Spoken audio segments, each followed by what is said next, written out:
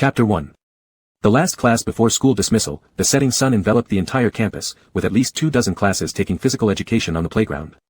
The movement of badminton and tennis rackets startled flocks of birds in the trees. Swallows and sparrows flapped their wings, rising to circle in the air before descending back to their original perches, unwilling to return to their nests.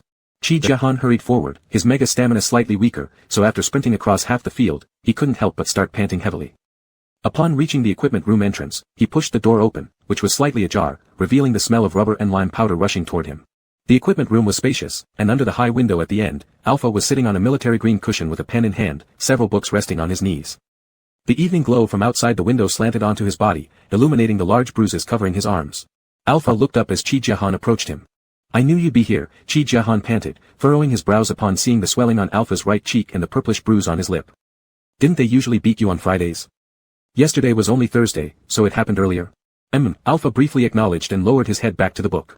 "Suze," Chi Jahan called out sternly.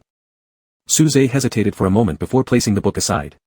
He lifted his school uniform hem, revealing a patch of gauze over his right ribs, calmly stating, "It's just here, no other injuries." The gauze was applied roughly, messy and uneven, clearly done by himself, rather haphazardly. Chi Jahan squatted down, gently tugging on the corner of the gauze and peeling it away, revealing a dense cluster of small wounds underneath, already forming scabs that had congealed together with the gauze, very typical of Suze's usual method, crudely pressing the gauze onto the wound without regard for the pain it would cause when removing it later. "Broken glass?" Chi Jahan asked, frowning. Suze didn't answer directly, just saying, "They like to see it." "Do they also like to see you catch knives with your bare hands? Why don't you try that?" "Weapons can't be brought on stage," Suze responded somewhat seriously, lowering the collar of his shirt again.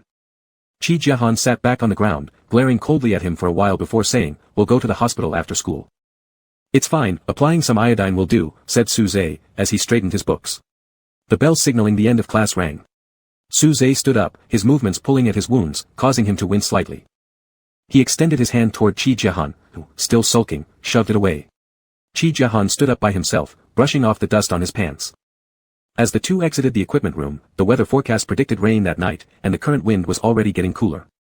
On the third floor, between the two teaching buildings, people were passing back and forth on the sky bridge. Midway through their walk, Suze suddenly turned his head and looked over the railing. The wind grew stronger, and a few alphas came walking toward them, one of whom was particularly tall, with a cold expression, looking down at his phone. But somehow, even with his head bowed, he was easily noticeable. The alpha beside him knew Chi Jahan and waved, "Hello, Jahan." Chi Jahan waved back in acknowledgement. The greeting was brief, but the conversation among the alphas was interrupted for a few seconds. Everyone looked over at Chi Jahan and Suze, including the alpha who had been engrossed in his phone, who now lifted his head. From their perspective, Suze was a half head taller than Chi Jahan, his face slightly tilted to the side. The wind lifted the strands of hair in front of his forehead. Suze's expression remained emotionless, appearing somewhat cold and somber, yet the bruises on his arms were quite conspicuous, not entirely hidden by his short-sleeved school uniform. As they passed each other, Alpha lightly nudged the person next to him who had merely glanced up before returning his gaze to the screen, saying, "He-yang, the alpha next to Jahan is Suze, and his pheromone level is also S." Lu Heiyang switched off his phone and placed it in his school trousers pocket. In reality, he hadn't really seen much, he had only raised his eyes symbolically. Nevertheless, he smiled faintly and said, "Is that so?" As the group of alphas walked further away behind them, Suze continued to maintain his sideways glance. In fact, his gaze was unfocused, lacking any particular point of focus. However, he momentarily entertained the thought of glancing back, one that quickly subsided. Suze turned his head back to face forward again, calmly exposing his swollen right cheek and bruised lips to everyone walking past. At the school gate, Lu Heiyang said goodbye to several other alphas and stood under a tree by the side of the road. 2 minutes later, a fully black convertible with a pink interior screeched neatly to a halt in front of him. The alpha at the wheel, wearing a plain shirt and sunglasses as if he'd just returned from a tropical vacation, whistled, "Mr. Lu, it's been a while." "Being absent for more than a week without reason will get you expelled." Lu Heiyang tilted his head slightly with downcast eyes, reminding him. He Wei removed his sunglasses and threw them onto the center console, his peach-shaped eyes curving into a mischievous grin. "That would be great."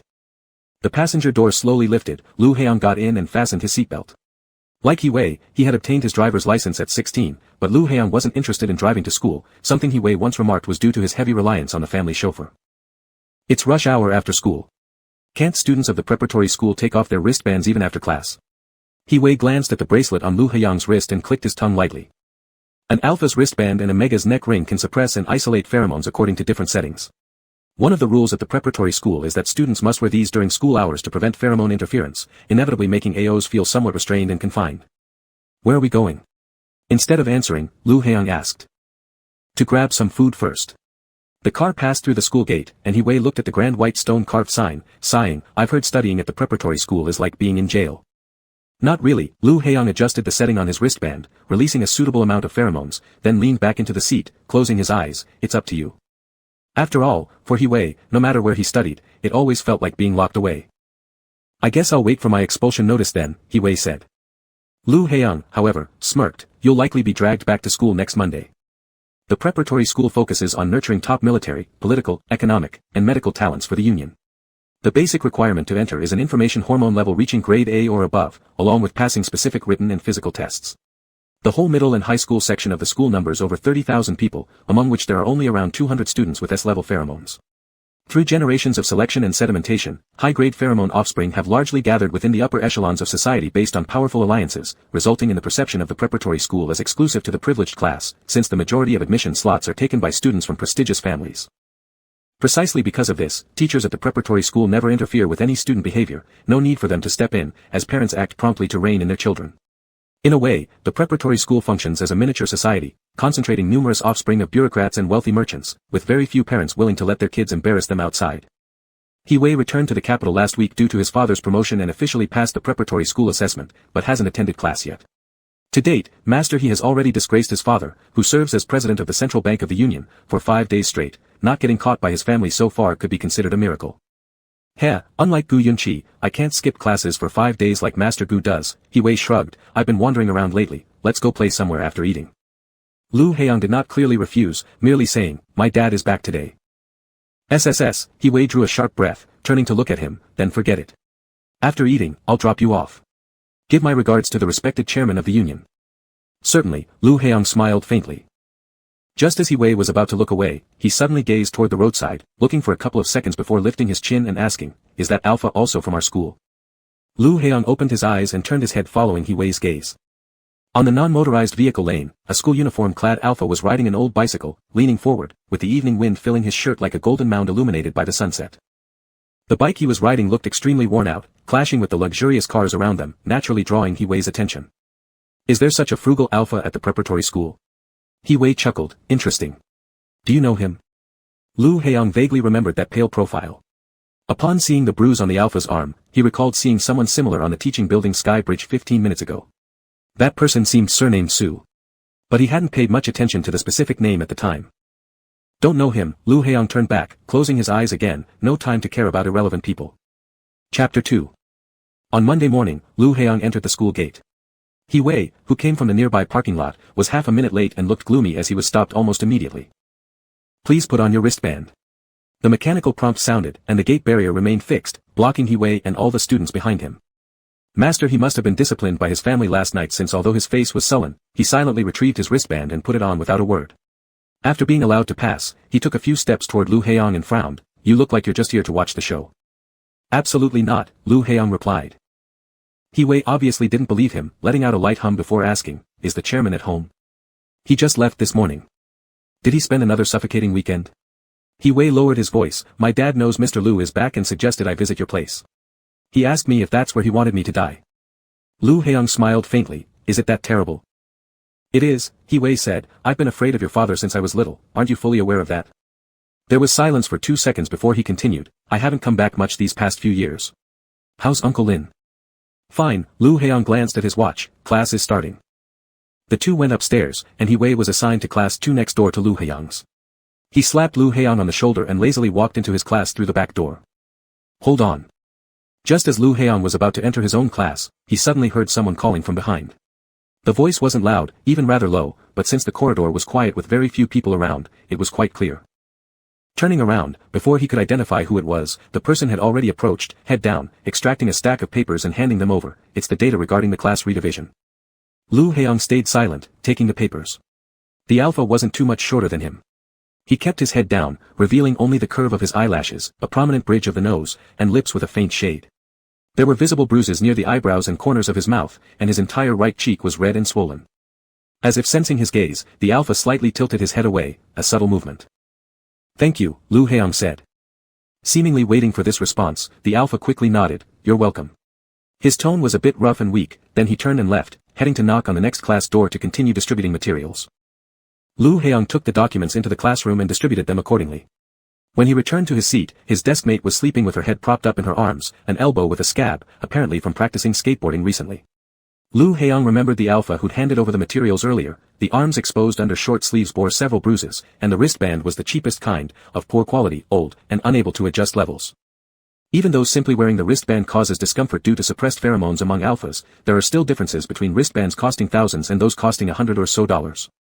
Generally speaking, the more expensive the wristband, the less discomfort it brings. Conversely, the cheaper it is, the more uncomfortable it gets. It was odd, despite never having properly seen the face of that alpha, those scarred arms were indeed strikingly recognizable, extremely rare in the preparatory school.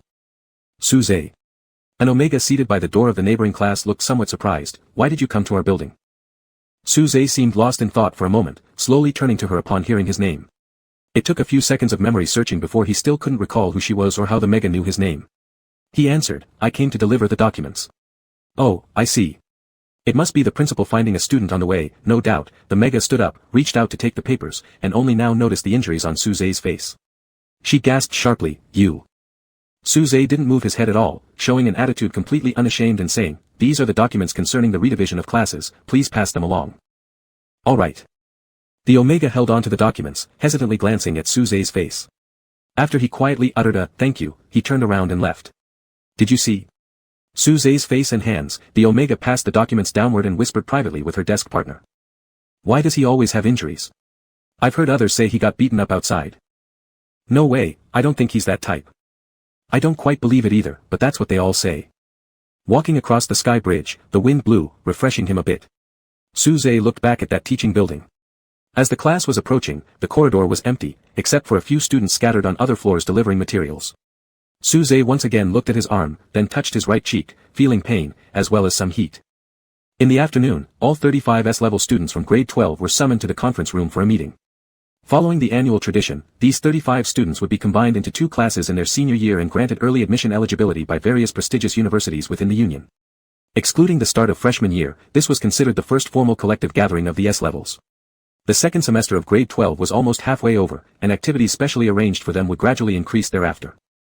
Didn't Guyunchi come? After taking his seat at the meeting room, He-wei glanced around. Did he attend school for more than 30 days this year? Lu Heong replied, probably not. Not long after, the teacher arrived, roughly counted the number of attendees, and began calling out names. Class 11, Suze. No response. The teacher looked up and repeated, Class 11, Suze. Still not here, is he? The teacher moved the mouse to make a note, when suddenly, a tall and slim figure appeared at the door. That bruised hand wearing an old wristband rose up, its elongated fingers curling as it gently tapped on the door. Here. The tone was clear and clean. The alpha was slightly panting. Teacher, I apologize for being late. No problem, please come in and find a seat. Suze, He-wei leaned back against the chair twirling a pen with interest. Isn't that the alpha I saw last week riding a bicycle at the school gate? Didn't know he was an S-level. Lu Heong glanced down at the file on the table. I have some memory of it. Rare. He-wei paused briefly before realizing something. Wait, you said you didn't know him before. This morning, he came to our class to deliver materials. Oh, got it. As they spoke, Suze had already approached. He-wei narrowed his eyes and suddenly extended his finger to flick Lu Heong's pen, sending it rolling off the desk just in front of Suze, who was about to ascend the steps. It landed right before his feet. Out of the corner of his eye, Lu Heong saw Suze pause, and for a moment, his body clearly wavered. Then he quickly bent down, picked up the pen, and placed it gently on the edge of the desk. Lu Heong's gaze traced upward along the alpha's arm from his fingertips, finally resting on his left face, which looked relatively normal compared to the bruised right side, and said, Thank you. Suze seemed somewhat flustered, probably because he was late, nodding hurriedly with a low, sound before ascending the steps. He's kinda interesting. He-wei slouched on the desk as if ready to sleep, smiling. He looks moody, but surprisingly eager to help others. Lu Heong retrieved the pen at the edge of the table, simply stating, next time throw your own pen. The first meeting turned out to be quite simple. The teacher briefly outlined the plans for the latter half of the semester concerning off-campus training sessions, lectures, and participation in various competitive activities. Suze sat in the middle row, staring at the big screen, but often found himself inadvertently looking down and spacing out toward the front seats, though each daydream only lasted a couple of seconds before he quickly snapped back to reality, refocusing on the podium. Before concluding, the teacher distributed the schedule. Most of the activities were funded by the school, while a smaller portion required self-financing. As Suze scanned down the dates, when he saw the prices following the self-funded activities, his gaze lingered for a moment. Subsequently, he folded the sheet in half and slipped it into his uniform pocket. The others started leaving the meeting room one by one, the teacher was tidying up, and Suze stood up, descending the steps, walking to the lectern. "Is there any issue?" asked the teacher. "Teacher, is attendance mandatory for every event?" "Not compulsory, but it is recommended that you attend all events as it will help with your future admission direction and major selection." Meanwhile, Lu Heiyang and He Wei were heading towards the door. Both of them heard the teacher ask, "Is there anything inconvenient?" The alpha standing straight in front of the lectern paused for a second, then said, "I wish to apply for non-attendance." At this point, Lu Heiyang lifted his eyes, just catching Suze's profile. A brief moment passed as he walked past Suze. He Wei draped his arm over Lu Heiyang's shoulder, hard to tell whether master he was oblivious to the real world or simply making a remark. He softly chuckled and answered his own question, "Is there anything inconvenient?" "Yes, money isn't convenient." The last period of the afternoon was swimming class. Suze emerged from the locker room. Qi Jiahan was warming up by the poolside. He was from class 9, and since grade 12, swimming lessons for classes 9 and 11 had been scheduled together. "Are you sure you can swim with those injuries?" Qi Jiahan glanced at the wounds on Suze's ribs, somewhat worried. "It's fine." "You wouldn't tell even if there was." Qi Jiahan stretched his arms high, then casually said, "Just now I heard the physical education teacher say that your class will have swimming lessons on Tuesday from next week." Suze didn't seem to care, but he still asked, "Why?" "Maybe the class schedule was adjusted. After that, you and class 1, along with a few other classes I've forgotten about, will have lessons together."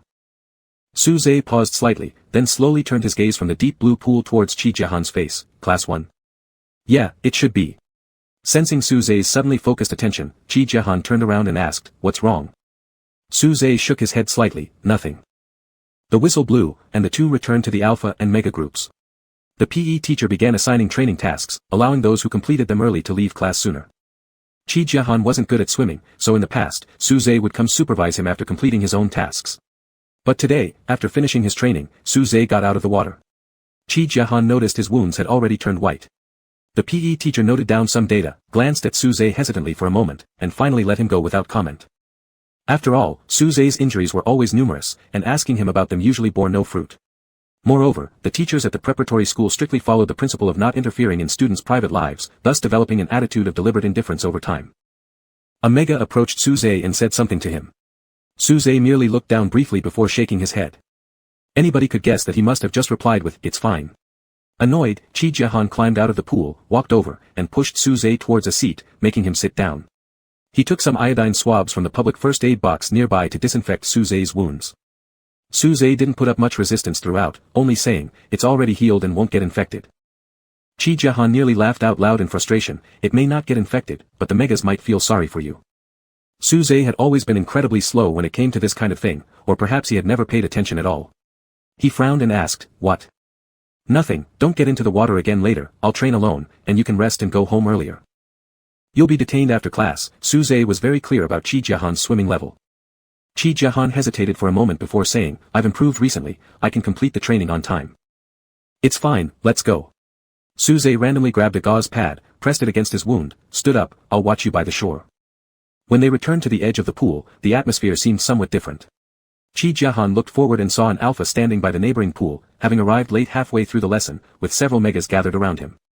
The PE teacher timed him with a stopwatch as the alpha dived smoothly into the water. Qi Jiahan suspected that his diving position alone could save him seconds worth of swimming. He Wei, S level, transferred here last week, this is his first day of class, Qi Jiahan explained. He has a close relationship with Lu Heiyang. Lu Heiyang's background had always been a mystery, with few knowing much about him. Meanwhile, He Wei, as a transfer student for barely half a day, came into the preparatory school under completely unknown circumstances. Their pairing was somewhat thought-provoking. In the preparatory school, where personal information was usually kept entirely confidential, such people typically raised questions. In Qi Jiahan's view, even if the whole school was guessing, Suze would certainly not be one of them. He seemed detached from everyone else, indifferent to everything, quiet, unsocial, unentertaining. One couldn't tell what he cared about, liked, or desired. If his appearance weren't slightly more striking, he would undoubtedly be another anonymous figure lost in the campus crowd. Still, Qi Jiahan thought that as a friend, he had a responsibility to share some social insights with Suze. Although Suze would never initiate trouble, knowing more about these dynamics within the preparatory school was generally beneficial. Suze watched the pool at the other end and responded with a usual, offering no opinion as always. Chi Jiahan did indeed improve, managing to finish his training target 5 minutes before the class ended. At the same time, He Wei completed all his tasks within 15 minutes. Back in the locker room, He Wei showered. When he came out, Lu Heiyang was sitting on the bench in front of the locker looking at his phone. Hearing the footsteps, he looked up. Are you ready? Yes, thank you for coming here especially for me, Mr. Lu. Let's go have food. The two strolled along the long corridor between the locker room and bathroom heading outwards. As they passed by the fourth locker room, an alpha suddenly emerged from inside. He wore a faded black jacket washed until the fabric whitened slightly. His hair was still damp, droplets sliding along his pale neck and disappearing into his collar. Su Zhe paused at the entrance of the locker room, his head lowered as he fiddled with his bracelet, simultaneously making way for two alphas walking out. Unexpectedly, the two did not simply pass by him. Su Zhe heard someone calling his name, syllable by syllable. Su Zhe. The tone sounded confrontational. Su Zhe looked up with a blank expression and cold eyes but froze momentarily when he realized who it was. He Wei smiled at him, corner of his mouth curling up. The teacher told me that you had the best training score among all alphas today. Do you like swimming normally? Even though He Wei had asked the question, Su Zhe's gaze instinctively shifted to Lu Heiyang's face first. Meeting an unfamiliar yet calm stare caused Su Zhe's fingers to subconsciously clench, the bracelet fell to the floor. I don't like it. Su Zhe snapped back to reality, bent down to pick up the bracelet, and answered softly. That means you have good talent. Next week's swimming class happens to be the midterm exam. How about we compete? Su Zhe continued to fiddle with his bracelet, but for some reason, he couldn't get it right. Eventually, he gave up, letting his hand drop, and said, Our swimming class has been moved to Tuesday from next week on. Tuesday. He Wei thought for a second, then turned his head to ask Lu Heiyang, isn't class 1's swimming lesson on Tuesday too? Lu Heiyang responded. That's convenient. You two can have a race. He Wei always seemed bored if there wasn't something going on. Lu Heiyang didn't respond, looking uninterested. He glanced at his phone. Gu Yunqi says he's here waiting and is rushing us to join him. Tisk, when will his patience improve? Let's go already. He Wei slapped his hand on Lu Heiyang's shoulder and walked ahead, passing Su Zhe. As he went by, he remarked offhandedly, you should switch your bracelet. It's too old, which is why it's so hard to fasten. Su Zhe slightly lowered his head without replying. After they left, he picked up the bracelet again. The corridor lighting was dim, and it took him a full half-minute to finally secure the bracelet. He slung his backpack over his left shoulder and started walking out. A droplet of water slid down his bangs, flowing into his right eye, instantly blurring half of his vision. Su Zhe raised his hand to wipe it. For some reason, he felt somewhat annoyed. What do you plan to do? On the way to the parking lot, Lu Heiyang suddenly asked.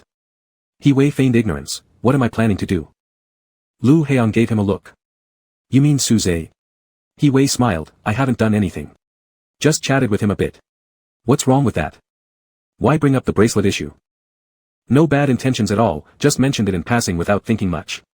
He Wei spun his car key around. My cousin, she used to attend junior high school at this preparatory school but transferred last year, you know. I know. This kid once cried to me in her 3rd year of junior high, saying she confessed to a senior boy who rejected her. I remembered his name when I heard Su Zhe's name today.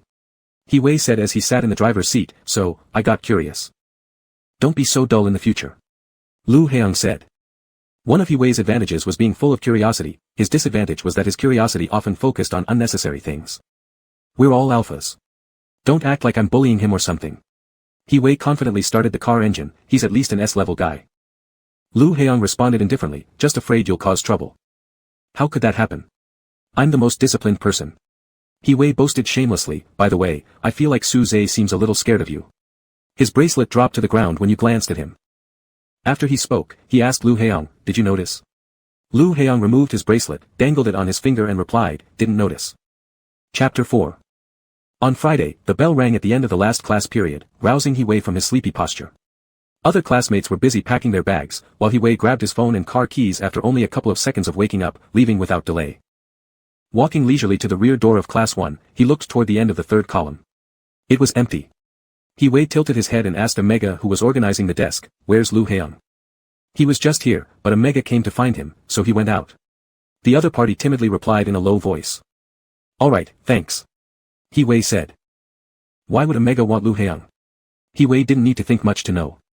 Ever since he was young, he'd always regarded Lu Heiyang as a rather aloof alpha, one who kept a distance from others habitually, but oddly enough, this kind of remoteness was more likely to attract people. He Wei thought that if, excluding his looks and physique, Lu Heiyang were a bit gentler and friendlier, he might actually be less obsessively adored. Or, just like him, he could use, my ideal type is a mega over 1.8 meters with abs, as a reason for rejection, which was equally effective. He-Wei went downstairs to the suspended floors drink machine and bought 2 bottles of water. He waited at the stairwell for a while and saw Lu Heong walking over from another passage. How many have you rejected here at the preparatory school? He handed the water to Lu Heong. Lu Heong didn't speak, unscrewed the bottle cap, drank some water, then walked toward the outside of the teaching building. Early summer, the tulips in the flower bed were blooming heavily. Due to their species, their fragrance was very light. Students were slowly walking towards the school gate along the central avenue, among them many couples walking hand in hand. The preparatory school never restrained students when it came to love affairs. Whenever students had romantic interests, parents would investigate thoroughly. If suitable, they'd turn a blind eye. If not, they had plenty of ways to end the relationship. Hey, what kind of person do you actually like? He-Wei suddenly became curious, though he knew he wouldn't get an answer. Lu Heong answered, over 1.8 meters with abs. He-Wei laughed and cursed, quit fooling around. Lu Heong skipped directly to the next topic and asked, where are we going? Let's eat first. He-Wei bit his tongue and hummed a laugh. After eating, we'll go to Lake Rock Manor. What are we going there for? Don't tell me you don't know, just say whether you're coming or not. Lake Rock Manor was situated in a scenic area on the outskirts of the capital city. The entire scenic area provided exclusive services only to members, for leisure, socializing, or handling public relations matters. Among these, Lake Rock Manor was the most covert place, a venue everyone wealthy or high-ranking tacitly acknowledged existed. The last time I brought a mega there, he watched for less than 2 minutes, then threw up and cried for me to send him home. Later, he even called me saying he'd had nightmares for days and asked why I liked those perverted things. He-Wei laughed helplessly. It's because they're perverted that they're entertaining. Life is so dull, without indulging in curiosity, how would we vent? Some people experience everything others may never touch by the age of a dozen years, so they need rarer, stranger stimuli to satisfy themselves. He-Wei was such a person. I've already seen it. Lu Heong was brief. He-Wei was still tossing his car keys in 1 second, but the next, the keys fell to the ground. Lu Heong bent down to pick them up, while He-Wei stared at him, stunned for a few seconds before asking, why did you watch those things? It seemed like He-Wei had already forgotten that he had asked just half a minute ago if Lu Heong wanted to go to Lake Rock Manor. You said it yourself. Lu Heong put the car keys back in his hand, curiosity. Ah, turns out Lu Heong's a secret weirdo. He-Wei snapped back into reality, clicking his tongue a few times. I'll definitely spread this later and ruin your reputation. Lu Heong smiled faintly, but didn't say anything. Walking out of the school gate, He-Wei took off his bracelet, pushing his bangs back with the back of his hand. Suddenly, he thought of something. Oh yeah, today's Friday. Raising both elbows, he made a boxing stance, saying, I heard number 17 will be stepping into the ring today. Lu Heong looked at him. Who? We'll see when we get there, it won't disappoint you. Lu Heong didn't ask further as they walked toward the parking lot. On the way to the parking lot, they passed by a row of garages. These were also specially prepared by the preparatory school for students to park their transportation. Mountain bikes worth several thousand yuan to heavy motorcycles worth hundreds of thousands were regularly lined up. At the dismissal hour, most of the vehicles in the shed had already been ridden away. Therefore, even though an old bicycle sitting alone might have seemed unremarkable, it was still noticeable, especially since there was an alpha squatting beside it. Su-Zhe was manually adjusting the chain, likely because it had fallen off when he parked in the morning and he hadn't noticed. This old bike often had issues, but he was used to it. Need any help? Su-Zhe looked up to see He-Wei still wearing that mischievous smile, looking down at him. No, thanks. Su-Zhe didn't look sideways at He-Wei, quickly pulling his gaze back and focusing on the disobedient chain. This grease is hard to wash off, isn't it? He-Wei appeared interested in the almost broken down bike, leaning closer and asking, how long does it usually take to fix? Today seemed slightly hotter. Su-Zhe felt a thin layer of sweat forming on his back and warmth rising around his neck.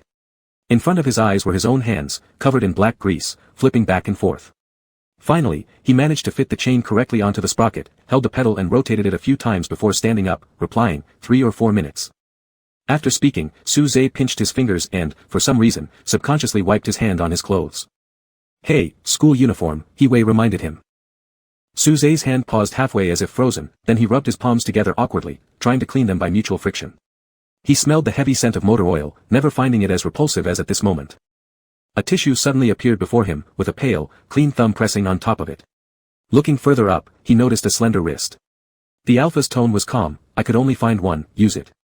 Su-Zhe hesitated, looked up, but his gaze stopped halfway. It eventually settled on Lu Heong's nose, appearing like a direct look, yet not quite meeting eye to eye. Thank you. Su-Zhe took the tissue, his throat slightly uncomfortable, making his voice unrecognizably hoarse. You're welcome. Lu Heong glanced at his phone and said to He-Wei, let's go. After dinner, He-Wei had someone deliver clothes over. After changing out of their uniforms, they drove to the west side of the city. Compared to other areas in the capital, the population turnover in the western part was relatively more frequent, and the situation here was also more complicated. Most of the buildings were old and dilapidated, with pitted cement roads. At a glance, most neon signboards outside shop windows were either missing a character or radical, rarely intact. No wonder you wanted to switch cars, Lu Heong looked out the window and said. Driving a supercar into this kind of place is just asking for trouble, He Wei smiled. It's been chaotic here for years, and the authorities above haven't dared touch it. I'm not stupid enough to be the first one to step in. The car entered a small alley and within half a minute came to a stop in front of a building. The outer walls were adorned with several faded and worn advertisement boards. There were no lights inside or outside the building, it was pitch dark. But faint human voices could be heard coming from somewhere far away. As they ascended the steps and pulled aside a dry, yellowed rubber curtain, entering the building, they crossed through an empty, dim hall. He Wei stopped in front of an elevator with Lu Heong. This building looked like a haphazard demolition site, yet the elevator was still operational. The muffled voices they'd heard earlier from outside became closer now, not from a distant source but emanating from beneath the ground. The elevator doors opened, and Lu Heong and He Wei stepped inside. The walls were plastered with advertisements. He Wei pressed the button for B2, and as the elevator descended, that cacophony of sounds grew increasingly distinct. Ding! The door opened, as if lifting a heavy drape, revealing those suppressed sounds clearly and sharply resonating against their eardrums. Bang bang bang. This used to be a mall, later abandoned. Stepping out of the elevator, it was too noisy around, so He Wei had to lean close to Lu Heong's ear to speak. Some people connected the parking lot on the second basement level with the supermarket on the first basement level, converting it into an underground club. The air was saturated with various scents, pheromones, perfume, cigarette smoke, alcohol. A mega in a bikini somehow drew near, pressing herself against Lu Heong's side, her soft bosom resting on his arm. Lu Heong tilted his head down, noticing that the mega held a pack of cigarettes between two fingers, another already in her mouth. Her lips slightly parted as she exhaled a puff of blueberry flavor smoke towards him. Under long curled lashes, her eyes carried purple contact lenses. Dark pink lighting streamed down from above, creating a blurred ambience. Lu Heong smirked at the mega, reaching out to take the pack of cigarettes. Then, he hooked his fingertip under the strap of the mega's bikini, slipping a few bills into it. Mr. Lu, you know the rules well. He Wei tossed an icy beer can he'd bought from another mega, smiling while saying this. Curious gazes continually darted from the crowd, inspecting these two tall young alphas who were strangers here. Unbothered, He Wei draped his arm over Lu Heong's shoulder and led him to another passage. Reaching the end, they found themselves facing a circular venue. Though not large, its trapezoidal stands were already packed with people. In the very center of the venue stood a sunken octagonal closed cage ring. The spectators were diverse, ranging from disheveled drunks to shirt-clad white-collar workers, to rich men in the VIP seats, all gathered chaotically. Upon checking the tickets, they entered. A thin alpha bent low, approaching swiftly. He Wei said something to him after lowering his head, and the person immediately nodded and led them forward, arriving at the third row. Once seated, He Wei took out several bills. Lu Heong conveniently passed the newly bought cigarettes over, which the alpha accepted, perceptive and swift, then left. Not half a minute passed before the light suddenly went out, plunging the entire venue into pitch darkness. Then, a dazzling beam of light shot down from the center of the roof, illuminating the octagonal cage. At the same moment, the electronic screen above lit up, displaying the boxers' names as Owen and number 17, with a series of betting numbers following below. Number 17 is the youngest boxer here, an S-level alpha, and he comes to fight every Friday, He Wei said. But last Friday when I came, he wasn't here. I heard he fought on Thursday instead. It was a particularly brutal match. Just called number 17. Lu Heong looked at the screen and asked. Exactly, just called number 17. He fights well, but it's rumored that he doesn't win often. In black boxing matches, there's always under-the-table dealings. If someone wants him to win, he has to win. If they want him to lose, then obviously he has no choice but to lose. He Wei continued, people dying on this kind of stage happens all the time. Number 17 is smart, he doesn't vie for victories or stand out too much. Although he earns less than others, at least he can preserve his life. A sudden scream erupted as a spotlight shone on the contestant aisle. An alpha walked out, boasting flamboyantly to the crowd, throwing fake punches in the air. His muscles bulged impressively, almost exaggeratedly. As he lifted his leg to step into the octagon, Lu Heong finally saw the other alpha who had been blocked by him, number 17. In contrast, number 17 looked significantly younger and slimmer, standing tall with long limbs. A lean yet perfectly flowing musculature covered his body, giving him a refreshingly clean look under the lights, if one ignored the scars marring his skin. The screams grew louder as number 17 put his mouthguard in and wore his gloves, then raised his head calmly and glanced toward the audience. The upper half of his face was covered with makeup, obscuring his features and leaving only his lips and chin exposed. The referee stepped onto the ring, and the door of the octagon closed. The two alphas stood face to face inside, surrounded by a steel mesh wall on all sides. There were no judges here, no standards, no scoring, and no medals, only unbridled violence without rules or weight classes, akin to a primitive arena where beasts fought. Even before the match began, the cheers of the spectators were almost enough to make the roof shake. He Wei's eyes lit up with excitement as he popped a piece of gum into his mouth and chuckled lowly, "Isn't this more exciting than what we've learned, like fencing, equestrianism, or taekwondo?" Lu Heong simply adjusted the level on the bracelet around his left wrist and stared at number 17's profile without saying a word. Amidst the roar of voices, the sound of the starting whistle pierced through. In the blink of an eye, Owen threw a straight punch. Number 17 reacted swiftly, raising his elbow to block it and dodging aside. This glove is super thin, probably not even 8 ounces, maybe only 6, which could easily break the knuckles. He Wei chewed on his gum while commenting, but generally in these places, those wearing thick gloves are usually suspicious. He leaned closer, making a fist with one hand and pressing it against Lu Heong's ribs on the right side. Some people stuff broken glass into their gloves, aiming for the area just beneath the ribcage, right over the liver. One blow there, and your opponent won't get back up. In the underground rings, boxers often resorted to dirty tricks. The spectators didn't care, though, and cheered wildly for such tactics. After all, they had come here for thrills and bloodshed, hoping for nothing more than a chaotic and violent spectacle. After barely 10 seconds, number 17 was clearly gaining the lower hand. Owen kept interfering with his attacking rhythm using fast jabs while continuously striking his head and abdomen. Number 17 retreated repeatedly, seemingly about to reach the edge of the cage. Many viewers had already stood up from their seats, shouting furiously, "Damn it, counterattack. Hit him." Owen, capitalizing on his weight advantage, started breaking number 17's guard with powerful punches. In sustained defense, number 17's left guard was eventually broken through by Owen. Seizing the opportunity, Owen swung another straight punch, smashing directly into number 17's face. Bright red nasal blood immediately sprayed out, splashing onto the gray rubber mat beneath. The screams and shouts deafened the ears. Some had gathered close to the cage, swarming like ants, grabbing onto the steel wire netting and yelling wildly at the fighters. Whether scolding or encouraging mattered little. The point of this kind of competition was merely to stimulate the adrenaline rush of the audience, using the fighters' combat and blood as outlets for them to freely vent their anger, excitement, or joy. Provoking any of these emotions counted as a success. How many rounds does a match last? Lu Heong watched as number 17 leaned back against the steel wires, wiping blood with his elbows, and suddenly asked. "There's no concept of rounds here. The fight ends when one person completely can't get up anymore." He Wei rested his elbow on his knee, leaning forward slightly as he focused on the battlefield. "That's how it usually works. Occasionally, there will be a tournament-style event." Inside the octagon, number 17 slowly straightened up, raised his hands, and lightly tapped the two boxing gloves together before walking back to the center of the arena. Owen twisted his neck, planted his stance on the spot, and waited. As number 17 approached, Owen stuck out his tongue and made a highly insulting face, which caused an immediate eruption of cheers, insults, and encouragements from the audience. However, number 17 seemed unfazed, as he pulled his arms in, returning to his defensive stance with a slight arch in his back. Once again came a series of rapid jabs, hitting number 17's nose once more. Blood streamed down his sharp chin, mixing with the makeup on his face and making him look thoroughly disheveled. Owen, full of arrogance, advanced towards him, targeting vital areas with every punch. Number 17 was pushed back into a corner again. Lu Heong could hear the spectators who bet on number 17 cursing furiously, wondering why he couldn't even defeat a newcomer.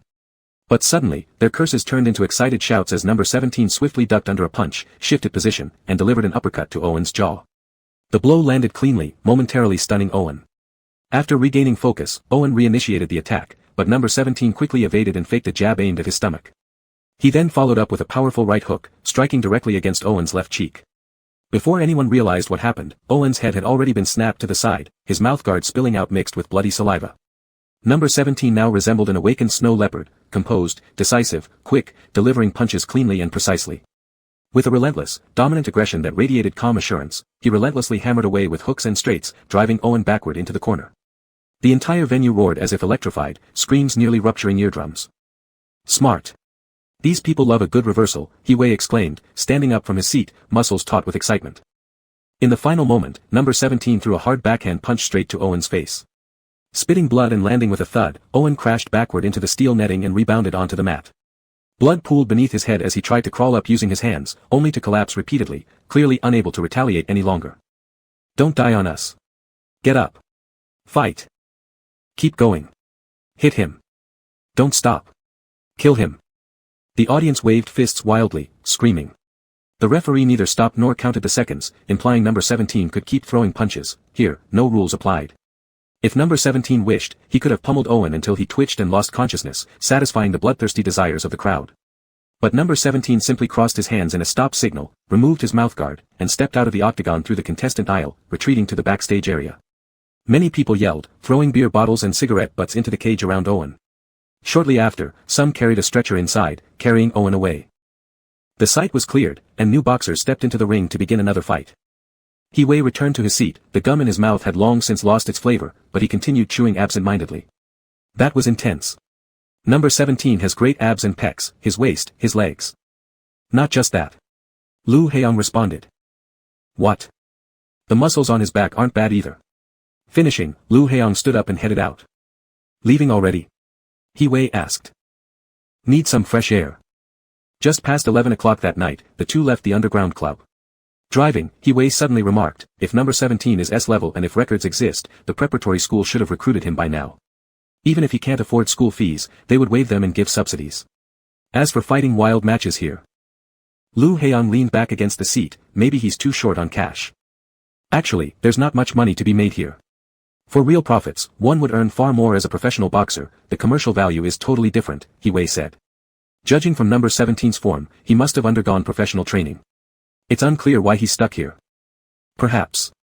Placing his right hand on his knee, gently tapping his fingertips, Lu Heong continued, looking forward on the road. Number 17 is still in the preparatory school. Hiwei paused, turning to glance at him, then laughing, impossible. How could that be? Lu Heong replied briefly, I agree. On the last class of Monday, Lu Heong went to the swimming pool to wait for Hiwei. The sky was very cloudy, as if it was about to rain, suffocating people so they couldn't catch their breath. Lu Heong walked around the flower bed toward the steps of the swimming pool, just as he encountered an alpha coming out from inside, who was holding a plastic bag, looking down with a hurried pace. Suze realized there was someone only after he stepped down one step, and by then, avoiding him was already too late. At the moment of collision, the other person's indifferent face flashed before Suze's eyes at close range. It was too close. Suze could even see his clearly defined eyelashes, long and black, and his pupils were also very dark. When he raised his eyes, it seemed like they lacked warmth. He felt his upper arm being held for a moment. In theory, after being steadied, he should have stood firmly, yet Suze instead stumbled more awkwardly, stepping into the grass on the side of the step, causing the items in the plastic bag to fall out with the sound of glass colliding. The dark clouds hung heavily, as if they would press down at any moment. Suze looked up at Lu Heong for a fleeting second, a hurried glance, then quickly averted his gaze and bent down to pick up the things on the ground, muttering, sorry. His ears were slightly red, and it was evident that he was truly apologetic. It's my fault, I didn't move aside in time, Lu Heong said, bending over to help him pick them up. Suze's voice was hoarse, and his breathing was a little rushed, making anyone naturally assume he was sick and had come to see a doctor. But Lu Heong also noticed the bandage on Suze's nose, revealing a small patch of bruised purple skin at its edge, and his lips were also swollen. If one only looked at his appearance, it seemed more like he'd been in a fight and had come here to get medicine. However, what fell to the ground weren't cold medicines or ointments but several disposable syringes and vials of medication. When picking up the last vial, both of them stretched out their hands simultaneously, their fingertips accidentally brushing against each other. Suze instantly withdrew his hand while Lu Heong picked up the vial and saw the words, Alpha Inhibitor, printed on it. Lu Heong wasn't familiar with alpha inhibitors. S-level alphas had a natural advantage in pheromone self-control. Under normal circumstances without severe stimulation, they wouldn't enter heat. Even when occasionally experiencing sensitivity during the year, it would merely cause mild fever symptoms, not anything too serious. As an S-level alpha, using an alpha inhibitor was considered quite rare. Lu Heong didn't say anything, passing the tube of inhibitor over, and Suze took it, immediately stuffing it back into the plastic bag while softly saying, thank you. You're welcome. After Lu Heong finished speaking, he climbed the steps and entered the swimming pool. As he walked, he adjusted the level of his bracelet higher to completely block out unfamiliar, oppressive S-level alpha pheromones. Suze's pheromones. During the heat period, an alpha's pheromones would become much stronger. And apparently, Suze's old bracelet was no longer able to suppress such concentrated pheromones. Suze left via a special passage. His pheromones had already begun spreading, which, if mixed among the student crowd, could affect other alphas and omegas. While walking in a hurry, he pulled out a pheromone suppression patch from his pocket, bit off the coating layer with his teeth, and pressed it onto the back of his neck. At the end of the special passage was a dedicated restroom. Suze did facial recognition at the door, then pushed it open. He panted hard, not even managing to reach the sofa before sitting down directly against the wall. He dumped out the contents of the bag. His hands were trembling. Using his teeth, he pried open the lid of an iodine cotton swab bottle and pulled out a cotton swab, his movements too hasty that when the bottle was set down, it fell over. Suze simply glanced at it, having no time to care. Holding the swab, he forcefully smeared the inner side of his arm a few times, tore open the syringe packaging, cracked the reagent bottle, drew the suppressant, and injected it straight into his vein. He could have endured until he got home to do all this, but sudden emotional fluctuations would promote pheromone secretion, thereby accelerating the onset of heat. And the reason for his sudden emotional fluctuation, Su-zhe closed his eyes heavily, forcing himself not to recall it. Chapter 6. On Tuesday afternoon, Qi Jiahan returned to class after completing his lab experiment. As he ascended to the second floor, he looked up and saw Su-zhe's back. Surprised, he ran a couple of steps forward and grabbed him. "Didn't you take leave?" Su-zhe turned around, his lips pale, a flushed face showing abnormally red, his eyelashes drooping with a lack of energy, but his pupils unusually bright, evidently the sign of a fever. "I took leave in the morning," Su-zhe said, his voice raspy. "Now it's the afternoon. Anyone with a brain knows it's the afternoon now." Qi Jiahan closed his eyes wordlessly for a moment. "If you're in the sensitive period, shouldn't you take more than just a half-day leave?" "The midterm exam is coming up," Su-zhe's mind seemed to be working a bit slowly. He paused for a second before continuing. "Today's swimming class is for the midterm exam. You can apply for a retake. It's not like other subjects where there's a risk of questions being leaked. Besides, since you're in your sensitive period, the teacher will surely agree." Qi Jiahan's reasoning was flawless, leaving no room for argument. Su-zhe fell silent for a moment before responding. "I want to take the exam today." "Why does it have to be today? Is there someone you like in the swimming class today? Even if there is, do you really want to show up with that black eye and dazed look? If you perform poorly and fail the exam, it won't be worth it." These were merely some absurd assumptions, and Qi Jiahan was fully aware that such possibilities would never occur with Su-zhe. Su-zhe always stubbornly persisted in certain things without saying a word, and all Qi Jiahan hoped was that he'd care more about his health, though the likelihood was almost nil. After speaking, Qi Jiahan noticed Su-zhe's eyelashes flicker, then Su-zhe shifted his gaze elsewhere, after a while replying, "I won't perform poorly." Qi Jiahan realized that when conversing with Su-zhe, they often failed to align on key points, and he wasn't sure if this could be considered one aspect of the difference in AO thinking patterns. "Aren't you feeling unwell right now?" "Not too bad," Su-zhe said. "How many suppressant injections did you take?" "Not many." Su-zhe shifted his gaze again. He wasn't very good at lying and knew that lying to Qi Jiahan served no purpose, so he honestly answered, 3. "You're not an alpha," Qi Jiahan looked at him incredulously, "you're basically an A+. 3 suppressant injections, aren't you afraid of information hormone disorder leading to high fever or even coma?" Just as he finished speaking, the bell rang. Ignoring Qi Jiahan's question, Su-zhe awkwardly patted his arm as a silent form of comfort. Su-zhe said, "Let's go back to class." During the last class of the afternoon, Lu Heiyang emerged from the locker room by the poolside. The megas and alphas had already lined up for warm-up exercises in preparation for the exam. Some alphas at the front waved to Lu Heiyang, inviting him to move up to the front row so he could finish the test earlier. Lu Heiyang smiled, shook his head, and stood at the end of the line. An alpha arrived later than him. Lu Heiyang instinctively turned around upon sensing someone behind him. At the exact moment Lu Heiyang looked back, Su-zhe happened to be lowering his head. Su-zhe didn't have bandages on his face today. Instead, a faint purplish bruise marked the spot where his nose met his left cheek. He kept his eyelashes lowered, obscuring his expression. Lu Heiyang glanced at him briefly and turned back around, listening to the teacher introduce the content of the exam. The teacher spoke through a loudspeaker, each word echoing within the swimming hall. Su-zhe paused for a few seconds, raising his head to look at Lu Heiyang's back. Lu Heiyang's physique was characteristic of an alpha during their developmental stage in adolescence, tall and upright, poised between youthfulness and maturity. His shoulders were broad but smooth, with long legs and muscles rippling under his skin flawlessly along his back and arms. His skin was fair, bearing no scars or bruises. He could easily be regarded as among the top tier among the well-endowed S-level alphas. His hands hanging at his sides were clearly outlined, white and slender, naturally curling into an elegant arc when relaxed. These hands were exceptionally refined on an alpha, yet they exuded strength, making them perfectly suited to Lu Heiyang. Su-zhe fixed his gaze on Lu Heiyang's left hand, staring for a while until he suddenly noticed how quiet the swimming hall had become. There wasn't a single sound, which seemed very odd to him. Then, familiar water splashes and voices abruptly filled his ears. He finally realized just how absent-minded he had been. The alpha examination included a 50-meter freestyle and a 200-meter medley. There were 4 test pools, each with 8 lanes. Physical education teachers divided all students into groups according to their cued order, with each group consisting of 8 people and 4 groups tested simultaneously. Su-zhe and Lu Heiyang were assigned to the same group, number 4 and 5 respectively. It was nearing the end of the class before it was their turn, with the previous group still in the middle of their exam. 8 alphas walked to the starting point to prepare. Lu Heiyang stood beside Su-zhe, doing nothing but standing there. Yet, Su-zhe felt an invisible pressure looming over him, stiffening his entire body. "Huo Wei mentioned the other day that I should compete against you." Lu Heiyang stared at the pool, breaking the silence unexpectedly, and he was right. He didn't look at Suze, nor did he turn his head even slightly, causing Suze to take about 3 seconds to confirm that Lu Heong was indeed talking to him. It's not. Suze's fingers twitched, wanting to grab onto something but finding nothing in the empty space. He swallowed before continuing, it's an exam, not a competition. Lu Heong finally glanced at him, as if with a faint smile. If this doesn't count, shall we compete next class, he said unexpectedly. This wasn't what Suze meant, and he suspected he had been mistaken for a competitive alpha in Lu Heong's eyes.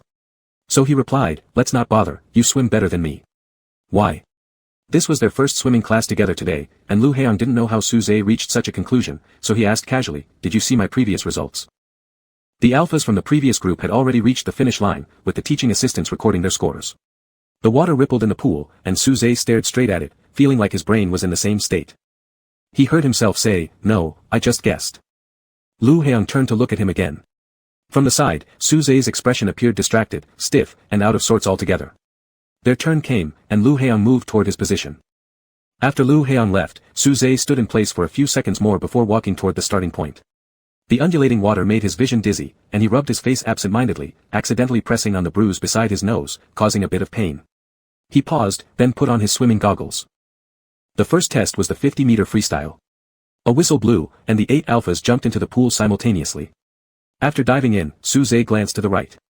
Lu Heong's figure looked somewhat blurred underwater, but it was clear that his swimming posture was graceful, like a fish. Suze turned back, pulling his arms around the water and powerfully kicking his legs. Soon, his fingertips touched the wall of the pool. As Suze lifted his upper body above the surface, he heard the physical education teacher shouting, number 5 first, number 4 second, number 1 third. 8 teaching assistants at the finish line recorded the results with stopwatches. Suze wiped the water off his chin and held onto the lane marker buoy. A long, strong hand also grasped it nearby, 10 centimeters away. Lu Heong took off his swimming goggles, brushed his wet hair back, water droplets sliding down his forehead, along his prominent nose, over his Adam's apple, and back into the pool. The pool water was cool, but Suze felt very hot, it must be due to the sensitive period. Through the pale blue lenses of his swimming goggles, he caught sight of Lu Heong's profile and quickly turned away to look elsewhere. Lu Heong didn't linger and stepped ashore immediately, standing at the starting point to prepare for the next 200-meter medley. Another whistle blew, signaling the start of the second round. After diving in, Suze and Lu Heong maintained their lead over the other alphas, neck and neck. However, by the 150th meter, Suze began to struggle. He was in his sensitive period, experiencing fluctuating emotions and intense exercise, leading to a large secretion of pheromones. Due to the effects of the 3 suppressant injections, these could only accumulate in his body, causing fever, dizziness, weakness in his limbs, and affecting his stamina. In the final 50 meters, Suze was completely relying on instinct to keep moving forward. The track seemed endless, with a severe sinking sensation, making it even difficult to lift his head for a breath. Finally, his hand touched the pool wall, his strength drained, and after emerging for a quick breath, he sank back down. His feet slid uneasily on the pool bottom, and he attempted to grab the buoy but couldn't reach it. In his struggles, his fingers seemed to brush against something, thinking it was the buoy, he tried to stretch out further. But still, he grabbed nothing, instead, his wrist was suddenly firmly seized, and a force pulled him upward, dragging him out of the water. Suze coughed violently, holding onto the lane marker buoy, gasping for air while splashed with water all over his face. Suze, are you okay?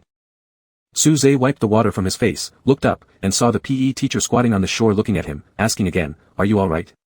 I'm fine. Suze shook his head. He turned around, and Lu Heong was right across the lane marker from him.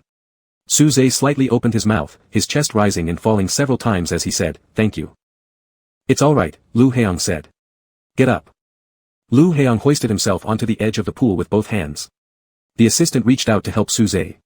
Meanwhile, the PE teacher checked the results, saying, Lu Heong did well, 2 minutes and 7 seconds 21.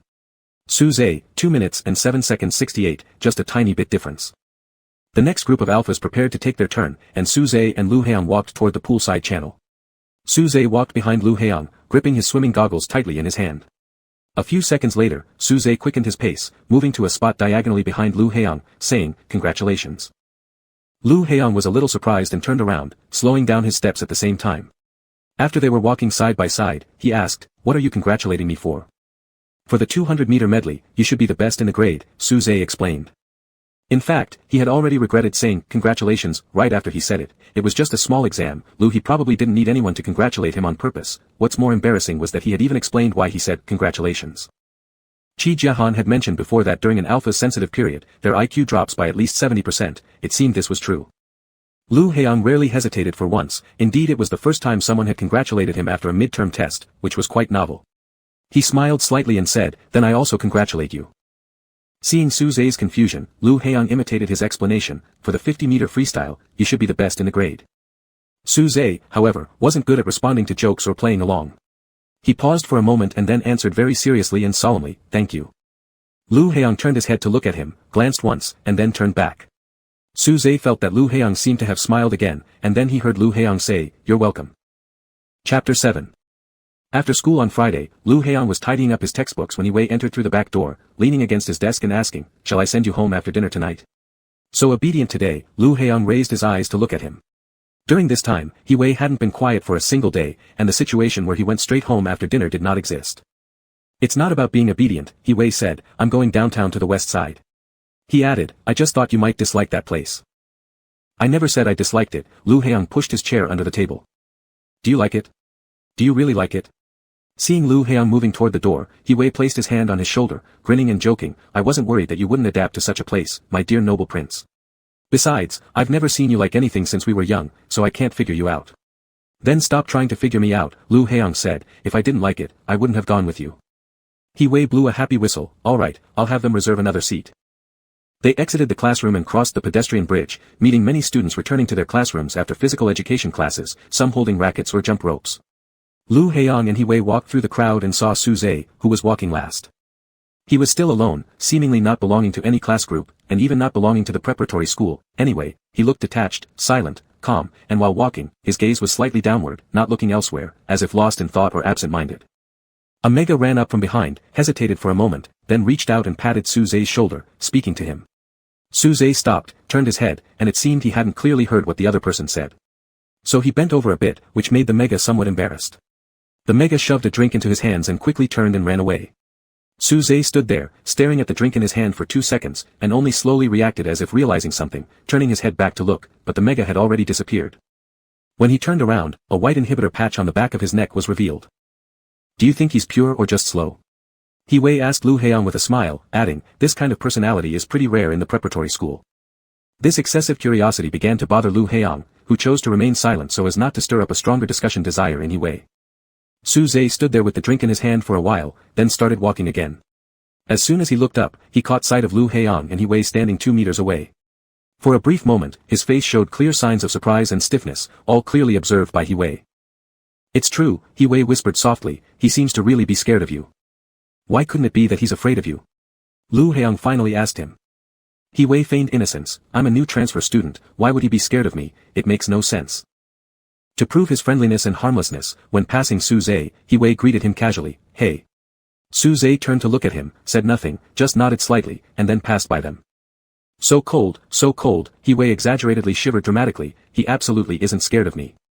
"You'd find it weird too if someone unfamiliar greeted you," Lu Heong said, "Stop looking for trouble." But Wei suddenly laughed maliciously, "I feel like if Su Zhe were in our circle, you two might actually get along quite well, both of you have those sexually frigid faces that refuse to indulge in worldly matters." Lu Heong asked, "Does that mean you and I don't get along?" "How could that be?" Wei immediately hooked his arm, laughing and saying, "If we didn't get along, how could we have kept this friendship for over a decade?" At around 8 in the evening, Lu Heong, Wei, and Gu Yunqi went to the west side of the city. The club was as crowded and chaotic as ever, filled with various smells. They stood out too much, as soon as they stepped out of the elevator, they were noticed. Gu Yunqi even had a purple chip shoved into his hand without knowing when. The alpha who gave him the chip winked at them, "It's a gift, go play with it." Gu Yunqi glanced briefly and threw the chip back at the person, "I don't need it." "Ah, such lack of understanding. Our master Gu is worth billions, he wouldn't look at something like this." Wei nudged Gu Yunqi's shoulder and said, "Isn't that right?" Gu Yunqi cast a glance at him. "The last time I heard, an alpha, what was his name, also from the preparatory school, in the casino lost this much in one night." Wei made a number gesture with his hand. Lu Heong asked, 800. "Yep," Wei nodded, "later, his dad sent people to drag him home. Rumor has it he got beaten up badly and ended up in the hospital, missing 3 days of class." "That sounds like something that might happen to you," Gu Yunqi remarked. "What kind of joke is that? Gambling isn't fun anyway. I'd rather spend that 8 million on a new car."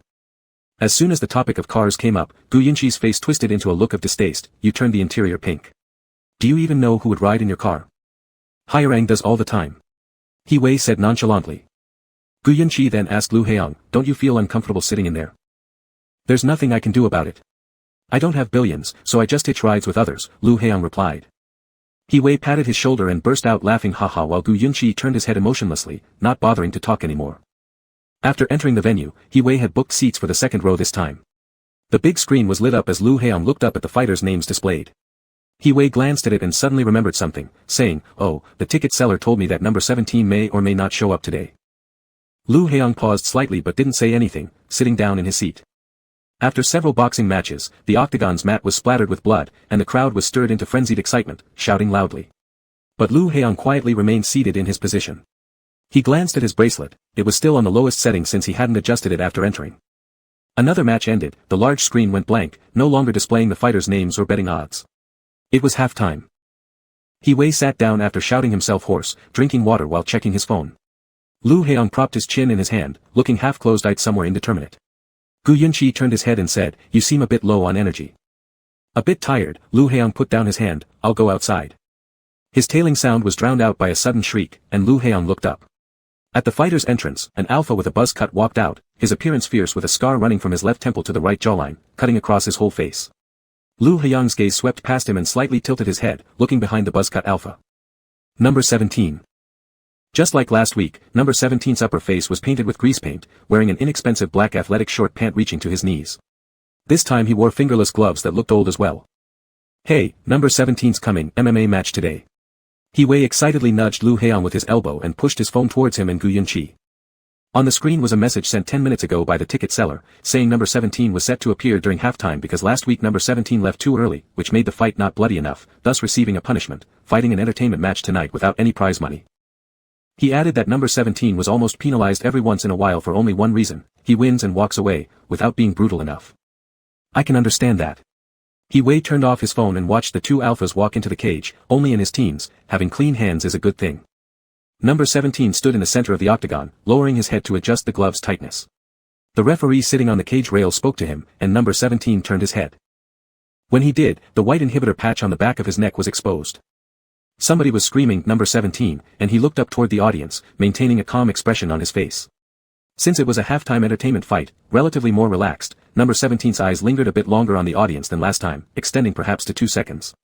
During those 2 seconds, number 17's gaze happened to fall on the second row. At a certain moment, it was very clear that number 17 suddenly stiffened for an instant, and after a stunned pause, he finally looked away, lowering his head to look at the rubber mat under his feet. The starting whistle blew, and the alpha with the buzz cut across from him had already taken position, yet number 17 still stood there with his hands hanging by his sides, looking somewhat distracted. Only when a punch came straight toward him did he finally react, quickly raising his arm to block it, barely dodging in time. He Wei immediately hissed, number 17's not in condition.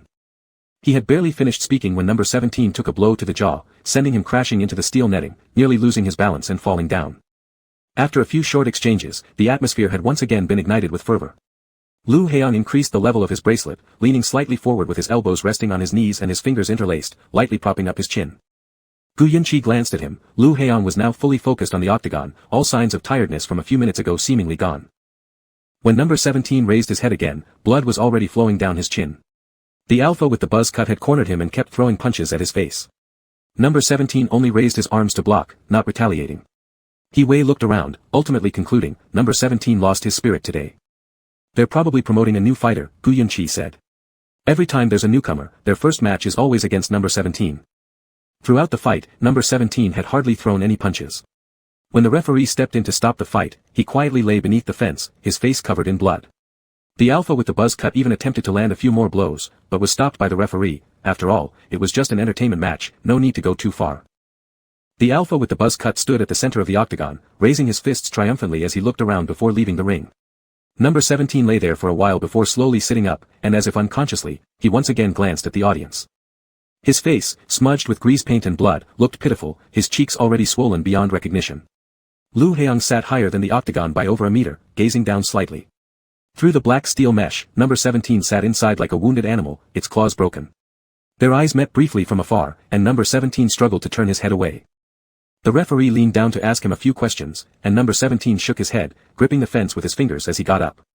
Blood still flowed from his nose, and number 17 moved stiffly to wipe his mouth and chin before bowing his head and walking out of the octagon. Such a disgrace. Wei appeared deeply regretful, saying, number 17 obviously could have won, but he ended up losing like this. His acting is terrible. He wasn't really trying today, Gu Yunqi commented. Lu Heiyang, who had remained silent the whole time, suddenly asked, when did he start coming here? I heard it was last year, Gu Yunqi answered, taking a sip of his drink. He used to fight in other arenas. Number 17's figure disappeared into the corridor, and Lu Heiyang retracted his gaze, unlocking his phone. His fingertip swiped across the screen, lingering for a few seconds on a message. Finally, he turned off the screen and said, I'm going outside to make a call.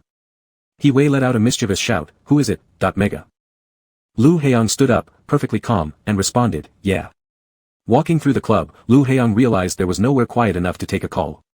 He wasn't sure where exactly he ended up wandering, but in front of him there was an elevator. Lu Heiyang pressed the button and stepped in. On the first floor, the elevator doors opened, and Lu Heiyang walked out, passing through a short hallway, stepping outside the building. It was a small alley, with dim yellow streetlights. Lu Heiyang stood by the wall, dialing a number. About 10 seconds later, the call was picked up. A mature female voice came from the other end, did you go out to play? I heard that ever since Wei returned, he's been dragging you out every day. Lu Heiyang chuckled lightly. Before he came back, I went out often with Yunqi as well. Are you going to Wan Mountain tomorrow? Mega exhaled softly, I land at midnight. Sure, Lu Heiyang hesitated for a moment and said, don't smoke anymore. No way, I don't want to quit. Mega's voice sounded exhausted, I'm going to sleep. You should get home early. Good night. Good night. After hanging up, Lu Heiyang still stood there, watching as two alphas approached him. Right beside him was the side door of the building where he had just come out. But out of the corner of his eye, Lu Heiyang noticed an alpha already blocking the way. At this moment, Lu Heiyang had a more practical understanding of the chaos in the west side of the city. The wall was behind him, and 3 alphas blocked him from the front, left, and right, using a very skilled and experienced interception method. Unless Lu Heiyang could take on all 3 of them alone, there was no way he could escape. But regardless of whether he had the ability or not, Lu Heiyang never intended to fight against these 3 unidentified thugs with knives and sticks. It wasn't wise to confront them head-on. From the upbringing he received since childhood from people like Wei and Gu Yunqi, showing off recklessness and trying to intimidate were among the most foolish behaviors. Since the incident had already happened, the top priority was figuring out a way to ensure his own safety. Isn't that bracelet worth 15,000 yuan? The leading alpha with blonde hair sized up Lu Heiyang, glancing at his wrist and confirming that this was a wealthy student who led a privileged life. He sneered, where did you come from, little lord? Did you bring your wallet? Lu Heiyang didn't say anything. He pulled out his wallet from his trouser pocket. He and Wei had a habit of not carrying cards when they went out, only bringing cash, and the phone they carried was a spare one, containing no important information. Losing it or getting it stolen wouldn't cause any trouble. Another alpha snatched the wallet from Lu Heiyang's hand, opened it for a glance, took out all the cash, and flipped through it before asking, what about the cards? Before Lu Heiyang could answer, there was a sudden sound coming from the side door on the left. In the blink of an eye, the alpha standing on Lu Heiyang's left let out a muffled groan as a long, powerful hand tightened around his neck. An alpha wearing a black hoodie quickly stepped in front of Lu Heiyang, hood covering his head, tall and thin. Lu Heiyang heard him coldly saying, give the money back to him. The alpha whose neck was being gripped froze instantly, while the blonde scolded, knife pointing straight at the black-clothed alpha, who the hell are you, minding other people's business? Another alpha reached for his phone, clearly preparing to call for backup. So Lu Heiyang said, I have no card, I only brought cash.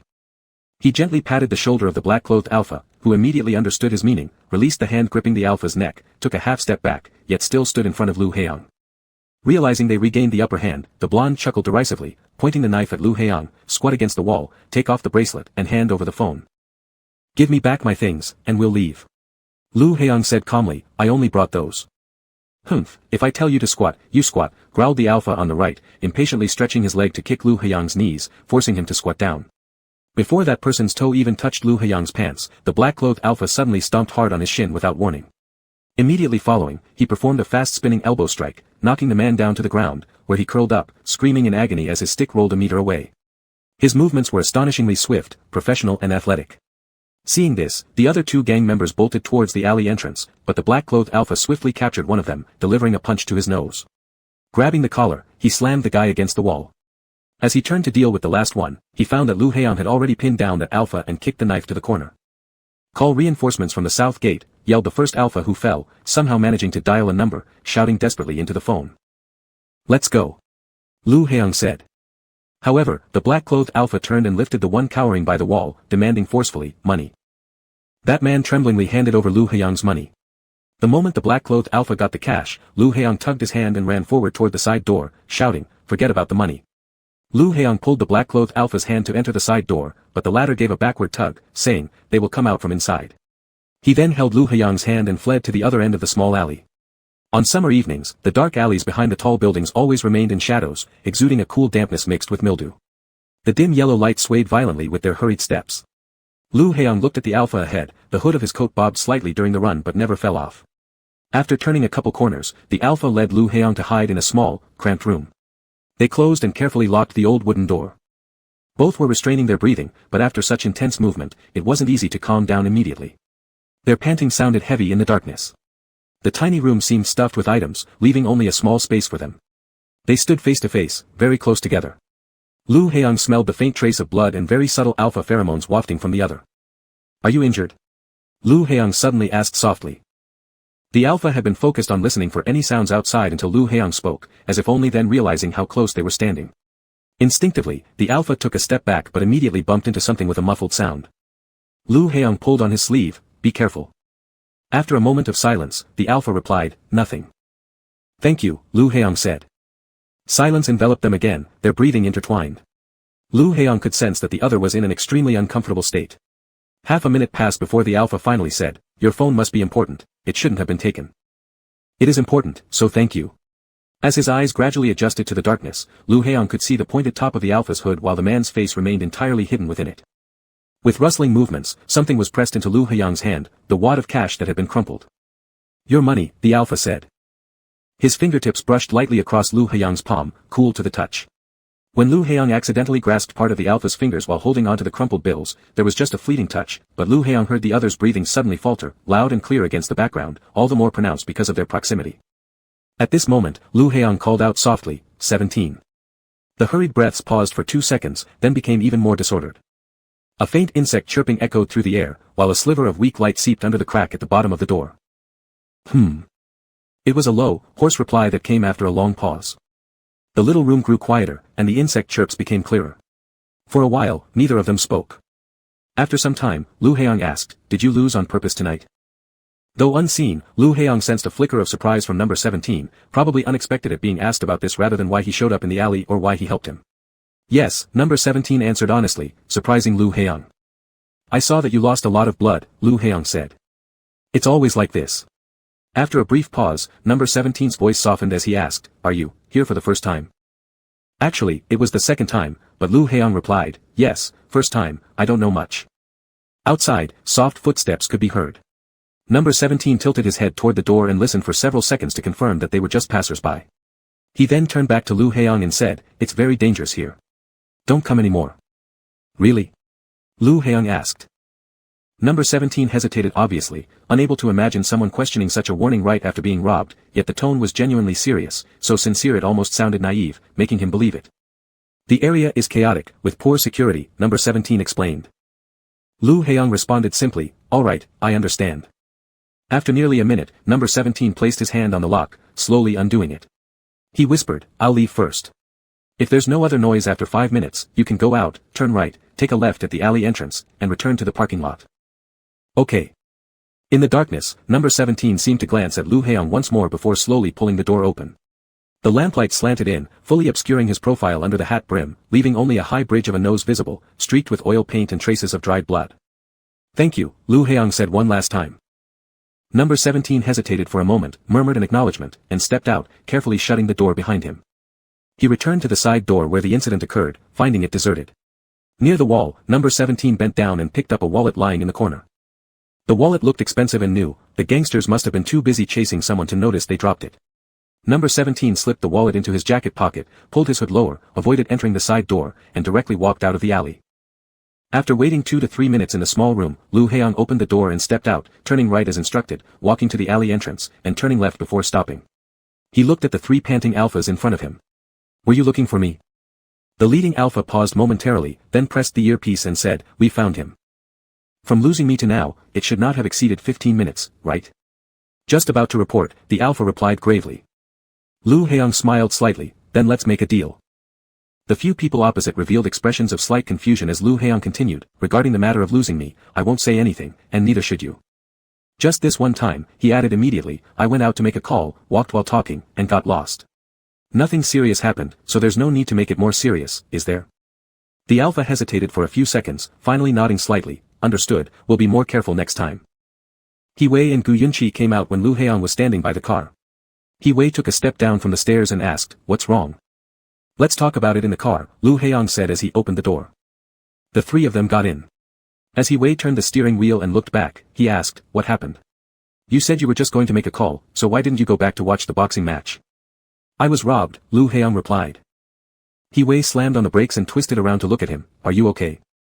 I'm fine, I just lost a wallet. And though the wallet was lost, the money inside was still crumpled up in his pocket, the loss could be considered negligible. Lu Heiyang smiled faintly, saying, it was my own carelessness to go to a secluded place to make the call. As long as you're fine, that's all that matters, He-Wei sighed in relief, starting the car again. If something happened to you, Uncle Lu and my father would definitely kill me first. What about the bodyguards? Gu Yunqi asked. I wandered around the club for a long time before leaving, so they lost me. He-Wei immediately followed up, then does Uncle Lu know already? No, I've negotiated with them, Lu Heiyang rubbed the back of his neck, saying, just claim that I got lost, and have them not report it. Otherwise, they'd get punished, and we wouldn't be able to come here anymore.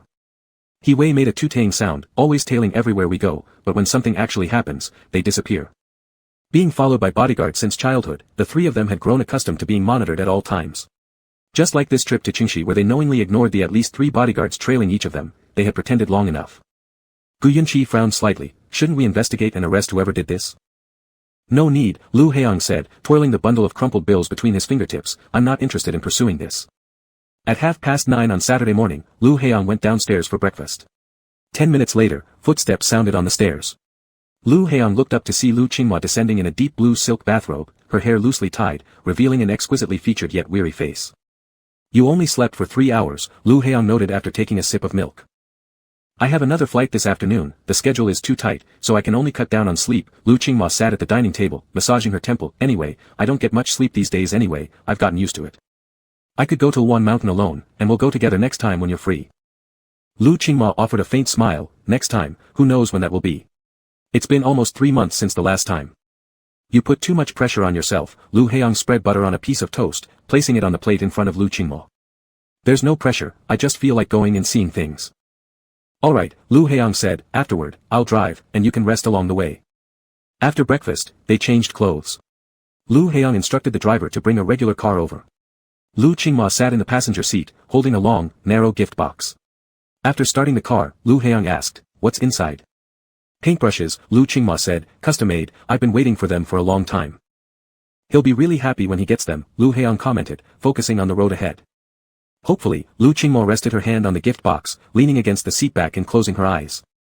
To reach Mount Wan, they had to pass through an old city district, not far from their preparatory school. Every time driving through here, Lu Heiyang would slow down because the roads weren't very wide, and there were many people riding bikes or walking, crowded and needing extra caution. There were numerous breakfast shops lining the streets, but there weren't many people buying food at this hour. Glancing casually, Lu Heiyang paused for a second, turning his head back towards a particular direction. An alpha dressed in white work clothes held a bottle of soy milk and a bag of bread. After paying, he pushed an old bicycle on the sidewalk. His posture was upright, but his habit of looking at the ground gave him a slightly downward tilted head. Though dressed plainly, the aura of detachment surrounding him remained strong, starkly contrasting with the busy crowds around him, as if he had just stumbled upon this place accidentally and didn't belong here. Lu Heiyang turned his head back and continued driving forward. A few meters later, near a corner, the wheels passed over a shallow pit. Soon afterward, there was an obvious unusual feeling under the tires accompanied by a creaking sound. Not long after, the dashboard indicated abnormal tire pressure. Lu Heiyang hit the brakes, stopping by the roadside. Lu Qingma opened her eyes and asked, what's wrong? There's a problem with the tire. Lu Heiyang turned on the hazard lights, unfastened his seatbelt. I'll go take a look. Su Zhe had just reached the crossroads when he saw a private car stop in front of him. A few seconds later, the alpha sitting in the driver's seat got out. It was nearly 11, and the sun was already blazing brightly, making it hard to open one's eyes. Su Zhe stood still, watching as Lu Heiyang went around the front of the car and squatted down to check the front right tire. After observing for a few seconds, Lu Heiyang straightened up. It was hard to imagine that a folding knife was stuck into the tire. The knife must have been lying in that shallow pit earlier, opened, so when the car drove over it, the blade embedded itself into the tire. Without any warning, he turned around and asked Su Zhe, is there a repair shop nearby? Caught off guard, Su Zhe's face froze momentarily, but he quickly avoided Lu Heyang's gaze and looked at the tire, taking some time before responding, yes, but it's a bit far. He knew Lu Heyang didn't remember him, had no impression of him at all, as if he were casually asking a random stranger on the street. Su Zhe felt no surprise about this, he thought it was perfectly reasonable. Next, he saw the passenger side window slowly roll down, revealing someone with sunglasses and long hair. Mega sat inside, asking Lu Heyang, did it puncture? Su Zhe startled, the sunlight suddenly feeling much harsher, robbing him of breath. Yeah, Lu Heyang replied, something punctured it. Lu Qingma then said, call the driver. Let's just change the tire, it'll be quick. Lu Heyang stood by the passenger side window, leaning on the roof edge, bending slightly to speak to Lu Qingma, if we wait for the driver to come here, it might take a long time. I should have let the bodyguards follow us. We wouldn't even have to walk in case of problems. Lu Heyang chuckled, wait at a place for a while, I'll fix the car, and then we can go. Is there a repair shop nearby? Yes, Lu Heyang replied. Lu Qingma didn't say anything else but glanced behind Lu Heyang. It was strange, Lu Heyang seemed not to know the alpha standing there, yet the other person wasn't rushing to leave but stayed silently, pursing their lips. There were bruises on their nose and corner of their mouth, certainly, this didn't resemble an ordinary passerby. Lu Heyang stood upright, turning to Su Zhe and saying, wait for me for a moment, there's something I need your help with. He noticed Su Zhe's complexion and lip color appeared paler than before, not sure if it was due to the heat. From start to finish, Su Zhe hadn't moved, holding the handlebars tightly. He couldn't hear what Lu Heyang and Mega were talking about. In fact, if Su Zhe could hear clearly, he might have taken a few steps back until completely out of earshot. Lu Heyang took an umbrella from the trunk and then opened the passenger door, holding it for Lu Qingma as they walked shoulder to shoulder toward the nearest convenience store. Afterward, he walked back alone, still holding the umbrella. Do you have the phone number of a repair shop? Lu Heyang approached Su Zhe, politely shifting the umbrella closer to him and asked. No, Su Zhe glanced at the tire. It was too hot, and without realizing, he licked his lips, asking, do you have a spare tire and tools in your car? Yes, in the trunk, Lu Heyang answered, having seen the spare tire and toolkit inside while grabbing the umbrella. I can change it. Su Zhe hung his breakfast on the handlebars, pushed the bike aside to park properly, and said, it'll take around 20 minutes. Lu Heyang, however, said, just a moment. Su Zhe stopped immediately as Lu Heyang took a couple of steps closer and once again held the umbrella over his head, saying, eat your breakfast first. Hesitating for only a very brief period, Su Zhe silently unwrapped his breakfast. He ate quickly without making a sound. Lu Heyang stood beside him, quietly holding the umbrella. 2 minutes later, Su Zhe finished his breakfast and wiped his mouth with a small piece of tissue provided by the store. Only a meter away was the trash bin, and after disposing of the waste, Su Zhe directly walked towards the half-open trunk, opened it, dragged out the spare tire, and picked up the toolkit single-handedly. His movements were skillful and efficient, needing no assistance from anyone. Lu Heyang stood next to him, shielding Su Zhe from the sun. After a while, Lu Heyang squatted down and asked, is there anything I can help with? No, I'm fine doing it alone, Su Zhe responded. Actually, he wanted Lu Heyang to not wait here and go cool off inside the convenience store, but ultimately, he didn't say that. Su Zhe lowered his head and began deftly loosening the screws. The force of his hands alone couldn't untighten the locked screws, so he stood up, placed one hand on the edge of the hood, and stomped a few times on the handle of the wrench. Then, he squatted down again to start working on the next one. After loosening all the screws, Su Zhe positioned the jack underneath the car and slowly raised it until the wheel was off the ground. He turned around to remove the screws and take off the old wheel before lifting the spare tire into place. Positioning and securing with screws, lowering the jack, and finally tightening all the screws completed the job. Su Zhe stepped on the wrench grip one by one to ensure everything was fully tightened. He then bent down to put the tools back into the bag and returned both the toolkit and the old tire to the trunk, all in less than 15 minutes. Lu Heyang closed the trunk after Su Zhe had put everything away, only to look up and see that Su Zhe had already quietly moved back onto the sidewalk, preparing to ride away. Lu Heyang called out, Su Zhe. Caught off guard, Su Zhe suddenly paused and turned around with a somewhat dazed expression. Hold on, Lu Heyang said, proceeding to open the front car door and grabbing a pack of wet wipes from inside. As Lu Heyang approached him, Lu Qingma also came out from under the blazing sun holding a plastic bag. Clean your face and hands, Lu Heyang handed the wet wipes over. Lu Qingma slipped under Lu Heyang's umbrella, taking a new umbrella out of the plastic bag and offering it to Su Zhe. You've worked hard, the sun is strong, take an umbrella. With two hands extending items toward him, rejecting either one would seem impolite, so Su Zhe accepted both the wet wipes and the umbrella. His whole pair of hands were now ashy gray from changing the tire, sweat dripped from his temples, sliding down his cheeks. How did you buy so much stuff? Lu Heyang asked. We couldn't just stand around in someone's shop cooling off, so I bought a little bit, Lu Qingmo responded, then handed another bottle of mineral water to Su Zhe, saying, have some water. Upon receiving the water, Lu Heyang turned to Lu Qingma and said, go back to the car first. Alright, Lu Qingma smiled at Suze before turning around, her elegant curve of lips beautiful, thank you. Suze nodded slightly and replied softly, you're welcome. After Lu Qingma got back in the car, Lu Heong looked at Suze and asked, do you live nearby? Yeah, Suze seemed a little distracted, still maintaining the slightly dazed expression he had when being called by his name. In the bright light, this was the first time today Lu Heong had completely seen Suze's face clearly. Suze's eyes were particularly striking, his irises deep gray, almost tinged with a hint of blue, giving his gaze a heavy coldness but not sharpness, more like a calm lake. What happened to your nose? Lu Heong asked, a faint smile playing on his lips. Realizing something suddenly, Suze froze, wanting to quickly turn his head, but that would be too abrupt. Anyway, everything worth seeing had already been seen since they started this interaction, and trying to hide it now would be meaningless. I accidentally bumped into something, Suze muttered while lowering his eyes. Be careful next time. Lu Heong glanced at the time on his bracelet, I have other things to do, so I'll leave. Thank you for helping us fix the car. You're welcome, Suze answered again, even quieter this time. Lu Heong returned to the car, driving forward a few meters before asking Lu Qingma, do you know that alpha? Not really, he goes to prep school though. There are alphas like him at prep school, Lu Qingma laughed lightly, he seems different. Different how? Everywhere. Approaching the next turn, Lu Heong glanced once at the rearview mirror on the right side. Under the blazing sun, Suze was still standing there holding the water and the umbrella, seemingly gazing after their car tail with some longing. Chapter 11. On Tuesday, swimming class, Suze picked up a locker card in the hall. He drew number 6 locker room today. After last week's midterm exams, the number of students who asked for leave during this swimming class noticeably increased. The PE teacher turned a blind eye, focusing solely on the students who hadn't passed and not overly restricting others, so the entire pool area felt less crowded than usual. Suze could have skipped the swimming class too, but he packed his bag immediately after class and came over anyway. Passing by several locker rooms, there weren't many people around. Occasionally, a couple of alphas chatted as they changed clothes.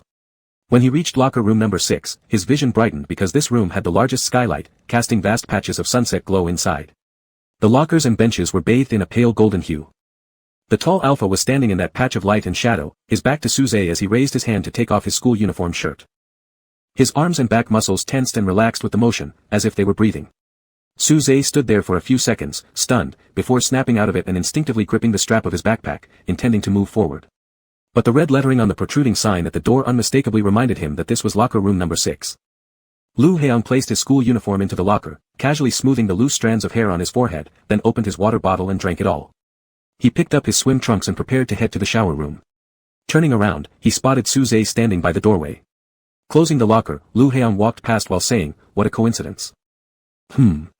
This time, Suze responded quickly, but only after replying did he realize that the coincidence referred to them both drawing locker room number 6. Is it very hot outside? As Lu Heong passed Suze, he suddenly asked.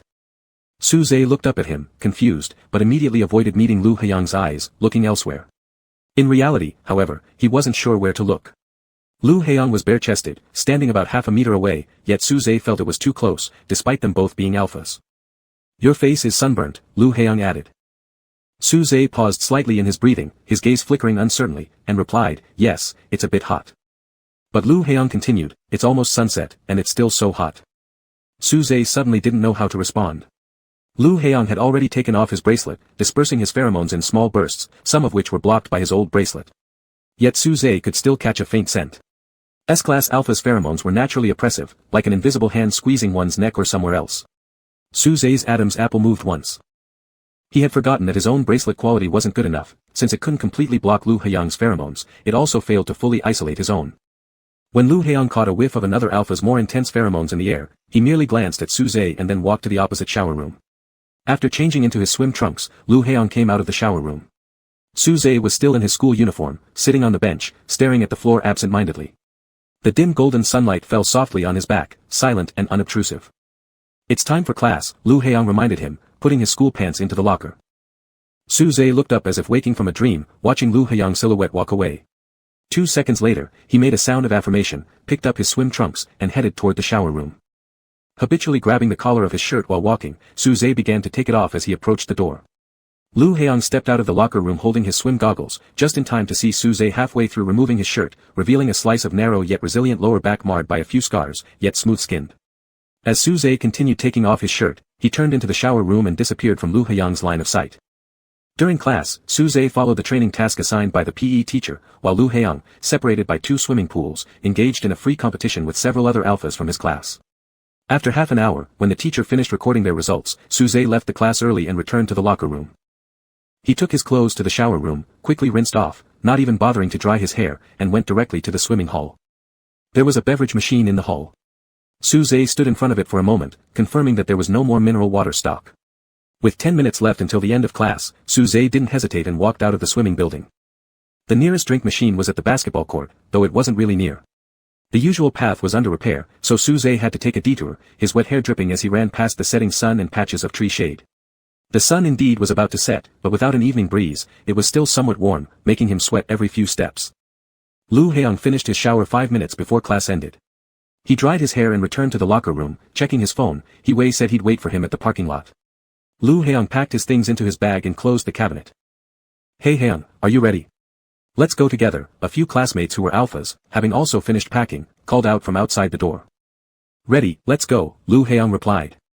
As they walked past locker room number 4, Su-zae was running down the corridor toward them, panting heavily, wearing that old black workwear, his hair still wet, and dampness on his neck, not sure whether it was sweat or water dripping from his hair. At the exact moment Su-zae looked up, his eyes met Lu Haeyoung's. For a brief second, he froze, his mouth opening slightly as if he wanted to say something. However, noticing there were several other alphas beside Lu Haeyoung, he quietly pressed his lips together instead and sidestepped against the wall, heading further inside. As they passed by each other, an alpha accidentally bumped into Su-zae, causing him to drop the item in his hand.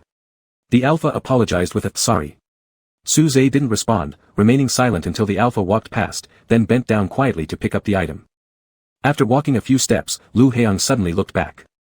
In Su-zae's hand was a bottle of mineral water that had fallen and possibly gotten dirty. Su-zae's head was lowered, and from the side, it was hard to tell what expression he had on his face. He wiped the bottle with his palm before heading toward locker room number 6.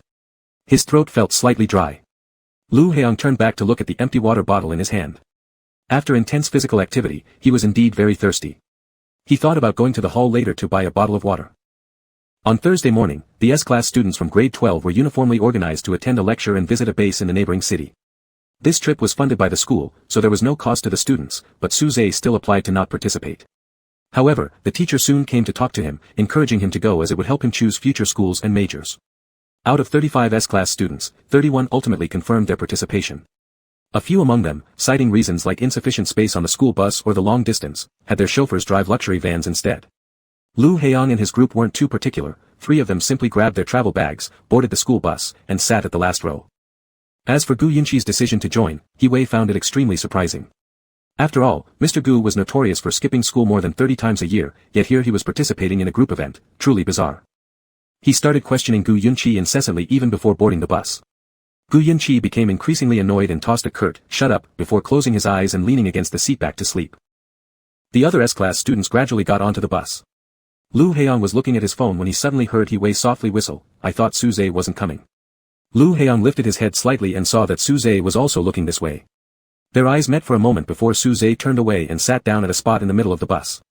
He only carried a backpack, deflated and clearly holding little inside. After over 3 hours, they arrived at the foot of the mountain where the base was located. It was somewhat far from the city center and rather secluded. The only nearby hotel was specifically provided for higher-ups and professors conducting inspections, but its conditions were acceptable. They gathered in the hotel lobby, and because there weren't enough double beds, a few people had to stay in twin rooms alone. To be fair, the teacher decided room assignments by drawing lots, whichever key you drew, that would be your room. Lu Haeyoung raised his hand slightly. "Teacher, I don't need to draw. Just give me a twin room." He hadn't been able to sleep on the bus and was now a bit tired, wanting to rest as soon as possible. Besides, he didn't care which room he stayed in, a large single bed or a small twin bed, it made no difference. The teacher thus handed him a twin room key. Lu Haeyoung took the key and nestled into the sofa, closing his eyes while waiting for them to finish drawing lots. Not long after, Lu Haeyoung heard Su-zae say, "Teacher, could you also give me a twin room?" Lu Haeyoung half opened his eyes, vaguely seeing Su-zae's profile from a distance of 2 or 3 meters. After Su-zae spoke, a few other alphas claimed twin rooms, leaving only double beds remaining. Drawing lots was unnecessary at this point. Hee-wei and Gu Yunqi returned to the hall after using the restroom upon getting off the bus and were directly assigned keys to double-bedded rooms. Everyone went to the front desk to register, and the lobby manager suddenly approached with a walkie-talkie, saying, "Apologies, there's an issue with the plumbing in room 503 that requires repair. It cannot be checked into temporarily. Who is staying in room 503, the teacher asked. I am. Suze raised his hand. The teacher nodded and asked the front desk, are there any other available rooms? We'll switch him to another one. Just a moment, after querying and confirming, the front desk staff said apologetically, unfortunately, there are no other available rooms left. So, Suze, you may have to share a room with a classmate tonight. The teacher turned around. Could those who picked twin rooms raise your hands? The situation was actually a bit awkward. These S-class students came from different classes, and Suze normally kept to himself and didn't socialize much, prompting concern from the teacher about whether he might end up alone. Before anyone else raised their hand, a voice rang out, calm in tone, I have a twin room. He can stay with me. All the S-class students turned around. Only Suze remained standing motionless, his expression stunned and his shoulders tensed tightly. This chapter ends.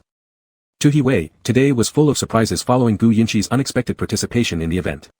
On their way to take the elevator, Hiwei leaned close to Lu Haiyang's shoulder and whispered, I just thought about giving up my room and bunking with you so Suze could have the large bed. You didn't say anything. Lu Haiyang glanced at him.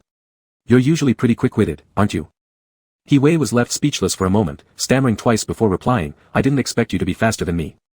It doesn't always work that way, Lu Haiyang replied. Confused by his statement, Hiwei mulled it over for a couple of seconds, then realized it immediately. Grabbing Gu Yunqi, he pointed toward Lu Haiyang who had already stepped into the elevator, accusing him, he's actually like that. So mad because I hit the nail on the head. Gu Yunqi fanned the flames, calmly retorting. Shut up. Two elevators stopped simultaneously on the 5th floor where alpha students staying in double rooms disembarked. As Lu Haiyang was walking to his room, he turned back to see Suze walking last. About 3 or 4 seconds later, Suze arrived at the door. Clearly not expecting Lu Haiyang to be waiting inside, Suze paused momentarily before stepping quickly into the room, muttering, sorry. Lu Haiyang chuckled, closing the door behind them. What are you sorry for? With his backpack still slung over his shoulder, Suze stood by the TV, looking somewhat stiff and out of place. I was too slow, he admitted. Not really. Lu Haiyang placed his bag on the sofa and asked, which bed do you want? Suze unslung his backpack, holding it in his hands. Staring at the passageway between the two beds, he tried to stay calm, either one is fine. You can take the one closer to the window. Lu Haiyang unzipped his travel bag, we'll eat at noon, I'm going to nap for half an hour. Okay. Suze continued to stare at the corridor. Lu Haiyang entered the bathroom with his sleepwear, changed, then came out. Knocking sounds could be heard from the neighboring room, room 503 where the plumbing was being repaired. Suze was sitting at the foot of the bed when Lu Haiyang took out an eye mask and earplugs, saying as he looked at Suze's side profile, if you don't hear my alarm, please wake me up. Sure. Suze's interlaced fingers relaxed, and he stood up to pull the curtains shut. The blackout effect of the curtains was great, making the room dark. Lu Haiyang asked, are you going to sleep too? No, Suze returned to sitting at the foot of the bed, I won't. If it's open, it won't bother me, I have an eye mask. It's fine. In the darkness, Suze sounded a bit more relaxed, quietly saying, rest well. All right. Lu Haiyang lay down, inserted his earplugs but did not put on the eye mask right away. From his vantage point, Suze was sitting silently at the foot of the other bed, neither playing with his phone nor watching TV, just there, very quiet. Since the light was dim, wearing an eye mask wasn't strictly necessary. But after a while, Lu Haiyang slipped the eye mask on anyway. Suze sat at the foot of the bed for half an hour while the knocking from the neighboring room persisted. Still, he softly pulled out his phone to check the time. Their teacher sent a group message reminding everyone to prepare for lunch at noon. He stared at the screen until it went dark. Putting his phone back in his pocket, Suze sat there a little longer, then he turned his head, glancing at Lu Haiyang who seemed to be asleep. It was hard to make out much, only seeing the outline of Lu Haiyang's eye mask. Suze stood up, walking over silently as if stepping on clouds. He approached Lu Haiyang's bed carefully, breathing shallowly, his heartbeat growing heavier. His hand trembled slightly as it reached out. Suze gently patted Lu Haiyang's shoulder. After waiting for 2 seconds without any response, Suze withdrew his hand, hesitating, then softly called out, Lu. He stopped halfway through, realizing his voice had come out hoarse, his ears and face heating up uncontrollably. Once again, he extended his right hand and patted Lu Haiyang's shoulder. At the next second, without warning, Lu Haiyang suddenly raised his hand to grasp Suze's wrist, then removed his own eye mask with the other hand, fixing his eyes on Suze in the darkness. A dead silence followed, even the sound of renovation from the neighboring room disappeared. Suze instinctively held his breath, sensing a dangerous clarity from Lu Haiyang at this moment. They stared at each other for a brief moment. Then Lu Haiyang released his hand, took off his earplugs, and calmly said, sorry, I thought something was crawling on my shoulder. Suze straightened up, his left hand unconsciously brushing against the back of his right hand before answering, nothing, the teacher asked us to go down for lunch. At that moment, his phone alarm rang. Lu Haiyang turned it off and said, all right. Suze went to pull the curtains as Lu Heong got up and started changing by the bed. Suze looked out the window without turning around, then suddenly heard Lu Heong say, "There's a pastry shop here with really good custard buns." Custard buns? Suze thought Lu Heong had already finished dressing. But when he turned around, he saw that Lu Heong was bare-chested, so Suze immediately turned his gaze away and looked at his own backpack. "Right, but it's a bit far, in the city center." Lu Heong put on his shirt. "Last year, I ate there with Gu Yunqi. I don't know if it's still there now. Actually, it might not have been all that great. It was just that last year he and Gu Yunqi managed to lose their bodyguards, diving into zigzagging alleys, where they eventually discovered this unnamed little store. Under those circumstances, anything they ate may have tasted particularly delicious." Now, returning to this city, he suddenly remembered that incident, so Lu Heong mentioned it, merely making a casual comment. More importantly, he felt that Suze was too tense for some unknown reason, and perhaps chatting could help him relax a bit. It was time to go downstairs. Lu Heong grabbed his phone ready to leave, but then he heard Suze ask him, "Where is that shop located?" Unexpectedly, Suze was continuing this line of conversation willingly. Lu Heong thought for a moment and said, "Seems like Jinxiu Street, though which alley, I can't remember clearly." What's the name of the shop?" Lu Heong looked at him. This time Suze didn't avoid his gaze, his expression instead seemed rather serious. Lu Heong smiled and answered, "I only remember it has the character Lu, everything else I've forgotten." Suze nodded and said no more. Hard to stop. Chapter 13. After lunch, the teacher instructed everyone to return to their rooms for a nap, departure scheduled at 2:30 p.m. for the lecture. He Wei and Gu Yunqi had slept enough on the bus, while Lu Heong also rested before the meal. The three decided to go out for a walk. Before leaving, Lu Heong walked over to Suze's seat and handed him the room key. "Here's the room card, I'll be stepping out later." Suze accepted the key, his eyes lingering on Lu Heong's fingers before responding, "All right." Back in the room, Suze washed his face, pulled the curtains shut. Stopping at the bedhead, after a brief hesitation, Suze bent down to adjust the creased corner of Lu Heong's blanket, carefully smoothing out the bedsheet. The hotel beds were soft, Suze found them somewhat uncomfortable. After tossing and turning a few times, he finally lay on his side facing left, looking across the corridor to Lu Heong's pillow, slowly closing his eyes.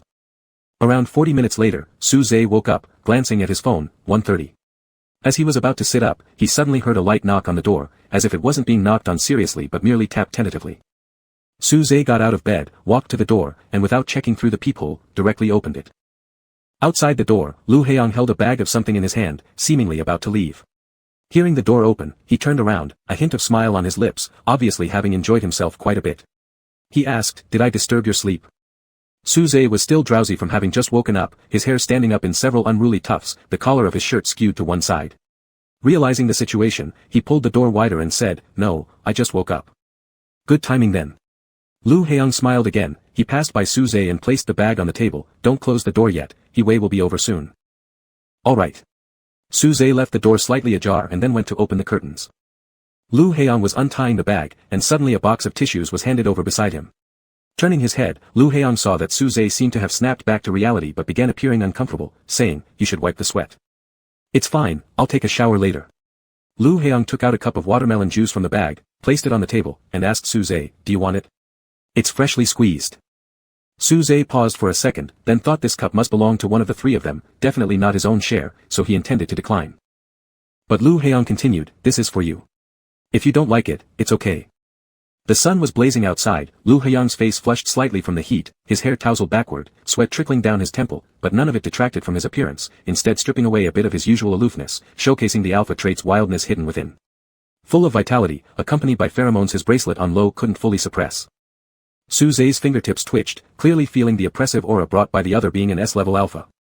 However, this did not make him uncomfortable, instead, it sparked an instinctive impulse to compete and counter. "Thank you," Suze said in a hoarse voice, his throat dry. Lu Heong went to take a shower in the bathroom. Not long after, He Wei and Gu Yunqi pushed the door open and walked in. Seeing Suze standing beside the table, looking somewhat dazed, with his hair and collar disheveled, He Wei immediately said without filter, "Wow, if someone didn't know better, they'd think Lu Heong had done something to you." The bathroom door opened, and Lu Heong walked out drying his hair, asking, "What? You sure you want to hear him repeat that nonsense?" Gu Yunqi asked. Lu Heong nodded in agreement, "Then forget about it. I'm too lazy to explain to you guys anyway." He Wei walked over and moved the bag from the table to the coffee table, taking out a bag of waxberries. "To catch fish earlier, I fell into the river. If you hadn't fallen in, we wouldn't have come back so early," Gu Yunqi said as he sat down on the sofa. This was true, but Wei grumbled under his breath, inserting a straw into the watermelon juice and taking a few sips before lifting his head and asking Suze, "Have you had any?" This watermelon juice was freshly squeezed by Haeyang, it's very sweet. Before Suze could answer, Lu Haeyang found a straw in the bag, inserted it into the cup of watermelon juice on the table, handed it to Suze, then opened another one for Gu Yunqi. There are also chilled waxberries.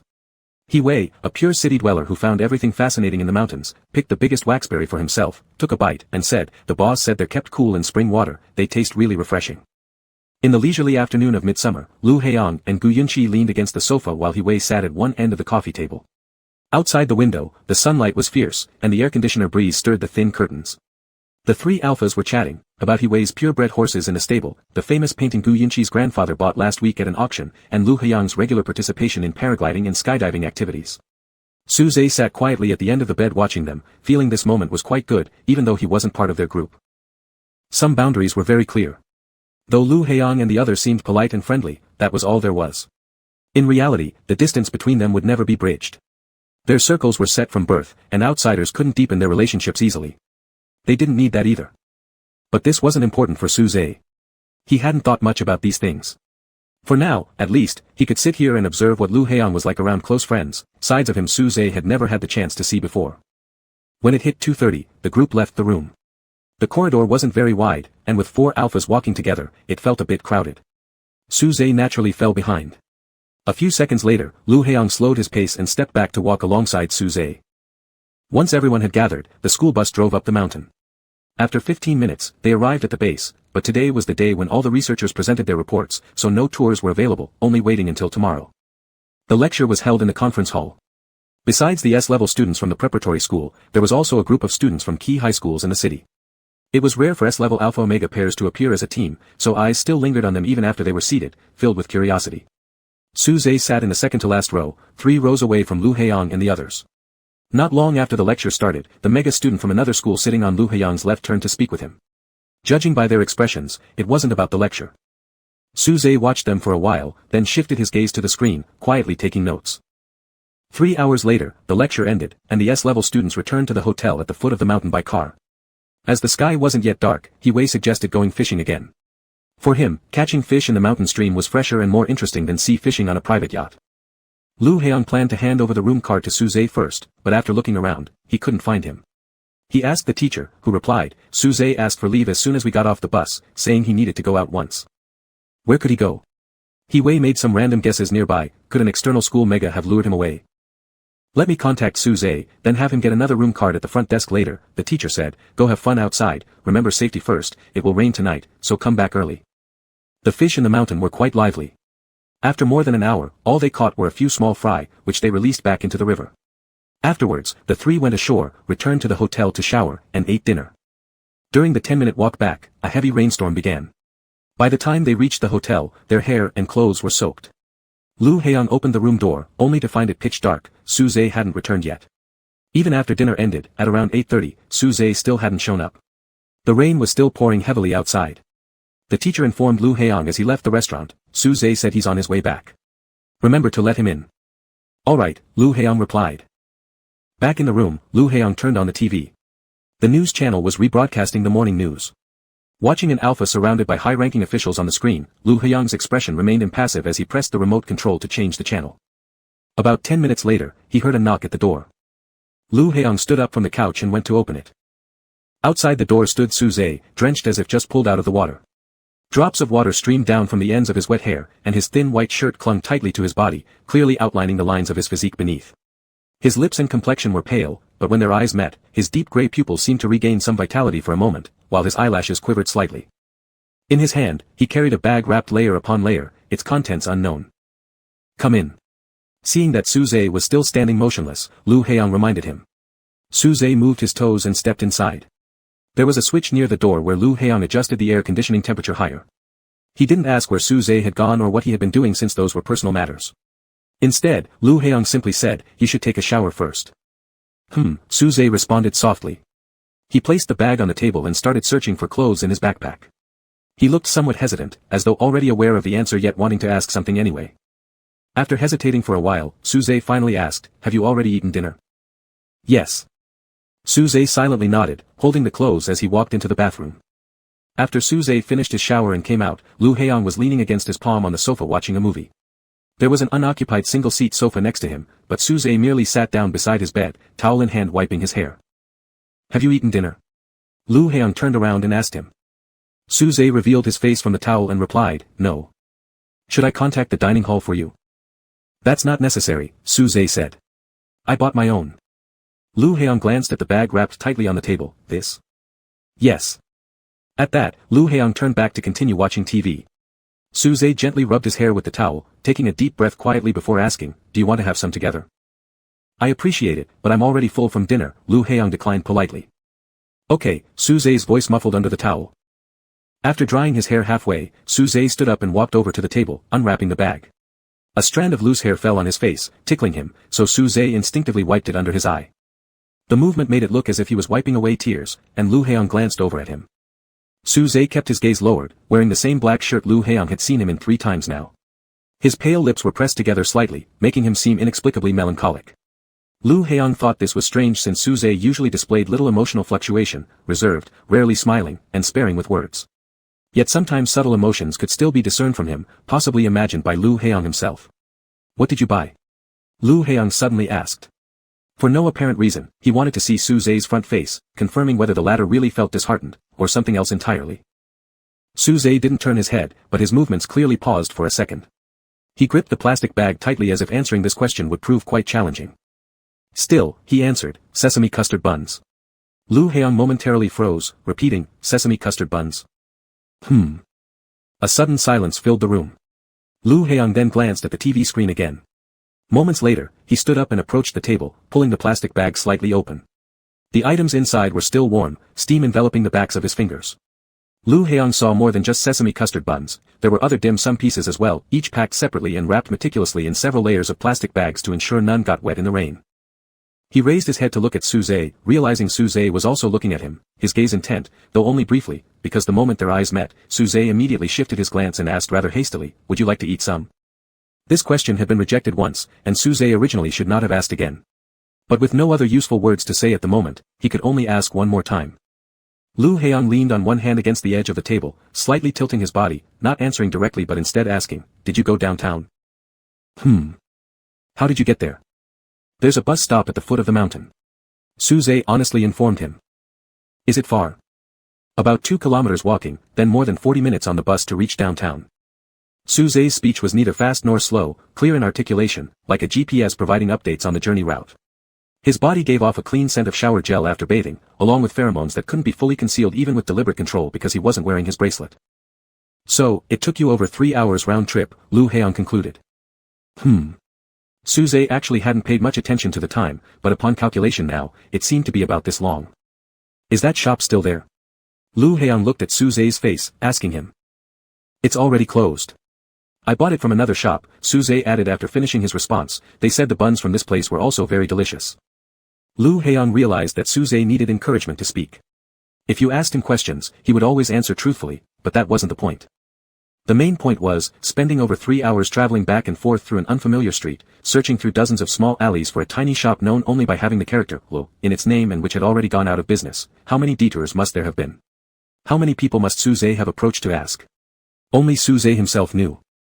Lu Heong lightly traced circles with the tip of his forefinger on the smooth tabletop as he asked, "Why?" These 3 simple words carried significant weight, instantly snapping Suze back to full awareness.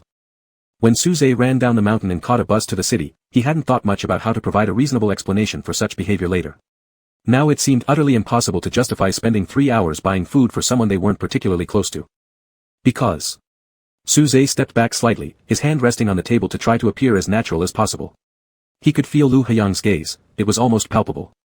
With a dry mouth, Suze licked his lips, looking at the carpet, and said, "You said it was delicious, so I wanted to try it." This answer was not entirely truthful. Lu Heong wanted to tell Suze that he didn't seem like someone who would go to great lengths just to satisfy their craving. But all he did was stare straight into Suze's eyes, watching until Suze's complexion nearly turned pale under the scrutiny before slowly speaking, "Is that so?" Suze completely forgot to nod, standing there frozen.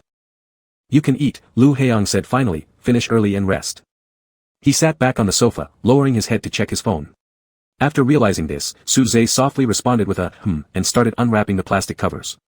Then, he sat down in a chair. Suddenly, a scream erupted from the TV, drawing both of their attentions. Suze glanced at the screen, then slightly turned his head to look at Lu Heong, only to find Lu Heong already looking at him and saying, "You can come over here if you want to watch." This was because Suze's position made it somewhat difficult to see the screen clearly. "It's fine," Suze shook his head. He continued eating when Lu Heong suddenly said, "The water pipes in the neighboring room have been fixed already."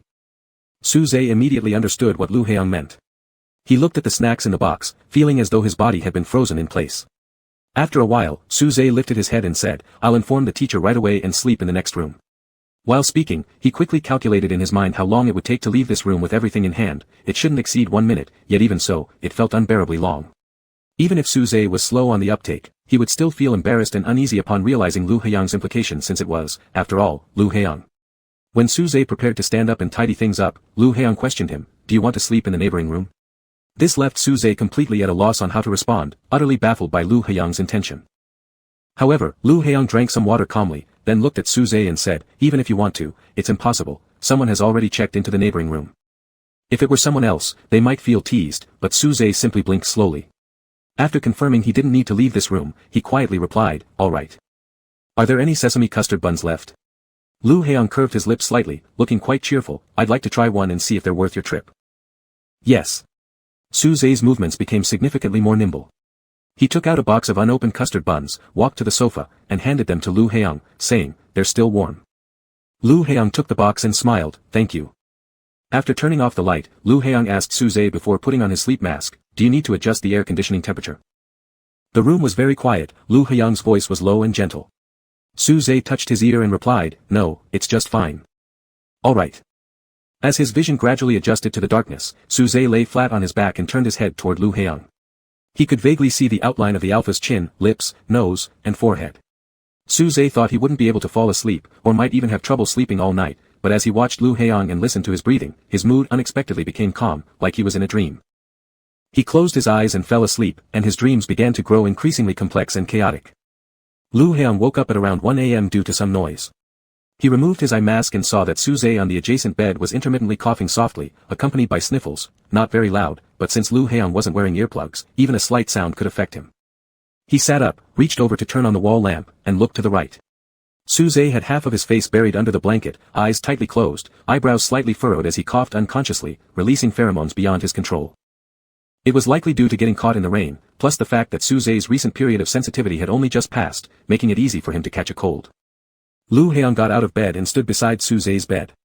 He pulled the blanket down a little, exposing his entire face. Suze's lips and cheeks were flushed with an abnormal redness, his hair was disheveled, looking quite vulnerable when lying there like this, but somehow more vivid and genuine than usual. "Suze." Lu Heong called his name. Suze furrowed his brows deeper and turned his head to the right. Lu Heong noticed the redness on the gland behind his neck, estimating that he must be running a fever. If left untreated promptly, it might trigger another sensitivity episode. Lu Heong exited the room and went downstairs to find the on-duty service staff, requesting a thermometer and 2 fever-reducing pills. The electronic thermometer had long been out of use, its batteries removed at some point unknown. The staff member asked Lu Heong to wait while she looked for new batteries, but Lu Heong didn't want to bother her further and instead retrieved a mercury thermometer from the first aid kit. Back in the room, Lu Heong put on his bracelet, adjusting it to its highest setting. He then unscrewed a fresh bottle of mineral water, placed the water and tablets on the bedside table, and disinfected the thermometer with alcohol wipes. He leaned forward and placed the thermometer against Suze's lips, saying, "Open your mouth, let's take your temperature." Suze seemed to resist the cool object, tightening his lips and turning his head away. His breaths were heavy and rapid, his long, pale neck moving up and down with each breath. Lu Heong stared at him for a moment, extended his other hand, grasped Suze's chin, and pressed his thumb against his lower lip, attempting to insert the thermometer. Suze mumbled incoherently in his sleep, opening his mouth and subconsciously extending his tongue, which flicked across Lu Heong's fingertip. His tongue was soft and warm, leaving clear trails of moisture on Lu Heong's fingers, glistening ambiguously under the dim yellow light. Lu Heong lowered his gaze to Suze's face, sliding his hand upward from his chin. Calmly and slowly, he inserted his index and middle fingers into Suze's mouth, prying open his jaw. Upon sensing the intrusion, Suze seemed to try figuring out what it was, allowing his tongue to curl around it again, licking it lightly. Lu Heong's 2 fingers stirred gently inside Suze's mouth, pinching his tongue and creating sticky wet sounds, feeling themselves enveloped and sucked. Meanwhile, Suze continuously produced and swallowed saliva, with some dripping from the corners of his mouth. Tiny fragmented sounds escaped his throat, his breathing heavy, and instinctively, he raised his hand, gripping Lu Heong's wrist as if seeking mercy. During this process, Suze briefly opened his eyes halfway, dazed and unclear, staring at Lu Heong with watery eyes. Not long after, he closed his eyes again, his mind completely clouded. Once Lu Heong's fingers were thoroughly soaked, he gently slipped the thermometer into Suze's mouth through the space created. Tasting the alcohol, Suze pursed his lips and tried to turn his head away, but Lu Heong spoke softly, "Open your mouth and keep it closed."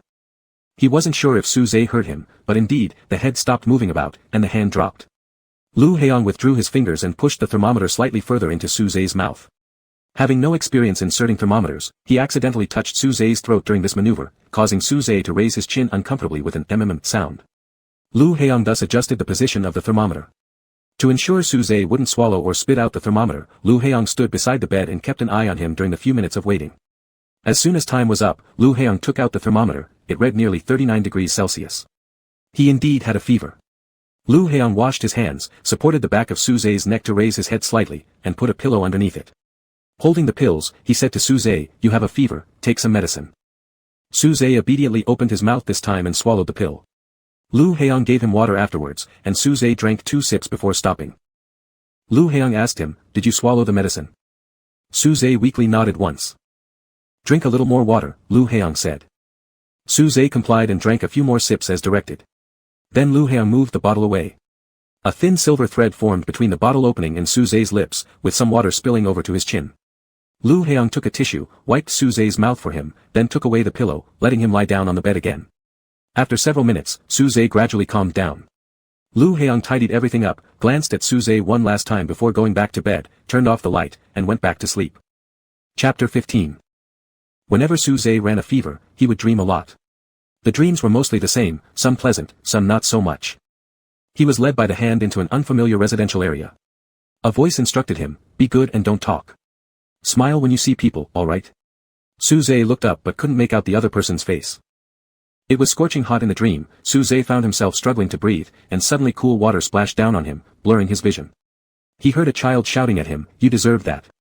Suze lifted his hand to wipe his face, but no matter how many times he did, it didn't stop the water from streaming down. All around him, silence descended abruptly. Someone wiped his face gently with a tissue and said to him, "Don't worry, I'll dry with you." Suze tried to open his mouth to say, "Okay," but no sound came out from his throat. He struggled to open his eyes, noticing the light seeping through the curtains. His head felt abnormally heavy, and after half a minute of lying still, Suze remembered where he was. He immediately turned his head toward the adjacent bed, empty. "Are you awake?" Following the voice, Suze looked up to see Lu Heong leaning against a table a few meters away, his face indiscernible. Suze sat up and asked, "Are we going to be late?" He realized his voice sounded hoarse. Nasal congestion, dizziness, and heat emanating from his glands indicated discomfort. "No," Lu Heong walked over and pulled aside a curtain seam, saying, "You had a fever around midnight." So that explained the physical unease, but Suze's focus was entirely elsewhere.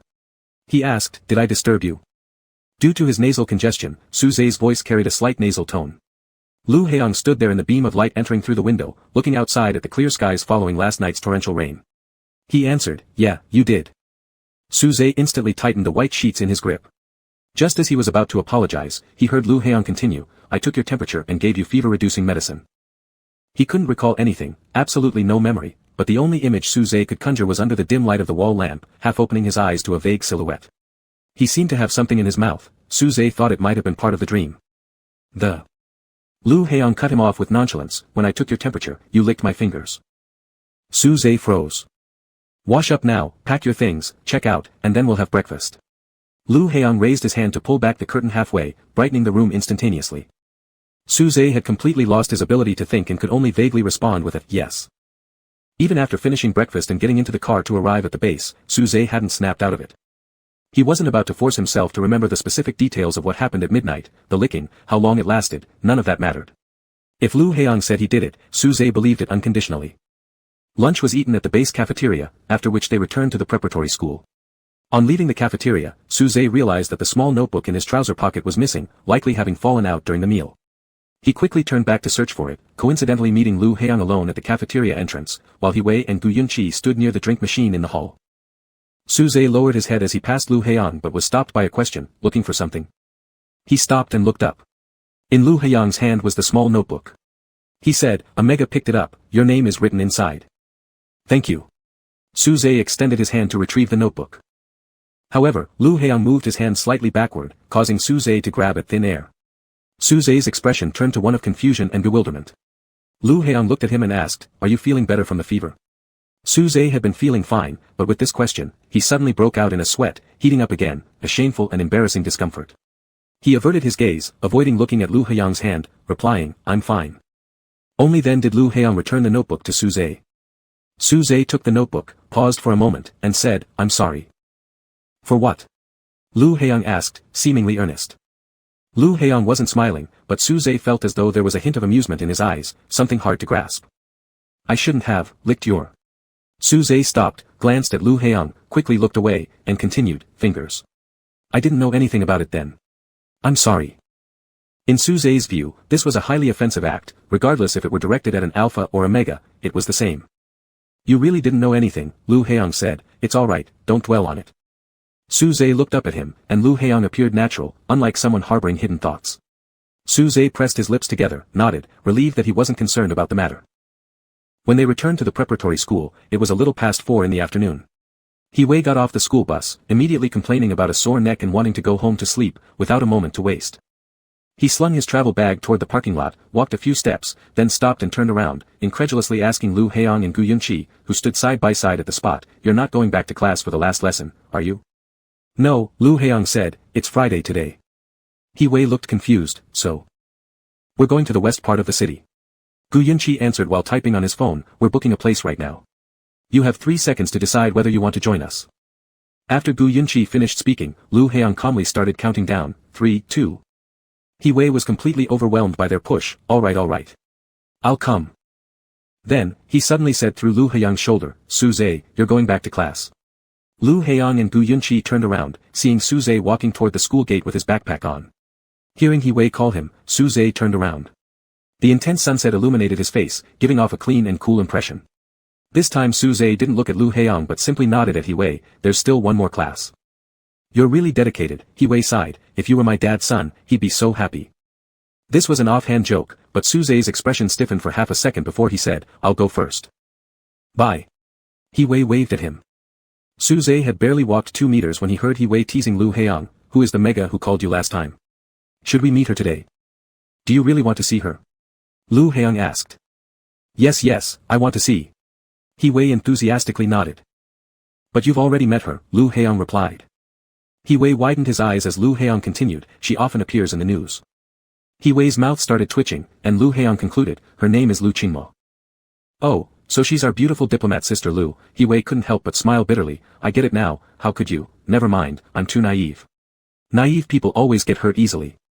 "Moron," Gu Yunqi muttered. After dinner, they switched cars and headed to the west side of the city. When they got out of the elevator and walked into the club, Lu Heiyang was accidentally bumped by a tall alpha who didn't even bother to apologize and kept walking forward without looking back. "Was that intentional?" He Wei whispered. "Not really." Lu Heiyang slightly turned his head and saw the alpha had already reached the corner. In the corner stood a few people, among them, an alpha in a black shirt facing away from them, one hand resting on the adjacent gaming machine, holding a cigar between his fingers. "The one who bumped you is a bodyguard," He Wei, quite sharp in this area, noted, "Guess someone important is here. Be careful tonight." Once inside the venue, it was already packed, and Gu Yunqi had booked the front row seats. Not long after they sat down, the first match started. Lu Heiyang noticed that one VIP seat remained empty the entire time. Not long after the second match began, 4 alphas emerged from a small passage and walked toward the VIP seats. The alpha in the middle, dressed in a black shirt, sat on the sofa, while the other 3 stood behind the chair. The lights in the venue had dimmed, making it hard to see the person clearly. "Tang Fei," Gu Yunqi took a sip of water and said indifferently, "It's him." Lu Heiyang was not unfamiliar with this name. Tang Fei's father was once a notorious criminal dealing in arms and drugs, later using business as a cover to launder his assets and clash commercially with the Gu family. However, the Gu family's robust strength left them unaffected by any competition. Now Tang Fei controlled most of the business empire, maintaining an image of a successful entrepreneur while continuing the old trade of his predecessors, straddling both legitimate and illegitimate circles, making him one of the hardest to deal with types. "The melons here." He Wei held his phone, having been given a full briefing by a ticket-selling underling. "Jiang Fei has stakes in this underground club. He privately rented out this boxing arena, so he's considered the big boss. Moreover, every time he comes, he also places bets, always the largest for the night. For the last few months, he's only placed bets on one person." He Wei looked up, "Guess who?" As soon as he finished speaking, a whistle blew, signaling the end of the second match, and the screen displayed the names of the two boxers for the next fight. One of them was number 17. The lighting brightened slightly, and Lu Heong turned his head to catch a glimpse of Tang Fei's face. Tang Fei's face was quite young, his lips curled upwards, his eyes elongated, radiating a sickly evil vibe. Tang Fei sat casually on the sofa with one leg crossed over the other, slowly twirling a signet ring on his right ring finger. His head tilted back as he fixed his gaze on the competitor's name displayed on the large screen. How could anyone not know that Tang Fei likes playing around with alphas? He Wei lamented dramatically, he's ruined so many already, now he wants to mess with number 17. Shifting his focus from Tang Fei's face, Lu Heong glanced at the screen as well. Aside from the contestant names, there was also the information about the biggest bettor for the match, an anonymous person labeled worker. My fit, young, skilled number 17, woo woo. He Wei continued to express his sorrow before the lights dimmed again, indicating the start of the third match. Before Lu Heong had the chance to look towards the fighter's passageway, He Wei suddenly swore loudly, yelling out, shit. What is this? What is going on? Following this, Lu Heong heard the sharpest and loudest cheer he'd encountered since being there. He saw Tang Fei put down his leg, leaning forward, his gaze fixed on the fighter's entry passage, wearing an unfathomable smile on his face. Just can't stop talking. Chapter 16. Spotlights illuminated number 17 and his opponent, but Lu Heong didn't pay much attention to the other boxer. Instead, he noticed that number 17's upper face was still painted with oil-based makeup. But more strikingly, a black lace eye mask covered part of his face, leaving only his eyes exposed. A collar adorned his neck with a modest-sized silver bell hanging from it, jingling lightly as it swayed with each step under the spotlight. This was an MMA match, and number 17 wore fingerless gloves under a pair of long black silk gloves that extended all the way to the elbows. His torso was tightly bound with a black rope in a style that implied a special type of bondage, and below, he wasn't wearing his usual sportswear trousers. Instead, he wore a short pleated black leather skirt, which reached just above his knees, making his legs appear longer. Moreover, there were ankle bracelets circling his ankles. Every piece of clothing on number 17 was a sex toy, filled with suggestive innuendo. He Wei was dumbfounded. I knew Tang Fei was twisted, but I didn't expect him to be this bad, doing such things in public. While criticizing the man's perversion, He Wei pulled out his phone and opened the camera app, muttering, no way, I want to become a boss too someday, rent out the whole place, and have others play with me. You can do that now. Lu Heong grabbed He Wei's phone, switched it off, and asked, why are you filming this? I just suddenly understood what makes screwing with alphas fun. He Wei clicked his tongue a few times. Even though performances at Lake Rock Manor are pretty perverted too, they're overly sweet and completely don't measure up to this. After all, one was performance art tailored to entertain guests, and the other was sheer endurance through suffering for livelihood. There was a fundamental difference. Number 17 maintained a calm expression throughout. After entering the octagon, he looked briefly at the first row before lowering his head. Such an attitude conveyed both tranquility and suppressed endurance. Lu Heong glanced down and adjusted his bracelet setting, discovering it was already at its highest level. He had only adjusted it half a minute ago but had forgotten, repeating the same motion uselessly. The referee blew his whistle, and the high-pitched cheers around gradually faded. Inside the octagon cage, the two boxers stood facing each other. Number 17's opponent also wore a few small items, but in comparison, it was clearly symbolic. On the other hand, number 17 had been deliberately dressed up. An alpha with a DSLR camera approached Tang Fei, leaned down to listen to him say a few words. The alpha nodded, then climbed onto a nearby table. With the lens pointed into the octagon, he began recording. Damn pervert, even recording video, He Wei cursed again, as if the person who just tried to take photos with his phone wasn't him. Lu Heong glanced at the alpha filming, then continued to look inside the octagon. From the moment number 17 delivered his first move, everyone knew he would win. Unlike the first two matches where he started passively focusing on blocking, this time he moved decisively, striking out immediately. One punch was all it took to draw blood from his opponent. Looks like number 17 wants to end this quickly, Gu Yunqi said. But number 17's opponent continuously dodged and retreated, refusing to directly confront him. It seemed as if he intentionally wanted number 17 to spend more time on stage. As he circled around the cage, he made various teasing gestures and expressions. Number 17 stood in the center of the octagon, his shoulders and limbs tense, the smooth muscles under his skin flexing and moving beneath the black ropes that bound him. The opponent isn't professional, He Wei noticed too, frowning. He's obviously sent by Tang Fei to tease number 17. Lu Heong laced his fingers together, absent-mindedly rubbing his left thumb against his right hand's tiger mouth. His gaze locked on the octagon, lips pressed tightly, his jawline stiffened sharply. On the field, number 17 spotted his chance, throwing a straight punch that struck his opponent's nose. As the opponent wobbled trying to regain balance, number 17 turned around and swiftly delivered a backspin kick, causing the man to flip sideways and crash hard against the cage's railing. The crowd cheered wildly as the opponent collapsed half against the cage railing. Judging by the disgrace, he screamed 3 words at number 17, saliva and blood spraying from his mouth. In the front row, too close to the octagon, Lu Heong could clearly see the opponent's mouth shape. He Wei saw it too. He stood up from his seat and yelled, "Fuck, whoever can't take a loss is the real bitch." Yet number 17 remained extraordinarily calm. He walked over, grabbed the opponent by the hair, dragged him to the center of the ring, and straddled him. With one hand clamped around the opponent's neck, he threw a few punches at the corner of the man's mouth. In this position, number 17's skirt shifted upward, revealing some of the lining underneath, along with the leg band near the white thigh root, tied neatly into a small bow knot, flickering halfway under the skirt as it rose and fell during the fight. He Wei's anger dropped instantly by 80% upon seeing this scene. Seems like riding. The opponent coughed violently, his gum shield falling to the ground, yet he grinned full of blood, lifting his hand and extending his index and middle fingers, bending and stretching them to form an obscene gesture. Number 17's chest rose and fell a few times before he stood up, grabbing the opponent's neck and lifting him up, walking a few steps and smashing him forcefully against the cage's railing, his face crashing against the metal mesh. He immobile pinned him with the hand that simultaneously wore black silk gloves and knuckle guards. Finally, unable to move, the opponent spat out a mouthful of blood, spraying it across the barrier into the audience area. Number 17 rarely used such severe force. This kind of scene was undoubtedly highly stimulating. Among the screams of the audience, Tang Fei's expression and eyes couldn't be described as merely excited, they revealed a pathological madness. He threw number 17 a kiss and burst into laughter while clapping his hands, delighted to see him forced into such harshness. It was over. Number 17 released his grip without looking at the audience once, pushing the octagon door open and returning backstage via the fighter's passage. The moment his figure disappeared into the corridor, Tang Fei left the VIP seats, retreating along the same narrow path he'd come through. He's definitely going after number 17, He Wei looked regretful. I get Tang Fei, did you see how cool and sexy number 17 was on the field? Even though he's an alpha. Lu Heong still gazed at the octagon, where the vomiting alpha was being lifted onto a stretcher. Even though number 17's face is painted like that, he must be handsome. He Wei kept talking non-stop, he's an S-level alpha, Tang Fei has really hit the jackpot. Moreover, after such a fierce fight, number 17 probably has unstable pheromones right now, making it the perfect time for something. He's dressed like that. Tell me, who could resist, huh? Isn't that right? There was a click as Lu Heong's cap of his mineral water bottle fell to the ground, rolling under the seat and disappearing from view. He stared at the floor for a moment, then took a sip of water. He Wei was about to open his mouth to make even more outrageous guesses when Lu Heong suddenly shoved the remaining half bottle of water into his hands and stood up. What are you doing again? Going out for some fresh air or to make a call? Going to find the cap. Lu Heong replied. Huh. He Wei hadn't caught on yet as Lu Heong had already stepped into the aisle. He Wei could only shout loudly toward his back, be careful. Don't go somewhere too secluded. Chapter 17. Lu Heong made his way to the venue entrance where the ticket seller was chatting with someone. Upon seeing Lu Heong, the boy looked surprised, spat out the sunflower seed shell in his mouth, and cautiously asked, Is there anything I can help you with?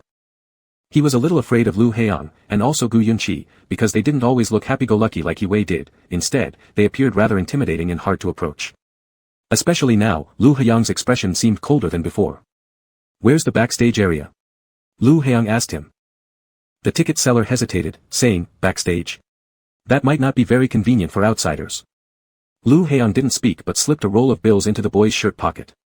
All the people here are friends, no one's really an outsider. Come on, let me take you there. The young man's eyes lit up as he immediately led Lu Heong toward the side passage while enthusiastically introducing himself. Call me Xiaofeng.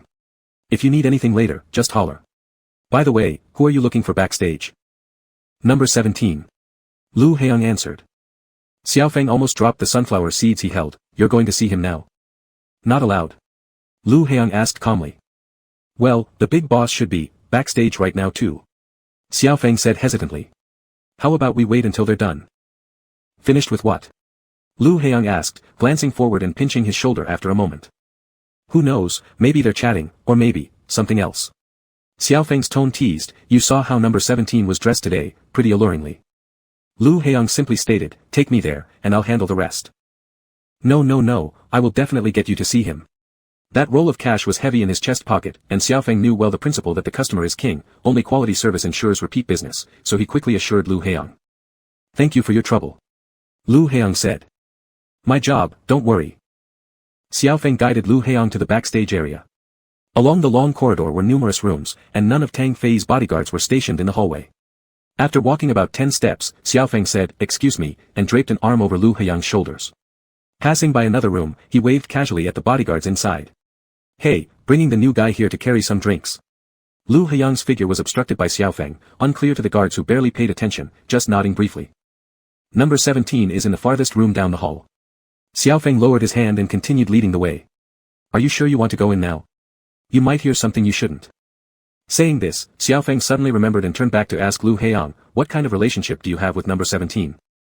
Friend. Lu Heyang gazed at the door at the end of the corridor. Oh, got it. Arriving at the door, Xiaofeng lightened his steps and gestured for silence. The door wasn't fully closed, faint voices coming from inside could be heard. Without hesitation, Lu Heyang went around Xiaofeng and positioned himself outside the door. Xiaofeng kept watch for Lu Heyang, glancing around every few seconds. Half a minute later, he softly questioned Lu Heyang, eavesdropping on your friend like this, is that really okay?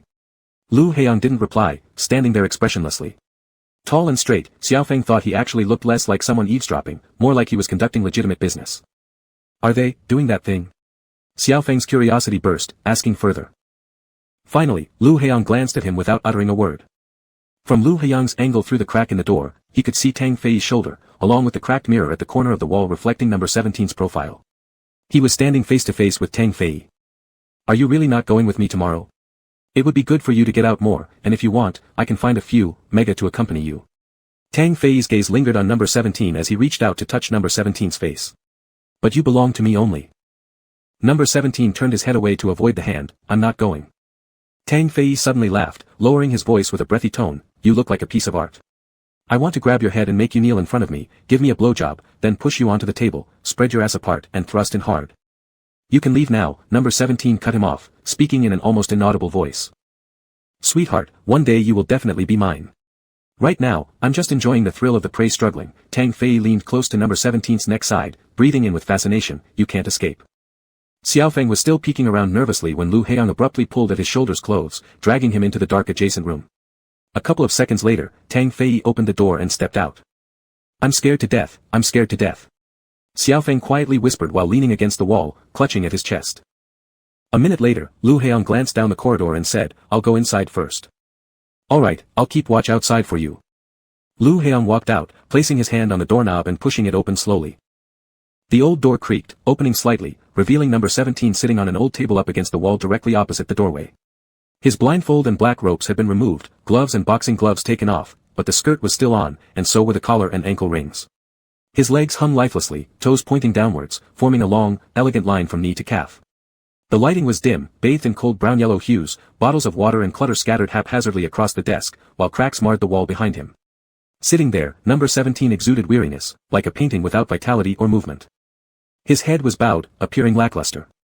Hearing the door being pushed open, number 17 assumed Tang Fei had returned, lifting his eyes coldly, carrying a trace of disdain. Lu Heyang stood by the door, smiling at him briefly. Staring at Lu Heyang, number 17 froze, and after a long while, he came back to his senses, immediately raising his hand to feel his face. Upon seeing the grease paint smeared on his fingertips, he seemed to relax a little but then quickly realized he was still wearing the skirt. Number 17 turned his head to look for an outer jacket, but all that was within reach was a jumble of messy junk. In this time, Lu Heyang had already shut the door and approached him, his thigh less than 2 centimeters away from number 17's knees. If he took another step, he would stand between number 17's legs. Number 17's breathing grew heavier, clearly tense, his hands resting on the tabletop beside his thighs, fingers curling tightly. Do you remember me? Lu Heyang asked. Yes, number 17 slightly lowered his eyes to evade direct contact. His voice was a bit hoarse, with some nasality. Various voices and footsteps could be heard from the hallway, making the room seem even quieter. Looking at number 17, Lu Heyang said, do you have a cold? Number 17 hesitated slightly before nodding. Can I take a look? Not knowing what Lu Heyang meant to examine, number 17 looked up curiously. Lu Heyang gently lifted his chin to gesture toward the collar on number 17's neck. Number 17 instinctively touched the collar, assuming that others might see it as lowly or dirty. However, it didn't seem that way to Lu Heyang. The room was too dark, shadows cast by the faint light made it difficult for number 17 to discern Lu Heyang's expression, but he knew he was looking at his neck. Slowly raising his head, number 17 fully exposed his smooth neck and throat without any guard. His mouth was slightly open, eyes gazing upward at the door frame behind Lu Heyang, obedient yet silent. Staring at the collar for a moment, Lu Heyang then stepped forward a small step, positioning himself between number 17's legs. Number 17 became flustered all at once, his thighs involuntarily moving, brushing against the hem of Lu Heyang's shirt as if trying to grip his waist. Sensing this, Lu Heyang said, don't move. These words were more effective than any switch, and number 17 stopped immediately. Lu Heong raised his hand and lightly squeezed the collar, hooking his index finger and middle finger under the space between the collar and number 17's neck, lifting it slightly. Forced to tilt his head back even higher, number 17 let out a muffled groan while catching his breath. I never knew boxing could be practiced this way, Lu Heong commented casually, as if concluding a study on the design and material of the collar. He used his thumb to flick the bell on the collar, and as the bell rang, number 17's Adam's apple also rolled. The old central air conditioning unit on the ceiling emitted a whooshing sound while running, the temperature was set low. Number 17's upper body was still exposed, his nipples standing up due to the cold wind. He suspected he could hear a powerful heartbeat, beat after beat, quick and heavy, uncertain whether Lu Heong had heard it or not. It's requested by the boss, number 17's voice was hoarse as he tried to explain. Lu Heong released his hand, the corner of his mouth slightly lifting, looking like a faint smile. He said, "Ah, I see." His hand fell down, resting casually on the edge of the table. Number 17's legs brushed against his waist, and Lu Heong's hand landed on the outside of number 17's thigh, close to the hip area. On the table, their fingertips were extremely close. Lu Heong's expression was very composed, asking curiously, "Dressed this way, would you earn more for a fight?" Number 17 nodded, honestly replying, "Yes." "Is it because of the person who made the largest bet?" This time number 17 did not respond but pressed his lips together again and nodded. He noticed that Lu Heong didn't reveal any expression of disgust throughout, and even asked after receiving the answer, "If betting big can decide your outfit, can I reserve the next chance?" Upon hearing this question, number 17 completely neglected the intention of not wanting to wear bizarre clothes for the match and instead furrowed his brow, somewhat urgently saying, "Don't waste money, next time. I may not necessarily win." But after pausing for a moment, he then asked, "Do you want to see me?" The word "me" was only half spoken before dying out. Number 17's eyelashes flickered unnaturally as he continued to ask, "What do you like to see others wearing?" Lu Heong smiled and replied, "I'd like to see you in a doll costume, a little tiger, or maybe a teddy bear." His tone was very casual. Number 17 froze for a second, then turned his head away, softly laughing. A lifeless painting suddenly came to color. Lu Heong gazed at number 17's side face. A few seconds later, he straightened up, taking a step back just as his phone rang. It was He-wei calling. It had been nearly 20 minutes since Lu Heong left the audience seats. Both He-wei and Gu Yun-chi were bound to worry, which meant the security team from the Lu family would soon enter to ensure his safety. Pressing the reject button, Lu Heong put the phone back into his pocket and looked straight into number 17's eyes, saying, "I'll be leaving now." Number 17 didn't disguise the gaze, wanting to look at Lu Heong longer, one extra second. He responded, "All right." What he actually wanted to say was thank you, but he worried that Lu Heong might find it strange. Just as Lu Heong was about to turn around, number 17 suddenly called him to stop. "Wait." He got off the table, walked over to the wardrobe, opened the second-to-last cabinet drawer, and retrieved something. Bending over caused the skirt's hem to rise, revealing a bit of the leg ring again. Lu Heong stood behind number 17 near the door, silently watching him. Finding what he was looking for, number 17 stood up, took a few steps, and handed a wallet to Lu Heong, saying, "From last time, I found it when it dropped in the alley." "Thank you." Lu Heong accepted the wallet. Number 17 stepped back, leaning against the chair's edge. He still needed something to rely on to alleviate his awkwardness and discomfort of wearing the skirt. He said, "Be careful going back, it's pretty chaotic here." This time, he didn't tell Lu Heong not to come back to this dangerous place. "All right," Lu Heong replied. He pulled the door open, and the cacophony outside rushed in. As the door closed, the noise gradually faded. Number 17 stood alone in the room, unable to snap out of his thoughts for a long time. On Monday afternoon, after the swimming class ended, He-wei went to the school gate to meet up with Lu Heong. Just as he passed through the channel gate, a hurried voice sounded behind him, "Excuse me." He-wei hadn't had the chance to turn around when someone bumped into his waist. Being tall, the collision barely registered with him, but the other person almost stumbled forward, nearly falling onto the ground. "Watch out." He-wei reacted quickly, grabbing hold of the back of the Mega's collar and pulling them steady. The Mega turned around, hastily muttering, "Sorry," and then ran ahead to the roadside. He-wei stood there for a moment, while Lu Heong was just a few meters away, gazing at the road. He-wei walked beside him and said, "Did you see that? The Mega who just bumped into me.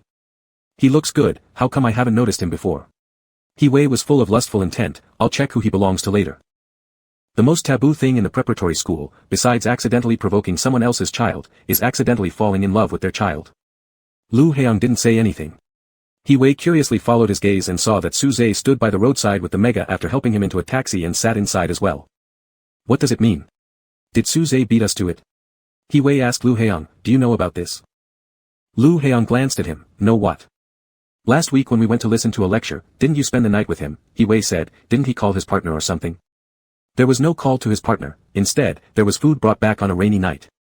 "I'm not sure." Lu Heong looked at the time on his bracelet. "Let's go." The nurse in charge has already bandaged it, it's not serious, don't worry too much. Chi Jahan panted. Suze's hand was still on the car door handle, seemingly forgotten, and he nodded. The taxi stopped in front of a private sanatorium. Chi Jahan lowered the car window and waved to the gatekeeper. Soon, the automatic gates opened on both sides, and the car continued forward until it stopped outside the hospital building. They got out of the car, entered the hall, and the doctor was already waiting by the consultation desk, his expression somewhat serious.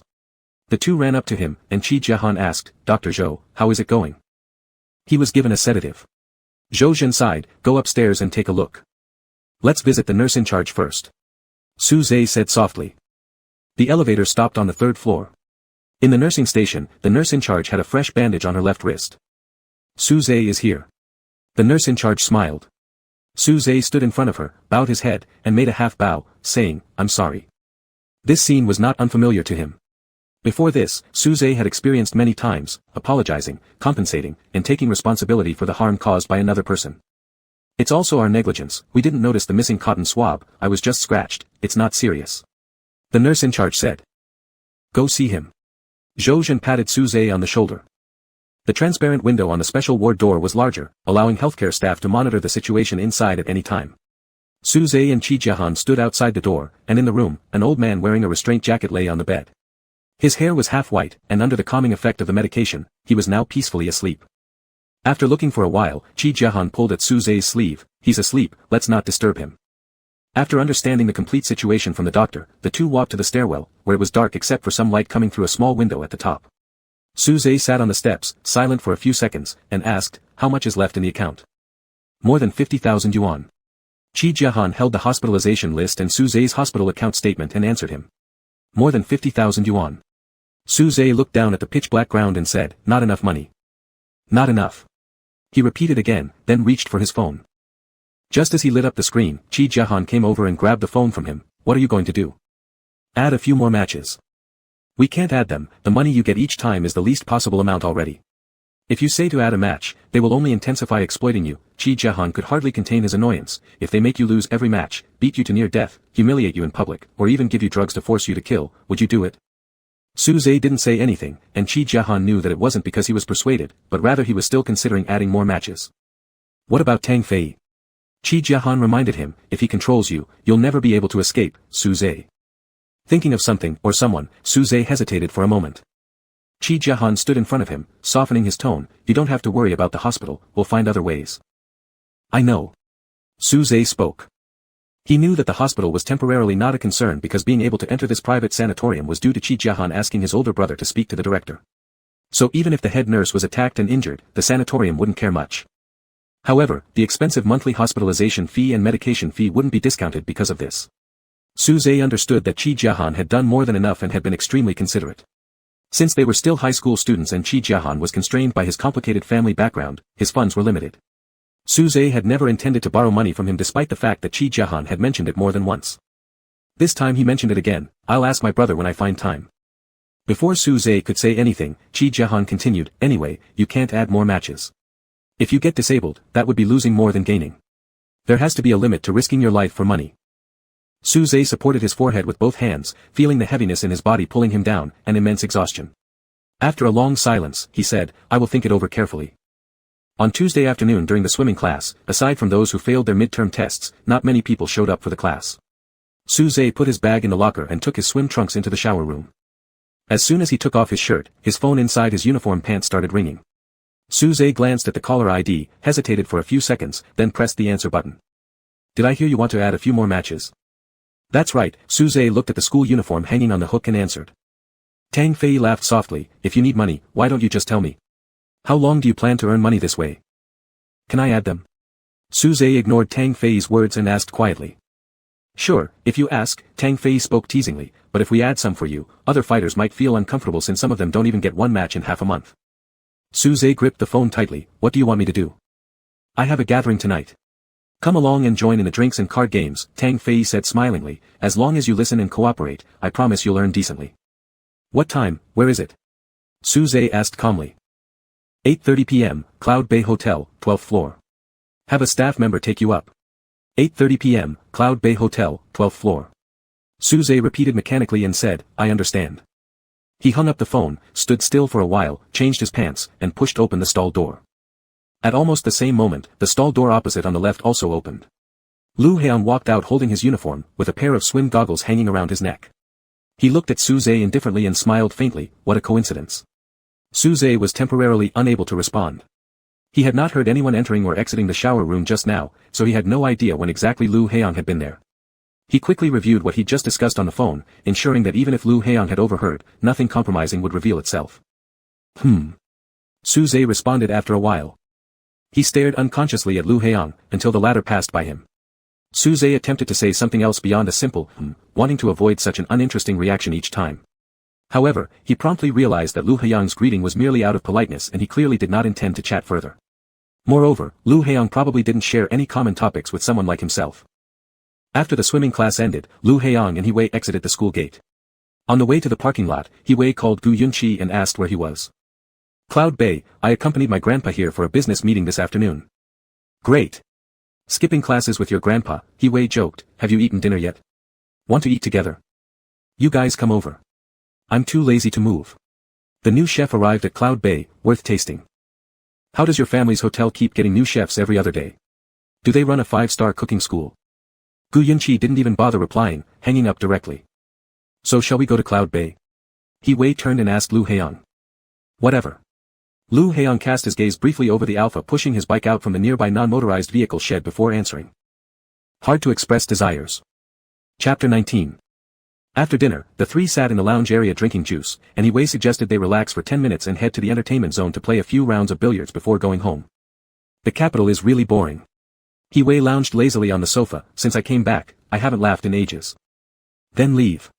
Gu Yunqi said. No way. He-wei squinted at the phone screen, smirking. Chi Jiahan, class 9 sophomore, the youngest son of the vice mayor's family. Very low-key, sounds like a smart guy. As he spoke, Lu Heong's eyes were drawn toward the distant hotel lobby, where an Alpha wearing a black visor hat entered, its brim pulled low. He walked to the front desk for a brief consultation, after which the receptionist guided him toward the elevators. Lu Heong sipped his juice, raising his hand to check the time, 8:25 p.m. Chi Jiahan. Gu Yunqi paused for a second. I heard his relationship with his family isn't great. He-wei snapped his fingers crisply. That's perfect. My job is to save all the gorgeous yet helpless megas in the world. Suze arrived at the box exactly at 8:30 p.m. Inside were about 7 or 8 alpha males, each with an accompanying mega beside them except Tang Fei. Tang President is becoming more and more picky.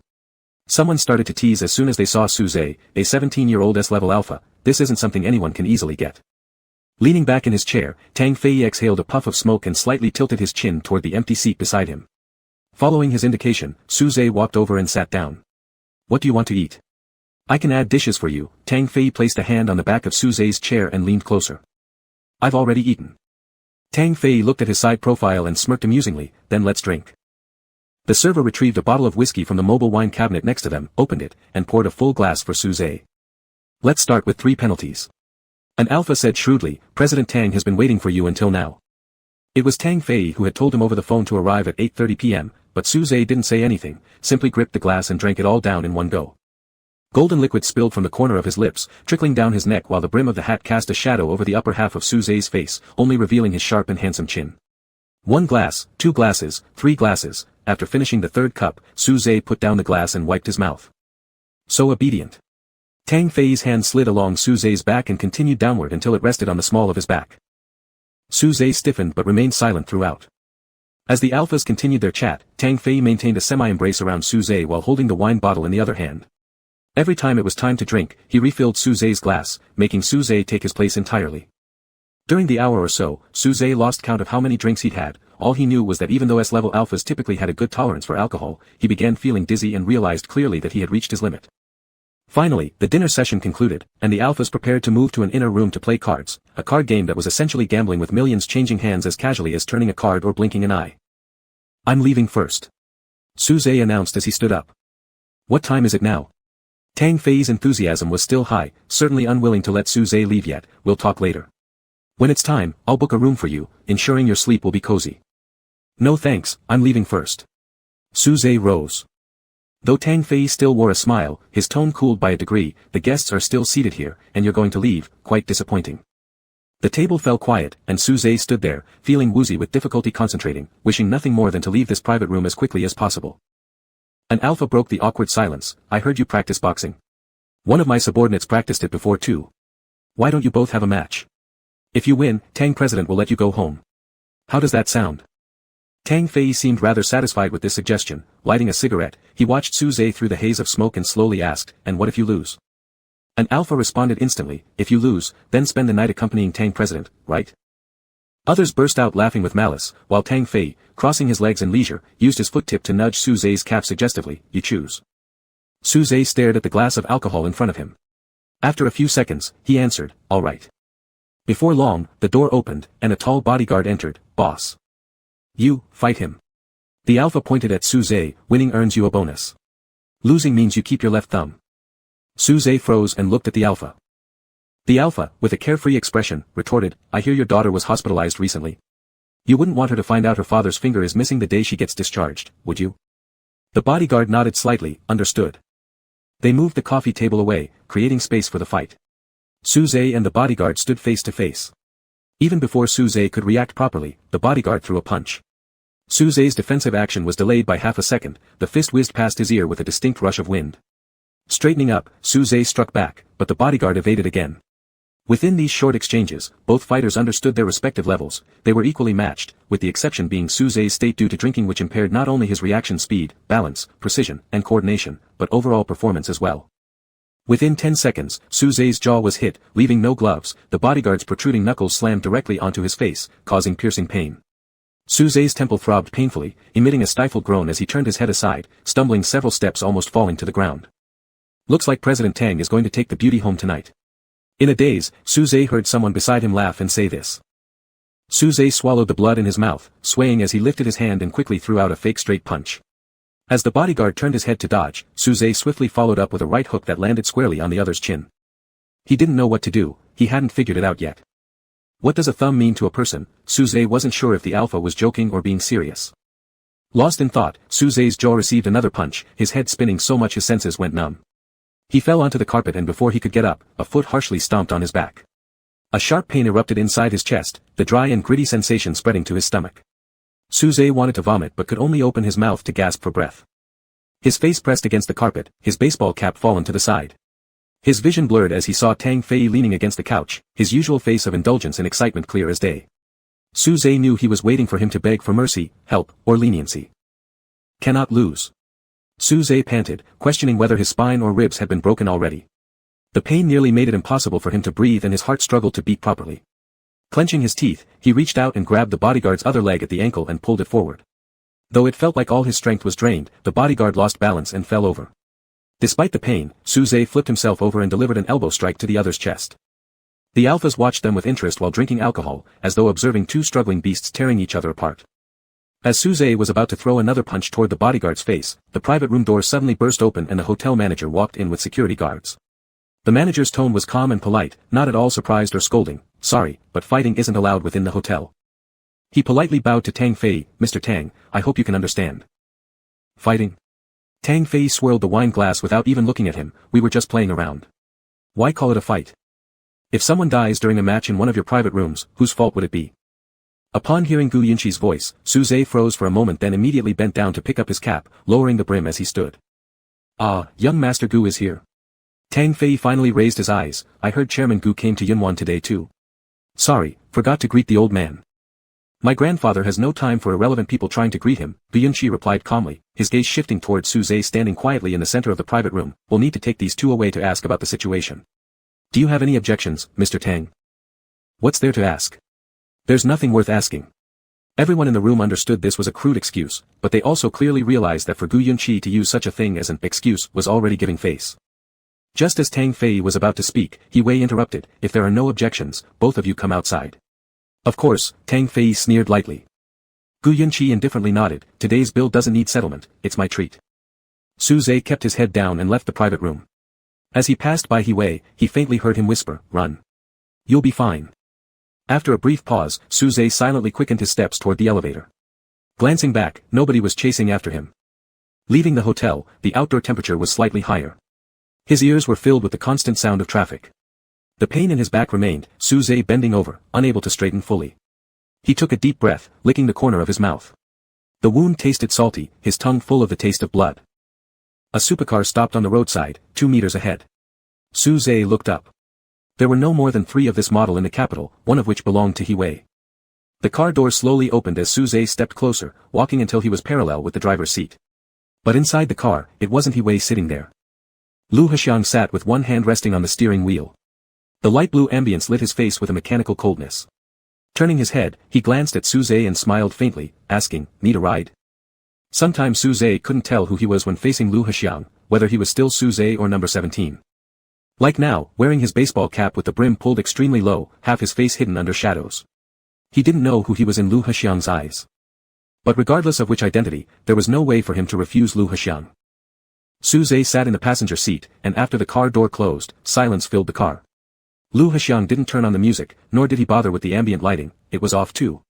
This darkness provided Suze a sense of security. He thought Lu Haxiang probably couldn't see his face now, which was fortunate, as he had consumed far too much alcohol to maintain his usual mask. He could easily betray himself. Lu Haxiang tapped his fingers lightly on the steering wheel a few times before reminding Suze after 2 more seconds, "Seatbelt." Suze immediately fastened his seatbelt. After some hesitation, he said, "Thank you." His voice was rough and hoarse. Lu Haxiang retrieved a small bottle of mineral water from the refrigerator at the back, unscrewed the cap slightly, and handed it to Suze. Suze accepted the water and said, "Thank you," again. He took a sip after opening it and heard Lu Haxiang ask, "Had a lot of drinks?" Suze nodded honestly. As his mood calmed down, the effects of the alcohol also began to hit him harder. No matter how hard he tried to think, he still couldn't figure out who exactly Lu Haxiang saw him as at that moment. And Lu Haxiang didn't continue asking why he drank so much either. Starting the car, he asked instead, "Are you feeling unwell? Should we head to the hospital?" Just bruises and soreness, Suze was already used to it. He knew it would just pass with time.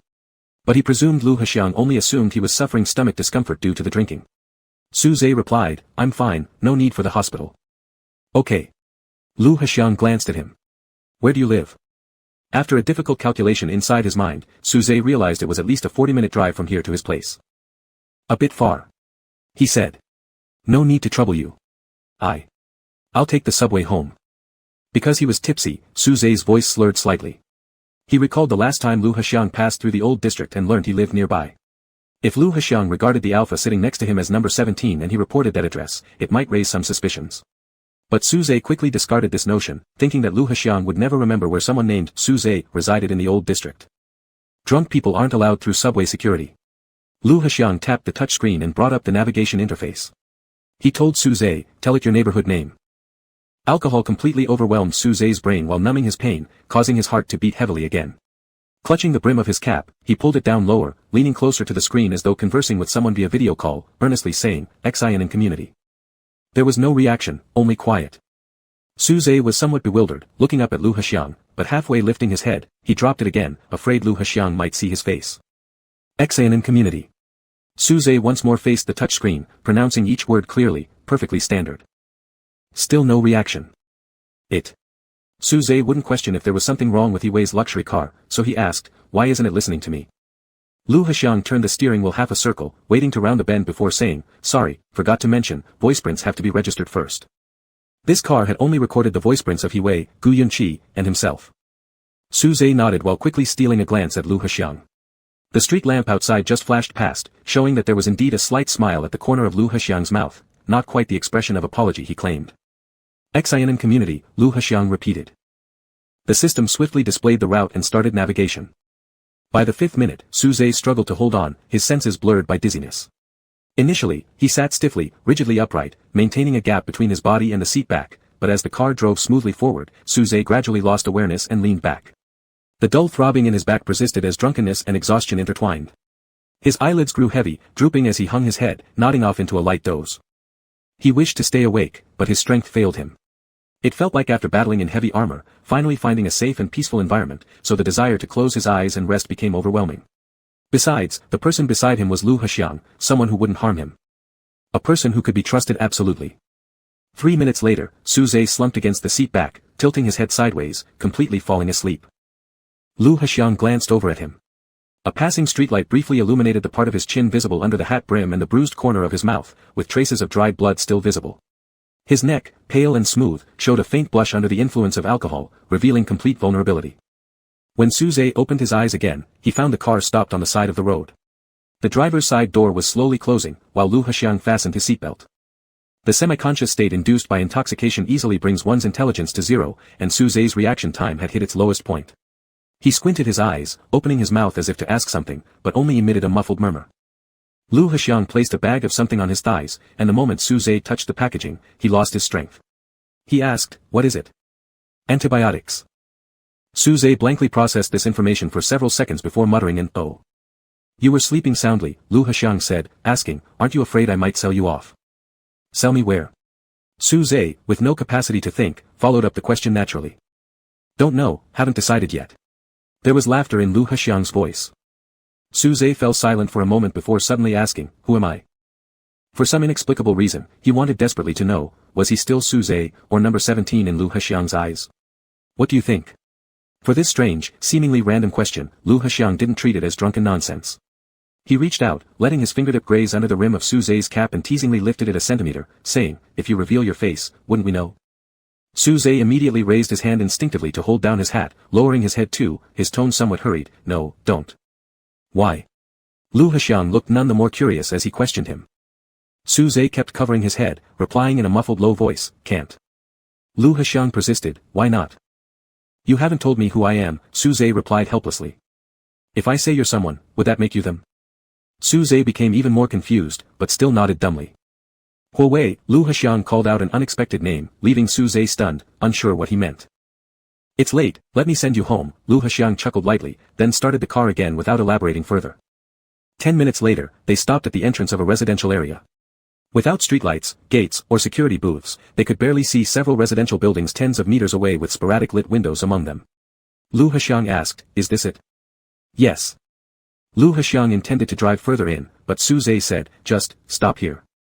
The ground is full of stones, bad for the car." Indeed, since it was Huawei's beloved vehicle, it was best treated with a certain level of care. "Do you recognize your home from here?" "I do," Suze pointed out one of the buildings, "that one, the second building." "All right." Suze unbuckled his seatbelt, picked up the mineral water and the medicine, opened the car door, and stepped out, turning back to Lu Haxiang, "Thank you." "You're welcome," Lu Haxiang replied.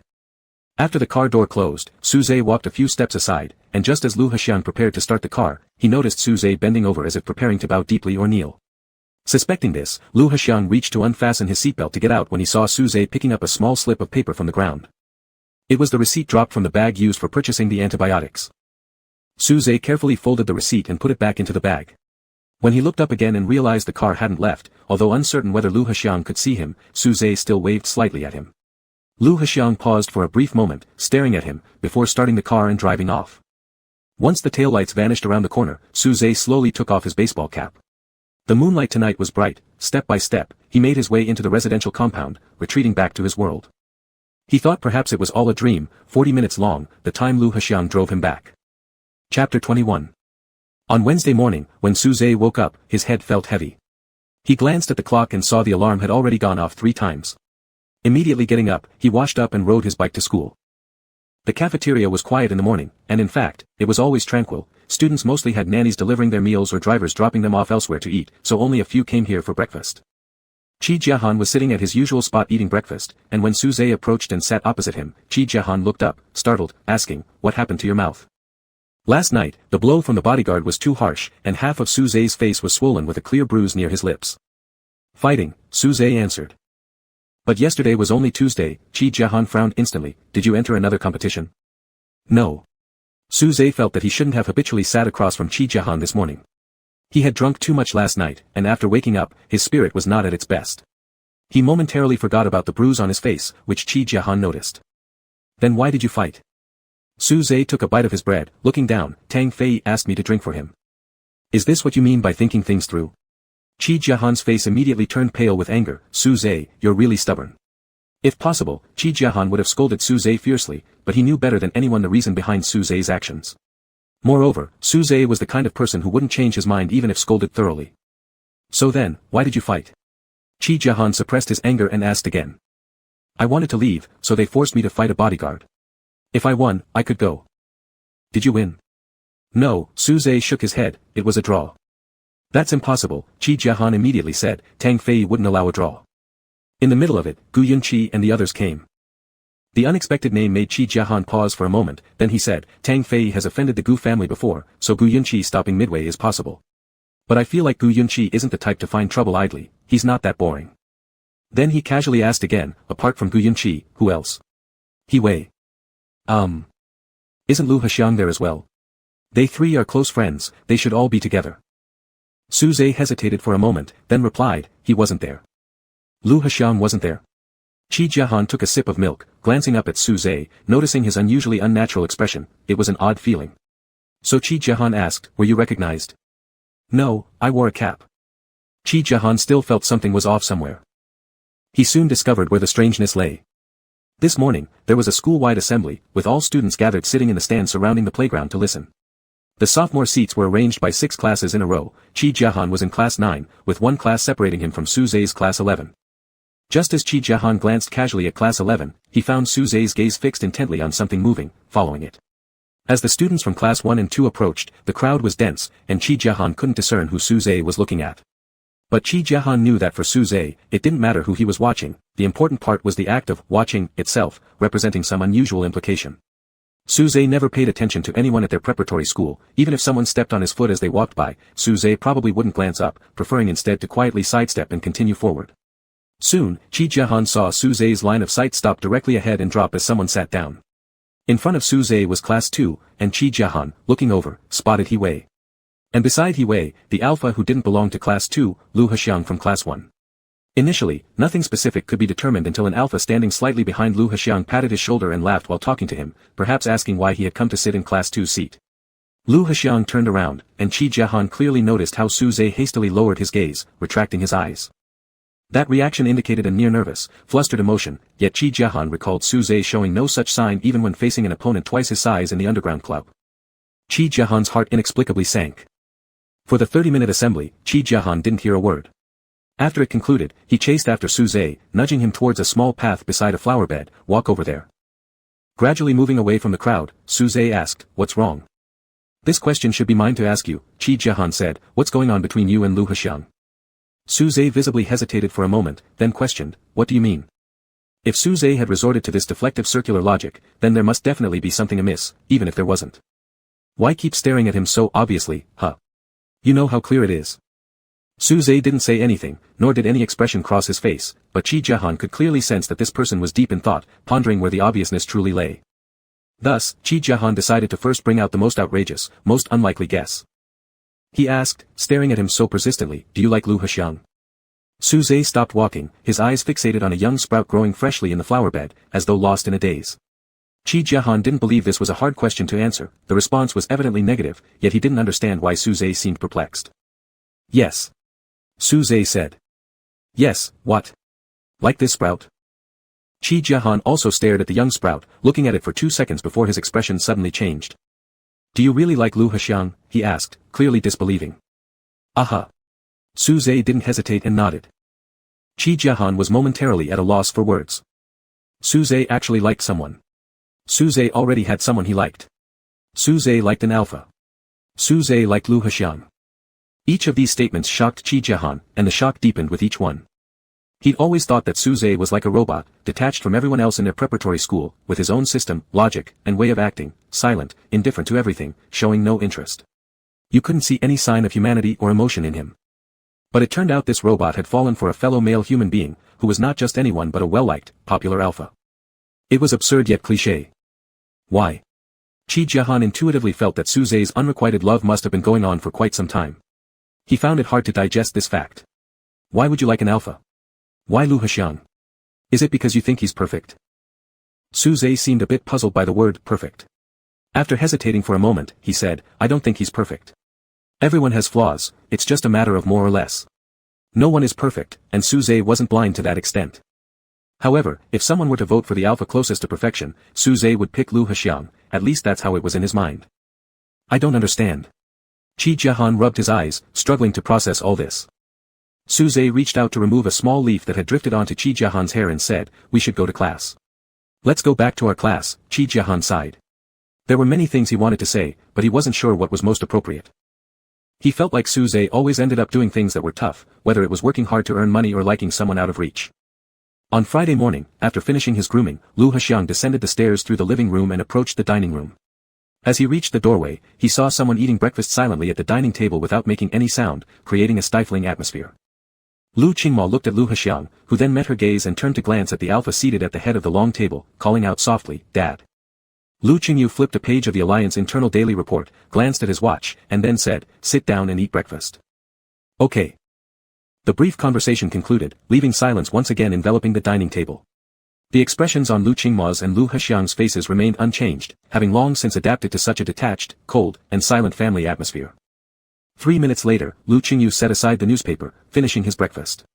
A nanny promptly arrived to tie his tie and drape his coat over him. Lu Qingyu fastened the buttons, standing tall with impeccably groomed hair, which accentuated his still young-looking face. Expensive gold-rimmed glasses perched on his high nose slightly mitigated the oppressive aura of this S-grade alpha. There was no idle chat, no farewell. Once Lu Qingyu finished adjusting his attire, he left the dining room. Through the floor-to-ceiling window, Lu Hexiang watched the driver open the car door for Lu Qingyu and then close it as the vehicle drove out of the garden. "Dad's gone to a meeting," Lu Qingmo remarked, taking a sip of milk. "We came home together early this morning." "How long will you stay home this time?" Lu Hexiang asked. "He'll leave tomorrow, I'll leave the day after." Lu Hexiang, ed and continued eating breakfast. After breakfast, Lu Qingma took Lu Hexiang to school, planning to attend a diplomatic event afterward. The two spoke little along the way until they neared the preparatory school, when Lu Qingma finally said, "You've been going to the west side of the city frequently lately." "Dad knows." Lu Hexiang didn't appear surprised. His bodyguards probably reported his whereabouts to Lu Qingyu the first time he went there. "It's too chaotic over there. Try not to go so often," Lu Qingma advised. "If you wait for Dad to bring it up, it won't be simple." Lu Hexiang remained silent as Lu Qingma glanced over at him. "Don't worry," Lu Hexiang looked at her and smiled faintly. "You know I'm a good boy." "I don't," Lu Qingma frowned slightly. "Sometimes I don't understand what you're thinking." She slowly parked the car in front of the preparatory school gate and said, "I don't want you to end up like me, but I also don't want you to cross the line." "I won't." Lu Hexiang got out of the car and grabbed his bag from the back seat. Approaching the driver's side window, he said, "Drive carefully and get some rest when you come back from the event." Lu Qingma gripped the steering wheel, her lashes dropping. She only rarely showed signs of fatigue in front of Lu Hexiang, otherwise, she always appeared mature and efficient, recognized as the youngest and most outstanding diplomat in the alliance.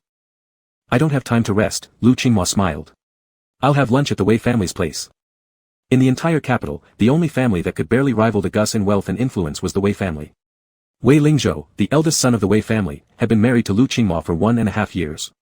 Lu Hexiang hadn't seen this brother-in-law many times, but he heard his name almost in every piece of gossip among the capital's upper-class circles. Of course, in political business alliances through marriage, not interfering with each other's private life was an unspoken mutual understanding. The wedding that took place 1.5 years ago was spectacular and grand, gathering all the powerful aristocrats and elites of the alliance. Lu Qingma sat before a mirror in her wedding dress while Lu Hexiang stood beside her, seeing through the mirror a face that exuded no anticipation or hope toward love and marriage, a beauty so extreme yet numb and lifeless. At 15, Lu Hexiang felt for the first time that his sister's beauty carried a trace of sorrow. During the ring exchange, sitting in the front row, Lu Hexiang saw Lu Qingma's eyes well up, as if moved like a bride, but he knew the reality wasn't that way. He knew what Lu Qingma regretted, and whom she regretted. Once someone has their weak point seized upon, they're forced to accept things against their will one after another, and there would be no turning back, an irreversible knot. Lu Hexiang stepped back, waved his hand, and said, "See you, drive carefully." As Lu Qingma turned the car around, Lu Hexiang walked towards the preparatory school.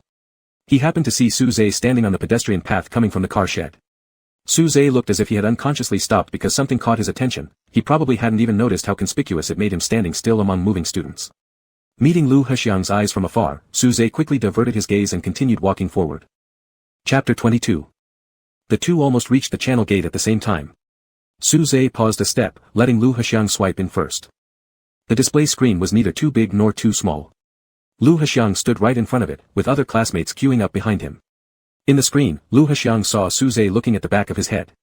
A second later, Su Zhe looked at the display, and their gazes crossed at that moment. Su Zhe didn't expect to meet Lu Hexiang's eyes through the screen and immediately lowered his head. "Verification passed, please proceed." The machine's prompt sounded, and Lu Hexiang passed through the gate. Not a few seconds later, Su Zhe also entered the school. Su Zhe was still trying to recover from their interaction. He had just sent Lu Hexiang off to school, the mega person who fixed Lu Hexiang's bicycle tire back in the old district. Today, unlike last time when Suze saw him helping Lu Haxiang fix the bike tire, Mega wasn't wearing sunglasses. To Suze's aesthetic judgment, that face was extraordinarily beautiful, cold, alluring, and unforgettable once you saw it. Just as Suze had imagined before, if Lu Haxiang were ever to fall in love, the person should be someone like this. Suze didn't feel any sadness or regret. He had never fantasized about any possible relationship between himself and Lu Haxiang.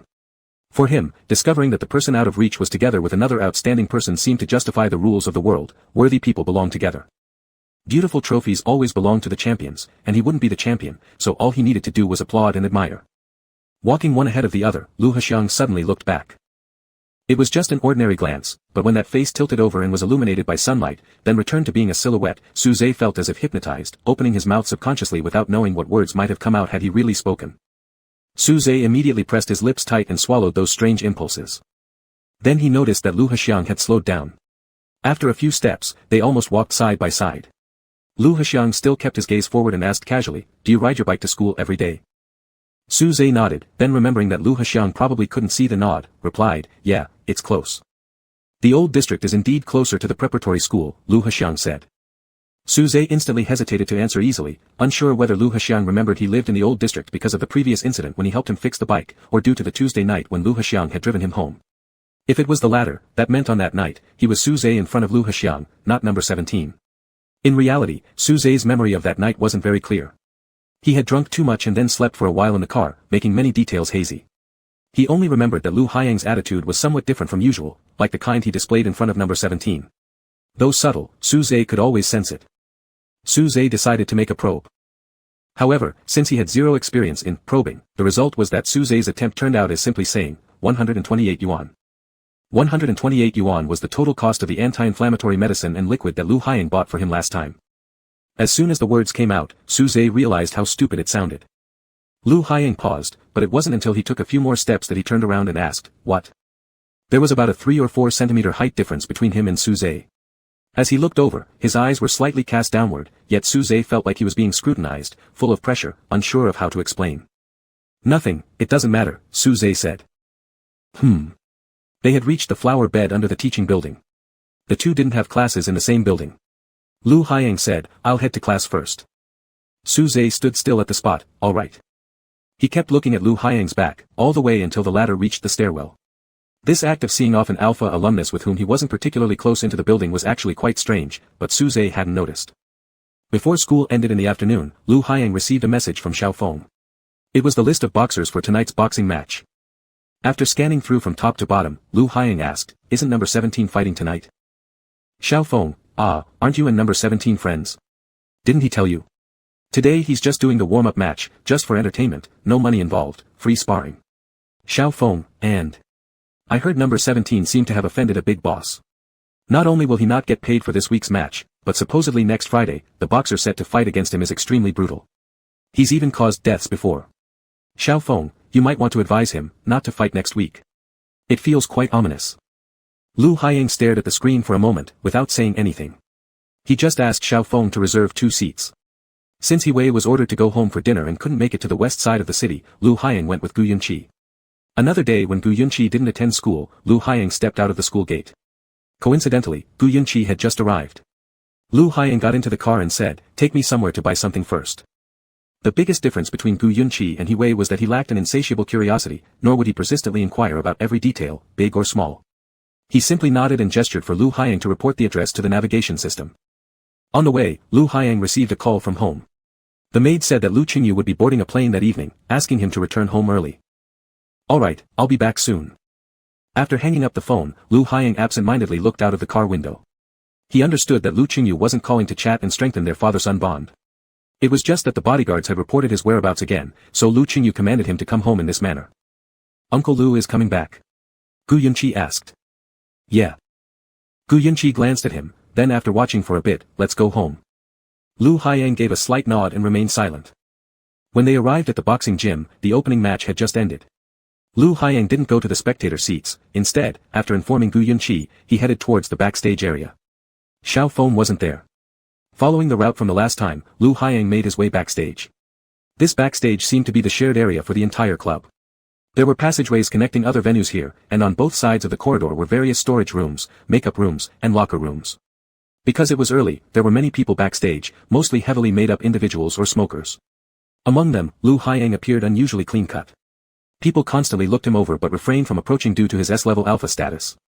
Lu Haiyang walked straight to the changing room at the end, knocked gently, then pushed the door open. Inside stood two boxers who turned around cautiously and looked at him with suspicion. "Who are you?" "I'm looking for number 17, Lu Haiyang replied indifferently. "I have something for him." One of the boxers tilted his chin toward a door beside the wardrobe. "He's inside." "Thank you," Lu Haiyang said. Walking over, he pushed the door open. Inside was a cramped bathroom and shower room, dimly lit. Number 17 was standing in front of the sink with his back to him, a towel draped over his shoulder. The faucet was on, and number 17 seemed to be washing his face. As Lu Haiyang moved closer, he saw that the yellowish sink was filled with bloody water, slowly draining through a clogged drain outlet. Number 17 turned off the faucet, slightly straightened up, and as he pulled his hand away from his face, nose blood continued to drip down. The moment he lifted his head, number 17 caught Lu Haiyang's gaze in the smudge-streaked mirror. Number 17 slightly widened his eyes and immediately looked away to confirm that Lu Haiyang was really standing behind him. "You." Number 17 turned around, wiping his nose with the back of his hand. He paused for a second before asking, "Did you just arrive? I didn't see you before." "Yes," Lu Haiyang replied, wearing a half-smile as he looked at him. "Were you looking for me?" Number 17 inadvertently set a trap for himself. Realizing this, he lowered his eyes and wiped his nose again. "I was just asking." Lu Haiyang glanced at the time on his bracelet, then handed the cardboard box he was holding to number 17. "It's a gift for you." The tungsten filament in the ceiling light flickered, making a slight buzzing sound. Number 17 stared at the box, then at Lu Haiyang. Finally, he took the towel from around his neck, cleaned his hands, and accepted the box. "Take a look and see if you like it," Lu Haiyang said. Like a robot input with a program, number 17 quietly followed Lu Haiyang's instruction and opened the box. A fresh leather scent wafted out. Number 17 looked down at the pair of black and red boxing gloves inside. When he saw the brand name printed on the edge of the glove cuff, he raised his head in surprise. His face was dirty, with low-quality oil paint mixed with drying bloodstains, but his deep gray eyes were clean and faintly glowed blue under the dim light. The gift was too precious to accept, not only the gift itself but also the person giving it. It was so valuable that one dared not refuse it yet wanted to take another look. Number 17's throat moved as he softly asked, "Why are you giving this to me?" "To celebrate your victory," Lu Haiyang replied. A bad thought crossed number 17's mind. He wanted to accept the gift celebrating his victory, but soon he dismissed the idea, like a child attempting to lie for the first time, hindered by insufficient experience and an uneasy conscience, so in the end decided to tell the truth honestly. "I didn't win, I lost the opening match." Number 17's voice was low, tinged with regret, though he usually never cared about winning or losing. But Lu Haiyang didn't appear surprised, just smiling lightly. "It doesn't matter, it's not important. Just consider it an early celebration for your next victory." Number 17 stopped declining. He looked at the gloves, touched the smooth leather surface gently, and then said to Lu Haiyang, "Thank you." Although number 17 wasn't obviously expressing happiness, without smiling or lighting up his eyes, Lu Haiyang could sense his joy. Number 17 kept examining the gloves with clear fondness and appreciation, a feeling difficult to conceal. Lu Haiyang's phone vibrated in his pocket, and without even checking, he knew the nanny was urging him. He ignored it but realized his time was up, and he had to go. "I'll leave first," Lu Haiyang said, "see you next week." Not only did number 17 receive expensive new gloves, but he also gained a promise to meet next week. The messy hair sticking up from his head due to the match seemed lighter and happier. He stared directly into Lu Haiyang's eyes, lips curving ever so slightly into a faint smile. Number 17 said earnestly, "See you next week." Chapter 23. On Friday evening, after number 17 arrived backstage and finished all preparations, he opened his locker and stuffed his backpack inside. He rarely left any traces there, always bringing the same items with him every time, a pair of gloves, a pair of athletic pants, a can of oil paint, and some simple medication, and taking everything away afterward. It was like an employee who could resign and walk off anytime, never placing extra items on their desk. There were still several boxers sitting in the room, drinking or smoking, but no one was talking. Only when number 17 stood up from the locker did one boxer speak, "You're truly fearless to fight against Eldred."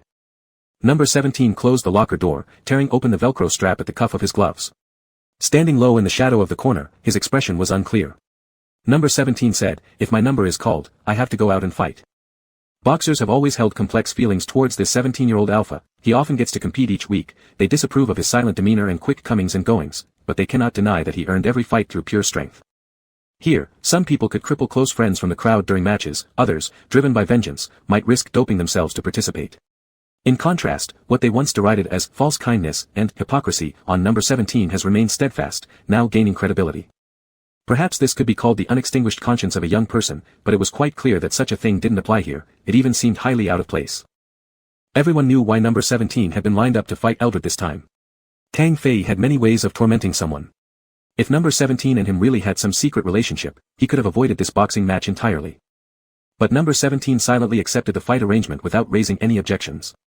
Be careful, another boxer warned. Eldred just came to the club. He's trying to make a name for himself right now. You're still young. Don't mess yourself up over this kind of match, losing arms or legs wouldn't be worth it. Number 17 listened quietly, then put on his gloves, looked up, and said, "Thank you." When Lu Heong and a few others arrived at the venue, the second match had just ended. The three of them sat in the front row. Less than a minute later, Xiao Feng appeared with drinks in hand, bending low as he approached and handing them out while saying, "Number 17 is in the fourth match. Eldred is notoriously savage. Fewer people placed bets on number 17 today. How does number 17 get paid? Is it based on the number of fights or the total amount bet?" He Wei curiously asked. "By the number of matches, actually, number 17 earns the least per match here," Xiao Feng replied. "He only gets a percentage if bets exceed 800,000 yuan, which happens rarely, only when big bosses come to watch and place bets on him." 800,000. He Wei found it absurd. Most who come here just want some excitement. Even if they do bet, they wouldn't throw down too much. A match with an 800,000 bet clearly aims to exploit him. Xiao Feng quickly signaled a SH, saying, "This place isn't built on fairness anyway. Human life isn't worth much." With that, Xiao Feng scurried off. He Wei opened a drink, took a sip, then suddenly remarked, "Do either of you guys have interest in alphas? Can one of you sponsor number 17? Gu Yunqi bluntly replied, "If you're sick, go see a doctor." He Wei snorted, then turned toward Lu Heong, who said coolly before He Wei could speak, "Watch the match." Having lost face, He Wei rolled his eyes and focused on the arena. The third match ended in mere minutes. Then, the screen flashed with the names of number 17 and Eldred, prompting immediate loud cheers from the audience. Not long after, two alphas, one ahead of the other, walked out of the contestants' tunnel. It was the first time Lu Heong and his group had seen Eldred there. Dark-skinned and robust, Eldred was astonishing in terms of both weight class and arm span. His close-set brows made his eyes look deep and narrow, radiating a beastly menace.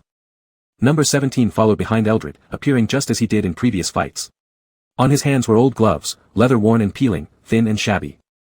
As number 17 stepped into the octagon, he lifted his head and gazed toward the audience seating directly across from him. Though the lights dimmed the viewing area significantly, number 17 locked onto a precise spot among the clamoring crowd. Amidst the roar and hubbub, Lu Heong held a silent gaze with number 17, for but a fleeting moment. Number 17 then turned around to face Eldred. The sharp whistle blew, signaling the start of the fight. Almost instantly after the whistle blew, Eldred hurled a swift left hook. Number 17 didn't move far enough away and was clipped under the chin. His entire body wavered momentarily, but he utilized his body's spin, generating power from his waist and unleashing a surprise turning punch that struck Eldred squarely on the left cheek. Yet Eldred barely tilted his head slightly. With well-developed muscles all over his body and face, the impact caused him minimal discomfort. Even the best boxing techniques can expose weaknesses, whereas differences in muscle mass and weight class are usually more difficult to overcome. In regular competition, fighters like number 17 and Eldred wouldn't be matched due to the significant size disparity. But here, this was an underground ring where rules don't exist. Eldred launched a barrage of jab punches aggressively. Although number 17 attempted to block, he couldn't cover both his head and abdomen adequately. Several jabs landed on his stomach.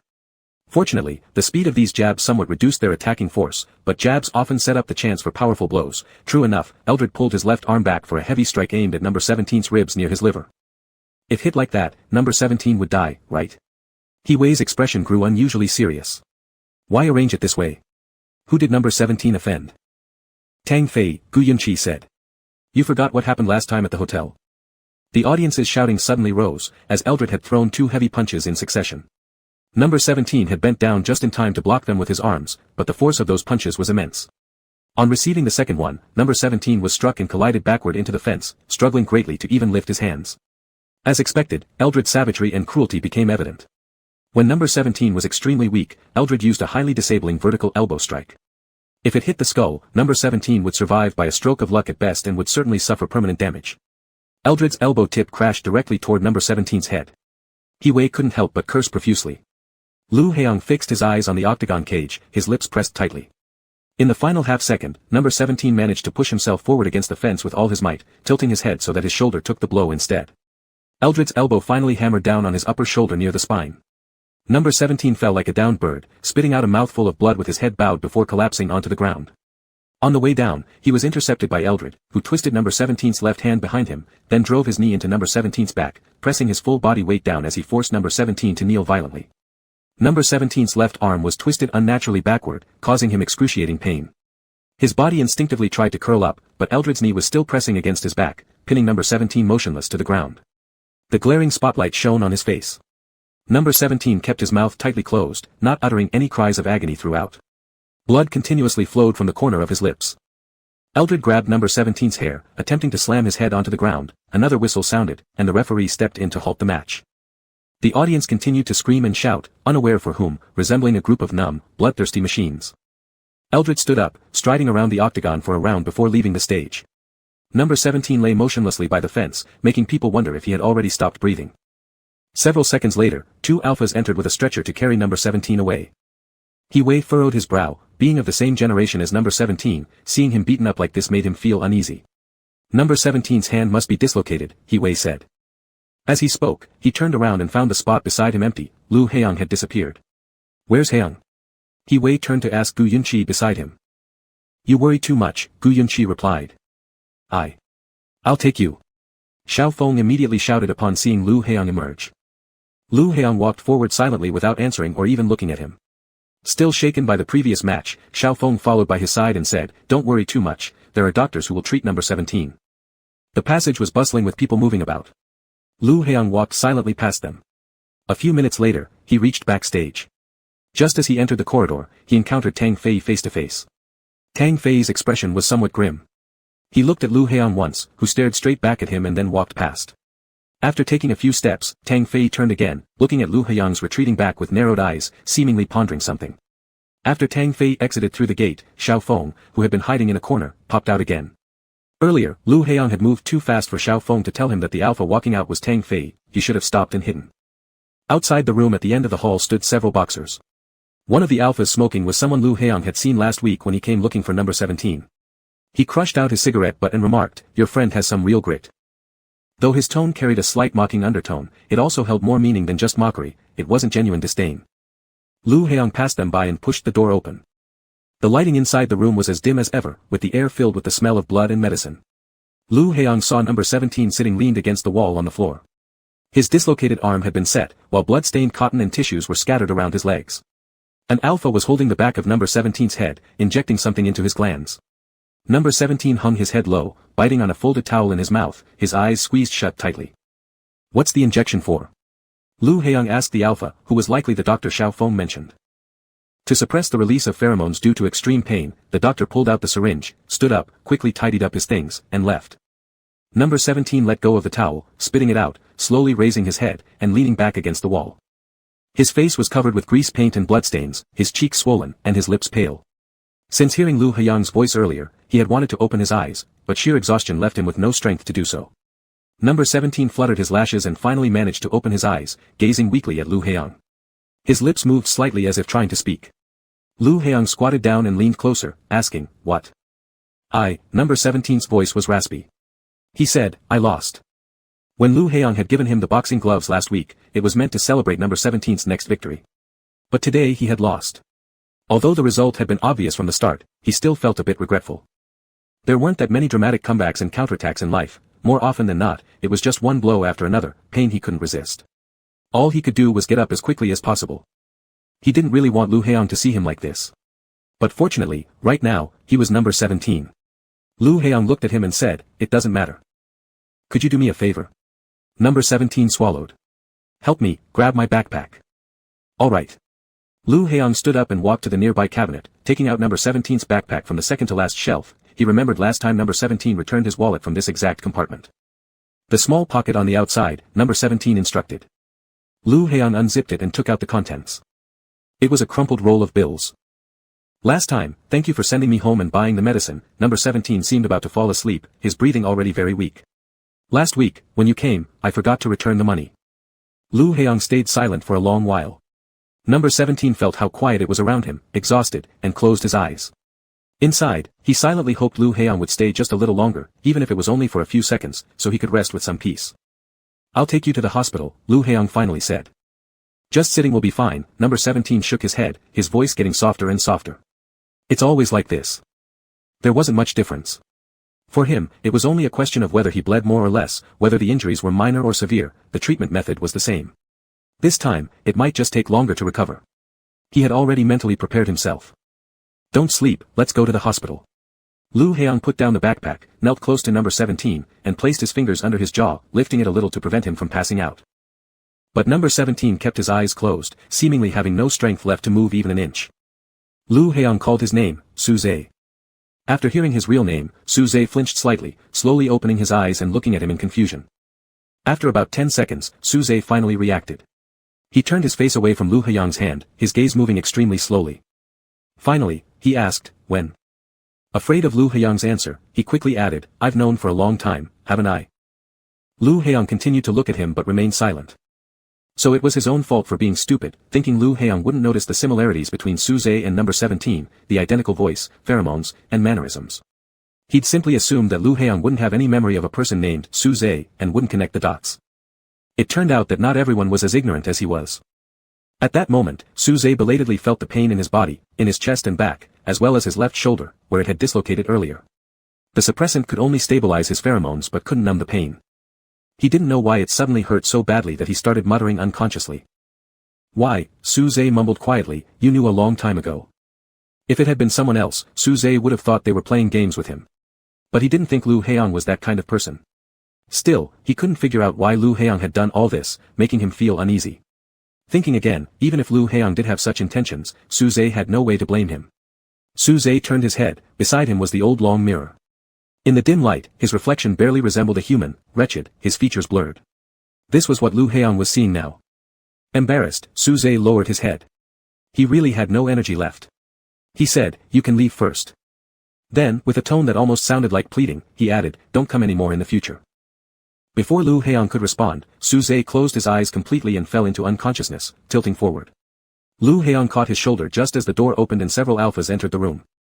Lu Heong turned his head and exchanged a glance with one of the alpha men in a white shirt. Zhuo Yan nodded slightly, approached Su-zhe, squatted beside him, and examined his chest and back. No broken bones, but we need an X-ray to know more. A few other alphas came forward and placed Su-zhe on the stretcher. Xiao Feng was still waiting at the door. He had no idea where these alphas had suddenly come from or how they got in, all he knew was that they looked extremely professional. Lu Heong held Su-zhe's backpack in his hand and walked up to Xiao Feng, saying, thank you for today. I'll take number 17 to the hospital first. Oh. Xiao Feng dumbly nodded, too scared to look around, remember to leave through the side door, otherwise, you might easily run into the boss's people. All right. The side door was the place where Lu Heong was robbed for the first time. Gu Yunqi and He Wei were already waiting in the alley. Su-zhe lay quietly on the stretcher as he was carried into the special private hospital ambulance. He Wei looked thoroughly puzzled, Hey Yang, why? He recognized Zhuo Yan too, but it had been only 20 minutes since number 17 returned to the backstage area, and He Wei didn't understand how Zhuo Yan's group could have arrived so fast, unless someone had informed them before the game was even over. I'm taking Su-zhe to the hospital, Lu Heong said, you guys drive home first. After the car left, He Wei finally turned to ask Gu Yunqi, who's Su-zhe? There aren't many S-class alphas like you left, Gu Yunqi remarked dryly. A few seconds later, He Wei fully caught on and stared wide-eyed, you knew too? When did you find out? Why didn't you tell me? When we went to listen to the lecture last time. That afternoon, when he and He Wei went to Lu Heong and Su-zhe's room to chat and eat snacks, Gu Yunqi noticed something odd then. Of course, Lu Heong had definitely found out earlier than he had. It meant nothing to Gu Yunqi that number 17 was actually Su-zhe, after all, since they weren't familiar with each other and who he was had no relation to him. As for why Lu Heong pretended not to know, Gu Yunqi thought it was completely understandable according to his character. They shared similarities in some ways, such as never being curious or caring about irrelevant people. However, regarding what happened at the hotel last time and tonight, Gu Yunqi couldn't help but feel confused. But it was fine, anyway, because He Wei understood even less than him. On the way to the hospital, Su-zhe began showing signs of mild breathing difficulty, accompanied by a slight cough with blood. He frowned, looking very distressed, probably only under such unconscious states would he abandon endurance. Really hurts. Su-zhe panted, unconsciously groaning, morphine, give me a shot. Since he asked this, it suggested that someone had given him morphine before during injuries. Most patients Zhuo Yan encountered as a doctor tended to be wealthy and powerful, rarely did he see anyone like Su-zhe who directly demanded a morphine injection upon arrival, it was too simple and forceful. Without confirming his injuries first, Zhuo Yan couldn't even give him a painkiller. As there was no sign of receiving pain relief for quite a while, Su-zhe accepted the reality and his voice gradually diminished until it completely ceased. Zhuo Yan glanced at Lu Heiyang, who sat nonchalantly in another seat without any signs of worry or panic, a familiar expression, as if he wasn't particularly concerned about anything. After arriving at the hospital and conducting examinations, it was confirmed that Su Zhe had suffered from pulmonary contusion bleeding. It wasn't too severe, but untreated at a hospital, it might lead to complications or leave sequelae. Your friend? After finishing recording on the monitor, Zhuo Yan asked Lu Heiyang. The oil paint and bloodstains had been cleaned off Su Zhe's face, revealing a clean sleeping face. Leaning against the corner near the window, staying at a distance from the hospital bed, Lu Heiyang replied, not exactly, just someone I know from the same school. A preparatory school student? Zhuo Yan felt a bit surprised. Yes. Lu Heiyang stood up and started walking towards the exit. When he wakes up, if there's no issue, let him leave if he wants. Thanks for your hard work today. Alright. When Su Zhe woke up, the room was dimly lit. He stared at the drip bottle suspended in mid-air for a long time and could only conclude, I'm currently in the hospital. As for when and how he got here, he had no memory at all. He only remembered before passing out that he had told Lu Heiyang not to come to the club anymore, unsure whether Lu Heiyang would be upset about it. Someone came in, adjusting his bed higher and picking up the remote control to open the curtains. Now Su Zhe could clearly see him, a young doctor. My name is Zhuo Yan asked, how do you feel now? It's fine. Su Zhe sat up and asked the next question, can I settle the medical bills and check out now? Certainly. Your medication is ready, take it on time when you get home, Zhuo Yan said. Your medical bills have already been settled, no need to worry. He saw the pale alpha in front of him hesitate for a moment and ask, who paid for me? Should be an alumnus you know, Zhuo Yan flipped through the report. I checked your pheromone data, you're one of those S-class alphas with more frequent heat cycles. Yesterday we also detected potent inhibitors in your blood, so I must remind you, if your heat cycle comes during this period, don't use inhibitors again. I guess it'll probably come within these 2 days because last night, due to your injuries and pain, your pheromone secretion became slightly disordered. Pay attention over the next few days. If the heat cycle arrives, it's best to request leave and rest at home. Alright, thank you. Su Zhe nodded. An hour later, Su Zhe was discharged from the hospital with his medication. The hospital even arranged a car for him. Su Zhe sat in the back seat, opening the small outer pocket of his school bag. The crumpled banknotes were still inside, of course Lu Heiyang wouldn't have taken them. After returning home, Su Zhe went to the bathroom to wash his hands. He looked up at the mirror, rarely did he ever scrutinize himself, as he thought there wasn't much worth seeing. His mouth was bruised, and band-aids and gauze patches of various sizes covered parts of his neck and arms, small wounds he hadn't noticed or felt last night. Under normal circumstances, he would have completely overlooked them, but they had all been carefully treated by the nurses and were properly covered. Su Zhe stood there for a while, then returned to his room, opened his textbook, and started doing his homework. At first, his concentration kept wandering. He thought about last night when Lu Heiyang called his name, thinking about his previous attempts at camouflaging himself without a trace, turning out to be like the Emperor's new clothes, only left unexposed by someone. Later, he finally managed to temporarily break away from his embarrassment and other complex emotions and finish his homework properly. His glands were warm, Su Zhe touched the back of his neck, his heat cycle might be coming, but there were no suppressant patches left at home.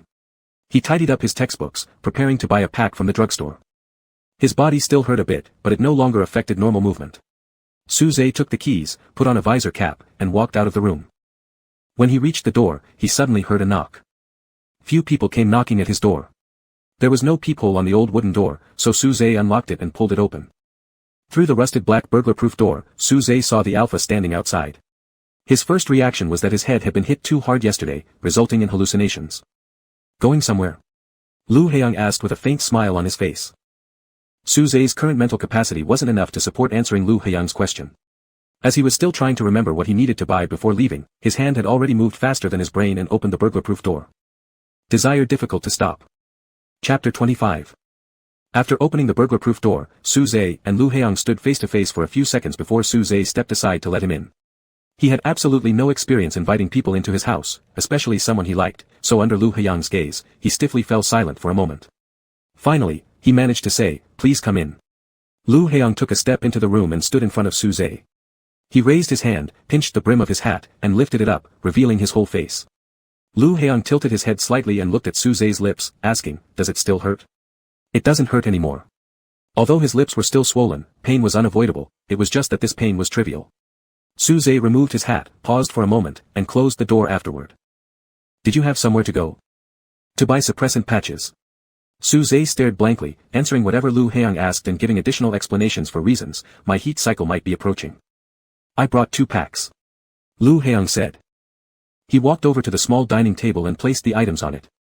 Su Zhe's home wasn't big, a two-bedroom, one-living-room apartment. The entire living room looked strangely empty, with only a dining table, a chair, and a trash can, obviously showing signs of long-term solitary living. Su Zhe slightly regained his awareness, went into the room to fetch another chair, and placed it near Lu Haiyang's feet. There was a thermal box on the table. Lu Haiyang opened the lid, then sat down and pushed the chopsticks towards Su Zhe. After a brief hesitation, Su Zhe sat across from Lu Haiyang, his hands dangling on his thighs. He asked, "Why are you apologizing?" Lu Haiyang smiled faintly, "Are you still mad?" Su Zhe didn't feel angry. He thought there was nothing worth being angry about. If anyone should be mad, it should be at himself. Su Zhe didn't think Lu Haiyang had done anything wrong. Lu Haiyang had no obligation to consider too much for someone like him. Besides, even if Lu Haiyang had made a mistake, Su Zhe would have justified everything for him in the first place. "I'm not angry," Su Zhe said softly. "But you told me not to see you anymore." Su Zhe furrowed his eyebrows slightly, as if in deep thought. He remembered that he didn't say that last night. He seemed to only tell Lu Haiyang not to go to the club in the future. Or maybe he just remembered it wrong. While Su Zhe was still pondering, Lu Haiyang had already stood up. "If that's the case, I'll leave first." Su Zhe froze for a second, subconsciously stretching out his hand, but forcibly stopped halfway along the edge of the table. He stood up too, looking a bit flustered. "No. Not telling you to stop seeing me." This sentence sounded strange. Lu Haiyang might not overthink it, but Su Zhe absolutely couldn't bring it out. Fortunately, Lu Haiyang understood and smiled faintly when he saw Su Zhe's struggle. "Just kidding, let's eat." During the meal, Lu Haiyang kept checking his phone, making Su Zhe feel less awkward. After finishing the meal, Su Zhe prepared to wash the dishes, but Lu Haiyang raised his head and said, "Leave them, the maid will wash them when I get back home." "It's me who ate, so it's my responsibility to wash," Su Zhe said. In his opinion, Lu Haiyang's housemaid only needed to serve the Lu family, and there was no reason for him to have Lu Haiyang take the dishes back home to wash. Su Zhe took the plates to the kitchen. From Lu Haiyang's perspective, he could just see Su Zhe standing by the sink, bending down to wash the dishes. Su Zhe seemed to do everything seriously, focused and quiet. His arms and neck were still covered with bandages, which did not affect him from doing chores. After Su Zhe finished washing the bowls, he initially intended to dry them with a towel and repackage them so Lu Haiyang could take them away instantly. But after hesitating for a few seconds, he barely dared to look at Lu Haiyang and said, "It may take a while, until the bowls dry before they can be packed." This short sentence made him stammer a bit, and Su Zhe felt a strong sense of guilt, also worried that Lu Haiyang might see through his clumsy excuse. "It's fine." Lu Haiyang leaned his elbow on the table and looked at him with his chin propped up. Su Zhe stepped out of the kitchen, trying to start a conversation. However, predictably, he couldn't utter a word, only hearing his own heartbeat. "Go to your room." Lu Haiyang picked up the 2 boxes of suppressant patches from the table. "Apply the suppressant patch and take a nap." "All right," Su Zhe nodded. The decoration in Su Zhe's room was slightly more varied than the living room. There was a bed, wardrobe, desk, and fan. There wasn't much clutter, and everything was cleaned neatly. The bedsheet was navy blue, with a thin blanket folded into a small square placed in the center of the bed. The bed and the desk were on opposite sides of the room, right next to a window. A white short curtain was half drawn, swaying gently in the wind, revealing the lush treetops outside the window. "Get on the bed," Lu Haiyang said. Without any objections, Su Zhe walked over and sat by the edge of the bed. Lu Haiyang opened the packaging of the suppressant patch, took one out, and tore off the backing layer. Su Zhe realized Lu Haiyang was going to apply the suppressant patch for him. His hands gripped tightly on the side of the bed, lowering his head naturally to expose his nape. He stared at the floor, noticing the sunlight casting wide and narrow bright shadows as the curtains moved. Su Zhe had been making subtle preparations all along, preparing to answer Lu Haiyang's question of why he lived alone. But Lu Haiyang never asked. So, those things Su Zhe didn't want to mention didn't need to be said, not to Lu Haiyang. Su Zhe guessed Lu Haiyang probably didn't bother to know anyway. He felt Lu Haiyang lightly press the suppressant patch onto his gland, then Lu Haiyang's fingers brushed along the edges of the patch, ensuring it adhered snugly to his skin. The suppressant patch contained ice pieces, and it felt cool when applied, but oddly, Su Zhe felt warmer instead. His neck and ears turned slightly red due to the heat, a symptom indicating the impending onset of his susceptible phase. Lu Haiyang glanced down at Su Zhe's earlobes, where a stray hair lay. Lu Haiyang brushed the stray hair away with his fingertips, causing Su Zhe's whole body to shiver slightly, revealing some sensitivity. "Sorry," Lu Haiyang apologized first, then asked him, "Are you that ticklish?" Su Zhe's ears appeared redder, his shoulders and neck stiffened. He hung his head, hesitating for a moment before finally nodding honestly. "Take off your bracelet," Lu Haiyang said. "Don't you feel uncomfortable wearing it?"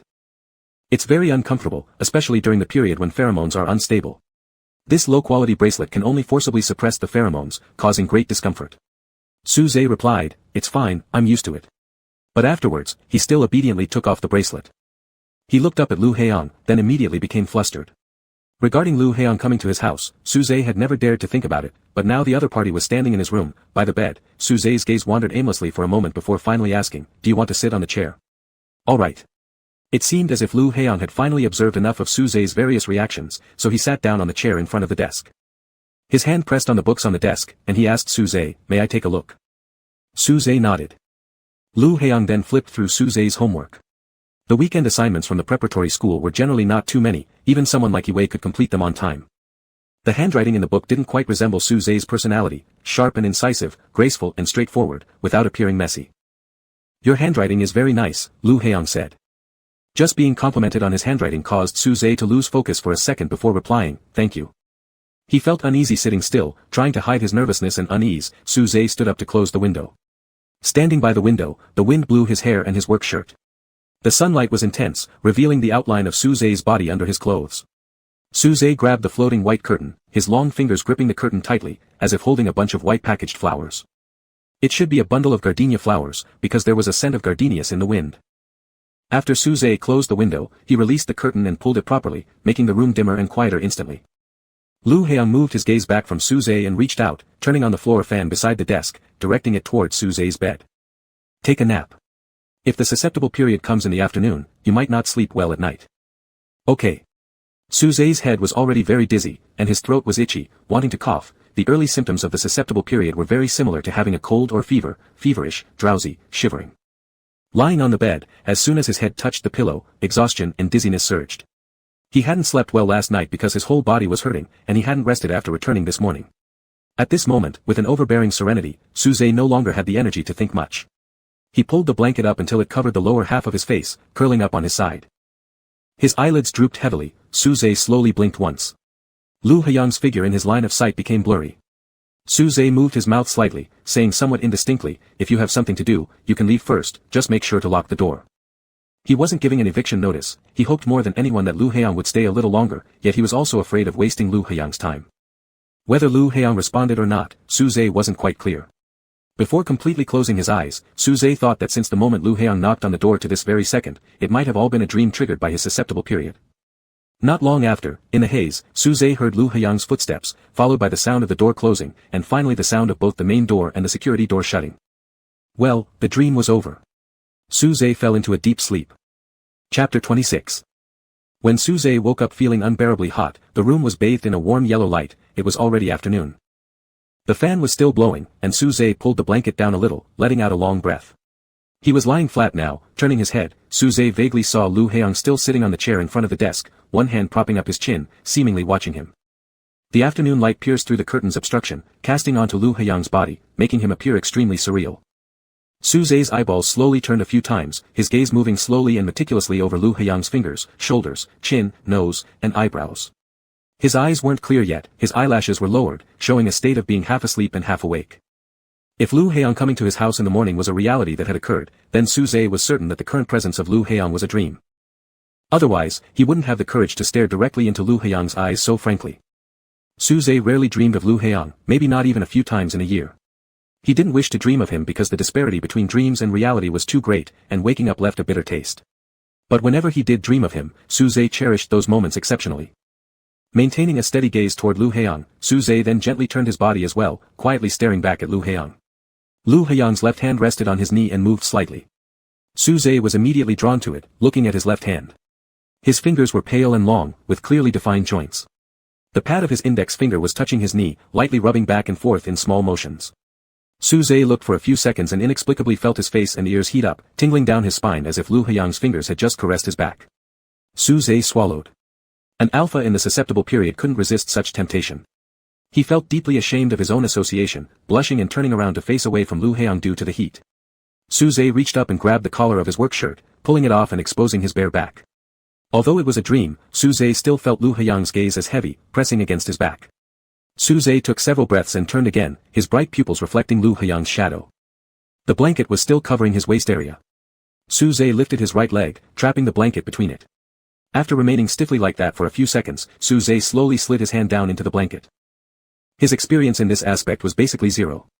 Most of his previous susceptible periods had been endured using suppressants, and during the rare occasions when he entertained similar thoughts, they would quickly fade due to lack of imagination or shame. Mostly he'd just touch himself briefly until the urge passed. It went without saying how absurd the thought of fantasizing about Lu Heong seemed, something Suze could never bring himself to do. But today, it happened in a dream, just a dream. Deeply tempted and encouraged by the illusion, Suze only hoped he'd wake up with no memory of this, otherwise he would never be able to face Lu Heong again. Thinking that, Suze closed his eyes so as not to look at Lu Heong, but soon regretted it. He wanted to see him a few more times. So Suze opened his eyes again, only to quickly avert his gaze after meeting Lu Heong's eyes for a second, feeling too embarrassed to hold it. His ears buzzed incessantly, and faintly amidst the haze, Suze heard a beep sound. He saw Lu Heong press a button on his bracelet, though he didn't know what it was adjusting. Suze breathed heavily, tilting his head upward, revealing his throat as it rolled. He licked his lips, then bit down on his lower lip to stifle any noise. For the first time, he felt so intense. His eyes half closed, redness spreading from his face to his clavicle, his muscles tensed under Lu Heong's calm observation. A few minutes later, Suze shut his eyes tightly, letting out muffled groans as his body arched, trembling slightly. Breathing hard for a moment, Suze opened his eyes again and realized he still hadn't woken up. Then he saw Lu Heong rise and walk toward the bed. Suze stared blankly as Lu Heong approached, placing one hand near his pillow before leaning down close. Suze looked at the flawless face in detail, unable to find even the smallest imperfection. Perhaps there are no perfect people in the world, but Lu Heong's face certainly qualified as such. Suze's lower lip was slightly swollen from biting, and he felt that Lu Heong's features should not have appeared so sharply vivid as in dreams. They always seemed veiled in mist, unclear. Extending his clean left hand, the one that had dislocated last night and still caused pain, he only wished to touch Lu Heong's face, nothing more, just a simple touch. But before Suze could reach Lu Heong's face, he saw Lu Heong frown and then pin his hand. Suze, Lu Heong called his name. The room fell silent except for the fan's rotation. Suze's gaze rose from below, gradually becoming clear. From flushed cheeks to a bloodless pallor, it all happened in an instant. Suze's face turned pale, expressing despair and lifelessness. He could imagine his current appearance, still injured, swollen corners of his mouth, and drenched in sweat from the susceptible period, all signs of his disheveled state, indulging in fantasies about another male alpha. How must Lu Heong perceive him? Suze didn't dare to think further. He couldn't speak, his throat feeling like it was stuffed with sand, his thoughts frozen since discovering the truth and unable to produce any proper reaction. Dr. Shua asked me to remind you, remember to take your medicine and measure your temperature. Lu Heong released Suze's wrist and gently pressed his sweaty chest as he casually said, he also asked whether your lung still hurts. His hand made direct contact with Suze's skin, feeling the rapid heartbeat beneath his palm. Suze remained rigid throughout, using great effort to barely shake his head. Good.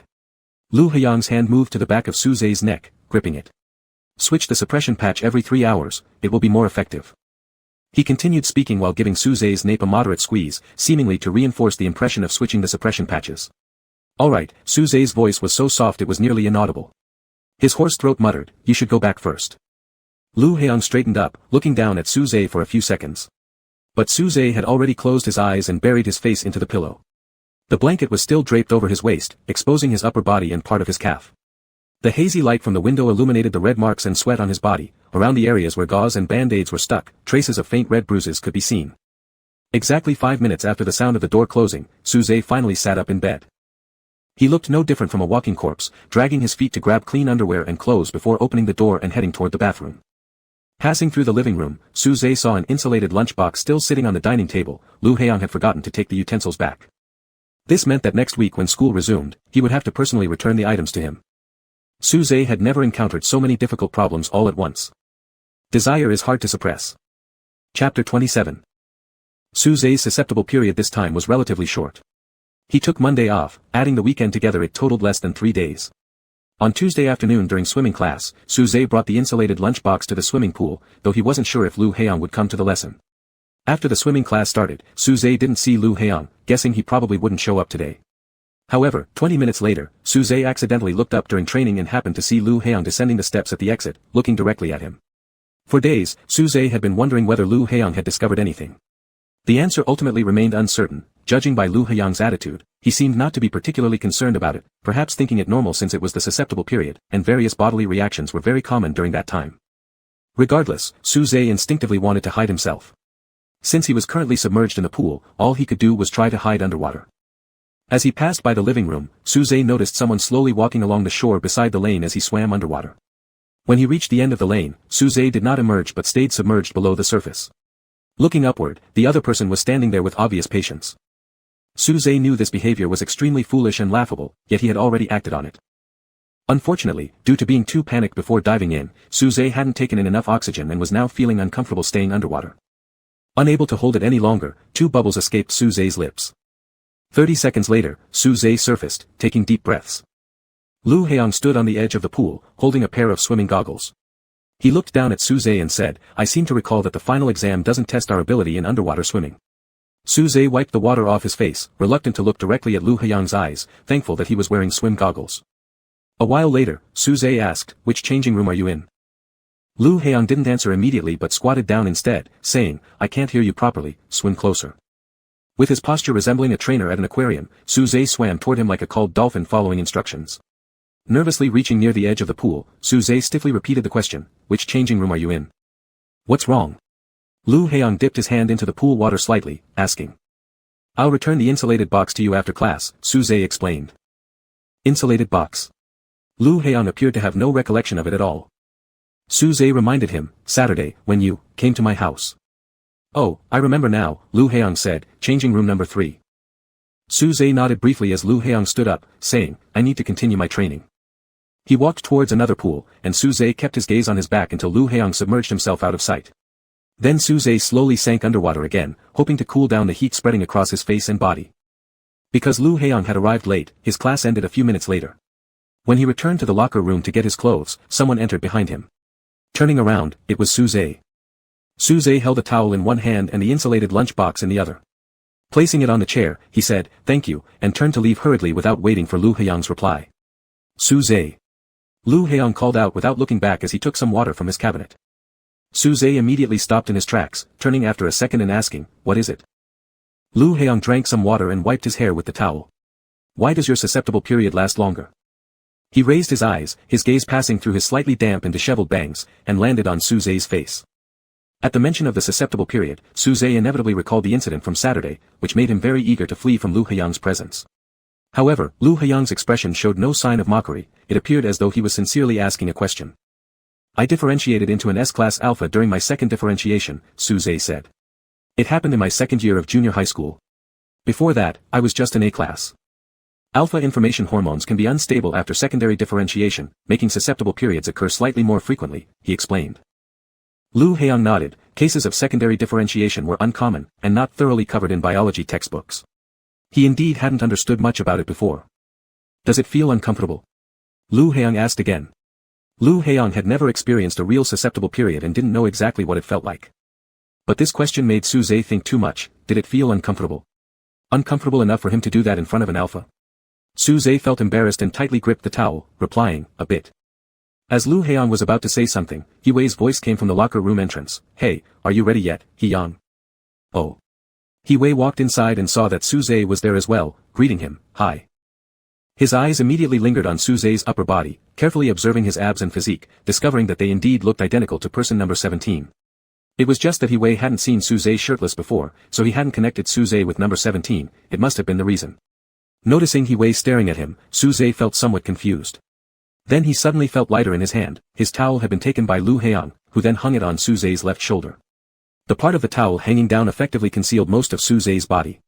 He-Wei's observation was abruptly cut off, and he frowned unhappily, letting out an "eh." Lu Heong calmly interrupted him, "Weren't you going home for dinner today?" "Nope, not going back ever," He-Wei said. "Tonight we're going to a party where I'll introduce some pretty megas to you." Suze kept looking at the ground, knowing he should leave. But the current situation had him standing between He-Wei and Lu Heong. If he suddenly turned around and walked away, it would seem rude. And Suze also lacked experience in breaking into their conversation. He wasn't sure when would be the right moment to say, "I'll go first." "I don't want to go," Lu Heong directly rejected He-Wei's invitation. "You're such a buzzkill, are you even capable?" He-Wei looked disappointed. "Lu Heong, if you don't start dating in high school, are you planning to wait until your uncle arranges a marriage partner for you in college?" After finishing his sentence, Lu Heong remained unreactive, but Suze looked up at Lu Heong. Suze had been standing quietly, so when he raised his head, it appeared somewhat abrupt. Because of this, Lu Heong also glanced at Suze. At the moment their gazes intersected, Suze quickly turned his eyes away. "Suze, are you and Chi Jiahan dating?" He-Wei's attention returned to Suze, asking. Seemingly lost in thought, Suze paused before answering, "No, we're friends." "Then is Chi Jiahan dating another alpha?" No, Suze hesitated again before responding, he has alphasphobia. Actually, Suze was being diplomatic, Qi Jiahan didn't merely fear alphas, he detested them. Suze seemed to be one of the few alphas Qi Jiahan willingly befriended. What does that mean, is he gay? He Wei was shocked. In fact, he had already done thorough research on Qi Jiahan, and the two questions earlier were just random chit-chat. This aspect, however, was unexpected. He probably isn't, Suze hadn't speculated about Qi Jiahan's sexual orientation and didn't believe Qi Jiahan was gay. He Wei fell into thought. Finally, Suze seized the opportunity to interject, I'll go first. Lu Heiyang didn't respond. Suze quickly glanced at him, turned around, and walked out of locker room number 3. Suze went to the shower room to take a bath, then returned to the locker room to gather his things. The swimming hall was almost empty now, very quiet. Suze heard footsteps coming from the hallway and then He Wei's voice. Really not going? He Wei was still persistent about the party. Not going. Lu Heiyang still refused. Suze slowly put on his bracelet. Recalling what He Wei had said earlier, it seemed that Lu Heiyang had not yet started a relationship. Although this matter was essentially unrelated to him, after all, Lu Heiyang's entire life would never be related to him, Suze still felt a bit of guilt lift off his chest. At least it showed that he hadn't been masturbating in front of an alpha who already had a girlfriend at the time. As they slowly approached the entrance of the locker room, Suze's locker was near the door, placing him out of sight behind a wall. What did your cousin say? Lu Heiyang asked He Wei. He said he needs to see how Suze performs first, He Wei responded, I thought maybe we could bring him to the boxing gym on Friday, though I'm not sure if Suze will box this week or not. Didn't he get injured last time? Ask him when the time comes. Hey. He Wei's voice turned inexplicably serious, it seems like you're interested in Suze. How do I put this? You've always been disinterested in other people's affairs, so I'm curious about your intentions. Suze froze mid-motion. His eyes fixated on his wrist as his heartbeat quickened unexpectedly. He wasn't hoping for anything but wondered silently how Lu Heiyang would respond. Is it because you feel pity for him? Sympathy, perhaps. He Wei continued questioning. The sound passed through the wall with incredible clarity, yet several seconds elapsed without any response from Lu Heiyang, seeming like an implicit acknowledgement. The sun had set, and the locker room became dim, with empty compartments resembling dark rectangular mouths capable of swallowing someone whole. Suze's gaze wandered aimlessly. Slowly, he closed the locker door with a low and soft creak. After what felt like an eternity, long enough for their footsteps to fade into the distance, Suze eventually heard Lu Heiyang's reply. Perhaps. Chapter 28. Friday came around, and Lu Heiyang learned from Xiao Feng's message that number 17 had not sat out to recover from injuries this time and had again been arranged to fight in a free entertainment match. Xiao Feng asked Lu Heiyang, how is number 17's injury? Do you know? Lu Heiyang replied, not too clear. Indeed, since Tuesday's swimming class, Lu Heiyang could clearly sense Suze trying to avoid him. They'd accidentally bumped into each other twice on campus, whereupon Suze had changed direction immediately upon spotting him from afar. And once during dismissal, while heading towards the parking lot, Suze was pulling his bicycle out of the shed when He Wei greeted him. Suze simply mumbled a response before hurriedly saying, I'll go first, keeping his head down the entire time without looking at Lu Heiyang. He Wei had then watched Suze's retreating back and strangely asked Lu Heiyang, what did you do to Suze? After dinner, Lu Heiyang and Gu Yunqi went to the west part of town first, waiting in the car for about 10 minutes until He Wei arrived with another alpha. He Yu, my cousin, He Wei shut the car door and introduced him, a good-for-nothing rich second generation. He Yu questioned, are you describing yourself? He Wei chuckled and slung an arm over his shoulder as they entered the building together. When the four arrived, it happened to be halftime during the entertainment matches. As always, number 17 walked onto the ring calmly, showing no signs of having recently recovered from an injury. Concealing pain seemed to be one of his specialties. Number 17 didn't glance at the audience this time, he stayed focused within the range of the octagon cage throughout the match. The opponent's weight class was still heavier than his, yet number 17 made no effort to stir up the audience tonight. He acted quickly, striking steadily, accurately, and harshly, wrapping up the match cleanly within 45 seconds. After watching 3 more consecutive matches and comparing them with other fighters, He Wei asked, what do you think? Not bad. With formal training, he can definitely reach higher levels, and he is by far the most suitable here, He Yu commented, the others have too much hostility. For professional competition, ambition is required, not killing intent. I run a legitimate club, and if they fought this way, the place would be shut down before 2 matches are even finished. In that case, talk to number 17, He Wei turned to ask Lu Heiyang, do you have his phone number? I'll go find him backstage. Lu Heiyang stood up and started walking along the spectators' corridor. Xiao Feng leaned against the door shelling sunflower seeds. Seeing Lu Heiyang approach, he straightened immediately, number 17 isn't backstage. Did he leave? Not really, he's delivering drinks, Xiao Feng explained. Since there's no money earned from fighting in the entertainment match today, he's earning some tips, although small, it pays for a dinner. Thus, according to what Xiao Feng said, Lu Heiyang took the elevator down and reached the hall where drink machines were located. In the pinkish, hazy lighting, his eyes swept across the crowd, landing on an alpha in a baseball cap standing beside a drink vending machine placing bottles inside. A mega waitress dressed in a strapless top and hot pants stood nearby, smiling and saying something to him. After arranging the drinks neatly, Su Zhe straightened up, closed the door, locked it, pulled out the key. The mega waitress took a step forward, hugged Su Zhe's arm, leaning her whole body against him. She tilted her head back, resting her chin on Su Zhe's shoulder and whispered something into his ear with a smile. Su Zhe looked at the mega waitress slightly sideways but didn't show any signs of rejection, he just gently pulled his arm away. The mega waitress then took out a bottle from her bag and handed it to Su Zhe, waved to him, and bounced back to her counter. Su Zhe tidied up the plastic crates on the ground, stacking them together and carrying them in his arms. As he turned around, he saw Lu Heiyang not far away, and his steps clearly paused for a moment. Then Su Zhe lowered his head and walked into another passage to the left. Lu Heiyang calmly followed behind. This passage was narrow, with few people passing by. After walking a few steps inside, Lu Heiyang called out, "Su Zhe." He saw Su Zhe's steps hesitate for a moment before stopping.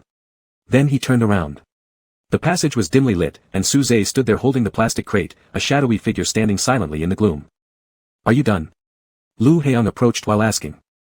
Actually, he had other things he wanted to ask, but He Wei and the others were waiting, so he had to get straight to the most urgent matter. "Is there anything else?" Su Zhe asked softly. He Wei's cousin opened a boxing club not long ago, they participate in professional matches.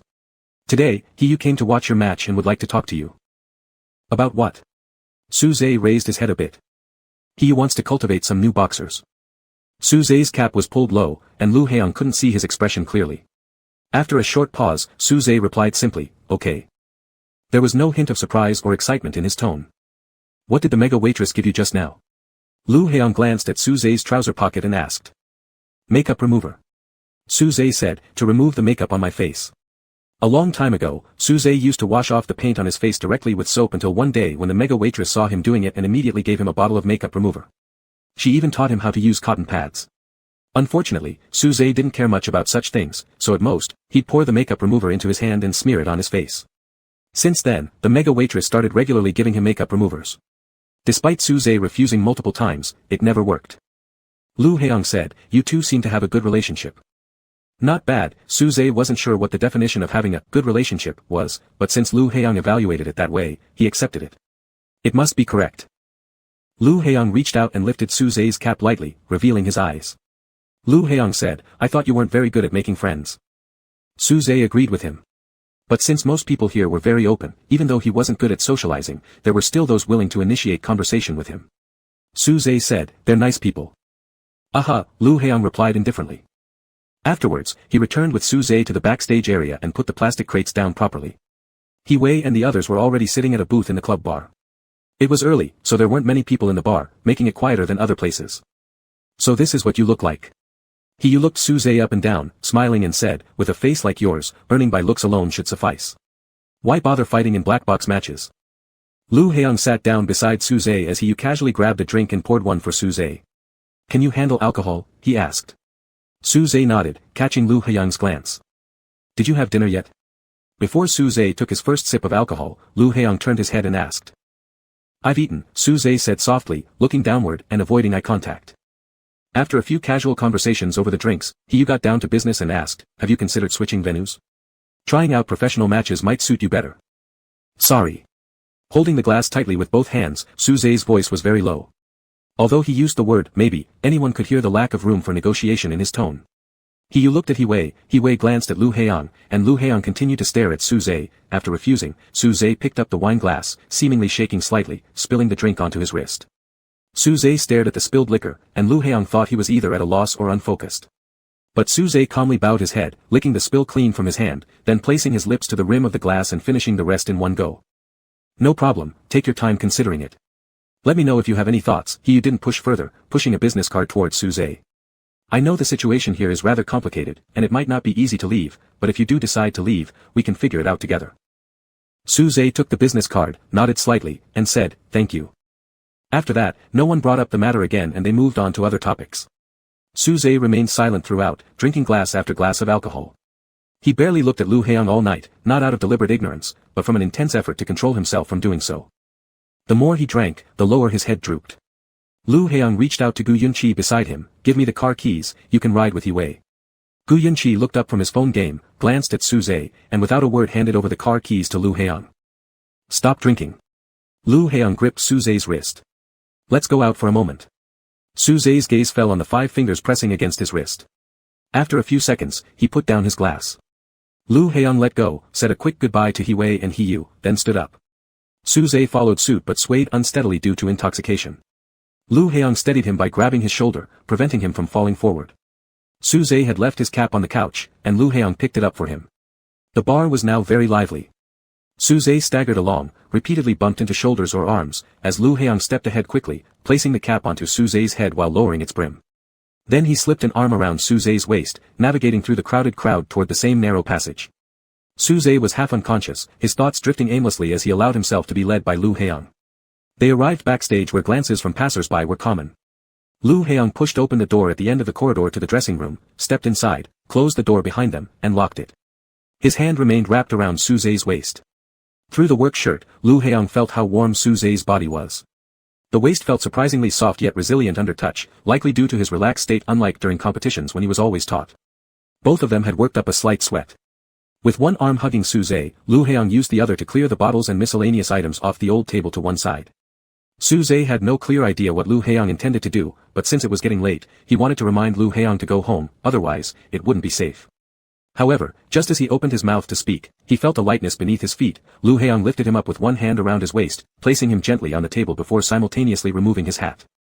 At the moment his hat was taken off, Su Zhe instinctively squinted, but the dim lighting inside the dressing room wasn't blinding. Su Zhe wasn't good at reading others' facial expressions, and being drunk only made him slower.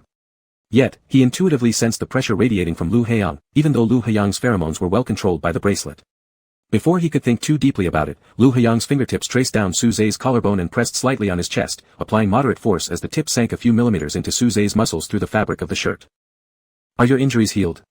Today your match seemed to finish rather quickly." Lu Heong looked down at his own hand instead of Su Zhe's face, his voice low, leaving an air of ambiguity. Su Zhe carefully restrained his breathing as he replied, "They've already healed." "I'm sorry," Lu Heong suddenly said. Su Zhe immediately felt confused, unsure why Lu Heong was apologizing. "It wasn't thoughtful of me to bring Hiyu without telling you in advance to discuss this matter." Lu Heong raised his head, regaining his usual calm composure Su Zhe was familiar with. His hand dropped casually to Su Zhe's hip. "No problem," Su Zhe shook his head right away. "It doesn't matter." Anyway, regardless of when Hiyu would have come to ask, his answer would remain unchanged. Lu Heong, who kindly tried to help him, had no reason whatsoever to apologize, it simply didn't make sense. "Can you tell me the reason?" Lu Heong stood between Su Zhe's legs, leaning his hands on the edge of the table and gazed up at him. Su Zhe turned his head uncomfortably to avoid direct eye contact. "I signed a contract, 1.5 years long. There is still more than half a year left. Breaking the contract will be quite troublesome." Whether it was the breach penalty or Tang Fei, both were extremely complex issues. "What are your thoughts?" Lu Heong asked. Su Zhe paused silently for a while but refused to meet Lu Heong's eyes, replying, "I need to stay here." "Su Zhe," Lu Heong lightly patted the outside of Su Zhe's thigh as a reminder, "look at me." This single command momentarily stopped Su Zhe's breathing. He slowly shifted his gaze towards Lu Heong. As their eyes locked closely together, a rush of dizziness mingled with heat surged in his mind, making it hard for him to breathe. He realized he was wrong. Lu Heong meant well by helping him, yet he not only rejected the offer but also stuttered ambiguously without clear reasoning. If he were Lu Heong, he'd feel displeased too.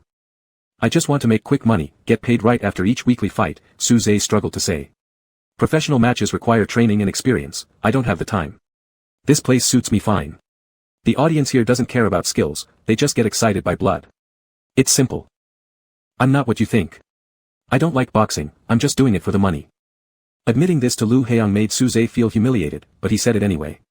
He wanted Lu Heong to understand that he wasn't worth pitying at all. "I didn't imagine you as anything special." Lu Heong looked at him. "It's your choice." The more Lu Heong said this, the more uneasy Su Zhe felt. "Sorry," Su Zhe bowed his head. "You shouldn't be bothered with me, also." His throat tightened before he continued, "Don't feel sorry for me." Under normal circumstances, Su Zhe would absolutely never say such words, but today, after drinking a lot, he could barely bring himself to utter them. Su Zhe didn't see himself as tragic. Not everyone has good luck or fortune, he simply hadn't received any. There are plenty of people in the world just like him.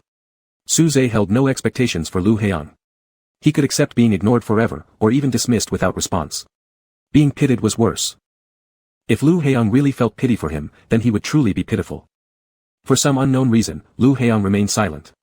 Suze closed his eyes, leaned his head back against the wall. He was dizzy, every second of silence seemed stretched infinitely, feeling like an eternity had passed.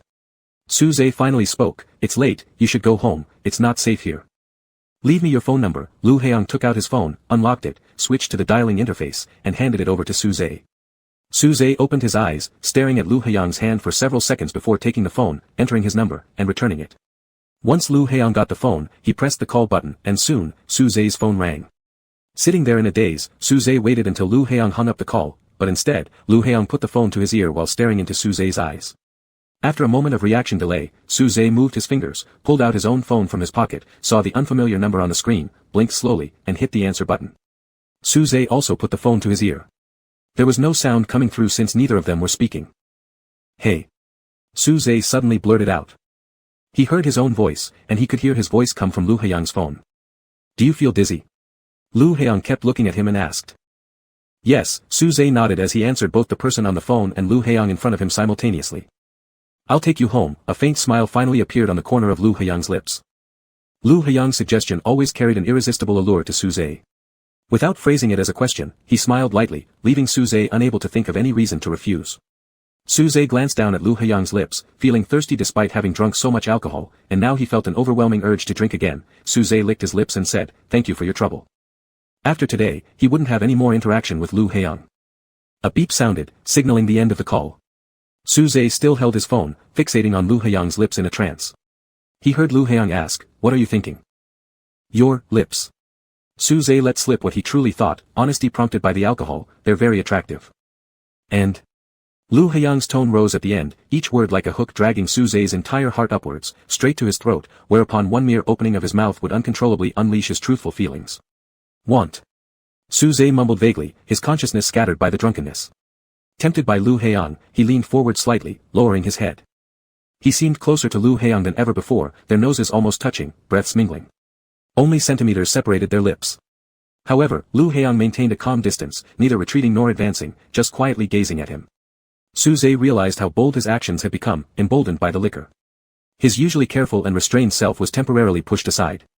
His breathing quivered, and he could hear his rapid heartbeat, pounding like a war drum. But ultimately, Suze backed off just before reaching the finish line. Suze turned his head, hanging it low, only pressing his forehead against Lu Heiyang's shoulder. He wasn't direct or courageous enough. If it were someone else, they might have already actively seized the opportunity, but he was Suze. No matter how much alcohol he drank, there were still things he dared not do. "Do you want 3 chances?" Lu Heiyang suddenly asked.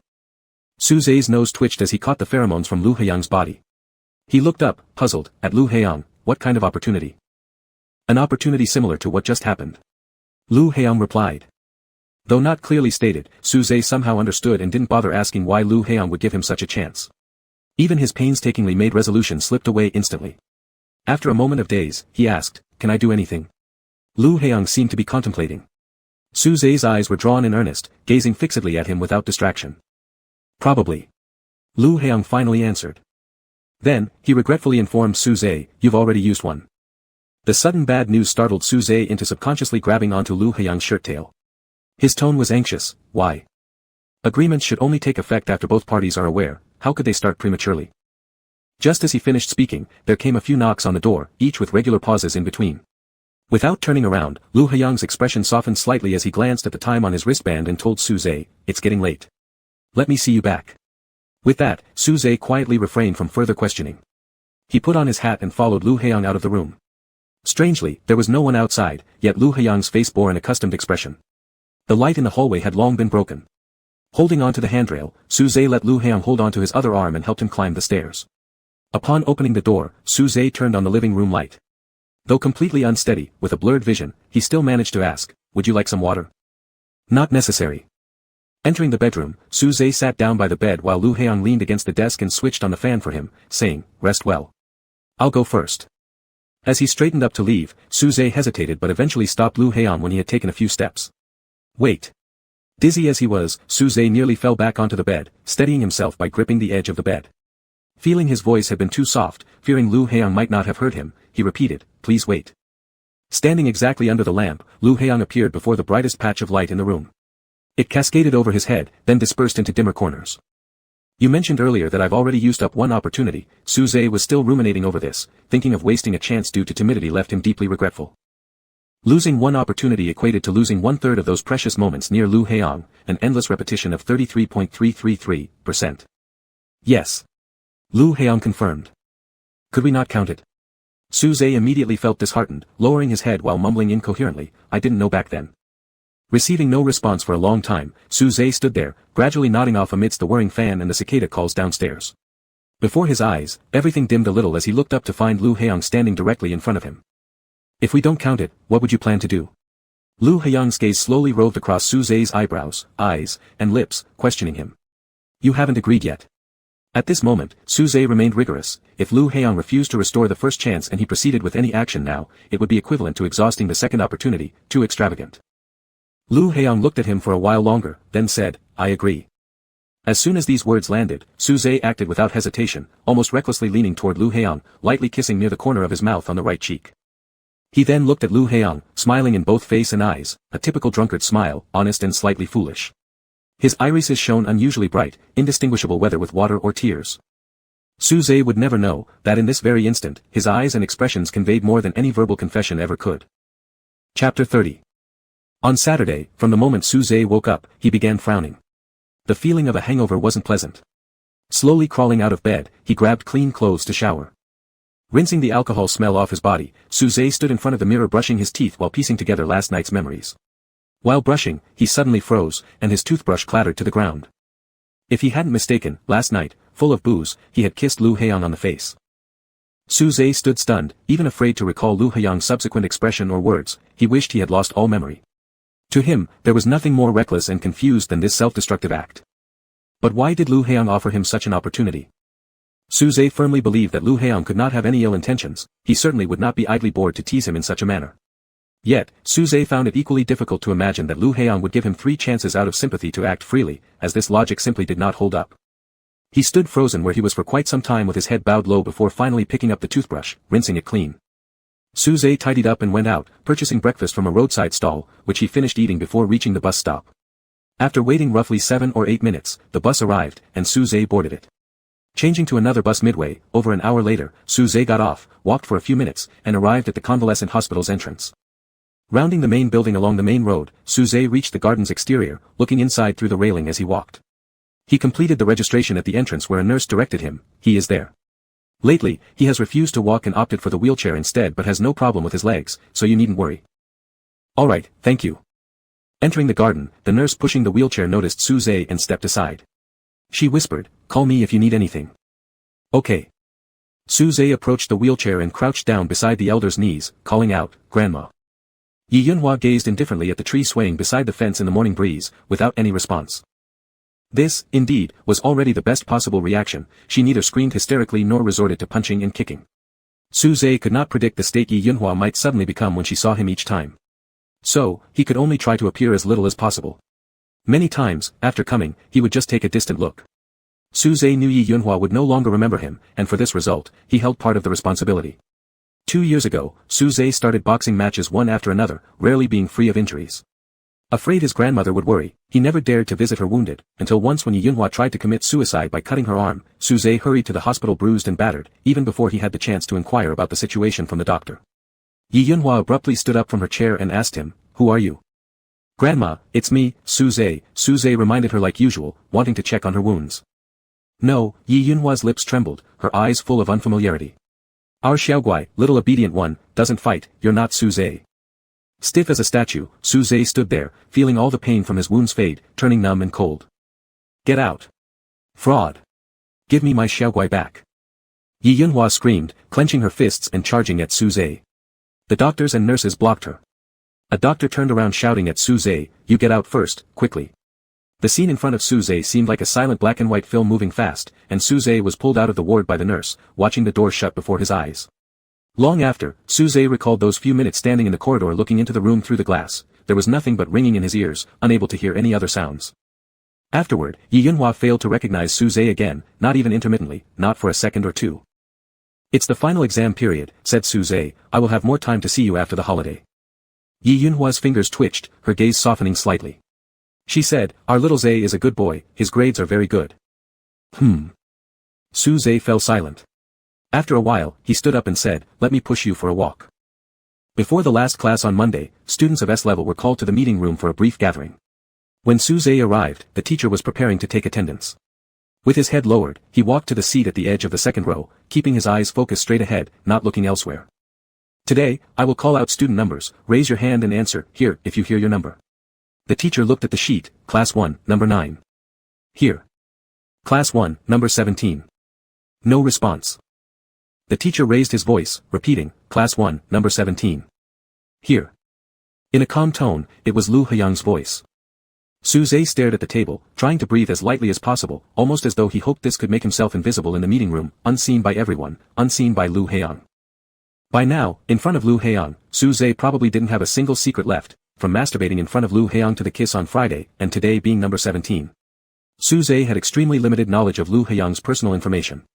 He hadn't deliberately searched or probed into them, nor was he particularly skilled at doing so. All he knew about Lu Heyang was his name, age, class, and student number.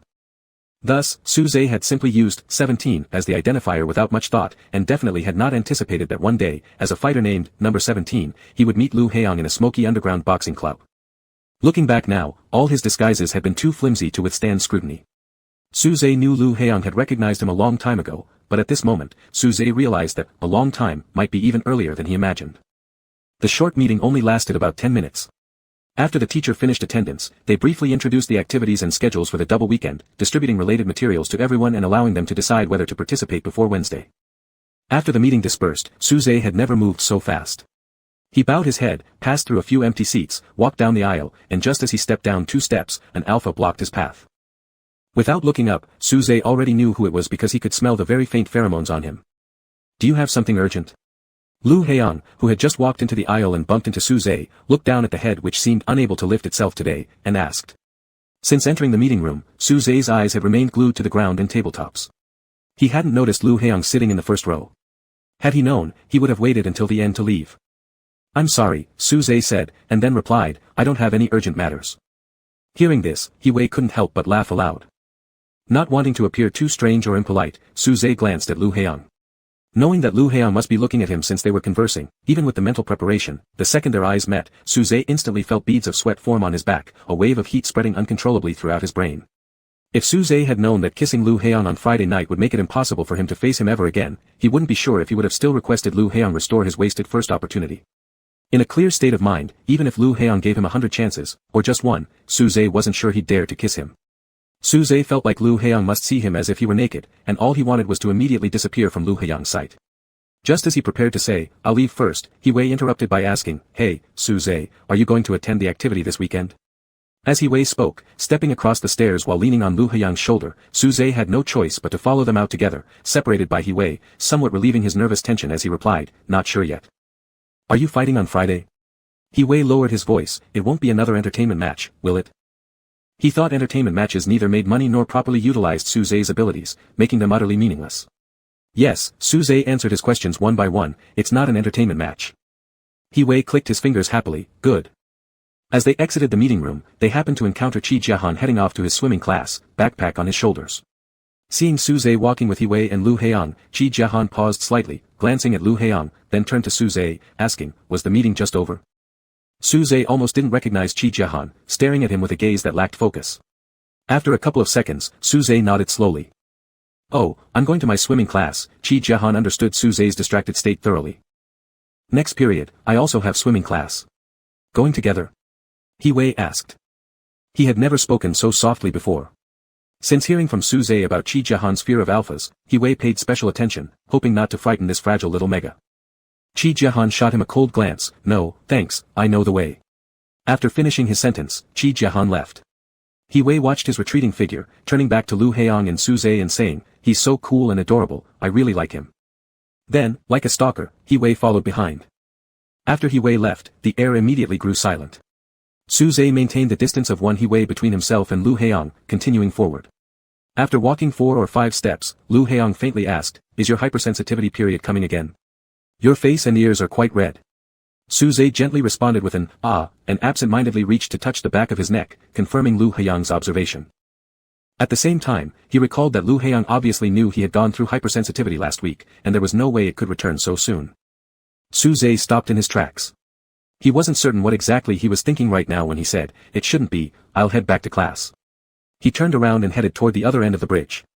As Lu Heong looked back at Suze's retreating figure, he actually wished to remind Suze, "You're going the wrong way, your classroom isn't that direction." Difficult to speak, difficult to stop. Chapter 31. On Friday evening, Suze arrived a little later than usual, but it was still early before his performance. He went backstage to carry 2 boxes of beverages to the hall and restocked the vending machines. The vending machines were scattered in different locations. When refilling the third one, Suze inadvertently looked up while opening the glass door, and his gaze immediately froze in a certain direction, unable to move.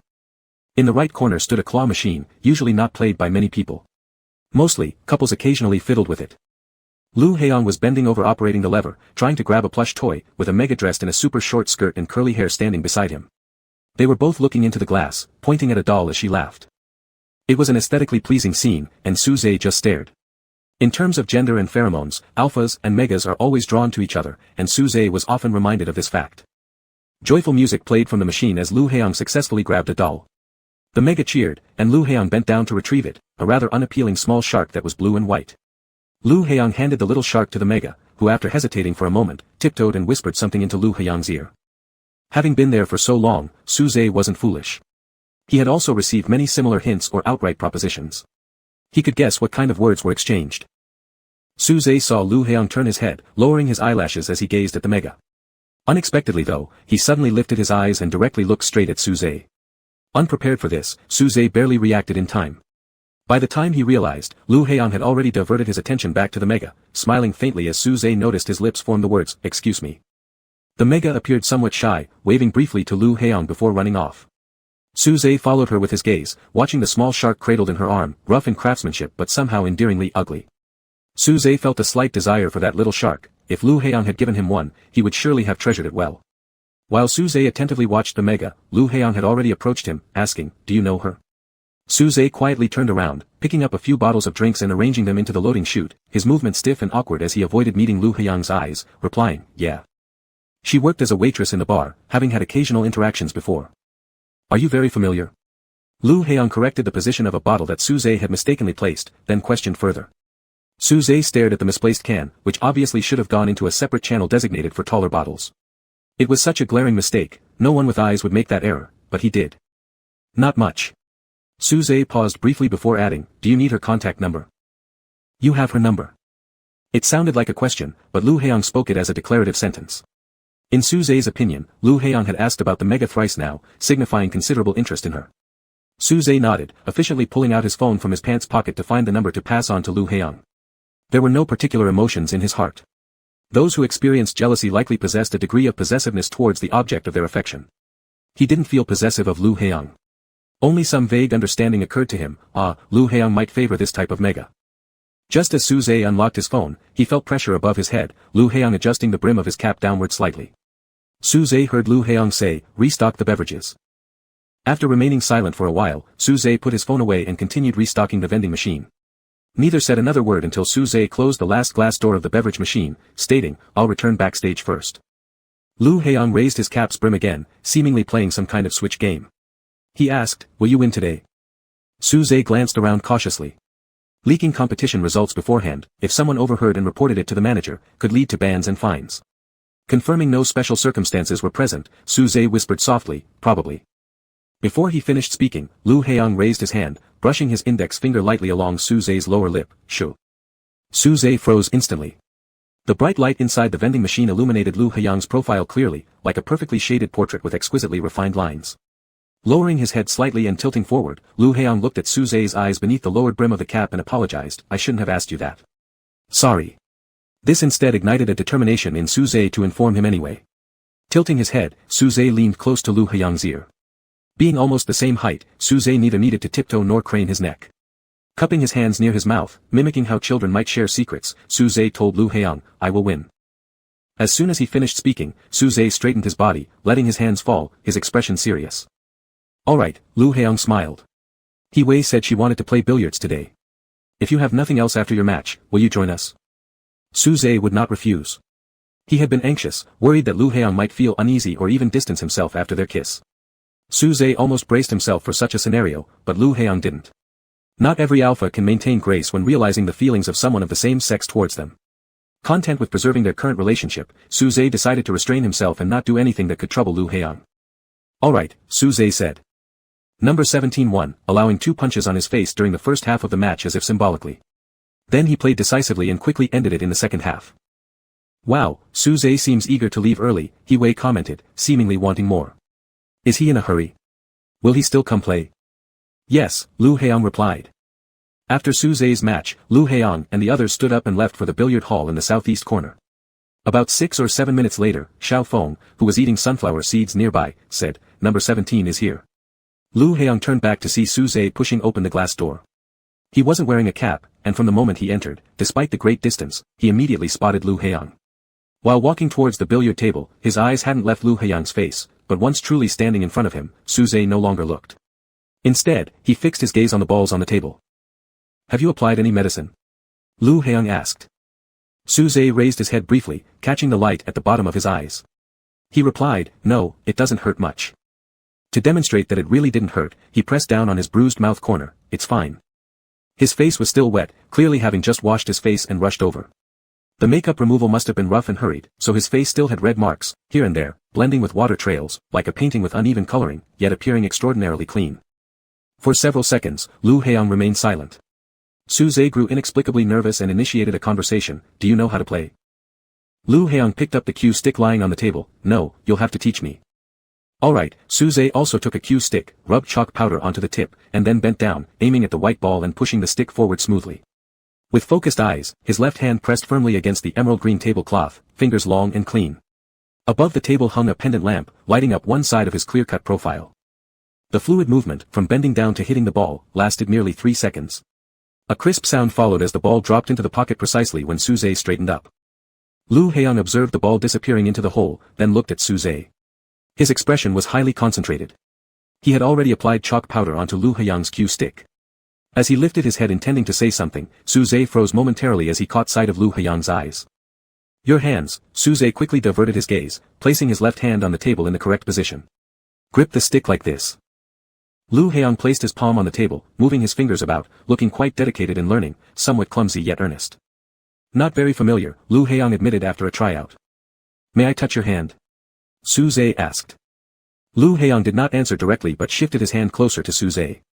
Su-zhe hesitated slightly for a second before reaching out, carefully adjusting each finger of Lu Heong. Afterward, he put his own hand 5 centimeters away from Lu Heong, bending his waist, holding the stick properly, demonstrating the entire posture. He Wei was playing with Gu Yunqi at the adjacent table. Halfway through, sensing something amiss, he glanced toward Lu Heong's side. Is this right? Didn't Lu Heong usually excel at billiards? What is he doing? Gu Yunqi, without looking up, replied, Mind your own business. One side of your body should be tilted slightly, this arm rests on the surface while keeping your shoulders elevated. Over here, Su-zhe was giving his all to instruct, leaning over the table, his spine and muscle lines visible through his white uniform. His waist curved slightly downwards. Lu Heong lowered his eyes at him for a while, then leaned forward, raising his shoulder and gripping the stick. Su-zhe's profile was just beside him, prompting Lu Heong to suddenly ask, What brand of shampoo do you use? A rather unexpected question indeed, Su-zhe doubted his ears, turning his head only to realize how dangerously close they were. Su-zhe immediately turned back around, gazing at the billiard table, stating a brand name, adding, thinking Lu Heong probably hadn't heard of it, it's pretty cheap. He thought Lu Heong disliked the scent, feeling awkward as he planned to stand further away, until he heard Lu Heong say, It smells really nice. Su-zhe was stunned for a moment. Before he could react, with a clack, Lu Heong struck the cue ball at an almost impossible angle, neatly pocketing Su-zhe's target ball. Su-zhe slowly blinked, straightened up, and sincerely complimented him, You play very well. It's because you taught me well. Leaning against the side of the pool table, Lu Heong asked, Do you come here to play often? Yeah, I play with others. Lu Heong curved his lips into a smile, but Su-zhe felt that it wasn't genuine. Instead, he appeared rather aloof, somehow indescribable. Lu Heong asked again, Who do you play with? Other boxers, or some customers who ask me to play with them. Su-zhe honestly replied. Number 17 charges for accompaniment. Xiao Feng appeared holding a box of cut fruit, placing it on the edge of the table. And number 17 can play blindfolded. Seeing Lu Heiyang raise an eyebrow slightly, Xiao Feng quickly added, I'll get the eye mask. He soon brought over a black eye mask. After confirming his target ball and angle, Su Zhe put the mask on. Lu Heiyang noticed how after putting on the eye mask, Su Zhe's previously pursed lips parted slightly as if he were a little nervous. Does Su Zhe always feel this nervous when he plays blindfolded with others? Will you be going to tomorrow's event? Before starting, Lu Heiyang asked. Su Zhe nodded, hesitated for a moment, then asked, Are you going? Yes. Lu Heiyang said, Has the teacher sent you your room number? Sent it. Room 1203. Su Zhe paused another moment, unable to help asking, What about you? Room 1205, He-Wei is in 1204. This short exchange successfully caused Su Zhe to forget the angle he had previously confirmed, yet he didn't take off the eye mask to check again. Instead, he relied on his senses, bending down and carefully extending the cue stick until it just touched the white ball. Lu Heiyang reached out, lightly hooking his waist and pulling him slightly toward himself, saying, A bit more to the left. Following his guidance, Su Zhe shifted a little to the left. Even though he was wearing an eye mask, he still accurately locked onto the 3-ball. The light shone on him. Su Zhe had a prominent nose, and his mouth slightly ajar with lips slightly curved upwards, not too thin, showing a proper degree of fullness, indeed, the softest part of his usually aloof face. This belonged to the category of looking particularly good to kiss. Holding his breath, Su Zhe pushed forward with the cue stick. Someone nearby suddenly cheered for no apparent reason, making Su Zhe unable to hear the sound of the ball dropping. He asked Lu Heiyang, Did it go in? What do you think? Lu Heiyang countered. I don't know.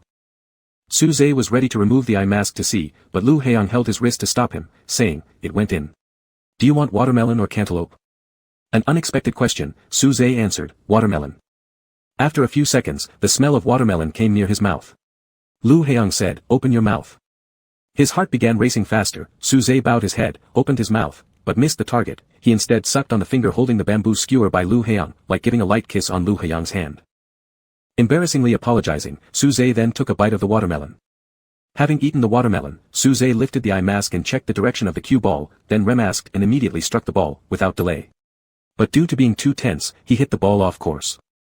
Not hearing the sound of the ball falling into the pocket, Su Zhe stood there looking somewhat disappointed. Of course, it wasn't because of missing the goal that made him feel disappointed, it was because failing meant Lu Heiyang wouldn't feed him watermelon anymore. Just as he was about to remove the eye mask, something cool touched his lips. It was the watermelon. Su Zhe heard Lu Heiyang say, Because you didn't make it, as punishment, this piece of watermelon will be smaller. This wasn't punishment at all, Su Zhe blankly thought. He extended his tongue to lick the watermelon, ensuring he wouldn't touch Lu Heiyang's fingers before slowly biting into the watermelon. It turns out that even failure has its rewards. For Su Zhe, losing means being covered in bruises and bloodstains, meaning someone would be disappointed, meaning avoid. But Lu Heiyang always acted contrary to what was expected. In the aftermath of his losing matches, he would present him with expensive new gloves to celebrate the next victory in advance. When Su Zhe didn't sink the ball, he used a small piece of watermelon as a punishment that really couldn't be considered a punishment. Su Zhe suddenly found Lu Heiyang strange, and this strangeness made him more special in Su Zhe's heart. Hard to stop. Chapter 32. On Saturday morning, the S-level students gathered at the gate of the preparatory school to take a bus to another city for an event. Gu Yunqi didn't come this time because his family required him to attend a banquet.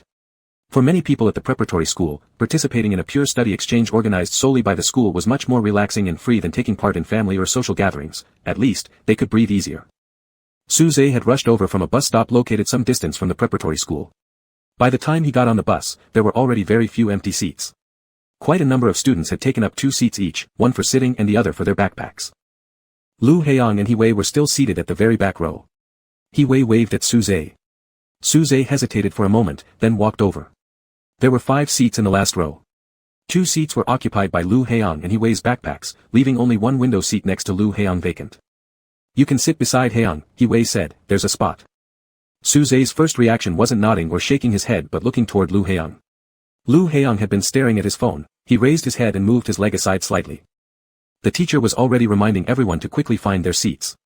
Holding on to the front seat, Su Zhe stepped inside after brushing past Lu Heiyang's knee and sat down, placing his backpack on his lap. Give me your bag, Lu Heiyang said. Without questioning why, Su Zhe handed it over when Lu Heiyang asked for it. After receiving it, Lu Heiyang took out Su Zhe's water bottle and gave it to him before passing the backpack to He-Wei, asking him to place it on the vacant seat. The bus started moving, and He-Wei invited Lu Heiyang to join a game online. Then he asked Su Zhe, do you play games? I don't, Su Zhe shook his head. He had no interest in gaming, plus his phone was old with performance and memory just enough for receiving school documents and text messages, making calls, or engaging in online chats. So self-disciplined, are you like a Taoist monk? He Wei teased him. No, Su Zhe replied. He Wei burst into laughter instantly. Some people were like that, lacking a sense of humor, clumsy with words, rigid and unyielding, immune to all jokes and teasing, yet serious enough to answer nonsense questions, a different kind of interesting indeed.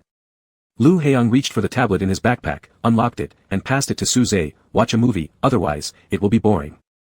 The curtains weren't drawn yet.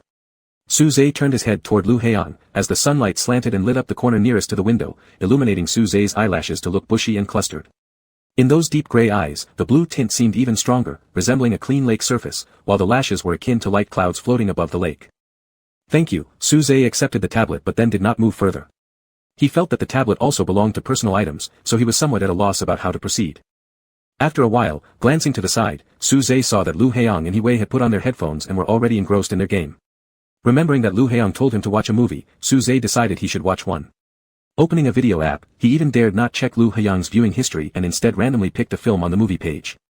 The volume was adjusted by Su Zhe to be very low to avoid disturbing others. About 10 or 15 minutes later, Su Zhe felt Lu Heiyang suddenly lean closer. Turning his head, the sightline included Lu Heiyang's lips and chin very close, accompanied by a faint waft of pheromones. Lu Heiyang stretched his hand over Su Zhe's body to draw the curtain tightly shut and asked him, "Aren't you feeling the sun? What are you watching?" "It's okay." Su Zhe still instinctively answered every question individually, "I'm watching a movie." Lu Heiyang looked down at the screen. "Is it an animated film?"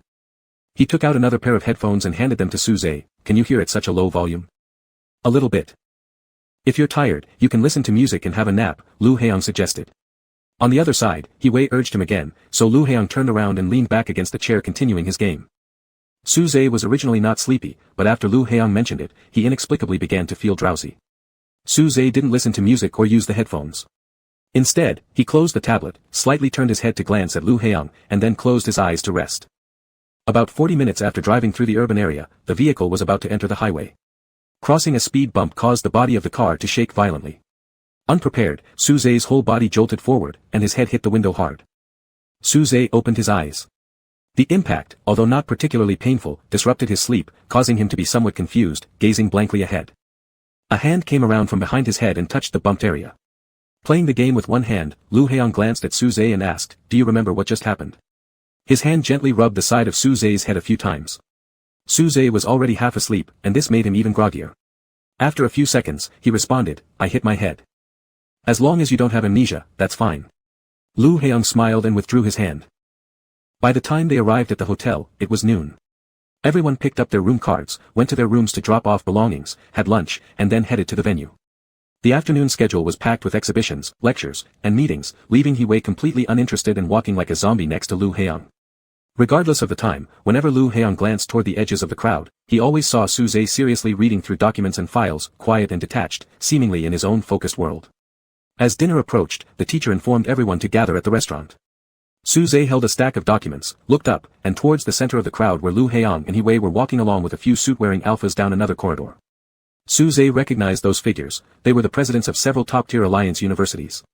One of the presidents patted Lu Heiyang on the shoulder and laughed as he spoke. Su Zhe packed his materials and turned toward the dining room. Everyone here was S-level, yet there was an enormous gap between one S-level and another, just like between Lu Heiyang and himself. After dinner, most of the S-level students left the hotel for free activities. Su Zhe returned to his room alone and carefully reviewed the documents at the desk. The event was self-funded, but Su Zhe decided to attend because he could obtain the true questions from past early admission tests and other information from the Alliance's representative institutions. At 9:30 p.m., after finishing his shower, Su Zhe planned to complete half a set of practice exams before sleeping. As he was hanging the towel to dry his hair, his phone rang. Su Zhe picked it up and saw the name, Lu Heiyang, displayed neatly on the screen. He looked at the window for a few seconds, hesitated, and then answered. "Hello." "Wow," came He Wei's voice, "you sound much gentler over the phone." Su Zhe relaxed his shoulders slightly and asked, "Is there something you need?" "Oh, I guess it was a wrong impression, it's still quite cold." He Wei laughed, "Are you in your room? I bought some desserts with Heiyang. Do you want to come over and have some?" "You eat them," Su Zhe said, "I won't come." He knew he was dull, boring, and talkative. His presence would only ruin others' moods, so he deliberately avoided joining. A slight noise came from the other end, followed by a voice clear yet low in the phone, "Su Zhe." Almost instinctively, Suze touched behind his ear, which felt a bit itchy, and replied with a Room 1205, Lu Heong said succinctly, will you come over? It sounded like he was speaking right next to him. Suze's throat moved, and he couldn't refuse. He felt as if an invisible rope was tied around his neck, with Lu Heong pulling it gently, making him move forward. Okay, Suze said. He stood in his room for a while, his hair not fully dry. Suze ran his fingers through it absent-mindedly, grabbed his room card, and stepped out. Upon arriving outside room 1205, Suze pressed the doorbell, and Hee-wei quickly opened it for him. I just took a shower with Heong, Hee-wei said, we bought ice cream. Suze nodded and entered. Lu Heong was putting the towel he used to dry his hair on a chair, his semi-damp hair casually fell across his forehead. He turned to look at Suze for a moment before picking up his bracelet and putting it on. Hee-wei sat down on the sofa, saying, why are you wearing a bracelet at night? Aren't we all alphas in this room? Because you can't control yourself after drinking? Hee-wei teased mischievously, were you thinking about that mega in the bar earlier? Are you regretting not giving him your number? Has Chi Jiahao been nice to you recently? Lu Heong asked. Hee-wei immediately stopped laughing. Eat the ice cream, Hee-wei turned to Suze, we wanted to invite you to the bar earlier, but figured you probably wouldn't like it. Suze asked, did you drink alcohol? Go to a bar and not drink alcohol. Drink milk instead. Hee-wei shrugged nonchalantly, we'll meet up tomorrow morning at 10 o'clock, so it doesn't matter if we sleep in a little late. Suze nodded, turned around, and noticed the water dispenser was off. He walked over and pressed the button for hot water. Then he returned to the couch and sat down on the empty spot next to Hee-wei, saying, if you've had alcohol, drink a cup of hot water before bed. It will make you feel better. So consider it, Hee-wei pushed the ice cream towards Suze and asked, Suze, what kind of mega do you like? Suze instinctively wanted to look at Lu Heong, but he stopped halfway after raising his head. Instead, he stared at the coffee table and replied, I don't have a particular type. There must be something, Hee-wei insisted, nudging Suze's shoulder. Tell me, satisfy my curiosity. Hee-wei was an extremely persistent alpha who became even more insistent after drinking. Having no choice, Suze reached for the ice cream lid to open it. However, Hee-wei kept bumping his shoulder and nearly knocked the ice cream out of Suze's hands. Cute ones, Suze reluctantly said. If someone else had asked him, he would have remained silent. But since Hee-wei meant no harm, Suze made the effort to answer. I think there's nobody who doesn't like cute people, Suze explained. So this answer shouldn't be wrong, it's broad and foolproof. Lu Heong sat on the single sofa, propping up his chin while checking his phone. Upon hearing this, he looked up at Suze. Yes, Hee-wei nodded firmly, taking out his phone. Let me introduce you to a few, I promise they are super cute. He was almost more enthusiastic than a pimp. Immediately realizing this, Suze declined by saying, no thanks, but Hee-wei grabbed his shoulder tightly as if to stop him from leaving and showed him some photos. This one, is he not adorable? He plays the piano very well. And this one. Suze. Hearing Lu Heong calling his name, Suze immediately looked up, meeting Lu Heong's gaze. Your ice cream is melting, Lu Heong pointed out. Suze glanced at the plump ice cream scoop in his hand, nodded, and took a bite. Hee-wei was still scrolling through his phone when Lu Heong reminded him, didn't your mom ask you to call her tonight? Huh. I almost forgot, Hee-wei removed his hand from Suze's shoulder and checked the time. It's almost 10. I'd better call my mom. Saying that, he stood up but bent down to whisper conspiratorially into Suze's ear, we'll continue showing you on the way back tomorrow. Before Suze could react, Hee-wei gave him a cheerful wink and left. The door closed, and the room grew quiet instantly. Suze belatedly realized that he should have gone with Hee-wei, every second alone with Lu Heong made him unusually nervous. A click sound interrupted, hot water was ready. Lu Heong got up, walked to the water dispenser, and started pouring. Suze absent-mindedly ate the rich, creamy vanilla-scented ice cream. Do you like cute mega alphas? Lu Heong suddenly asked while filling his cup. Suze froze for a moment, unsure of what Lu Heong implied. After a couple seconds, Suze started putting the pieces together and guessed that Lu Heong probably got the idea from Hee-wei's earlier words and decided to introduce him to some pure-hearted mega alphas to get rid of any potential entanglement. This approach seemed tactful yet effective, a perfect solution for his own ambiguous pursuit. Lowering his eyes, Suze gazed at the ice cream in his hand without answering. He felt Lu Heong come closer to him. Then, Lu Heong's hand descended from above, caressed Suze's right cheek, and his fingertips rested gently on his jawline, tilting his head up. Lu Heong's palm was warm, just like the water cup he had just picked up. As Suze tilted his head up, Lu Heong's face appeared flawless even from this angle. Suze shifted slightly, wanting to turn away but hesitated and ended up subconsciously rubbing his face against Lu Heong's palm instead. Does this question upset you? Lu Heong leaned down and asked. Suze licked off a bit of remaining ice cream from his lips and replied, no. I won't ask again, Lu Heong said softly, his thumb gently wiping a corner of Suze's mouth. He then pulled back his hand and held the cup of lukewarm water to take a sip. Su Zhe's gaze lingered on Lu Heyang's hand. He always thought Lu Heyang's hands were beautiful. The only time he ever touched them was when teaching him how to hold a cue stick during pool games, a fleeting, brief contact. He zoned out staring at Lu Heyang's hands. Mistaking his interest, Lu Heyang raised his arm and showed him the bracelet. Are you looking at this? Su Zhe, of course, wouldn't say that he was actually admiring his hand, so he simply nodded. In that case, take a closer look, Lu Heyang suggested. With Lu Heyang's permission, Su Zhe tentatively touched the bracelet. The screen lit up responsively. Accidentally, Su Zhe's finger hit a button, and the bracelet emitted a soft beep. Unsure what he had pressed, he was about to apologize until he quickly realized, it was the button to lower the setting. Su Zhe had caught a whiff of Lu Heyang's pheromones, dominant, overpowering, S-class alpha pheromones. Pheromones were honest things. Just like how Su Zhe always felt grateful that Lu Heyang's bracelet was of good quality, able to thoroughly block his own pheromones whenever he was in front of Lu Heyang. Su Zhe frowned. His bracelet didn't perform as well in every aspect, it couldn't shield against Lu Heyang's pheromones, the sensation of pheromone interference between two alphas wasn't pleasant at all. He tried to adjust the setting back but couldn't find the button, and Lu Heyang seemed indifferent. After a moment of silence, Su Zhe looked up and asked, do you feel uncomfortable? Alpha-omega pheromones tended to be somewhat less controllable after drinking alcohol, and if Lu Heyang had been keeping his settings high all this time, he should now be quite uncomfortable. Lu Heyang sat next to Su Zhe and calmly asked, which aspect do you mean? That question reminded Su Zhe, he hadn't thought about it from that perspective originally. Su Zhe turned to glance at Lu Heyang, who was sipping water. Su Zhe felt the ice cream was getting warm in his hands due to his nervousness, Lu Heyang's pheromones affecting him like an invisible force, clouding his rationality and making him restless, uneasy. Before he could gather his thoughts, Su Zhe heard himself blurt out something uncontrollably, asking, should I help you? Chapter 33. When Su Zhe stood between Lu Heyang's legs, he still had a mouthful of ice cream. Too nervous to waste it, he swallowed the last bite before standing up. He thought he probably appeared like an alpha taking advantage during Mega Proestrus, because Lu Heyang was scrutinizing him with an examining gaze. Su Zhe didn't dare to look up. Can I borrow your bracelet? Su Zhe knelt on one knee in front of Lu Heyang and asked quietly. He wanted to cut off his own pheromones since an alpha's pheromones would have no stimulating effect on Lu Heyang, they might just irritate him instead. Lu Heyang didn't answer. He straightened up, took off the bracelet, then grabbed Su Zhe's hand to put it on for him. Su Zhe lowered both knees fully onto the ground. When he reached to unfasten Lu Heyang's sport pants belt, his trembling hands wouldn't obey properly. Suddenly, a weight pressed on top of his head, it was Lu Heyang placing his hand there. Su Zhe assumed Lu Heyang was finally regaining composure and about to push him away, but instead, Lu Heyang simply inserted his fingers into Su Zhe's hair, rubbing Su Zhe's scalp with his fingertips, sending tingles down Su Zhe's spine. Su Zhe couldn't figure out why Lu Heyang didn't refuse, yet inexplicable things in the world far surpassed this singular occurrence. Su Zhe stopped pondering further since he seldom possessed much ability to think around Lu Heyang anyway. The moment it ended, Lu Heyang managed to pull out in what could be considered timely.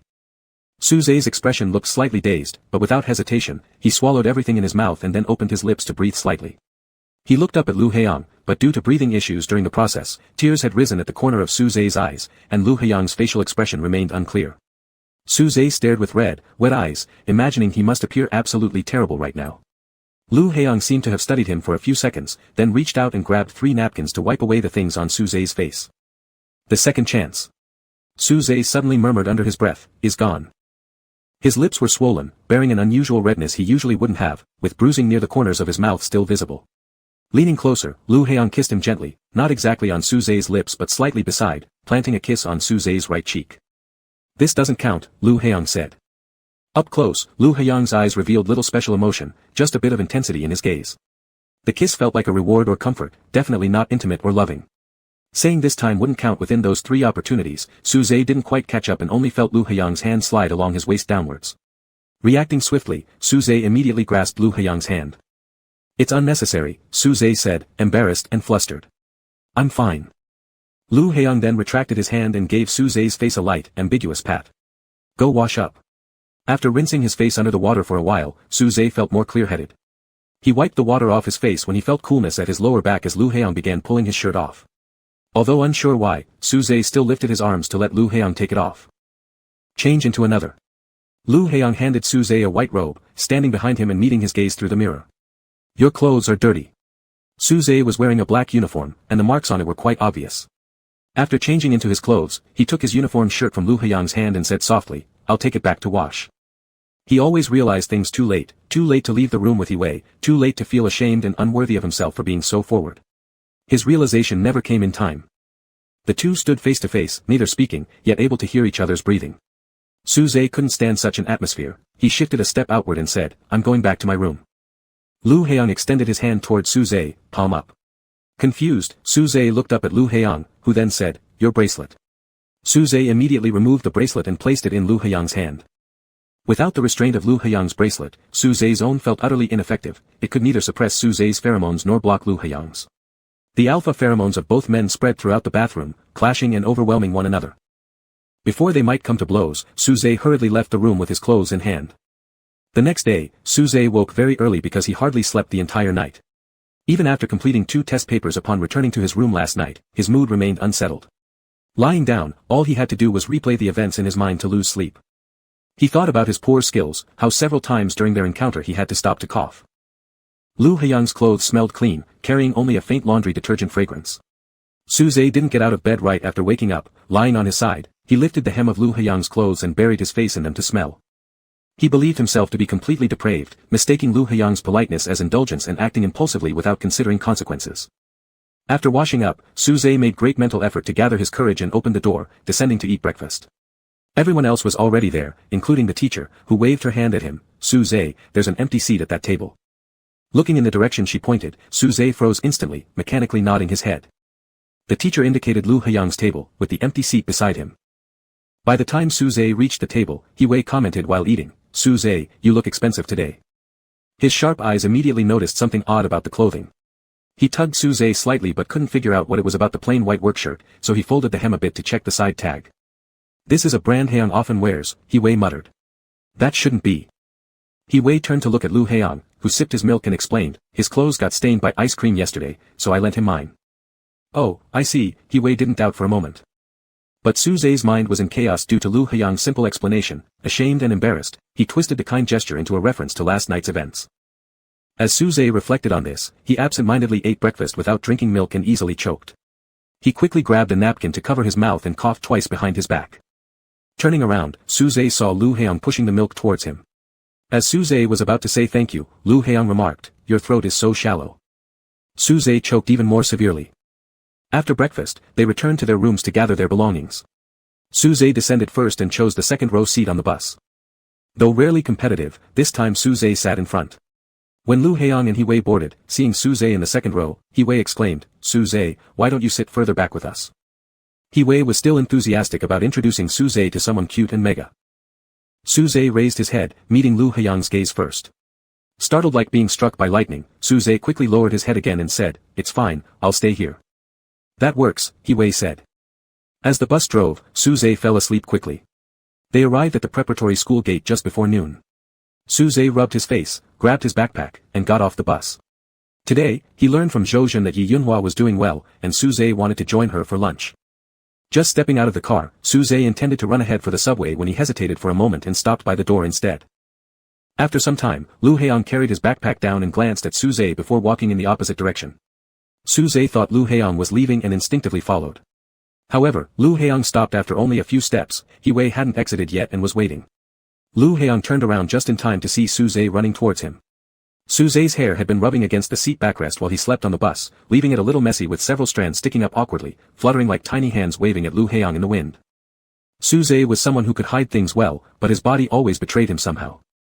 "Clothes, I'll return them to you next week during swimming class." Suze slowed down and stopped in front of Lu Haiyang, saying. This shirt was new, only washed once by the nanny after being bought. Lu Haiyang wanted to tell Suze that the clothes suited him perfectly, so there was no need to return them, but Suze seemed to be in a rush. Thus, Lu Haiyang merely nodded. "I'm going first, see you later," Suze said goodbye, without looking into Lu Haiyang's eyes. Lu Haiyang reached out and let his fingertips graze Suze's unruly strands. He didn't flatten Suze's hair but instead lifted the strands even higher, pointing them skyward. "Goodbye," Lu Haiyang said.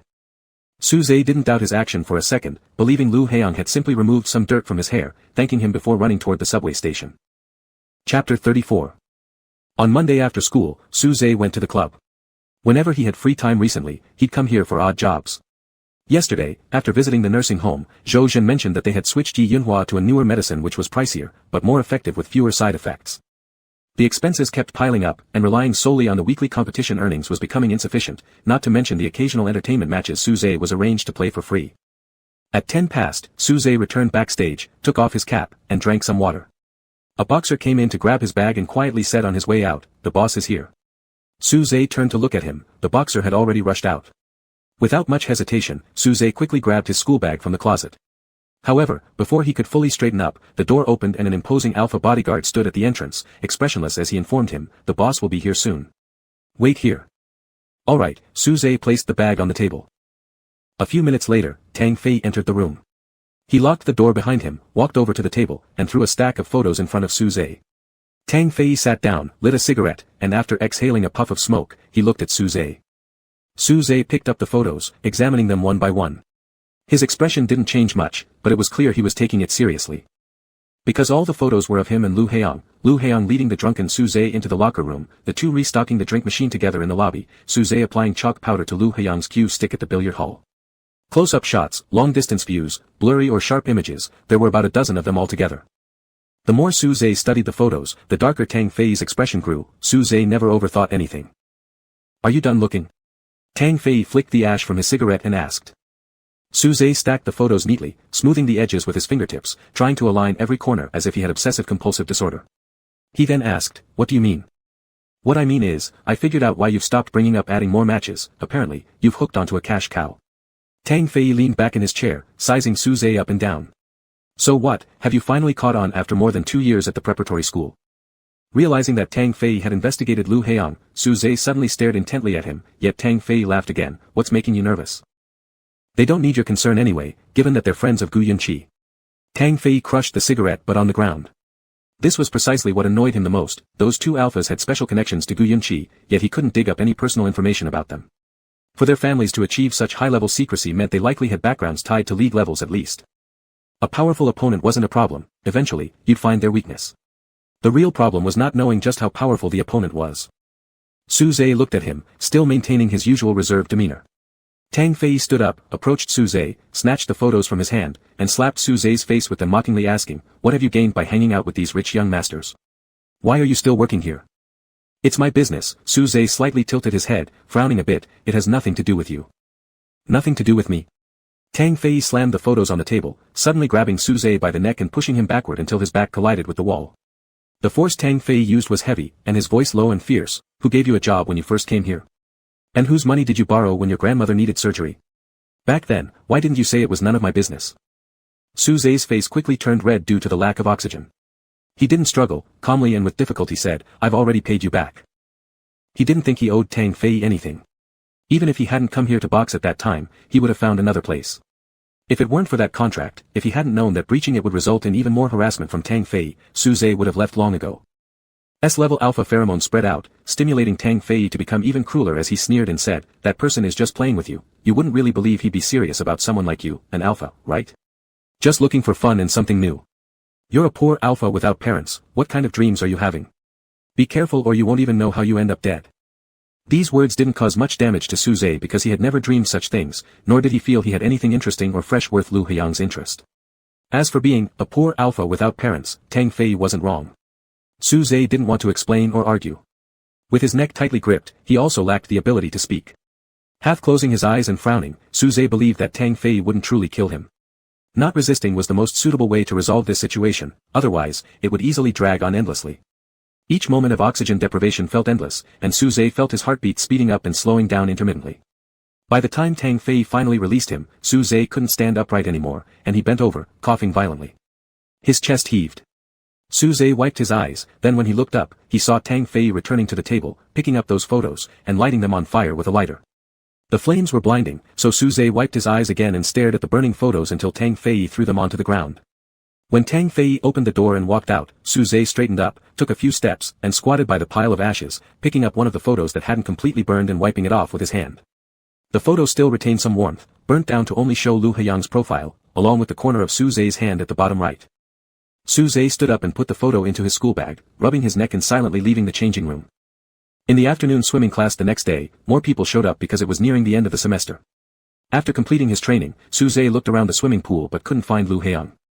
Back in the locker room, after showering, Suze stood before the locker and opened his phone, attempting to send Lu Haiyang a message, telling him that he was waiting in locker room number 4 after class to return his clothes. After tapping on Lu Heyang's name in the contact list, Su Zhe started typing hesitantly, deleting and revising, finding it surprisingly difficult to phrase such a simple task correctly. So absorbed in thought was he that Su Zhe didn't notice when an alpha approached him. Seconds later, Su Zhe heard a voice asking him, "Are you writing an essay on your phone?" Startled, Su Zhe almost dropped his phone. Turning around nervously, he saw Lu Heyang standing beside him, freshly emerged from the pool, water dripping continuously from his hair ends, sliding down smooth muscle lines. "Did I scare you?" Lu Heyang smiled lightly and patted Su Zhe's back as if comforting a startled child, saying, "Sorry." Su Zhe regained his composure, shaking his head to answer Lu Heyang's first question, "I'm sending a text." As he spoke, he raised his phone slightly so Lu Heyang could see. Lu Heyang glanced at it and asked, "Is it for me?" "Yeah." Su Zhe nodded, "I want to return your clothes." Just after saying that, Su Zhe remembered why Lu Heyang had lent him the clothes in the first place. Immediately averting his gaze, he went to the locker and grabbed his school bag. He had specially placed the shirt in a separate bag, keeping it isolated in the second compartment of his backpack. "No need," Lu Heyang replied. Su Zhe froze for a moment, turning back toward him, wanting to explain that he had washed the clothes, but ended up saying nothing and simply nodding once. "It's new, I tried it after washing, but the shoulders are a little too tight," Lu Heyang explained. "It fits you perfectly. If you want, you can keep it." He didn't say, "It's for you," or ask, "Do you want it," instead using the word, "if you wish," leaving plenty of room, yet making it impossible for Su Zhe to refuse. Su Zhe stayed quiet for a moment, saying, "Thank you." He didn't think much about how Lu Heyang ended up bringing a piece of clothing that wasn't quite fitting. Whatever Lu Heyang said, whatever he believed, Su Zhe accepted it without question. A strand of hair fell onto Lu Heyang's forehead, and Su Zhe noticed. Lifting his hand slightly, he pointed to Lu Heyang's face, "There's a strand of hair." Lu Heyang didn't move, only looking at him. Su Zhe hesitated briefly, then gently extended his hand to remove the strand. A droplet of water rolled down Lu Heyang's nose, and Su Zhe instinctively wiped it away. For some unknown reason, the surroundings suddenly became very quiet. Su Zhe vaguely felt that the atmosphere was a little strange, so strange that he lowered her eyes and dared not look at Lu Heyang. Lu Heyang's gaze swept from Su Zhe's eyes to his lips, and then further down before stopping. He subtly moved a bit closer and slightly pulled the towel on Su Zhe's neck aside. A long purplish bruise lay across the center of Su Zhe's neck, contrasting sharply against his pale skin. The strange atmosphere disappeared, and Su Zhe realized what Lu Heyang had seen. Su Zhe hadn't paid attention to the strangle mark all day, just like how he never cared about injuries sustained during boxing. But in front of Lu Heyang, Su Zhe couldn't help but notice them. He tried to pull the towel up to cover it properly, but Lu Heyang grabbed his wrist to stop him and then used the other hand to completely pull the towel off his neck. "What happened?" Lu Heyang asked. He looked calm, and Su Zhe thought Lu Heyang was just asking casually, so he told a clumsy lie, "There was a match yesterday, I got injured." Of course, Lu Heyang wasn't that easy to fool. Choking someone was akin to pulling hair or scratching someone with nails, actions that boxers wouldn't normally take. And especially in that underground boxing club, choking was too dull and too amateurish. "Is that so?" Lu Heyang said, looking at Su Zhe's clearly evasive expression, "Su Zhe, look at me."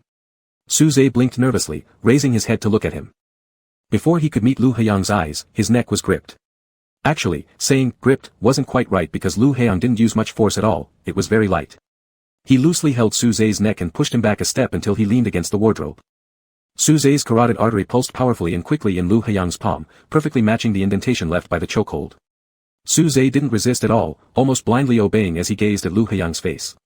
But now, Lu Heyang no longer looked at his face, he only stared at his neck. Lu Heyang asked Su Zhe, "Can you tell me who did this?" He already had an answer in mind, but he wanted to hear it from Su Zhe. Unfortunately, Su Zhe wasn't focused on the question Lu Heyang asked, because he simply didn't consider being choked by Tang Fei as something worth paying attention to. Compared to the injuries he often got while boxing, this was trivial indeed. Su Zhe just didn't quite understand why Lu Heyang was holding his neck so lightly in such a teasing way, so gently it even made him feel a bit ticklish. He actually thought Lu Heyang could press harder. "It was a conflict with someone from the club," Su Zhe said, "it's nothing serious." He was truly terrible at lying, glancing around nervously and having to cover up with small actions. Su Zhe raised his hand, letting his fingertips brush against the back of Lu Heyang's hand. Lu Heyang didn't say anything, releasing him and still keeping his eyes fixed on Su Zhe's neck.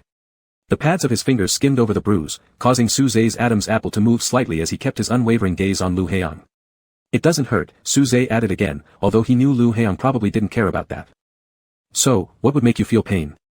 After a while, Lu Heyang unusually and somewhat coldly counter-asked him. Su Zhe sensed the tension in the air, yet couldn't figure out what the problem was. He guessed that maybe there was something troubling Lu Heyang, so after hesitating for a moment, he asked, "Is there anything making you unhappy? If you don't mind, you can tell me."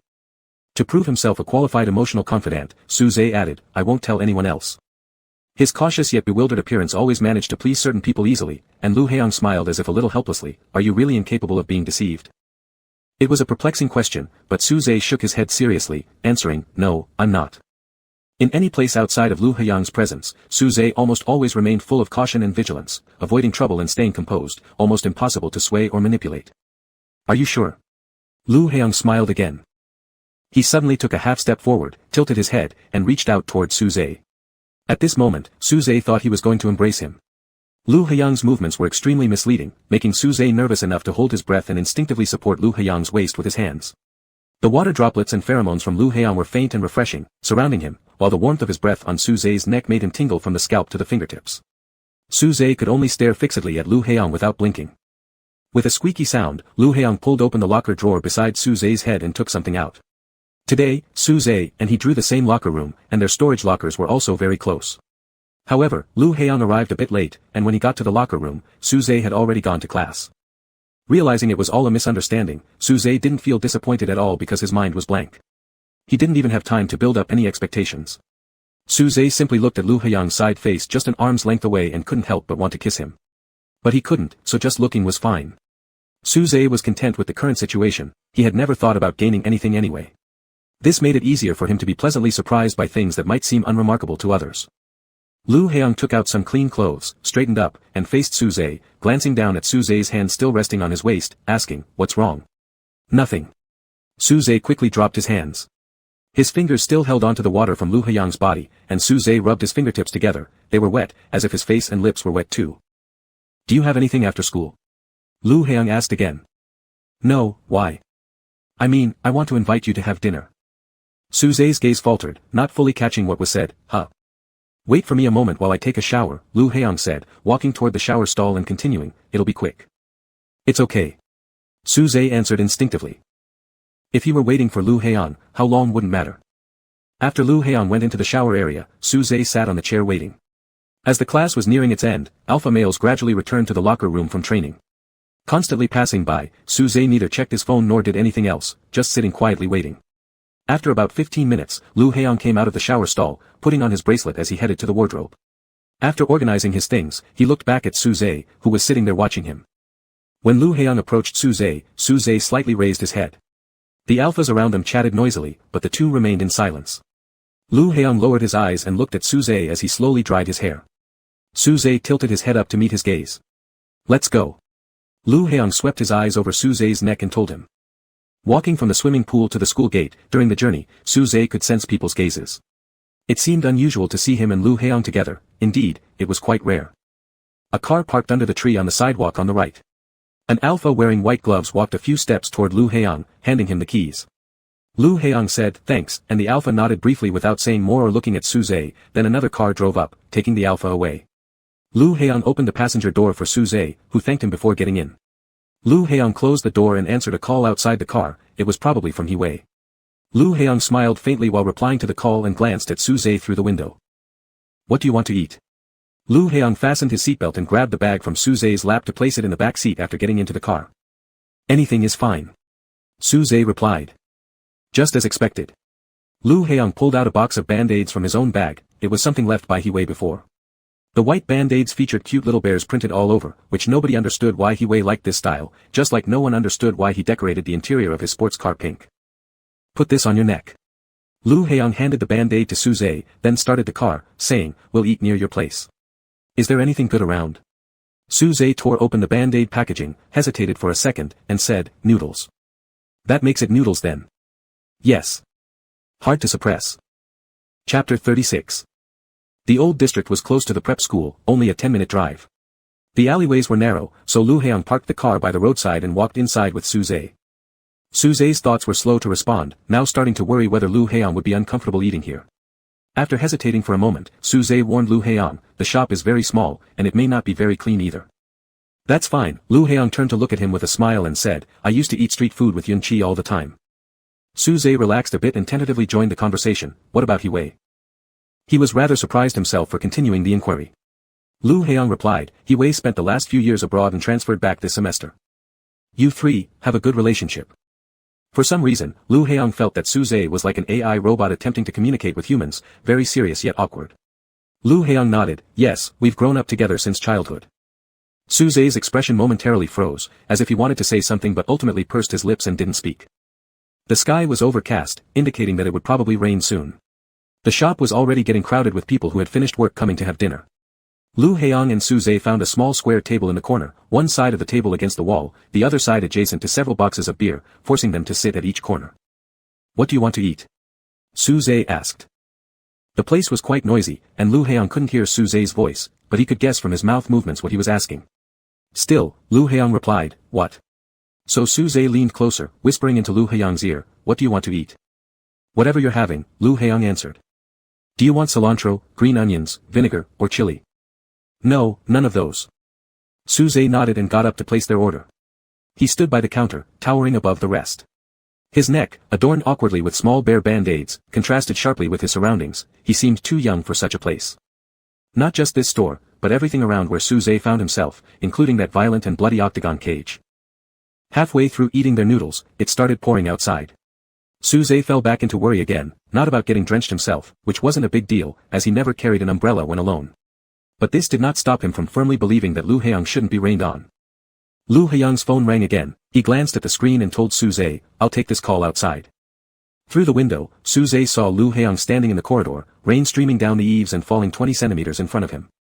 With a distant look, Lu Heong spoke briefly and coldly, showing no interest in continuing the conversation for long.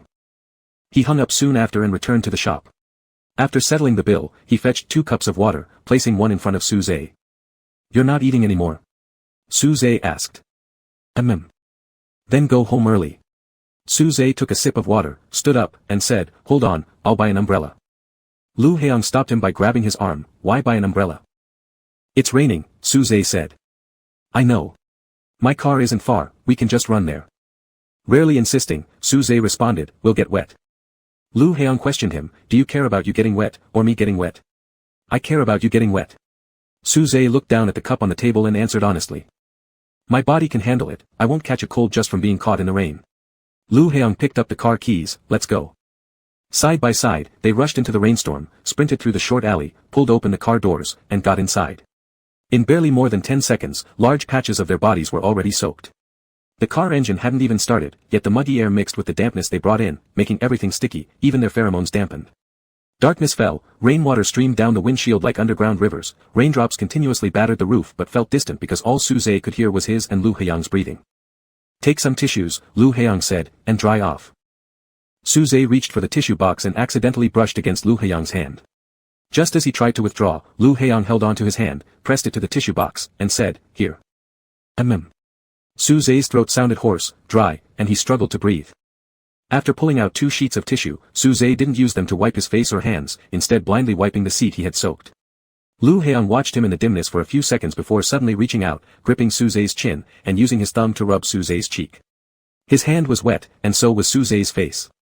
Lu Heong asked, why aren't you drying where you need to? Suze, catching the faint scent of Lu Heong's pheromones, felt his face heat up instantly and replied, I'll just take a shower when I get home.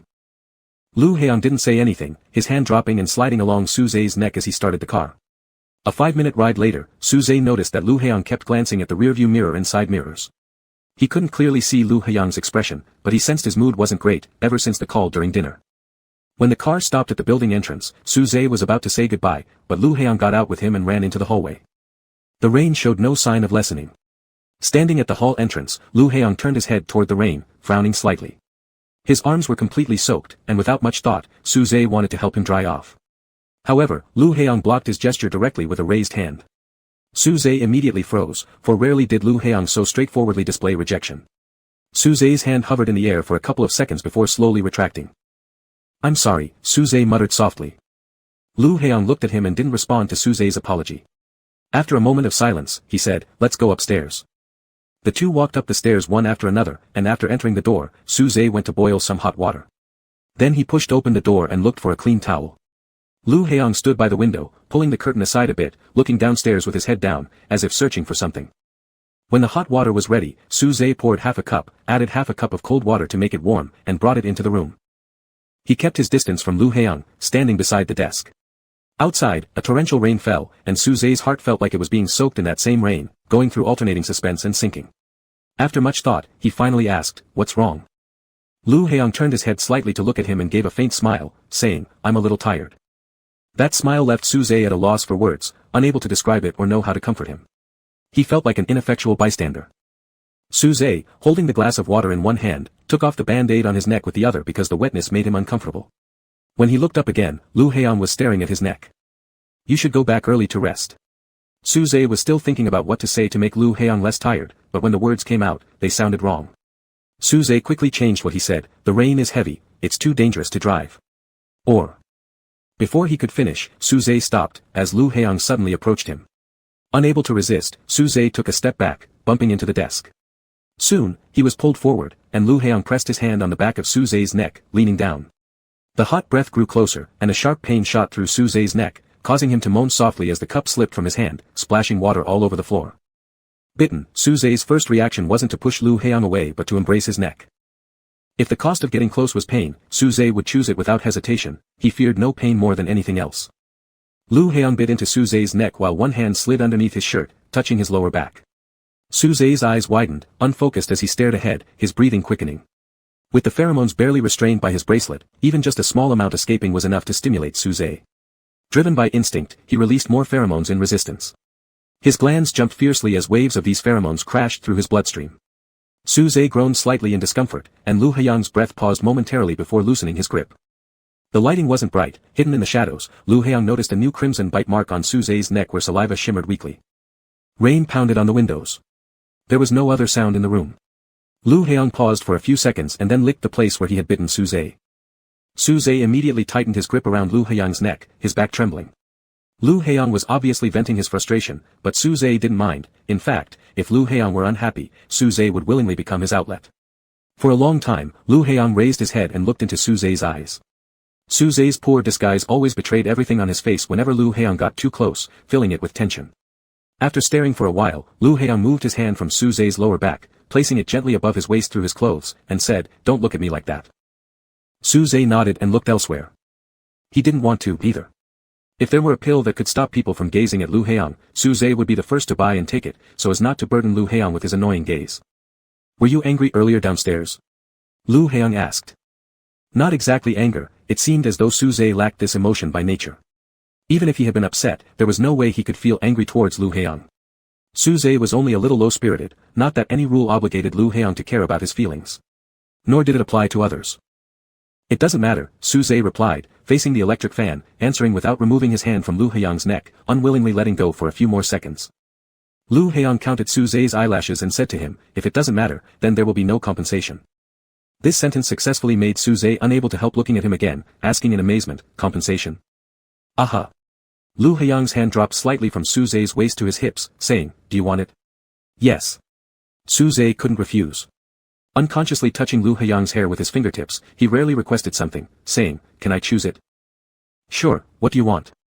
Suze held his breath for a few seconds, tilted his head up, and kissed Lu Heong's forehead. He looked seriously at Lu Heong, as if he had just made a wish after blowing out the candles, and Suze said, "I hope you won't be unhappy." Lu Heong's phone rang again, but he ignored it and kept staring straight at Suze. When the phone finally stopped ringing, Lu Heong said, "All right." The rain lessened a bit. Suze braced both hands on the windowsill, his eyes following the distant taillights of a car until it disappeared around a corner. He touched his neck where Lu Heong had bitten him, it felt hot and swollen. Turning back to the desk, Suze used a tissue to dry the small bear-shaped band-aids. There were no bloodstains or dirt on them, so Suze folded each one neatly and wrapped them in fresh tissues.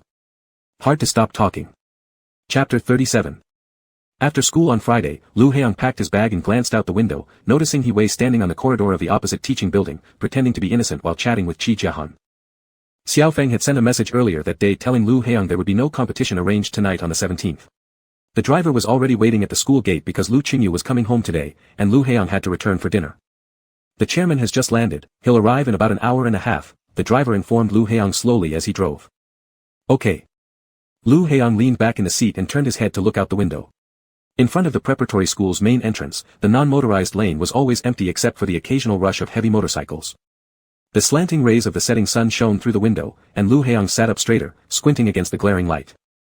It was still that old, out-of-place bike with an alpha boy whose hair and school uniform fluttered in the wind, looking like amber under the sunset. Every time he looked at Suze, Lu Heong felt as if the world became quiet, a strange feeling.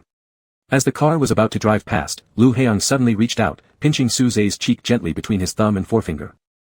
Lu Qingma didn't return this time. Lu Heong was doing homework in his room when the time was right. He went downstairs to the dining room and waited seated for Lu Qingyu. 10 minutes later, the car entered the garden, and Lu Qingyu got out, followed by a beta secretary who carried a briefcase behind him. Dad. Lu Heong stood up. Lu Qingyu gave Lu Heong a glance, unbuttoned his suit jacket, and sat down, saying, "Let's eat." Once again, it was a silent dinner. After eating a few bites, Lu Qingyu set down his utensils and went to the study. The beta secretary came to the dining room after Lu Qingyu left, placing a file bag on the table. He didn't explain what was inside the file bag, but Lu Heong guessed correctly and asked, "Has my father seen this?" "No," the secretary replied, "the chairman doesn't have time to review it yet." "Okay, thank you," Lu Heong said. In the evening, Lu Qingyu attended a banquet outside, and Lu Heong, after taking a shower, stood on the balcony drying his hair while texting Suze, "Did you compete today?" This was the first time Lu Heong had messaged Suze. 2 minutes later, Lu Heong received a reply, "No, there was no match today." "Did you go west of the city?" This implied Suze was not in the western part of the city but at home. Lu Heong replied, "I had something to do, so I didn't go." "So, I'm not sure if you're lying to me." Suze responded quickly, "I'm not lying, I'm at home." Lu Heong, "It's fine if you lied, just as long as you didn't get hurt during the match." Suze, "I really didn't compete and I'm not injured." Lu Heong, "How do I know?" It took some time before the reply came, and it was a picture. Suze was sitting on the chair in front of his desk, taken from an overhead angle showing from his mouth to his abdomen, entirely sincere as he showed Lu Heong he wasn't hurt. The warm yellow lamplight illuminated his bare upper body, and even through the screen, you could feel the warmth of his collarbone, pectorals, and abs. Though the phone's camera quality was poor, you could see there were only old scars, no new wounds. The bruises on Suze's neck had almost faded, and only the bite marks were faintly visible. They would likely disappear within a day or two. If Lu Heong had bitten harder, perhaps a scar might have lasted longer. Even though he knew Suze had no inappropriate intentions, Lu Heong still asked, "Why did you send me a nude photo?" A few seconds later, he received a reply, "Not like that." Suze then added, "I truly didn't participate in any matches, and I'm uninjured." Lu Heong could picture Suze's earnest expression trying to explain, so he chuckled and replied, "All right, I believe you." Suze replied, "Thank you." Staring at these two words for half a minute, Lu Heong changed Suze's contact name to Su Dai. He then sat down on the chair, picking up the file bag from the small table. Opening it, inside was a slim document. Suze's 1-inch photo had been taken during the unified entrance shots at the preparatory school, wearing a school uniform with an expressionless gaze fixed on the camera.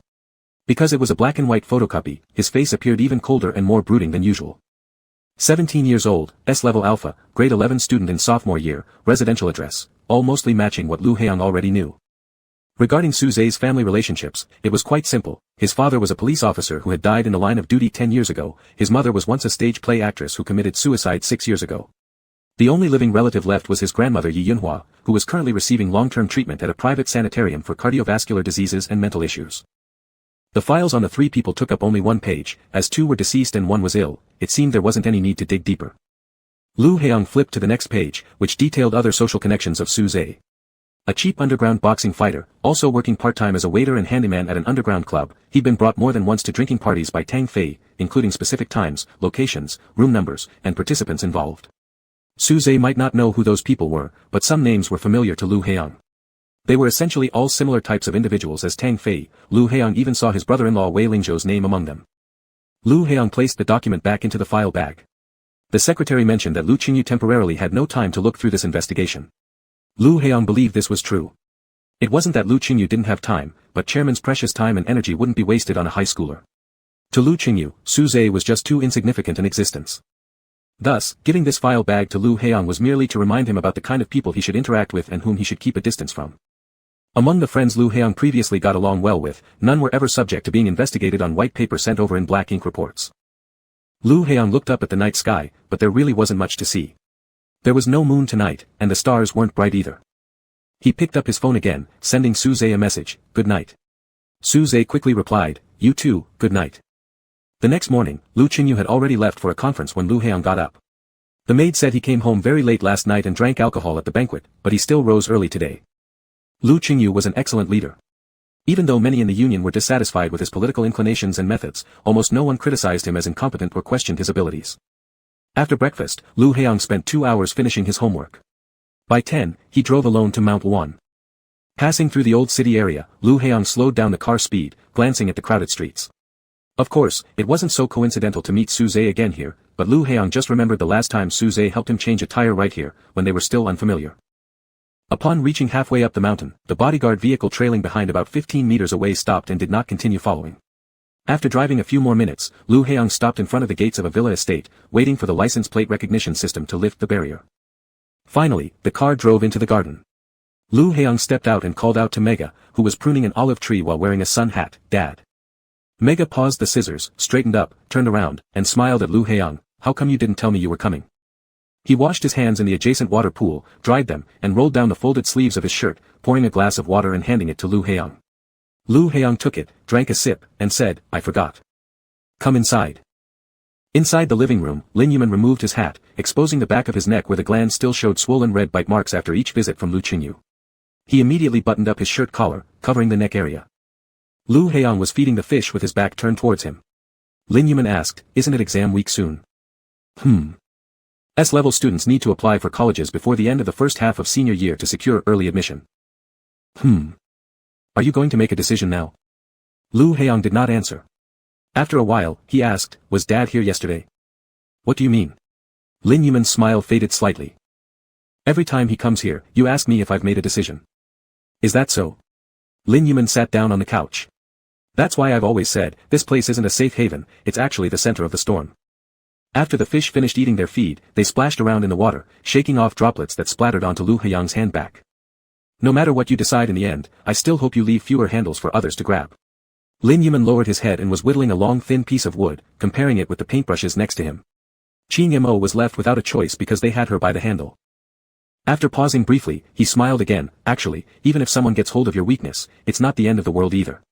You just have to grit your teeth through it. Your sister appears to care about nothing and everything, but that's all fake. You're similar to her, I just don't know whether it's just on the surface or at the essence." "It seems late," Lu Heong suddenly said as he put down the fish feed. Lin Yuman looked up. "What?" "It's getting late. I'd better go back." "You've just arrived. Aren't you going to stay for dinner?" "I have somewhere else to go." "To skydiving or gliding again?" Lin Yuman meticulously polished the wooden stick. "Also makes sense. It's too dangerous on the ground. Better spend more time flying in the air." Lu Heong finally chuckled dryly, "Then I'll be off." "Alright, drive carefully." As the car drove out of the gate, Lu Heong stopped at the side of the road and made a call. When the phone connected, Lu Heong heard the sound of a pen dropping on the floor, so he asked, "Are you doing homework?" Suze's voice sounded somewhat strained. "So are you home right now?" "Yes, at home." "Good, I'll be there in half an hour." Suze didn't even have time to be confused, quickly asking instead, "Did something happen?" "Nope," Lu Heong replied, "I just thought you wanted to see me." The other end immediately went silent, quiet enough for Lu Heong to hear every breath. Lu Heong wanted to laugh, and he did. But his tone remained calm. "If you don't want me to come, then I won't bother you." "No," Suze responded immediately, realizing how obvious his reaction was. He fell silent for 2 seconds before quietly saying, "Just drive carefully." "Okay." Desire yet unfulfilled. Chapter 38. Lu Heong was nearing the last few steps when he heard the door opening. Lifting his head, he saw Suze pushing the burglar-proof door open. "Were you waiting by the door the whole time?" Lu Heong chuckled upon seeing him and asked. "I heard the sound of a car parking downstairs." Suze explained. Though he wasn't specifically waiting, knowing that Lu Heong would come had kept him restless for the entire half hour, running to the window every time there was noise from downstairs. "Have you had lunch?" Lu Heong asked while closing the door behind him. "No, how about you?" "I was about to make some," Suze scratched behind his ear. "There are only 2 dishes. If it's not enough, we can order takeout. It might just take a bit longer for delivery." "That's fine," Lu Heong replied, "I'm not very hungry anyway." Suze nodded, wanting to say something, but once he caught sight of Lu Heong's eyes, he felt uncomfortable and touched his ear nervously before turning around towards the kitchen. "What are you cooking?" Lu Heong placed the car keys on the table and walked into the kitchen. "Taro beef and green vegetables." As Suze was answering, a piece of taro flew out of his hand and dropped into the sink. Suze didn't usually cook much, mostly eating fried rice or noodles. However, last night he hadn't been playing matches, so he specially cooked some dishes to bring along to the sanitarium to have dinner with Yi Yunhua. Today's leftover food was what was left over from yesterday. Is there anything I can help you with? Lu Heong asked. Before the sentence was even finished, another piece of taro slipped out of Su Zhe's hand. Lu Heong picked it up for him, rinsed it clean under the tap, understandingly saying, got it. I'll wait for you in the living room. Su Zhe looked at the cutting board and nodded. He hadn't stayed in the living room for even 2 minutes when Lu Heong got bitten by a mosquito on the back of his hand, causing a small lump. Staring at it for several seconds, Lu Heong turned off his phone, stood up, and walked to the entrance of the kitchen, saying, I've been bitten by a mosquito in your house. Hearing this, Su Zhe thought Lu Heong was joking that he owned a pet mosquito whose bite needed an apology. The atmosphere was quiet for a moment, before Su Zhe placed down the dish and said, I'll get some ointment. Where is it? I can get it myself. In the drawer of the desk. All right. Lu Heong entered the room where textbooks and exam papers were spread across the desk. Pens and pen caps were scattered haphazardly. Lu Heong capped the pens neatly, then opened the drawer. Out of habit, at the moment he opened the drawer, the lid of a metal box inside loosened slightly. This metal box appeared to be for storing small items. Thinking the ointment would probably be in here, Lu Heong lifted the lid. To his surprise, the box only contained things resembling junk. Not as mockery or disdain, but indeed these items truly looked like garbage. There was a folded-up tissue smeared with something that looked like motor oil or ink, individually wrapped in used wet wipes, a receipt whose writing had faded, unopened antiseptic pads, a bundle of an unknown object wrapped in tissues, and a photograph with obvious burn marks, only one corner remaining. Lu Heong stared at them for a while before reaching out to flip the scorched photo over to examine its front side. Bang! Lu Heong turned his head to see the half-closed door pushed wide open. Su Zhe stood at the doorframe with wet hands, pale complexion, and labored breathing as if he'd just sprinted hundreds of meters. He locked eyes with Lu Heong for a second before his gaze shifted toward the open drawer. Lu Heong remained calm, picking up the ointment from among the iodine and water-based medications. He squeezed out a bit, then closed it neatly, placed it back, and shut the drawer. As he moved toward the door, he asked Su Zhe, did the kitchen catch on fire? No, Su Zhe evaded his eyes, seemingly unaware of how much his previous reaction had given him away, still trying to shift topics nonchalantly. Did you find the ointment? I did. Lu Heong tilted his head slightly, looking at Su Zhe's eyes. Didn't you just see me using it? Alright, Su Zhe said, I'll go cook. Lu Heong sat by the dining table, positioning himself exactly where he could still see the kitchen. A vintage radio sat on the windowsill. After studying it for a moment, Lu Heong asked, does this work? It does. Su Zhe turned his head to answer. Do you like listening to the radio? It's my grandmother's. Su Zhe lowered his eyes to the pot. I occasionally listen to it when I'm free. He had long since grown accustomed to loneliness but found some nights eerily silent, needing a sound to break it. Lu Heong kept quiet, watching Su Zhe's profile as he turned the knob. Static buzzed from the old radio, then gradually grew clearer into a channel reporting the news. The beef and taro soup bubbled softly, a faint mist drifted out from the kitchen, carrying its aroma. Sunlight pierced through the window, forming a glowing path in the living room, with Su Zhe cooking on one side and Lu Heong tinkering with the radio curiously. When he tuned to the music station, a slow-paced foreign song played. While stirring the soup, Su Zhe couldn't help stealing glances at Lu Heong. Lu Heong appeared curious about the old device, probably having never encountered such an item before. For Su Zhe, who often remained indifferent to many things, he found himself thinking sentimentally right now. Life truly treated him well. The Lu Heong who only relaxed and laughed in front of Hiwei and Gu Yunqi seemed now, in his own presence, to show traces of such warmth. After finishing their meal and washing the dishes, Lu Heong glanced at the time on his wristband while sipping water. Su Zhe asked, are you leaving already? The implication in that sentence was clear, though Su Zhe didn't recognize it himself. Lu Heong looked at him. Su Zhe stood by the table, hands hanging at his sides, seeming expressionless but betraying an almost eager anticipation, as if he would feel let down the moment Lu Heong left and the door clicked shut. Do you want me to leave? Lu Heong put the cup down beside him and smiled. If so, I'll go first. No. Su Zhe interrupted quickly, waving a hand in front of Lu Heong to stop him, saying, it's not like that. Lu Heong chuckled lightly. Do you plan to take a nap? I don't nap. Well, I'm a little sleepy, Lu Heong admitted. My energy is bad. I tend to nod off in the afternoon. If you're not bothered, you can sleep in my bed, Su Zhe offered hastily, adding firmly as if predicting Lu Heong's hesitation, I'll change the sheets. I washed them just the other day. It's fine, I'm not bothered. Lu Heong picked up the glass again. Let's go, to your room. Su Zhe's wooden bed was a bit hard, but the pillow was soft, carrying a faint pheromone-like scent and a fresh fragrance from the shampoo Su Zhe often used. Lying down, Lu Heong asked, will you sleep with me, because Su Zhe had been standing there watching him the entire time. I'll do my test papers. Su Zhe realized his lingering gaze might disturb Lu Heong again, immediately turning around and sitting at his desk, switching on the electric fan which blew directly toward the bed. The fan should oscillate. Otherwise, you'll get hot, Lu Heong suggested. In truth, he wasn't really tired, but knew that if he didn't mention taking a nap, Suze wouldn't be able to concentrate on studying. Okay. Suze pressed the swing button. The electric fan swept across Lu Haiyang's pillow, blowing up the curtains and then moving toward the desk, making the edges of books ripple gently. In the quiet air with a faint scent of gardenia, Lu Haiyang looked at the swaying curtains, lost in thought, and then unknowingly closed his eyes. When he opened them again, nothing in the room had changed. Lu Haiyang thought he might have just been dazed for a moment, but when he glanced at his wristband, he found that 40 minutes had already passed. He was slightly stunned as he sat up. It had been a very long time since he last fell asleep under such bright light without an eye mask or earplugs, let alone so easily. Hearing some sound, Suze turned around and was surprised to see the puzzled expression on Lu Haiyang's face, his eyebrows furrowed as if deep in thought. What's wrong? Suze still held the pen in his hand, turning his body toward Lu Haiyang to ask. Lu Haiyang's hair was slightly messy from sleep, he rubbed the back of his neck and smiled, saying, I woke up confused. With his hands braced against the edge of the bed, Lu Haiyang came out of his daze and asked, Are you done with your test papers? I finished. Suze showed great discipline when called by Teacher Lu. He put down the pen and stood up, I'm reviewing my notes now. Do you have to talk to me from such a distance? Lu Haiyang blinked slowly, it seems like you always keep your distance from me. His expression seemed earnest despite being hurt, leaving Suze speechless, for he was not good at explaining himself. He could only shake his head and say, no, then walked over to Lu Haiyang, handing him the cup of water. A notification sounded from Lu Haiyang's phone. After taking the cup, he glanced at the screen but ignored it. He took a sip of water and said to Suze, I should be going. Suze's eyelashes lowered. Although Lu Haiyang had spent quite a bit of time with him today, Suze still felt it went by too fast. While Lu Haiyang was sleeping, he only dared to look back a few times, each glance lasting just 1 or 2 seconds. Alright, drive carefully. Lu Haiyang then asked him, how should I thank you for making me dinner and letting me take a nap on your bed? It's fine, Suze played the role of an oblivious person well, saying, no need to mention it.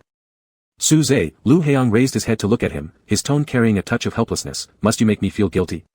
At this point, Suze seemed to have grasped a hint of Lu Haiyang's meaning, beginning to think hard about what he could ask for. You can't say you hope I won't be unhappy again, Lu Haiyang reminded him, I wasn't unhappy today. Okay. Suze gazed at Lu Haiyang's face.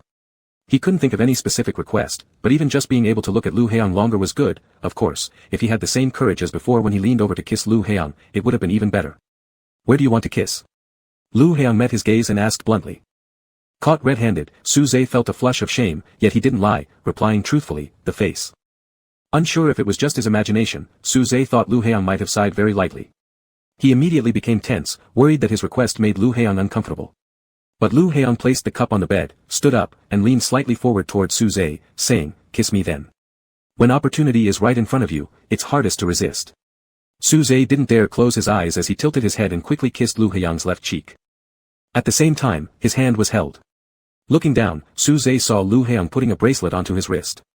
The bracelet was brand new, different from the one Lu Haiyang used to wear frequently. There might be another chance for me to come here for free meals in the future, Lu Haiyang squeezed Suze's palm and smiled, so I'm paying in advance. This meal fee seemed a little heavy. Suze wasn't sure how many dinners he needed to cook for Lu Haiyang to pay off this 20,000 yuan bracelet. By the time he realized this, Lu Haiyang was already heading toward the door. At the entrance, Lu Haiyang pressed the doorknob and turned back before leaving, seeing Suze following him silently like a shadow. Neither of them said anything nor laughed, but Suze's eyes were brightly lit. Lu Haiyang knew Suze's happiness didn't stem from the bracelet but because he kissed his face. One of the most easily satisfied people in the world probably was Suze. He didn't ask for much, required little, didn't know how to receive gifts properly, and even with empty hands, still reflected if he was too greedy. Lu Haiyang pursed his lips, and the hand on the doorknob seemed unable to gather enough strength to open it. After a few moments of hesitation, Lu Haiyang eventually turned around, encircled Suze's neck with his arm, and kissed the corner of his mouth. Why are you so clueless? Saying this, Lu Haiyang was smiling. He opened the door and waved at Suze, I'll go first. Difficult words remained unsaid. It had been a week since Suze last saw Lu Haiyang. Ever since Lu Haiyang left his place last Saturday, Suze hadn't seen him again until this Friday, though they rarely crossed paths even on regular school days as their classrooms were in different buildings. The swimming class on Tuesday was the only opportunity Suze had to meet and speak with Lu Haiyang, but Lu Haiyang didn't show up. Suze couldn't possibly call or text Lu Haiyang to inquire, because he simply wouldn't do that sort of thing. He also lacked the standing to do so, just like how he would never deeply ponder why Lu Haiyang kissed him before leaving that day. Whether it was on a whim or purely out of interest, Suze didn't mind. He always had the mentality of a bankrupt person who knew that every second spent with Lu Haiyang was a bonus for him. Hence, he didn't ask for more nor overthink it. After school, Suze went to the club. Arriving early, he put away his school bag and proceeded to unload cargo. The truck was parked by the side entrance, and Suze moved more than 60 boxes of beer back and forth. He pushed the final 4 boxes into the warehouse, stacking them one by one after bringing them down. Afterward, he reported the numbers to the warehouse manager and signed off. Tips for odd jobs like these were consolidated and paid at the end of the month. They weren't much but enough for Suze's monthly food expenses. Back in the locker room, Suze took off his hat and gloves. Sweating from the work, he went to wash his face in the restroom and then grabbed a towel to wipe his neck. When he opened the drawer to retrieve his oil paint box, he heard a knock on the door. Suze thought he might have imagined it, because no one ever knocked here. Doors were usually pushed or kicked open instead. The door wasn't locked, yet Suze still walked over and pulled it open. "Were you moving stuff again?" Before Suze could react to Lu Haiyang's sudden appearance, Lu Haiyang had already noticed the sweat on his neck. "Yeah." Suze couldn't take his eyes off Lu Haiyang. Even though it had only been a week, previously in school, Suze often wouldn't encounter Lu Haiyang for an entire month, and he wouldn't feel as reluctant to look away as he did now. Suze realized he was becoming increasingly greedy, which wasn't right. "Refilling the drink machine?" "No, moving beer." "How many cases?" 67. Lu Haiyang didn't ask further. He looked at Suze for a moment, raised his hand, and wiped away a droplet of water lingering near the corner of Suze's eye, saying, "Go inside." In fact, Suze felt Lu Haiyang seemed somewhat exhausted, with an air of fatigue and lack of spirit. Once they entered the room, upon seeing the oil paint box on the table, Lu Haiyang asked, "Are you about to perform?" "Soon. I'll help you paint." Lu Haiyang went over, picked up the oil paint box, and said, "Sit on the desk." Hearing this, Suze obediently climbed onto the table. Lu Haiyang slowly unscrewed the cap, glanced up at Suze, and said, "Take your shirt off." Suze was still watching his hands when he responded with a puzzled, "Huh?" Lu Haiyang placed the cap aside and said, "If you take off your shirt after painting your face, it'll stain the collar." Though Suze usually took off his shirt before applying makeup himself, doing so in front of Lu Haiyang made the two situations entirely different. "What's wrong?" Lu Haiyang wore a faint smile, asking, "Didn't you send me a nude photo once?" Suze hadn't expected him to bring that up and immediately diverted his gaze, feebly defending, "That wasn't a nude photo." "Right, if you didn't fully undress, it doesn't count as a nude photo," Lu Haiyang teased, using his fingertip to scoop a bit of oil paint as he looked at Suze. Suze scratched behind his ear, then grabbed the hem of his work shirt with both hands and lifted it off. His skin was still damp with sweat, and the cold from the air conditioning sent a shiver through him, making him softly inhale. "Spread your legs a bit wider," Lu Haiyang pushed gently with the back of his hand against Suze's inner knee. Suze complied by widening his stance. Lu Haiyang stepped between his legs, raising his hand to paint Suze's face with the oil paints. Lu Haiyang's movements were very light and slow, making Suze feel as if he was being delicately outlined and caressed by him. This act might seem routine to Lu Haiyang, he was merely applying makeup, but Suze's heart raced wildly, so fast that it seemed almost audible. The sensation was tingling from his ears down to the base of his neck. Suze sat there silently, moving only his eyes and throat occasionally, all his focus riveted on Lu Haiyang's face. Lu Haiyang's fingertips brushed from Suze's forehead to his nose tip as he applied the oil paints, asking, "Why aren't you wearing the bracelet I gave you?" Suze struggled to explain and could only say, "My old one isn't broken yet."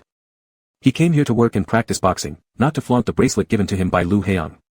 Others might eye it jealously too, especially considering its high value. Suze wasn't someone who could afford such luxury items. But the old one might be uncomfortable to wear. Lu Haiyang gazed into his eyes, saying, "You don't use the boxing gloves I gifted you, don't wear the clothes I bought you, and refuse to wear the bracelet either. If you don't like them, Suze, you can return them to me." No, Suze felt that Lu Haiyang was angry, so he said, "It's not that I don't like them. They are very valuable," Suze said. The things themselves were very precious, and they were also very precious to Suze.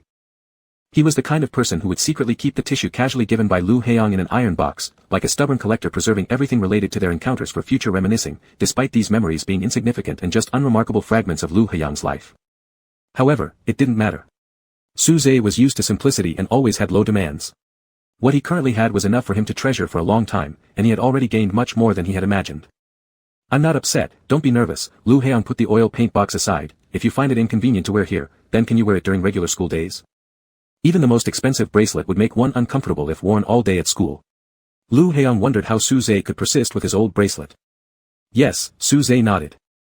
Letting such an expensive bracelet gather dust at home, Suze thought it reasonable for Lu Haiyang to be angry. This was considered wasting kindness and resources.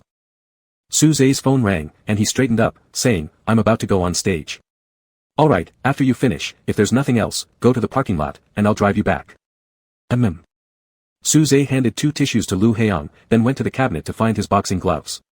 As Lu Haiyang wiped his hands, he suddenly asked, "Do you want a reward?"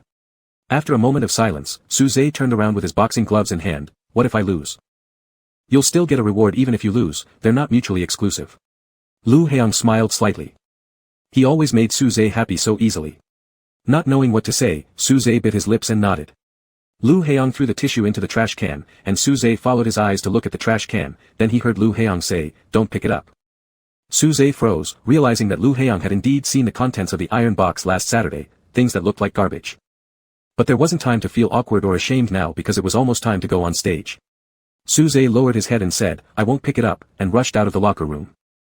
The moment Suze stepped out of the player's channel, he almost got deafened by the screams. He instinctively looked up at the big screen, and when he saw the number following the 17th contestant, Suze widened his eyes in shock and froze. 864,900 yuan, the guest who bet the highest amount was named G, and placed a bet of 500,000. If the bet exceeded 800,000, Suze could receive a cut, which meant that he would earn at least 70,000 from this match. The spotlight shone on Suze, and the audience's cheers came in waves, like surging tides threatening to drown him. Suze blankly turned around, his gaze sweeping over hundreds of unfamiliar faces, eventually finding some thoughts and looking toward the seat where Lu Heong usually sat. But he only saw He-wei and Gu Yunqi. Lu Heong wasn't in the audience. The referee blew the whistle, Suze snapped out of it, put on the mouthguard and boxing gloves, and walked toward the octagon cage. As soon as the match ended, Suze didn't stay on the stage for even half a second but immediately ran backstage. However, the locker room only had a few boxers inside, and Lu Heong wasn't there. The boxers had various expressions, their gazes sizing up Suze. It was hard not to suspect Suze of colluding with outsiders to cheat and thereby earning cuts and bonuses from a 500,000 yuan bet. Suze directly went to the restroom to wash his face, and after coming out, quickly packed his school bag and headed for the door. "The boss will definitely come looking for you, think about how you're going to explain yourself," a boxer reminded him. Suze paused his steps briefly but didn't say anything, continuing forward. After exiting the building, Suze immediately spotted Lu Heong sitting in a car nearby, looking at his phone. The light from the screen cast a cold indifference on his expressionless face. Upon hearing footsteps, Lu Heong looked up and gave Suze a slight smile. "That was quick." "Money." Suze approached the car, looked down at Lu Heong, and asked, "Did you place that bet?" "Nope." Lu Heong continued smiling without asking about whether Suze had won or lost, saying only, "Yunqi did." Suze wanted to say something more, but He-wei's voice came from behind. "Wow, Shuzha, you've already come out." Jumping over, He-wei patted Suze's shoulder. "You finished too fast earlier, I didn't even enjoy watching." Pushed around by He-wei, Suze nervously got in the car. Lu Heong drove, Gu Yunqi sat in the front passenger seat, and Suze and He-wei sat in the back. Still dazing off, "Is it because of that 500,000? Seeing Suze lost in thought, He-wei snapped his fingers in front of his eyes. "Didn't you win anyway? Why do you still look so stressed?"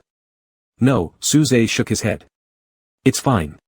It's just 50,000, which is merely the cost of one meal for Mr. Gu." He-wei consoled him, "And you won today." Gu Yunqi glanced at Lu Heong and didn't offer any opinion. However, the odds were too low, only 0.4. But considering how fiercely you fought, that kind of betting ratio is understandable. He-wei changed the topic quickly, then leaned forward to tease Lu Heong. "Why don't you reply when I text you? Rumor has it that you met your future wife while abroad this time, right? Mega family." The car hit a rock and jolted sharply, as if throwing Suze's heart outside. His hand tightened on the seat trying to balance himself, but he felt a massive sense of weightlessness inside, causing his breathing to stop. Desires hard to express. Chapter 40. Suze stared at Lu Heong's profile, feeling blank in his mind, yet concentrating very hard on the surrounding sounds around him. It was to attend an elder's birthday party. Lu Heong kept his eyes focused on the road ahead and said calmly. "And coincidentally met Mega, otherwise why did it take you a whole week to come back?" He-wei gossiped. "Isn't that right, isn't that right?" Gu Yunqi frowned. "Can you stop talking for a moment? What are you doing? Aren't I allowed to care about my buddy's love life anymore? Last year, he even attended Helixiang's birthday party. That's already a pretty clear indication, isn't it?" He-wei lamented. "I've been telling you for so long to date more girls, but you wouldn't listen. It's such a waste. By the time you go to university, I'm sure you'll get engaged right away. Even Suze says he likes cute mega types. You're totally like a heartless machine, Lu Heong." He-wei turned to Suze. "Shuza, I'd suggest you not get too close to him. Otherwise, you'll also become emotionally detached." Suze didn't make any sound. Slowly, he pulled his hand away from the seat and placed it on his leg. Cold sweat gathered in his palm. Lu Heong drove in silence, noticing Suze like this. Eventually, He-wei stopped teasing and asked, "So will you still be at the preparatory school next semester? Didn't you say you would go abroad after sophomore year of high school?" "I don't know. He Wei started feeling sad. I just returned to China for half a semester, and now I have to be in a long-distance relationship with you again. The car fell into quietness, and all they could hear was the tires pressing against the road. Half an hour later, the car stopped at the entrance of Su Zhe's community. He Wei leaned on the car window looking out. It's so dark. Be careful where you're going, Su Zhe. Su Zhe lifted his head. He had maintained the same posture for a long time and now his neck hurt. Su Zhe pushed open the car door without looking at Lu Heiyang, only saying, I'm leaving first. Bye. He Wei waved. As soon as the door closed, the driver's side door opened simultaneously, and Lu Heiyang unbuckled his seatbelt, saying, Yunqi, can you drive? Gu Yunqi responded with a but didn't immediately switch seats because Lu Heiyang wasn't heading to the passenger seat. Instead, he walked towards Su Zhe's silhouette. What is Helixiang up to? I understand why Jiahan doesn't want to talk to you, said Gu Yunqi. Out of nowhere, this struck He Wei with sorrow. What the hell are you talking about? Su Zhe. Upon hearing Lu Heiyang call his name, Su Zhe suddenly shivered, realizing he hadn't heard footsteps behind him all along. He paused at the stairway entrance and turned around. Seeming no different than usual, using his normal tone, he asked, what's wrong? Lu Heiyang walked up to him but remained silent. Su Zhe's throat moved, saying, you should rest early. He thought Lu Heiyang must have just returned today, visited the club, and then drove him home. He must be tired. Aren't you interested in rewards anymore? Dim moonlight projected onto their feet. Lu Heiyang looked at Su Zhe and asked. Cicadas chirped everywhere among the grass. A light scent of gardenia flowers drifted by. After a pause, Su Zhe quietly said, probably not. This sounded more like an answer to his own question than Lu Heiyang's. He advised himself, don't bother anymore, it's inappropriate. Lost in reminiscing about the future, Su Zhe hadn't taken the time to consider carefully, some things should never be desired, even if Lu Heiyang offered willingly. He couldn't blindly accept and keep crossing boundaries over and over again. After several seconds, Lu Heiyang said, okay, and raised his hand to touch Su Zhe's neck, brushing his thumb lightly under his jawbone, saying, sleep early. Like a robot following commands, without displaying any emotions or making requests, Su Zhe silently nodded and headed upstairs. Lu Heiyang stood there and watched him for a bit before walking out of the hallway. On the car, Su Zhe was absent. He Wei became a little more serious and asked, did your uncle really take you to meet that Mega? It was initially supposed to be attending a senior's birthday banquet, then later he took me to meet several school principals.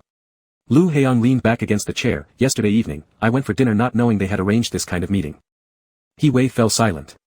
He couldn't reassure Lu Heiyang by saying, it's okay, anyway it's still early, don't worry, as everyone knew full well that when it came to them, many things had no such thing as early or late.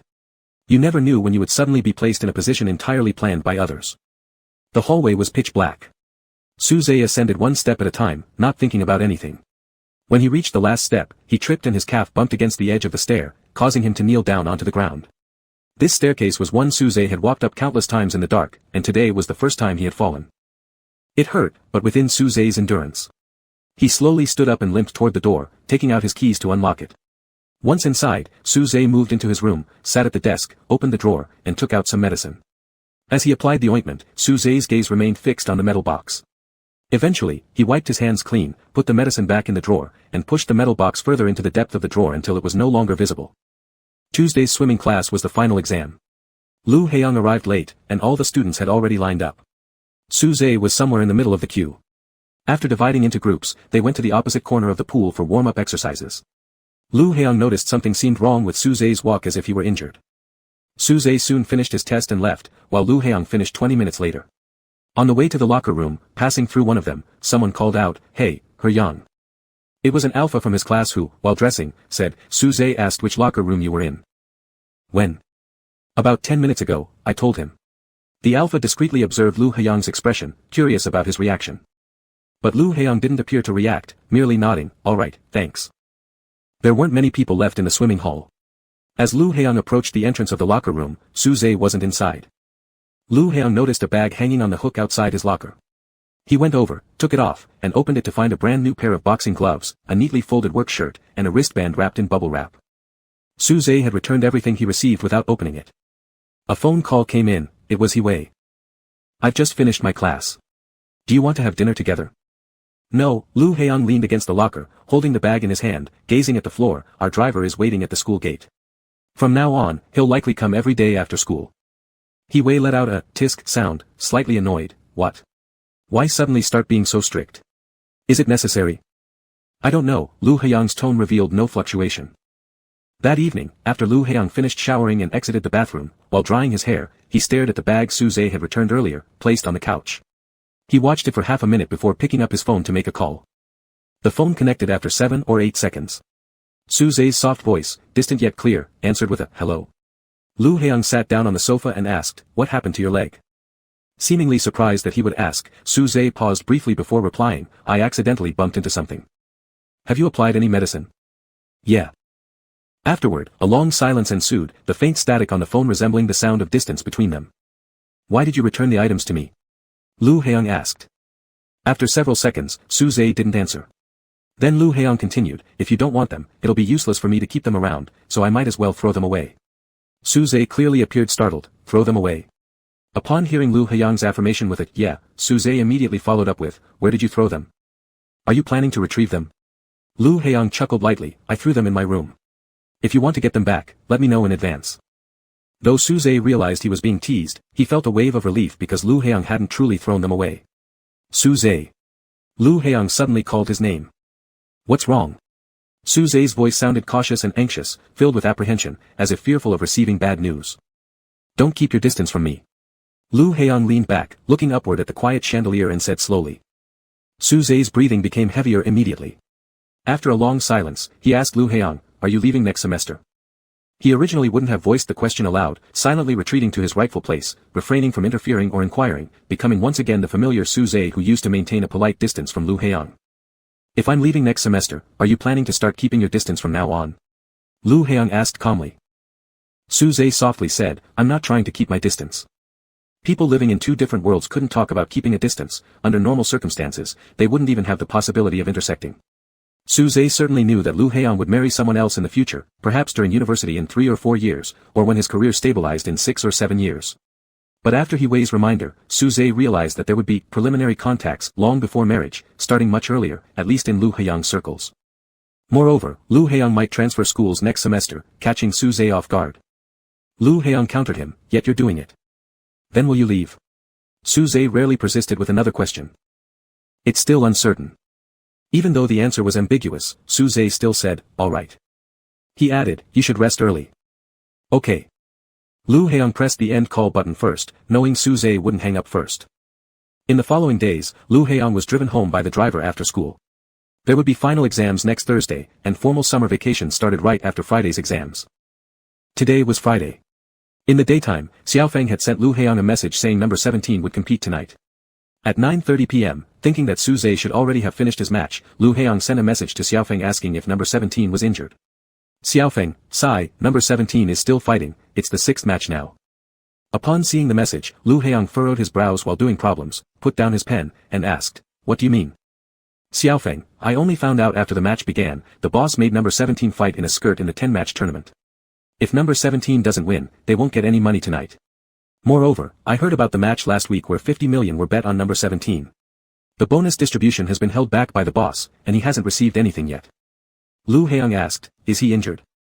Xiaofeng, "Yes, he's bleeding non-stop. The opponent in the last match against number 17 was quite strong. Everyone says the boss deliberately wore down number 17's stamina and kept the strongest opponent for the final match to make sure number 17 loses."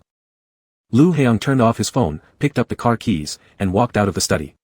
Just as he drove out of the garden, there was a flash of light in the rearview mirror, signaling that the bodyguard's car had already followed from another direction. At 10 o'clock, Lu Heong arrived at the club. It was at its liveliest time. Lu Heong pushed through the crowded crowd, dodging hands trying to rest on his shoulder, until reaching the boxing arena. After taking a look at the entrance, Lu Heong saw that the person competing inside was no longer Suze. Turning around, Lu Heong headed toward the backstage area. Suze wasn't in the changing room either, so Lu Heong went to the side door passage, the usual route Suze took when leaving. There weren't many people in the passage, it was very quiet. While passing the stairwell doorway, although he didn't hear any sound or notice any signs, Lu Heong still paused for a moment, hesitated slightly, then leaned into the door halfway. Inside the stairwell, there was another door half open, without light, exposing a pitch-black corner. In that corner were piles of cardboard boxes and plastic bags filled with trash. On top of those, something seemed to be curled up. As Lu Heong slowly moved closer, a faint smell of blood reached his nose, along with an indescribable burning odor. Crouched among the garbage was an alpha. A sliver of light seeped through somewhere, like a silver blade cutting towards the alpha's face, illuminating a trail covered with dirty blood. The alpha had his eyes closed, seemingly exhausted and resting. Lu Haiyang's fingers twitched, just as he was about to take a step forward. Suddenly a hand extended toward the alpha, blocked by the other half of the door, making it impossible to see who it belonged to. That hand pinched a half-lit cigarette, pressing the glowing tip onto the alpha's body. The alpha let out a muffled groan from their throat, moving slightly. The plastic bag beneath them rustled, but they merely twitched once, having no strength left for any other reaction. The air grew heavier with the hard-to-describe smell of scorching. Suze tried to open his eyes but didn't have much strength, nor did he want to see the person in front of him, so he gave up. He barely felt any pain, just noticing some warmth on his arm, causing him to instinctively curl up. With hazy consciousness, the only thing Suze was glad about was that Lu Haiyang and his group hadn't come to watch him fight today, otherwise they might have run into Tang Fei, causing trouble for Lu Haiyang. Besides, with how bad he looked now, it was too embarrassing. Chapter 41. Tang Fei flicked the cigarette he had extinguished on Suze's arm onto the ground and lit another one. He exhaled a puff of smoke and said indifferently, "Same warning, don't let me find out you're partnering with others to grab bonuses. I told you the rules here when you first came, the last boxer who tried this ended up crippled. Do you want to be the second?" Suze strained to open his mouth and croaked, "I won't fight anymore." "What?" Tang Fei chuckled disdainfully. "I won't fight anymore," Suze repeated his words in a hoarse voice. "So, you think you've connected with people like Gu Yunqi, and now you're all tough?" Tang Fei took a step closer to Suze, leaned down, and gripped his chin. "Suze, when did you start daydreaming so much? People need self-awareness and should stay in their own place." Tang Fei continued, taking a drag of his cigarette as the tip flared up brightly. He pointed it at Suze again, reminding him, "Gutter rats thinking about flying high before even getting to shore, unacceptable." Just as the burning tip was about to touch Suze's arm, there was a creak as the door swung open. Tang Fei snapped around abruptly, shouting, "Who?" The last syllable barely left his lips before someone kicked him hard near his shoulder by his neck. Tang Fei slammed against the wall, cursing while preparing to retaliate, but then a sharp mechanical click cut through the darkness, like a switch. His movements froze instantly. Lu Haiyang squatted down, feeling Suze's face, touching something wet and sticky. Turning around, Lu Haiyang saw Tang Fei standing motionless with a gun pressed to his temple. "There you are again." Tang Fei fixed Lu Haiyang with an intense stare, though he couldn't make out Lu Haiyang's expression clearly. He laughed dryly, "I thought you looked familiar the first time I saw you backstage, but I couldn't recall who you were." With a pained groan, he questioned, "So who exactly are you?" Lu Haiyang simply said, "Shut him up." This command was directed at the bodyguard. Upon hearing it, the bodyguard removed the gun and immediately followed up with a swift elbow strike that knocked Tang Fei unconscious. "Suze," Lu Haiyang softened his tone, "where does it hurt the most?" "No." Suze gradually opened his eyes, not feeling any pain but just extreme exhaustion. He asked, "It's so late, how did you get here?" Lu Haiyang went to support him and discovered that Suze was still wearing a skirt when he touched his exposed thigh. Lu Haiyang took off his shirt, covering Suze with it, and scooped him up gently. The bodyguard prepared to take over carrying Suze, saying, "Let me handle it." "No, is the car ready?" "It's by the side door." Lu Haiyang carried Suze out of the stairwell and into the alleyway by the side door. The bodyguard opened the car door, and Lu Haiyang laid Suze down in the back seat, adjusting the recliner so he could lie half reclined. He noticed Suze's hand moving on the seat cushion. Lu Haiyang asked, "What's wrong?" Suze attempted to sit up for a look. "Did I dirty your car?" "Don't move." Lu Haiyang placed a hand on his shoulder. "You didn't." One bodyguard stayed behind to drive, while the others boarded the vehicle Lu Haiyang arrived in. Before starting the engine, the driver twisted the rearview mirror to avoid reflecting the backseat scene. Lu Haiyang took a wet wipe, lightly holding Suze's jaw, carefully cleaning off the grease paint and bloody stains, revealing the clean face beneath. Suze kept his eyes partially open, his gaze lingering on Lu Haiyang's face. Many of his most embarrassing moments seemed to be witnessed by Lu Haiyang, yet he still couldn't grow accustomed to the awkwardness. Maybe they were nearing fewer meetings than more, so he felt compelled to seize these last chances to look a bit longer. "Is it your birthday soon?" Suze blurted out a question entirely unrelated. His swollen lips made his speech slightly slurred. Lu Haiyang grasped his right wrist, finding marks where the cigarette tips had burned through flesh, 4 or 5 mangled prints entangled together. With a blank stare focused on them, Lu Haiyang finally raised his head, giving Suze a faint smile. "Yeah, next Friday." "Are you going to give me a present?" Suze didn't answer. He vaguely remembered Wei mentioning Lu Haiyang's birthday was sometime in a particular month, but he didn't expect it would be at the beginning. Suze started considering what gift he could afford to buy, but realized Lu Haiyang probably lacked nothing. "If you're planning to spend money on my gift, it won't happen next Friday," Lu Haiyang interjected. "Huh?" Suze gave him a puzzled look. "Do you intend to buy it?" Because he wanted to confirm Lu Haiyang's exact birth date, Suze lied, shaking his head, "No, I won't buy anything." Lu Haiyang smiled again and said, "My birthday is next Friday." Suze was confused by his words and blankly stared at him. Lu Heong poked his face and said, "Go to sleep, I'll wake you when we arrive." Suze didn't ask where they were going or what they would do. He nodded his head, closed his eyes in fatigue, and fell into a sound sleep.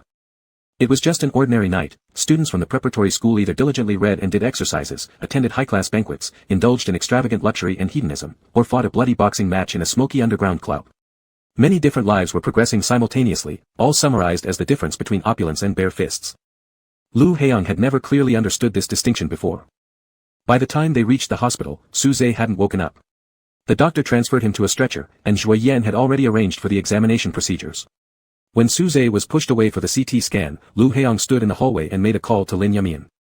"Dad. It's late, is something wrong? Did I interrupt your rest?"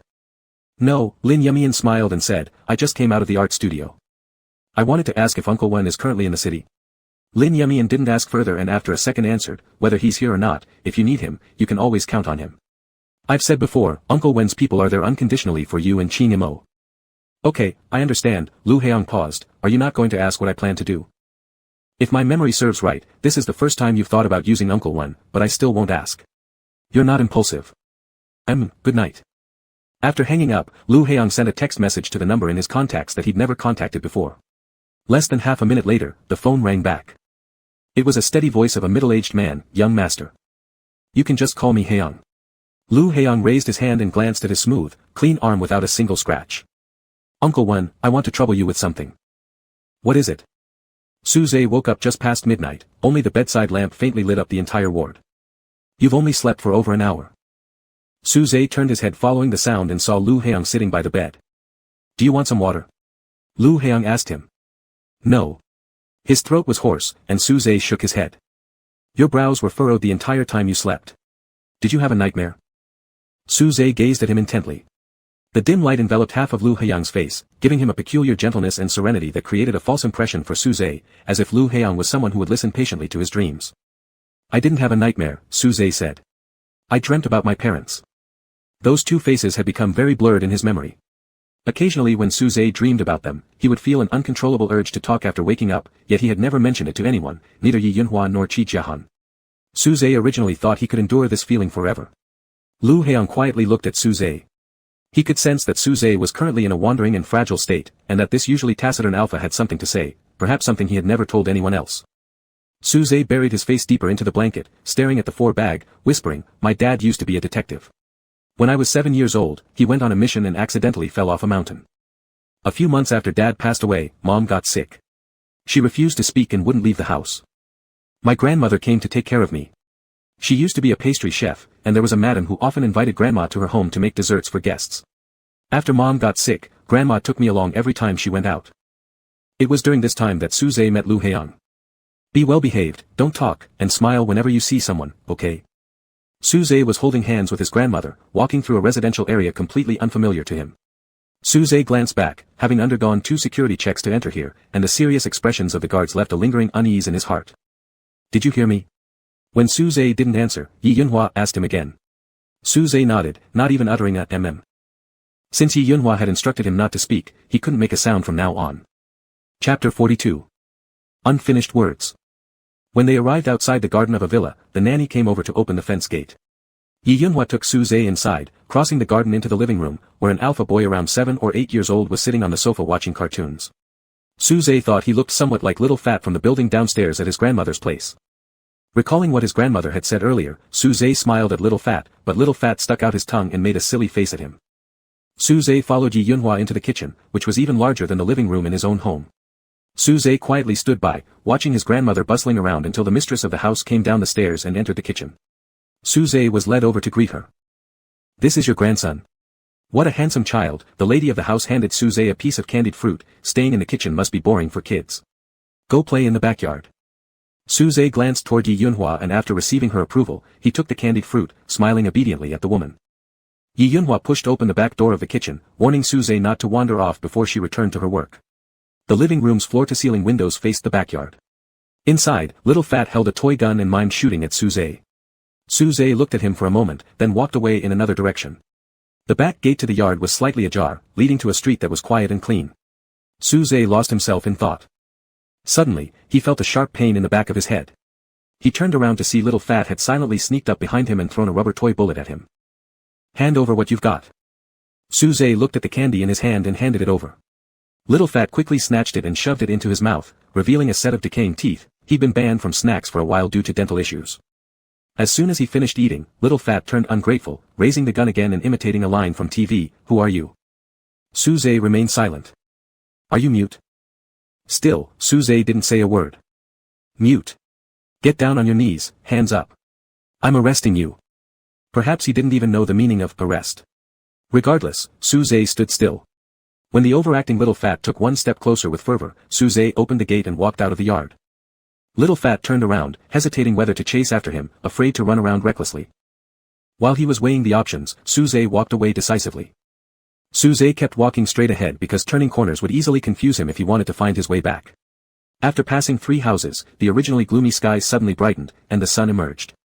Suze saw a swing set in the backyard of the 4th house. An alpha boy sat there motionlessly, staring ahead blankly. Suze slowly approached, finding the alpha resembled a doll displayed in a storefront window, lifeless, almost like a real doll left out to sunbathe. When their eyes met, the alpha's gaze shifted ever so slightly. Inside the house, a girl's crisp voice echoed, "Lu Heong, do you want some milk?" "No," the alpha replied without turning. At 7, Suze's vocabulary was limited. He automatically converted the name of this alpha into names of animals he'd recently learned: deer for Lu, crane for he, and sheep for Yang.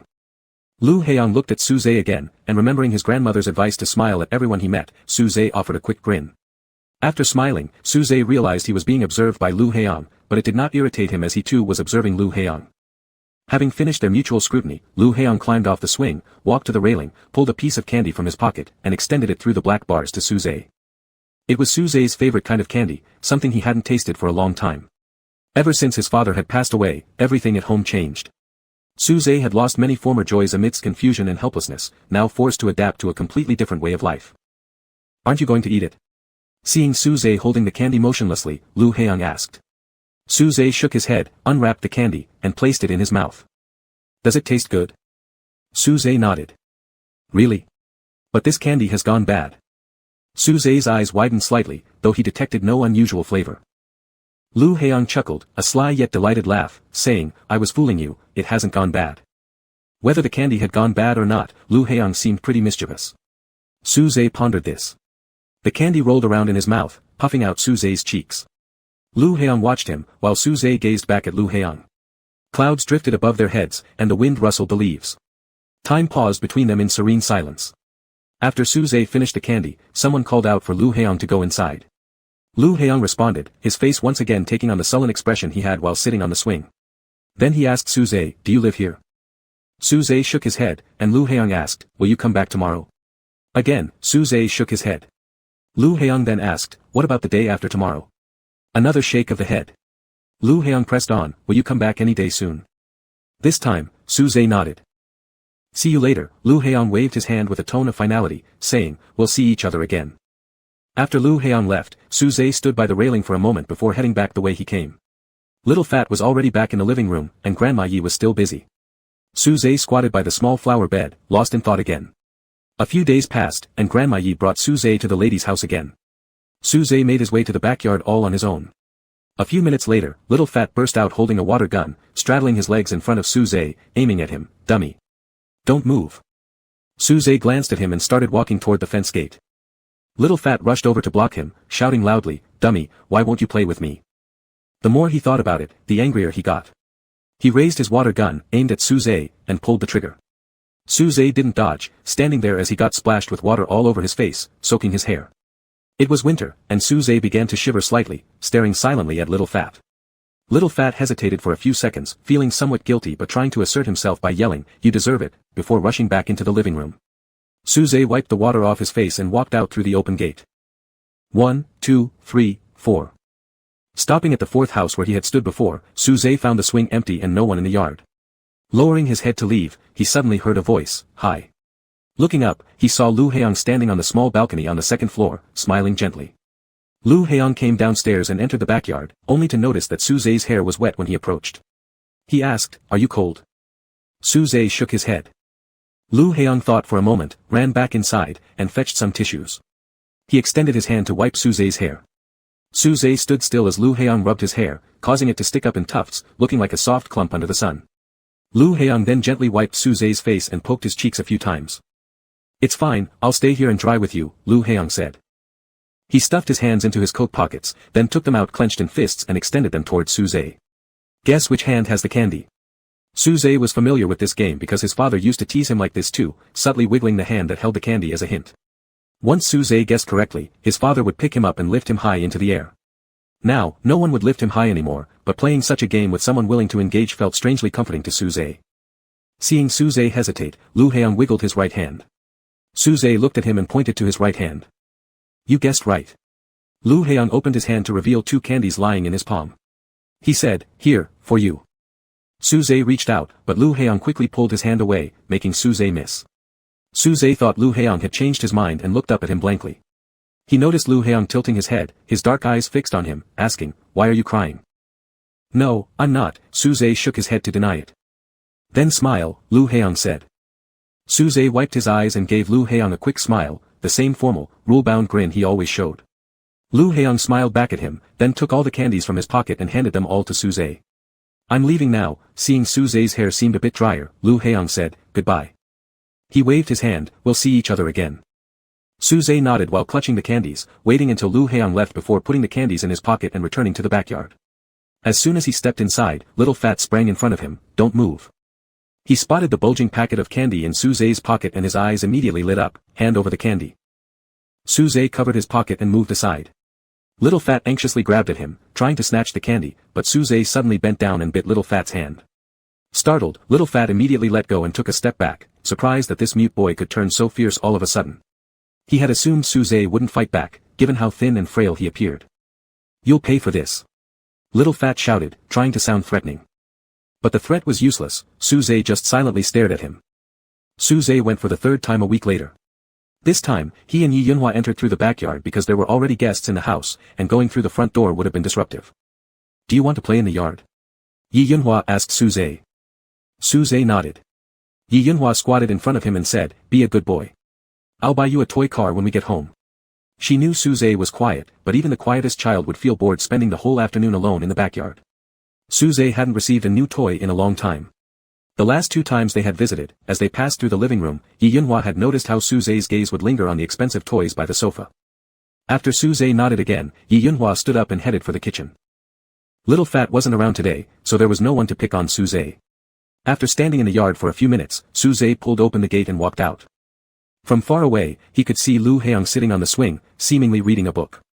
Suze ran over a few steps, gripping the railing without making a sound until Lu Heong looked up and saw him. Lu Heong hesitated for a moment, not appearing surprised but instead saying with a touch of grievance, "I've been waiting for you every day." He got down from the swing and walked to the fence. Suze looked at him for a few seconds before silently pulling out a piece of chocolate from his pocket and handing it over as an apology for not coming for such a long time. "Thank you." Lu Heong smiled, although he didn't particularly like chocolate, he still immediately tore off the wrapper and broke the chocolate into 2 halves, offering the larger one to Suze. Chewing the chocolate, Lu Heong stuck out his tongue to show Suze the brown-stained tip, and after a moment's thought, Suze also stuck out his own tongue. Both of them burst into laughter. Suze's eyes curved into half-moons, his smile less stiff than the previous times, genuinely happy. "Do you want to read this?" Lu Heong opened a comic book filled with robots and asked. Suze nodded, already captivated by the illustrations. Without realizing, his head leaned closer against the railing. Lu Heong helped turn the pages slowly, their faces were close together through the railing, Lu Heong catching glimpses of Suze's long lashes blinking attentively as he absorbed the comics. "I'm sleepy." Lu Heong yawned. "You can keep the book while I take a nap. Will you stay with me?" Suze took the book and nodded. Lu Heong lay down on the swing. He didn't think he would actually fall asleep since it was so bright outside, and he had never fallen asleep anywhere other than his bedroom. But he was just a little tired. The warm sunlight bathed them, and a few steps away, Suze was leaning against the railing, completely absorbed in the comic. Just as Lu Heong thought, "I won't fall asleep," his eyes closed, and he drifted off almost instantly. Half an hour later, Suze finished the comic while Lu Heong was still sleeping. Seeing someone come out of the house and walking toward them, Suze crouched down and hid behind the wall under the railing, only exposing his eyes. He heard the person say in surprise, "How did he fall asleep here?" Then Lu Heong was lifted up. His chin rested on the shoulder of the nanny as he drowsily half-opened his eyes. Lu Heong caught sight of Suze hiding and waved his hand slightly, muttering something. He didn't speak aloud, but Suze knew that Lu Heong was saying the usual phrase, "We'll see each other again." Suze nodded and stuffed the book between the gaps of the railing before turning and walking back. Afterward, Suze became skilled at heading straight for the backyard gate every time. Even though he had once been reported by Little Fat to his grandmother for always sneaking out to play, due to her absolute trust in the security of the residential area and in Suze, the grandmother merely reminded Suze not to go too far and not to disturb the neighbors. Lu Heong always waited for him right on time, preparing candies or snacks for Suze each visit, sharing comic books and toys with him. Lu Heong never questioned why Suze never spoke or where he came from. The two naturally drew closer, maintaining their connection despite always being separated by a railing, which did not hinder their interactions in any way. To Lu Heong, his two best friends, mischievous He Wei and aloof Gu Yunqi, had become his friends because their elders knew each other. But Suze was different. He appeared one ordinary afternoon, drifting into Lu Heong's life like a leaf or a cloud, without warning or introduction. He was an unexpected visitor, a silent yet curious presence. Their friendship was pure and unblemished, free of complications or ulterior motives. "I'm leaving now." Lu Heong gently tugged at Suze's hair as he was intently reading the comic. "I'll give you this comic to read." Suze looked up. Lu Heong often said at a certain point in time, "I'm leaving now," but he didn't know where Lu Heong was going or what he was going to do. It seemed to be a fixed schedule for outings. Suze returned the comic book to him, shook his head, and then smiled slightly. "You don't have to smile at me," Lu Heong said. He thought that Suze actually didn't enjoy smiling much. Every time Lu Heong would offer to give Suze the comic book or a toy, but Suze always refused with a shake of his head. Still, he felt glad about Lu Heong's kindness, so he smiled. But Lu Heong would always tell him not to bother. It might be an illusion, though 7-year-old Suze didn't yet understand the feeling called illusion, but he noticed that Lu Heong would often repeat certain phrases or behaviors. The things Suze remembered clearly, Lu Heong seemed to have no awareness or memory of, repeating them again and again. For example, even though Lu Heong had promised a new comic book for their next meeting, the next time he brought over the same comic book that Suze had already read multiple times, possibly 3 times, because Lu Heong seemed to forget that Suze had already seen it. Each time, he insisted, "This is the best one, you have to take a serious look." Suze never said that he had already read it before. He assumed Lu Heong must really like it, so he wanted him to read it more times. Leaving now, Lu Heong stuffed all the lollipops and chocolates left in his pocket into Suze's arms, then tidied up the comic books and toys. As always, while stepping back, he waved goodbye, "See you again." Suze hugged the snacks and nodded at him. It was a very ordinary farewell. They agreed they would see each other again, but neither of them realized it would be their last time. "Is Suze here?" Today, as soon as they arrived, the lady sitting on the sofa set down her teacup and told Suze, "Play in the living room today, keep him company." The him she referred to was Little Fat. Little Fat sat amidst a pile of toys, sticking out his tongue and smirking boastfully at Suze. Yi Yunhua led Suze to the sofa side and said, "You play here today. Be a good boy and don't break this big brother's toys." She knew Suze disliked Little Fat, but here, they had to follow instructions. Just like how the lady preferred not having other children around, so Suze always ended up alone in the backyard, no matter rain or shine. And today, since Little Fat wanted Suze to accompany him, Suze had to stay in the living room. The lower your position, the fewer choices you have. Suze sat in the corner, holding a tiny car in his hands. Afraid he might damage Little Fat's toys, he chose the smallest one available. This time, Little Fat finally caught Suze, and he couldn't hide anymore. Mimicking spy movie heroes, Little Fat rolled around on the carpet, firing rubber bullets at Suze, or driving remote-controlled cars to crash against Suze's legs, making sure Suze had no moment of peace. Time passed slowly. Suze gazed outside the window, thinking that Lu Heong might be waiting for him somewhere. They hadn't seen each other for almost a week. Putting the small car on the ground, Suze stood up and quietly slipped away through a side door of the living room when Little Fat was still busy finding his next weapon. Suze ran fast toward the backyard, opening the gate and speeding towards Lu Heong's direction, but before he passed by the third house, someone stopped him. Looking back, Suze saw his grandmother, the lady, and Little Fat standing there, with Little Fat bawling loudly. Speechless. Chapter 44. Suze was brought back to the living room. He looked bewildered, unsure of what he did wrong. The lady sat down on the sofa, picked up her teacup for a sip, and told him, "If you like any toys, just ask your brother to give them to you, instead of stealing them, right?" Falsely accused without reason, Suze wasn't immediately aware. He heard his grandmother ask, "Where did you put the little car?" Little Fat was still sobbing dramatically, but there weren't even any tears. Suze ran back to the corner where he had been sitting earlier, moving aside the various toys around him, but found nothing beneath. It was empty. He was sure he placed the little car there. Not knowing how to explain himself, Suze could only shake his head. "Then let's check the surveillance," the lady said gently. The nanny pulled up the footage from the tablet. Starting from when Suze sat down in that corner and picked up the little car, followed by little Fat continually pestering and bullying him until Suze stood up, 28 minutes in total. In the end, when Suze set the car down and stood up, because of his quick movements, it appeared as if his hand briefly touched the ground. With toys blocking the view, it was impossible to tell whether he truly left the little car on the floor or took it in his hand. The nanny turned off the surveillance and exchanged a glance with the lady, then proceeded to search Suze's body but found nothing.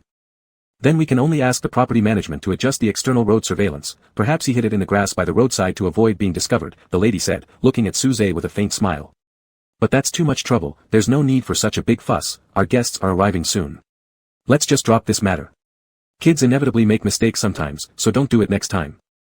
This was the first time Suze had tasted the bitterness of being falsely accused, and he had no idea it would feel so awful. It won't happen, Yi Yunhua suddenly spoke up after remaining silent all along. She was usually very polite to the lady, but now her voice became cold and hard. Suze wouldn't do such a thing. We can check the surveillance outside. The lady looked somewhat surprised, but she still maintained an elegant posture, speaking softly, Miss Yi, I know you're concerned about your grandson, but children can't be pampered like that, they might learn bad habits. Let's check the surveillance. Yi Yunhua removed her apron and wiped her flour-covered hands on it. We'll see what the surveillance shows. If Suze really took it, I'll bring him back to apologize and compensate. For today, I'll head home, the oven's timer is already set, just take out the pastries when it's done. Let's go. She took Suze's hand and led him through the kitchen, heading out from the backyard. After walking quietly for a while, Suze finally broke the silence. Grandma, I want to go over there. To do what? I've met a little friend, Suze whispered. He waits for me every time. Yi Yunhua didn't ask more questions, just like how she trusted that Suze wouldn't steal or lie. She followed Suze to the backyard of a villa. Suze ran ahead, stood by the fence, and looked inside, but there was no one. Can I wait here until he comes out? Suze tilted his head and asked Yi Yunhua. Today, he wouldn't be able to eat snacks, read comics, or play with toys with Lu Heiyang anymore, and probably never again. Therefore, he wanted to bid farewell to Lu Heiyang. Wait here. Yi Yunhua waved Suze over to the shade of a tree across the road. Suze clutched onto the edge of Yi Yunhua's clothes and stood under the tree, his eyes glued to the backyard as he waited for Lu Heiyang to appear. He waited for over half an hour, his legs getting sore, but Lu Heiyang never showed up. Grandma, let's go, Suze lowered his head. Yi Yunhua didn't say anything. She simply lifted Suze into her arms. As usual, she was efficient, serious, and talkative, and Suze rarely felt care or affection from her. He always thought his grandma was different from others. I'm sorry, Grandma, Suze mumbled, resting his head on her shoulder. Why say sorry? You didn't steal anyone's toy. But you can't work here anymore. We can earn money elsewhere, but no one should bully you like this. Suze felt a bit reassured. He rubbed his eyes and watched the empty swing frame grow farther and farther away. Silently in his heart, he muttered, see you again. Suze had a little notebook. On one of its pages, he used watercolor markers to draw 11 circles, representing every meeting between him and Lu Heiyang. Next to the last circle, the 7-year-old version of him wrote in shaky handwriting, see you again. It was a childish wish without much hope. Just when Suze almost forgot about it, one day it suddenly came true, 7 years later. In the second year of junior high school, Suze went through a secondary differentiation into an S-level alpha. The preparatory school retrieved his file and notified him for entrance assessment. After passing the assessment smoothly, Suze went to the preparatory school to submit documents. Inside the office, Suze stood in front of the desk of the teacher who would become his homeroom teacher, waiting for her to review his documents. The door was knocked twice, and when a teacher said, come in, the door opened. A teacher looked up, smiling and saying, Lu Heiyang, did you come to pick up your report card? This name was both familiar and distant. Suze was startled and hesitantly raised his head. Sunlight streamed in from outside the door, forming a long beam. In that light stood an alpha, tall and straight like a flourishing tree. The voice of the alpha was low and clear, not even hoarse during the voice change period. Sorry teacher, I just got back yesterday. No problem, I thought someone else was coming for you. Didn't expect you to come here specially. Lu Heiyang smiled slightly as he took the report card. His gaze briefly swept over Suze, with a polite but indifferent smile reserved for strangers. He quickly left, paying little attention to Suze, who silently stood beside an office desk, pale-faced. He wouldn't know that in the half-second of eye contact, how much turbulence this unfamiliar alpha's heart underwent. 7 years had passed, the Lu Heiyang in his memory who always smiled and had a bright voice had grown into a tall, deep-voiced man. His appearance and demeanor were astonishingly outstanding, but he also looked significantly colder. Back then, every time they parted ways, Lu Heiyang would tell Suze they'd see each other again. But during their real reunion, he didn't recognize Suze. Suze thought this was perfectly reasonable, he had never told Lu Heiyang his name. With so many years apart, physical changes, forgetting, and becoming strangers were inevitable. For Suze, however, not seeing Lu Heong one last time in childhood left a lasting regret, so the memory remained particularly vivid. Just like happiness doesn't make people lose sleep, what keeps you tossing and turning is always those unsoothed regrets. That day, after returning home, Suze dug out the yellowing little notebook from his room, opened it, and with a black pen, added another circle behind the 11 slightly faded colorful circles. He wrote beside it, and met again. Later, due to some things, Grandma stopped making pastries for others and opened a breakfast stall by the roadside. Recalling all this, Suze skipped over most of the details. He looked at the 4 bottle as if telling someone else's story. Then my mom passed away, and Grandma began to develop mental issues. A few years ago, she became sicker and was sent to a psychiatric hospital. I started working so that Grandma could go to a better nursing home. Suze stopped here, fearing he was being too wordy, though he had only said a few sentences. Still, perhaps Lu Heong didn't want to hear about these things. Suze licked his lower lip and asked, "It's pretty late, are you tired?" "Not tired." Lu Heong had listened quietly, poured a glass of water, handed it to him, and asked at the same time, "You said you wouldn't fight anymore, does that mean you really won't?" "I don't know." Suze answered honestly. He had told Tang Fei he wouldn't fight because in that situation, he genuinely felt exhausted and weary. But many things weren't entirely within his control. "I'll go less often," Suze added. "Summer vacation is coming, I found a job, and the subsidy I applied for on behalf of Grandma will also be approved soon. Working part-time jobs doesn't earn much money, nor does the subsidy provide much, and everything depends on Yi Yunhua's condition remaining stable. If anything unexpected happened to her, relying on just these funds would certainly be insufficient." "What kind of job is it?" "Some odd jobs." Lu Heong did not press further, changing the subject instead. "How much is the subsidy?" "Around several thousand yuan, it's better than nothing." Suze seemed satisfied with this. "There are 2 other subsidies I've been applying for a long time, but there's no news, so I guess they won't come through." He calmly and truthfully described what others might view as a very dire situation, and Lu Heong thought that if Suze were a little more shameless or scheming, or learned how to exaggerate his hardships, his life would certainly be easier. But that wasn't Suze. Lu Heong observed him for a moment before saying, "I'll go back first. Rest well, call the doctor if you feel uncomfortable." He took the cup from Suze's hand and placed it aside. Leaning back against the pillow, Suze watched as Lu Heong stood up, his gaze rising along with him. "You're looking at me again." Lu Heong gave what seemed like a faint smile. "What's wrong?" Suze lowered his eyes and obediently replied, "I won't look." But this answer seemed off, because Lu Heong paused by the bedside for a moment, suddenly leaning down. One hand rested beside Suze's pillow while the other gently brushed the bruised swelling on the corner of Suze's mouth. His tone softened, "I didn't say you couldn't look.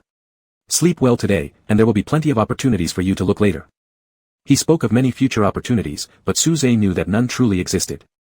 "Be careful on your way back," Suze hesitated briefly before adding, "See you next time." Desires lingered, difficult to suppress. Chapter 45.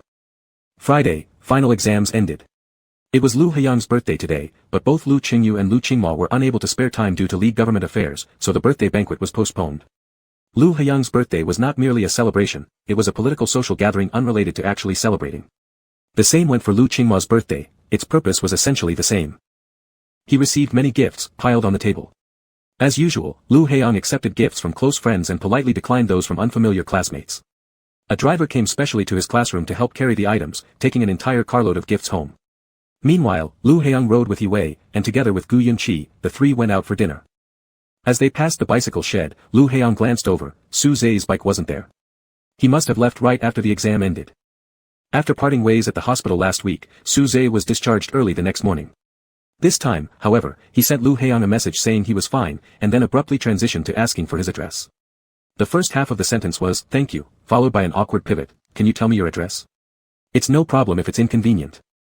It was clear that Suze wanted to send Lu Heong a gift. Lu Heong didn't stop him. He knew that Suze wanted to do this, so he wasn't about to refuse him again. Lu Heong gave him the address of his residential complex, telling Suze that the delivery would be signed for by the property management before being distributed to the residents. Though in reality, it wouldn't be the property management, it would be the security guards. Suze replied with another, "Thank you," and added, "Good luck with your finals." "Are you going to the summer camp or not?" Yue asked Gu Yunqi. "I don't feel like going," Gu Yunqi said, still glued to his phone without looking up. The summer camp was organized by the league government and held every year during the school break. Mostly, children of officials or the wealthy had the eligibility to sign up. Lu Heong and Yue had no choice but to participate, while Gu Yunqi enjoyed more freedom. If he didn't want to go, no one could make him. "You should go, we used to go together all the time," Yue lamented with mock solemnity. Master Gu, how many more times will we have the chance to reunite as a trio? Gu Yunqi finally raised his eyelids. I'll come back after 10 days. That works. During dinner, Lu Heiyang kept receiving birthday greetings on his phone. Afterward, the three went to a bar with a group of familiar alphas and megas from the preparatory school. Though Lu Heiyang was the guest of honor tonight, he drank the least, barely sipping any. They didn't stay out too late, calling it a night around 9. Once the others left, He suggested heading to Lu Heiyang's place for some sober-up soup and card games. It started raining on the way home, but Lu Heiyang drove since he hadn't touched a drop. As usual, Lu Heiyang preferred silence when driving, but He noticed that his demeanor seemed off throughout the evening. He acted uninterested the whole night. Okay, maybe he was like this before too. Lu Heiyang didn't seem to genuinely enjoy any of his birthdays. They were always turned into political or business gatherings, which no one could reasonably expect someone to find fun. But tonight was supposed to be a simple friends gathering, so why couldn't Lu Heiyang muster interest? Why are you unhappy? He leaned against the driver's seat back and moved closer to Lu Heiyang. Oh, because that mega didn't come to celebrate your birthday today. Lu Heiyang remained silent. Gu Yunqi grabbed He by the collar and pulled him back to his seat. Quit being annoying. Once home, several packages were scattered in the living room. The largest one was from Lin Yumei, an entire set of skydiving gear. Lu Heiyang picked up the other packages, leaving them unopened as he glanced at their labels. A housekeeper had already prepared tea and brought it over. After putting down the last package, Lu Heiyang sat on the sofa. He randomly picked a movie as background noise while shuffling cards, suddenly recalling something. Hey, Heiyang, why didn't you call Suze today? Why should I? Lu Heiyang asked, taking a sip of the soup. Aren't you too close? He started dealing the cards while cheating. Though drunk, he didn't realize how obvious his moves were. It's kind of strange that the two of you became friends. Seriously, if Suze were a mega, he'd be my type, one of them, at least. He ideal partner varied greatly, spanning many types. With his looks and advantages, interested megas naturally gravitated toward him without him even needing to pursue. Qi Jiahan was the first who resisted his charm. Gu Yunqi ate fruit silently while Lu Heiyang studied his hand of cards, pausing briefly before throwing out one card. What the hell? Playing such a big card right off the bat. He shouted. If you don't want to play, just say so. It's frustrating to lack any gaming spirit. After exiting the subway, Suze walked for a stretch before it started raining. But the convenience store he'd hoped to see was nowhere in sight. This residential area, which he'd only heard about on the news, had no other buildings along the way, just wide roads and tall trees. The rain hit his body painfully, causing his skin to sting. It took Suze 20 minutes of running through the rain before he finally reached the guardhouse. When he approached, a motion sensor light switched on, revealing a military-guarded umbrella outside the security booth where a soldier stood rigidly. Another security guard emerged holding an umbrella, glancing over Suze before fixing a stare on his face. May I ask what brings you here?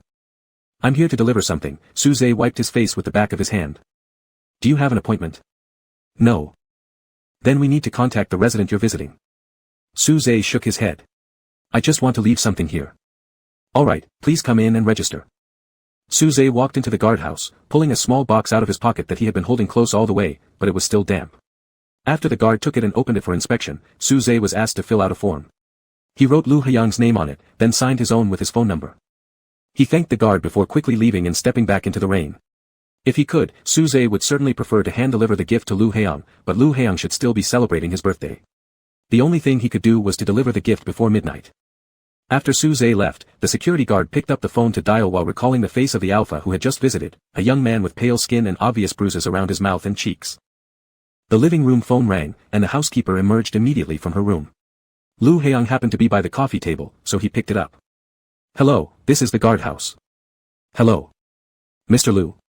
Someone has left something for you. Would you like us to bring it over now? Lu Heiyang gathered his cards in one hand and placed them lightly on the table, asking, who sent it? A man named Suze. Where is he now? He has already left, not more than a minute ago. Alright, thank you. I'll come pick it up myself. After hanging up, Lu Heiyang gestured for the housekeeper to go back to bed. Then he set down the cards and stood up. Can I borrow your car? Oh. He slid the keys across the table and then suddenly remembered to ask, where are you going? I'll be right back. Lu Heiyang walked out without delay.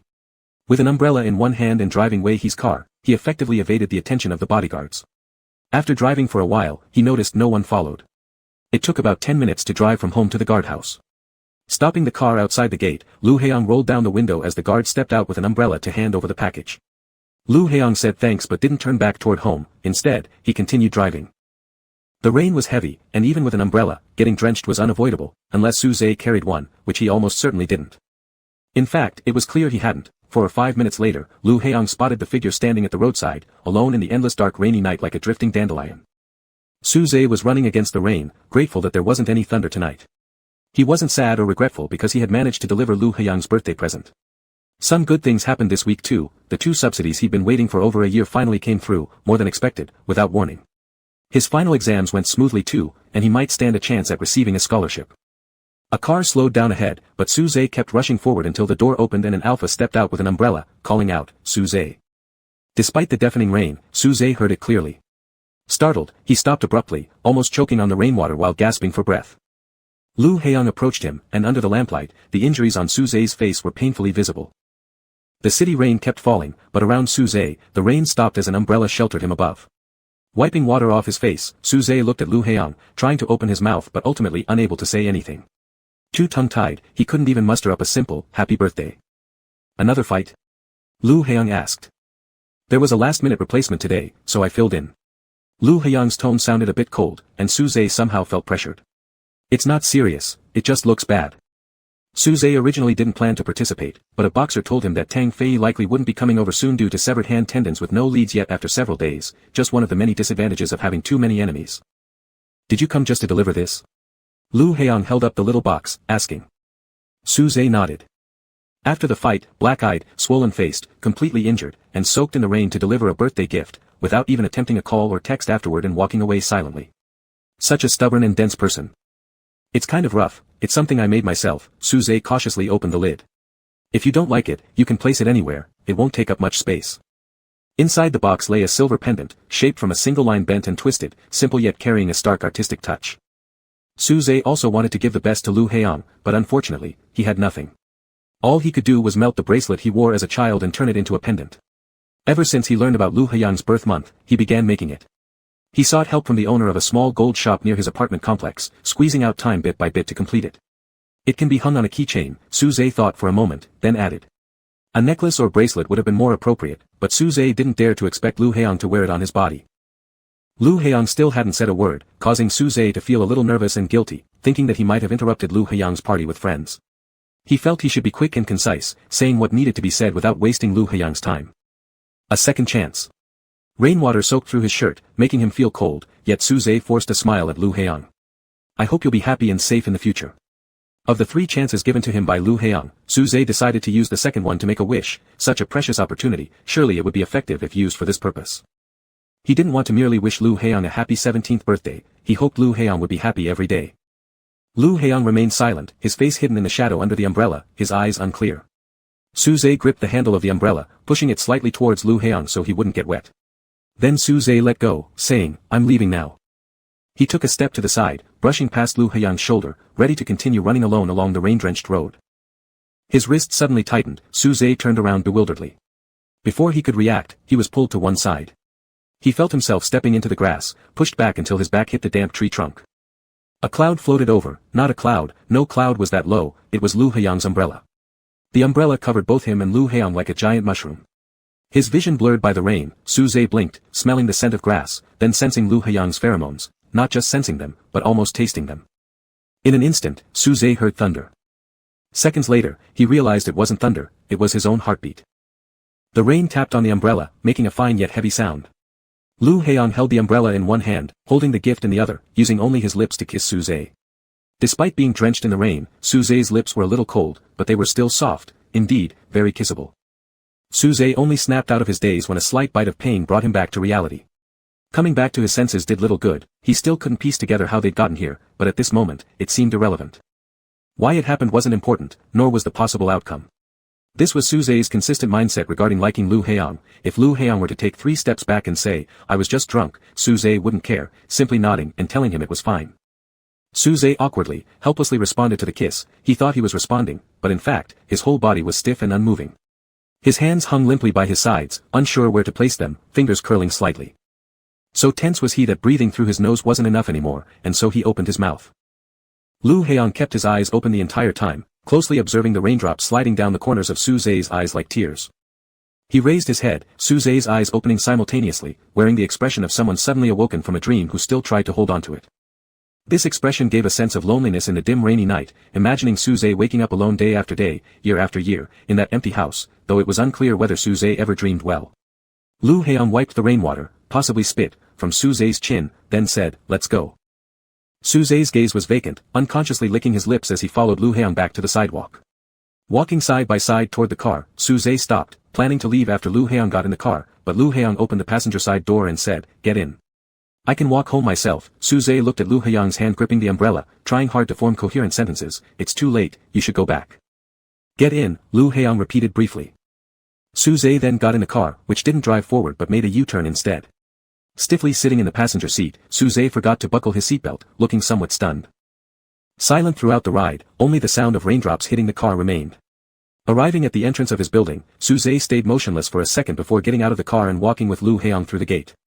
The living room was brightly lit. Hee-wei and Gu Yun-chi were sitting on the sofa eating desserts. They turned their heads when they heard the door open, and Hee-wei was surprised to see Suze standing behind Lu Heong, drenched like a drowned rat. "Suze." The maid also came out of the room. Lu Heong told her to prepare a bowl of ginger soup, then took Suze upstairs. Hee-wei's eyes followed them until they entered the guest room. Hee-wei turned back, asking Gu Yun-chi, "What's going on? What happened?" Gu Yun-chi glanced at him and chose not to answer. "You can take a bath, there's a clean towel in the bathroom." Lu Heong pressed the switch to fill the bathtub with hot water. "Stay in the room after you finish." Not hearing any sound, Lu Heong turned back and saw that Suze was still standing by the door, looking dazed, wet bangs hanging black on his forehead, those eyes quickly averting elsewhere during their brief eye contact. Lu Heong went over and bent his right index finger, pressing it against Suze's slightly swollen lower lip, asking, "Did you hear me?" Suze nodded. "How did Suze come here?" As soon as Lu Heong went downstairs, Hee-wei asked him. "He came to deliver something." "Deliver what?" "A birthday gift." Lu Heong didn't answer. Hee-wei exclaimed, "He's so nice. Beaten like this and he still ran to deliver your gift." But Hee-wei felt somewhat strange. Normally, lips would be pale after being caught in the rain, yet Suze's lips were unusually red. Probably due to the game match. Hee-wei thought, injured-induced redness. After about 10 minutes, the ginger soup was ready. Lu Heong asked the maid to rest, and he carried the ginger soup to the guest room himself. It was quiet inside the bathroom. Lu Heong knocked on the door. "The ginger soup is on the table, remember to drink it." Suze murmured an, When Lu Heong returned downstairs again, Hee-wei, full of anticipation, asked, "Has Suze finished bathing? When will he come down?" "He won't be coming down," Lu Heong said. Question mark. Hee-wei looked puzzled. "I specially kept some dessert for him. What does it mean if he doesn't come down? I wanted to chat with him." Lu Heong glanced at the floor-to-ceiling window outside. "The rain is stopping." Gu Yun-chi closed his game.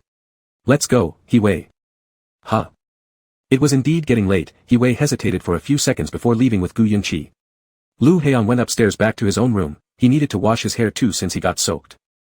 Blowing his hair halfway dry, Lu Heong turned off the hairdryer, grabbed something from the drawer, then opened his door and walked out, heading toward the guest room. He lifted his hand to knock on the door, which soon opened with a gap of about 10 centimeters. Suze stood behind the door with just a towel around his waist, looking somewhat uneasy. Lu Heong had instructed him to stay in the room after taking a shower, which was actually unnecessary since Suze didn't have clothes to change into, making it inevitable for him to stay. Suze looked down at Lu Heong's hands, expecting whether Lu Heong brought him any clothes. He appeared like an abused animal captured in a cage, carrying wounds, quietly exploring people through the cracks, his silent and cautious gaze searching. No clothes. Lu Heong's hands were empty. Seeing Lu Heong place his hand on the doorknob and push it inward, Suze stepped back to let him in without a word. Neither of them spoke. This was Lu Heong's house, and Suze was always prepared to be told to leave whenever necessary. If Lu Heong lent him clothes, well, even without them, he could simply wear his wet ones and go home. As the door opened, Lu Heong stepped in, then turned around and closed it. Suze stood there with damp hair, his hands hanging limply by his sides. His lower lip bore a clear mark of teeth marks in the middle, revealing fresh traces of blood. He sensed Lu Heong calmly scrutinizing him, as if he must admit something under such a gaze, as if he had to confess, "I've already finished the ginger soup, washed the bowl, and am ready to go home." But he only roughly constructed these thoughts in his mind and hadn't voiced them yet. Just as he intended to speak, Lu Heong leaned closer towards him, tilting his head slightly down. Suze thought he might say something, instinctively raising his head to listen. The angle of his head up coincidentally presented his lips to Lu Heong, as if in perfect sync, for delivery. If Suze had known that Lu Heong came to kiss him, perhaps he wouldn't have dared to move like this. Pushed by Lu Heong, Suze was pressed against the wall, his bare back touching it, causing him to shiver. He heard his breathing become heavy all at once. Lu Haiyang's hand slid upward from his lower back, reaching his neck, firmly but gently holding onto it. Su Zhe left his bracelet in the bathroom, his pheromones already largely out of control. Su Zhe knew nothing about kissing techniques, having no experience. And Lu Haiyang seemingly didn't expect anything more technical from him either. The bath towel slipped and fell onto the bed as Su Zhe knelt down, his face buried in the pillow. His abdomen was still trembling while Lu Haiyang took out a bracelet from his pocket, the one he had fetched from the drawer before entering the guest room. It was the bracelet that Su Zhe had returned to him. Lu Haiyang fastened the bracelet around Su Zhe's wrist. In that moment, Su Zhe had an illusion that what Lu Haiyang was placing on his wrist wasn't a bracelet, but a pair of handcuffs. Su Zhe's voice was filled with heavy confusion, as if his brain had disappeared tonight. He muttered weakly, "I'm an alpha." He spoke so softly that he assumed Lu Haiyang might not have heard him. Lu Haiyang looked down, adjusting his own bracelet to the highest setting. Then he leaned over, sliding his hand from Su Zhe's waist up to the back of his neck and holding it firmly but gently. Finally, he spoke, "I know." Then he asked Su Zhe, "No condom, is that okay with you?" Su Zhe lay on the pillow, his ears and neck blushing red. He shook his head, "It's fine. I can't get pregnant." It was merely stating a fact, alphas indeed cannot get pregnant, and there was no need for him and Lu Haiyang to worry about other health issues. But unexpectedly, Lu Haiyang leaned closer and asked him, "Do you want to get pregnant?" This statement was not extraordinary, yet it seemed like something that shouldn't come from Lu Haiyang's lips. Su Zhe suddenly felt his throat tighten, and his entire body flushed. "Go take a shower." Lu Haiyang came out of the bathroom, lightly tapping Su Zhe's hip with the back of his hand. Su Zhe's face was still buried in the pillow, fumbling to grab the towel and covering himself beneath it. He said, "I'll do it later." "Do you want to wash yourself?" Lu Haiyang stood neatly and composed by the bedside, without forcing Su Zhe, speaking in a normal tone. Su Zhe hesitated for a few seconds before nodding slightly. "Are you feeling any discomfort?" Lu Haiyang's gaze slid over Su Zhe's sweat-soaked back. Lu Haiyang continued, "I avoided the areas where you were injured." Indeed, he did avoid them, so much so that the originally uninjured parts of Su Zhe's neck and sides now felt as though they'd been tightly gripped. "No discomfort. In that case, I'll return to my room," Lu Haiyang said. Su Zhe hesitated for a moment, twisting his head to show half of his face. His voice was hoarse, murmuring, "Happy birthday." Braving the heavy rain to deliver the gift, yet saying, "Happy birthday," only after careful deliberation. Lu Haiyang bent down, looking at Su Zhe's damp eyelashes and replied, "Received." His fingers brushed through Su Zhe's partially dried hair, sharing a brief kiss with him. Leaving the guest room, Lu Haiyang raised his eyes, glancing inconspicuously at the corridor surveillance camera. He only made love once, starting when he entered the room and ending within a reasonable time frame, not staying excessively long. Desires hard to stop. Chapter 47. Your clothes are washed and dried, hanging outside your room. Come downstairs for breakfast after waking up. When Su Zhe woke up and checked his phone, the first thing he saw on the screen was this message. He immediately sat up on the bed, then let out a sharp breath due to the pain. In a daze, Su Zhe remained still for a while, his condition resembling a hangover. Waking up naked in an unfamiliar bed, his thoughts were sluggish, his memories disordered. Yesterday, Lu Haiyang had taken his clothes with him to wash and dry, originally something Su Zhe intended to handle himself in the bathroom. He slowly climbed out of bed, wrapping himself with the towel, opening the door slightly to retrieve his clothes. With every movement, even walking became somewhat difficult for Su Zhe. After grooming and walking around the room twice, he gradually adapted a little more. Su Zhe tidied up the blanket and went downstairs. Lu Haiyang's house was spacious and quiet. The maid waited for him at the foot of the stairs, pointing him towards the dining area. Su Zhe was very uncomfortable with this level of service, repeatedly bowing and thanking her in a low voice. Breakfast was already set. It appeared Lu Haiyang had also just started eating. When Su Zhe entered the dining room, Lu Haiyang merely glanced at him without any other reaction.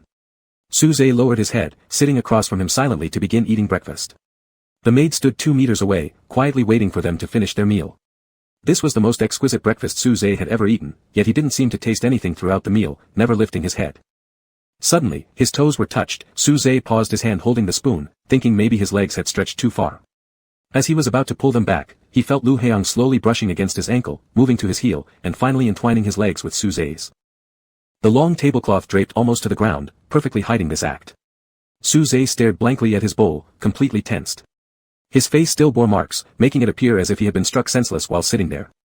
Lu Haiyang put down his spoon, drank a sip of milk, and asked, "What's wrong?"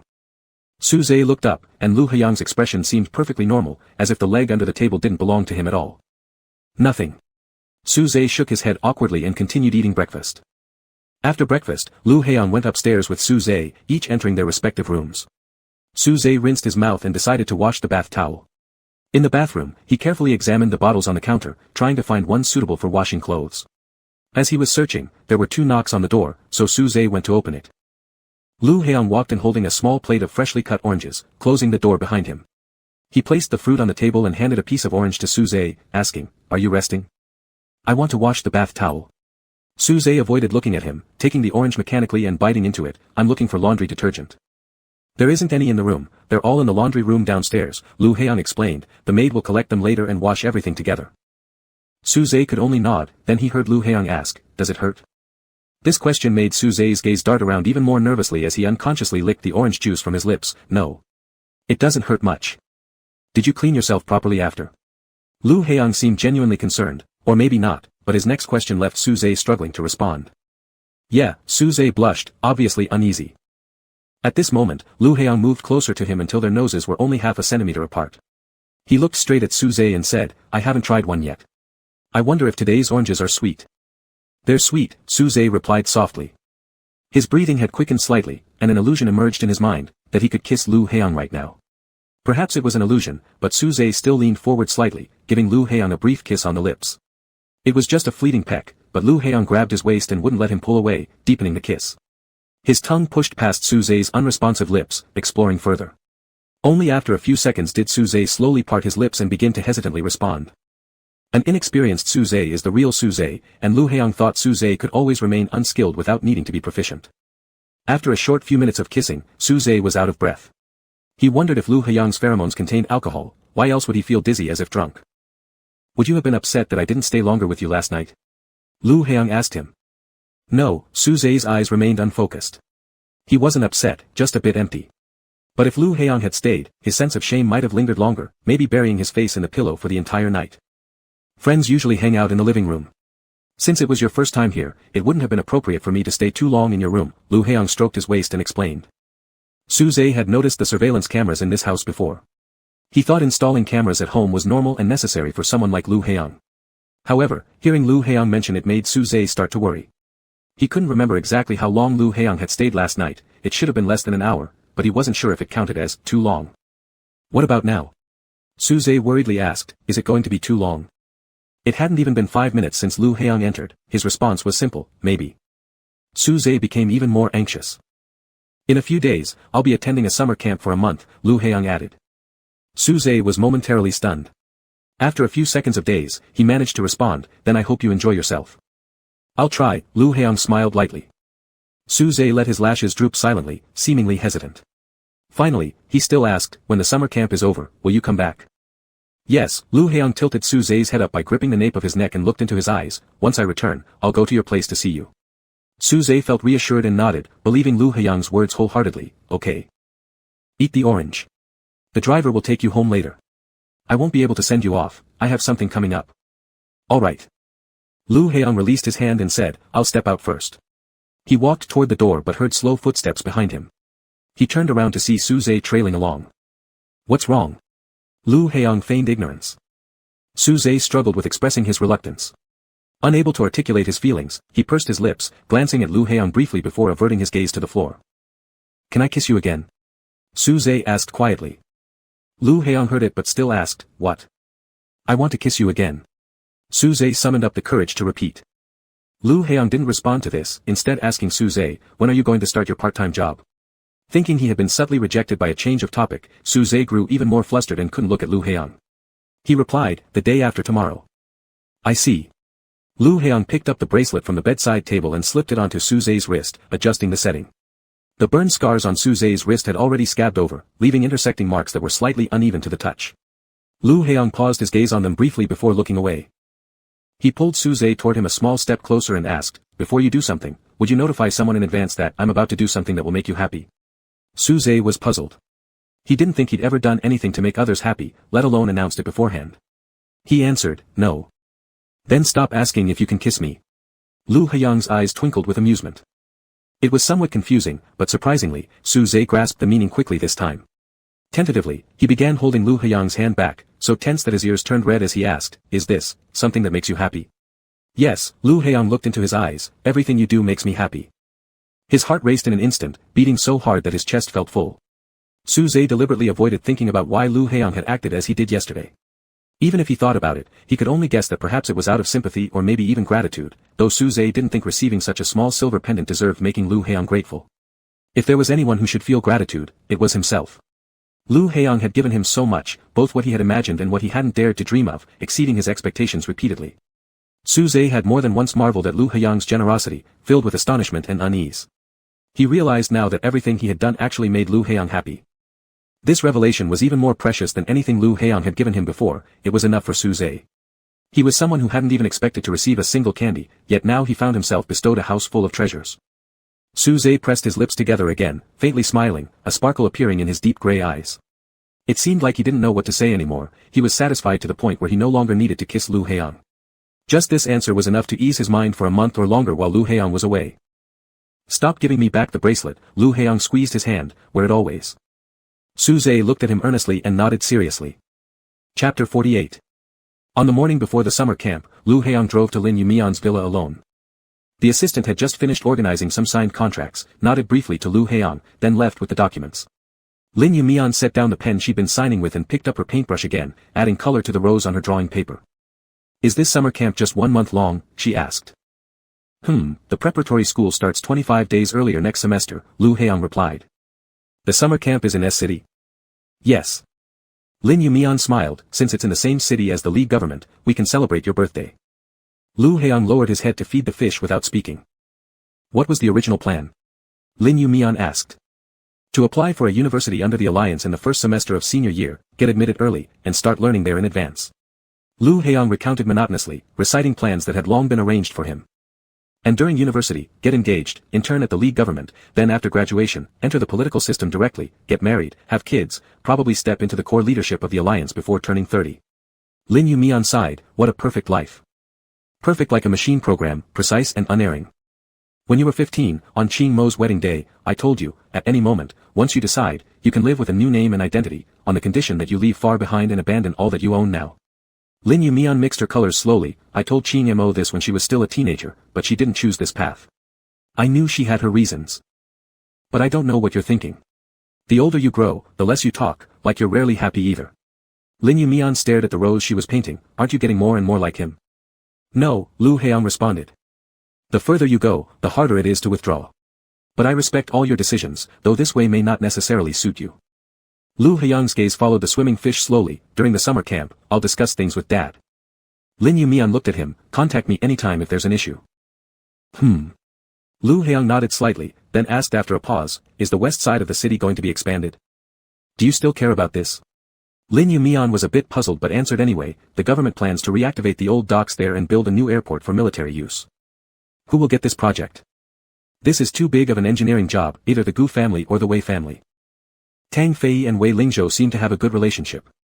Lu Heong recalled Suze's personal information file that mentioned Tang Fei and Wei Lingzhou often went places together. "Tang Fei?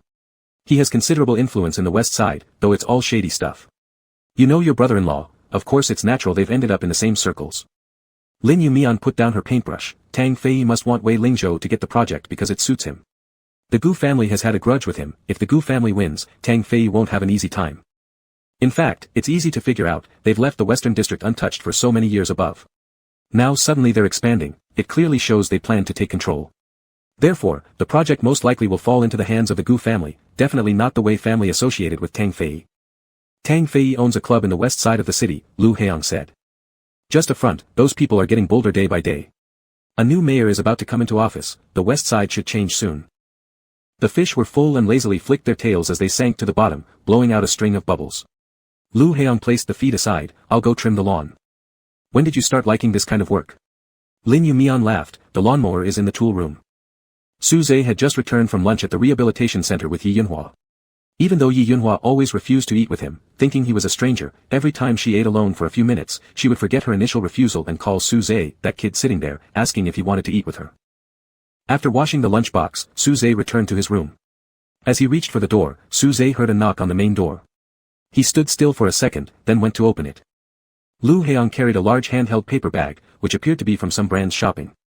He smiled briefly at Suze and prepared to enter, but Suze hadn't reacted yet, so nothing happened. "Aren't you letting me in?" Lu Heong asked him.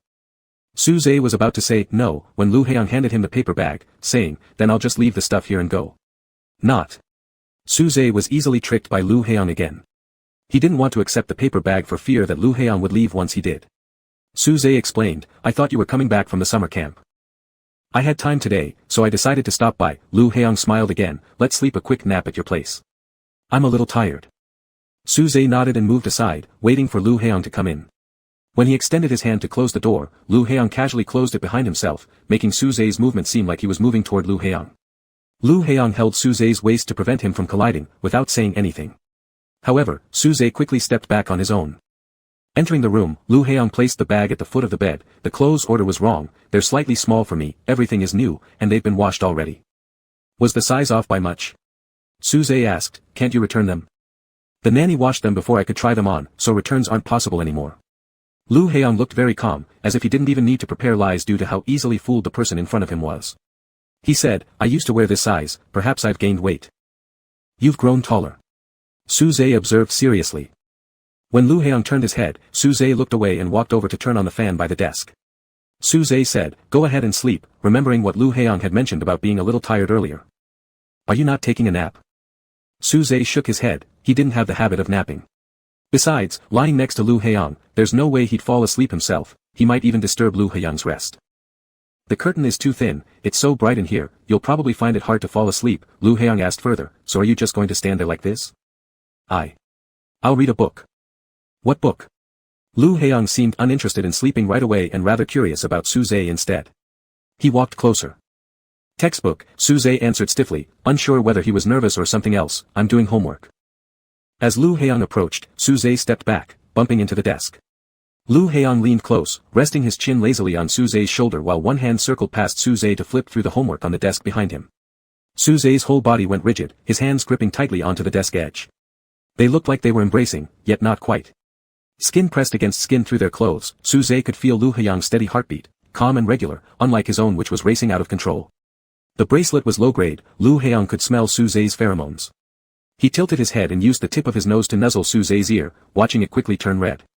Suze pulled his shoulders back slightly, eyes wide open, looking as if he'd suddenly been hit on the head by a water droplet sliding off a tree leaf.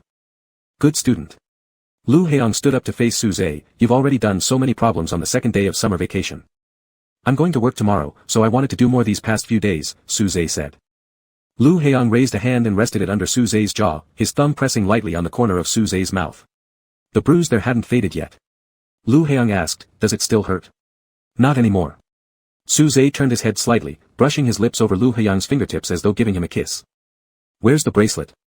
Lu Heong pressed his cheek against Suze's hot face, asking. In the drawer. Outside the window came the rustling sound of leaves being blown by the wind, the curtain swaying as sunlight filtered in intermittently, making the room flicker between bright and dim. Suze lay on his back on the bed, his shirt tossed aside, with several hickeys visible across his chest. His eyes were half closed, gazing blankly at Lu Heong as he adjusted the settings on the bracelet and then lifted his hands to remove his shirt. Through the curtain's glow, the warm yellow hue illuminated the perfect body of the alpha. The first time Lu Heong didn't take off his clothes, which made Suze even more nervous than he had been during that initial moment. Lu Heong asked him, won't you turn around? Suze couldn't speak, just shaking his head. This intrigued Lu Heong further, most of Suze's thoughts were easy to guess, but Lu Heong couldn't figure out why Suze insisted on staying on his stomach. Don't you want me to hold you? Lu Heong cajoled with an almost coaxing tone, trying to encourage Suze to roll over, don't you want to kiss? Suze shook his head again, not because he didn't want, but rather in response to Lu Heong's questions. Yet, he still stayed put. Lu Heong grabbed Suze's hair, restraining himself from yanking too hard. Instead, he simply touched it gently and called out softly, Suze. This semi-commanding, semi-coaxing method worked remarkably well. Eventually, Suze sat up slowly, turning around only to immediately use his arms to cover his eyes. Lu Heong chuckled in this quiet moment before bending down to press a light kiss on Suze's corner of the mouth. He saw Suze biting his lower lip and tilting his neck while letting out a muffled hum through his nose. What Lu Heong didn't tell Suze was that he found Suze's expression when he was in pain more fascinating. The sunlight turned red, it was dusk. Lu Heong emerged from the bathroom, standing by the bedside to pull on his shirt. Suze slowly sat up, covering his waist with a thin sheet. There were far more marks on his body now, mixed with old injuries from boxing, suggestive and pitiable all at once. Is there anyone living downstairs? Lu Heong belatedly inquired. The bed had been creaking throughout due to their movements, uncertain if those below might have heard them. Yes, Suze answered, but they're always outside working during the day. No one's home. Lu Heong bent down, kneading gently at Suze's abdomen. He asked, "Does it still hurt?" "A little." Suze answered honestly, unable to part with the feeling of Lu Heong's hand pressing lightly on his stomach. As expected, Lu Heong massaged him some more before saying, "Sorry for getting your sheets messy." In truth, Suze was somewhat disoriented, sitting dazedly at the edge of the bed while staring up at Lu Heong. He noticed how every time Lu Heong said, "sorry," his expression was genuinely apologetic. "It's fine," Suze murmured hoarsely. "Well, I'll be off. Rest well." Lu Heong straightened up, and Suze silently followed his movements with his gaze. Lu Heong smiled faintly with slight helplessness, patting Suze's face and bending down to give him a kiss on the lips. The wind blew the curtains aside, wafting in a scent of gardenias as the amber glow of sunset lit up the bed. A glimmer of light reflected in Suze's watery eyes, shimmering faintly. "See you," Suze said, "have fun at the summer camp." Desires unfolding. Chapter 49. Half a month had passed since the summer camp. Guyunchi no longer wanted to stay and planned to return to the country. Lu Heong and Hiwei also took 2 days off to come back. The plane landed in the morning. Coincidentally, Lu Qingyu and Lu Qingma were returning on the same day, though they traveled on the government's private aircraft. After arriving home, Lu Heong took a shower and slept for an hour. After waking up, he ate lunch and then drove out. Lu Qingyu and Lu Qingma had returned and had a lot of things to do. They probably wouldn't be home too early tonight. It was exceptionally hot today, and the roads were emptier than usual. Lu Heong drove faster than normal. After about 50 minutes, he parked his car under a tree by the side of the road and looked across the street through the window. This was a mandatory route from the West City Highway exit and the dock to the downtown area, and around here there were mostly auto repair shops and long-distance logistics companies. The repair shops all faced the road directly. In the one diagonally ahead, an SUV was parked on the mechanic spot, with a pair of legs sticking out from underneath. About 10 minutes later, those legs curled upward, pushing the body on the rolling board out of the bottom of the car. The Alpha lying flat atop it slid out, stood up, and placed the tool in his hand into the box nearby. Suze was wearing a deep blue coverall, almost without a clean patch anywhere. He pulled off his oil-stained gloves and shoved them into his pocket, walked over to a small table beneath the rolling shutter gate, picked up a boxed meal, squatted down somewhere on the ground, turned on the little desk fan, and began eating slowly under the scorching sun with his head bowed down. It was already 1:30. Even with the fan, the heat didn't subside in this weather. While eating, Suze tilted his head occasionally, using his shoulder to wipe away the sweat on his face. A Megaclass Alpha walked out from the neighboring shop, likely the car owner. He offered Suze a cigarette, but after Suze glanced up and shook his head, he resumed eating. Not long after, Suze covered the meal again, tidied up the trash, placed it into the takeaway bag, tied it properly, and set it beside the door, all within no more than 3 minutes. Suze stood up, towering over the Megaclass Alpha by half a head. That dirt-smeared coverall only accentuated how pristine and striking his face was. Lu Heong noticed that Suze had tanned slightly. After exchanging a few words with the car owner near the vehicle, Suze put on his gloves again and once more dragged his toolbox under the car. From the time Suze helped change the tire, it was evident how proficient he was, yet Lu Heong hadn't anticipated that Suze would truly know how to repair cars.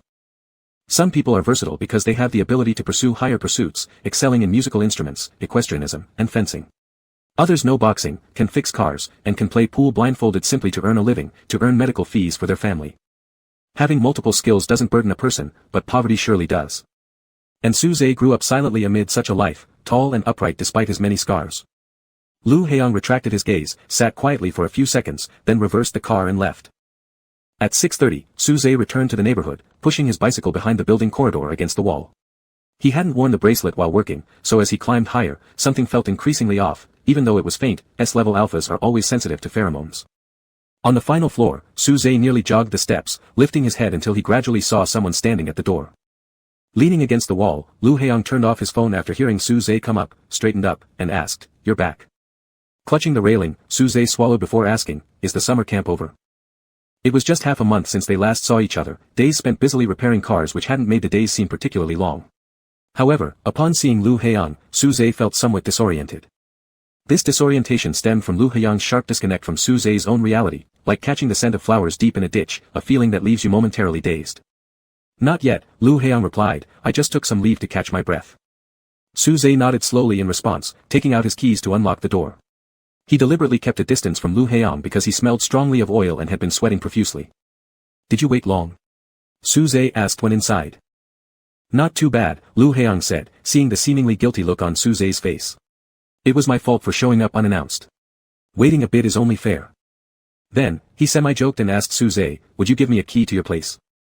Yes, Suze responded without hesitation, as if even if Lu Heong had asked for the deed to his property, he could have handed it over instantly. You should take a shower first. Lu Heong smiled. Let's eat dinner together later. He Wei and Yun Qi are back. Realizing that Lu Heong was teasing about the key, Suze lowered his eyes, nodded, and went to the room to grab a change of clothes. As he passed Lu Heong reached out and lifted the old work shirt from Suze's arms. Don't wear that one. Wear the ones I gave you. Alright, Suze obediently agreed and did not return to get the clothes but went straight to the bathroom. Lu Heong took the clothes to the bedroom. Upon entering, he immediately noticed a clear change in the room. Looking up, Lu Heong saw that a new layer of dark gray blackout curtains had been added behind the thin white curtain. The curtains are too thin, the room is so bright, it must be hard for you to fall asleep. Suze had lived here for so long without thinking of adding blackout curtains until half a month ago when Lu Heong mentioned it in passing. Quietly, Suze installed them. He wasn't sure if Lu Heong would come again or nap here, but Suze didn't dwell on those thoughts. His logic was always simple, whatever Lu Heong said, he did. Soon, Suze came out of the bathroom, drying his hair as he looked for a work shirt in the wardrobe. Lu Heong sat on the chair by the desk. When Suze finished dressing, Lu Heong said, "Come here." The sky outside was growing darker, the room was not lit, and the curtains were swaying gently with the evening breeze, making a soft rustling sound. After using the towel to dry his hair a few times, Suze walked over. Lu Heong took hold of Suze's dangling right hand, squeezed his palm, and said, "You seem thinner." "Is work very tough?" he asked. No, Suze shook his head.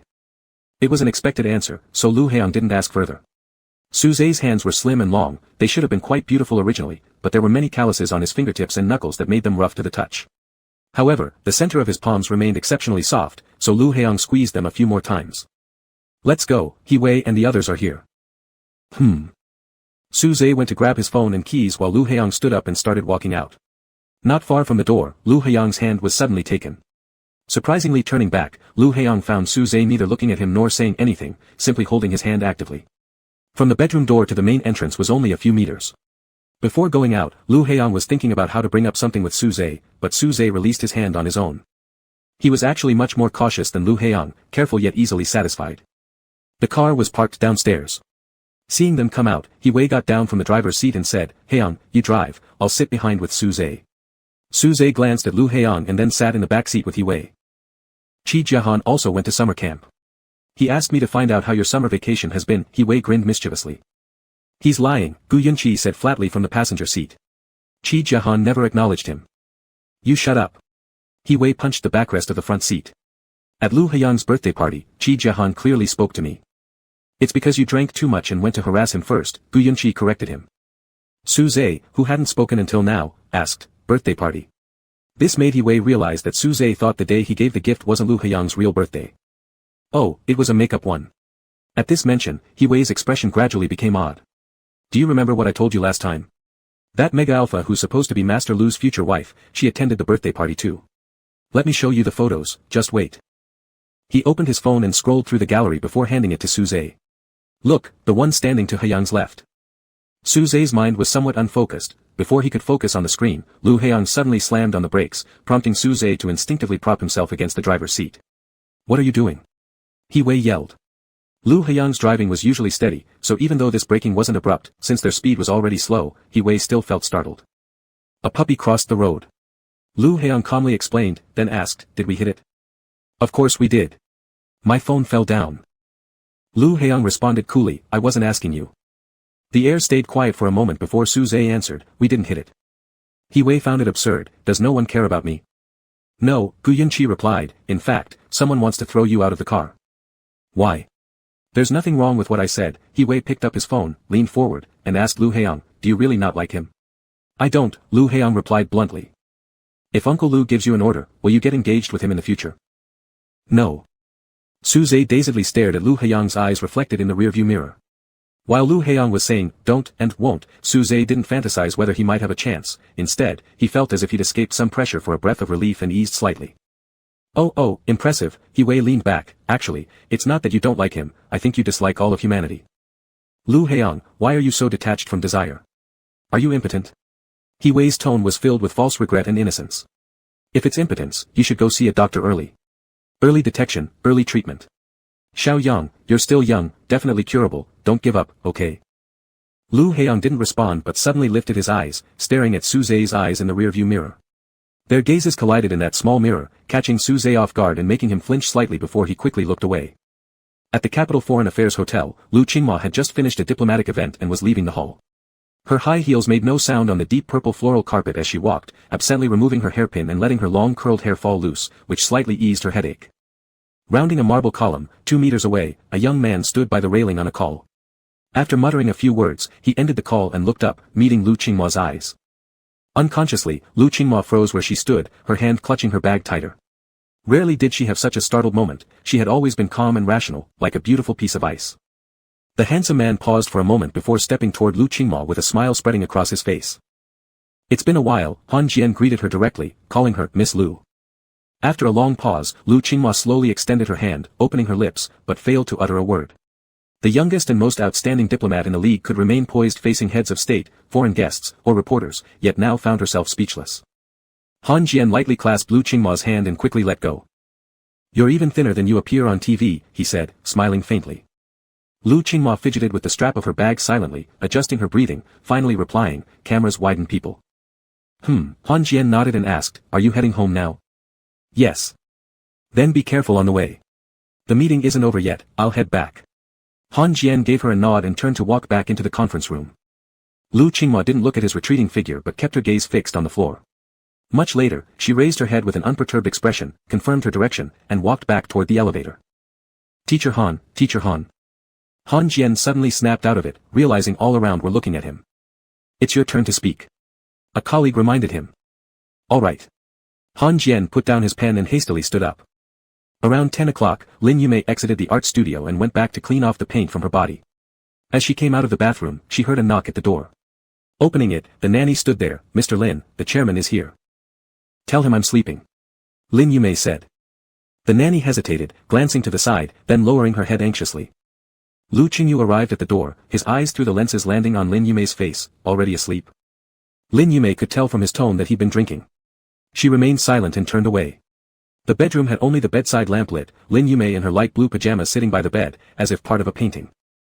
Lu Qingyu closed the door, undid the buttons of his suit, walked over and sat in the chair by the bay window, casually pouring himself a glass of water.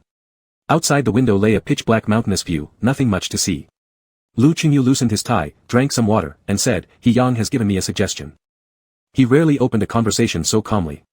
Lin Yumei coldly asked, "What kind of suggestion?" "He wants to attend military school. For the Lu family to establish absolute power within the military system, there is no more stable means than for him to enter the military framework," Lu Qingyu said slowly. "He is very right. Important positions in the military have always belonged to certain surnames. In a few years, when a large-scale change in personnel occurs, those openings will perfectly correspond with the current students in the preparatory school. So since last year, the quotas for military schools from preparatory schools have begun to increase. And the expansion in Qingxi." Lin Yumei muttered softly. "My emphasis lies in this point. Students in military school are not allowed to form marital relationships during schooling and are prohibited from engaging with league government affairs before graduation, always a strict rule." He glanced at Lin Yumei, somewhat mockingly. "So smart and tricky a plan, was it you who taught him?" "I am not you, I never interfere with his decisions." "I know," Lu Qingyu said, "you're not giving them freedom, you're simply opposing me. That's better than treating our children like pawns. Isn't everyone in this circle just a pawn?" Lu Qingyu tapped the cup rim with his fingertip carelessly. "And didn't we used to be?" "Forgot that, haven't you, Lin Yumei?" "Don't call me by my name." Lin Yumei frowned. "Then what should I call you?" Lu Qingyu turned to her again, moonlight streaming through the window illuminating the alpha's profile. He looked at Lin Yumei, uncommonly smirking faintly, "Sister-in-law." Lin Yumei abruptly raised her head, her face as pale as paper as she stared at him. Hard to stop desiring. Chapter 50. He Wei brought out a bottle of red wine from home, insisting Su Zhe must try it. Lu Heiyang considered Su Zhe's work schedule for the next day and advised him not to drink, but Su Zhe said it was fine. Since he said it was fine, He Wei pulled him into a conversation ranging from how boring summer camp got year by year to how cute the little mole on Qi Jiahan's nose really was, trying to pry some secrets about Qi Jiahan out of Su Zhe. On the way back, Gu Yunqi drove, with Lu Heiyang and Su Zhe sitting in the back seat.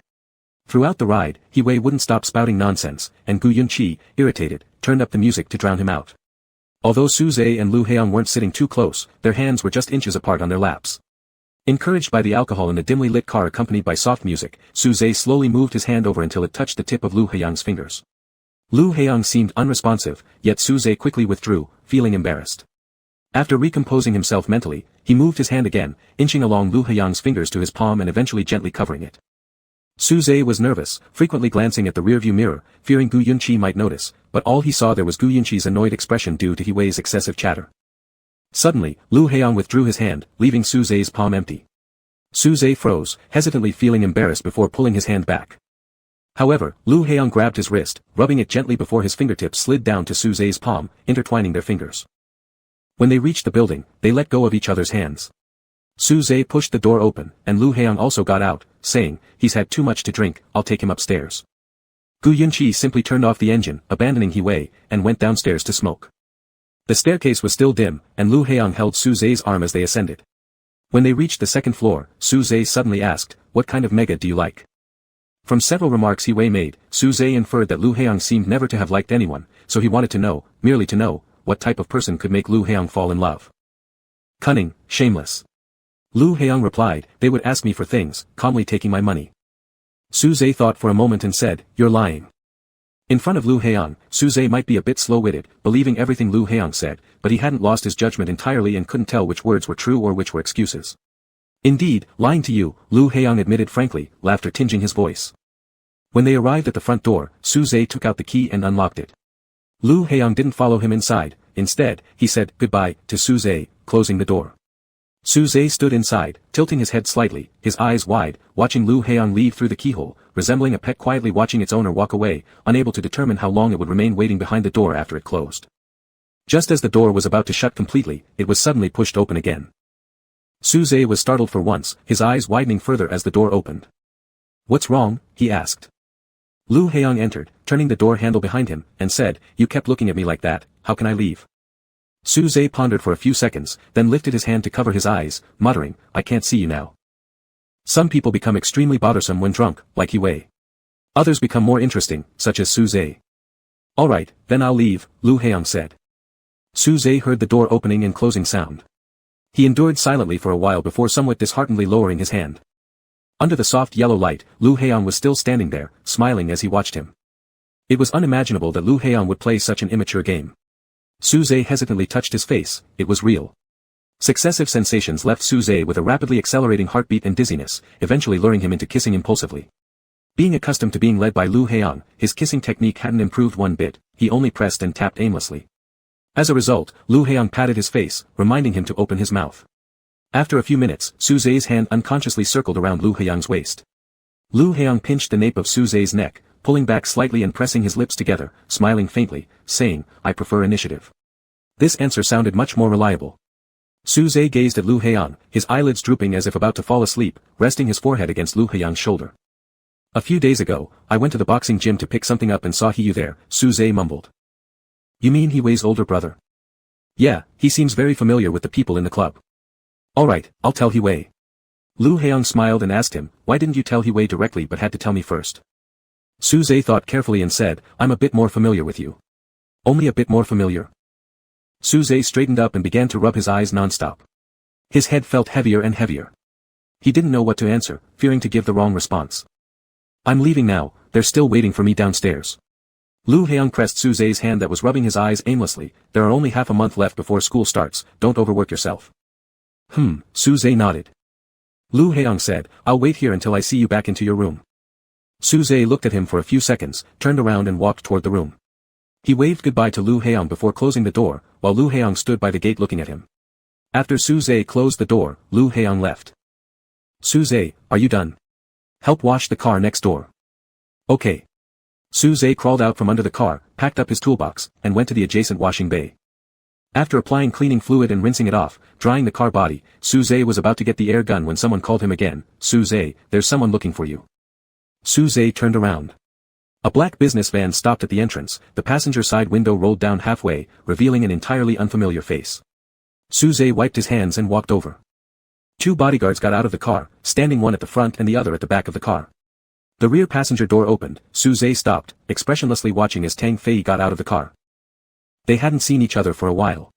Tang Fei had grown even thinner, with little color in his face, showing a sickly gloom. Remembering the boxer's claim that Tang Fei's hand tendons were cut, Su Zhe glanced at his wrist, hidden by the cuff, no signs could be seen. What is it? Su Zhe asked.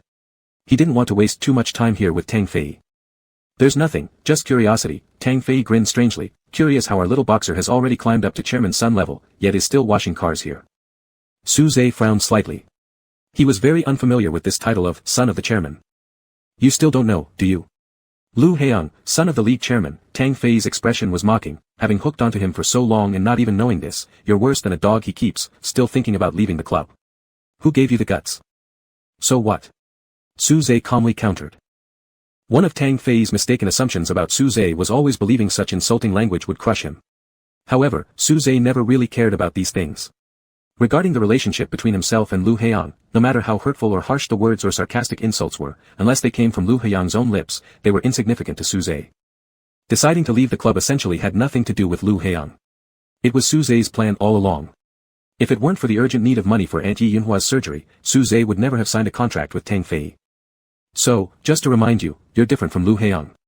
It's really easy to take you down. As Tang Fei reached out to pat Su Zhe's face, Su Zhe coldly dodged by turning his head. But Tang Fei wouldn't let go. He gripped Su Zhe's chin, forcing him to look at him. Even if you don't fear death, don't you think about your grandmother lying in the hospital, Su Zhe. Before his words even finished, Tang Fei couldn't clearly see Su Zhe lifting his hand, then suddenly felt excruciating pain in his wrist. He was caught by Su Zhe on his right hand and pinned against the car with immense force, pressing his neck. The bodyguards by the car rushed over immediately, but Tang Fei coughed once, "Don't move." Without his bracelet, the pheromones of an S-level alpha diffused, almost making it unbearable to stand. Tang Fei's neck side and wrist were numb with pain, his face pressing against the edge of the roof, speaking vaguely, "Looks like you also know how many weaknesses you've got, don't you?" He snorted, "What can you possibly do to me?" "You'll kill me," Su Zhe said coolly. Su Zhe didn't utter empty threats. Tang Fei understood this well.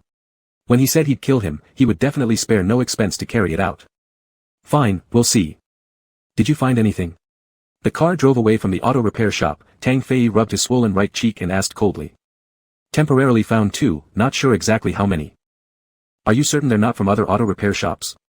"Confirmed. Their noses are very sensitive. As soon as we arrived, they smelled something was off."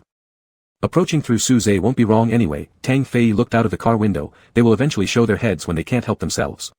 Once we grab one, it'll be easier to find the rest. Tang Fei moved his right wrist, which had not fully recovered and was just twisted again by Su Zhe. This hand could no longer hold a gun, and now it couldn't even steadily hold a cigarette. "I've always been a very fair person." Tang Fei slowly leaned back in the chair, seemingly speaking to someone unknown. "I just want them to return my right hand." Even if he couldn't get Lu Heiyang's right hand, he had to find the person who personally severed his tendons. Watching the car drive away, Su Zhe turned and walked back to the auto repair shop, washing his hands by the water basin at the entrance. He stared at the running water for a moment, then cupped some water to wash his face. Tang Fei's appearance was too conspicuous, and many people had seen him. Someone came over and asked Su Zhe, "Su Zhe, what's going on?" "Nothing." Su Zhe wiped the water off his face. "It won't affect the shop." He returned to the wash bay wanting to finish his work when his phone suddenly buzzed. Su Zhe immediately took it out. It wasn't from the hospital side, so Su Zhe relaxed slightly. It was a message from Lu Heiyang, including a photo and a text message. The photo showed Lu Heiyang surfing in the sea, bent over with a full-of-life figure. The sunlight and water droplets almost seemed about to fall onto Su Zhe's face through the screen. The text message was a short sentence, "Little Zhe, I miss you, nervous face." Su Zhe looked at it for quite a while. Eventually, he saved the photo, turned off the phone, and continued wiping the car. 10 minutes later, after tidying up both inside and outside of the car, Su Zhe closed the car door. When hanging the towel, his phone rang again. This time it was a call from Lu Heiyang. "Hello. Just a moment." On the other end, He Wei's noisy voice could be heard. Lu Heiyang seemed to have taken a few steps to a quieter place before continuing. "Su Zhe. Are you busy?" "No, what's wrong?" "Did you see the message?" Su Zhe answered, "I did." "Then why didn't you reply?" Lu Heiyang asked as if smiling. The towel didn't hang well and fell to the ground. Su Zhe bent down to pick it up and said, "Because it wasn't sent by you." "Ah, He Wei used my phone to send it." Su Zhe nodded, realizing only after that Lu Heiyang couldn't see him nodding. Just as he was about to speak, Lu Heiyang went on, "Su Zhe, don't worry." This sudden sentence left Su Zhe momentarily at a loss for how to respond because he indeed had something to worry about at the moment. "No matter what happens, don't worry." "It's fine, I'll handle it," Lu Heiyang said. If there hadn't been nobody around, Su Zhe would have doubted that Lu Heiyang was standing next to him, otherwise how could he have said such an appropriate sentence? Despite having many things unclear, Su-zhe still felt strangely consoled by Lu Haiyang's words. He had always been accustomed to solving problems on his own. This was the first time he truly experienced the feeling of security, a soothing sensation calming his restless and tense emotions, a bit strange yet novel. The next morning, Su-zhe went to the rehabilitation center early. In theory, he didn't need to overly worry. This private rehabilitation center had many patients with special identities, with consistently high service and security quality. Su-zhe used to often see bodyguards outside certain rooms. Zhou Zhen had just started work, changed into his white coat, and stepped out of the office to make rounds when he happened to meet Su-zhe coming out of the elevator. He was somewhat surprised. "What's wrong? Why are you here so early?" "Bringing breakfast for Grandma. The breakfast here is tailored according to your grandmother's health condition. There's really no need to make a long trip yourself," Zhou Zhen smiled. Su-zhe nodded and went around the corner. He saw an alpha sitting on the chair outside Yi Yunhua's room, flipping through a book. Upon hearing footsteps, the man glanced toward Su-zhe and then continued reading. "Is he the bodyguard from the neighboring ward?" Su-zhe asked Zhou Zhen. "Ah, yes, that's right." Yi Yunhua had just finished washing up with the nurse's assistants. Su-zhe placed the breakfast on the table. While Zhou Zhen was making records near the equipment and chatting with Yi Yunhua, asking if she felt unwell or not, he soon greeted Su-zhe and left for another ward. "It's time for breakfast." Su-zhe handed the spoon to Yi Yunhua. Yi Yunhua carefully inspected him, asking, "Are you the new nurse?" In that case, let me ask you something they wouldn't tell me." Yi Yunhua pulled Su-zhe's hand, letting him sit down close to her. "How much does it cost to stay here for a month? Is it very expensive?" "Not expensive at all," Su-zhe replied. "It must be very expensive. When is Yuan coming to take me back? Su Ming is always out on missions, and she can't cook. Xiao Zhe follows her and often goes hungry." Su-zhe paused as he opened the lunchbox. It had been a long time since he last heard his parents' names from Yi Yunhua. At this moment, he even felt that forgetting might indeed be a good thing. This way, Yi Yunhua wouldn't remember that Su Ming died 10 years ago, and Xiao Yuan 6 years ago. She was still waiting for her daughter to come discharge her, still thinking about going home to cook for her grandson. Her memory stopped more than a decade ago, while in this family, only Su-zhe was moving forward alone. "They are a little busy and probably won't come recently," Su-zhe said softly. "How do you know? Did Yuan call you?" She called when you were sleeping, so I didn't wake you. Next time, remember to wake me up to answer, okay?" Su-zhe sat there holding the lid of the lunchbox, momentarily forgetting to put it down. "Alright, I will definitely wake you." There were only 2 days left before school started again, and summer camp was over. It was noon when they landed. Lu Haiyang went out for a meal with Yue. That evening was the wedding of the son of the vice mayor of the capital, the brother of Qi Jiahan, whose bride was the youngest daughter of the deputy chairman of the alliance committee. "It's right that you're not going," Yue said. "I wouldn't go either if it weren't for Qi Jiahan being the best man. At events like these, we youngsters would certainly be dragged into social networking. Just thinking about it makes me uncomfortable." "What about Yun Qi?" "He probably won't go. Not after Mega showed up. His mood has been bad ever since. You know how it is," Yue sighed. "With a 97.5% compatibility rate, it's too high. Given Yun Qi's special physical condition, he may end up tied down for life." Lu Haiyang took a sip of lemon water and didn't say anything. After eating, he returned home, took a shower, and had a nap. Around 3 in the afternoon, Lu Haiyang went out. He drove his car into the wash bay at the auto repair shop where Su-zhe worked.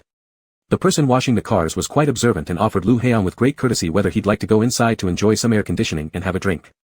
Lu Haiyang declined politely. "Where is Su-zhe?" he asked. "Oh, looking for Su-zhe," the man said, putting down the water gun. "He's in the neighboring repair bay. An accident car arrived at midnight, and he worked overtime until morning. There's been much work during the day, he hasn't had a moment's rest. I'm not sure if he's finished with the car he's working on now, but I'll go call him for you." "No need, I'll find him myself." "Thanks." "Ah, alright." The repair bay was a bit noisy. Lu Haiyang walked through the main door all the way to the innermost area without seeing Su-zhe. Finally, he asked one of the mechanics, who pointed towards a tool room in the corner. The semi-open tool room had no door. Along the wall was a filthy old couch, small, just enough for 2 people, and Su-zhe was curled up napping on it. Despite the surrounding chaos and noise, wearing that blue coverall, he looked like a lump of squeezed blue paint on an artist's palette. The lights were off in the tool room. The lighting wasn't great, but a narrow sliver of sunset came through the window, illuminating Su-zhe's tired but peaceful face. Looking at him, Lu Haiyang felt the surrounding sounds fade away gradually. High school sophomore summer vacation at age 17 was short, lasting only a month. During this time, various events happened, decisions were made, and others had their fates planned. Lu Haiyang couldn't foresee the changes that were soon to come from himself or those around him. Everything was unknown, filled with uncertainty. Yet, every time he stood in front of Suze and saw him, a quiet sense of calm would return. Suze didn't have to do anything, just existing brought Lu Heong an escape from reality, returning him to that small room where the wind stirred white curtains, carrying the fragrance of gardenias. Suze, Suze. Suze opened his eyes, furrowed his brow, and sat up. How did you get here? Chi Jiahan sat down beside him, no particular reason. Taking out his phone, he realized he had slept for about half an hour, and Suze let out a breath of relief. He touched the suppression patch on the back of his neck and said, I'm in my sensitive phase. It doesn't matter, I have a bracelet. Chi Jiahan handed him a paper bag. Eat something. The sofa is dirty. Suze wanted to get up to look for clean cardboard. Wait a second. Eat, it's fine. Chi Jiahan held him back. Suze opened the bag, took out the pastry but didn't eat it. He asked, did something happen? My brother is getting married tonight. Congratulations, Suze said. What do I have to congratulate about? The one who should be congratulated is him. Chi Jiahan laid down, resting his chin on his knees, and twisting the laces of his shoes. My brother gave me $1 million as a best man's red envelope. Really happy for him, Chi Jiahan said this but showed no sign of joy on his face. He scratched around his eyes and said, if grandma needs money, I'll transfer it to you. Knowing Suze would surely refuse, Chi Jiahan added, it's a loan. You should ask me sooner, otherwise, when my dad knows my brother gave me the money, he will freeze my card again. Suze softly said, all right. He understood that Chi Jiahan didn't come specifically to talk about the money matter, but because he was feeling down, so he came to spend some time with him. Years ago, Yi Yunhua had taken Suze to the Chi family to make pastries. That's where Suze met the silent Chi Jiahan, who preferred to stay alone in his room. Yi Yunhua always packed a small bag of freshly baked pastries and let Suze sneak them over to Chi Jiahan first. Back then, Chi Jiahan's parents had been divorced for half a year, and his father's old lover, along with an illegitimate son 8 years older than Chi Jiahan, came into the Chi household as the rightful Mrs. Chi. After guests left, the stepmother would throw leftover pastries at Chi Jiahan, but the illegitimate older brother was an alpha who took him out to the garden to play on the swings after school. In the summer vacation of junior high school's 3rd year, on the way to the bookstore, Chi Jiahan experienced his first heat period, and it was Suze, whom he hadn't seen for many years, who saved him from the hands of several hooligan alphas in a narrow alley and took him to the Special Assistance Center for Suppressants. Chi Jiahan detested alphas due to his father and the bad people he encountered, only his older brother and Suze were exceptions. I should go first, need to prepare early at the hotel. Chi Jiahan sighed and straightened up. Suze stood up with him, it's going to be dark soon, not safe. Let me see you off. No need, the driver is waiting outside, Chi Jiahan said, I'm leaving. He wanted to smile but failed. Suze looked at Chi Jiahan for a moment and reached out to gently pinch his shoulder. After seeing Chi Jiahan out of the auto repair shop, Suze was walking back when someone called him, Hey Suze, why do people keep coming to look for you every few days? 2 visitors today. 2. Suze stopped. Yes, there was another alpha earlier, didn't stay long, I thought you knew. Thinking Lu Heong probably returned to the country today too, Suze immediately asked, what does he look like? Just, high school student appearance, about your height, looks rich. Alright, thank you. Suze took out his phone, wanting to send a text to ask if Lu Heong had any matters. But then he remembered that Lu Heong neither woke him up nor left a message for him, which meant he probably just came by to take a glance, though Suze didn't know how Lu Heong found out he was working here. The manager came out from the neighboring store, calling Suze to calculate his wages. After checking the whole month's work order in his office, Suze confirmed there were no issues and signed. Once your tasks are done, you can go home. You've worked hard this month. School starts in a few days, rest up at home. Your salary will be transferred to your card tomorrow morning. Suze nodded. The manager flicked the cigarette ash and added, with such great potential as yours, learning quickly and working hard, you shouldn't be in a place like this. Study hard. When you get admitted to university, give me the good news, alright? Certainly, Suze answered. That night, once the wedding ceremonies were over, Chi Jiahan disappeared. He wandered through the chattering guests holding wine glasses, and went out of the hall. This was the top floor of the hotel. The terrace featured an S-shaped pool surrounded by transparent railings. The ocean stretched not far away. Having slight acrophobia, He held his chest while walking and eventually spotted a familiar head under the corner sunshade canopy. Walking around the wooden fence and descending the stairs, He saw Chi Jiahan sitting on a chair, facing away from him, seemingly looking at something. As He got closer, he heard Chi Jiahan sobbing faintly amidst the wind sound from the high-rise building. His immediate reaction wasn't to console him but to turn and run away. Considering Chi Jiahan's temper, if he discovered someone witnessing him crying secretly, he would likely be so furious that he'd never want to see that person again.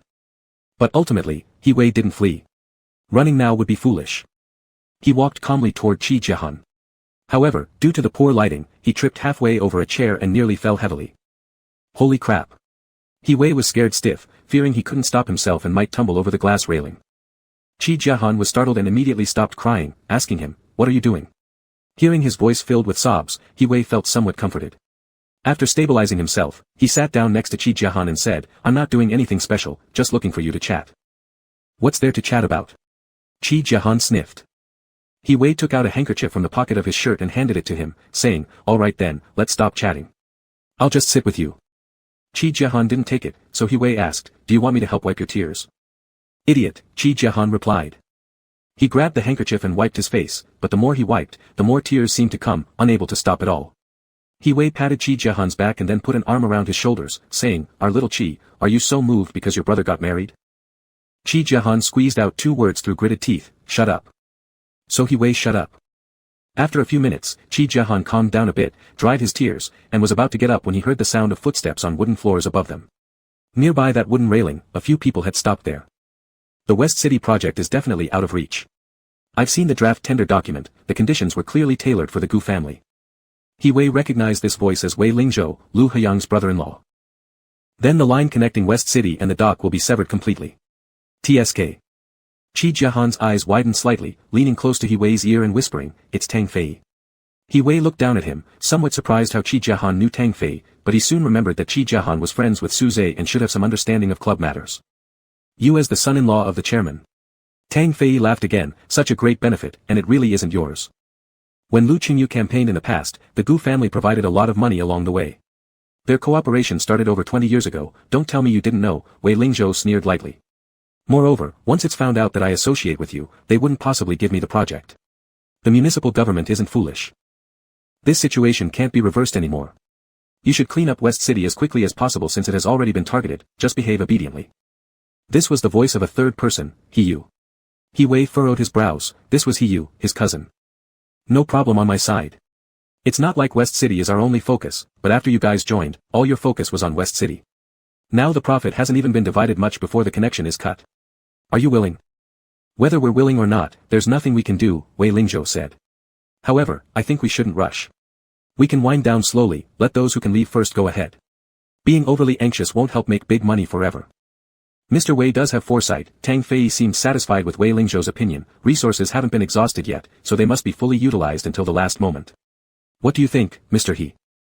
He Yu didn't respond immediately. After a few seconds, he said, "Being cautious is always right." Other people came onto the terrace, so the three ended their conversation and left, leaving behind a trail of tobacco smell mixed in the breeze. Despite being hugged by He Wei, Qi Jiahan inexplicably felt cold now. Wei Lingzhou, Tang Fei, Qi Jiahan looked up, and the other one, who was he? "Do you know?" He Yu. He Wei's profile appeared serious and solemn, a rare expression. He said, "My elder cousin. Wei Lingzhou, the son of a wealthy merchant and the son-in-law of the League chairman, and He Yu, the nephew of the head of the central bank of the League and the heir to the shipping transport group." Tang Fei certainly chose his partners with a sharp eye. Qi Jiahan opened his mouth, wanting to ask something, but ultimately didn't say a word. He Wei was still staring silently at the railing. A minute later, He Wei's hand suddenly reached up to his face, causing Qi Jiahan confusion. He Wei turned to him and gently touched around Qi Jiahan's eyes, confirming that he wasn't crying anymore, then said, "Let's go back." "What should we do?"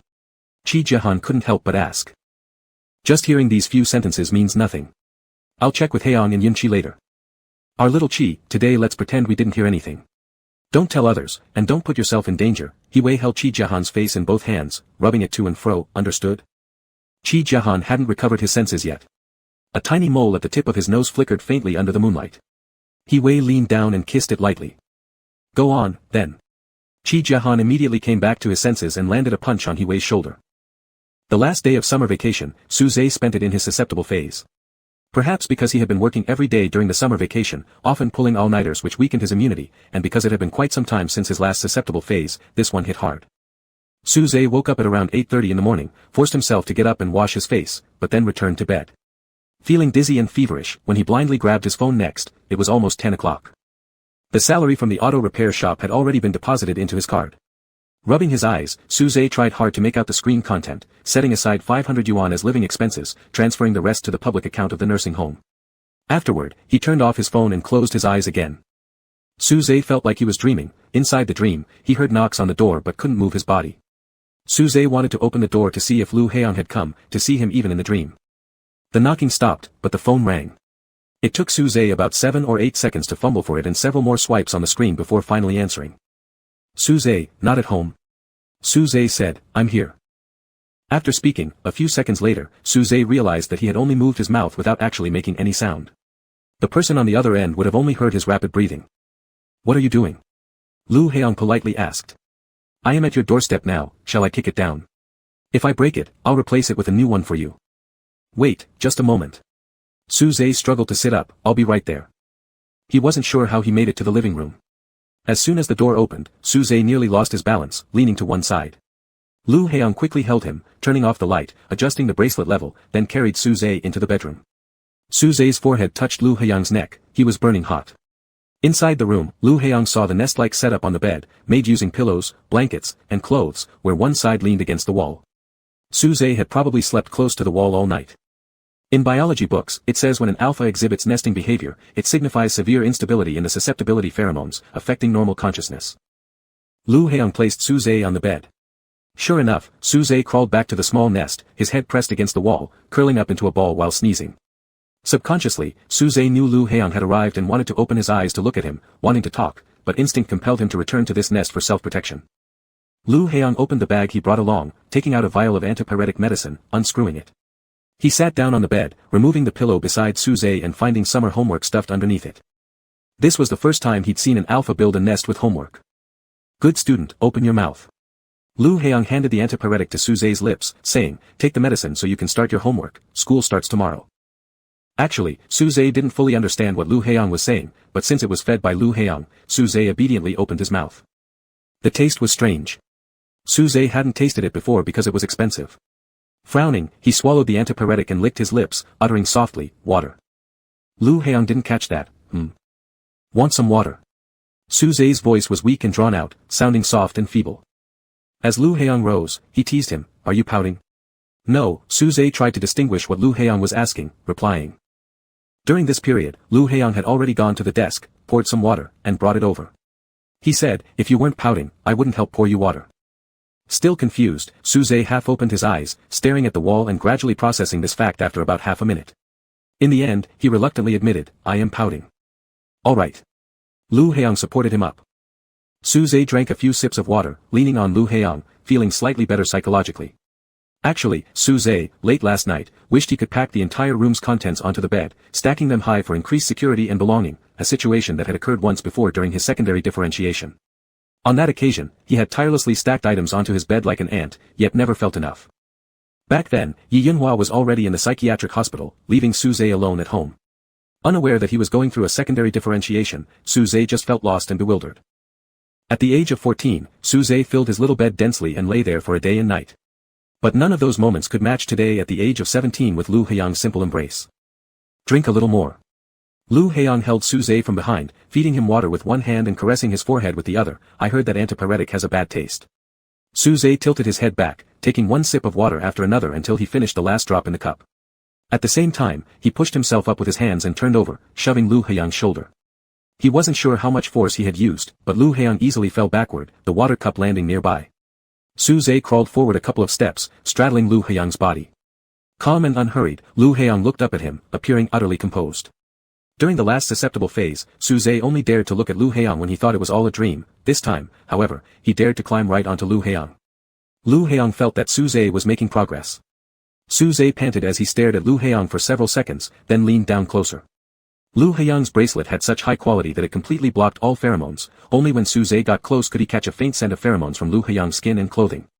Alpha pheromones typically soothed other alphas, but these instead made Suze furrow his brows, stirring a sudden wave of restlessness. Clutching Lu Heong's work shirt tightly, he displayed a rare trace of aggressiveness. You want to smell them yourself, Lu Heong supported his waist, speaking leisurely, and yet you get angry. Like a puppy warned by its owner before baring its teeth, Suze hesitated for a moment, then reached out a hand to cover Lu Heong's eyes. His gaze dropped to Lu Heong's lips. Suze's Adam's apple moved slightly as he asked, can you? Then he remembered what Lu Heong had said about not asking beforehand during intimate moments. So Suze lowered his head, lightly brushing against Lu Heong's upper lip. He felt Lu Heong's hand slowly inching inside his loose pants, moving at a snail's pace, leaving Suze feeling unsatisfied and eager for release. He extended his tongue, and Lu Heong promptly opened his mouth, generously handing over all the initiative. The pheromone rejection reaction in saliva was especially intense during the susceptible phase, and the heat within Suze collided even more violently. Yet Suze refused to pull away from Lu Heiyang, using licks and nibbles, lips pressed against lips, tongues locked together. All the while, his hand remained firmly covering Lu Heiyang's eyes. He wouldn't let him see. It felt to Suze as if it were his own eyes being covered, along with his sense of smell, taste, and hearing. It was like his whole body was enveloped in a warm, damp tide crashing continuously against the shore. Only instinct guided his hazy mind. In fact, without realizing it, he began rocking his hips, grinding against Lu Heiyang's abdomen. The sweat on his palms almost soaked through Lu Heiyang's eyelashes. Just a little more, and Suze gasped for breath, burying his head into Lu Heiyang's neck crook, searching for the gland there. The concentration of pheromones was too high, and Lu Heiyang timely grasped Suze's neck, warning him, marking another alpha during your susceptible phase will send you straight to the emergency room. Suze let out a soft, distressed cry, then suddenly bit hard into the side of Lu Heiyang's neck, every muscle in his body tightening, followed by a slight spasm in his lower abdomen. Feeling wetter all over, Suze somehow felt he had managed to break free of the suffocating tide and could finally breathe again. Gradually regaining clarity, Suze's gaze slowly swept over the bite mark on Lu Heiyang's neck, his reddened lips, and the wrinkled work shirt. His expression turned increasingly perplexed. Lu Heiyang pinched Suze, asking, was it satisfying enough? Clearly, this was not a question Suze could answer. Slowly pulling his hand away from Lu Heiyang's eyes, Lu Heiyang opened them and stared straight at him. Suze, however, avoided his gaze, looking down at the edge of the bed. A few more seconds passed, and Suze realized that as an alpha over 180 centimeters tall, he couldn't continue acting this way. Rigidly, he got off the bed, saying, I'm going to take a shower. Without glancing at Lu Heiyang, Suze staggered toward the door, forgetting even to grab clean underwear. The hot water poured from his head to his feet, and Suze stood motionless, like a sapling being watered, silent and unthinking. Suddenly, the bathroom door was pushed open. Before Suze could turn around, Lu Heiyang had already turned off the shower head and gently pushed him toward the wall by the shoulders, saying, You've sweated all over me. Suze blinked blankly, wanting to ask whose sweat it was, but Lu Heiyang quickly gripped his jaw, preventing him from speaking. Twisting Suze's face toward himself, Lu Heiyang kissed him passionately from behind. Suze's forehead rested against the wet wall, and he vaguely heard water dripping despite the shower having been turned off long ago. Shoo! Lu Heiyang placed a hand over Suze's mouth, whispering near his ear, keep making noise and the neighbors will hear. If you were a mega, you might already be pregnant by now. Since Lu Heiyang spoke with such calmness in both tone and speed, Suze oddly found it reasonable. This was Suze's longest shower ever. The water drizzled over them, and leaning against the wall, Suze was already very tired. Yet, for some reason, he suddenly smiled. What's so funny? Lu Heiyang asked. Suze shook his head without answering and hugged him. He laughed because now he felt like Lu Heiyang was also a sapling being watered alongside him. Chapter 53. In the new semester of their senior year, all S-class alphas were grouped into the first and second classes. Suze and Hiwei were in the first class, while Lu Heiyang and Gu Yunqi were in the second class. On the first morning of school, Suze didn't come, and neither did Gu Yunqi. Gu Yunqi always attended school randomly, so his absence was nothing unusual. Suze, on the other hand, stayed home due to his susceptible phase. He originally planned to go to school, but Lu Heiyang told him to rest for one more day. Suze woke up at 9:30. Thanks to Lu Heiyang's care the previous day, he had slept soundly for more than 10 hours without dreaming. Now, though, his whole body ached. There was information from the preparatory school on his phone congratulating students for entering their final year, along with a notification that last semester's scholarship funds had arrived. The preparatory school's scholarships were generously funded by the league government, though it might be a small amount to other students, it meant a great deal to Suze. Transferring the entire scholarship sum into the rehabilitation center's account, Suze got up from bed. On his desk lay a pile of antipyretics and suppressive patches sent by Lu Heiyang later, yet there were no pheromone inhibitors because their side effects were too severe. After washing up, Suze stood before the rice cooker, lost in thought as it bubbled away with congee. After summer vacation, there were many things to consider. Recruitment for S-class individuals would start during the first semester of their senior year, followed by continuous rounds of prelims, finals, and interviews. This meant he couldn't juggle both studying and working. Even if he did work, there wouldn't be a better paying job for him than boxing. But in order to leave the club behind and ensure his body wasn't put at risk just as he prepared for crucial exams, Suze couldn't return. Weighing these issues briefly for a few minutes, Suze turned off the rice cooker and served himself a bowl of congee. He decided to go to school after breakfast. The first day of school usually brought important announcements, so it would be best to attend. The first bad omen of the new semester was Hiwei becoming his seatmate. Of course, this wasn't Suze's thought, it was Lu Heiyang's evaluation. Suze climbed upstairs during the break between third-period classes. Lu Heiyang and Hiwei were talking in the hallway outside Class 1 when Suze stepped onto the landing and caught Lu Heiyang's gaze just as he looked up. Uncertain how they should behave around each other at school and unsure what Lu Heong expected, Su Zhe instinctively chose the simplest reaction. He avoided eye contact, just as if they were still strangers from the previous semester. But Lu Heong stared at him. Su Zhe. Just 2 words easily shattered Su Zhe's forced performance. He looked at Lu Heong and, as if pulled by an invisible string, walked toward him. Bad news, said Lu Heong. He Wei is your new seatmate. Leaning against the railing, He Wei jokingly blew a kiss across the air to Su Zhe. Smile, little Zhe. Qi Jiahao. Lu Heong glanced past He Wei's shoulder. Are you coming upstairs? Qi. He Wei swiftly spun around, failing to even see Qi Jiahao's figure before shouting, where are you going? Back to class.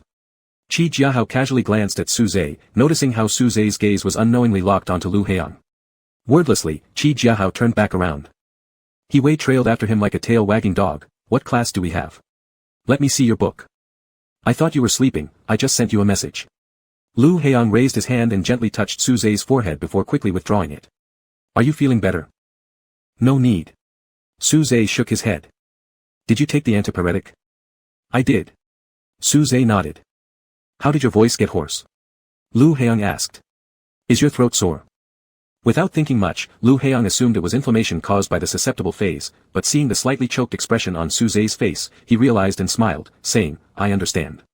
Remember to protect your voice next time. Su Zhe looked elsewhere. After a moment, he quietly asked Lu Heong, is there a mark on your neck? Because he noticed that Lu Heong had buttoned his school uniform collar all the way to the top. Yeah.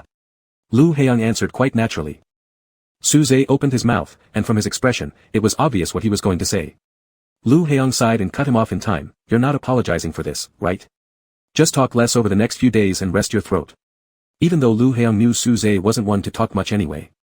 Upon receiving this instruction, Su Zhe obediently pressed his lips together and nodded again. We need to go to class, said Lu Heong as he lightly patted Su Zhe's hand. He Wei talks too much, don't believe a word of his nonsense, and don't let it distract you from studying. Su Zhe's fingertips twitched, wanting to touch where Lu Heong had just touched, but he restrained himself. He glanced at Lu Heong, then without saying another word, simply nodded and walked towards the back door of the classroom. Sitting down at his assigned seat, Su Zhe took out his phone to see a message sent 10 minutes ago by Lu Heong. Remember to take your antipyretic when you wake up. If the teacher distributes any materials, I'll bring them over after school. Su Zhe felt a bit regretful. Had he not come to school today, Lu Heong might have visited his place just to deliver the documents. The last class of the morning passed unexpectedly quietly for Su Zhe, since He Wei knew his susceptible phase hadn't fully passed yet and therefore didn't bother him much. At lunchtime, He Wei slapped Su Zhe on the shoulder. Let's eat out. We're heading to Yunqi's family hotel. Su Zhe lifted his head, feeling dizzy, with no strength. He replied, I'm not hungry. You guys go ahead. Indeed, he wasn't hungry since breakfast had been late, and he had no appetite now either. Alright, then rest a bit. If you feel worse, just ask to go home. With that, Su Zhe hummed an acknowledgement, leaned onto the desk, buried his face into his arms, and closed his eyes. After several minutes, Su Zhe heard footsteps. Then he felt a hand resting on the back of his neck, slowly sliding down to cover his glands. The touch of the palm was cooler than his heated glands, causing him to shiver slightly. Do you feel unwell? Asked Lu Heong. Lifting his head, Su Zhe saw a red mark pressed onto his forehead. Baffled, he licked his lips and said, a little sleepy. I've ordered some snacks and soup for you. The soup will be good for your throat. Finish it all, Lu Heong instructed. He looked away from Su Zhe's face, sat down at He Wei's usual seat, and opened the meal box. Take a nap during the lunch break. This small portion suited Su Zhe well given his lack of appetite. He smelled the faint fruity aroma of the soup, which strangely made his throat dry, prompting a desire to drink it. Okay, Su Zhe nodded. I'll go eat with He Wei first. Lu Heong stood up, seeing Su Zhe looking up at him, so he gave a light rub through his hair. Left alone in the classroom, most students had gone back to their dorms or homes for lunch and rest, while only a few remained at the cafeteria to return and sleep later in the classrooms. Su Zhe drank his soup thoughtfully. He wore the bracelet Lu Heong had gifted him. Compared to his old one, it was significantly more comfortable, especially during his susceptible phase. Today, He Wei's seat was quite lively because Qi Jiahao had also come over to sit there. Qi Jiahao glanced at the signature on He Wei's homework book and made an approving comment, your handwriting isn't bad. Then he turned to Su Zhe and asked, are you still in your susceptible phase? The utensils were printed with the emblem of a certain hotel under Gu family's name, but of course, the food and soup couldn't have been delivered by Gu Yunqi. Qi Jiahao asked, did Lu Heong arrange for someone to send this over for you? Su Zhe belatedly flipped through the packaging, trying to find the delivery receipt. This restaurant doesn't offer delivery services, Qi Jiahao said with a peculiar expression. And the type of dessert you're eating is specially requested for the private kitchens. Forget it, Qi Jiahao stopped, just eat it. But Su Zhe seemed unable to continue. Is it very expensive? It doesn't matter, Gu Yunche won't charge for it. Qi Jiahao tried to suppress his curiosity but failed and asked bluntly, what exactly is the relationship between you and Lu Heang? Until the end of last semester, all he'd heard was that occasionally, Su Zhe and Lu Heang walked home together. But after just one summer holiday, it evolved into something like ordering special meals specifically designed for the susceptible period. Qi Jiahao barely understood Lu Heang and definitely knew that Lu Heang would usually never care about these kinds of details. In terms of social interaction, Lu Heang's attitude was similar to Su Zhe's. Seeing Su Zhe remain silent, Qi Jiahao continued questioning, do you think Lu Heang likes men? Su Zhe furrowed his eyebrows slightly and answered, I don't know. You too, has something happened between you, hasn't it? With such questions, Su Zhe's silence equaled an implicit confirmation. Qi Jiahao secretly drew in a breath of cool air and followed up, are you two together now? No, this time Su Zhe replied swiftly and firmly, as if he didn't even need to contemplate it. Su Zhe thought Qi Jiahao would get angry, but instead, Qi Jiahao relaxed a little, that's fine then. Not being together is good. It's fine to stop here. Don't get into a relationship with someone from the Lu family, it will end in unhappiness for both parties, Qi Jiahao said. Lu Haiying's sister was once. Never mind. Qi Jiahao cut himself off again, this time making it twice he'd stopped speaking today, you're actually more aware than me. Indeed, Su Zhe became even more aware after finding out Lu Haiying's background. It was a position so high that even by straining his neck to look up, he might not be able to see it. Some people would dare or ambitiously climb upward, but Su Zhe did not fall into either category. Once the right moment came, he would pack away everything related to Lu Haiying, jump down from the castle in the air that never belonged to him, return to his tiny room, place things back into the desk drawer, and close it. That would be the end. Qi Jiahao nudged Su Zhe's wrist as a sign for him not to space out and to keep eating. Then he changed the subject, the documents have been distributed. Which school's early admissions do you plan to apply for? I haven't examined them thoroughly yet, Su Zhe replied. Wouldn't you consider attending the same university as Lu Haiying? No, Su Zhe answered firmly. Their futures clearly pointed toward entirely different directions. Lu Haiying would likely pursue politics, where the Union University was the optimal choice. Su Zhe inclined toward professional and highly technical fields, being busy or exhausted wouldn't matter, as long as the environment wasn't overly restrictive, nor too far from the capital since he often visited his grandmother. What about you? Su Zhe asked Qi Jiahao. Doesn't matter, Qi Jiahao shrugged, anyway, I don't really get to decide on my own. Capital University's diplomatic college, Lu Qingma hadn't been here for quite a few years. Starting from her second year of graduate studies, she was arranged by Lu Qingyu into the Ministry of Foreign Affairs of the Union government, becoming the one within the entire college who effortlessly climbed to the peak of their field. After graduation, the college repeatedly invited her back as an outstanding alumnus and current alliance diplomat to give speeches, showering her with numerous accolades. Yet, Lu Qingma had consistently avoided them. She knew why she was timid, revisiting old grounds could sometimes be cruel. The multifunctional lecture hall had been redecorated, reducing much of its familiar ambience. 300+ students of the diplomatic college sat below the podium, all attentively watching Lu Qingma. Accustomed to national leaders and serious camera settings, this kind of setting was rather comfortable for her. As her speech was nearing its conclusion, the door on the right side of the large lecture hall opened slightly, and someone quietly walked in. It was common during speeches for people to come and go. However, this time, Lu Qingma inexplicably glanced in that direction, such a careless glance causing her otherwise fluent speech to stutter momentarily. She suddenly forgot what she was about to say, awkwardly lowering her head to check her notes, which happened for the first time during her entire speech today. Yet upon reading them, she realized that the content had already been covered earlier, and now it was the time for free elaboration. Sorry, forcing herself to snap back, Lu Qingma lifted her head and smiled lightly. Her gaze fell unfocused somewhere among the audience as she continued her speech. After the event ended, Lu Qingma stayed inside the classroom for another half an hour answering students' questions until the dean arrived. After bidding farewell to the dean, Lu Qingma prepared to leave the classroom, glancing around one last time, seemingly searching for someone. But she didn't find anyone. In the end, she pushed the door open and stepped out, only a few scattered students remained in the corridor. Lowering her eyes, Lu Qingma felt an emptiness fill both her mind and body, a feeling of loss intermingled with relief. Miss Lu. Hearing her name called from behind, Lu Qingma abruptly halted, repeating the voice in her mind before turning around. In Han Jian's hand was a teaching manual, and he slowly approached her, limping slightly on his left leg. The usual faint smile still rested on his face as he spoke, "You walk too fast, I can't keep up." During those dozen steps Han Jian took to reach her, Lu Qingma felt that his scholarly shirt faded, transforming into a youthful white uniform. His legs appeared healthy like in an ordinary class break when Han Jian used to wait for her to finish her lessons. The multimedia lecture hall was no longer refurbished into its current form, stepping onto the platform would produce creaking sounds from the wooden floorboards. They had practiced countless diplomatic exercises on that very platform, and every session concluded with Han Jian smiling at Lu Qingmo, saying, "My questioning is complete, thank you for your answers, dear diplomat." They could have potentially become peers if Han Jian's legs hadn't been like this. Had come directly after the class, unfortunately, I only managed to catch the ending. Han Jian paused before Lu Qingmo. Everyone has been looking forward to this lecture for quite a while. It was unclear whom he referred to by everyone, the dean, students, or others. I guess I was just sharing some experiences. Lu Qingmo avoided Han Jian's eyes, and the speech wasn't so good. If alliance diplomats think it wasn't good, then no one will be better than you. Han Jian looked at Lu Qingmo. After a pause, he asked, "Is your job very tiring?" Lu Qingmo subconsciously tightened her grip on her bag. Not really. They couldn't keep talking, and silence enveloped them again, one silently staring at the other while the other avoiding eye contact. They had many things to say but couldn't bring themselves to speak. The blood mixing with mud, the horse pleas in a rainy night, that night which she never wanted to recall or remember had actually passed for quite a long time. Long enough to grind down all the youthful pride and boldness, annihilate all the reckless courage from youth, leaving only a meter of estrangement and muteness between them when they finally met again. I still have class next, so I need to head to the classroom first. Han Jian glanced at his watch. And you? I need to attend a meeting.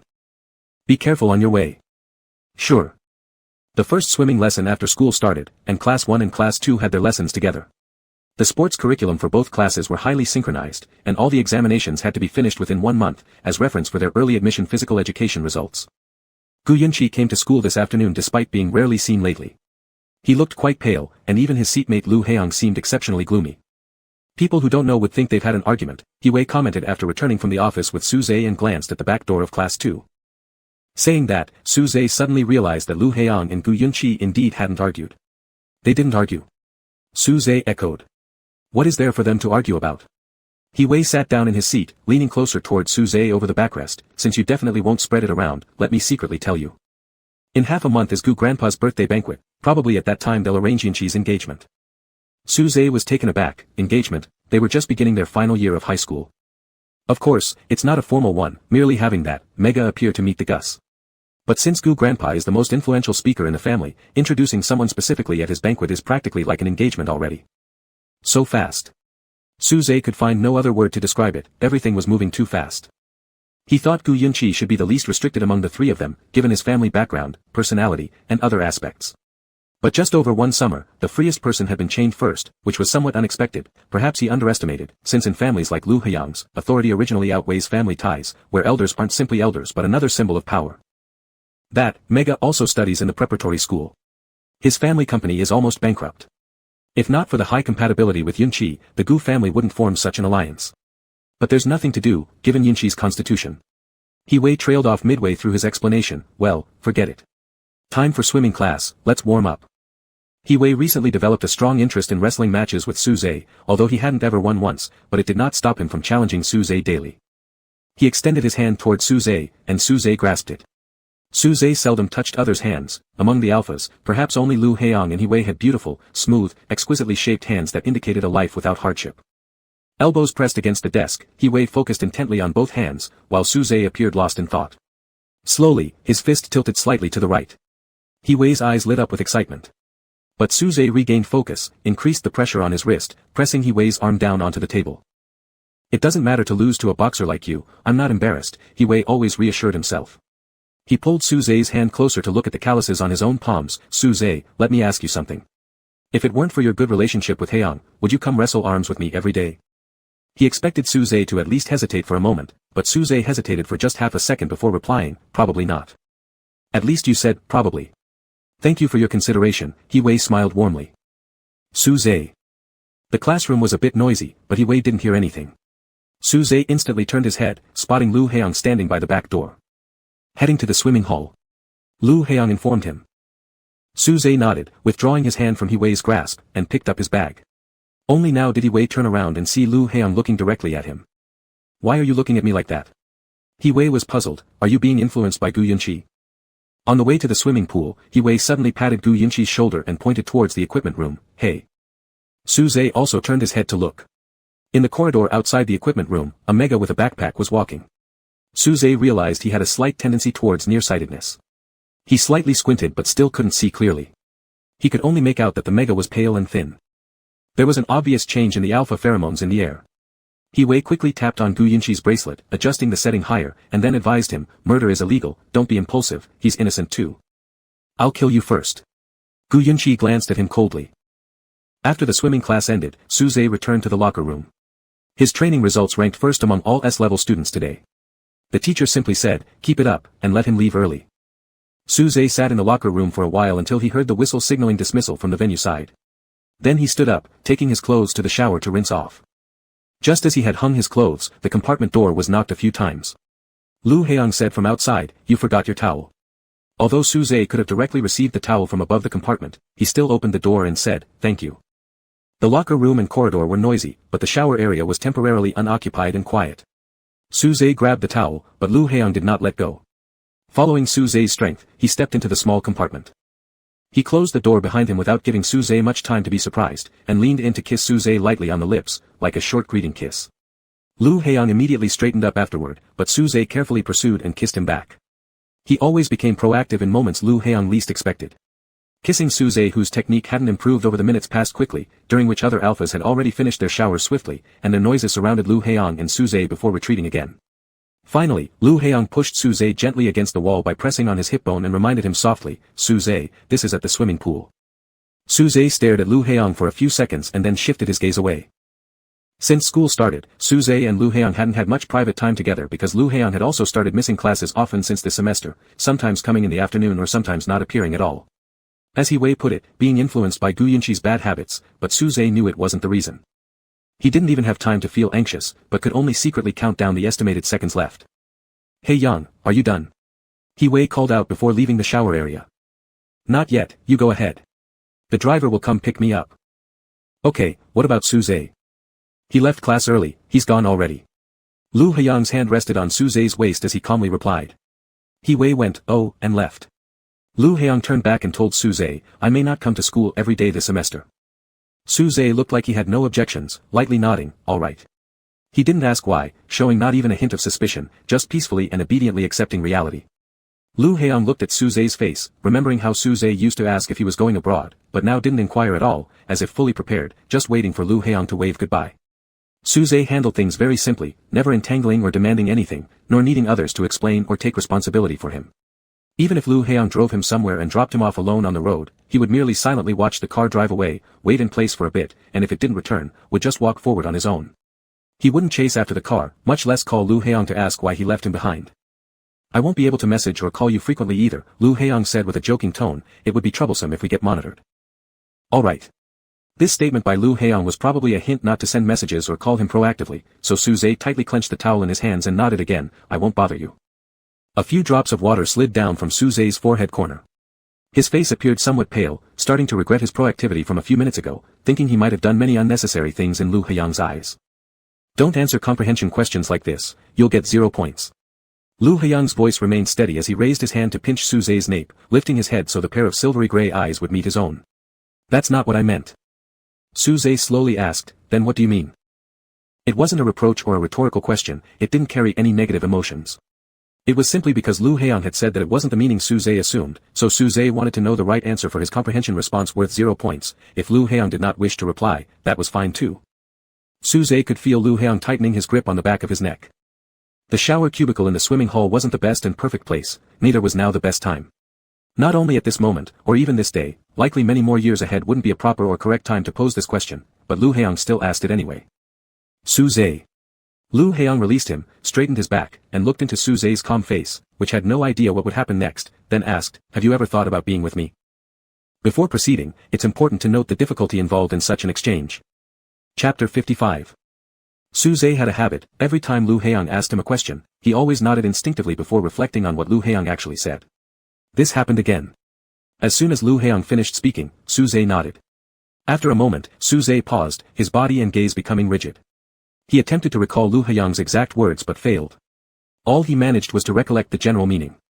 Lu Heiyang saw Su Zhe staring blankly for a long time, then his eyes slightly widening before blinking slowly. And then he heard Su Zhe respond, no. It was an answer within expectation. Sometimes liking someone and falling in love are two different things. If one were to find someone in the whole world who hadn't thought about dating Lu Heiyang, Su Zhe would definitely be one of them. Liking Lu Heong didn't necessarily imply wanting or having the courage to be with him. Some common human feelings were hard to reflect in Suze. Is that so? Lu Heong smiled slightly, revealing some regret as he said, that makes me feel a little sad. Now Suze needed several seconds to process Lu Heong's words. He said, that's not what I mean. And what do you mean? Lu Heong repeated the same question. It's not. Suze struggled to express and explain himself, trying to put words together, but in the end, he could only admit, I haven't thought about it. Never thought about it, not even in his dreams. Suze felt that he'd already received much more from Lu Heong than he expected. He wasn't greedy. Even if Lu Heong decided to take everything back one day, he would obediently return everything. Suze thought Lu Heong just casually threw out this question. Nevertheless, he answered truthfully, conveying his attitude to Lu Heong, I haven't thought about being with you, not even once, don't worry about it. But Lu Heong told him, if you haven't thought about it, think about it now. This sentence disarrayed the understanding Suze had just built up, causing him to frown almost in confusion. What? Think about being together. Lu Heong cupped Suze's jaw with both hands, pinching his cheeks gently with his palms. Also, whenever you want to know anything, ask me, and I will answer. He stared at Suze for 2 more seconds, then let go, saying before pulling open the door, the driver is waiting at the school gate, I have to leave soon. Be careful riding your bike home. Seeing Suze not replying, Lu Heong reminded him, say you know. Suze's eyes finally moved, as though a robot being recharged. He looked at Lu Heong and said, all right. Good. Lu Heong smiled at him and stepped out of the cubicle. By the time Lu Heong finished showering, Suze had just folded the towel in his hand neatly, though he didn't understand why he bothered to fold it, so he unfolded it again and hung it on the nearby hook. I'm leaving, Lu Heong's voice echoed lightly in the empty shower room, go home early. Okay. After returning home that evening, Suze spent over an hour doing some test papers after washing up. The papers belonged to Hiwei, the private tutor had assigned too many, making him reluctant to work on them, so he passed them on to Suze. They were useful to Suze because none of the questions appeared in the textbooks or reference books available through regular channels. After checking answers and reviewing the solution methods for the incorrect ones, Suze began to space out. He always felt a sense of floating, as if nothing was real, like being poor for a long time, then suddenly getting $1 million out of nowhere. His first reaction wasn't joy, but rather confusion, bewilderment, and anxiety. The night wind had started to blow outside, rustling the leaves into a sound like ocean waves. After a while, Suze heard a knock on the door. It wasn't loud, but it made him startle and almost knock over his chair as he stood up. Suze had many things that needed thinking about, many factors to consider. He retreated back to the line of reason, but when he saw Lu Heong standing there with a faint smile, his hair slightly disheveled from the wind, Suze decided to stop worrying altogether. Lu Heong was not just $1 million, he was far better than that, something precious and rare, perhaps something Suze would never encounter again in his lifetime. Suze realized from the very beginning that rejecting Lu Heong had never been an option in his mind. He could never say no to Lu Heong, even if he had doubts and concerns about what they were getting into. His throat felt dry, his body unable to react properly. Suze's hand rested on the doorknob as unknowingly he left Lu Heong waiting outside, tension making him block the entrance. Is there someone else at home? Lu Heong politely stood in the hallway, asking. No, Suze took a step back, pulling the door wider. He noticed that Lu Heong held a file folder, realizing he must have come over for some reason. Once inside the room, Lu Heong sat down in the chair by the desk, pushing Suze's test papers aside, pulling out a stack of documents and a pen from the file bag. Then he turned his head and looked at Suze who was standing near the bed. Come here. Suze approached. Lu Heong draped his arm around his waist, moved his left leg behind Suze, pulling him to sit on his lap. Have you taken a shower yet? Lu Heong leaned close, sniffed near Suze's shoulder and asked. Having never sat on anyone's lap before, Suze was extremely stiff, nodding silently. Sign here. Lu Heong handed the pen to Suze, pointing to a signature line. Without even looking at what document it was or asking, whatever Lu Heong asked him to sign, Suze signed. One after another, there were over 10 signatures until Lu Heong finally said, that's all, and Suze closed the pen cap and placed it back on the table. Aren't you curious about what this is? Lu Heong teased, touching Suze's ear. Suze kept his eyes on the desk, feeling somewhat ticklish from Lu Heong's fingers, and instinctively tilted his neck a little as he asked, what is it? A contract for indentured servitude. Lu Heong responded humorously. To whom? Suze attempted to join in on the joke. Lu Heong smiled slightly, then retorted, to whom do you want to sell yourself? Suze glanced at Lu Heong once, then quickly turned his attention back to the desk. Realizing how bad he was at joking, he muttered, no one. It's actually about some grants, reimbursements, and insurance benefits. Lu Heong let his fingertips graze along the edge of the documents, roughly aligning them. There are some you might not have known about earlier and so didn't apply for. I've gathered everything related to your grandmother that qualifies for these benefits. Can private nursing homes be reimbursed too? Yes, both hospitalization and medical expenses can be partially covered. Lu Heiyang answered calmly and confidently. Su Zhe had questions, but with his current jumbled thoughts, he didn't know where to start. So, he simply said, if you have time, could you send me an electronic copy to look through? Sure. Lu Heiyang replied. Anyway, even if he didn't send it later, Su Zhe would likely come up with various excuses such as being too busy or forgetting, which wouldn't weigh heavily on Lu Heiyang's conscience. Lu Heiyang asked again, anything else you'd like to ask? Both hands curled into fists on the desktop, Su Zhe remained silent for several seconds before eventually questioning, why did you say you wouldn't be coming to class as often this semester? After Su Zhe finished his question, Lu Heiyang observed from behind that his shoulders tightened up. This indicated Su Zhe indeed wanted to know why. Because I may enroll in military academy. Lu Heiyang extended his right hand, sliding 2 fingers between Su Zhe's clenched fists, gently opening his palms. The curriculum for military academy exams is more specialized, involving academic and physical tests, requiring additional classes and training. There will also be advanced visits and learning sessions at military academies and bases. Su Zhe seemed dazed, and after a few moments, he turned around, asking incredulously, military academy? He thought Lu Heiyang was sure to follow a political career path afterward. Although graduating from military academy could still lead to politics, Alliance University was undoubtedly 100 times easier. If their ultimate goals were aligned, Lu Heiyang's choice to attend military academy instead was clearly a detour, unless he planned to engage deeply with the military circle as well. Yes, Lu Heiyang confirmed. Is it because your family requires you to? Su Zhe's tone was cautious, uncertain whether this constituted crossing boundaries. No. That's good, this phrase stayed unsaid by Su Zhe, but his entire body relaxed. I'm leaving the country tomorrow morning to attend the first phase of training, which will probably last a week or 2. Lu Heiyang held Su Zhe's shoulders and made him turn around to look at himself.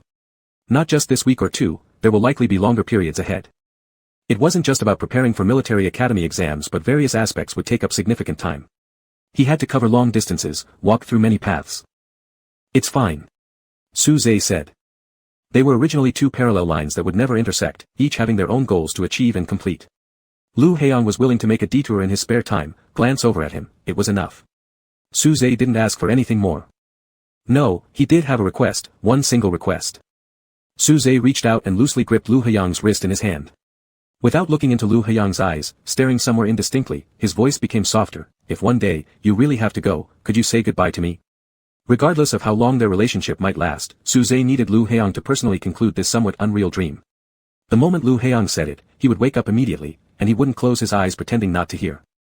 Goodbye meant a formal farewell, not asking Lu Heiyang to promise a reunion. The wind outside the window continued to blow. Lu Heiyang placed one hand on Su Zhe's lower back, making sure this alpha who resembled a dandelion wasn't blown away. He said, I will. More than once, Lu Heiyang could sense the pessimism in Su Zhe, perhaps something Su Zhe himself hadn't realized. The improvement was that this time Su Zhe didn't keep his pessimism inside quietly, at least he voiced it. Lu Heiyang didn't stay long. When he left, Su Zhe was still standing by the desk holding tissues, lowering his head carefully looking at something. Lu Heiyang encouraged him, there shouldn't be any stains on those places. Su Zhe put down the tissue, raised his head. His face and lips were slightly red, yet his pupils were unusually bright. He tugged at the crumpled work shirt and followed behind Lu Heiyang. Before opening the door, Lu Heiyang turned back to look at Su Zhe. Su Zhe's reaction was slow, either because he was still disbelieving or after being lost in worry and pessimism, finally finding joy again, so there seemed to be an unspoken smile lingering on his face, that kind of dumb happiness only enjoyed by oneself. You're such a goof. Lu Heiyang smiled and pressed Su Zhe's shoulder, kissing him lightly on the mouth. Su Zhe still had those bright eyes. He held on to Lu Heiyang's hand for a few seconds then let go, not overly delaying Lu Heiyang's departure. I'm going now. Lu Heiyang said. He closed the door, walked to the staircase, descended a few steps, heard a very faint sound of the door opening, turned around, and saw Su Zhe peeking from the door crack, separated by the security door. Lu Heiyang waved at him. Descending 1 floor, Lu Heiyang suddenly realized that summer had already passed. There were no more magnolia flowers in the community, all that could be smelled was the scent of trees and wind.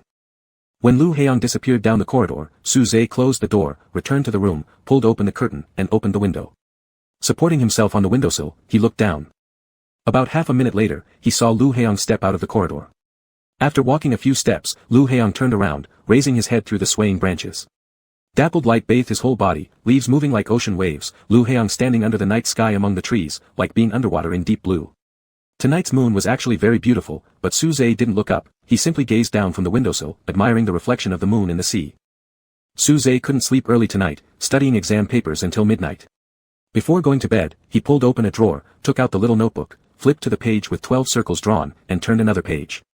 On the beginning of the first line, he wrote today's date with a pen and drew a dash. Perhaps this word, zheng, would never be written in full, or maybe there wouldn't be many more before stopping, it didn't matter. For Su Zhe, this starting dash already signified a conclusion without regrets. Chapter 56. The Office of the Chairman of the Union Government. Lu Qingyu sat on a resilient leather office chair. The glass door of the bookcase behind him reflected pointed or rounded rooftops outside the window. Above the bookcase, the walls hung flags of the 24 nations in the Union, tilting toward the central flag of the alliance. Everything was perfectly aligned, even the wrinkles hanging down were calculated with meticulousness. Lu Heiyang rarely came to Lu Qingyu's office. There had been only a few times since childhood. The last time Lu Qingyu wasn't the chairman yet. After entering the office, Lu Heiyang stood quietly for 2 minutes while Lu Qingyu flipped through pages of documents without lifting his head. He merely said, "There's no need to return to the country. Focus here on learning and training. The preparatory school holds regular exams, which are recorded in the archives," Lu Heiyang replied. But even if Lu Heiyang's file was a complete blank, it wouldn't hinder him from entering the best schools. Lu Qingyu finally looked up, his tone sounding like an order or a warning, then let the school send over the electronic version of the exams. Before Lu Heiyang could reply, and Lu Heiyang didn't plan to reply either. The intercom on the desk rang, Lu Qingyu picked it up. His secretary informed him that all meeting participants had arrived, and the session could start. Thus, after occupying the chairman's precious 3 minutes, Lu Heiyang left the office. After descending 2 floors by elevator, he reached the Union Foreign Affairs Department, where Lu Qingma was stepping out of a meeting room with documents in hand. Standing in the corridor, Lu Heiyang called out, "Sis." Lu Qingma turned around, startled for a moment before reacting, "Did Dad ask you to come?" "Aha. Let's go to my office." After the assistant poured water for both Lu Qingma and Lu Heiyang, she left. Sitting on the sofa, Lu Qingma massaged her somewhat sore ankle, then began, "Was the decision to attend military academy yours alone?" "Yes," Lu Heiyang picked up the cup but didn't drink from it, just held it. "Military academy is hard work. I'm worried that after going through all this trouble, the result will still be the same as before. How would we know unless we give it a try?" Lu Heiyang took a sip of water and pulled a small box from his trouser pocket. "Your earrings." "Thank you," Lu Qingma said softly, reaching out to take the box. Inside the box were a pair of pearl earrings, a limited Valentine's Day special edition from a certain brand several years ago. With a basic and simple design, they were far from luxurious or exquisite, yet Lu Qingma wore them for 5 whole years.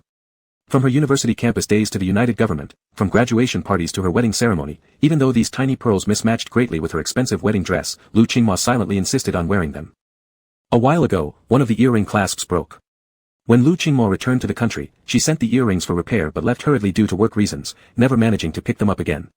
When she put them back on, Lu Qingma raised her hand, touching the pearl earrings connected to her earlobes, and smiled faintly at Lu Heiyang, saying thank you once more. The eldest daughter of the chairman of the union, the dazzling Mrs. Wei, the young and accomplished diplomat. Seen by others, Lu Qingma seemed to have been born privileged, easily standing atop the pyramid of success, yet few knew about the smile she showed upon seeing this pair of pearl earrings. This might well be one of the reasons why Lu Heiyang decided to take this long detour. Because he didn't want it to end with just a pair of pearl earrings. When He Wei opened his eyes, Qi Jiahan was standing slightly behind him talking to Su Zhe. He Wei nonchalantly turned his head, wiped away the drool from the corner of his mouth, straightened himself up, pretending he had only taken a short nap instead of sleeping the entire morning, smiling innocently. "I just slept for a few minutes. Is little Qi here already?" Qi Jiahan glanced at the red imprint on He Wei's face and sneered sarcastically. "Indeed, how coincidental. Tired of standing?" He Wei spread his legs and patted his knees. "Sit down." Qi Jiahan stood expressionless, while instead Su Zhe's gaze flickered briefly over He Wei's legs before looking unnaturally downward toward the books on his own desk. Seeing Qi Jiahan not responding, He Wei chuckled and stood up. "You sit in my chair. I'll go use the restroom." He Wei made a playful gesture, pinching Qi Jiahan's ear before gleefully departing under Qi Jiahan's fierce glare. By the time He Wei returned, Qi Jiahan had already gone. Su Zhe was working on practice tests, not just those given by He Wei but also the thick stack of papers printed by Lu Heiyang, which were much more complete than the scattered pages in He Wei's possession. "Last time, you said you've known Qi since you were 7 or 8, did he talk less even back then?" He Wei leaned towards Su Zhe, asking. Su Zhe stopped writing to avoid accidentally scribbling on He Wei's face. "He didn't like talking much. Having known each other for so long, did you guys ever fight?" Although He Wei guessed the answer was obvious because Su Zhe was someone who didn't argue, and neither did Qi Jiahan. "No. That's such an enviable friendship. Not like me, always arguing with Yun Qi since childhood." The pen tip touched the paper, creating a small black dot. Su Zhe hesitated for a moment before asking, "Have the 3 of you never fought at all?" "No, only me and Yun Qi have argued, not really arguments, all because of Gu Yun Qi's harsh words." Anyway, things are fine between me and Haeyoung. Hee-wei suddenly remembered something, straightening up. Oh, there was one time, when we were very, very young. He noticed Suze turning his head, clearly curious, wanting to listen. Suze rarely displayed such interest. Hee-wei felt a great sense of accomplishment in catching Suze's interest, leaning back on his chair and narrating in a gentle tone, that was a warm winter. Yun-chi and I went to Haeyoung's house. It happened that he had just opened a bag of candy, and I saw him picking out the tastiest flavors, stuffing them into his pocket. What he did made me really sad. I asked if he could give me some, but he refused without any mercy.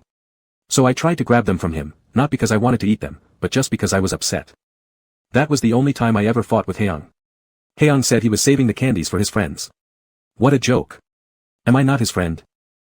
Huai-wei immersed himself in the recollection, asking Yun-chi whom the candies were intended for. Haeyoung told him they were for a little kid he didn't know.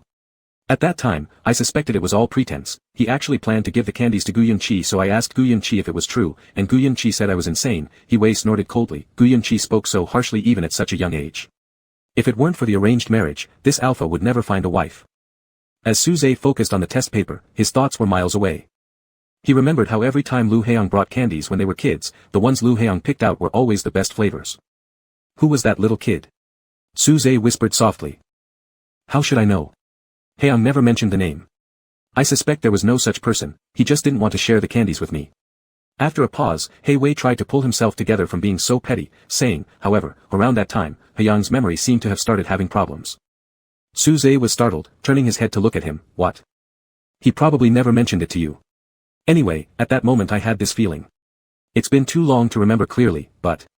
Huai-wei leaned over closer to Suze, lowering his voice, definitely something happened. Anyway, Haeyoung basically has no memories from childhood now, everything before the age of 10 is gone. Forgetting everything before the age of 3 might be somewhat normal, but not remembering anything until the age of 10 definitely wasn't right. Huai-wei had grown up alongside Lu Haeyoung, and Suze couldn't imagine what might have happened that even Huai-wei wouldn't be aware of. Why? Suze pursued involuntarily. I don't know. The fact that it's kept secret this well must mean Uncle Lu decided so. Who dares to investigate and risk losing an arm twisting against Uncle Lu? Is anyone brave enough to do that? For sure I'm not. I like living just fine, thank you. Suze nodded absent-mindedly. He didn't even realize why he nodded. He simply responded instinctively to Huai-wei. He thought about the 11 times he met Lu Haeyoung at the age of 7, how he had once wondered why Lu Haeyoung always repeated words and actions. Suze used to think that it was a kind of emphasis, now he understood that it was because Lu Haeyoung kept forgetting what he had said or done. Was it an illness, or had there been an accident? Does Lu Haeyoung still remember the reason? Oh, by the way, did Haeyoung tell you why he isn't coming to school? Huai-wei avoided mentioning that he had bombarded Lu Haeyoung with 800 questions, pretending to be indifferent. I asked him once, but he didn't tell me. After a few seconds, Suze replied, I don't know either. Huai-wei immediately found peace in his heart and sprawled on the desk again to sleep. Until school ended, Suze continued pondering Huai-wei's words. This was the 19th day Lu Haeyoung hadn't come to school, surpassing the 1 to 2 week deadline he previously mentioned. There were no calls, only a text message on the 14th day, I'll return a few days later. But a few more days passed, and Lu Haeyoung still hadn't returned to the country. Suze repeatedly read the text message, as if each glance provided him a support point to keep waiting silently. Pushing the bicycle up the stairs of the hallway, Suze ascended them. He studied alone in the classroom for over an hour after school, so it was already completely dark outside. Absent-mindedly walking 2 flights of stairs, Suze inexplicably heard footsteps behind him. They were light and suddenly appeared, which implied someone might have been following all along, and now was closing in due to acceleration and inadvertently exposing themselves. Close meant, Suze half-turned in the darkness. Catching a glimpse out of the corner of his eye of the shadow that was about to press against his back, he quietly stepped aside in the last second, throwing a punch towards the other's cheek while simultaneously raising his knee. It was a beta with no pheromones at all. Suze's movements were too fast, allowing the beta to narrowly dodge the punch but soon getting hit hard in the abdomen by Suze's knee. The beta let out a muffled groan, rolling backward into the stairway corner. The air was filled with the smell of flying dust. Suze quickly descended a few steps, grabbing the collar of the beta and flipping him over, stepping on the beta's right wrist that held the knife. Suze didn't ask anything immediately, because something felt off. This person must have been sent by Tang Fei, but there was no real need for it. Tang Fei could have appeared directly in front of him instead of sending someone to track and kidnap him. It seemed overly redundant. Just as he was about to speak, hurried footsteps came from upstairs.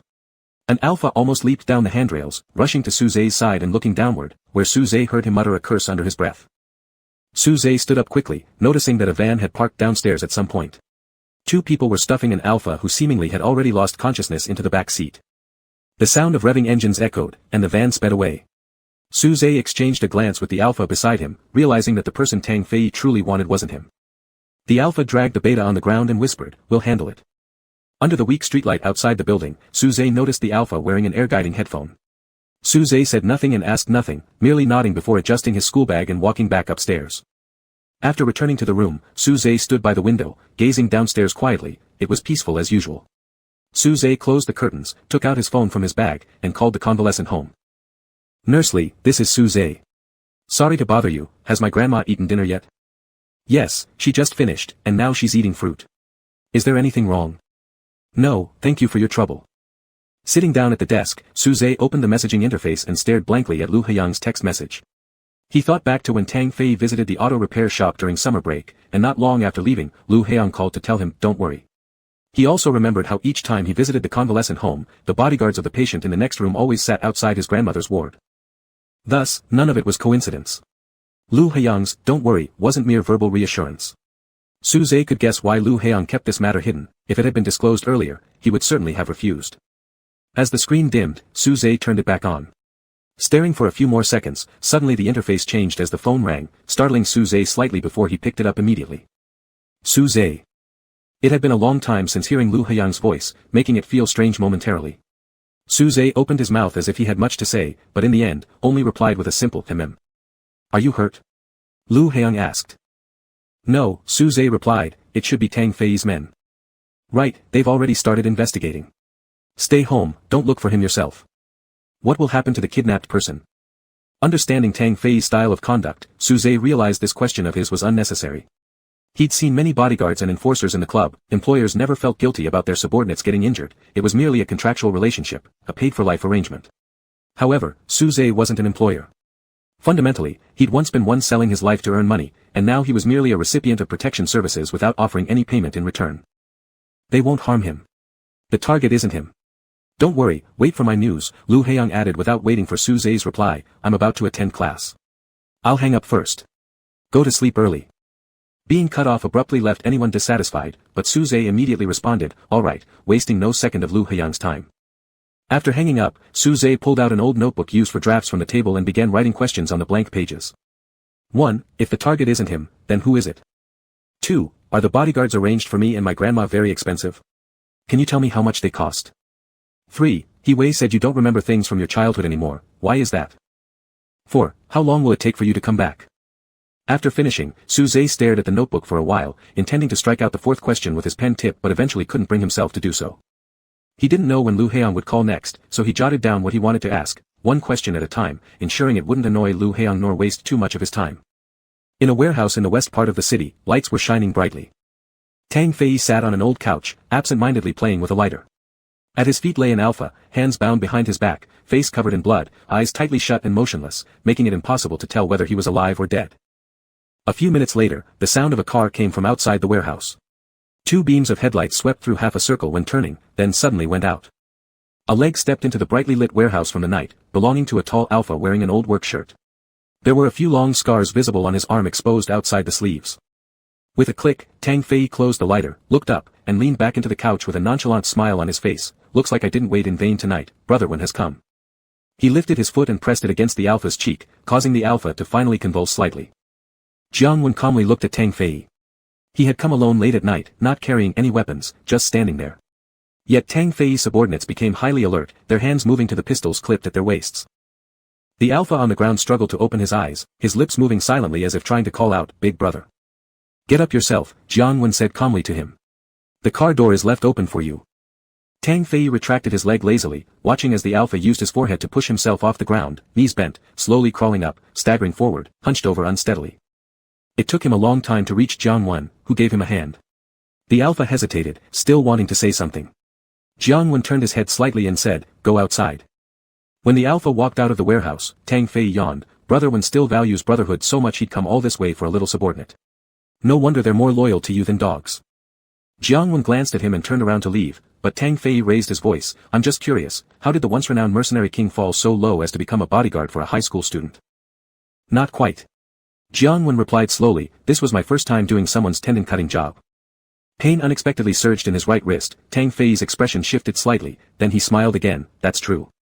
In the past, you only accepted life and death jobs where you never let go of your gun, now you're handling what? Such a waste of talent, I feel sorry for you. No need to feel sorry. Jiang Wen's gaze fell on Tang Fei's face like the infrared sight of a sniper rifle precisely targeting its goal. There will always be opportunities for taking lives. His look could chill anyone to the bone. Tang Fei stopped leaning on the sofa, instead leaning forward, his smile fading somewhat. I'll wait to see that day. From beginning to end, Tang Fei never mentioned the beta who was captured, as though the life or death of one subordinate wasn't worth caring about. Jiang Wen didn't give any further response, turned around, and left the warehouse. Lin family. Tang Fei murmured under his breath, looking at Jiang Wen's back. The trip proved fruitful. Not only did he find out that Su Zhe's surrounding bodyguards were hired from the Lin family, but he also lured Jiang Wen out. In fact, Tang Fei should have thought of Lin Yumian earlier, but Lu Haiyang's alpha father as the chairman attracted too much attention due to his high rank, easily overshadowing Lu Haiyang's mega father. The Lin family had always been a quiet presence. Years ago, Chairman Lin and his wife died unexpectedly, leaving the entire group in the hands of Lin Yumian. As a young head of the household, Lin Yumian lived separately from her nominal chairman husband on Phoenix Mountain for years, a juicy piece of gossip that would have sparked public interest if not for its ties to politics. No one dared pry into the chairman's private affairs, and ordinary people wouldn't even catch a whisper of such news. Walking to the car, the rear door still open as he had left it, Jiang Wen found the alpha curled up in the back seat. He untied the ropes on the alpha's hands, pulled up his shirt to examine the injuries, and asked, "How are you feeling?" "I'm fine, a couple of ribs are broken." The alpha coughed a few times. "Big brother, it was too risky for you to come alone." "Shut up." Jiang Wen closed the door, climbed into the driver's seat, and started the car. After driving a short distance, his phone vibrated, and Jiang Wen answered it. "Uncle Wen, have you brought the person back?" We're on our way back." "How badly injured is he?" "Not severe, nothing serious." "Alright, the hospital will contact you soon. Let me know if there's anything else needed, I'll arrange it." "Okay." After hanging up, Jiang Wen asked, "Did you hear that?" "I heard it." The alpha's voice was hoarse. "I made a mistake the first time I encountered a situation, it's my responsibility. Rest first, then we'll deal with your punishment later." Jiang Wen turned the steering wheel. "Chairman Lin has given orders, you must prioritize her command second. The first is Lu Haiyang, remember that well." "Understood." Su Zhe had been checking his phone too frequently today, prompting He Wei to ask him if he was in a relationship. Su Zhe didn't know how to respond. Being in a relationship wouldn't necessarily make him stare at his phone like this. He just wanted to know the alpha's condition and was waiting for Lu Haiyang's text or call. The words, "the target isn't him," kept echoing in his mind, and Su Zhe couldn't figure it out. If the target wasn't that alpha, then who exactly did Tang Fei want to lure out? Was it Lu Haiyang? Su Zhe recalled last semester, when he was suspected of colluding with Gu Yunqi to scam a reward, and Tang Fei had burned him with a cigarette but in the stairwell. At the time, Lu Haiyang had ordered his bodyguard to knock Tang Fei unconscious. But now Tang Fei clearly knew who Lu Haiyang was, so to retaliate for something as minor as this seemed far too impulsive and irrational. Perhaps something more serious had happened. Su Zhe suddenly looked up. Tang Fei's hand. This fleeting thought was quickly dismissed by Su Zhe, who believed there was no way Lu Haiyang would do such a thing. There was no reason for him to do so. Lu Haiyang was such a rational and upright person. At around 7 in the evening, Su Zhe finally received a call from the rational and upright Lu Haiyang. Recognizing the domestic number, Su Zhe answered quickly. The person has been brought back. Early in the morning, Lu Haiyang directly informed Su Zhe once they were connected. Now they're at the hospital, the wounds have been treated and there are no issues anymore. Good. Su Zhe sighed in relief. Just as he was about to ask something else, Lu Haiyang said, "I'm almost at your place." Su Zhe stood up immediately, straining his ears to listen for any sound outside but heard nothing. Then he asked, "Are you almost here?" "A few more minutes. The road is a bit tricky to drive on, I'll hang up first." "All right." After hanging up, Su Zhe stared at his phone for a few seconds before sitting down again. Not even a minute later, he stood back up and went to the window to look down. The building below was empty and showed no movement. Feeling as though something inside him was missing, Su Zhe became restless and uneasy, not knowing where to go or what to do, pacing aimlessly. Finally, he grabbed the keys off the table, ran out the door, and hurried downstairs. Under the lamplight, he waited a couple of minutes before a bright stream of light appeared around the corner. The car came to a stop right in front of him. Su Zhe fixed his gaze intently, though the interior of the car was pitch black, revealing nothing. The car door opened, and Lu Haiyang stepped out. He wore a black baseball cap that cast half of his face into shadow, revealing only his prominent jawline and chin. His outfit consisted of a simple black work jacket and trousers, which appeared to be part of a training uniform, rough yet efficient. Su Zhe immediately noticed something different about Lu Haiyang, a certain calmness and bearing that came from years of military discipline, subtly surfacing on him. Unable to contain himself. Chapter 58. What made you come down? Lu Heong picked up the backpack from the passenger seat, closing the car door behind him. You could have waited for me upstairs, it's unsafe out here. Su-zhe temporarily lost his ability to speak and merely nodded. It was as if there was an invisible thread on Lu Heong's face, tightly pulling Su-zhe's attention towards it. Let's go up. Behind Su-zhe, Lu Heong naturally lifted his hand mid-motion, briefly hesitated, and ended up lightly patting Su-zhe on the back twice. The climb upstairs was quiet. Su-zhe's hands hung loosely by his sides, occasionally brushing against Lu Heong's hand. Su-zhe felt like all of his senses were focused solely on that point of contact, with only his heart still beating. The staircase was dark, the doorway pitch black. Normally, Su-zhe could open the door smoothly even in the dark, but today, he fumbled for a long time, failing to align the key with the lock hole. Lu Heong quietly observed for half a minute before turning on the flashlight on his phone, guiding the key into the lock while gripping Su-zhe's hand. Don't be nervous, Lu Heong's voice carried a hint of laughter. I'm not a bad person. Su-zhe silently pushed the door open, intending to let Lu Heong enter first, but Lu Heong pressed his shoulder gently, pushing him into the house, and then closed the door behind them. While closing the door, Lu Heong simultaneously removed his cap, and at the same moment, Su-zhe turned and took a half step forward, wrapping his arms around Lu Heong. It was at this exact moment that Su-zhe fully grasped the meaning of defining a relationship. It meant being able to embrace without hesitation or doubt, to give and take openly, to act proactively. It was precisely what Su-zhe had always lacked the courage to do. Lu Heong froze for half a second, then closed the door, taking off his cap and tossing it onto the side cabinet with one hand while the other gently cupped Su-zhe's neck. His thumb propped up Su-zhe's chin, tilting his head upwards before kissing lightly at the corner of his lips. He gazed silently at Su-zhe without saying a word. Under such an intense gaze, Su-zhe's throat tightened as he held his breath and leaned in closer, planting a kiss on Lu Heong's lower lip, a kiss lacking skill or technique. Su-zhe hadn't uttered a single word since they met, yet every move seemed to say everything that needed to be said. Can I borrow your bathroom to take a shower? The hem of Lu Heong's shirt had been subconsciously clutched by Su-zhe, almost choking him. He pulled himself slightly away, readjusted his collar, and said, I took a quick shower after training before boarding the plane, but I want to wash again. The kiss had been too brief. Su-zhe licked his lips, nodded, and after a while, added, You got a haircut. There was no light on in the living room, so Lu Heong didn't know how Su-zhe noticed. After all, it was only slightly shorter. He responded with a nod and teased, That's why I wore the cap. Su-zhe wanted to say that even with the shorter hair, he still looked good, but he just thought it quietly to himself.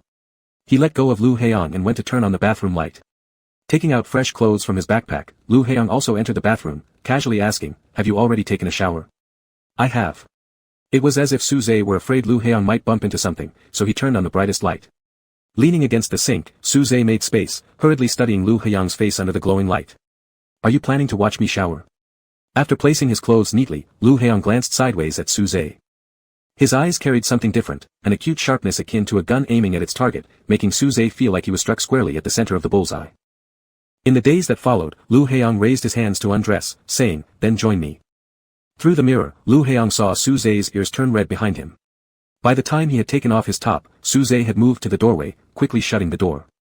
Lu Heong chuckled softly, switching off the power-consuming bright light and turning on a dimmer one instead.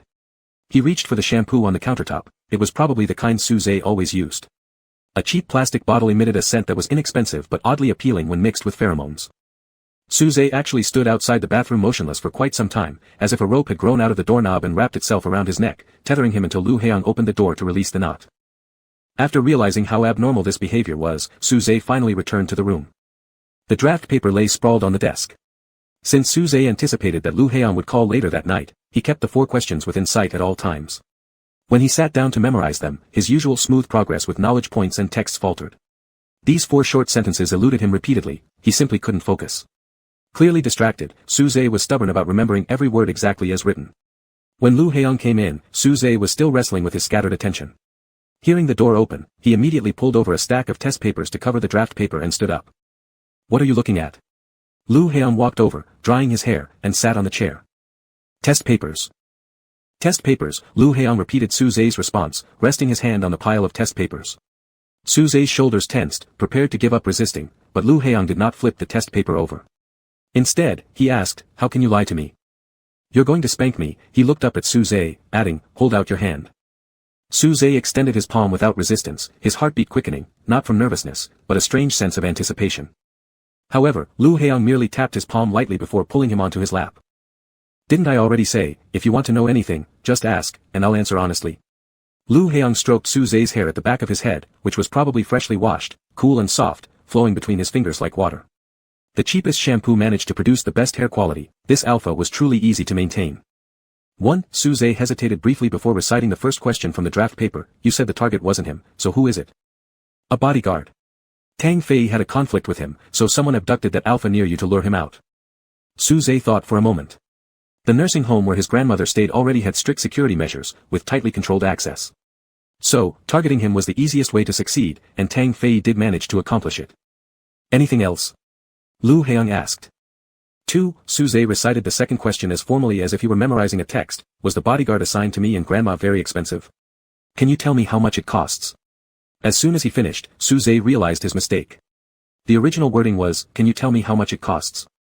Instead of asking directly, he hesitated and added the polite tone marker, Ma. Did you just learn how to speak?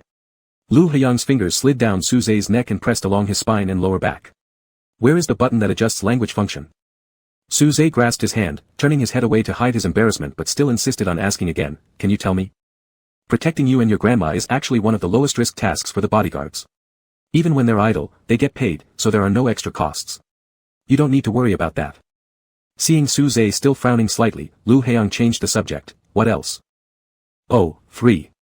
Suze paused, not because he couldn't remember the question, but because he wasn't sure if he should ask it. Ask away. Then we'll go to sleep. I'm a bit tired. Lu Heong rested his forehead against Suze's shoulder. Suze turned around and wrapped one arm around Lu Heong's waist, smelling the same scent in his hair as his own. For some reason, this gave him a sense of calm. He asked, He Wei said you can't remember anything from your childhood. Why is that? Because I can't remember. Lu Heong lifted his head, showing little surprise at He Wei's gossiping tendencies. It sounds like nonsense, but I really don't remember. I've investigated, but found no leads. Suze nodded, knowing that the last question, how much longer will you be gone? Was clearly unnecessary to ask now. Anything else? No. After a brief 2-second gaze into Lu Heong's eyes, Suze looked away, suddenly noticing what seemed to be a bruise below Lu Heong's collar on his shoulder. He immediately leaned in, pulling up the collar slightly and asked worriedly, how did you get injured? Aren't you done with questions already? That tiny bruise paled in comparison to the injuries Suze used to get during boxing matches. It wasn't worth mentioning. Lu Heong pulled Suze's hand down. You'll always get minor injuries during training. Suze remained silent, disagreeing inwardly, then started examining Lu Heong all over to see if there were any other wounds. They should all be covered by your clothes. Lu Heong smiled faintly, unusually relaxed, perhaps out of fatigue. To Suze, it was obviously, Lu Heong is tired, rather than hinting at anything else. Where? Suze looked serious, even coaxing softly, let me take a look. I'll apply some antiseptic, then we'll go to sleep. Don't bother looking. Lu Heong leaned against the chair, trying to dissuade him. The more Lu Heong resisted, the more uneasy Suze felt, insisting, I want to see. Somehow, their examination ended up on the bed, and surprisingly, Suze ended up being undressed first. Suze lay on the pillow, panting lightly, still clutching the hem of Lu Heong's uniform shirt, preoccupied with checking for injuries. There are no other injuries. I'm not lying, don't worry. Lu Heong reassured him, pressing his hand over Suze's heart, which was beating rapidly. His slightly raised chest muscles flexed rhythmically with each breath, resilient and strong. Suze opened his mouth but failed to utter a sound. He held Lu Heong's hand, bringing it to his lips, and kissed his fingertips. Lu Heong rubbed Suze's lips gently, then spread his hand, cradling Suze's neck. Without applying much force, Suze's breathing quickened dramatically, his eyes half closed as if tears were about to spill out. Lu Heong lowered his head and stared at Suze's face for a few seconds. His gaze was calm and deep before finally giving his judgment, you've become naughty. Not until Lu Heong reached out to wipe the drool off the corner of Suze's mouth did Suze realize how much saliva had accumulated. I can't stay over here. I have to leave shortly. Lu Heong brushed the corners of Suze's eyes with his fingertips. Suze gazed blankly at him for a moment, remembering it was already the middle of the night. He asked a question that had nearly been overlooked, did you come back after training? He worried about interfering with Lu Heong's schedule. Yes. Lu Heong answered simply, offering a stress-free explanation.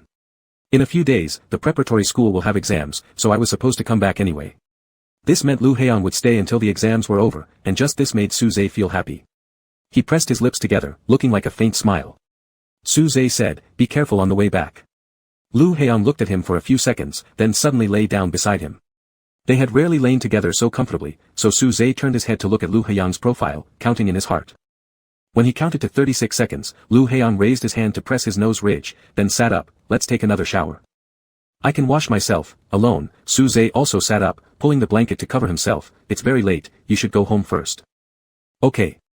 Lu Heong stood by the bed. His pants had been on all along, and he picked up the shirt at the foot of the bed and put it on. Then he went to grab Su-zhe's clothes from the desk. With his back to Su-zhe, Lu Heong moved aside the stack of test papers and saw the draft paper at the bottom, smiling a little. He walked back to the bedside, and Su-zhe still looked at him innocently. Lu Heong put the shirt over Su-zhe's head, telling him to raise his hands, and Su-zhe obediently lifted his arms and wore the shirt. Then Lu Heong held Su-zhe's face, tilting his head, bending down to check his neck, saying, "The marks are very light, they'll fade tomorrow." "It doesn't matter." Su-zhe said. He wasn't unfamiliar with going to school with injuries or bruises. Lu Heong straightened Su-zhe's head, gently touching behind his ears, asking, "Do you do the same to others?" Without any lead-up, Su-zhe tilted his head up, showing a slight hint of confusion as Lu Heong gazed down at him, his eyelashes casting dense shadows under his eyes. Su-zhe felt like he was shrinking into a small form, entirely enveloped by those shadows. Lu Heong's gaze always gave him an odd sense of security due to being completely controlled. So Su-zhe spaced out for a moment before snapping back to reality after several seconds. "What? When boxing, does it excite you when someone else hurts you?" Lu Heong's hand moved to Su-zhe's nape, covering the gland area, continuing to ask. "No." Su-zhe didn't seem to need any thinking time, answering honestly, without any flattery or desire to please. Lu Heong didn't say anything, blocking Su-zhe's eyes, planting a kiss on his mouth. "I'm leaving." Su-zhe nodded. This kiss felt like a reward. Su-zhe vaguely returned to the days when Lu Heong always gave him rewards, and having already received so much, Su-zhe realized he still really liked being rewarded by Lu Heong. Lu Heong came back to the country, and Wei finally found out what his friend had been doing these 20 days outside. "I don't get it," he said. "You could be an official smoothly, why go to military academy to mess yourself up? Isn't it tiring? Do you understand, little Zhe? Do you get it or not?" Su-zhe could only answer, "No." Heong should be reading Land Force, right? The army has the largest proportion of power in the alliance. If Uncle Lu wanted Heong to attend military school, surely he would arrange for him to read Land Force. "I don't know," Su-zhe said. Indeed, he didn't know which military branch Lu Heong intended to join. "What about you? Your physical qualities are so good, there shouldn't be any problems joining military school. Maybe you can continue to be classmates with Heong." Su-zhe calmly said, "I won't pass the physical examination." There were too many old scars on his body, even police academy physical examination couldn't pass, let alone more demanding military schools. Moreover, military training was closed off, unable to frequently visit grandma. As for continuing as classmates with Lu Heong, Su-zhe never had such unrealistic wishes. His heart didn't stir at all, but Wei seemed to notice some kind of melancholy appearing on Su-zhe's usually expressionless face. Thinking he was tactful and clever, Wei changed the topic. "Help me check my bag." The buckle popped off. "How did it break?" Su-zhe took the bag, lowering his head to pry open the strap at the junction. "I accidentally got the strap stuck in the car door this morning. I pulled it lightly, and that iron buckle opened." Master Su made no excessive comment on young Master He's light pull. Wei always had 1,000 ways to break things. After more than a month of school opening, this was already his 8th backpack, partly also because of his tendency for novelty and change. Su-zhe used a small pair of scissors to hold the edge of the iron buckle, gradually restoring the deformed inner circle, cutting off threads that came out due to tearing, carefully stuffing the fine strands of the straps back in, finally pressing another buckle cap on and tightening it.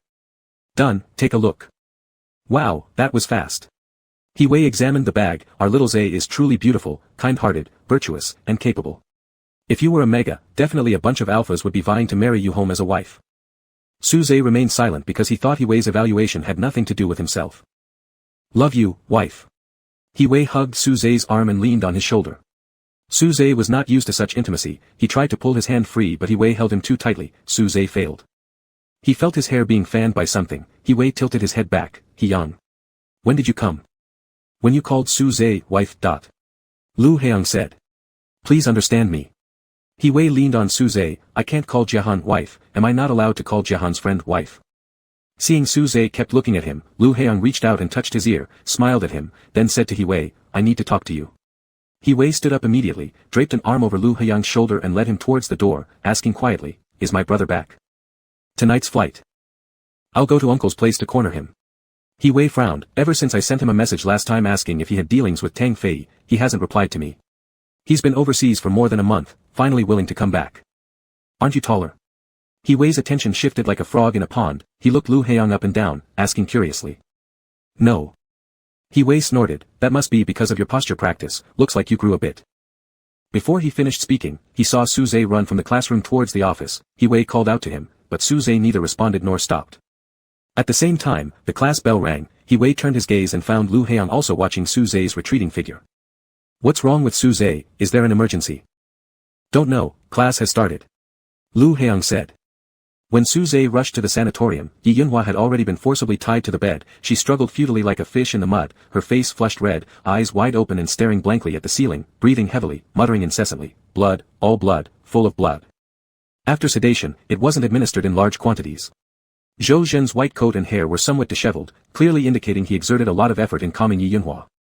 Su Zhe gradually pried open Yi Yunhua's tightly clenched right fist, holding her hand and asked Zhou Zhen, was this a sudden onset? The bleeding spot wasn't pressed properly after drawing blood, a few drops of blood came out through the needle hole, and she got stimulated. It wasn't anyone's fault, yet Su Zhe apologized, I've caused you trouble. On the nearby trolley tray, a sample of blood collected not long ago lay there, the test tube wrapped meticulously in white medical tape, a necessary precaution before every blood draw for Yi Yunhua, so as not to let her see the blood.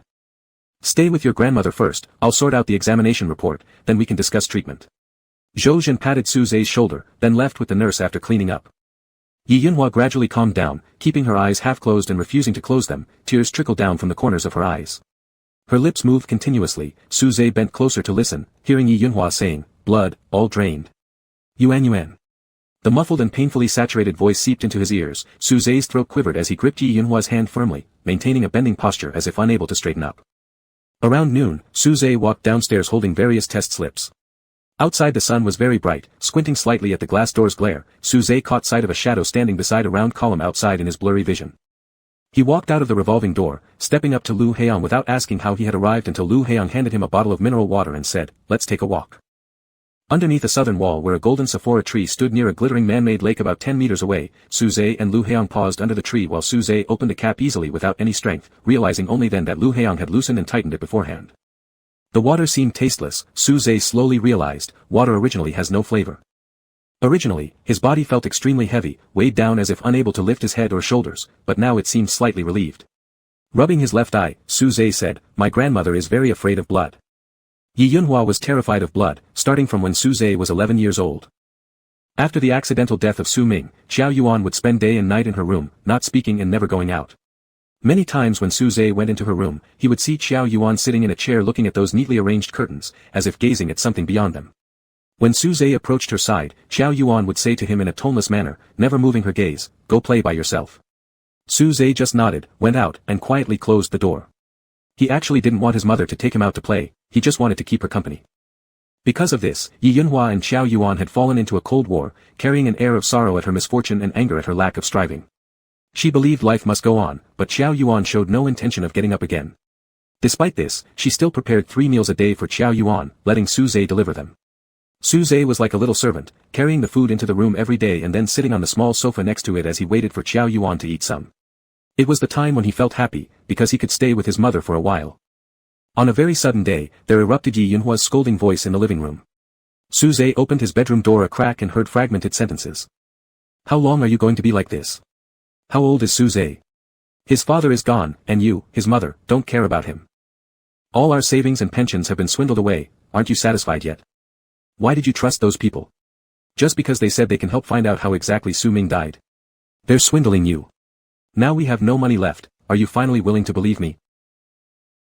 Xiao Yuan, who hadn't spoken a word until now, finally spoke, still in that emotionless tone, I haven't even seen Su Ming's body. How do I know how he really died? Quietness followed, then a sudden, smack, sound rang out. Su Zhe trembled violently behind the door, as if that slap had been across his own face. The coroner's report, the notifications from the police department, aren't they enough for you? No matter how Su Ming died, he's already dead, and he's not coming back. This sentence seemed directed at Su Zhe too, Dad was dead and would never return. From the age of 7 to 11, Su Zhe still only had a vague concept of his father's death. In his mind, Su Ming was simply on a long business trip, one that had not yet ended. But at this moment, as Su Zhe looked back at the pair of small children's boxing gloves on the wall, he finally began to understand, death meant that Dad would never help him put on the gloves or take him to the gym to punch the bag again. The next morning, when Su Zhe brought breakfast in, Yi Yunhua was tidying up the kitchen with her back turned. She said softly, let your mom pack up. I'm taking her to see a doctor. Is mom sick? Su Zhe asked. Yi Yunhua hesitated for a moment, then answered, yes, it's grandma's fault. She didn't take good care of your mom, making her sick in the heart. Now we need to take her to the hospital. Okay, Su Zhe nodded. He entered the room where Qiao Yuan was still lying in bed. As usual, Su Zhe placed the breakfast on the bedside table and said, "Mom, it's breakfast." Qiao Yuan didn't respond, so Su Zhe sat on the sofa. After waiting for several minutes, Qiao Yuan still didn't get up. Su Zhe walked over to the bed again and said, "Mom, it's breakfast." Still no response. Qiao Yuan maintained her side-lying position facing the wall. Su Zhe tiptoed to try and see her face. Instead, he saw a deep red mark, irregular like the edge of a map, spreading out from under the blanket and extending all the way to the pillow, framing Qiao Yuan's pale profile. Before his brain could fully understand what this meant, his body was already trembling uncontrollably. Shaking, Su Zhe reached out and pushed Qiao Yuan's shoulder. It was stiff, icy, like stone. Many images that followed became fragmented, Yi Yunhua's dazed expression, the bedsheet soaked in blood, the bloody wrist. Su Zhe stood dumbly in the corner like an observer until Yi Yunhua fainted and was carried onto the ambulance. Then a neighbor ant came over and picked him up. Su Zhe rested his face against the ant's shoulder, soft, warm, the same as Mom's shoulder used to feel. "So Grandma fears blood," Su Zhe slowly said. How could she not fear it after seeing something like that? The leaves rustled softly, and Lu Heiyang listened like a perfect listener, without giving any opinions. After a long while, he turned around, patted Su Zhe's head, and then gently hugged him. Su Zhe rested his head on Lu Heiyang's shoulder and saw the patch of emerald ivy climbing on the wall. He thought this wall must have heard many prayers, cries, and past events, and he was merely one of the passers-by, nothing special. The only special thing might be that he told Lu Heiyang this story, meaning that at least during this moment, he wasn't enduring it alone. "There's a bonus match tomorrow night. Coming." After returning from the sanatorium, as if knowing Yi Yunhua had switched to a more expensive targeted medicine, the gym manager sent a message to Su Zhe. During these past few months of not going to the club, Su Zhe had received boxing match invitations more than once. Every time, his response was simply a short, "I won't come." Su Zhe had been waiting, expecting Tang Fei to bring up the contract and force him back into the ring, but it seemed like he overestimated its importance. To others, signing was just a formality. The gym never lacked for fighters willing to fight for money. If Su Zhe didn't want to fight, there were always others eager to step in. There was a difference though. Competent boxers asked for high pay, but Su Zhe didn't care about the compensation, which naturally went straight into the manager's pocket. He couldn't wait to schedule more matches for Su Zhe. And as an S-class alpha, Su Zhe, whether in terms of hype or technique, was nothing less than a money-making tree. Su Zhe stared at the latest invitation message for a long time today before finally replying again, "I won't come." Then he found the manager's phone number at the auto repair shop and called it. "Hey, Su Zhe. Manager, are you short on staff from 6 or 7 in the evening until around 2 in the morning recently? You mean night shifts? You're still in school during the day, taking on night shifts might be too much for you. I can handle it. We can fit you in, but you know how it is with night shifts. Even though we say you finish at 2, if an accident happens after that time and someone contacts you, you'll need to get to the scene right away. It could keep you up all night." "Okay, I understand," Su Zhe said. "Thank you." He Wei didn't see He Yu either night when visiting his uncle's house or the He family house over the last 2 days. Tonight, he finally managed to corner He Yu at Hu Yen Mansion. Hu Yen Mansion did an excellent job with confidentiality. Every private room had its own independent access. He Wei had always thought this place resembled a maze. After stuffing himself with desserts and fruits in one of the rooms and learning that He Yu's gathering was about to end, He Wei went to his car and parked in such a way as to block He Yu's car inside the parking spot. Changing cars again. He Yu smiled beside He Wei's car after saying goodbye to his friends. "Get in," He Wei glanced at him. He Yu signaled his driver, then climbed into He Wei's car. Too tired to argue about He Yu playing hide-and-seek with him, He Wei came straight to the point. "Why are you hanging out with Tang Fei? Kid, why do you care about this? Someone said they saw you at the West City Club. On Qi Jiahan's wedding day, I also saw you smoking with Tang Fei and Wei Lingzhou." He Wei frowned. "Why are you cooperating with Tang Fei? Isn't the money from your own company enough? Isn't there anyone in this world who wouldn't want more money?" He Yu took out a cigarette but remembered He Wei's dislike for cigarette smoke, so he just held it and sniffed it. "Getting involved in shady businesses, how is your uncle supposed to hand the company over to you then?" He Yu's expression darkened slightly as he crushed the cigarette in his hand. "If outsiders don't know, fine, but shouldn't you be aware? Have you ever seen any heir stay in the group for years without getting actual power?" He Yu said coldly, "I would rather do something clean, but my dad only cares about his elder son doing research abroad, unwilling to return and take over the family business. He delays giving me power because he hopes my brother will change his mind." He Wei was silent for a moment before saying, "Anyway, you're still his son, he can't give you nothing. The little things he gives, I don't even look at them anymore." He Yu threw the crumpled cigarette out the window and pressed his temple. "Xiao Wei, not everyone is like you, spoiled by your parents, happily driving and dating when you're happy, or vacationing on some small island when you're not. You and I have the best and truest relationship among the younger generation of the He family, but we're not really the same kind of people. Do you know why Qi Jiahan rejected you? Because he grew up in a similar family environment. Mega, and you wouldn't be the same type of person either. You're only suited for dating rich young men and women like your previous partners, living carefree lives.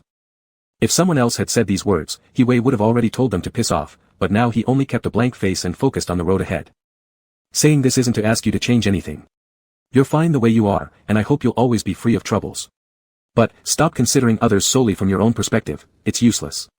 He sighed, stopped the car. There was no longer a need to say anything further, so He-wei stepped on the brake and stopped by the roadside. And tell your boxer friend to stay far away from Tang Fei, and don't go back to the club. He closed the car door, drive slowly, and watch the road. He-wei gave no reply, started the car, and drove away. Lu Heiyang hadn't been to school for the past 2 days, he only showed up at the swimming pool before the first formal swimming exam today. When he came out of the changing room and entered the venue, S-class students from both classes had already lined up to warm up and take the exam. Gu Yunqi was present too, chatting with He-wei, while Su Zhe stood behind them. Just as Lu Heiyang stepped down the stairs, his eyes met Su Zhe's gaze. Su Zhe had been looking toward the entrance, obviously waiting for someone. Their eyes met for a few seconds before Su Zhe turned away, but soon turned back again, observing Lu Heiyang, who quietly took his place at the end of the line. 10 seconds later, Su Zhe moved out from the middle of the queue and positioned himself behind Lu Heiyang, now being the last one in line. What's wrong? Lu Heiyang tilted his body slightly, asking. Su Zhe felt like there was a teasing glint in Lu Heiyang's eyes, as if knowing what was going on inside Su Zhe's mind but pretending not to care. He kept quiet, lowering his head, realizing that his intention must have become evident. Lu Heiyang reached out, grasping Su Zhe's wrist and pulling him closer, saying, "Stand here."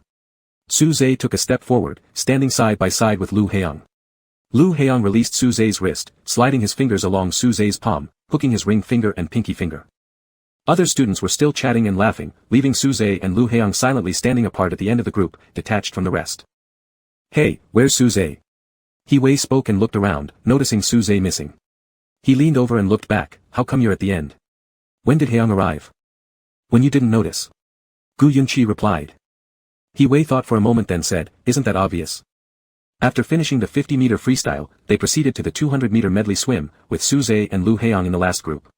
By this point, most of the other students had already returned to the changing rooms.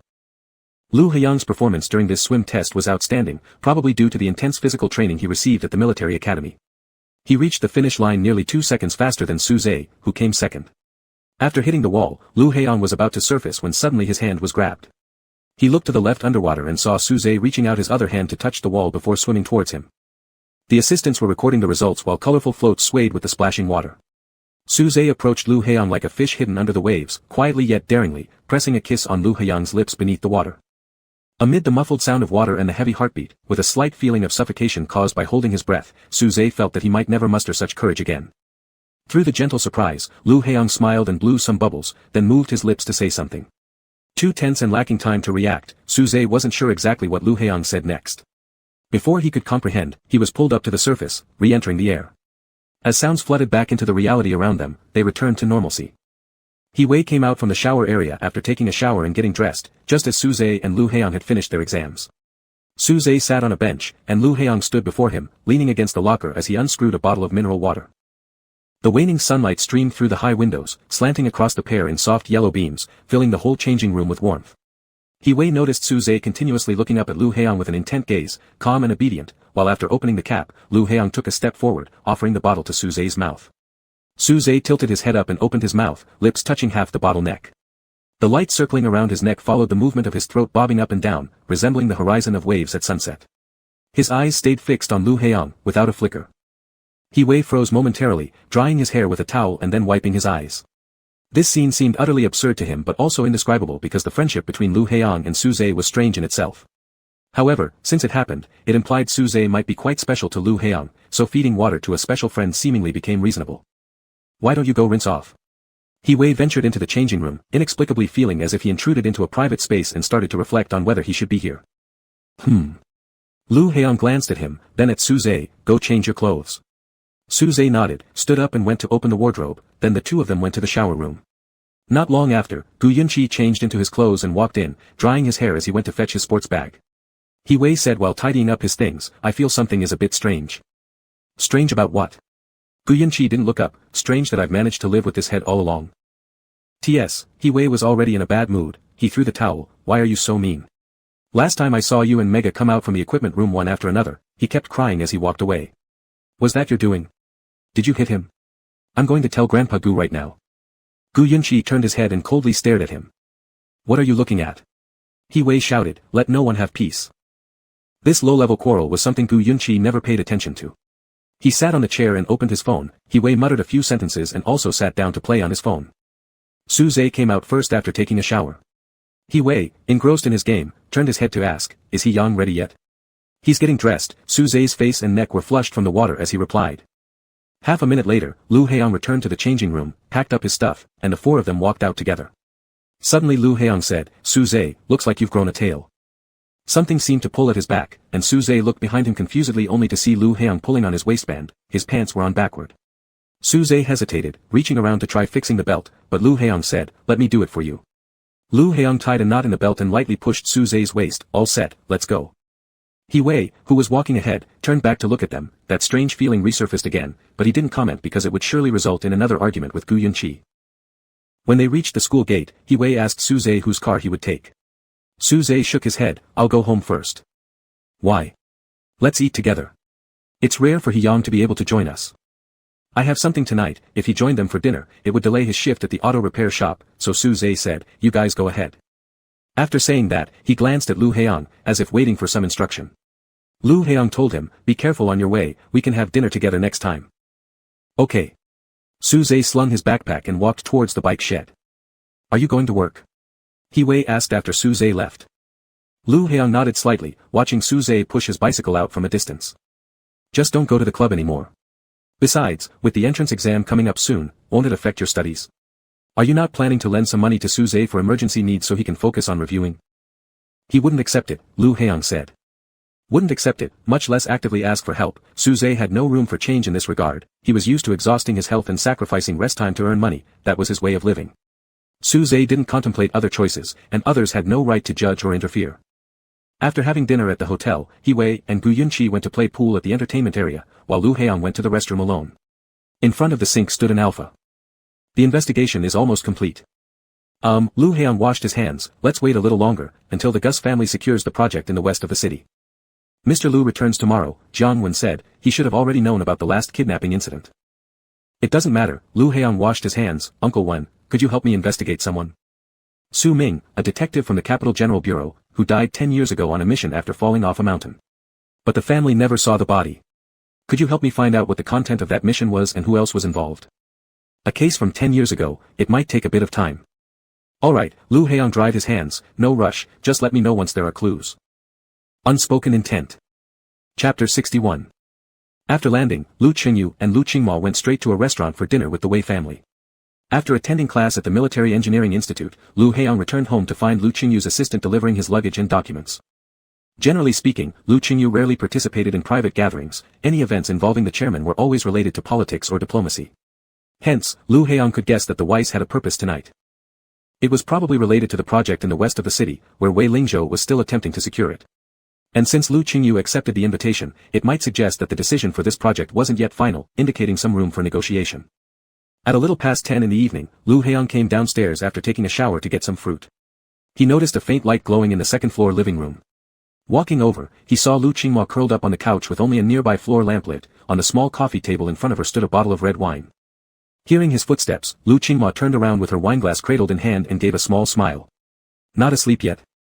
She hadn't taken off her makeup or changed out of her professional attire, which surely wasn't comfortable, but Lu Qingma seemed unable to wait even one moment longer to vent this way. I was reading. Lu Heong sat down on another sofa. Did Dad go to Mount Wan? Probably, I'm not sure. Lu Qingma leaned back and took a sip of her wine. Lu Heong sat silently without saying anything. After a while, Lu Qingma lifted her head and gazed at the dim chandelier. They've told me to start preparing for pregnancy. Career, marriage, reproduction. Lu Qingma ticked them off one by one. None of it is mine. The faint sound of dripping could be heard from outside the bay window. It was rain hitting the glass. It had started to rain. I hate rainy days most, Lu Qingma said blankly. When it happened, the exact timing was unclear, but it was certainly after learning about her impending engagement with Wei Lingzhou, also on such a night.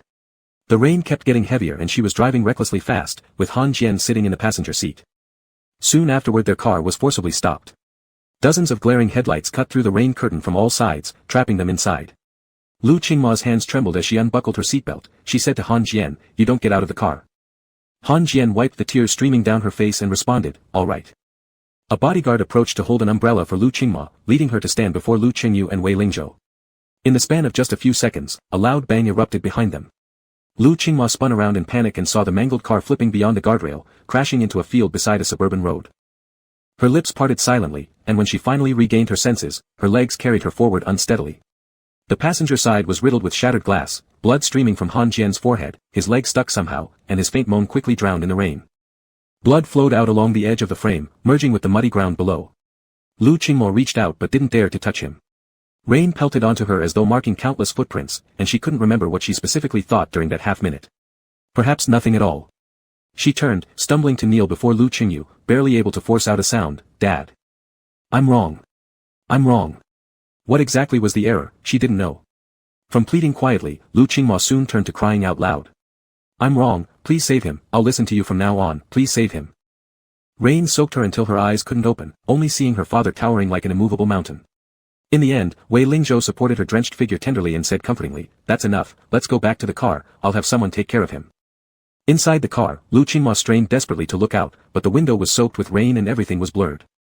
She reached out to wipe it, trying fruitlessly for a long time, before realizing that raindrops on the outside glass couldn't be cleaned away from within. That heavy rainfall lasted several years, pouring ceaselessly over her body and face. Occasionally, Lu Qingma felt she shouldn't remain so burdened, since she had struggled and tried her best, it was just that later on she became too scared. But why did regrets never stop haunting her? Lu Heong knew what had happened.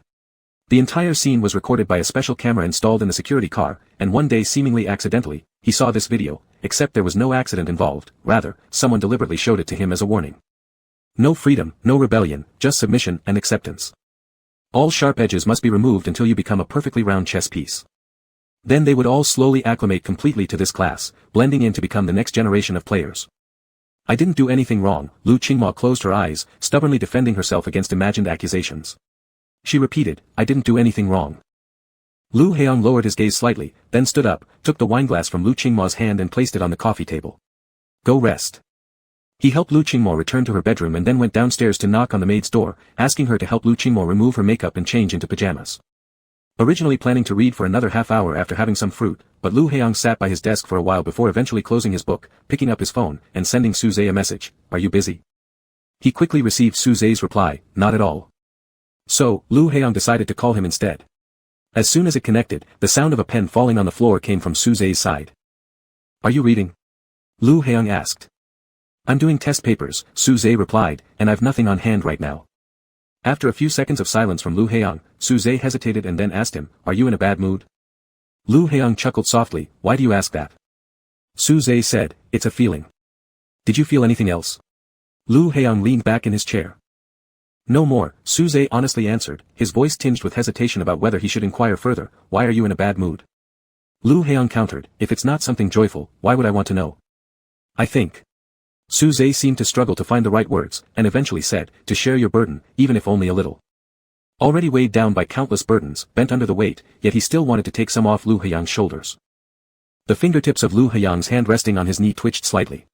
He lifted his hand to press against his temples, paused for a while before saying, "I'm not in a bad mood, I just wanted to call you." Suze wanted to ask, "Really?" Not, "Do you really want to call me," but, "Are you really not in a bad mood?" But he only murmured a sound, signaling trust. "When you're in a bad mood, you can call me too." Suze spoke slowly, sounding both earnest and cautious. "All right." Lu Heong looked at his desk, "I won't bother you anymore, go ahead and do your test papers."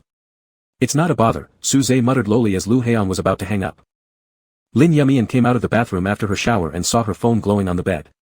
Picking it up, she noticed messages from the housekeeper, the first 1 minute ago, "Mr. Chairman has come." The second 3 seconds ago, "He's almost at your room."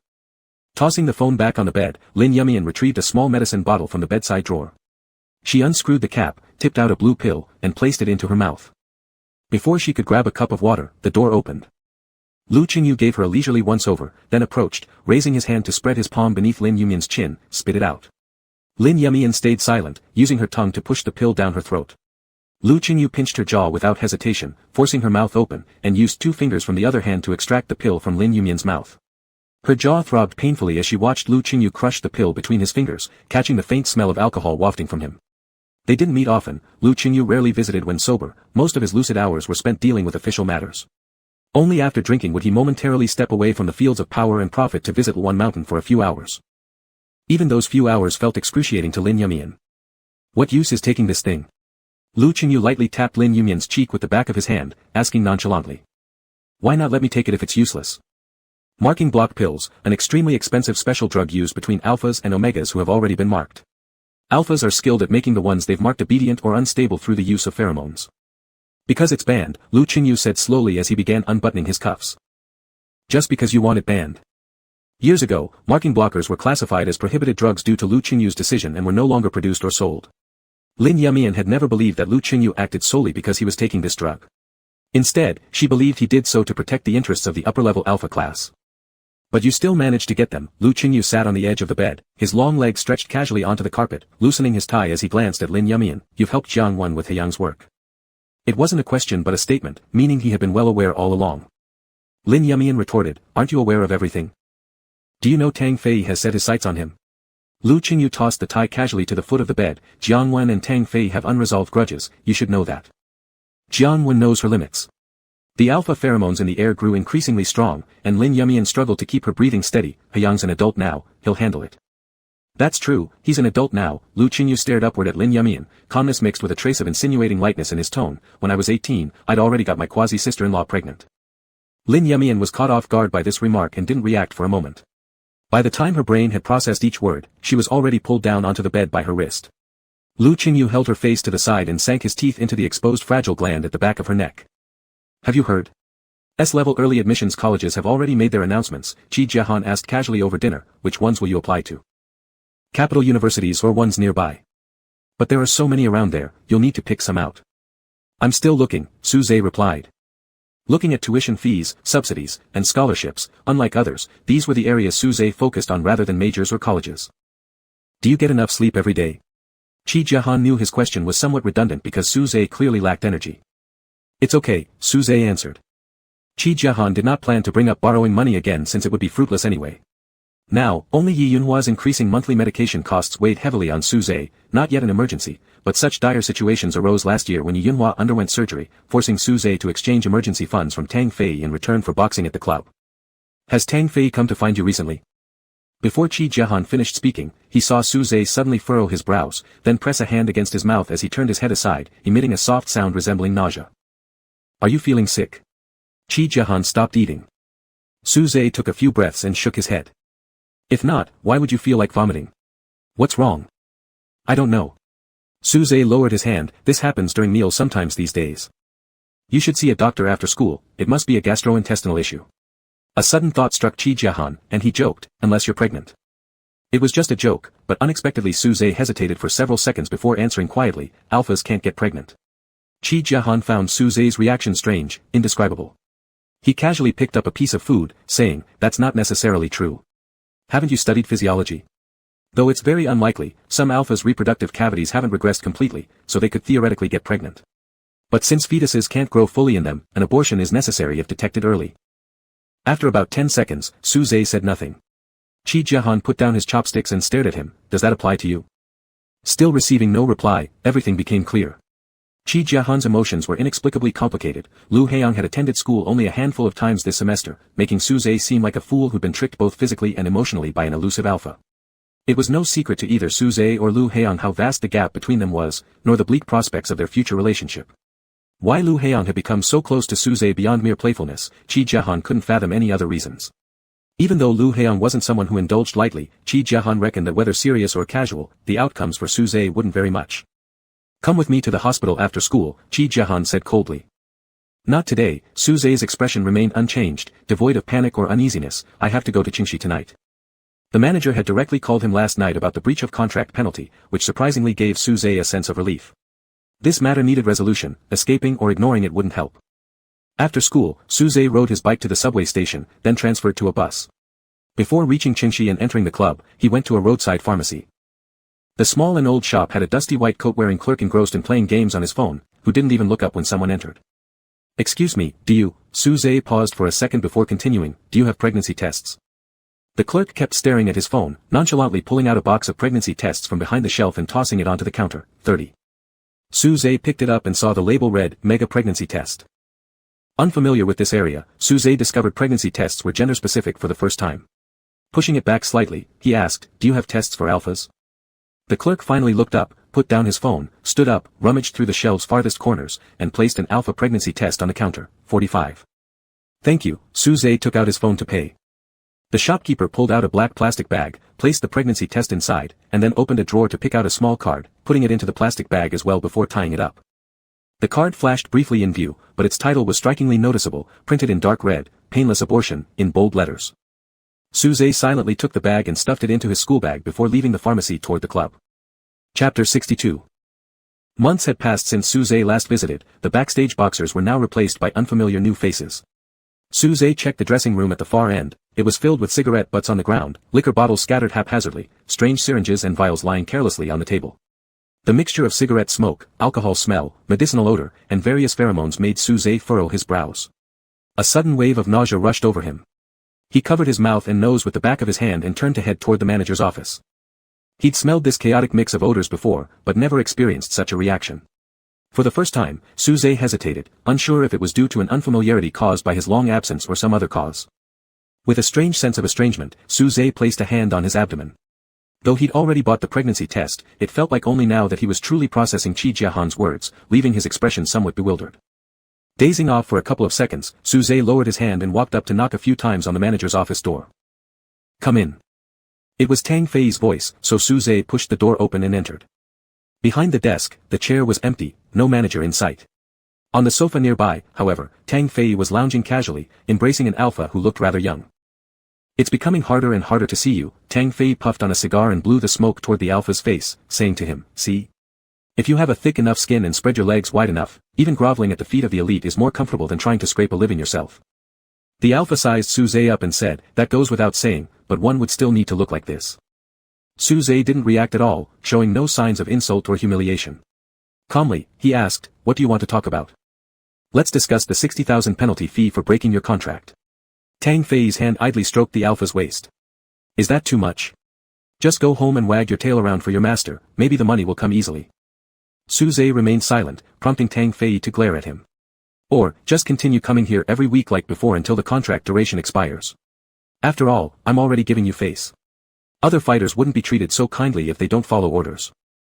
"I won't fight anymore," Suze replied without hesitation. On the way backstage, he had encountered Xiao Feng, who seemed quite surprised when seeing him. Xiao Feng pulled him aside and anxiously asked, "Are you really going to compete again on the 17th? Things here are getting crazier these days. Fighters die on the ring often, everyone is behaving like lunatics." Despite being used to how chaotic the club could get, Xiao Feng still expressed clear fear. "I think there's not a single normal person left in this place." Suze responded, "All right, thank you." He hadn't intended to return anyway. The advanced admission tests were soon beginning, which had always been Suze's assumed goal. Otherwise, he might have given up his studies long ago and focused solely on fighting for money. Ever since his first underground boxing match years ago, while being bruised and battered to the point where he couldn't think clearly, Suze promised himself to escape such a life. Now, with the opportunity almost within reach, Suze wanted no mistakes. He could cut back on sleep and work at the repair shop instead of entering the octagon once more. Suze was fully aware that Tang Fei's reason for bringing him back was purely vindictive. Given that fighters were increasingly dying during matches, the next victim might very well be him. Even if that wasn't true, Suze could not guarantee what drugs the opponent might take or what injections they'd receive before the fight. If someone dies mid-match under everyone's eyes, the blame would fall squarely on him, forever branding him as a murderer with no chance of escaping the consequences.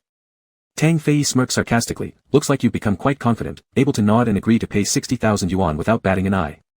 He brushed ashes off his knee. "Then let's stick to what's in the contract, pay the breach of contract fine within a week. Otherwise, I can't guarantee that nobody will come to collect debts from your family or school." Suze gave no response, turned around, and opened the door to walk out. "Just letting him go like that? Doesn't seem like you." The alpha glanced at the scar on Tang Fei's right wrist. Tang Fei scoffed but didn't say anything. Suze was moving quickly, eager to leave as soon as possible. The backstage hallway was narrow. Even though he was trying his best to squeeze through sideways, he still bumped into one of the alphas walking shoulder to shoulder. "Sorry," Suze muttered quietly and continued forward. 17th. The other person, seemingly also a fighter and drunk, raised a hand to stop Suze. "Is it the 17th? Suze looked at him and stayed silent. "I heard you hooked up with a new sponsor, now crawling back like this."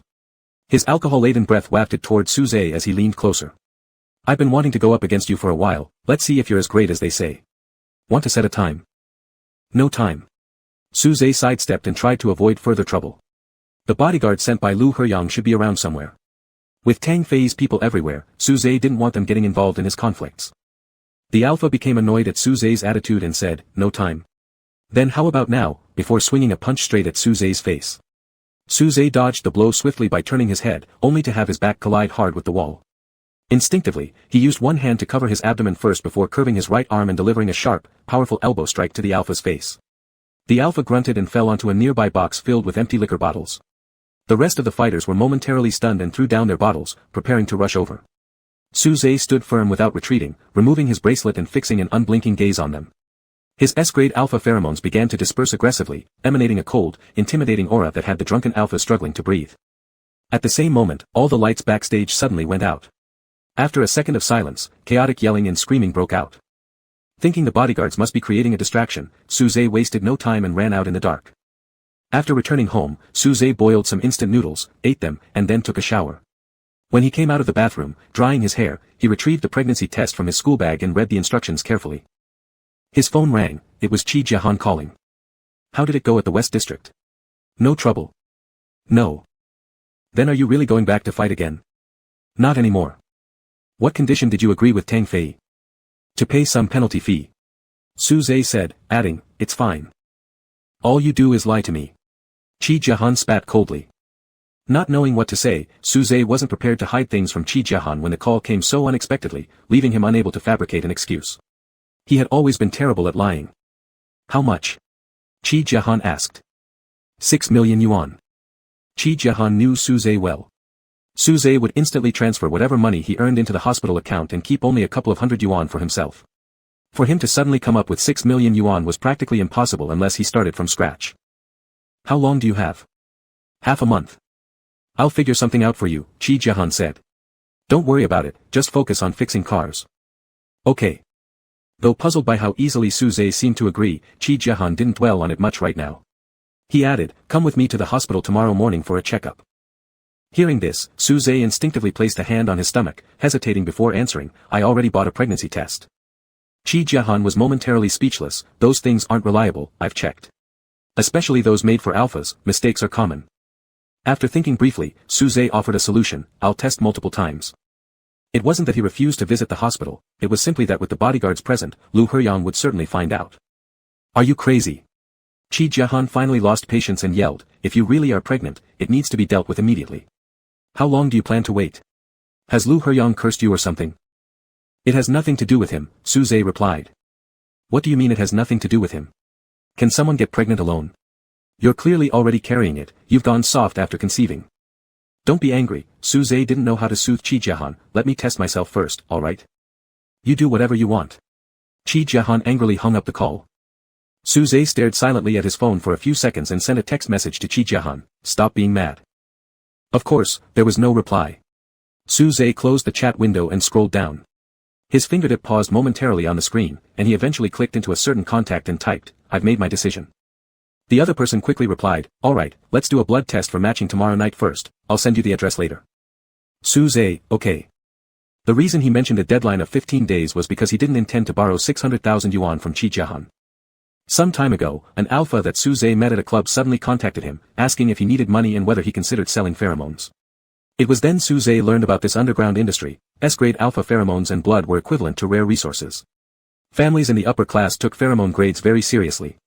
When their offspring did not reach S-grade after birth, they would seek out S-grades with the same blood type and use blood transfusions and pheromone injections to induce secondary differentiation.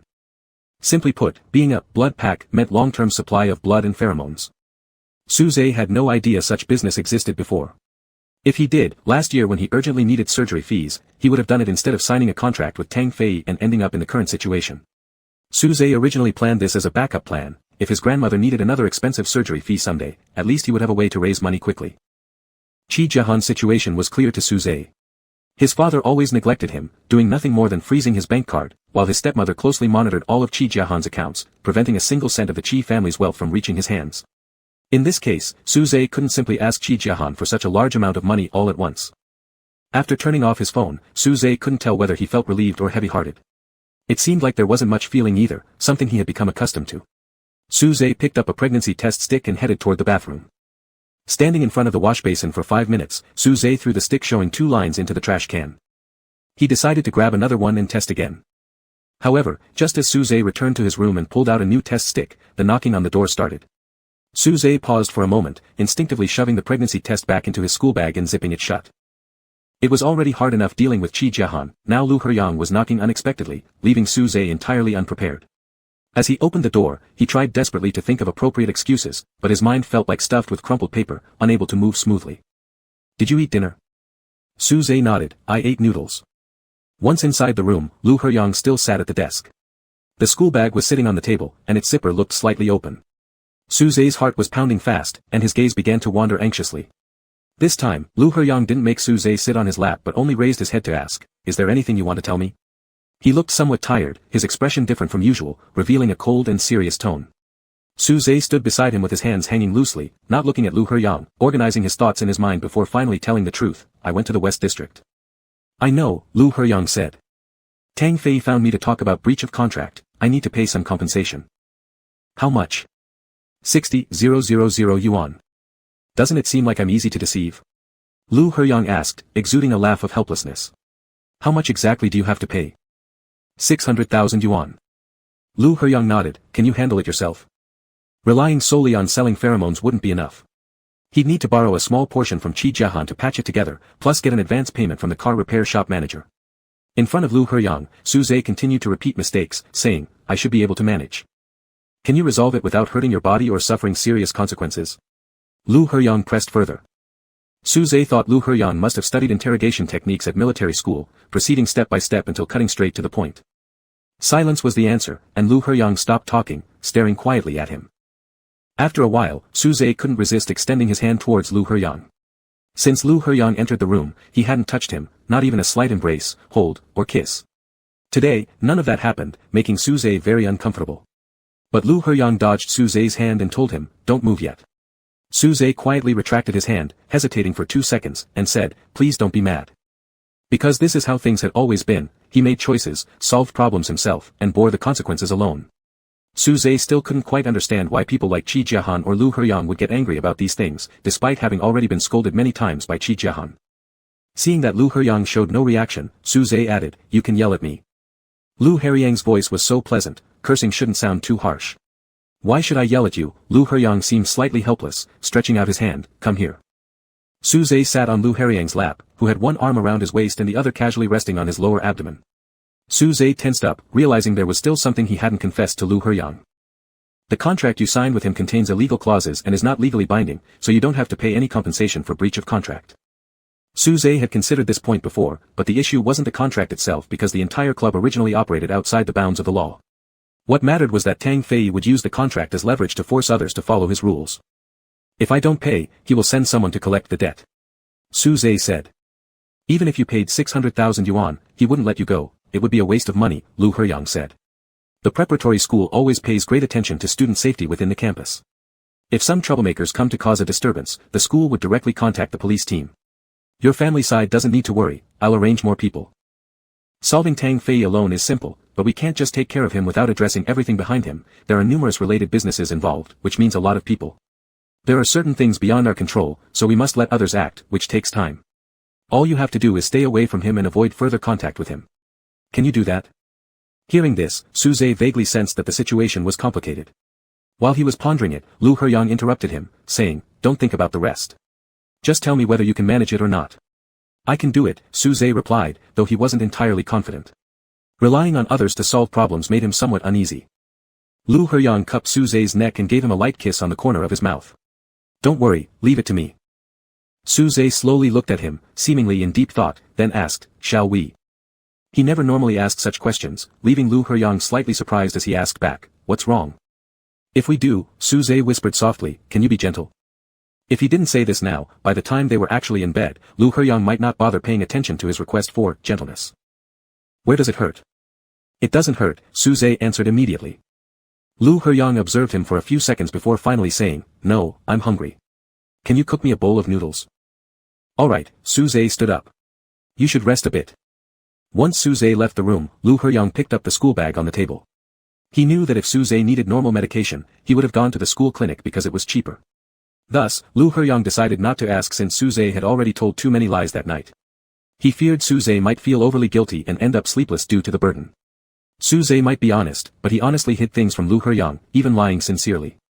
People like him, even after marriage and sleeping in the same bed, could still harbor countless secrets and deal with them alone. This habit was hard to break. There was no choice but to rummage through the bag. Though touching others' belongings was wrong, Lu Heyong pulled the zipper open quite decisively. Suze was staring absent-mindedly at the water in the pot that hadn't yet boiled when Lu Heyong suddenly entered the kitchen, turning off the gas stove. Suze looked bewildered as Lu Heyong pointed below the stove. "Turn off the gas valve, and let's go out for a while." "What's wrong?" Suze turned off the valve obediently, asking. "Nothing much," Lu Heyong said. "I suspect I might become a father." During the car ride to the passenger seat, Suze kept reflecting on where he might have slipped up. "You tested, right?" Lu Heyong, looking ahead, suddenly asked, "What were the results?" The pregnancy test stick box had been opened, and one was missing, indicating Suze had already taken the test once. Suze hung his head, resembling someone being interrogated. He wasn't sure how the pregnancy test was discovered. Lu Heyong would never touch his bag, meaning it was probably because the zipper wasn't closed properly, allowing the test stick to fall out. "That's inaccurate," Suze muttered softly. He thought his response was cautious enough, but Lu Heyong had already deciphered the underlying message. "That's inaccurate," amounted to admitting the results showed 2 lines. Seeing Lu Heyong silent again, Suze interlaced his fingers nervously, carefully adding, "You don't need to worry. Even if an alpha really became pregnant, there's no way to give birth to the child. An abortion has to happen immediately and won't cause you any trouble." As long as it doesn't cause me any trouble, that's good," Lu Heyong replied calmly. Though Lu Heyong sounded calm and collected, for some reason, Suze felt even more anxious. Lu Heyong continued, "So you also got a card from an underground abortion clinic?" "It was the pharmacy staff who put it in, I didn't take it myself." "But if you really are pregnant, you'd consider going there." Suze wanted to say no, but lacked confidence. His mind was also a bit disorganized, so he nodded slightly. "I don't know, maybe." The car was a bit stuffy because Lu Heyong hadn't turned on the air conditioning, perhaps forgetting. He rolled down the window, letting the wind blow in.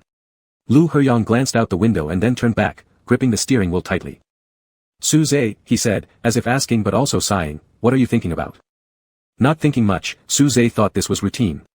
He usually made his own decisions, solved his own problems, and didn't mind paying a price. He just didn't want irrelevant matters to distract Lu Heyong or make him lose focus. Taking care of your own business, how simple it seemed. But Suze didn't say anything. He had an intuition that if he described these things as irrelevant, Lu Heyong might really get angry. For the rest of the ride, Lu Heyong didn't say another word. After half an hour, the car stopped at a quiet private hospital entrance, and Lu Heyong made a call. "We're here." "It's all arranged," Gu Yunqi said. "Sign with my name." "All right." The license plate number wasn't registered, but the guard recognized them and quickly pressed the remote to open the gate. A doctor was already waiting outside the lobby. Suze didn't realize what was happening throughout the process. Like a piece of wood, he was led from one place to another. Blood was drawn, pheromones were sampled, and an ultrasound was done. While waiting for the results, Lu Heyong even let the nurse check Suze's vision. "It's a false pregnancy reaction," the doctor concluded. Sitting in the chair, Suze was lost in thought for 3 seconds, then asked, "So is everything fine now?" "It's mostly fine, but if left untreated, your body will continue to think it's pregnant. Hormones and pheromones will increasingly deviate from normal levels, which will eventually enlarge your chest and produce milk. Can you accept that?" Even the result showing 2 lines hadn't hit Suze as hard as this moment did. For a while, he couldn't distinguish whether the doctor was seriously asking for his opinion. If yes, what was even worth asking? Suze blinked as if stuck in a loop, turning his head to look at Lu Heyong, only to find Lu Heyong also looking at him. Though there wasn't any obvious smile on his face, Suze felt like he was laughing. "The doctor's asking you," Lu Heyong kindly reminded him. Suze said, "Can't accept it." "In that case, I'll prescribe some medication. Take it on time, and be mindful of your diet recently. Also, it's recommended to use condoms. Alpha false pregnancies are rare, but possibly due to various reasons involving another alpha. To avoid future occurrences, you need to be cautious. At least, do not allow ejaculate inside your body. Theoretically speaking, alphas with symptoms of false pregnancy have a higher chance of becoming truly pregnant." "Another alpha," Lu Heyong nodded, "got it." The doctor placed the signing pad in front of Suze. "Sign your name here." "Write Gu Yunqi's name," Lu Heyong quietly prompted Suze. The capacitive pen slipped twice before being firmly held. Suze bowed his head and signed Gu Yunqi's name on the electronic signature screen. Signing Gu Yunqi's name meant the report would be sent directly to Gu Yunqi and then permanently deleted from the hospital system to ensure no one could find it later. This was the Gu family's absolute confidentiality protocol set up for all of Gu Yunqi's medical records. One more thing, you have slight nearsightedness, so we'll arrange a pair of corrective glasses for you. They should be ready in about 3 days and delivered to your school, the doctor added. No need, it's not severe, Su Zhe said. You've been squinting habitually. Get a pair anyway, Lu Heyang said. Wear them when you watch the large screens in class. Su Zhe wasn't sure how Lu Heyang noticed him squinting. He nodded once without further objection. All right, thank you. On the way back, Su Zhe remained silent, sitting obediently in the passenger seat. Lu Heyang closed the car window, turned on the air conditioning, inserted the straw into the nutritional agent given by the hospital, handed it to Su Zhe, and then started the car. Lu Heyang realized tonight that no matter how obedient Su Zhe appeared in front of him, no matter how much trust seemed evident, the real Su Zhe was actually quite a challenging riddle to solve.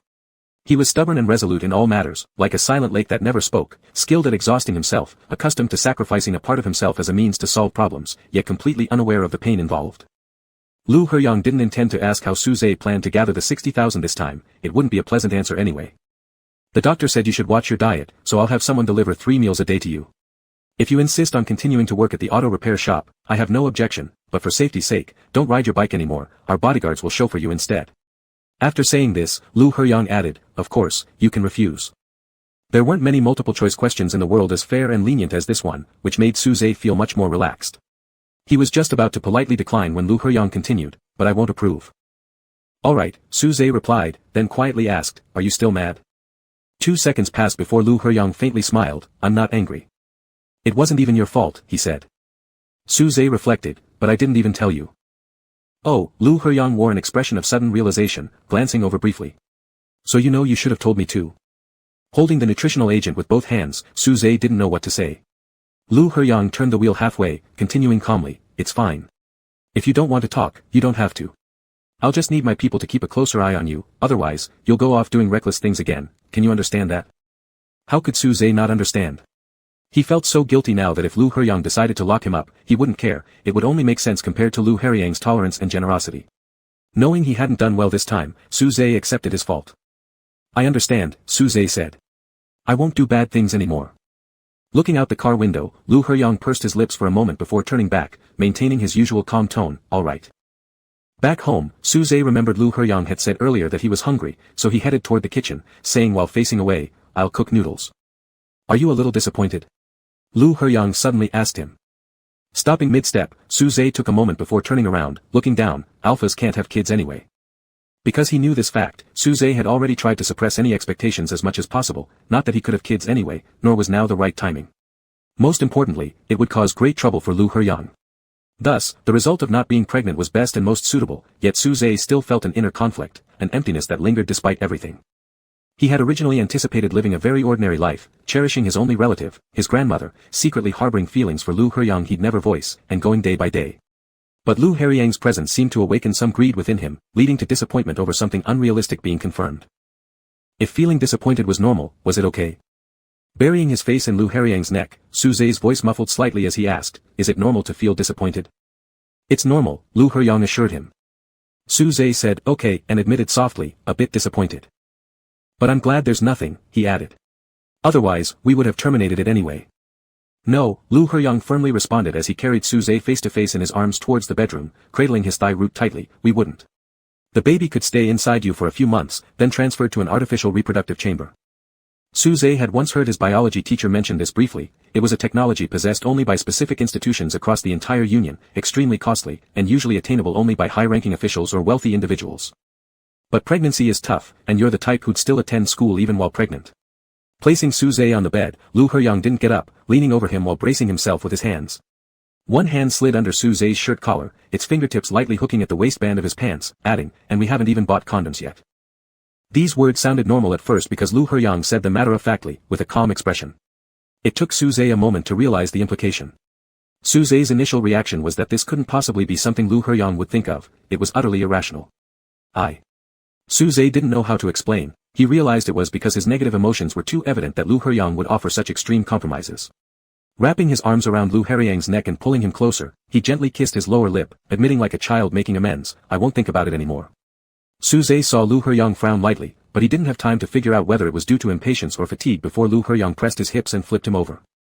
Lu Heyong said nothing, holding Su Zhe's hands behind his back with one hand and pressing them against his waist. The wind started outside, yet the room was hot. Su Zhe panted, not quite clear-minded, licking his burning lips with a hoarse voice. Where did it end up? Lu Heyong looked at him for a moment and replied, on your face. Trusting him, Su Zhe still felt nothing there. Is it? Su Zhe asked, puzzled. Feel it yourself. Lu Heyong released his hands. There were distinct red marks on Su Zhe's wrists, and after regaining freedom, the first thing he did wasn't touching his face but raising his arms, though with difficulty, to wipe the sweat off Lu Heyong's chin. I forgot to turn on the fan, Su Zhe said, then touched his face. It's not. Lu Heyong gripped Su Zhe's slightly trembling fingers and guided them downward, saying, here. Why bother looking for that? I thought you didn't. I won't. Lu Heyong gave Su Zhe a brief kiss, asking, do you want to wash up? Su Zhe shook his head, still preoccupied with Lu Heyong's earlier comment about hunger. I'll go cook noodles for you. It's too late. Next time. Lu Heyong stood up beside the bed, picked up his clothes, and dressed. The day after tomorrow I'm leaving for overseas. The second phase of training is starting. Lu Heyong grabbed a tissue by the desk. If anything happens, call me. If I don't answer, send a message or leave a note. You can also contact the bodyguards directly. Don't try to handle everything yourself. All right, Su Zhe said. This response lacked any credibility, which made Lu Heyong chuckle lightly. Su Zhe looked up at him for a while, unable to help but ask, how long will you be gone approximately? More than 20 days. By then, you should start preparing for your exams. Although Lu Heyong didn't ask which schools Su Zhe planned to apply to, Su Zhe had already checked. Some of the best military academies in the alliance were far away, across seas or oceans. Which meant the end was near. Thinking about all this while things were still peaceful, Su Zhe doubted if he was being overly pessimistic. Yet deep down, he'd never held much optimism regarding the matter either. He had drawn several characters on his notebook, counting them every day after adding a new stroke as if he were an insatiable miser who constantly recounted the gold and silver treasures in his possession, again and again. Why doesn't the bed make noise anymore? Lu Heyong suddenly asked. I fixed it, Su Zhe said. Since the summer vacation when Lu Heyong came here before going to the summer camp, this bed had squeaked all afternoon. Uncertain if Lu Heyong would return, Su Zhe spent hours reinforcing it with nails and wooden planks, even covering the four legs with rubber protectors the next day. Lu Heyong disheveled Su Zhe's already messy hair further, saying, is there anything you can't repair? Thinking Lu Heyong was helping him fix his hair, Su Zhe sat still, answering, a lot. Lu Heyong smiled faintly and touched Su Zhe's cheek with the back of his hand. It was burning. He said, I'm leaving. The car left the residential area and stopped by the roadside, where Jiang Wen pulled the door open and got in. There's been a change in the project at Qingxi. It might end up falling into Wei's hands, Jiang Wen asked. Should we throw out club-related issues beforehand? It's fine, keep investigating, clarify everyone associated. Lu Heyong started the car, asking, is there any lead on Su Ming? It's a case, but the information we can find is very vague. Further digging might alert the police station. Who among the colleagues went on missions together? Only 3 could be traced, 2 currently work for the League government, and 1 in intelligence. All having climbed to high positions, asking or finding something from them was nearly impossible. Lu Heyong said, compile what existing information we have into a report for me first. Okay. Uncle Wen, I'll need you to personally take a trip abroad in a few days to meet with people from the He family. Jiang Wen nodded. I'll delegate my current tasks and set out in a couple of days. Initially, Lu Heyong hadn't been particularly curious about what happened before he turned 10, forgetting was forgetting, untraceable was untraceable. But under the tree by the wall of the sanatorium building one day, hearing Su Zhe recount his childhood story, without any clear reason, Lu Heyong simply decided to find out. Instead of fixating solely on what exactly had happened to him, Lu Heyong approached the matter from a different angle. Over these 10 years, Lu Qingyu had gone through 2 major elections. One was for the minister position in the Union Council's Foreign Affairs competition held 10 years ago, and the other was the chairman election 4 years ago. 10 years ago, Lu Qingyu's competitor was named He Yi, who was then the minister of the Special Council. Within 2 years of Lu Qingyu's successful election, members of the He family began disappearing one by one from the Union government and the national governments. Imprisonment, dismissal, punishment, even voluntary resignation was considered the most dignified outcome. Thus, this time, Lu Heyong decided to start his investigation with the He family, learning that He Yi's younger brother had settled in a small country. Though sorry to disturb, Lu Heyong still needed Jiang Wen to pay a visit. Send more people over to Su Zhe. If he wants to do something, don't stop him too hard because you might not be able to anyway. Though he probably won't confront you guys. Lu Heyong chuckled, just stay close and make sure he doesn't get hurt. Understood. Hard to speak. Chapter 64. The next morning, after finishing washing up in the bathroom, Su Zhe came out and heard rhythmic knocks on the door. Wiping water droplets off his face, he walked over and opened the door. Standing outside the security door was an alpha, the same one Suze encountered in the hallway during the incident when the bodyguards were kidnapped. Breakfast. Suze remembered Lu Heyang saying that meals would be delivered every day, so he reached to open the security door. Feeling very unaccustomed, he paused a moment before saying, "Thank you, it's really troublesome." "There's a car waiting downstairs," said the alpha, "you can go to school whenever you've finished eating." "I'll ride my bike, it's quite near." Suze tried to insist. "Sorry, no." Suze nodded, "All right." Breakfast was excessively abundant, and since Suze is someone who never wastes food, after struggling to eat it all, he sat by the table for a minute to recollect himself. After cleaning and drying the takeaway containers, Suze picked up his school bag and left home. Getting into the car, Suze handed the meal box back to the bodyguard. "It's a bit too much, can you bring a little less next time?" "Understood." The bodyguard glanced at the spotless dishes. "These don't need cleaning." "Sorry, I prefer doing it myself," Suze replied. It only took 7 or 8 minutes to reach the school gate. The bodyguard intended to get out and open the door for Suze, but Suze was quicker. "Thanks, it's really troublesome. Lunch will be delivered to the cafeteria." "All right, thanks." Realizing that if things continued like this, Suze might actually bow, the bodyguard quickly pulled the door shut and sped away. Suze adjusted his backpack on his shoulder, turned around, and entered the school. After just a few steps, he saw Qi Jiahan standing not far away holding a can of milk, his mouth half open, looking somewhat stunned. "Care to explain?" As Suze approached, Qi Jiahan asked him. "Forget it, I'll ask you first and you answer me instead." Pulling Suze past the access gate, Qi Jiahan questioned, "Did Lu Heyang find out about your need to pay compensation?" "Yes." "What did he say?" "Don't worry about it, and stay far away from Tang Fei." "Originally, those were illegal bully clauses anyway, there's no need to compensate. Mainly it's because they fear Tang Fei could take action against you, so he arranged bodyguards for you." Suze originally wanted to mention that the bodyguards had been around prior, now simply upgraded to accompany him to and from school, but he merely nodded, "Yes."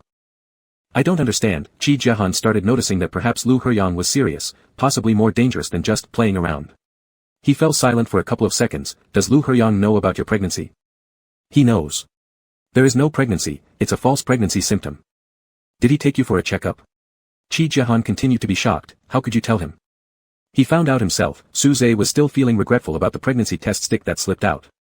If the stick hadn't slipped out, Lu Heyang wouldn't have discovered it, and if Lu Heyang didn't discover it, there wouldn't be so much trouble arranging daily meals and pickups for him.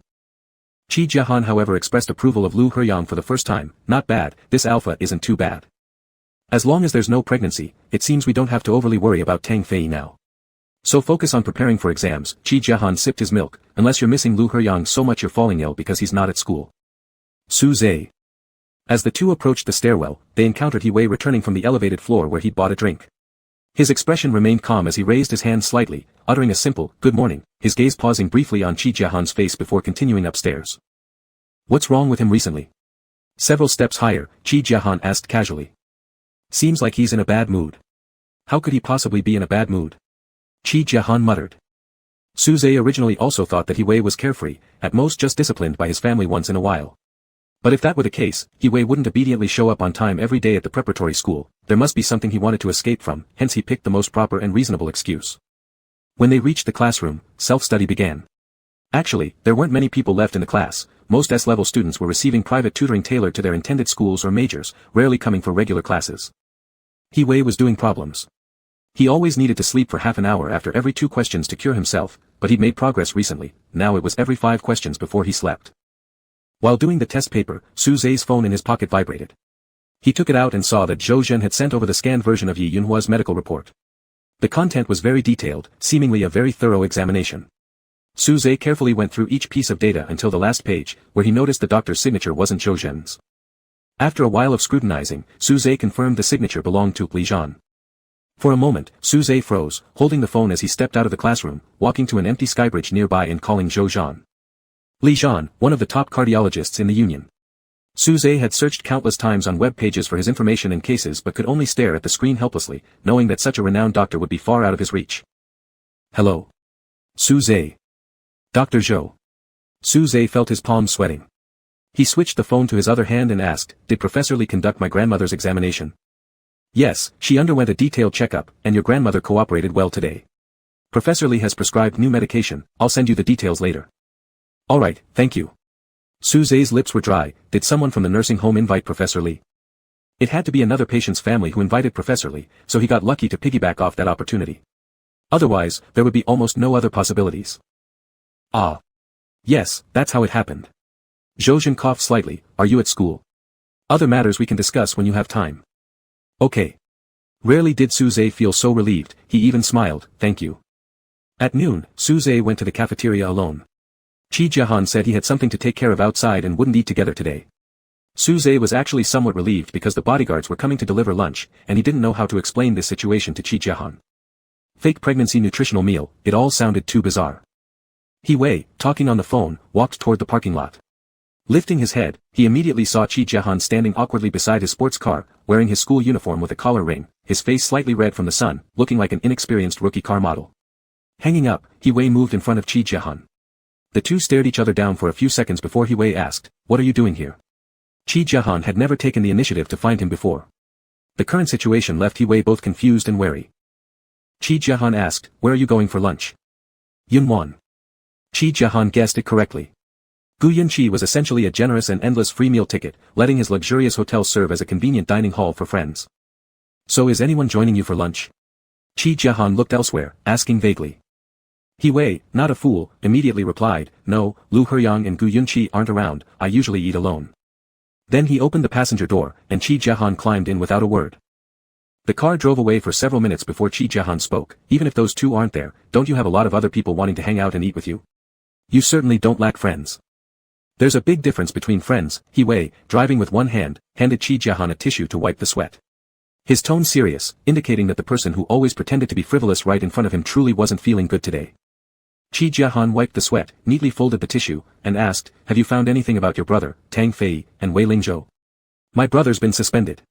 He Wei frowned. Uncle discovered that he has dealings with Tang Fei. "When did this happen?" "A few days ago. Now my brother has disappeared."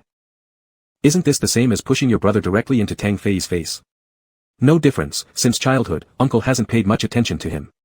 With something like this happening, Uncle's first reaction is to worry about implicating the group, and thus cut him off first." "So that's why, you're in a bad mood." "I'm not in a bad mood, I'm just thinking about something," He Wei said. "I tried to reach out to my brother before, but he didn't want me to get involved in his affairs. It makes sense, it's for the best that he keeps me out of it. He's an adult now and has to take responsibility for his own actions. And I've been thinking, what do I want to do in the future?" "Isn't everything already arranged by your family?" Qi Jiahan asked, turning to look at him. The son of the Union Central Bank president, someone who was born with privileges and advantages far beyond those ordinary people could ever dream of achieving, Qi Jiahan had never thought He Wei would actually contemplate such questions. "I didn't understand before why Heyang would befriend Su Zhe, but now I get it. Su Zhe is entirely different from everyone else in our circle, very simple, not pretentious at all, and I also enjoy interacting with him," He Wei replied vaguely, glancing at Qi Jiahan. "Maybe I'm just interested in people who are unlike myself." Qi Jiahan wanted to ask him, "Do you even care whether Lu Heyang approved of your hanging out with Su Zhe?" "Heyang and Yunqi are both preparing to attend military academy," He Wei continued. "I'm telling you this in confidence, so don't tell anyone else." What? Qi Jiahan's eyes widened in surprise. The son of the union chairman and the only child of a wealthy tycoon, these two didn't seem like they'd ever consider joining a military academy. It made no sense. Heyang decided long ago, and Yunqi confirmed recently. Whether it's their personal choice or simply to avoid marriage and being controlled by their families, it's a good move. All of us have started wanting to break free from the circles we've been trapped in since childhood, to try something new. Poolside rich boy appearances aside, Qi Jiahan had always assumed He Wei led a carefree life filled with food, drink, and entertainment. This was the first time he'd witnessed He Wei in a state of genuine confusion and contemplation. "It's difficult," Qi Jiahan hesitated for a moment before saying, "but I wish you success." Though he knew the chances were slim, he still wished that every person determined enough to escape their constraints and search for freedom could succeed. "Thanks." The traffic light turned red, and He Wei parked at the zebra crossing, extending a hand toward Qi Jiahan. "Little Qi, hold my hand and give me some real encouragement." Qi Jiahan swatted his hand away. "Go away." Lu Heyang returned home at noon. As soon as he walked in, the nanny took his backpack and whispered softly, "The chairman is in the study, and he wants you to go upstairs after eating." "Okay," Lu Heyang responded, knowing he should probably go up immediately to avoid keeping the chairman waiting. However, he merely washed his hands and sat down to eat. His reasoning was simple, he was hungry. Eating at his usual pace, Lu Heyang finished his meal and drank half a glass of lemonade. Then, he headed upstairs and knocked on the door. An assistant soon opened the door. After letting Lu Heyang enter the study, the assistant retreated into the corridor and gently closed the door behind them. Lu Heyang walked over to the large, glossy black desk. Its smooth surface resembled a bottomless trench. Dad. Mr. Lu Qingyu kept reading the document until he reached the last word. Then, he lifted his head, leaned back fully against the chair, and the leather seat emitted a soft sound due to the pressure and friction. Despite this, Lu Heyang remained composed, standing there and meeting his father's gaze directly. In this household, Lin Yumei and Lu Qingma were accustomed to avoiding his gaze, one out of hatred, the other out of resignation. Even in the whole alliance, whether colleagues or subordinates, few dared to look him directly in the eyes because of the vast gap in power between them. Only Lu Heyang would look at him without any emotion, as if viewing one of countless ordinary people. For this reason, Mr. Lu Qingyu actually felt regretful for allowing Lu Heyang to join the military academy. If such an alpha were to enter the Union government, he would become the most exceptional pawn that he himself had cultivated, becoming the heart of the political system, standing side by side with him or even surpassing him to stabilize and solidify the powers they sought. However, the cleanup of military factions was slowly beginning. Considering the larger and more thorough plan, sending Lu Heyang to the military academy was indeed the current wisest decision, which also included Gu Yunqi. Children always believed that they were making the smartest choices, they thought they could avoid many things and change their fates, but in reality, they unknowingly ended up walking another path to reach the same destination. A month from now will be the preliminary examination of the military academy, Lu Qingyu stated. Focus on training and don't let anything distract you. Understood. Come straight home after school today. There are a few senior officers from the capital military district who wish to meet you tonight. Don't waste time outside. Got it. Their conversation was short, as usual. Lu Qingyu adjusted himself, placed his elbows on the edge of the table, picked up a new document, and said, "You may leave." Okay. The chairman was known for being economical with words, each one seemingly brimming with hidden meaning worth pondering. But Lu Heyang never engaged in such textual analysis, he only needed to know the ultimate purpose of his father. Tang Fei's hand had been involved in many incidents, suggesting military academy attendance, kidnapping the bodyguard, arranging protective measures for an alpha, repeatedly visiting this alpha's house late at night. All these events should have been clear to Lu Qingyu, yet he had not mentioned a single word about them. Ordinarily, Lu Heyang would feel uneasy about such omissions. However, he was very familiar with this approach. It was much like how Lu Qingyu hadn't initially interfered with Lu Qingma and Han Jian being together. Gradually, Han Jian became Lu Qingma's crucial weakness, forcing her to submit herself in exchange for his safety. Lu Qingyu excelled in feigning ignorance. Once you trusted that ignorance and ventured far enough under that assumption, suddenly looking down, you'd realize he had tightly gripped your throat all along. Lu Qingyu didn't even need to craft bait deliberately. He merely allowed you to experience joy, anger, love, and hatred as a normal person would, and before you knew it, the game between the two sides had already concluded clearly. A precise hit on the soft spot is far more efficient than brute force, whether in politics or family matters. Every step Lu Heyang took led him closer to falling into Lu Qingyu's trap, much like Lu Qingma did in the past. The difference was that back then, Lu Qingma was completely oblivious, whereas now, Lu Heyang remained fully aware. Suddenly, Su Zhe came to mind, the naive alpha who didn't know he had long become a natural lure for something larger. Such thoughts caused Lu Heyang to casually smile as he shut the study door. After finishing processing the documents, Lu Qingyu opened the drawer on his right side and pulled out a brown paper envelope. Inside were piles of thick information about a certain alpha, much more detailed than what he had previously shown to Lu Heyang. Initially, he hadn't cared enough to learn anything substantial about this alpha since he found him quite unremarkable, unworthy of wasting time and energy on. But now, appearances seemed deceiving. This 17-year-old alpha might turn out to be an excellent tool in his hands. On Saturday morning, Su Zhe went to the rehabilitation center as usual, accompanied by his bodyguards.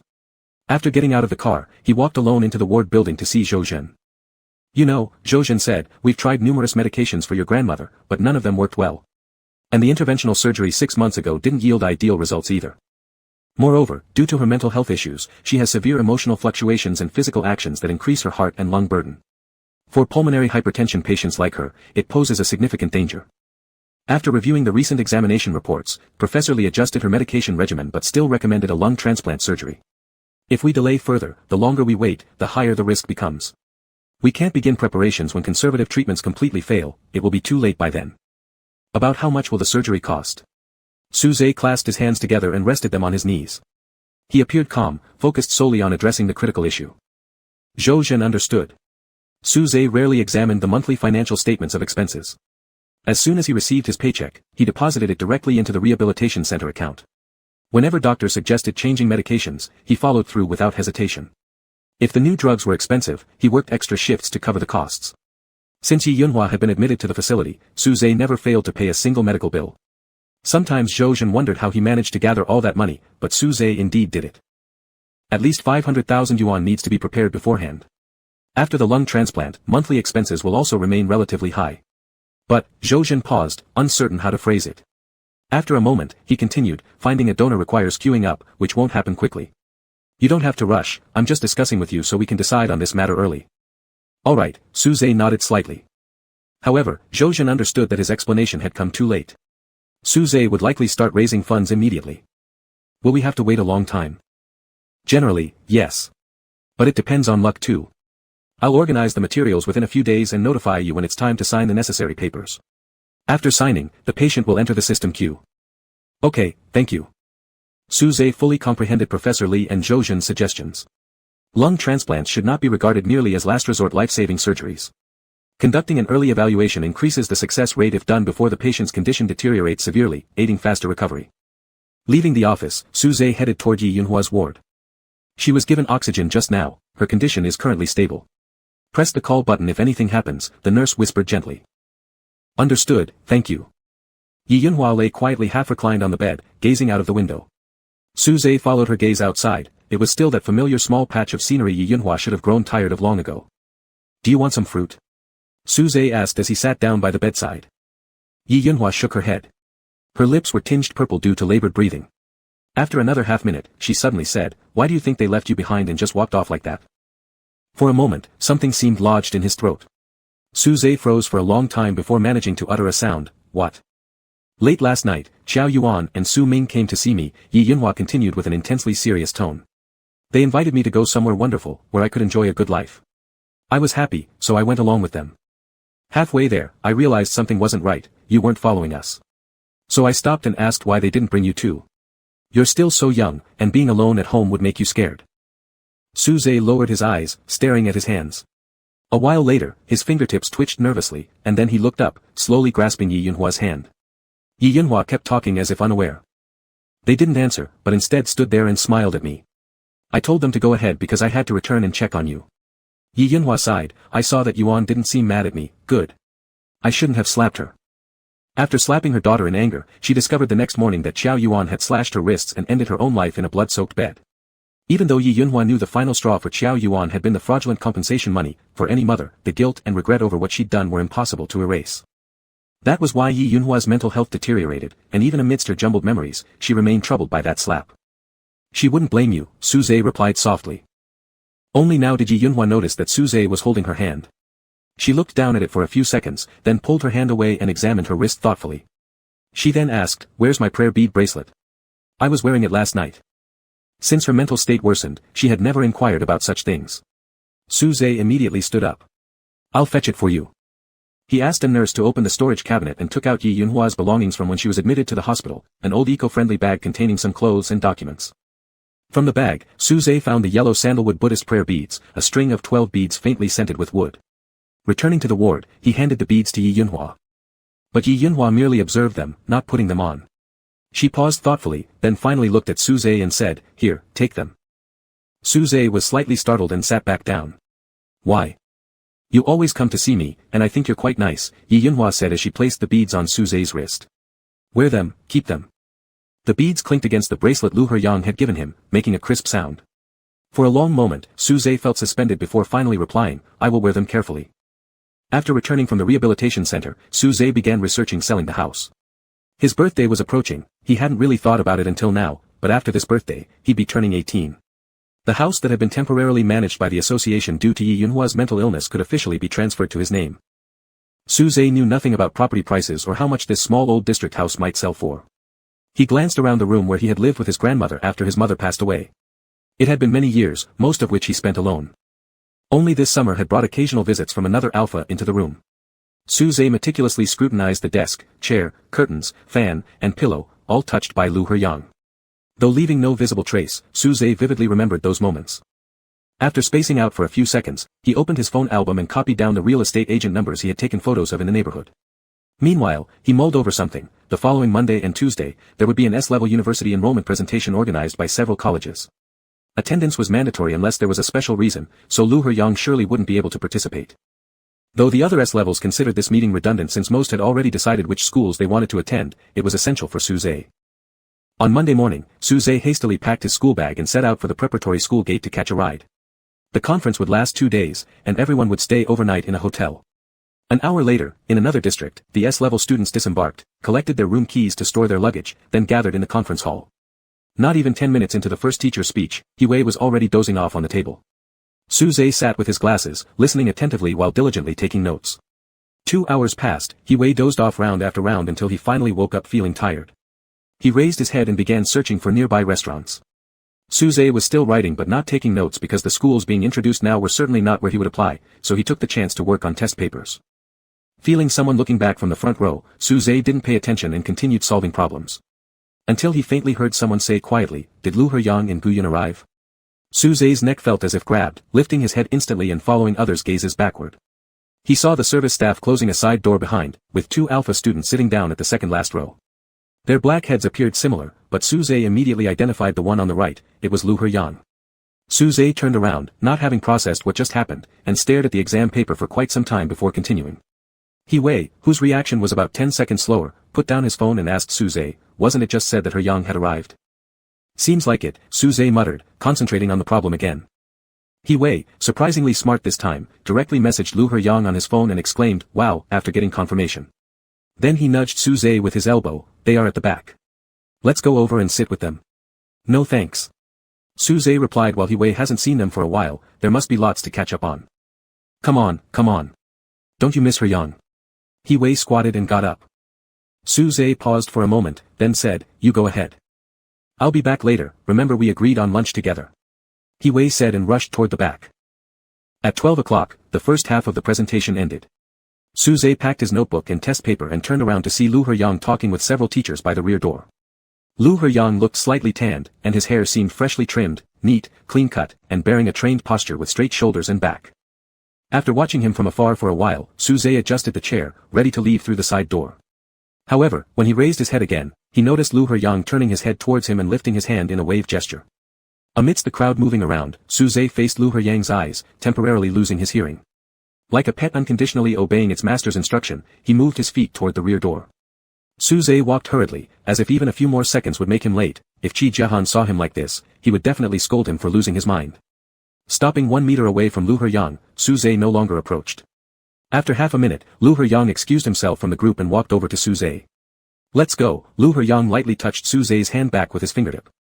Without asking where or what they were going, Su-zhe followed Lu Heyang, leaving He-wei behind, voicing doubts like, "Didn't Su-zhe agree to have lunch with me?" They took the VIP elevator. Inside, Lu Heyang swiped his card, the door closed, and they were alone in the enclosed space. Lu Heyang glanced at Su-zhe and asked, "Do you get used to wearing your glasses?" Realizing only then that he hadn't taken them off and placed them properly into the case as he usually does, Su-zhe answered hesitantly, "Yes." His voice sounded light and floaty due to the quickened heartbeat. "How come your voice sounds so weak?" Lu Heyang teased, "Are you pregnant again?" Su-zhe, who didn't know when these two things became inevitably linked, blinked blankly upon hearing the question, "No." The lighting from the top of the elevator cast a glow onto the lenses, reflecting iridescent colors that mirrored in Su-zhe's dark gray eyes. Lu Heyang observed him again, "What's wrong?" Perhaps the only person in the world who couldn't detect the deliberate questioning in this sentence was Su-zhe, who honestly responded, "I'm happy." As soon as he spoke, Su-zhe subconsciously pressed his lips together, laughter hidden unknowingly in his eyes, even reflected in the tips of his lashes dancing with light. Wearing glasses, Su-zhe seemed even more emotionless, like a robot marking his entire body indifferently with, "Do not touch." Lu Heyang withdrew his gaze and didn't comment, only giving a small smile. The elevator stopped on the 27th floor. Lu Heyang lived in a suite. After opening the door, he let Su-zhe enter first. Once inside, Lu Heyang turned around to find Su-zhe standing right behind him like a tail, hesitant to step further inside. Lu Heyang slightly tilted his head downward, allowing Su-zhe to tentatively grasp the hem of his shirt. But Lu Heyang held Su-zhe's shoulder firmly. Su-zhe quickly released his grip, maintaining respectful distance after the subtle rejection. "Glasses." With the other hand, Lu Heyang lifted Su-zhe's spectacles off his nose and kissed him. It had only been a short while since they last met, but Su-zhe felt like it had been forever. As soon as their lips touched, Su-zhe extended his tongue, meeting with Lu Heyang's. His breath became rapid, and his legs wobbled as he stepped back, the backpack behind him pressed against the wall, releasing a puff of air like a sigh. For just 1 second, Su-zhe was unusually bold and thought about taking the initiative to undress Lu Heyang, but soon after, a sound came from the doorway. Su-zhe immediately opened his eyes, slightly pulling away from Lu Heyang, and whispered, "The doorbell." Lu Heyang leisurely kissed Su-zhe once more before reaching for the door. Su-zhe leaned against the wall to adjust his backpack. As the door opened, he was quicker than Lu Heyang in noticing the person outside. With decisive speed, Su Zhe pressed Lu Heyang's hand and positioned himself in front of him, blocking him from view. The alpha outside was tall and robust, with an unreadable expression but calm eyes. Yet Su Zhe could sense the potential danger emanating from him. "Uncle Wen," Lu Heyang greeted, then lightly touched Su Zhe's waist with the back of his hand, asking, "Are you my bodyguard?" "Not exactly," Su Zhe, still catching his breath and with reddened lips due to the kiss, blinked blankly before replying. "If you're not, don't rush to block next time." "It's fine," Lu Heyang handed his glasses back to Su Zhe and said, "Go have your meal first, the dishes are already on the table." Su Zhe nodded, exchanged a glance with Jiang Wen, then walked into the suite's dining room. "Could you beat him?" After Su Zhe entered the dining room, Lu Heyang suddenly asked. "I can." Jiang Wen rarely smiled, but this time he did. After all, even though Su Zhe was a high school boxer who tried his best to avoid seriously harming others in underground boxing gyms, compared to Jiang Wen, a former mercenary known for being ruthless, if given a gun, Su Zhe would still lose without a doubt when facing Jiang Wen unarmed. Jiang Wen went into the study, while Lu Heyang entered the dining room. Su Zhe sat motionless beside the table, his hands resting on his lap as if waiting for Lu Heyang to arrive before eating. Lu Heyang took out the backpack wedged between Su Zhe and the chair back and placed it on another chair. He said, "I've already eaten, so these are all yours." Su Zhe started to worry, "I might not be able to finish it." "There's no need for you to finish everything, just eat until you're full. Uncle Wen has something to discuss with me, take your time." Su Zhe nodded again. After Lu Heyang closed the study door and sat down on the chair, Jiang Wen placed a voice recorder on the table. "We found He Yi's younger brother, but he doesn't seem to know much about He Yi's affairs, just the general idea." Lu Heyang pressed the play button, and immediately a terrified scream erupted from the voice recorder. "I really don't know. Did you hit him?" Lu Heyang paused the recording and asked. "No, I didn't touch him with a single finger." "Are you people sent by Lu Qingyu? Please stop looking for me. It's been years now, and I've suffered enough from my elder brother and his family. Now, I'm just trying to do some small businesses honestly. Please let me go." After several minutes of crying and pleading, another alpha's voice appeared. It was the man accompanying Jiang Wen. "Are you done crying? Answer my questions." "All right. This really has nothing to do with me, it's entirely my brother and his family. No, it's my sister-in-law. Mega is simply an idiot. Who would have guessed that he actually hired someone to kidnap Lu Qingyu's son before the election? In the end, Lu Qingyu wasn't affected at all, and the He family instead suffered misfortune after Lu Qingyu took office. One by one, they were overthrown. Even I, who never held a government position, faced bankruptcy. I had nothing to do with it. I became penniless unexpectedly and only learned later that my elder brother had offended Lu Qingyu. Even the kidnapping incident was something I heard about afterward.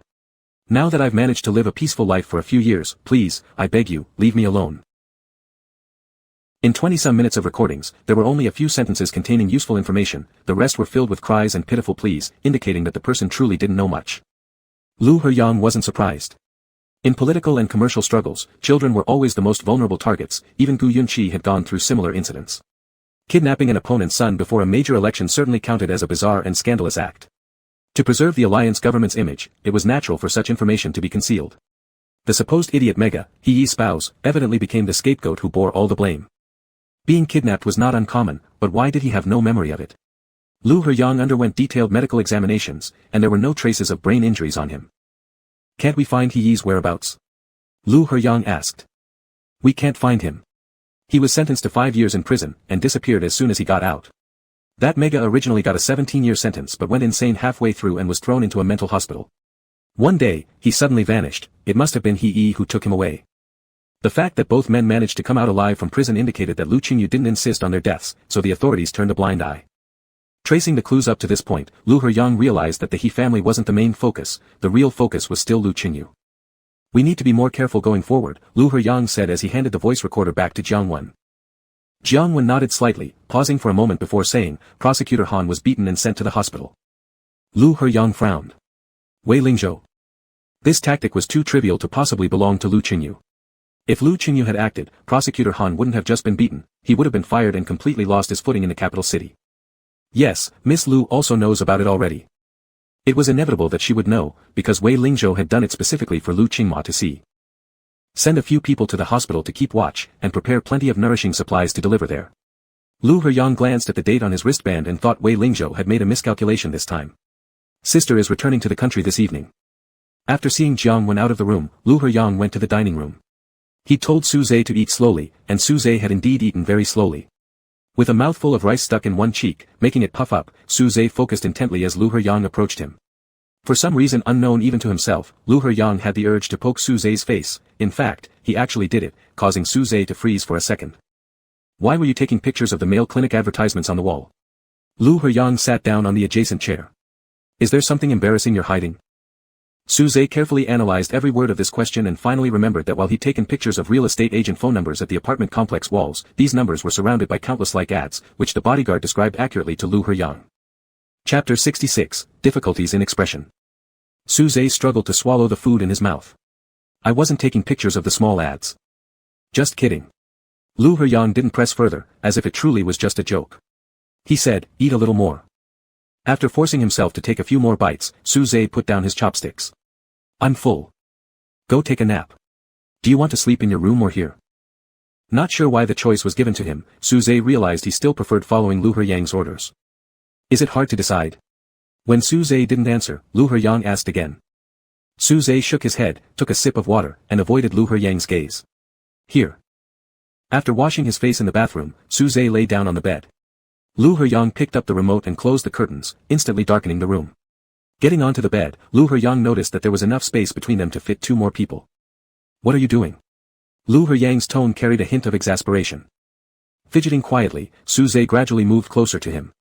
Lu He-yang extended his hand inside Su-zhe's shirt, resting his palm naturally against Su-zhe's warm abdomen without making any further move. Holding his breath and tensing up, Su-zhe hesitated for a few seconds before inching toward Lu He-yang. Just before their lips could touch, Lu He-yang dispassionately asked, what time does the promotional event start this afternoon? Su-zhe paused, retreating back to his own pillow and avoiding looking at him again.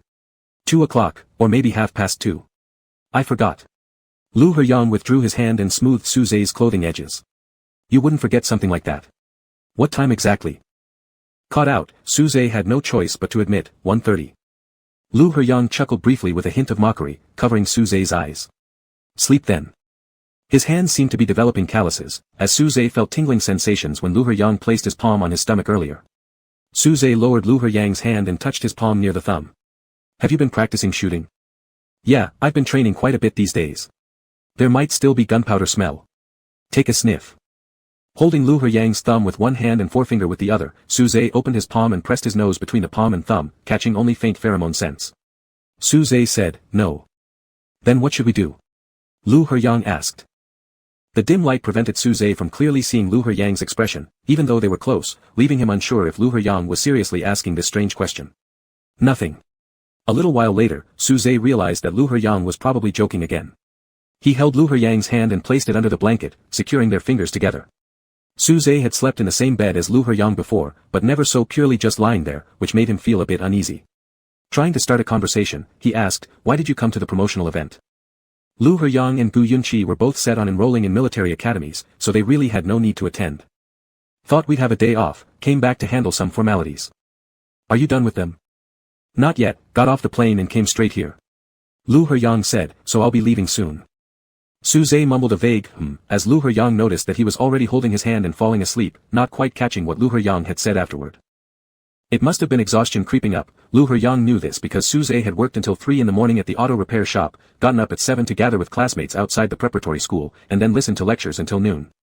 The mobile phone on the bedside table vibrated slightly. Lu He-yang looked at Su-zhe for a few seconds, then slowly extricated his hand. Su-zhe wasn't gripping tightly. When he felt Lu He-yang's hand slipping away, he only faintly caught it one last time before letting go, curling himself slightly and half burying his face into the blanket. Lu He-yang slipped out of bed, picked up his phone, left the bedroom, grabbed his backpack from the living room sofa, and finally exited the apartment. In the evening, after getting off her flight, Lu Qingma attended a municipal government meeting. Afterward, Wei family arranged a car to pick her up for a family banquet. A mega should prioritize family over career anyway, it's time to have a child. We also mentioned to the chairman before, you should prepare for pregnancy while young, ensuring better offspring quality.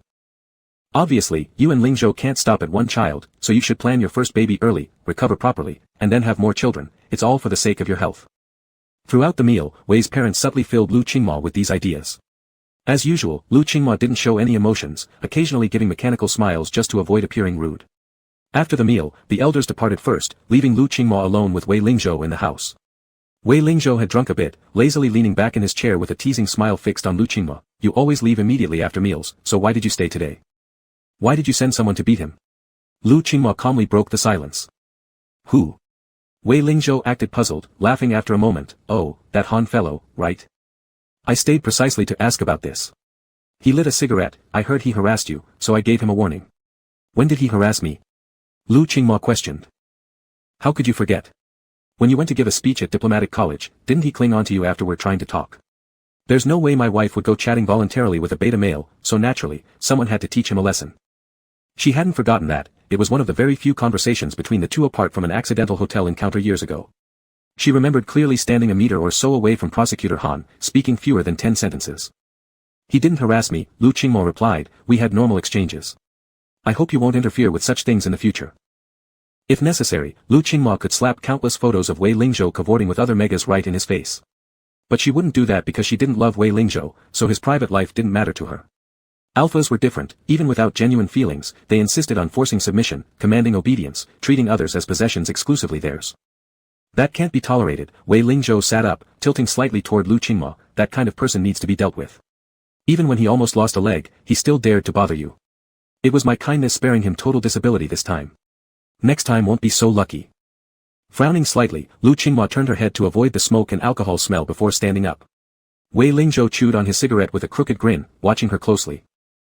The restaurant lights were bright, and Lu Qingmo lifted her hand decisively, slapping Wei Lingzhou hard across the face. That slap rang loud and clear, jolting Wei Lingzhou's head sideways. His cigarette flew into his wine glass, sizzling out instantly. Ringing in his ears drowned his thoughts, and half his face quickly turned red and swollen.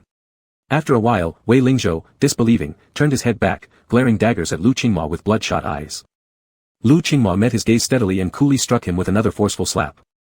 After being slapped twice unexpectedly in succession, Wei Lingzhou dared not make a rash move. The mega in front of him was not only Mrs. Wei but also the eldest daughter of the chairman. The year he arbitrarily arranged for someone to drive and hit Prosecutor Han, he hadn't actually consulted with Lu Qingyu.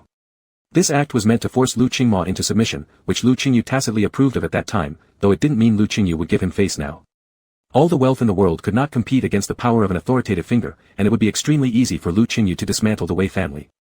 If the ever-compliant Lu Qingmo were truly provoked, resulting in unexpected consequences for this arranged marriage, the Wei family would surely suffer first. You can try. Lu Qingmo's voice remained calm. She took a napkin to wipe her hand, then picked up her bag and walked out of the restaurant.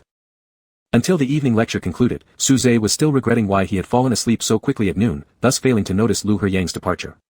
Normally, even when exhausted, he would take some time before falling asleep. I'm leaving first. The room will be checked out tomorrow. You sleep here tonight. If He Wei invites you to play, ignore him and rest properly. Su Zhe repeatedly read this message from Lu Heyang, regretting more intensely as a result. Had he not fallen asleep, he might have been able to hear these instructions directly from Lu Heyang.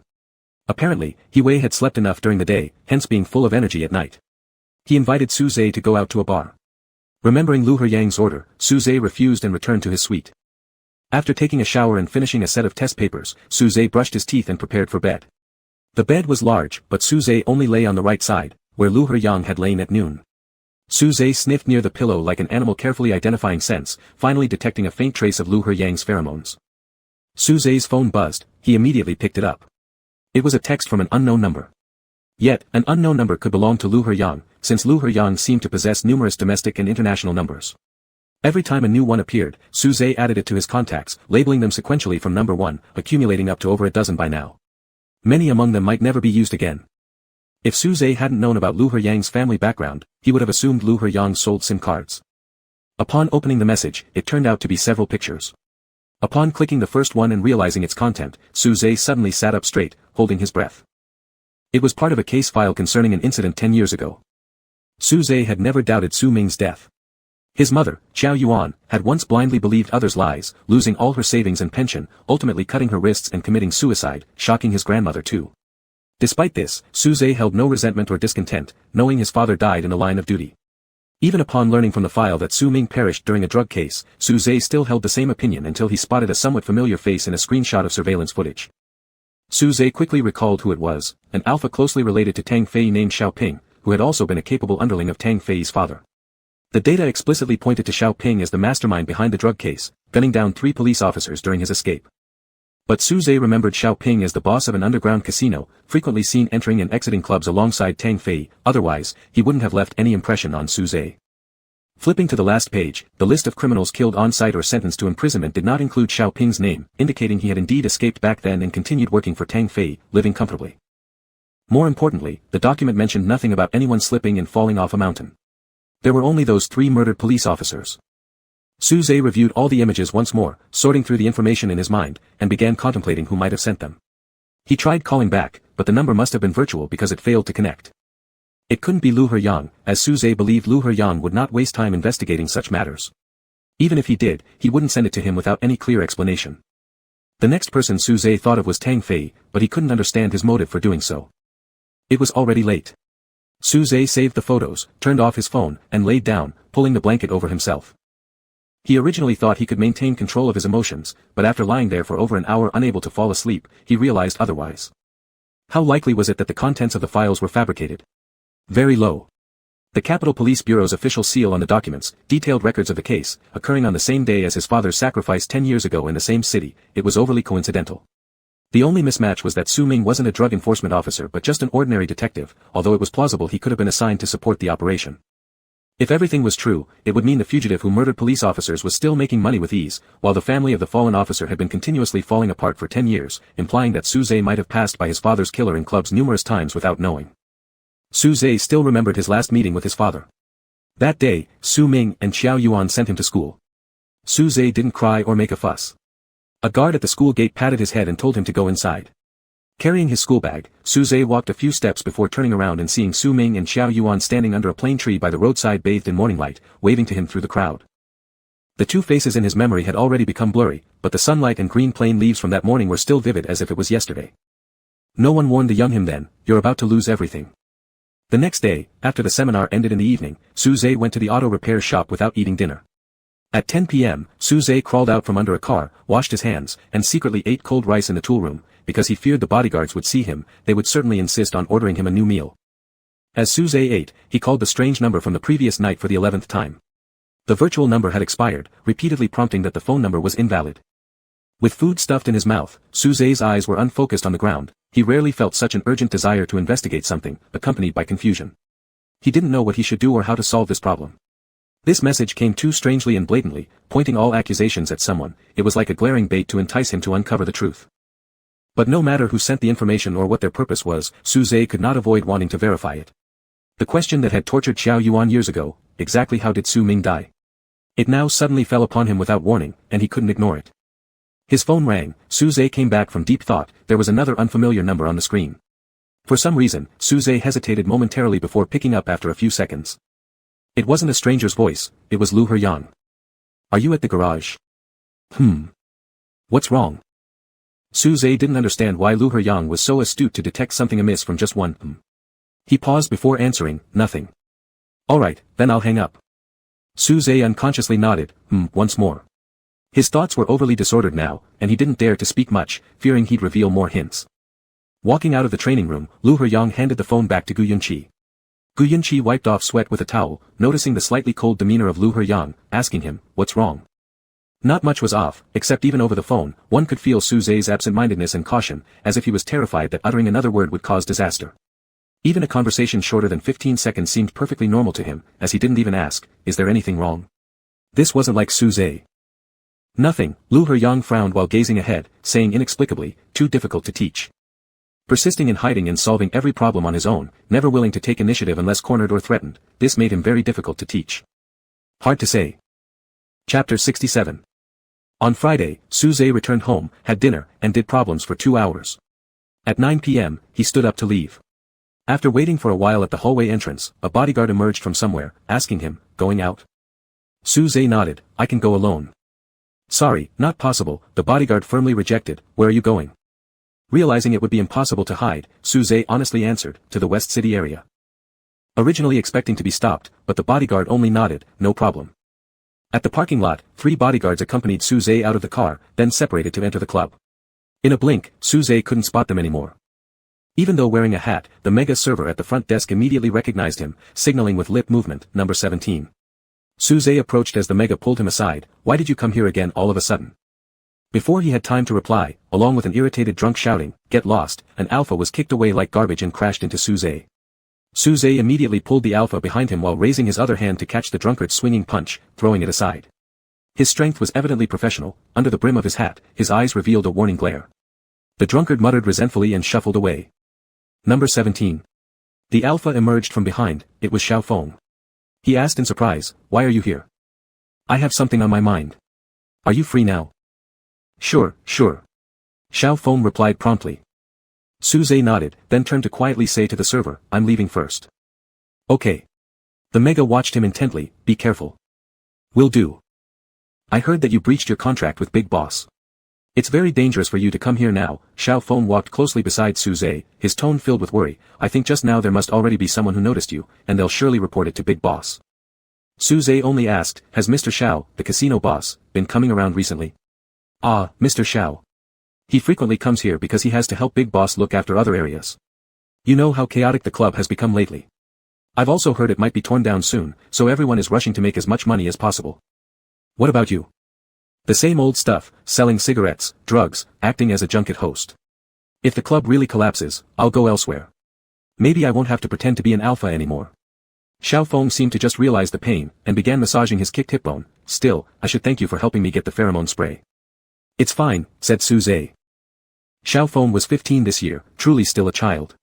He had been fending for himself since before he was 10 years old, struggling to survive amidst kicks, punches, and insults. Last autumn, due to naturally low pheromone levels coupled with insufficient corresponding nutrient intake during development, Xiao Feng degenerated into a beta substitute for alphas, B2A. It was Su Zhe who managed to find an appropriate alpha pheromone spray for him and kept his secret. A born B2A is quite normal, but for an alpha to degenerate into a B2A, Xiao Feng knew he would be severely mocked, adding another way for others to insult him, especially in this place. Xiao Feng considered number 17 the best person in the club. Therefore, when initially hearing rumors about number 17 and Big Boss, Xiao Feng was even somewhat glad, because this meant number 17 wouldn't be assigned to dangerous matches, and wouldn't have to desperately earn money. However, facts proved that number 17 hadn't been kept by Big Boss. He continued to bleed heavily and sustained serious injuries in the octagon. The casino had 2 floors, the first being the regular gambling area where anyone could enter, the second the VIP lounge used not only for gambling but also as a business meeting room. Xiao Feng dug out a handful of chips from his pocket and gave them to Su Zhe, saying, "Standing here empty-handed will attract unwanted attention." "Thanks." Su Zhe picked a gambling table, remembering his prior work experience as a dealer here, which helped him choose the safest game to play. Importantly, his current position allowed him to keep an eye on the entrance. After playing a few rounds, the number of chips in his hands increased 4 or 5 times over. He constantly glanced toward the entrance, knowing Tang Fei Yi and his crew typically arrived between 9:30 and 10 p.m. at the club. Not long after, a bodyguard entered the casino. Just as a round ended, Su Zhe gathered all the chips on the table and handed them to Xiao Feng. Xiao Feng was still marveling at Su Zhe's skillful gambling technique and unconsciously hugged the box of chips. Su Zhe looked towards the entrance, noticing not only Xiao Ping walking in, but also a familiar-looking alpha, Hiyu. They'd met a few times. The first was when He Wei brought Hiyu to watch a match, trying to sign him up. Later, Su Zhe happened to see Hiyu accompanying Tang Fei Yi at the club. Some time ago, Su Zhe had overheard He Wei mentioning that Hiyu was expelled from the company and went missing. Turning his head slightly, Su Zhe noticed Xiao Feng was staring fixedly at the group led by Xiao Ping, unsure who he was watching. "Do you know him?" Su Zhe asked. Xiao Feng answered after hesitating for a moment, "Oh, that one, that's he general manager. He's been coming here for a while, in charge of goods transportation. Boss Xiao is quite wary of him because he general manager's influence is quickly surpassing his own." Pausing for a bit, Xiao Feng added, "But I think he general manager is a good person. He's helped me several times." Su Zhe's gaze stayed on Xiao Ping's face until he went upstairs. Hiyu didn't follow. As he stepped inside and accidentally glanced toward Su Zhe's direction, he paused, seemingly recognizing him. He walked over and pressed his cigarette out in the ashtray at the corner of the gambling table. Looking at the chips in Xiao Feng's arms, Hiyu smiled and said, "You've won so much." Xiao Feng seemed rather nervous, stammering, It was my friend who helped me win." Hiyu then looked at Su Zhe, who patted Xiao Feng's head and said, "Thank you, for taking the time today." Xiao Feng quickly reacted, "Oh, then I'll go first." With many people around, the two went to a secluded passage. Hiyu took another cigarette and bit it in his mouth, then handed the pack to Su Zhe, but Su Zhe shook his head, indicating he didn't smoke. "How's Xiao Wei recently?" Hiyu asked after drawing on the cigarette. "Still loves sleeping, but has been spending more time studying and with seriousness." Su Zhe replied, "Fine. I heard you and Tang Fei Yi broke your contract and you haven't paid the breach fee." Hiyu smiled, "Though that kind of contract doesn't make sense anyway, how dare you still come here alone?" "I need money," Su Zhe said softly. He looked at him for a moment, then laughed again. They all say you've been kept, so is the son of the chairman really so stingy? Suze didn't refute this, as the premise was wrong from the start. Suze knew why they thought this way, because the son of the chairman wouldn't be with an impoverished alpha unless for the excitement and stimulation gained through wealth. Seeing Suze not speaking, He asked again, do you think working in the casino will keep Tang Fei from finding you? Don't know. Suze lowered his eyes, just came to see if I could work under Mr. Xiao. Xiaoping. He seemed both surprised and somewhat absurd. Tang Fei was raised by him, this person would be even worse than Tang Fei. You should discard this idea. Suze pressed his lips together as if pondering. Several seconds later he said, I'll think it over. There's nothing to think about, you're still so young, wasting yourself here isn't worth it, don't come back anymore. He glanced at his watch, I have something else, can you find your way out? Yes. Suze said, thank you. No need. He slightly lifted his hand, I'm leaving. Exiting the passage, Suze sensed something was off. He started heading towards the bar, weaving through the crowd into the restroom, locking the bathroom door behind him before stepping toward the last stall. Holding onto the skylight edge with both hands, one foot rested against the water tank of the toilet, Suze deftly climbed out the window just as he heard the sound of the bathroom door being kicked open followed by shouts and curses from the alphas using the facilities. Suze nimbly stepped down from the wall into the alleyway while running and sent a message to his bodyguards, telling them he was heading to the parking lot. After waiting in a corner for half a minute, Suze saw 3 bodyguards emerge from the building. He walked over and got into the car. On the street, the bodyguards remained solemn. They had lost track of Suze en route to the bar. Suze moved around the club like a fish, familiar with every road and exit, which was dangerous and uncontrollable to them. Sorry, Suze said, next time, I'll go in alone, finish, and meet up with you outside. One bodyguard immediately stated, there won't be a next time. In the following few days, Suze began busy preparing for entrance exams and property transfer. Next Saturday was his birthday. Once the birthday passed, the house could be transferred to his name. Suze wanted to sell it quickly to gather funds for Yi Yunhua's lung surgery. Many schools had reached out to Suze via teachers or directly, hoping for his application. Suze hadn't hesitated much when excluding all institutions outside the capital city. He didn't particularly yearn for any major, nor was there any specific college he must attend, he simply wanted to stay in this city. Additionally, starting from this semester, usually well-behaved Yue suddenly lost his temper. At 10 a.m. on Wednesday being the registration deadline, at 9:55, he took out his tablet, logged into the enrollment system, and deleted all 3 schools pre-selected by professional consultants at home, eventually submitting only 1 school. Afterward, he immediately powered off his device and lay down on the table to sleep. Not long after, 2 bodyguards arrived at the classroom without a word and escorted Yue away. Suze didn't tell Yue that he had encountered Yue at the club, thinking Yue probably wouldn't want Yue to know either. After returning from the west side of town the last time, Suze thought Lu Hexiang would send a text or call to inquire. He had even fabricated a seemingly plausible reason and silently memorized it repeatedly to avoid revealing anything, but Lu Hexiang never contacted him. This made Suze feel even more uneasy than being questioned by Lu Hexiang, implying that Lu Hexiang might really be angry, or had completely lost hope in him. On the weekend, Suze went to the sanatorium. Yi Yunhua's condition had not been good recently, she often experienced breathing difficulties and required extended periods of oxygen therapy. However, her mood seemed much calmer, lying quietly on the bed without asking Jiao Yuan when she would come to take her home. On Wednesday, Suze attended the preliminary exam of the first institution he applied to. This was the 7th day since Yue hadn't been to school, also the 16th day since his communication with Lu Hexiang had ceased. On Thursday, today was the military academy's preliminary exam, which Suze found out through the official website. This seemed like the only thing related to Lu Hexiang that he could find. After registering for the exam, Suze no longer went to the auto repair shop and focused on preparing for the tests. During this time, Suze withdrew from various events, faintly realizing that regardless of the purpose of that text message, it certainly wasn't a mere act of kindness informing him about the hidden truth behind his father's death. His previous return to Qingxi was already stepping into a trap, he had to stop and reassess. The phone buzzed, and Suze picked it up to see the screen displaying, number 9, the number Lu Hexiang used before. Suze immediately unlocked the phone and opened the message. Lu Hexiang sent a URL along with a brief note, sign your name. Opening the link, it was an electronic signature form for a subsidy application. After glancing over the content, Suze signed his name and then logged out, replying to Lu Hexiang, I've signed. After waiting for a while, Lu Hexiang didn't respond, so Suze mustered the courage to ask, can I call you now? A few seconds later, Lu Hexiang replied, go ahead. Upon receiving permission, Suze called. When he heard the hello, he suddenly lost his train of thought, he hadn't decided what to say, he just wanted to hear Lu Hexiang's voice. I've been in closed training, rarely using my phone. Lu Hexiang's tone was flat, probably due to exhaustion. Suze made an sound and asked, was there anything specific you needed when you last called me? That night, his thinking was disrupted by the mysterious text message. Upon checking their call log afterward, Suze realized their call had lasted merely a dozen seconds, barely enough time to exchange a few words before hanging up. Isn't it a bit late to ask now? It was indeed too late. Suze was about to apologize when Lu Haxiang countered him. Why are you calling me now? Is there something? No, Suze replied. Are you sure there isn't? There really wasn't. Suze simply wanted to hear Lu Haxiang's voice. He replied again firmly, yes, I'm sure. In that case, let me ask you something else. During these past weeks, has anyone suspicious contacted you or have you received any strange messages? Suze expected Lu Haxiang to inquire about the club incident but didn't anticipate the direct leap to the root cause. The fabricated excuse he repeatedly rehearsed became obsolete. After a long pause, Suze said hesitantly, probably not. Is it probably not, or are you certain? Lu Haxiang's tone remained steady, neither urgent nor demanding, yet calm and patient. But Suze felt as though he were being interrogated, unconsciously holding his breath. Suze. At this moment, Lu Haxiang called out his name. Could you give me a truthful, unreserved answer? Suze looked down. After several seconds, he said, all right. Lu Haxiang remained silent, waiting for Suze's next words. At the hotel that evening, I received a message with some pictures inside.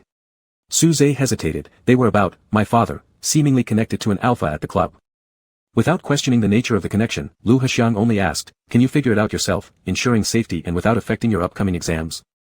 The answer was glaringly obvious. Suze was not lacking self-awareness, yet it was only now that a profound sense of helplessness overwhelmed him. He pressed around his eyes, admitting, I might not be able to resolve this on my own. That's fine, send the pictures to me. Lu Haxiang's voice softened slightly, I'll handle it. At 10 p.m., Lu Haxiang and Gu Yunqi left the intensive training dormitory and boarded a car heading to the airport. With the end of the military academy's preliminary exam came the temporary conclusion of basic training. Next, they needed to confirm which branch of the military they intended to apply for, followed by specialized training and exams. After getting into the car, Gu Yunqi put on his headphones and unmasked to rest, while Lu Haxiang opened his tablet and began looking at the pictures sent by Suze. There were no issues with the case records, and the Capital Bureau's seal was also in order. But Lu Haxiang still felt something wasn't quite right. He flipped to Xiao Ping's photo, the black and white surveillance video screenshot, and stared at it for a long time. Lu Haxiang realized where the oddity lay. He jumped back to the first picture. The incident time on the dossier matched the timestamp on the surveillance footage. It was correct. Lu Haxiang returned to the main interface and found a folder, hesitating for a moment before opening it. The files contained the materials Jiang Wen had sent earlier regarding He Yi's family. Lu Haxiang's gaze scanned through each line of text, the date of the election 10 years ago, the locations of the properties under He Yi and his spouse's names. Before this, whoever contacted Suze via messages, Lu Haxiang could guess, but now it was no longer the most important matter. Tall lampposts whistled by outside the window as the car sped along the highway leading to the airport at 100 miles per hour. The atmosphere inside the vehicle was quiet and dim. Lu Haxiang turned off his tablet and after maintaining the same posture for several minutes, picked up his phone and dialed the landline at home. The nanny answered quickly, hello. Auntie, have you helped me clean my room these past few days? Yes, I clean it every day. Is there anything extra in my room? There is. A few days after you left the country, I noticed a thick file on the desk. Should I send it to you? The lights from an overhead sign refracted bright beams onto Lu Haxiang's face as the car passed beneath. He leaned back into the chair and replied, no need, I'll be home at midnight. On Friday night, Suze received a call from Lu Haxiang. With just one, hello, Lu Haxiang unusually remained silent, which made Suze ask worriedly, what's wrong? Nothing. Lu Haxiang's voice sounded as usual, do you have free time this weekend? I do, Suze answered without hesitation. I'll pick you up tomorrow afternoon. Without asking about the destination or what they would do, Suze focused on the more relevant question, are you back in the country? Yeah, I got back early this morning. All right. Suze paused and then asked, do I need to prepare anything? No need. Tomorrow, I'll arrange your dinner to be delivered earlier. After eating, take a shower and wait for me at home. Okay. Saturday morning, Suze went to visit Yi Yunhua at the sanatorium. When Zhou Zhen learned that Suze planned to sell the house, he seemed reluctant to say something, ultimately only mentioning, it's fine, no rush. Suze took it as a gesture of comfort.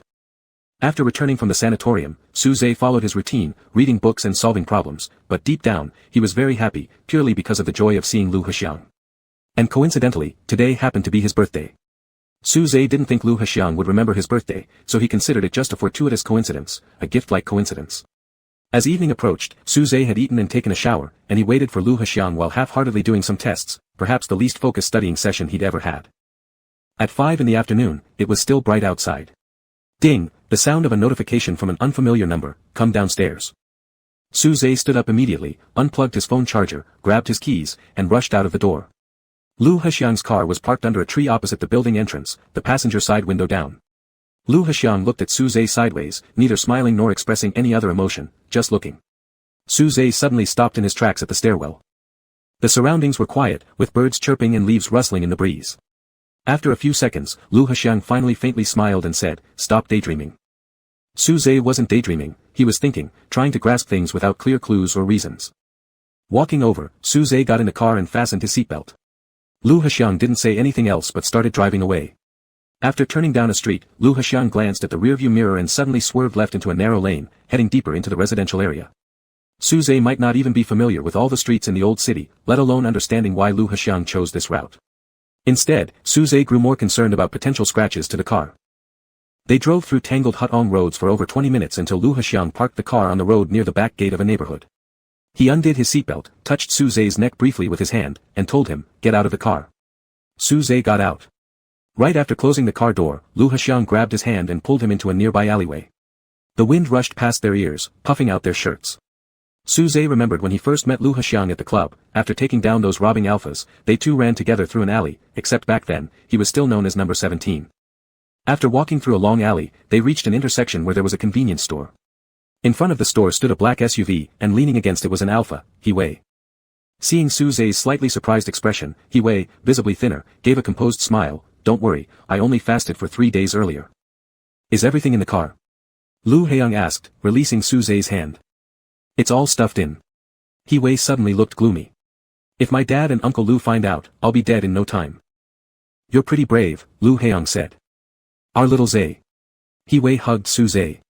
"I won't go back to school anymore, so we might not see each other much now. Remember to miss me often, honey." Then he looked at Lu Hexiang with a pained expression, asking bitterly, "Where exactly are you taking my wife? It feels like eloping or something. Are you even coming back?" Lu Hexiang opened the passenger door for Suze and closed it after Suze got inside. Walking around to the driver's side, he got into the car and before shutting the door, glanced at He-Wei and smiled faintly, "Who knows?" The car started and drove outward through the old residential buildings toward the suburbs, heading into the setting sun. Suze looked at Lu Hexiang's profile and realized his lips had a slight smile on them, the same one that triggered Suze's heartbeats from when he was 7, a bit mischievous yet naive. So Suze also smiled, as the wild wind rushed into the car, and he felt happy, the kind of happiness that would linger every time he recalled this moment years later. When they reached the winding mountain road, the sun hadn't set yet. The car spiraled upward along a path flanked by forests on one side and the sea on the other. Suze leaned on the window, gazing at the half-sunken sun on the far horizon, trying to memorize every frame of their journey.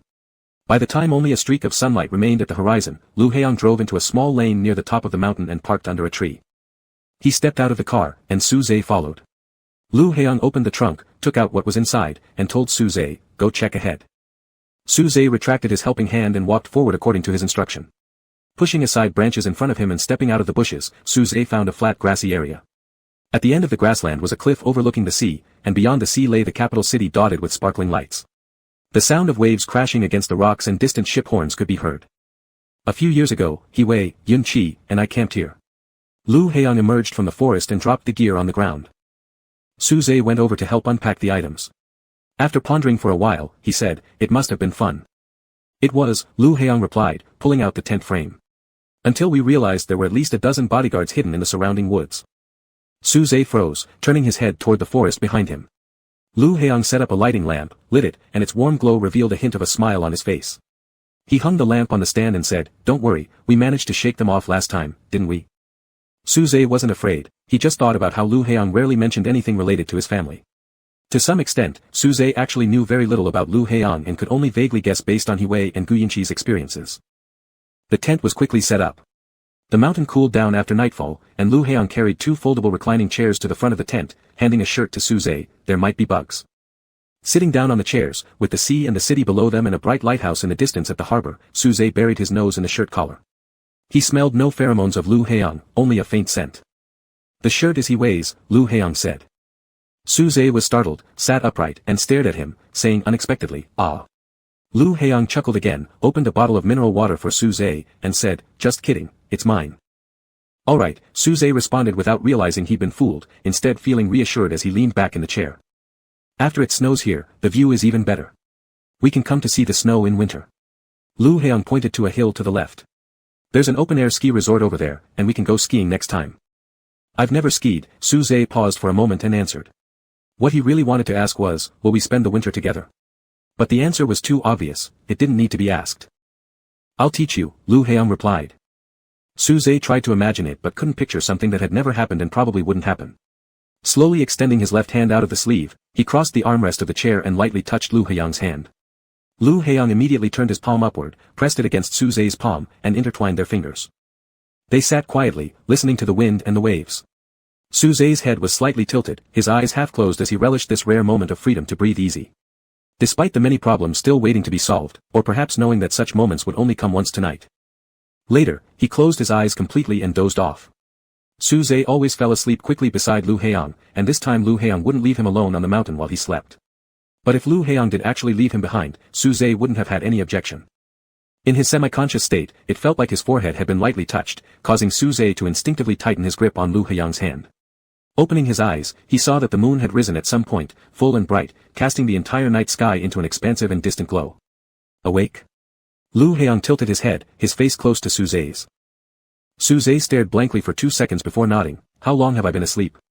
A little over an hour.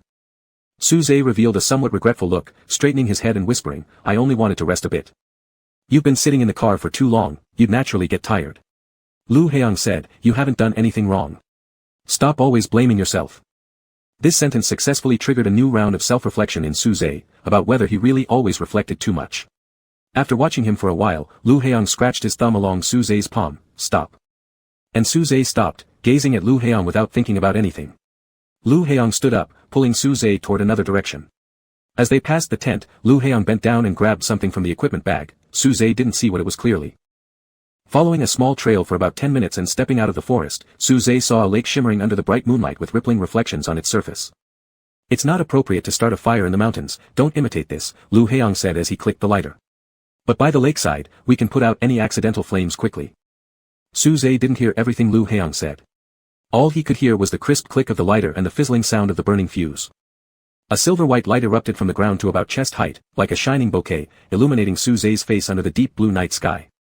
He seemed unfazed at first, then focused entirely on the fireworks, unmoving, with unusually bright eyes. After a long while, Suze lifted his gaze, letting his eyes pass through the fading sparks until they rested on Lu Heong's face. At this moment, he confirmed that Lu Heong remembered his birthday.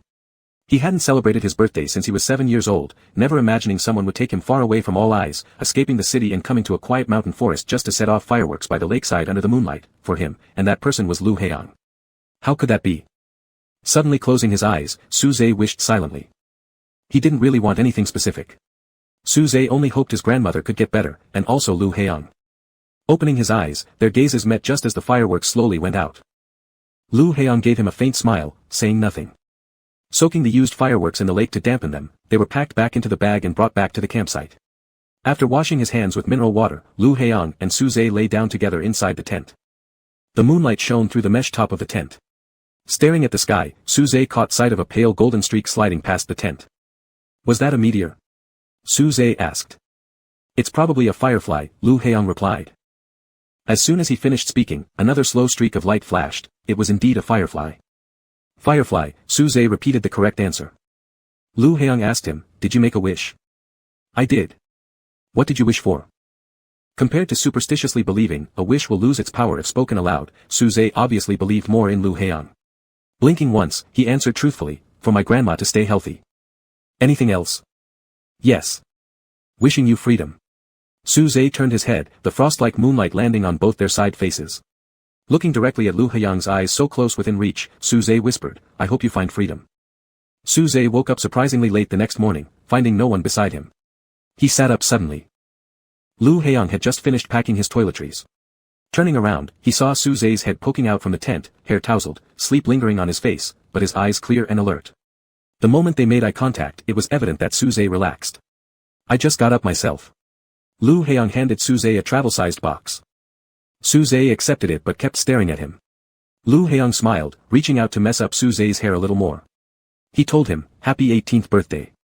Some people's growth begins at adulthood, or perhaps when they graduate, but Suze's certainly started much earlier, maybe on the day he lost his father at 7 years old, or perhaps that night he first stepped onto a boxing ring. There was no sense of ritual to mark this transition, only the sudden, brutal shove by fate. Su Zhe's expression became a little dazed, then he said, "Thank you." On the first day of being 18, Su Zhe experienced unprecedented idleness.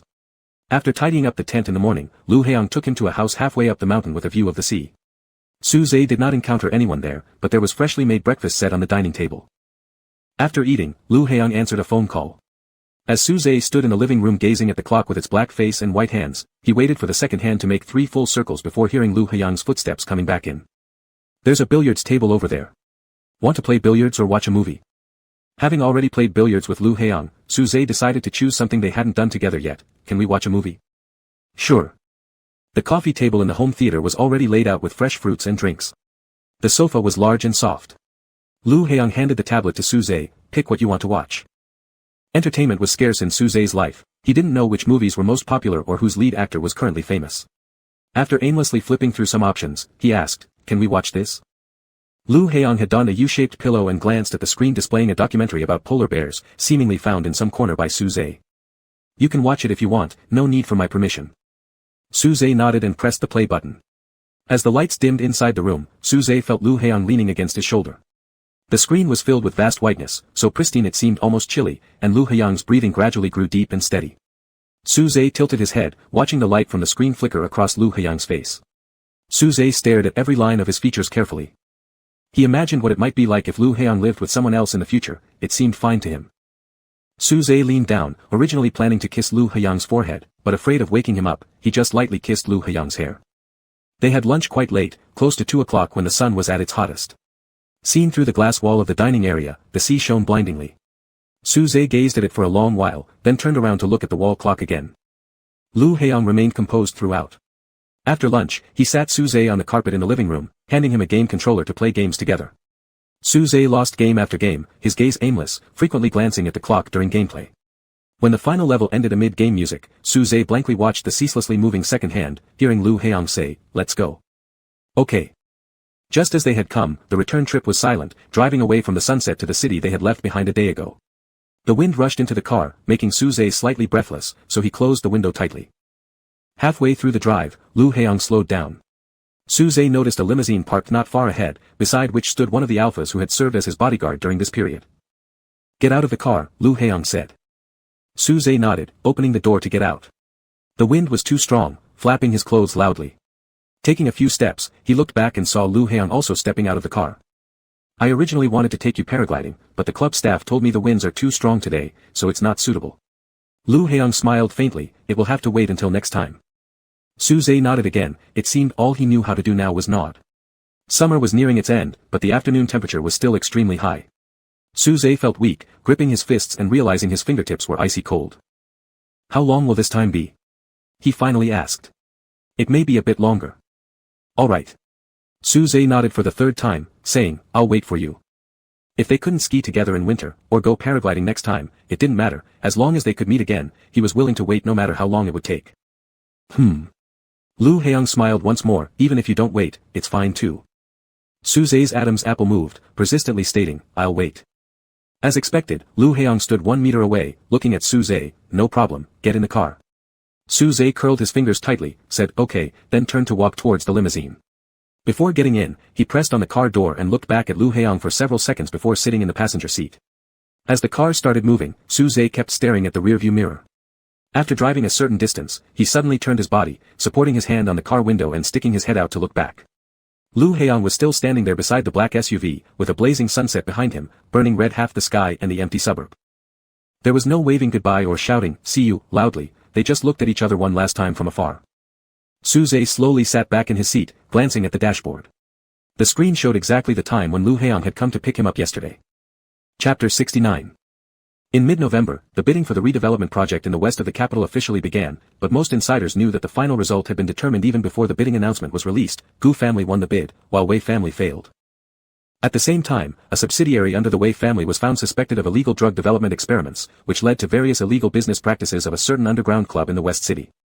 Everything seemed like it was a revelation thrown by Gu family during the project competition to crush their rival, perfectly reasonable. But that's all there was. In the end, only a few insignificant scapegoats were implicated, while Wei Lingzhou and Tang Fei managed to disappear safely without any harm. When Su Zhe learned about these matters through Qi Jiahan, he remembered what Lu Heong had once said: "Solving Tang Fei is simple, but it's not just about solving him, it involves many businesses and affects a lot of people. Originally thought that with the new mayor in place, there would be some real action, turns out it's all corrupt officials working together. Chi Jiahan picked out the spring onions from the dish, at least in the capital, being this blatant under the watchful eye of the chairman of the alliance, Wei family must really want to go too far. Is it because of the marriage alliance? Su Zhe looked at the food in the thermal container. At first, Wei family did gain a lot due to the marriage alliance, but the chairman wouldn't keep tolerating it forever, so I heard this year Wei family got very close to another group of officials inside the government of the alliance, plus Wei Lingzhou partnered up with Tang Fei. Having finally finished picking out all the spring onions, Chi Jiahan began eating. I think the chairman probably knows everything, but considering his position, the government of the alliance wouldn't suddenly interfere with the capital's affairs. So thoroughly dealing with Wei Lingzhou and Tang Fei will take a long time, it involves too much. Unless they actually cause some serious consequences, some situations are subtle, maybe it's just missing a fuse that could make the chairman uncomfortable enough to take a glance down, then handle the issue. This time, it's obvious someone deliberately leaked evidence to test the attitude. I don't think it's necessarily the work of the Gu family, too lenient, stable projects require quick and precise actions, this feels more like playing a big chess game. Chi Jiahan finished speaking, stuffing her mouth full of rice as she smiled at Su Zhe, just speculation, may not be accurate. But Su Zhe knew the accuracy was at least 95%, Chi Jiahan grew up in an official family, every word she said had absolute basis behind it. Don't daydream, eat. Chi Jiahan kicked Su Zhe's foot lightly under the table. He didn't mention Lu Heiyang anymore in front of Su Zhe. Both Lu Heiyang and He Wei no longer came to school, and fewer students remained in the 2S level specialized classes. Everyone was pushed forward in different directions, separately. And Su Zhe and Lu Heiyang were undoubtedly the two who should most naturally part ways. Su Zhe had already smoothly passed the preliminary exams and interviews of 3 voluntary schools, leaving only the final interview. Chi Jiahan found Su Zhe's current state surprisingly steady, fully devoted to studying, following regular schedules. This was the period of time since knowing Su Zhe that he lived most normally. After school, Su Zhe sat in the bodyguard car, focusing on the rearview mirror. That brown minivan was still trailing several meters behind, neither too close nor too distant. How many days has he been followed now? Su Zhe couldn't quite remember. He confirmed it was Tang Fei's people, but he didn't know why Tang Fei suddenly did this. Only being followed without any other substantial actions, it was as if intentionally causing discomfort. The bodyguards didn't respond either, choosing to remain calm and observe. After dinner, Su Zhe sat on a chair, practicing the interview questions against the wall. He wasn't particularly good at interviews, so he forced himself to immerse deeply into preparation. When his phone rang, Su Zhe paused momentarily before returning to reality, reaching over to answer it. An unfamiliar number, not marked in any of his contacts. Su Zhe pressed the button to answer. Are you doing well recently, number 17? Upon hearing the first word, Su Zhe knitted his brows, closing the question book and asking directly, what is it? Did you just let the matter of your breach of contract of 600,000 yuan go unresolved?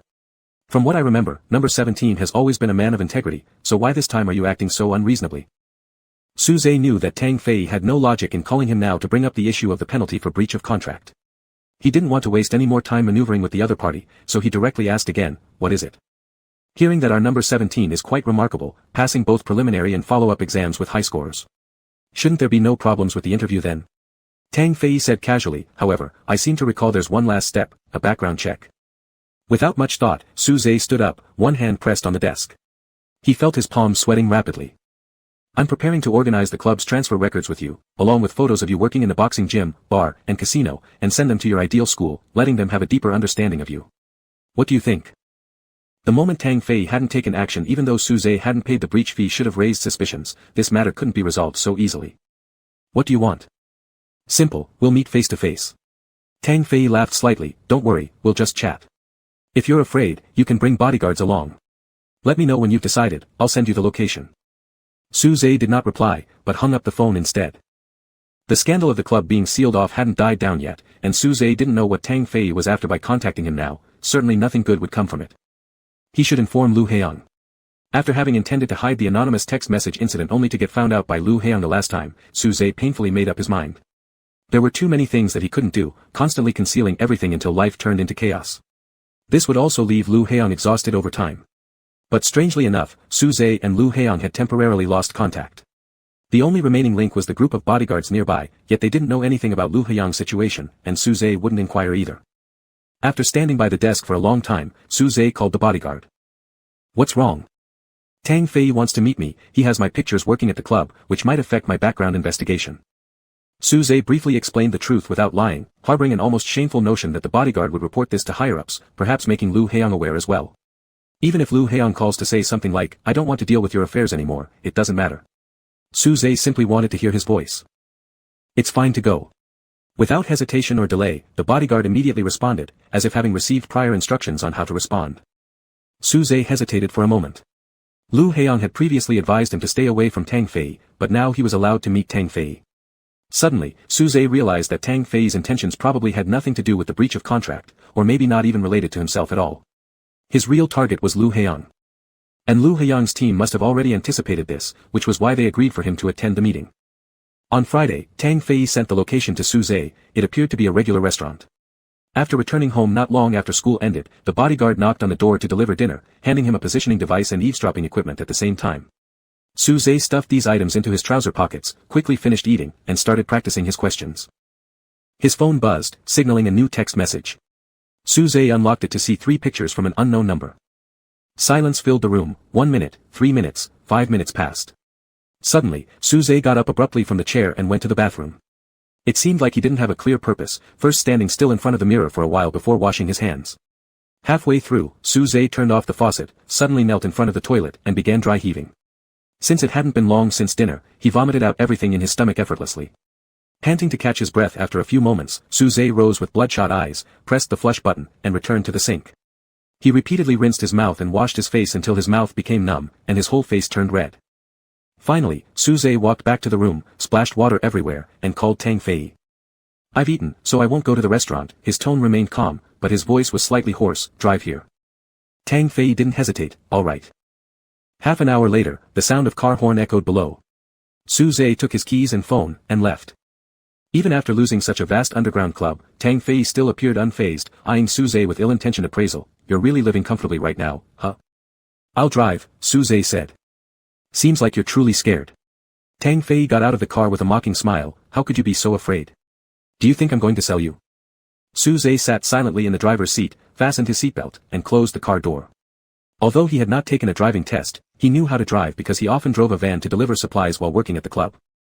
The old district was close to the suburbs, and as the car headed outward, buildings around gradually grew sparse.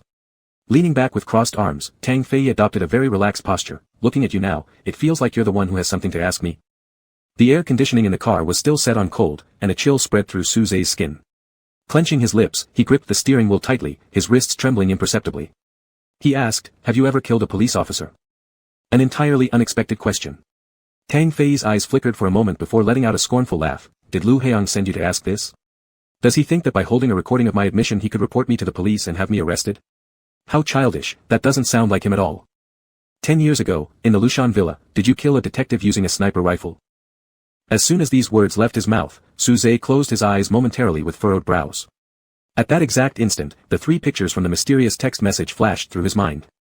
The first photo was taken on the same date as the surveillance footage screenshot of Xiaoping received previously, but there was an additional person in the picture, Tang Fei walking ahead of Xiaoping, holding a gun marked with a red pen on the side, specifying its model, ASG 370 sniper rifle. The second photo, another surveillance screenshot from the same day, showed several tactical police officers ascending the stairs with handguns drawn. Leading them was Alpha Su Min. The third photo was Su Min's autopsy report. A bullet struck his neck, tearing through his throat and shattering his carotid artery, leading to instant death. Based on bullet caliber and identification, it was confirmed to be a sniper rifle bullet, matching models including the ASG 370 sniper rifle. Su Zhe still remembered the shirt Su Min wore under his bulletproof vest, a faded gray shirt. Despite Xiao Yuan urging him multiple times to throw it away, Su Min refused because it was worn beneath his wedding suit. None of it mattered much now. Details such as who sent the text messages or why they timed it so precisely to provoke him right before meeting Tang Fei seemed irrelevant. All Su Zhe wanted now was the truth, to verify what happened. Mentioning the time and place brings it all back. Tang Fei tapped his thigh repeatedly with his fingers. "Back then, I'd just gotten my hands on that rifle, so I casually picked a cop to try it out." He then rubbed his own throat, grinning cruelly and smugly. "I remember hitting perfectly, it went straight into the throat." For a brief moment after his words ended, Su Zhe appeared dazed, paralyzed by a sluggish brain that failed to react. His foot remained stiffly planted on the gas pedal as the speed continued to climb uncontrollably. "What does Lu Heong want by telling you all this? After all, isn't it just about some nameless cop dying? And hasn't he himself been living fine all these years? Why would you take revenge for something that happened over a decade ago?" But Su Zhe acted as if he hadn't heard anything. Stepping down harder on the accelerator, he turned the steering wheel sharply. The car violently tilted during the high-speed turn, scattering gravel and kicking up clouds of dust, heading down a narrow lane. Not far away was a river. The sun was almost setting, the sky dimming, as the car hurtled toward the riverbank at a terrifying speed, getting closer and closer. Despite the frequent jolts, Tang Fei maintained a calm demeanor, showing no signs of panic. The wind caused by the speeding car blew away the weeds by the riverside. Throughout the drive, Su Zhe kept his eyes locked forward, his complexion unnaturally pale. Waves rippled across the water's surface. Just meters away from the shore, Su Zhe slammed the brakes hard. The tires skidded against the sandy ground due to sudden braking, leaving two long, deep grooves in the dirt, halting mere inches from the edge of the river. Due to inertia, Tang Fei was thrown violently forward. By the time he caught his breath, he realized that Su Zhe had already exited the vehicle and circled to the passenger side. Simultaneously unfastening his seatbelt, Tang Fei saw Su Zhe open the door and grab his collar, dragging him forcefully out of the car with astonishing strength. The situation quickly spiraled out of control. Without time to guess Su Zhe's intentions, Tang Fei instinctively reached back for his gun, only for Su Zhe to react swiftly, grabbing his wrist and flipping his arm backwards. A muffled groan escaped from Tang Fei as his gun clattered to the ground.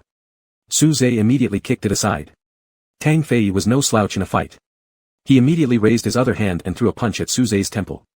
However, Su Zhe excelled in close combat, having been through countless bloody boxing matches, and his offense and defense were as precise as a machine. Su Zhe caught Tang Fei's punch with one hand while using the other to choke his neck, flipped over, and they both crashed onto the ground. Su Zhe quickly stood up, straddled Tang Fei, and without expression, hammered several hard punches into his eyes and nose. Blood sprayed from Tang Fei's nose, and Su Zhe stopped, gripping his collar and lifting him slightly off the ground, his eyes boring into Tang Fei's as he finally spoke. He wasn't just some nameless cop. His name was Su Min. Panting heavily, Tang Fei looked at Su Zhe for a moment before laughing. Su Min, don't tell me the dead cop was your dad. Blood kept flowing from his mouth, yet Tang Fei laughed with growing satisfaction. So you're this upset because of that, ha ha ha. Do you even know why he died? Did Lu Heong tell you? An eerie premonition welled up within Su Zhe, and he quietly said, drugs. He obviously didn't tell you. Tang Fei shook with laughter. It wasn't drugs, it was a kidnapping. Leaning closer to Su Zhe's ear, Tang Fei lowered his voice. Do you know who was kidnapped? Do you? I don't need to know. Su Zhe calmly replied. Whether it was drug enforcement or a kidnapping case, it was all part of Su Min's job and responsibility, so it made no difference to him. All he needed to know was who the killer was. You will want to know, Su Zhe. Tang Fei lay back on the ground, his face drenched in blood but his expression content and delighted. You absolutely will want to know. As if struck by something, Su Zhe's shoulders trembled suddenly, the sound of the river seemed to vanish, and he unconsciously held his breath. After more than a minute, he abruptly loosened his grip on Tang Fei's collar, shuddering slightly as he drew in a breath. His hair was disheveled by the wind, his lips parted but no sound came out. Do you still want to kill me? Dare you kill me? Tang Fei licked the blood from the corner of his mouth. Are you ready to give up college? Ignore your grandmother. Some things aren't solved by simply killing someone, kids like you. Su Zhe gave no response, slowly standing up. His body felt abnormally heavy, as though his back couldn't straighten anymore. Even when walking forward, he stumbled unsteadily. In the end, Su Zhe mechanically lifted his head, looking around at unfamiliar surroundings, seemingly unable to find his way home. After aimlessly wandering for a while, the cold wind sent chills through him. He turned around. Tang Fei seemed to still be lying there, though he might have already returned to the car. It was too dark to see clearly. Unable to walk further, Su Zhe stopped, reaching into his pocket to feel the tracker and the bug. He strained to distinguish between them, eventually recognizing which one was the listening device. Clutching the bug in his palm, Su Zhe fell to his knees, hidden among the wild grasses that had grown wildly around him. Lowering his head, he brought his face closer to his palm, moving his lips silently, speaking hoarsely. He asked softly, "Is that you?" A bug is not a phone, it wouldn't provide instant replies. There was only the relentless sound of the wind in his ears. In the training base's restroom, Lu Heong sat quietly, staring at the water cup on the table. After a few seconds, he removed the headphones. Jian Wen, sitting across from him on the couch, fell silent for a while before picking up his phone to make a call. Release Tang Fei's men and bring Su Zhe back.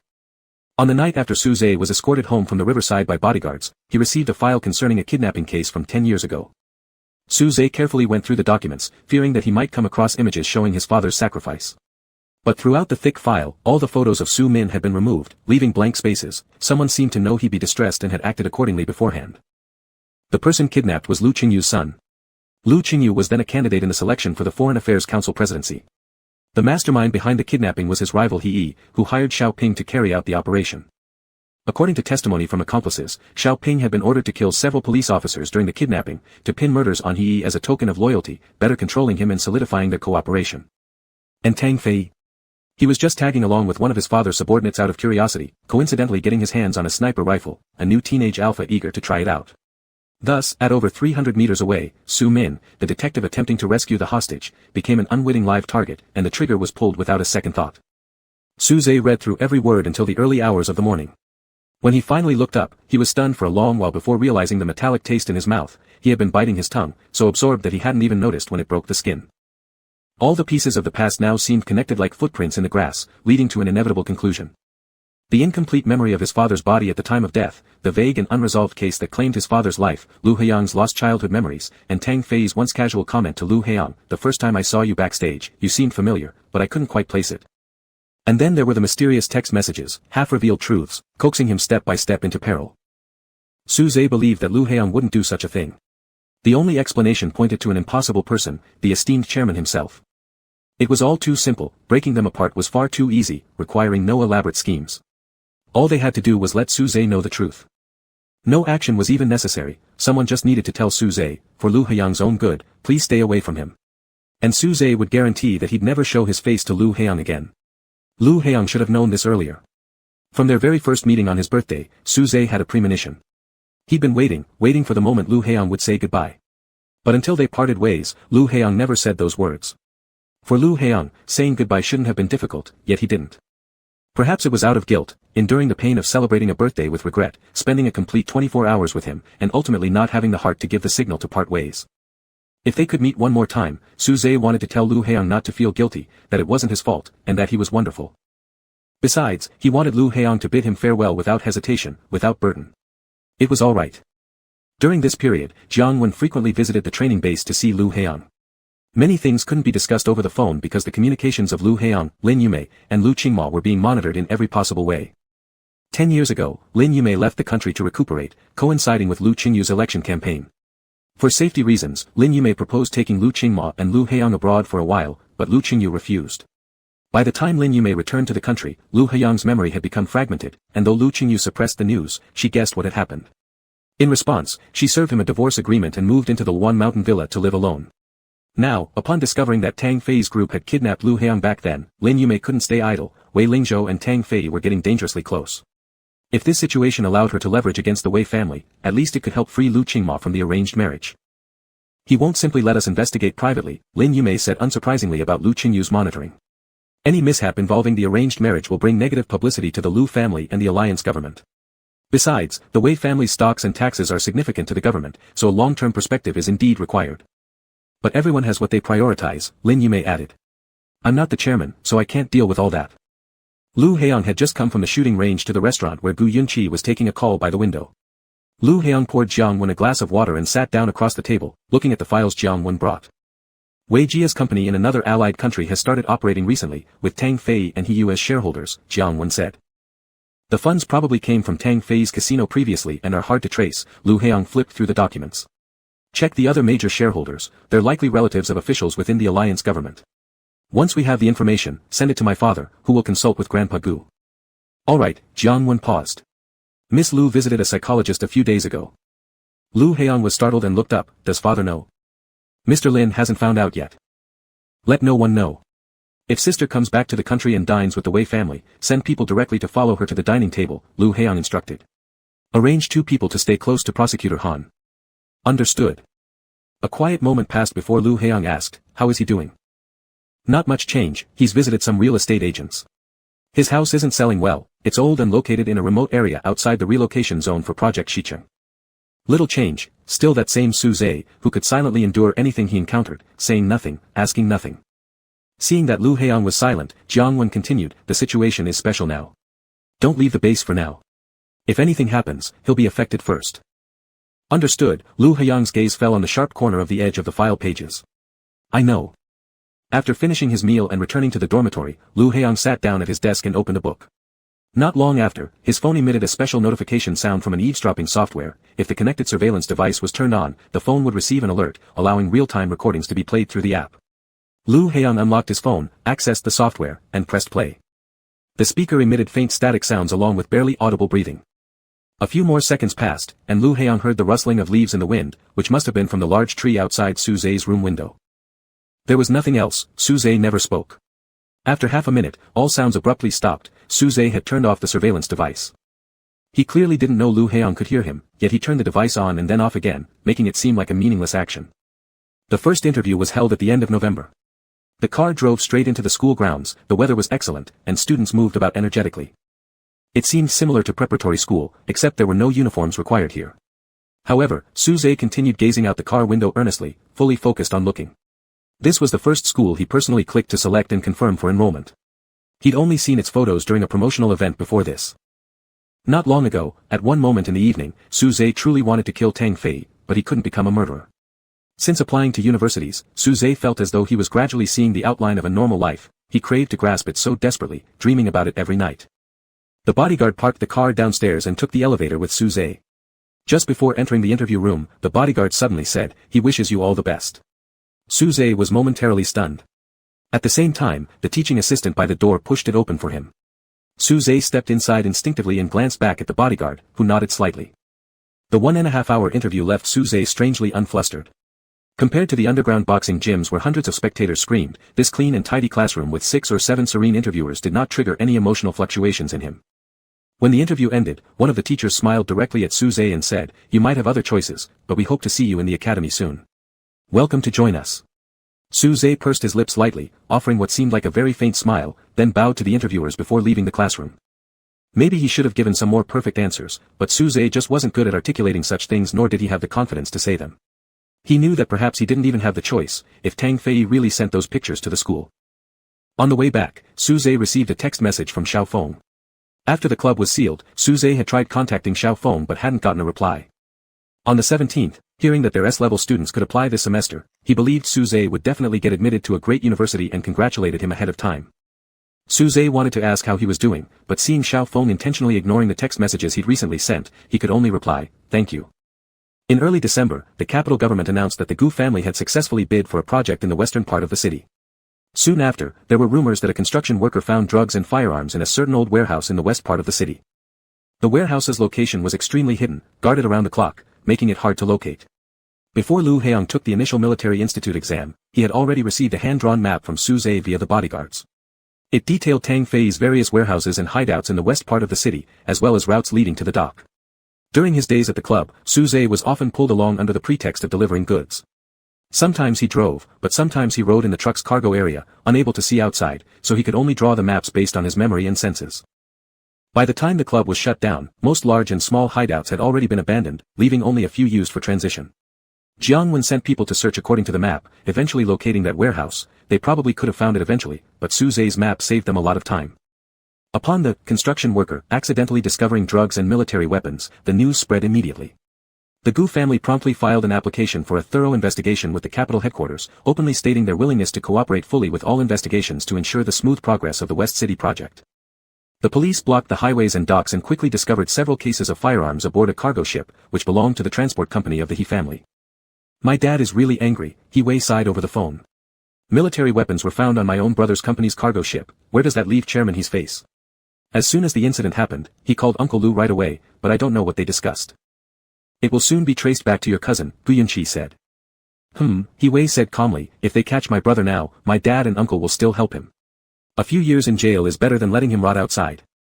"Tang Fei has gone missing, you should be careful," Lu Heong warned him. "I know, but you two are probably in more danger, the son of the chairman and the grandson of Gu Yunqi. Anyone who captures either of you would have a valuable hostage. That'd solve all of Tang Fei's problems," He Wei said. "Just stay safe at the base." After hanging up, Gu Yunqi turned off his phone. Did Tang Fei escape the country? Probably not. If we let this drag on, Wei Lingzhou will definitely help him. Capturing Tang Fei wouldn't benefit Wei family. Lu Heong didn't respond. He pressed the timer and began disassembling the training simulator gun.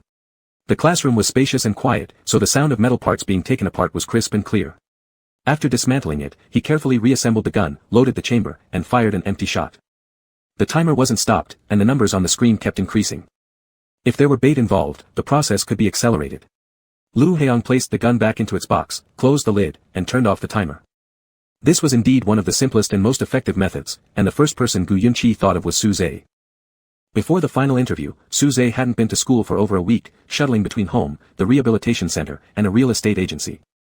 Yi Yunhua's health was deteriorating rapidly, any slight emotional fluctuation caused breathing difficulties or even fainting spells. She rarely got out of bed. Zhou Jin explicitly told Su Zhe that according to her current condition, Yi Yunhua must undergo surgery as soon as a matching lung donor is found. Further delay was no longer an option. Selling the house proved challenging, likely because people knew Su Zhe was eager to sell and also just a student, so the broker kept lowering the price. Su Zhe originally intended to wait, but it seemed like time was running out. Today, there was no sun. The sky was heavy and dark, as if pressing down upon them. Su Zhe set out for his third interview. The roads were less crowded than usual. Su Zhe glanced at the rearview mirror, everything around seemed normal, yet he felt something was wrong. An obvious tailing is merely a provocation, hidden surveillance is far more dangerous. Su Zhe learned from Qi Jiahuan that the Gu family and the usually low-profile Lin family had started making their moves. Regardless of their surface-level rhetoric, they were all targeting the Wei family, with Tang Fei being the key link. Both the Gu and Lin families have stepped forward. There's no way Tang Fei can escape this time. So you need to be careful.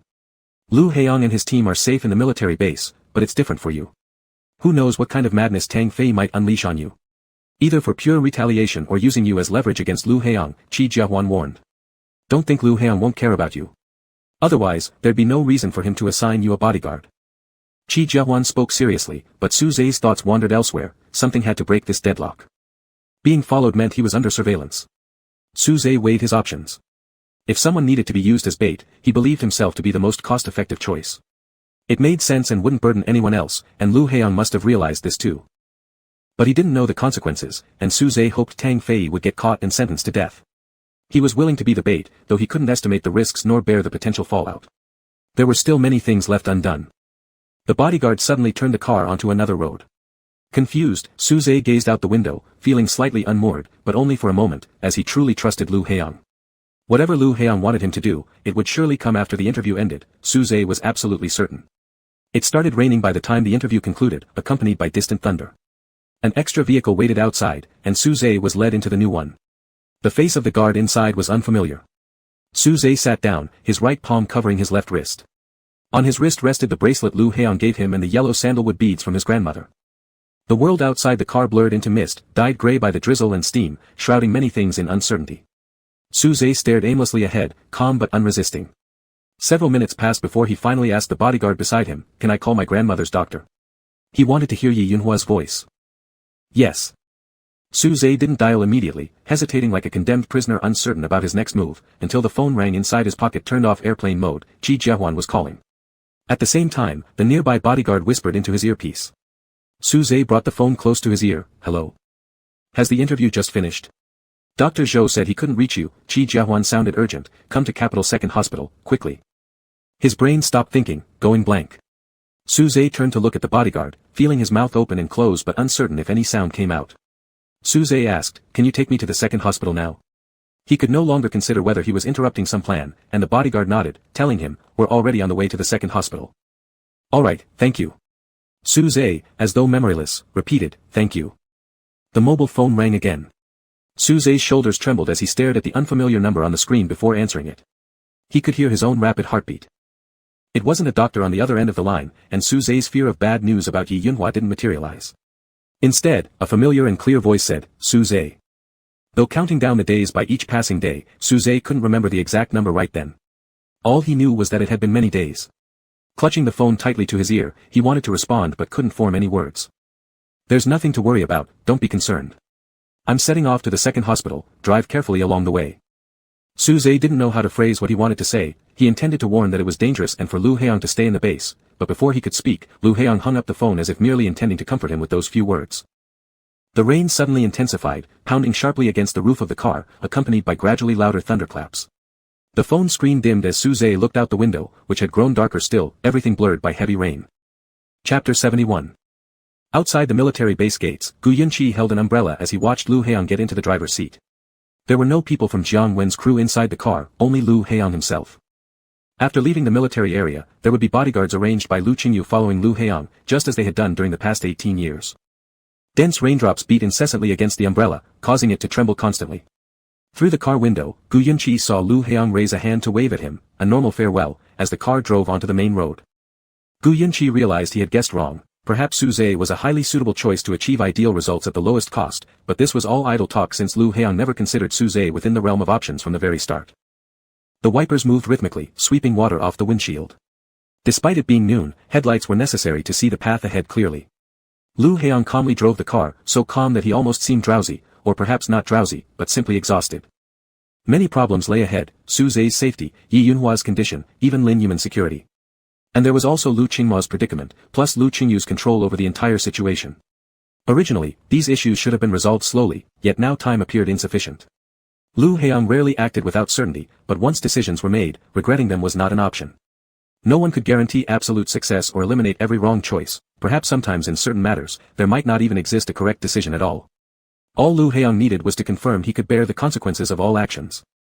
The journey from the military base to the urban district took over an hour. When rounding a small hill, dense forests entirely blocked the light, leaving only the brightness from the headlights. Lu Heong glanced at the rearview mirror, noticing the bodyguard's vehicle was late.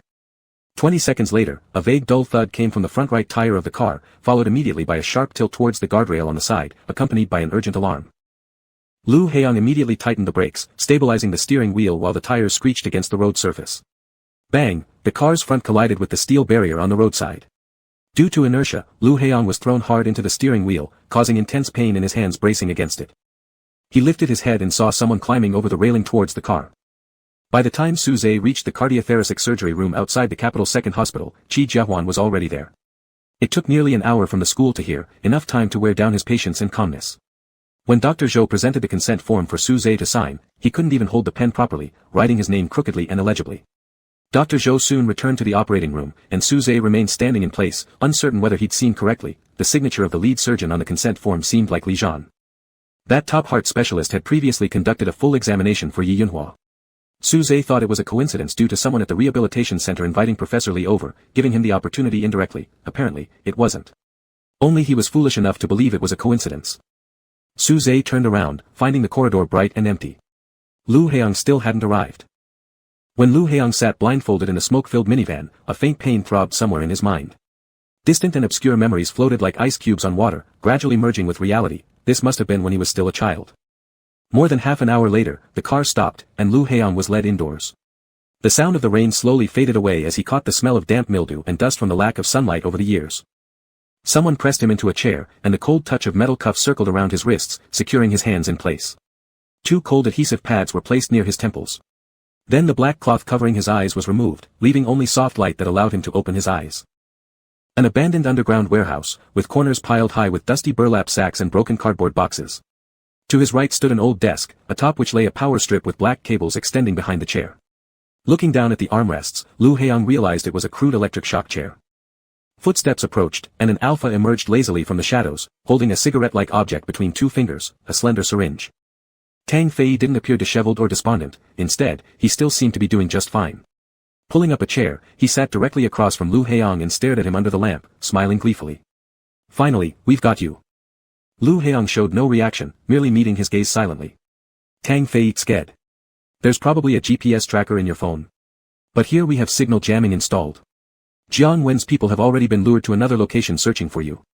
It'll take them some time to get back here. You know what?" Tang Fei raised his right hand and glanced at it. "You owe me one of these."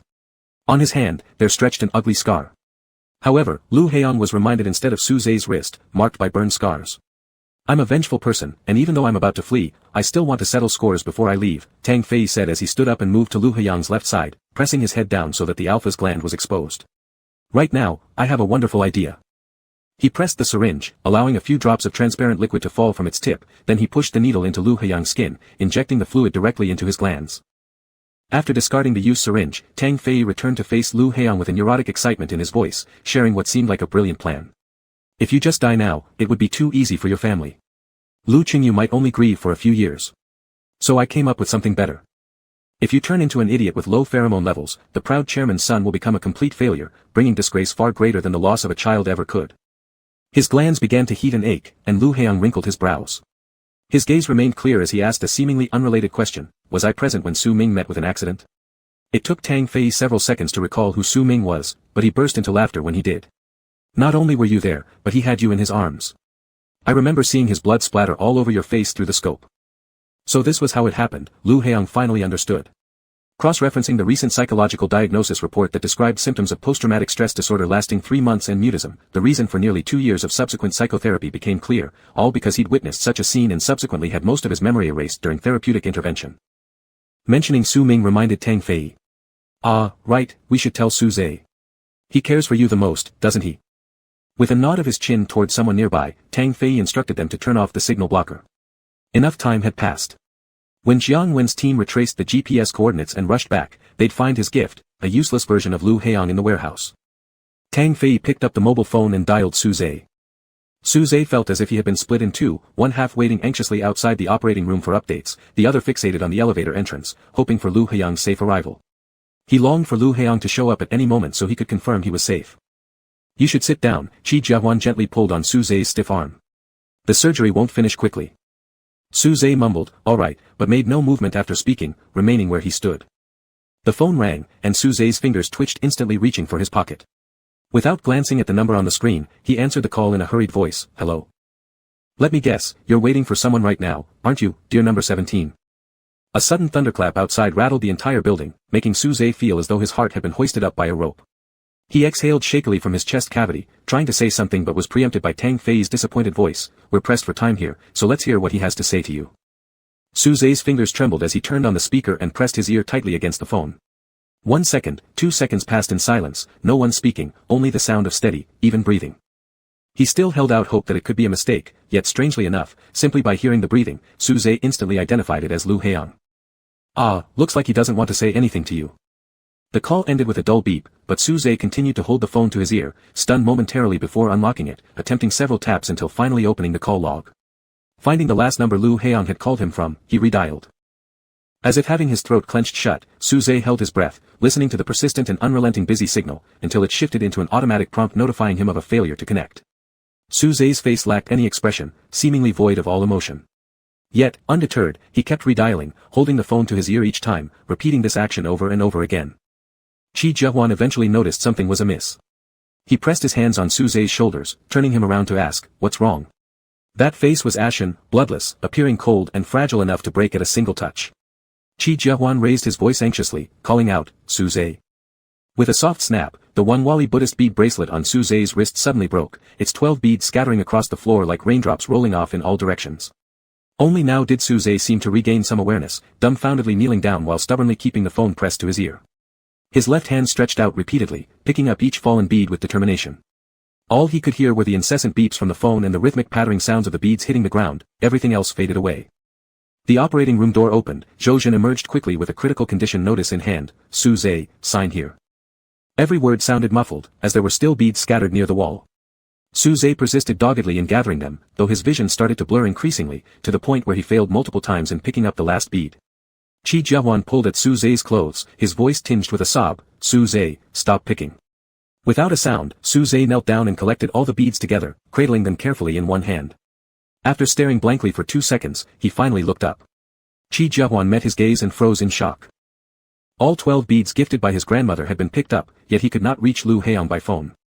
Initially, I wanted to play with you a bit longer, said Tang Fei, lighting a cigarette and retrieving a constantly ringing phone from Lu Heong's pocket. But unfortunately, we're out of time. Poor Su Zhe will never have you pick up his call.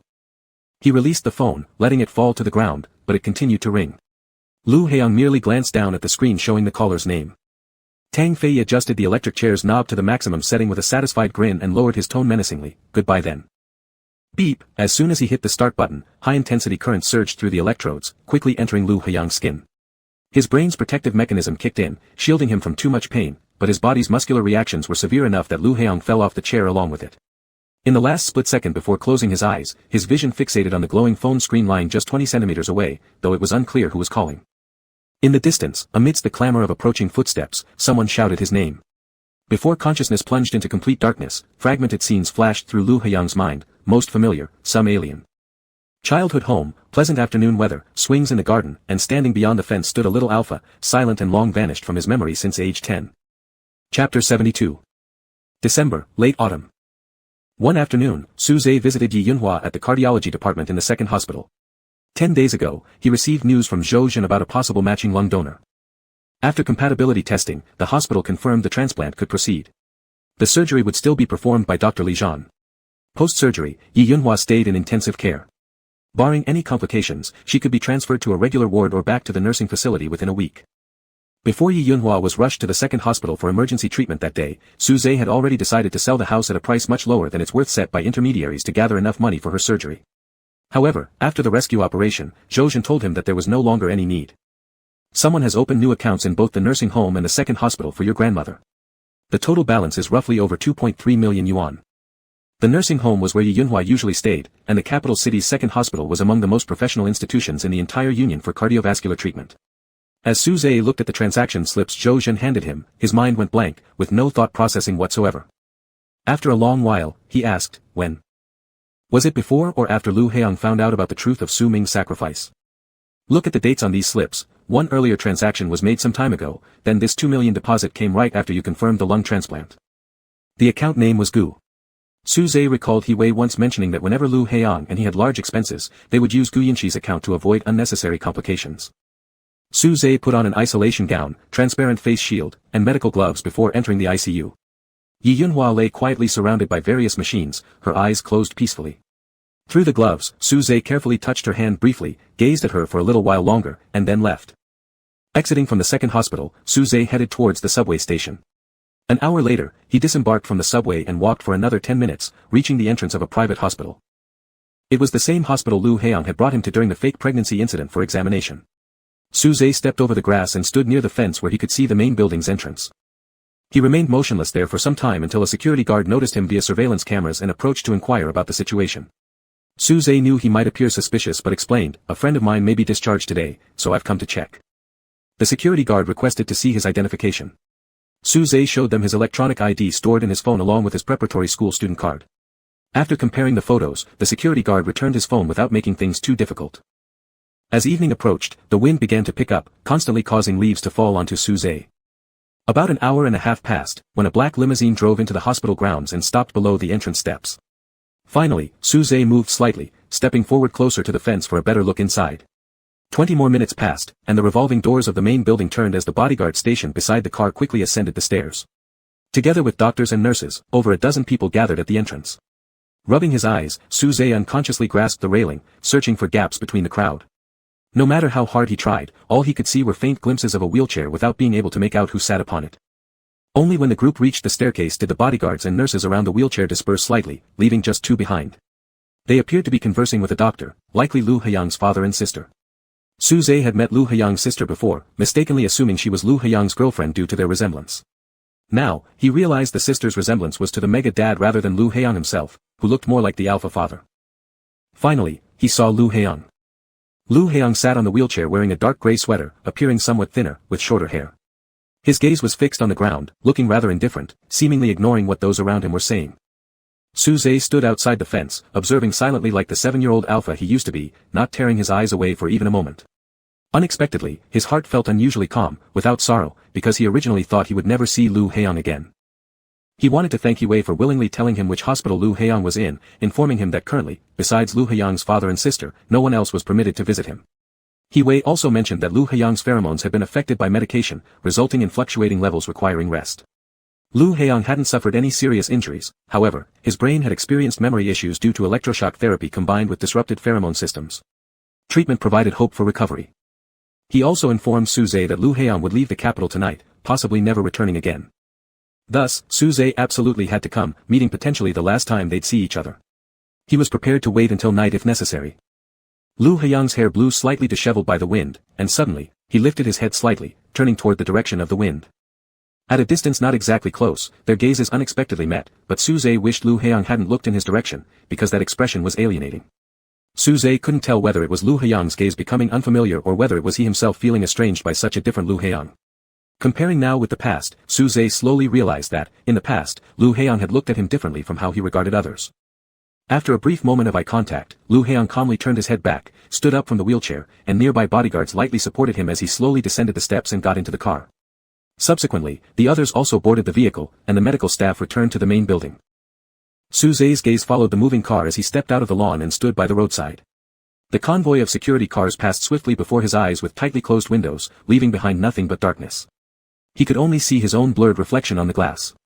He started walking after the car, but his pace was too slow to keep up. So Su began running. He ran very fast, leaves flying past and hitting his face. But no matter how fast he ran, he still couldn't catch up, watching the car drive away endlessly down the road, stirring up dry leaves all over the ground. The sunset of late autumn stretched far and wide like sand poured across the sky, while the wind rushing through his throat finally made Su stop. Feeling unable to stand any longer, he fell down and lay powerless on the ground. It was the last farewell, a real parting that never allowed proper goodbyes because there would be no chance to meet again. No one knew which day the separation would come. Lu Heiyang had arranged everything for him in advance, perhaps deeply understanding that their eventual farewell was inevitable. This way is fine too. Lying on the empty road surface, Su thought liberatingly. His heart raced violently from the intense exercise, almost about to burst through his chest. He gasped for air with dry eyes like rusted gears that wouldn't close, just staring at the sky absent-mindedly. The sword he saw every time he looked up had finally fallen, striking upon him. Strangely, it didn't hurt much. Su had already prepared himself for this long ago. Perhaps calling it preparation wasn't quite right, it was rather his habitual mindset. Owning something didn't make him feel happy or at ease. Only when it was unattainable or completely lost did it seem reasonable, making him feel fully settled. Rather than living in constant fear of losing something, it was better to truly lose it. Su had always been accommodating such fate, without exception this time as well. In mid-January, Su received an acceptance letter from the Medical University of the Alliance Army Corps. He made a copy of the notification and went to Su Ming and Xiao Yuan's graves, lighting a lighter to burn the copy. The two black and white photos on the tombstones both carried faint smiles, just like faded childhood memories. Su had so many things to say, kneeling in front of the grave for more than 10 minutes without being able to open his mouth, and finally said, "Mom and Dad, goodbye." Yi Yunhua had already been transferred back to the rehabilitation center, recovering relatively well. Although she still did not remember Su, her mental state had stabilized significantly. The bodyguards Lu Heiyang had arranged stayed with Su for another month. When they left, one of the bodyguards informed Su that on the day of the incident, Lu Heiyang's bracelet contained a hidden wiretap and a satellite positioning system that common shielding systems couldn't block. From the moment he was kidnapped, all sounds were instantly transmitted to the earpieces of Lu Qingyu and Lin Yumei. SWAT officers dispatched by the chairman waited in the woods 10 meters away from the warehouse, holding back in a standoff. If Lu Heiyang would just lower his pride and ask his father for help, everyone would have acted immediately. But Lu Heiyang remained silent, calmly until the end. If I really asked the chairman for help, then everything we've done would be meaningless.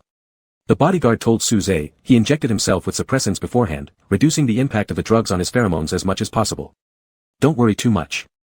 Tang Fei was hit in the chest cavity and calf by Jiang Wen during his escape. 2 alphas driving the rescue car were sent by Wei Lingzhou. Later, the General Bureau of the Alliance issued an arrest warrant for Tang Fei.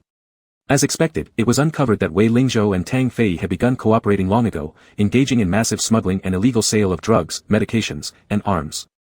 Wei family's company was thoroughly investigated, and even if it could survive, it would inevitably become an alliance-controlled entity owned by the government. Including officials involved with Tang Fei and Wei Lingzhou, every single one was questioned and dealt with. Tang Fei disappeared, Wei Lingzhou went to prison, and he died unexpectedly during the pursuit when his car plunged into the sea below a mountain cliff. The body has yet to be found. This information was relayed by Qi Jiahan to Su. I think He was the one who shouldn't have died, Qi Jiahan said. Su had no idea how He Wei faced this news, but he heard He Wei was admitted to the best police academy in the Alliance. Gu Yunqi entered the military university of the Alliance Army. Fate shifted hands like 1,000 sails changing course, creating new stepping stones for each person. At the end of January, Su was notified to enter school early and begin his studies. On the afternoon he moved from home to the medical college dormitory. Su stood in front of the room window for a long time. He heard the wind, bird songs, rustling leaves, and the laughter of children playing downstairs. Finally, Su stepped out the door with very few belongings that barely filled half a suitcase, walking down the stairs step by step, leaving this place filled with many memories. As he passed under a tree, Su looked up and saw a pale golden ray of sunlight, not too hot, shining through the gaps between branches onto his face. Su gazed upward and saw the window of his own room, recalling a night long ago when Lu Heiyang had also watched him upstairs like that. Everything, along with the little notebook where he used to mark correct answers but had long since stopped, was neatly locked away in his desk drawer, never to be known by anyone else again. He had been forgotten twice by Lu Heiyang, but it didn't matter as long as he remembered everything himself. Is Senior General Chen doing well? Low-risk group, the situation is manageable. The director just accompanied him to breakfast. That's good. I'll go put my things away first. Can you check who hasn't signed in today? I'll look for them one by one later to have them press their fingerprints. Sure. At the 7th floor of the number 195 military hospital of the Alliance Army, after placing his bag down and changing into his nurse uniform, Mega emerged from the locker room and returned to the front desk. He took the attendance device from another nurse and glanced at the names displayed on the screen of people who hadn't yet signed in that day. For busy bees, I'll go find them then. All right. Wait, the nurse brightened her eyes, waving to an alpha who had just stepped out of the elevator. Smiling, she said, Dr. Su, you forgot to sign in again today. The doctor, who had been looking at pathology reports, raised his head and revealed a pair of deep gray eyes beneath thin lenses. His figure was tall, with a straight back and long, slim legs. His balanced physique made his white coat stand out differently from others, making him quite prominent among the crowd. The alpha hesitated for a moment, then walked toward the front desk, lifting his mask slightly below his chin with his index finger. Sorry, I forgot. Dr. Su arrived at 4 in the morning and has been in the lab all this time, forgetting would be normal. The nurse looked up at the alpha's face, smiling while handing over the attendance device. The alpha pressed his finger on the fingerprint recognition frame.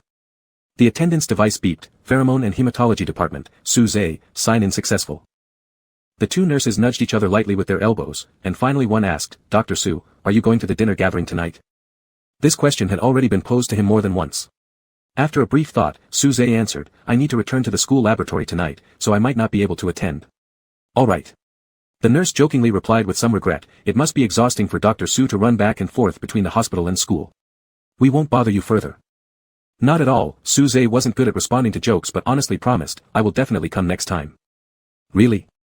Let's settle it then, you can't decline next time we invite you. Su-Zhe nodded, I'm heading to the ward now. Goodbye, Dr. Su. Su-Zhe pulled his mask back up, turned around and walked toward the ward. The nurses watched his retreating figure for a moment before sitting down at their computers. Do you think Dr. Su is single? There it goes again, the unsolved mystery of number 195 hospital. I think he's single. Dr. Su is too cold, no one could possibly get close to him. It's hard to imagine what he'd be like in a relationship. Yes, even if he's dating someone, I suspect he'd still maintain a meter's distance while speaking. Another nurse laughed for a while and added, but Dr. Su seems to get along well with Dr. Chi, though it's unlikely to be romantic, just good friends. Dr. Chi from the dental department? Aren't they high school classmates? They've known each other for a long time. Oh right. Anyway, let's stop gossiping. Gossip interferes with work, so let's shut up. Su-Zhe walked towards the designated special area on every floor, showing his ID to the security guard. Then he unlocked the entrance by fingerprint.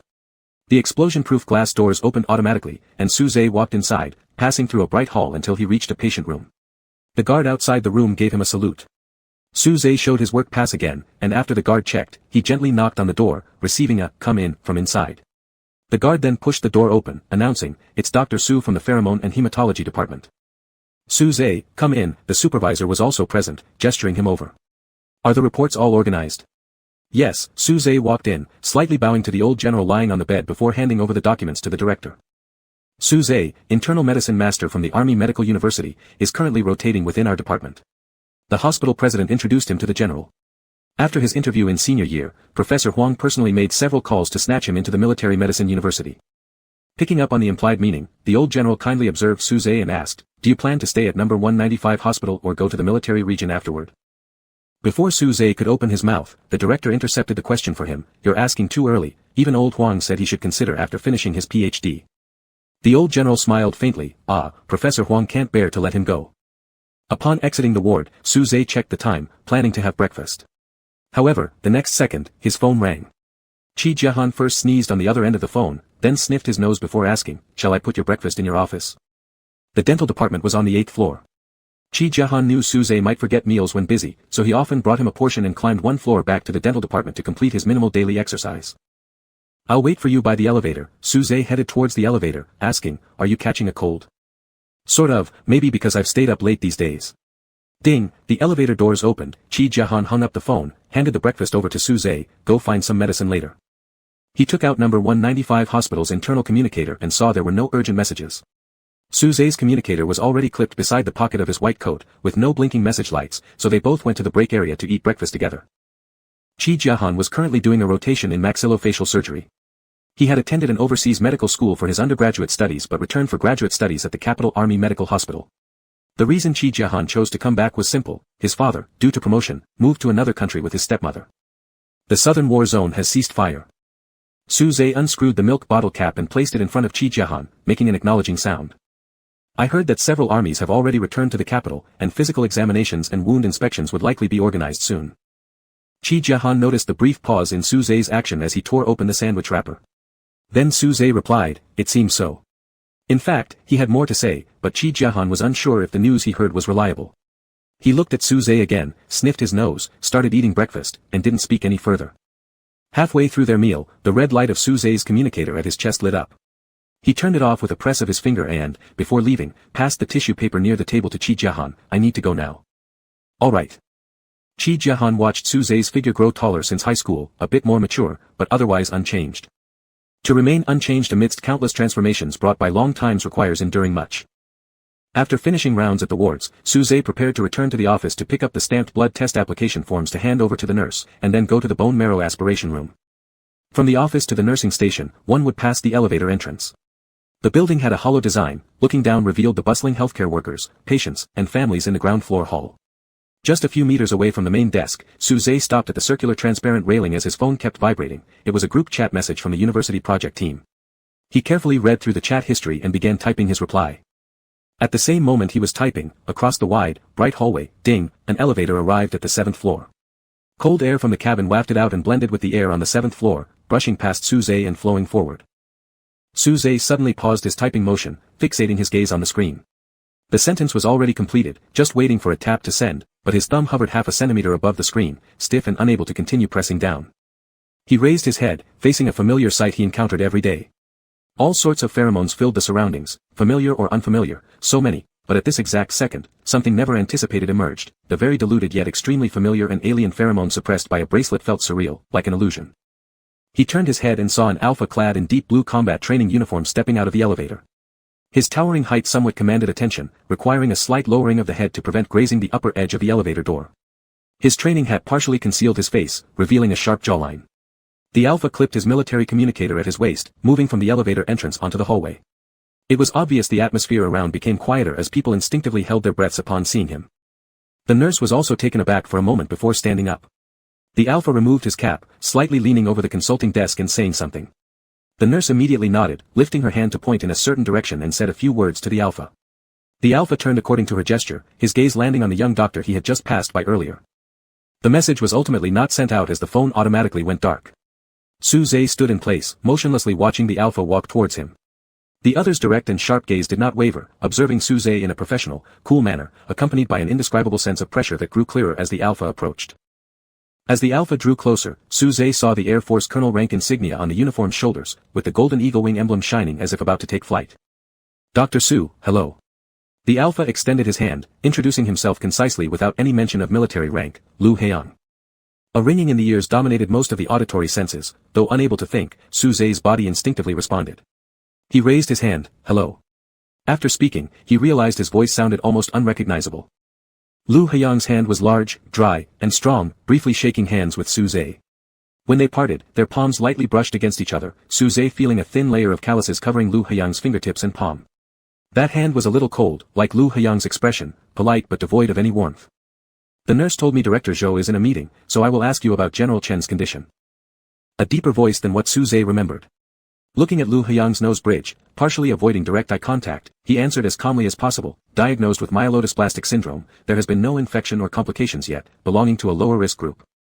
We need to observe for a few more days. Understood. Lu Heiyang glanced at his watch. The nurse mentioned General Chen is resting, and I have a meeting. I won't disturb him further. Thank you, Dr. Su. You're welcome, Su Zhe replied. Lu Heiyang gave a slight nod, his gaze pausing on Su Zhe's face for a moment before returning toward the elevator entrance. Just then, the 4th elevator door opened, and a lieutenant dressed in the same training uniform rushed out. Colonel, they're calling from the conference room. Understood. Lu Heiyang entered the 4th elevator, followed by the lieutenant. As the doors closed, their voices were cut off and could no longer be heard. Half a minute later, Su Zhe lowered his head and unlocked his phone, pressing the send button, then slowly walked back to the nurse station to hand over the form. How so wrinkled? The nurse smoothed out the crumpled edges of the paper slightly and smiled, saying, I've never seen one of Dr. Su's documents like this before. Su Zhe wanted to apologize, but merely smiled, realizing it probably looked strained and awkward. The nurse's expression turned concerned as she asked, Is something wrong? Nothing, Su Zhe said. Without knowing where his pen had gone, he pulled one from the nearby pencil holder and clipped it onto the edge of his pocket. I'll go to the bone marrow aspiration room first. Alright, good. In the medical staff bathroom, which was usually empty, Su Zhe stood in front of the sink, removing his glasses, and turned on the faucet. With his left hand, he cupped water to splash on his face, staring at the continuous flow heading towards the drain until finally feeling a bit clearer. He wiped his eyes and stood up, extracting tissues from the nearby machine to dry his face. Then, he took his right hand out of his white coat pocket, keeping his fingers curled as if holding something, with his whole hand slightly numb and retaining the sensation of friction. Only the sound of dripping water remained in the quiet bathroom. After a while, Suze leaned down, bringing half of his face into his hand, inhaling faintly the residual pheromones on his palm belonging to another alpha. Chairman and a few commanders are already here. Entering the city government building, Song Yukwa glanced at the message and spoke with some distress. Why worry? Lu Heong walked while checking the information on his communicator. No one will scold you. I'm afraid, Colonel, you'll get criticized by them. Song Yukwa looked worried, saying, although we only landed at dawn after all-night training, the schedule really is too tight. They received the news about General Chen's hospitalization on their way to the city government office. An aide informed them over the phone that the general was temporarily out of danger, but Lu Heong still instructed Song Yukwa to immediately change direction towards the military hospital to personally verify with the doctor. Being on time is fine. At the meeting room door, Lu Heong took the notebook and pen handed over by the meeting organizer and said to Song Yukwa, you can go back to the car and rest. The staff opened the door for him, and Lu Heong entered the meeting room. This meeting was specifically for several teams adjusting back in the capital during the ceasefire period of the Southern Combat Zone, making arrangements for military deployment and action tasks. Few and highly capable participants were invited. A few commanders had made time to attend despite their busy schedules, which explained why Song Yukwa had been so worried about being late.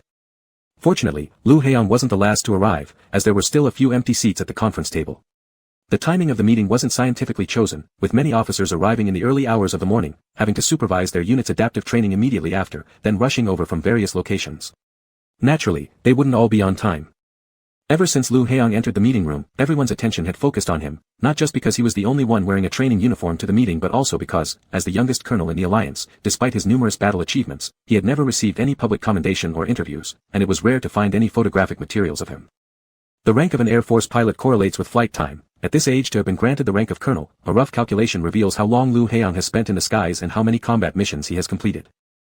He spent most of his time in the base command room, fighter cockpits, and smoke-filled skies rather than socializing at large meetings, ceremonies, or award dinners. Thus over time, his appearance became something of a mystery. As he approached his seat, Lu Heong saluted the senior officer routinely, and the commanders nodded at him in acknowledgement. Lu Qingyu sat among the commanders, unmoved, coincidentally requiring no approval from government officials of the alliance for Lu Heong to take his seat. After sitting down, he began reading through documents. Lu Heong had been appointed to temporarily take charge of the military aviation base in the west of the city. The base was completed 4 years ago and used for airspace monitoring, flight training, fighter landings and parking, and military supplies transport. After the meeting, Luo Wan, the Southern Combat Zone Air Force Operations Commander, separately arranged to speak with Lu Heong. You've been going out on missions since your second year of university. Take this opportunity during the ceasefire to rest and recuperate, Luo Wan earnestly advised.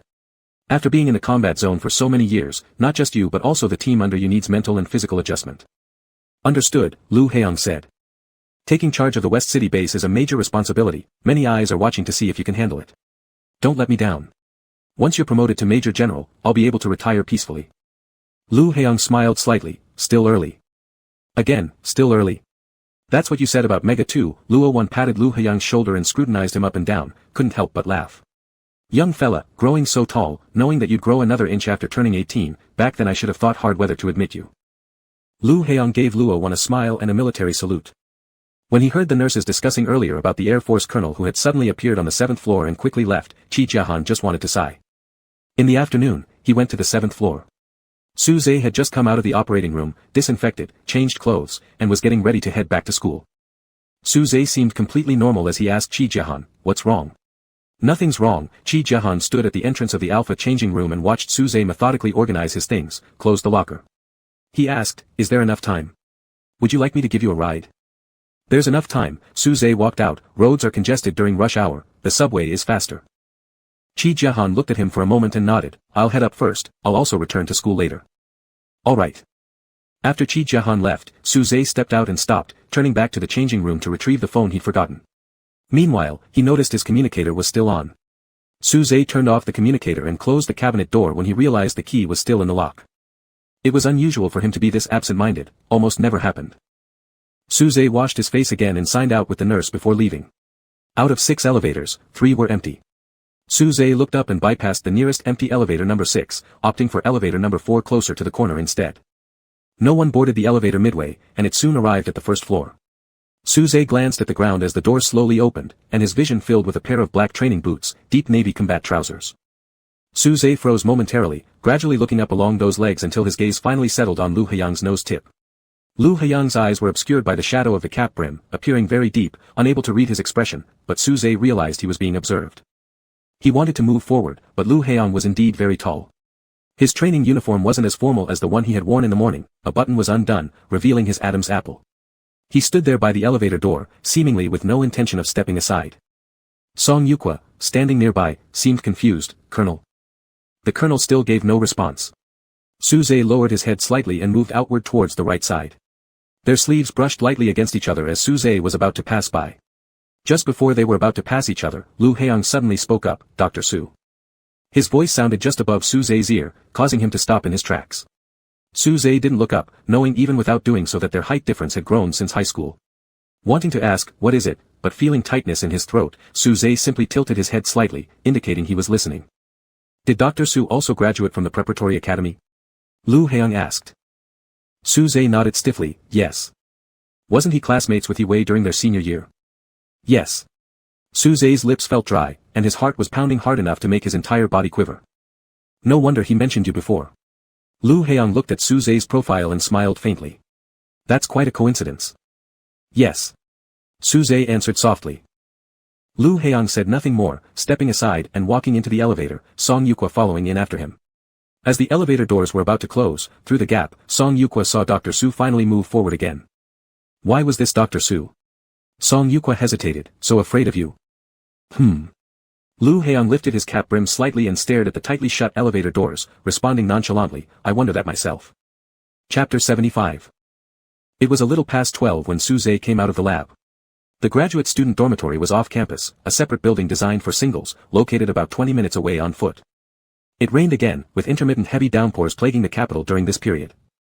Suze had left his umbrella at the military hospital and grabbed a public one from the stand in the experiment building hall before stepping out of the building. A message popped up in the department group chat. An associate director relayed a notice from the city government. Some mountain areas around the capital experienced landslides and mudslides, and personnel relocation was currently underway. It was likely that several medical teams would need to be reformed to support the suburbs from the No. 195 hospital, so everyone was instructed to keep their phones reachable at all times.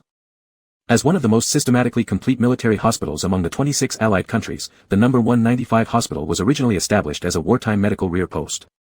Thus its systems were highly unique, open exclusively to war casualties, government employees, military officers and soldiers, as well as their families, rarely admitting ordinary patients. With fewer military operations in recent years, various duties of the No. 195 hospital became relatively less hectic, allowing them to undertake additional medical needs beyond the front line.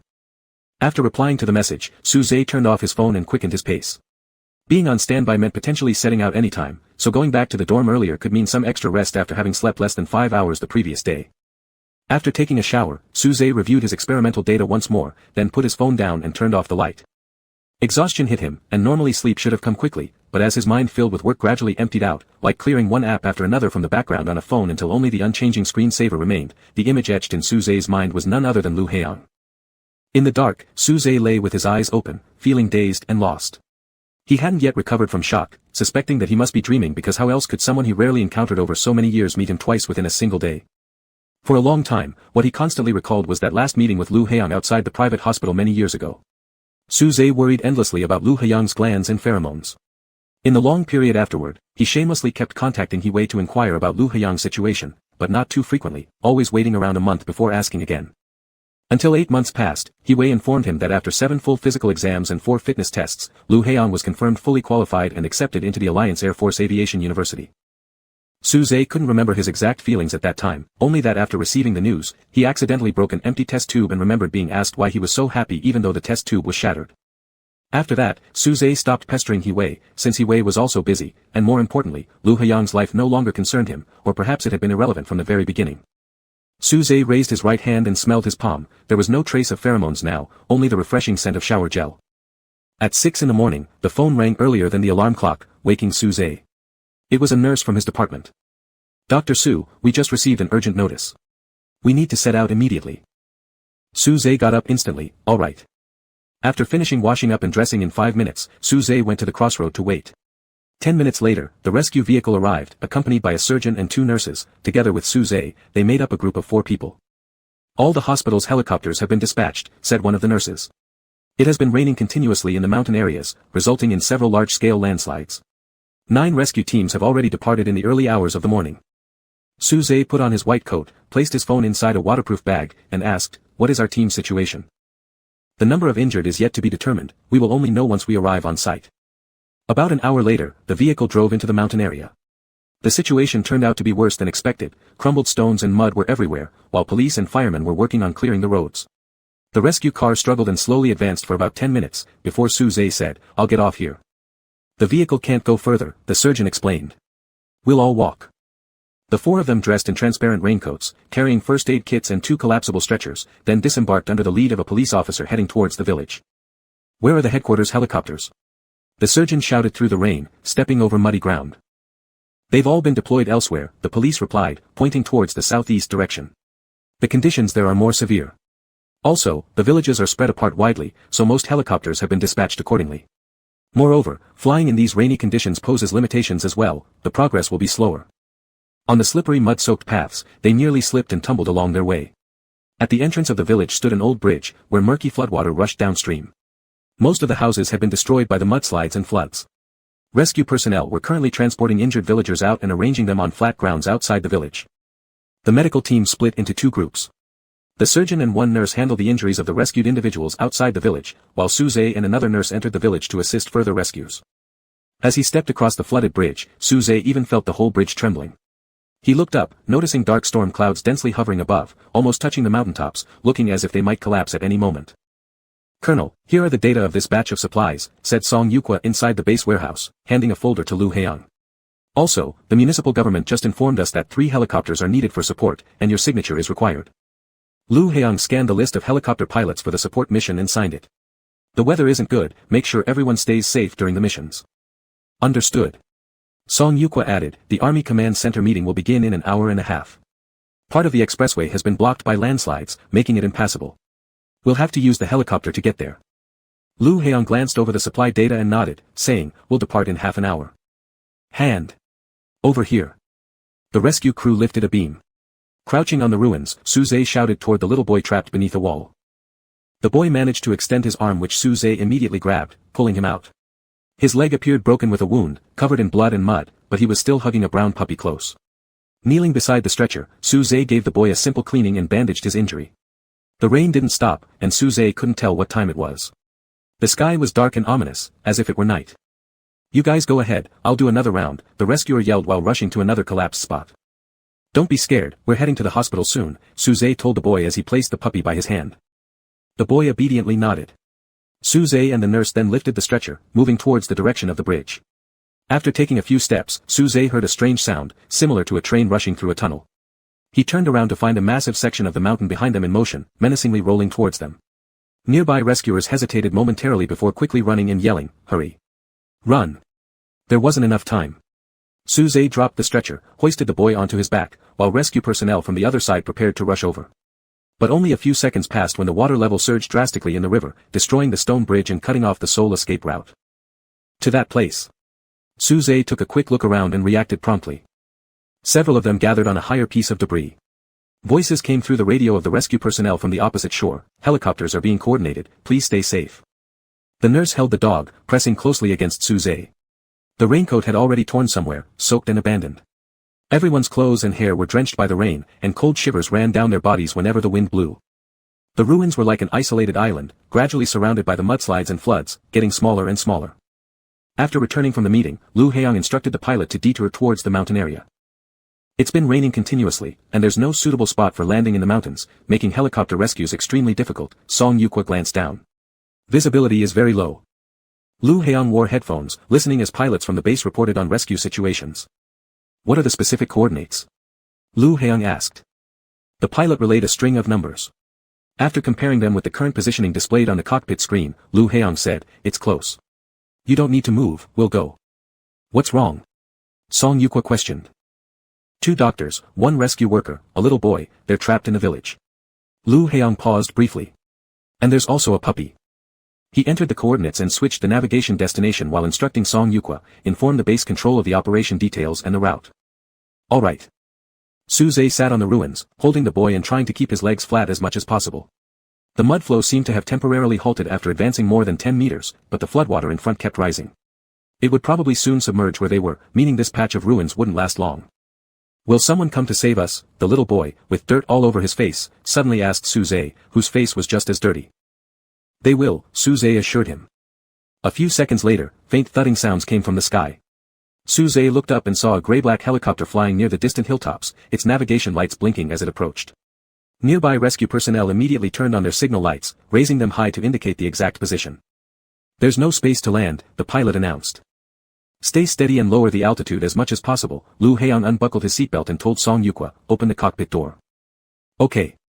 The rotor blade stirred up fierce air currents, water droplets splashed onto their faces. Through blurred vision, Suze vaguely saw an Alpha pulling open the cockpit door, while another jumped out from the cabin. His vision was extremely hazy, but he could manage to hand the boy over to the Alpha and shouted amidst the deafening noise of the helicopter, "His leg is fractured, be careful." The other party seemed to glance at him, then nodded before carrying the boy away. With his hands now free, Suze wiped his eyes again, clearing his sight slightly, allowing him to see the profile of the Alpha as he turned around. Song Yukwa stood inside the cockpit, taking the little boy from Lu Heong. Next, Lu Heong entered the cabin and bent down to pull the nurse and the rescue personnel on board.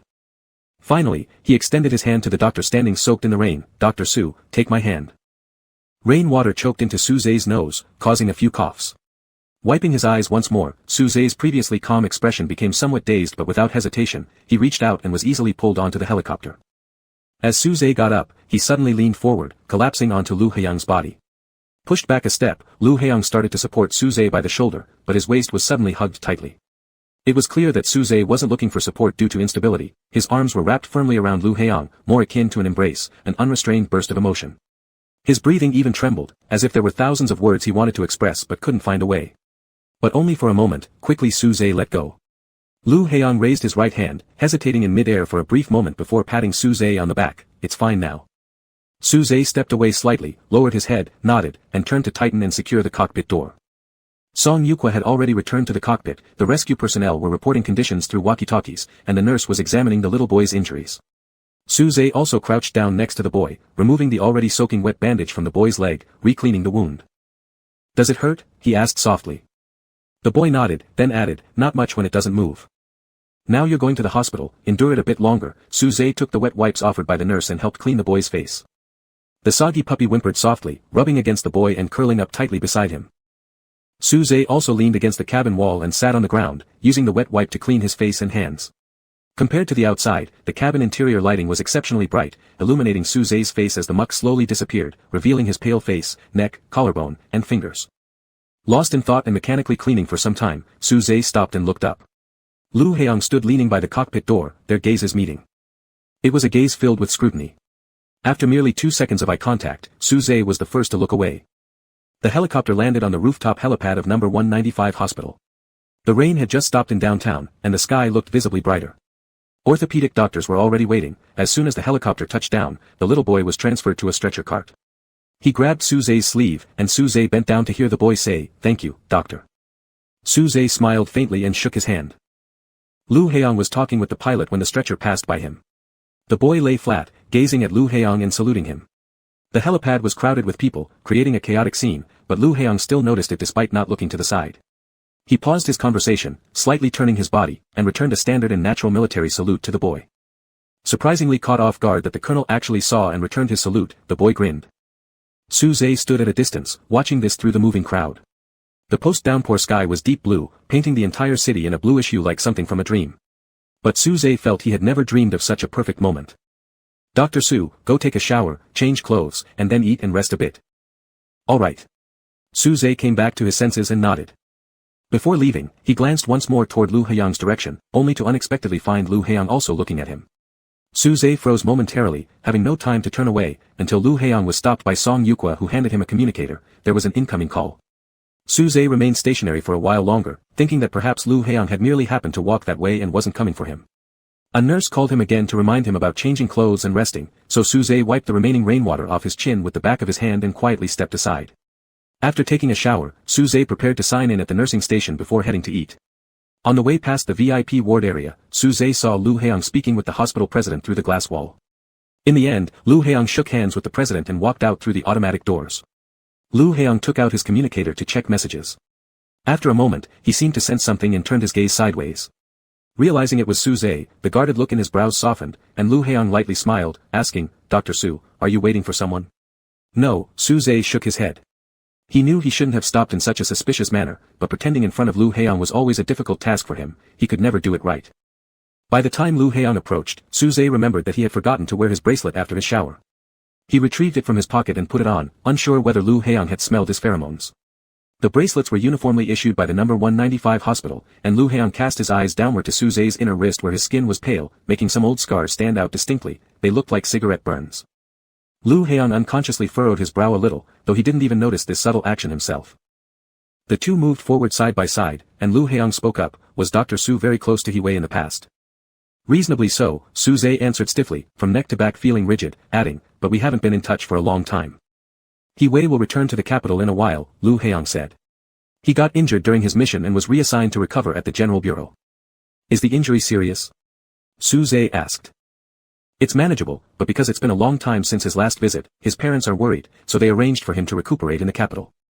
Su Zhe nodded, replying, "That's good. He-Wei would be happy to know you're so concerned." Lu Heong turned his head to glance at Su Zhe. "Dr. Su is going to eat now." "I need to sign in first." "In that case, I'll leave first."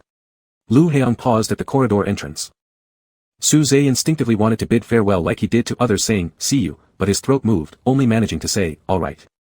As Lu Heong went to take the elevator, Su Zhe signed in at the nursing station, then entered the nearby passage, sitting on a bench, bending forward with his face buried in his hands, taking a deep breath. He almost counted how many words Lu Heong had just spoken to him. His phone buzzed, startling Su Zhe momentarily. He opened it to see a private message from the head nurse. "Dr. Su will organize physical examinations for the army in a few days. You've worked hard today, so if there's no urgent project at the university, I'll arrange for you to go to either the Western City Air Force or Navy bases. It'd be less demanding than conducting exams here at the hospital." Su Zhe stared at the lines of text for a long time before finally replying, "It's fine, let's keep the original schedule." Chapter 76. "Do you completely not remember me?" "I don't remember." "Don't you have even the slightest impression of me?" "I don't remember." Qi Jiahan furrowed his brows and used his chopsticks to prod at his food. "Why is that fair?" The year Lu Heong lost his memory, Qi Jiahan reacted strongly. He felt sorry for it because he knew Lu Heong wasn't treating Su Zhe lightly, which made everything much worse. Just when Su Zhe had managed to gain a little bit of happiness, it was snatched away in an instant, leaving him with nothing. Su Zhe didn't understand why Qi Jiahan regretted it. To both him and Lu Heong, any form of separation would be reasonable. There was only one lingering regret. Over the years, Su Zhe kept thinking about it again and again. If only Lu Heong hadn't had the accident. "Let's eat," Su Zhe said. "Has your department arranged the physical examination yet? Are you doing it at the hospital or off-site?" "There's a surgery in the morning, I haven't had time to check the schedule." Qi Jiahan ate some vegetables. "I've been assigned to the Navy base, I wonder if we're going together." "Let me check." Su Zhe took out his phone and opened the table in the group chat. After a few seconds, his gaze paused. Just by looking at his expression, the result was clear. Qi Jiahan asked, "Air Force Base?" Su Zhe nodded slightly, turned off his phone, and started eating. Qi Jiahan understood Su Zhe. Su Zhe would absolutely not voluntarily suggest going to West City unless fate itself seemed to enjoy tormenting him. "Go back and ask in your department. If you can avoid going, don't go," Qi Jiahan said. "If he really doesn't remember anything, meeting face-to-face won't do you any good." Su Zhe lowered his eyes and remained silent. "This is Director Zhou's decision. The off-site work will be less stressful this time. It's also for you to take a break," the head nurse said. "You wouldn't know how dangerous it was on that rescue mission of yours." Professor Huang later personally contacted Director Zhou. He doesn't want to blame you but emphasized to Zhou that you shouldn't be sent out so often. "It's fine." Su Zhe still said the same line, as if nothing mattered to him. Throughout the entire military medical university, Su Zhe went to war zones for support more times than any other medical student during his undergraduate and master's studies. Everyone knew Professor Huang Liling had high hopes for Su Zhe, wanting him to stay at the school and focus on research, yet Su Zhe chose to remain in clinical practice, becoming an internal medicine doctor. He appeared without sharp edges, not cutting, but always persistently sticking to his own thoughts without wavering. "It'll only last 2 days anyway." The head nurse concluded using Su Zhe's common phrase, "It's fine." So the next morning, Su Zhe and 5 colleagues got on the medical vehicle together and headed to the West City Air Force Base. These past years, the city center hasn't changed much, but the West City area has undergone a complete transformation. Dilapidated buildings and broken streets have all disappeared, replaced by brand new housing developments and towering skyscrapers. The chaotic and dark experiences from his teenage years have all been overturned, flattened, and deeply buried under the magnificent new West City district. After traveling a long distance from the West City area to the base, they were met by the head of the medical department for coordination. This time we are mainly here to conduct checks for the team that came to the base with the colonel. There are a total of 136 people. However, officers have their respective training tasks and meetings every day, making it impossible to gather them all together at once. We'll have to wait until each has time individually, so the duration may be extended, but everyone will also get less exhausted. Placing their luggage in the temporary dormitory, everyone arrived at the medical department, where Suze was responsible for collecting pheromones. Soldiers would come either alone or in small groups, and not very frequently. With a low workload, the staff began chatting sporadically, while Suze wrote experiment reports on his computer during downtime. I haven't seen the new colonel yet. Did he come to our hospital a few days ago? He's been to the hematology department several times already, right? Wasn't General Chen hospitalized? Last time, he happened to bring back Dr. Su's rescue team, wasn't that it, Dr. Su? Suze glanced at the computer screen and nodded briefly. Hey, don't bother Dr. Su writing his report. So, have you seen him? Once. What does he look like? Well. Those who haven't seen him are missing out big time. Is he married? Yeah, probably. Suze's fingertip twitched suddenly, mistyping. He stayed silent for 2 seconds, then slowly touched the delete key and pressed it. How do you know? It's pretty normal. These S-level alphas with connections, once they enter school, there are always powerful figures from military and political circles keeping tabs on them. Plus, with talent like his, there would be countless people trying to set him up. Even if he's not married, his spouse must have been carefully chosen for him. Moreover, he seems to dislike making appearances. A personality like that could really keep a low-profile marriage. TSK, I wonder if we'll be able to see Colonel Liu these next couple of days. Forget it. High-ranking officers like him have military doctors conduct regular checkups in the military zone. There's no way they'd wait until now. Don't go gaga over him. You're the one who talks too much. At noon, Suze finished eating lunch first. After greeting his colleagues, he went downstairs alone. The base was very large, and Suze wasn't quite sure which buildings were accessible, so he aimlessly walked under the trees. Dr. Su. He turned around, and the lieutenant he had met twice before came up to him. It's really you, what a coincidence that you're on this external duty. The other extended his hand, Song Yuka. Suze. Suze shook his hand briefly. Where are you headed, Dr. Su? Just taking a walk after lunch. It's too hot outside. That building over there is the center of the base, and its hall is open to visiting personnel. You can go inside to take a look, it's cooler. Alright, thank you. Song Yuka led Suze into the center building. The interior space was vast, looking like a science exhibition hall or an airport lounge. Behind glass walls stretching more than 10 meters high lay an expansive apron and airstrip where fighter jets continuously took off and landed. All these models out here are the public ones, Song Yuka said. The colonel is over there, he's about to lead pilots on a mission soon. Before Song Yuka even pointed at the direction, Suze's eyes had already been drawn to that spot. Liu Heong sat in a row of chairs, still wearing training gear as he conversed with an air traffic controller. Soon after, Liu Heong stood up and moved toward the elevator. Ah, there's something I need to do. Dr. Su, feel free to wander around. If you have any questions, ask the soldiers. I'll leave you now, Song Yuka said, turning off his communicator. Suze nodded, all right. After Song Yuka left, Suze slowly crossed through the lobby and walked up to the floor-to-ceiling wall. He glanced at the row of chairs for several seconds before finally moving further away, sitting down where Liu Heong had recently been seated. The chair was icy cold, as though no one had ever touched it. Suze sat there for a while, then heard another loud roar. Looking up, he saw several fighter jets gliding past in the sky, heading toward the horizon. As the jets flew farther away, Suze patted his trouser pocket and pulled out a small leather wallet. It was thin, containing only a little cash, typically used for meal cards and transportation. Inside, the transparent layer held a single photo. In the photo was a flying fighter jet, captured from an upward angle at a considerable distance, giving it a blurry appearance. This was 4 years ago, the 60th anniversary celebration of the Alliance. In the capital city, grand festivities were held, with crowds gathered in the bustling central square. Suze, amidst the astonishment of his roommates, joined them outdoors at the square. The news says there will be a flight demonstration, performed by students from the Air Force Academy, one roommate remarked, marveling, wow, our peers are already flying combat missions while we're still shaking test tubes in the lab. I think a latest model fighter jet might also be revealed today, but I don't know who the pilot is. Some big shot son, probably. I heard he's been conducting overseas missions non-stop and just squeezed time to return and fly today for everyone to see. A few minutes later, a distant thunderous roar drowned out all the noisy chatter in the square. 11 fighter jets screamed overhead from the far end of the city, swooping closer toward the square airspace.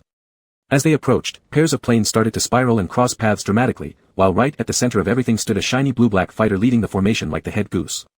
When it spun, a dazzling spray of golden smoke poured from its tail wing. The deafening roar engulfed everything, crowds cheering, uplifting music, broadcast announcements, none of it was audible anymore. Standing amidst the crowd, Suze wobbled on his feet, yet remained steadfastly gazing upward.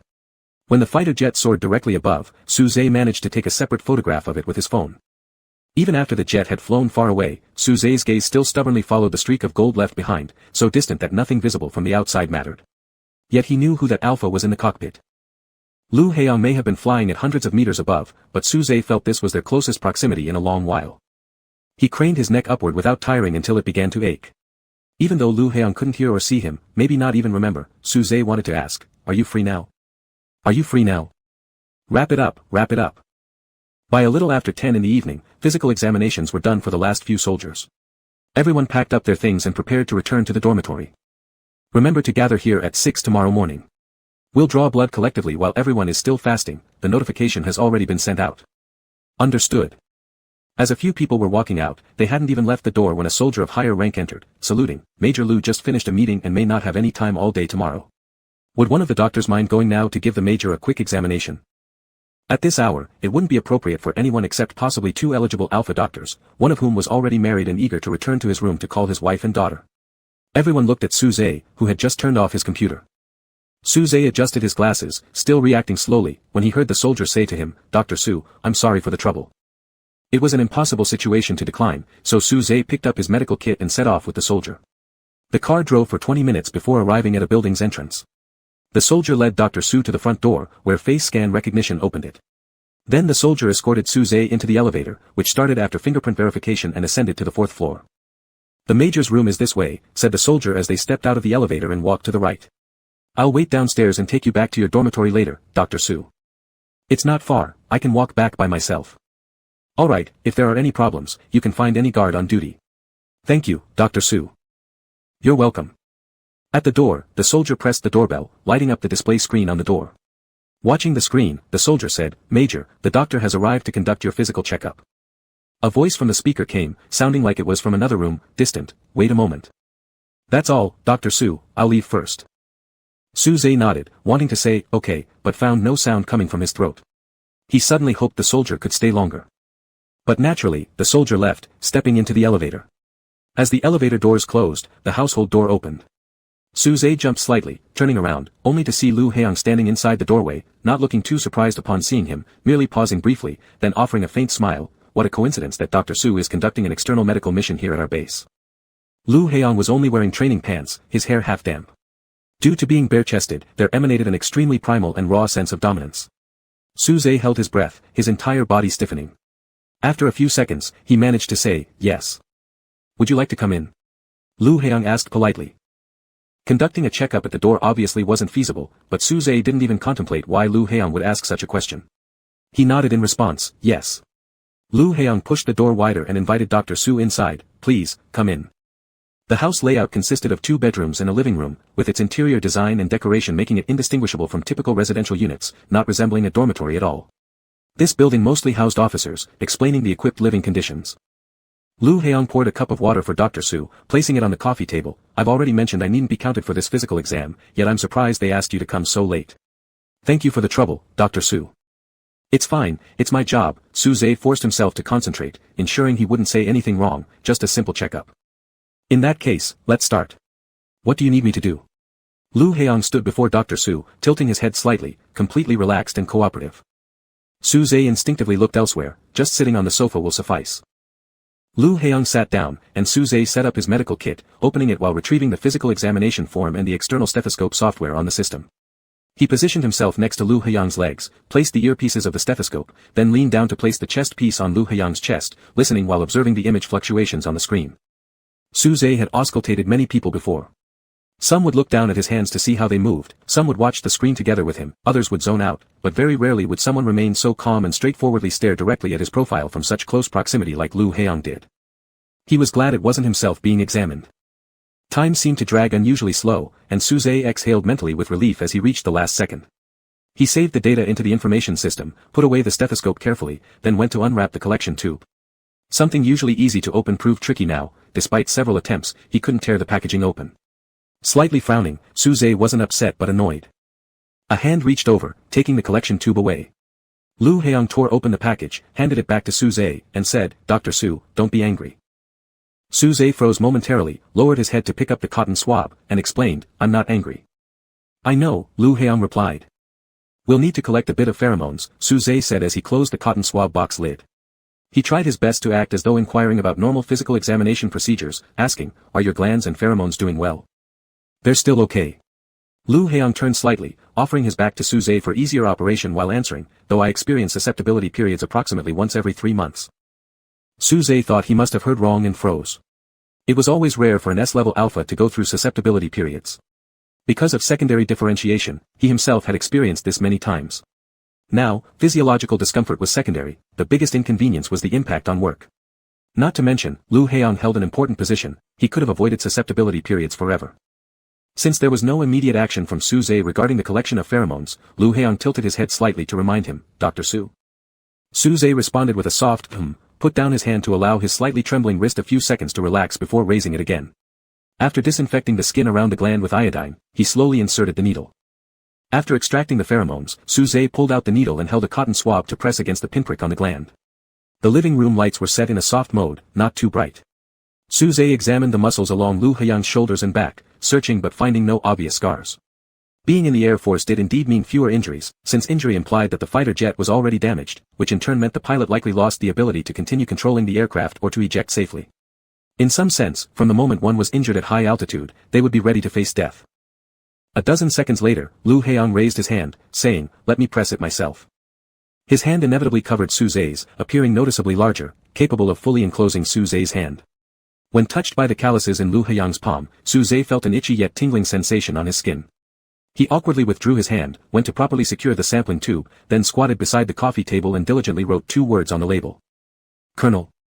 As Suze attached the label to the sampling tube, Lu Heong spoke up, "I seem to recall telling Dr. Su my name before."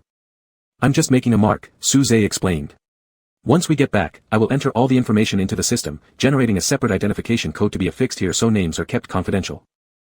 While answering, Suze had yet to stand up, and his shoulder was near Lu Heong's knee, as if he were squatting right next to Lu Heong's feet.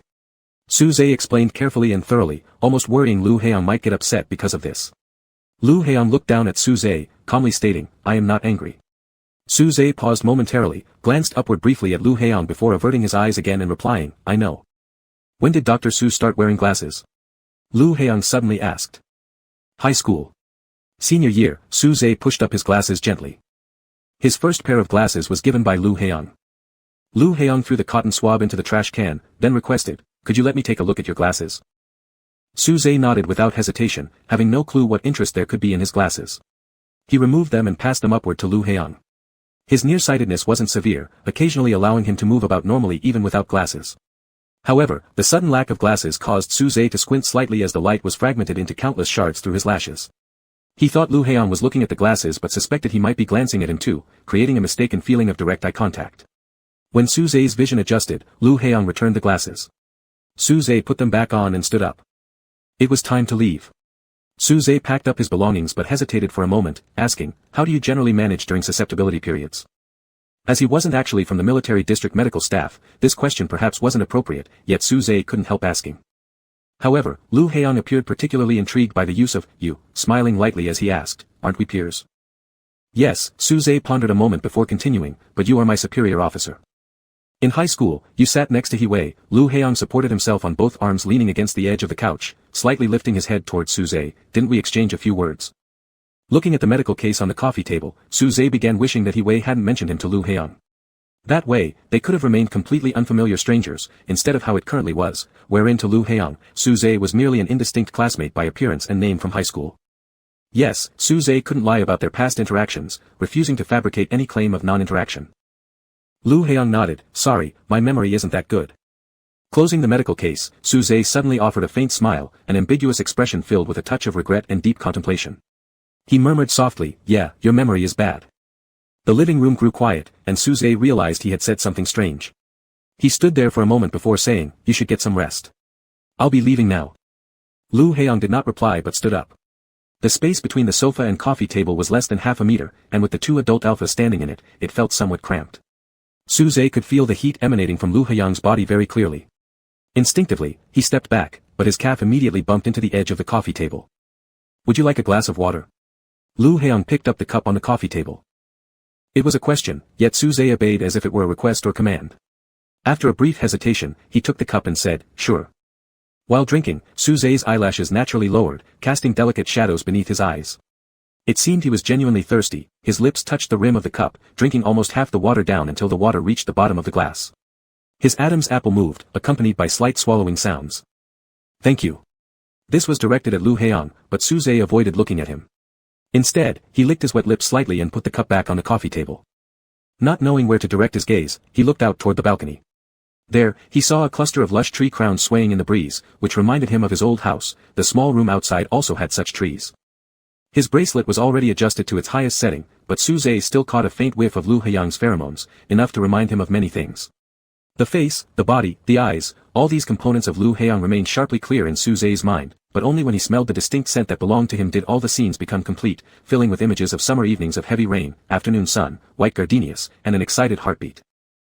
Lu Haiyang did not say, "You're welcome," and in that moment while Suze was lost in thought, he asked, "Dr. Su, would you mind if I smell your neck?" Suze had never rejected Lu Haiyang, nor delved deeply into the purpose behind Lu Haiyang's actions, a habit that hadn't changed even till now. Without much thought, Suze instinctively nodded and agreed to this unusual request. "I don't mind." Very close, just a raised hand away, Lu Haiyang lightly held Suze's side of the neck, then lowered his head, bringing his nose close to the area near Suze's gland at the back of the neck. The warm breath brushing against Suze's skin made him suddenly shrink his shoulders and stare ahead blankly, an action so familiar to him that it resembled their old kissing postures. The duration was extremely short. Lu Haiyang straightened up, and his hand resting beside Suze's neck also dropped. He stepped to the right, keeping a normal social distance, while Suze remained motionless where he stood. The light illuminated his figure, highlighting his unusually black hair under the white coat, and his pale skin radiated more prominent blood red than before. During susceptibility periods, we usually use suppressants and some special medications. Lu Haiyang answered Suze's earlier question belatedly, then said, "Thank you, Dr. Su." Suze's eyes flickered as he slowly reacted. He bent down to pick up the medical case and softly replied, "No problem." "Did the soldier who brought you in arrange for a car to take you back to your dormitory?" Lu Haiyang walked past Suze and went inside the room to retrieve the black uniform he'd taken off earlier, putting it back on. They had passed by the healthcare dormitories on the way here, and Suze estimated the walk back would take about 5 minutes, a very short distance. He ambiguously responded with a vague, without mentioning his intention to walk back. As Lu Haiyang stepped out of the room, either not hearing or ignoring Suze's response, he looked into Suze's eyes. "Dr. Su." Under such scrutiny, Suze could no longer remain vague. He avoided Lu Haiyang's gaze and said, "Walking back only takes a few minutes, it's fast." Lu Haiyang didn't say anything, walking through the living room to open the door, prompting Suze to step out immediately. After stepping out, Suze couldn't help turning around once again, thinking he'd only see the door closing shut behind him. To his surprise, Lu Haiyang stood directly behind him. "I can go down myself," Suze said. "Are you sure?" Lu Haiyang questioned. "Yes," Suze nodded. "But the elevator requires a fingerprint to start," Lu Haiyang kindly informed him. "Okay." After the fingerprint recognition, Lu Haiyang helped press the button for the ground floor and stepped out of the elevator, standing face to face with Suze. With the medical box in hand, Suze might not have too many opportunities to meet Lu Haiyang again. There were actually many things he wanted to say, but those words he most wished to express were not appropriate to convey to the Lu Haiyang standing in front of him. Suze suddenly raised his head and met Lu Haiyang's gaze directly for a brief moment before lowering his eyes again to the ground. The elevator doors slowly closed, and Suze heard Lu Haiyang say, "Dr. Su, see you next time." Suze wanted to respond, "All right," but the door had completely closed before he managed to open his mouth. After leaving the accommodation building, Suze walked for less than half a minute when a military vehicle drove up behind him and stopped. "Dr. Su, I'll drive you back to your dorm." It was an unfamiliar soldier. The car had already pulled up in front of him, and refusing would only waste time. Suze said, "Thank you," and got into the car. He didn't bother asking which officer had sent the soldier, it was most likely the corporal who had guided him earlier. Lu Haiyang returned to the room and heard his phone ringing. After searching for it in the living room for a moment, he finally found it. Because he normally used only his military communication device, his phone was almost idle. "Hello? Am I hearing right? Major Lu's phone is actually reachable today." Lu Haiyang chuckled and took off his shirt with one hand, tossing it into the laundry basket. "Inspector, he should not have misheard. I've been back in the capital for 3 hours now, and I'm puzzled why Major Lu hasn't come to welcome me yet. I've been busy these last couple of days. Thursday, how about that?" "All right. Please pick me up in your helicopter, Major Lu." Agreed. Hardly stopping at desire. Chapter 78. Having spent less than 2 days at the airbase, around 2 p.m. on the second day, the medical staff from Hospital 195 finished their external duty. As expected, Lu Heiyang had been very busy. Su-Zhe did not see him again before leaving the base. Back at the hospital, the lab technicians came to collect blood and pheromone samples. After the Air Force doctors and nurses delivered the samples and returned to their respective departments, Su-Zhe checked his phone, seeing that he had nothing immediate to do. He asked one of the lab technicians, "Can I help out?" Huang Liling's most favorite student, the doctor specializing in pheromones and blood analysis, whose previous award-winning research topic involved related medical testing, the technician's eyes widened. "Of course. Thank you so much, Dr. Su." Su-Zhe could not calmly respond with a, "You're welcome." Instead, he merely smiled and accepted the cart from the technician, pushing it into the elevator ahead. By 7:30 in the evening, Su-Zhe had entered all reports he handled into the system. His responsibility lay with the pheromone testing. A few more sample results hadn't come out yet, so Su-Zhe handed them over to the lab technicians and then returned to the 7th floor. As the elevator door opened, one of the nurses from his department was just about to step in when she saw Su-Zhe. Smiling, she said, "Dr. Su, your boss is here looking for you." "All right." Stepping out of the elevator, Su-Zhe headed toward the office. Before walking too far, he heard the director call him. "Su-Zhe." Looking up, Su-Zhe walked over. Before he even managed to greet Professor Huang, Huang Liling preemptively remarked, "I thought I told you to rest this afternoon, but look at you, running off to the lab." "It's fine. I'm not tired," Su-Zhe replied. "And why aren't you in the lab?" Huang Liling's expression clearly suggested frustration. He wanted to scold Su-Zhe but lacked the heart.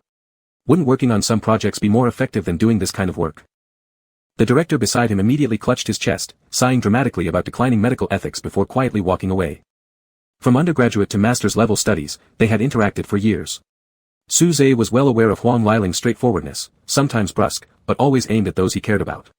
For those he didn't care about, Huang Liling wouldn't even spare them a glance. In many ways, he wasn't exactly what one might consider a traditional doctor or teacher. Back to school later. Su-Zhe asked, "Have you had dinner yet?" "You should ask if you have eaten first." Not having eaten, Su-Zhe quickly changed the subject. "Is it about visiting General Chen?" "Yes, he's being discharged tomorrow morning. I can't make it due to some matters, so I'm checking on him today." Huang Liling took out an invitation letter and handed it to Su-Zhe. "For this science award ceremony, you young people go attend it." "All right." The news of the award had been announced by the Academy several days ago. The members of Professor Huang's research team were already accustomed to such honors. Everyone was rather fatigued by attending ceremonies and had agreed to take turns sending one person to speak each time. "All right, let's eat.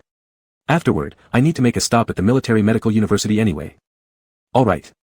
Walking for a while, Huang Liling glanced at Su-Zhe and commented, "You seem preoccupied." Su-Zhe was accustomed to denying it reflexively, but this time it seemed harder. He nodded, "I'll adjust soon." "Rare to hear you admit it." Huang Liling patted Su-Zhe's arm. "If you need help, let me know. If you want a break, I'll approve leave for you." Su-Zhe smiled, "All right, thank you, teacher." On Thursday evening, dinner was scheduled for 6:30. However, due to being tied up with work, Lu Heiyang and He Wei both only arrived around 9 o'clock. After the two finally took their seats, the manager came over with a server to remove the already cold dishes and prepared to reserve them. "Don't waste food," He Wei said as he took off his police cap and threw it on the sofa. "Reheat them. If they're not suitable, I'll take them back to the station later so my colleagues can eat them, they don't mind." "Okay." Lu Heiyang's communicator beeped, and he picked it up. He Wei slid a glass of lemon water toward him, waiting until Lu Heiyang finished the call before saying, "All right, even though you didn't come to pick me up in your helicopter, surely you won't rush off after having just one bite of dinner." "Not happening." Lu Heiyang picked up his glass and naturally tapped it against He Wei's. It had been more than 2 years since they'd last met properly. Previous encounters were all fleeting abroad. Even so, there wasn't any awkwardness between them, like two friends who had missed out on each other's summers but found no significant change upon meeting again. "Did Yunqi mention when he will be back?" He Wei asked. "Not clear, it depends on the situation in the war zone. He should be back by now. We three haven't gathered together since high school." He Wei smiled. "If I and Yunqi hadn't thought of seeing you every few days back then, do you think you would have forgotten about us like everyone else?" After some time, Lu Heiyang looked up. "Don't you always remember the people who matter to you?" "Is that so? Then the number of people you care about must be pretty small." He Wei leaned back, tilting his head as he counted them off one by one, Uncle Lin, Sister Qing Mo, me, Yunqi, Uncle Wen. Suddenly pausing, he sat straight again. "Su-Zhe, have you not thought of him yet?" Lu Heiyang did not reply, instead asking, "Do you think he is important to me?" "I'm not sure," He Wei replied. "Maybe he doesn't matter much to you, but you definitely mean a lot to him." After you left the country, he asked me several times about how you were doing. So I asked him if he wanted my new phone number, and he said it wasn't necessary. Makes sense, you've already forgotten about him. And he's the kind of person who wouldn't actively reach out to you if you didn't think of him either. Our Xiao Zhe has always been polite and reserved. It's quite a pity really, when we were in high school, the two of you weren't the same type at all, yet somehow, you got familiar with each other. Now the gap between you two has become smaller, but you've already forgotten about him. As he spoke, Wei seemed lost in memories of sitting next to him in high school, continuing, I might have returned to the capital 3 or 4 times, but every time I did, Su Zhe was either providing support on the front lines or traveling overseas for activities, so we never managed to meet. This time, I'm determined to. Before he could finish, Wei glanced up accidentally and immediately froze, startled. Then he exclaimed in surprise, hey, isn't that? Following his gaze, Lu Heong turned around to look. The restaurant lighting was soft and dim, with a transparent grand piano placed at the center of the water fountain area. Piano tunes mingled softly with water ripples. 5 people dressed casually in white shirts and slacks, 4 megas and an alpha, were walking out from another section. They seemed to have enjoyed some alcohol, stopping by the water fountain with interest to listen to the performance. Except for the alpha in the middle, who looked a little tired, his eyes vacant and unfocused. 2 buttons on his shirt collar were undone, his tie loose, and the sleeves rolled up to his elbows. A simple, somewhat cheap-looking transparent plastic bag hung loosely from his wrist. However, the items inside the bag were anything but ordinary, a trophy, an honor certificate, along with several gold medals. A breeze passed through as Lu Heong still hadn't moved his eyes away, but Wei had already stood up and rushed over. Xiao Zhe, my beloved. Su Zhe hadn't had alcohol in a long time. After today's award ceremony ended, they had dinner together, planning not to return to the lab later and opening a few bottles of wine. Caught off guard by this mysterious alpha suddenly embracing him, Su Zhe almost flung the bag into the nearby pool.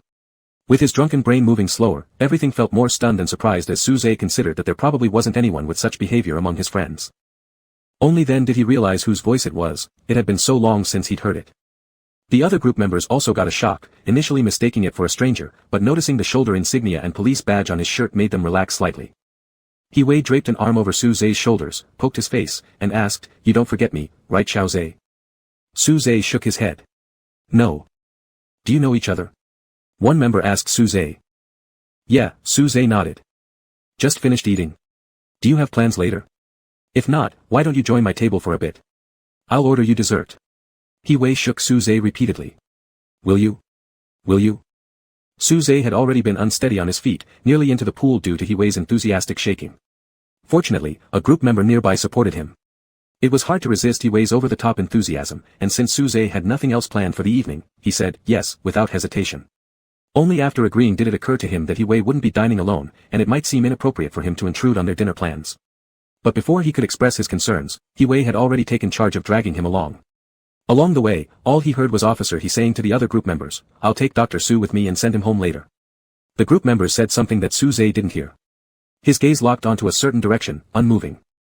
The dark navy training uniform appeared almost pitch black under insufficient lighting, akin to the eye color of an alpha.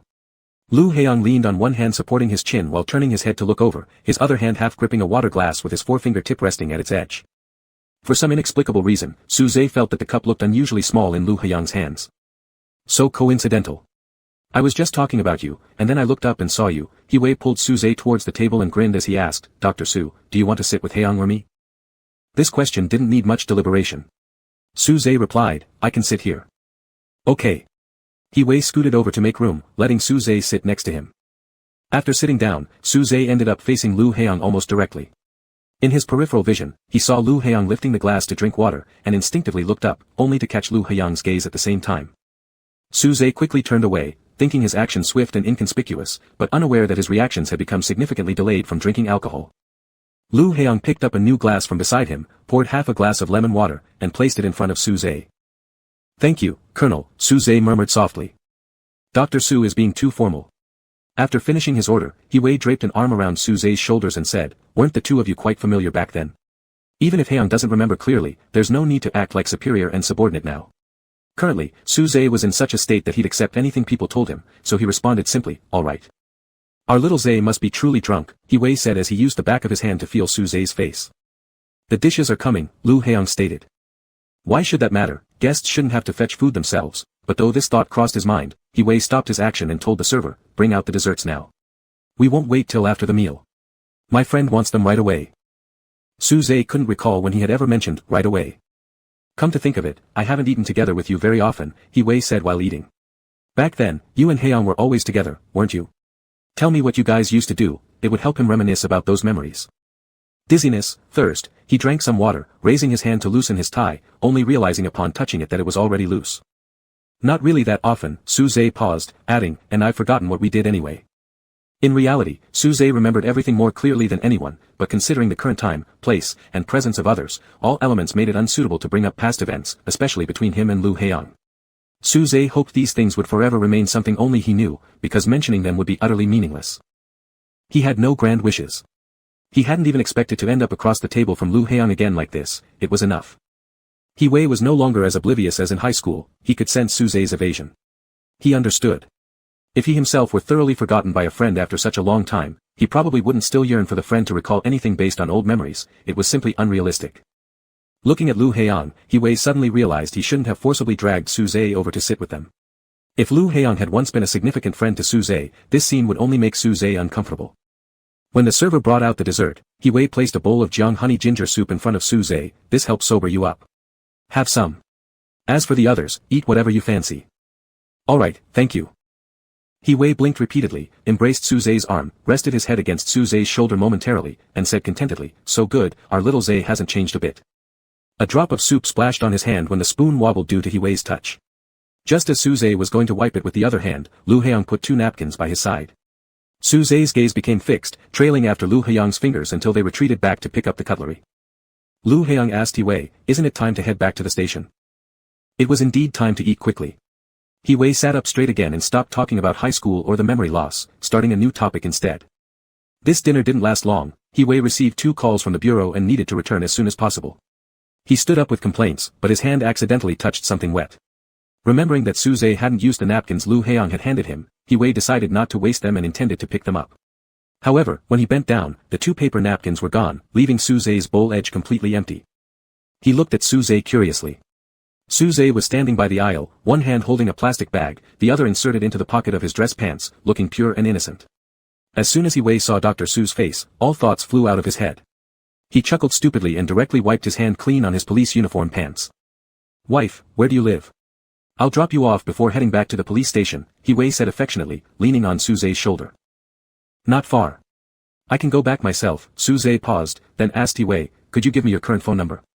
You're being so proactive, it really moves me. He-wei took Su-zae's phone and inputted the number. His own phone rang again, He-wei answered, urge, what's there to urge? We're on the way. Hanging up, he kept persuading Su-zae, you're still drunk, it's inconvenient for you to go home alone. You're already on your way. Lu Haeyoung, having finished checking the messages, turned off the communicator and said, I'll send Dr. Su home. Su-zae froze slightly, as if wanting to say something, but He-wei spoke first, Shoo, Colonel Lu driving is such an honor that even I feel teary-eyed. If you reject this, I'll die with regret. After He-wei drove away, Su-zae said, I can go back myself. You seemed to agree earlier, Lu Haeyoung looked at Su-zae, asking, were you just pretending? No, Su-zae shook his head, unsure whether this response was appropriate but answered anyway, to prevent Officer He from dying with regret. Unexpectedly, Su-zae heard Lu Haeyoung laugh once. Throughout the night, he hadn't looked at Lu Haeyoung's face until now. At this moment, gazing at Lu Haeyoung's smiling face, Su-zae suddenly recalled a smile Lu Haeyoung wore a long time ago, not polite or perfunctory smiles but real ones, filled with warmth, once very close to him. Get in the car. Lu Haeyoung opened the passenger door for Su-zae. The smile lingered on his face, reaching his eyes, making Su-zae unable to refuse, only nodding, all right. Chapter 79. Deep into the night, the outdoor temperature had dropped. Lu Haeyoung opened the car window to let fresh air in. As the car moved, the wind blew inside, fluttering Su-zae's collar. The lamplight flickered across his face and hands repeatedly. The spacious interior of the military jeep felt cramped for Su-zae. He removed his glasses and tilted his head toward the window. Dizzy and sleepy, everything appeared blurred to him. The lights of the capital city zipped by outside like flowing along a river. In his confused state of consciousness, Su-zae thought maybe at the end of the river, he would return to many years ago when, wearing a cap, he firmly believed Lu Haeyoung wouldn't recognize him, the same time when he was first sent home by Lu Haeyoung as number 17. Or it could be the last time Lu Haeyoung drove him out of the city during sunset. Every time Su-zae replayed this memory, he always stopped right before they lay together in the tent watching fireflies, refusing to think further about their separation after the birthday. Lu Haeyoung had said, it might take a while, and, if you don't wait, it doesn't matter. And Su-zae replied stubbornly at that time, I'll wait, definitely. But he didn't realize the answer was hidden within Lu Haiyang's words. Leaving for a long time, many years, don't wait anymore, no result will come. That year, he watched Lu Haiyang standing still in the rearview mirror, growing smaller and smaller in distance. Yet, Su Zhe realized now that he himself has remained stuck in place all along. Dr. Su. Pulled back to reality, Su Zhe followed the sound to look at Lu Haiyang's profile. Lu Haiyang glanced over at him briefly. Su Zhe's gaze seemed lost, not entirely awake, so Lu Haiyang turned his head back, sliding his hand upward along the bottom of the steering wheel, then gripping it again before asking, "What kind of shampoo do you use?" Su Zhe's fingers unconsciously twitched, brushing against the plastic bag and making a slight noise. Turning his head away, he named a brand and added after a moment, "Very cheap." Because it was cheap, practical, and cost-efficient, it had been produced for many years without discontinuation. A couple seconds later, he heard Lu Haiyang say, "It smells nice." Su Zhe paused slightly, then raised his hand to rub his left eye. He thought the sobering soup he Wei had ordered didn't seem to be working. "How did you get the scar on your hand?" Lu Haiyang suddenly asked. Su Zhe wasn't sure when Lu Haiyang had noticed it. He flipped his wrist over to hide the cigarette scar. "From high school. He chose the most common reason, I had conflicts with others." But Lu Haiyang said, "Dr. Su doesn't look like that kind of person." Doesn't look like it, Su Zhe thought. It must be because He Wei hadn't mentioned to Lu Haiyang about his past boxing in an underground boxing gym. If Lu Haiyang knew, he probably wouldn't comment like this. Su Zhe realized now he was even more afraid for Lu Haiyang to know these things than he was during high school. They would not have much future interaction. Soon enough, Lu Haiyang might leave the capital again. Su Zhe hoped that he would just be the Dr. Su Lu Haiyang happened to meet upon returning to the country, an ordinary, unimportant passerby easily forgotten after a turn of head, not burdened with any unpleasant memories of number 17. Su Zhe tried hard to think of something for a few seconds and attempted to change the subject. "Then what kind of person do I look like?" he asked Lu Haiyang. He felt Lu Haiyang slow down a bit on the car's speed, then glanced at him. The light inside the car flickered, and Su Zhe didn't have time to explore Lu Haiyang's gaze. After a while, Lu Haiyang stepped on the gas pedal again and answered, "I don't know." It was a matter-of-fact answer, and perhaps the question itself was originally redundant, unnecessary. Su Zhe lost himself in thought for a moment and wanted to say a few more words to Lu Haiyang, but continuing to speak out became incredibly difficult. In the end, he leaned back in the seat, tilted his head, half closing his eyes and looking out the window. 20 minutes or so later, they arrived quickly under the graduate dormitory building. The car stopped, Su Zhe opened his eyes, reaching instantly to unbuckle the seatbelt without wasting a second. Just as he was about to say, "Thank you," he saw Lu Haiyang frowning slightly, seemingly deep in thought. His hand on the electronic handbrake moved backward habitually, feeling into the round storage compartment where water bottles were kept, but there was nothing there. "There are vending machines in the apartment lobby." Su Zhe hesitated for a moment and said, "If you're not in a hurry, I can buy a bottle of water right now." Lu Haiyang didn't respond immediately but looked at Su Zhe's eyes instead. However, the latter turned away instantly. Su Zhe put on his glasses awkwardly and asked again, "Do you want one?" He noticed Lu Haiyang seemed no longer frowning. "Not in a hurry," Lu Haiyang replied following the question order, "but I don't drink mineral water." Su Zhe remembered Lu Haiyang used to have no such habit of not drinking mineral water. He hesitated for a moment, thinking this might be a polite refusal. If Lu Haiyang wanted to refuse, he could have directly said he was in a rush, there was no need to use the excuse of not drinking mineral water. "Would you like boiled water?" Su Zhe glanced through the car window toward the apartment building. He lived on the 4th floor, going up and down wouldn't take long. Su Zhe said, "I have some in my dormitory. If you'd like, I can bring down a cup. It'll be fast." The word "bring down" sounded too vivid, showing Su Zhe wasn't fully sober yet. Lu Haiyang smiled lightly and asked him, "Can you really hold it steady?" Su Zhe tied a knot in a plastic bag for no particular reason, he simply felt he shouldn't answer, "Yes." "If you don't mind, you can come up to my dormitory," Su Zhe said carefully and slowly, "for some water." He thought this offer would very likely be rejected, but Lu Haiyang only asked after hearing it, "Is it convenient?" Convenient, Su Zhe understood convenient in a totally different way. He nodded, saying, "There's an elevator." So they wouldn't have to climb several flights of stairs in the dark as they used to do in the old district during high school. "All right," Lu Haiyang said, "sit still, let me park the car." Driving the car to the parking spot under the building, turning off the engine, the two got out of the car. Passing the flower bed, there were a few steps before the entrance hall. Seeing Su Zhe still a little dazed, Lu Haiyang gripped his upper arm. Su Zhe was originally able to walk well, but now he suddenly didn't know which leg to step forward with, standing still before the steps. "Dr. Su, can you walk?" Seeing him not moving, Lu Haiyang asked, "Or do you need to be carried?" Su Zhe looked at the ground, "I can walk." After stepping the 4 steps, Lu Haiyang released his grip. The place he had held onto the shirt was a little wrinkled, and Su Zhe wanted to touch it, though it wasn't to smooth out the wrinkles. Passing through the gate requiring facial recognition to enter the elevator from the hall, Su Zhe began to worry if Lu Haiyang might be stopped if he didn't stay close. So he said to him, Colonel Lu, please come closer. Lu Heong lowered his head slightly. What? Get closer to me. Su Zhe said, the passage door closes quite fast. All right. Lu Heong stepped behind Su Zhe, their faces appearing on the display screen as the recognition frame automatically locked onto Su Zhe's face. Through the thin shirt, Su Zhe's back was very close to Lu Heong's chest. Despite the cool air conditioning in the hall, Su Zhe still felt warm. In the display screen, Lu Heong appeared calm and composed while Su Zhe avoided making eye contact with him.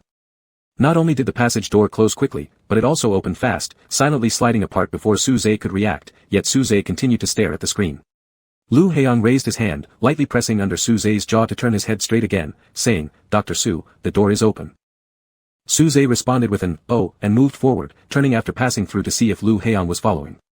But immediately a hand pressed on his shoulder. Lu Heong pushed him gently but firmly, saying, I'm not as stupid as you might think. There was no way to explain, so Su Zhe merely nodded and replied, that's right. It sounded as though he had just confirmed that Lu Heong wasn't actually all that dim-witted. Before the elevator doors opened, Su Zhe saw through the reflection on the door that Lu Heong was smiling. Su Zhe lived in room 4010, the lock was a password lock as the fingerprint feature had been broken for some time, and he hadn't bothered to call for repairs. Su Zhe input the 6-digit password in front of Lu Heong and pushed the door open. When other people come, do you do the same? Lu Heong asked. What? Su Zhe looked puzzled. Don't you cover the password when typing it in? Su Zhe's hand remained on the doorknob. Rarely did anyone visit his dormitory, so such situations hardly arose, and he hadn't considered hiding the password from Lu Heong, just as he'd willingly handed over his house keys without hesitation during high school, although the other party never asked for them. It's fine, Su Zhe tried to demonstrate some awareness of security by confirming with Lu Heong, you haven't remembered it, have you? I've already memorized it. What now? Lu Heong bluntly admitted, then asked Su Zhe, does Dr. Su want to change the password? Looking at the semi-darkness exposed inside the half-open door, Su Zhe shook his head, no need. He then reached out to touch the light switch, but due to dizziness, failed to find it immediately. After watching Su Zhe fumble for a few seconds, Lu Heong lifted his hand, pinching Su Zhe's index finger tip from behind, lifting it up 5 centimeters to help press the light switch. His chin almost brushed against Su Zhe's shoulder as Su Zhe distinctly heard Lu Heong's breathing near his ear. Unaccustomed to the sudden bright lights, Su Zhe squinted his eyes. The room was a one-bedroom setup with only basic furniture and appliances, no additional clutter or decorative items visible. A dividing bookshelf separated the living room from the bedroom. The bedroom itself was rather bare, since the bed wasn't large and was placed against a wall, facing a desk across the room. Between the bed and the desk stood floor-to-ceiling glass doors leading to a balcony, covered by white curtains, an oddly arranged layout, especially considering the bed's positioning. Lu Heong's gaze slowly swept over the bed, the curtains, and the desk while Su Zhe, who had already changed into slippers, delayed saying, please come in. Do I need to take off my shoes? Lu Heong asked. It's fine, Su Zhe replied, the floor can always be mopped later. It could save some mopping too. Lu Heong asked, are there any extra slippers? There are. Su Zhe opened a nearby shoe cabinet and took out another pair of slippers. He placed the slippers in front of Lu Heong. Instead of just bending down, feeling unsteady due to his drowsiness, afraid of losing balance and falling down, Su Zhe simply squatted to stabilize himself. This posture made it seem to Lu Heong as if Su Zhe were about to personally remove his shoes for him. He called out, Dr. Su, and immediately extended his hand to help, but Su Zhe had squatted too fast, and Lu Heong only managed to brush against his hair. When Lu Heong's fingertips grazed Su Zhe's hair, his hand paused, hovering briefly without moving away.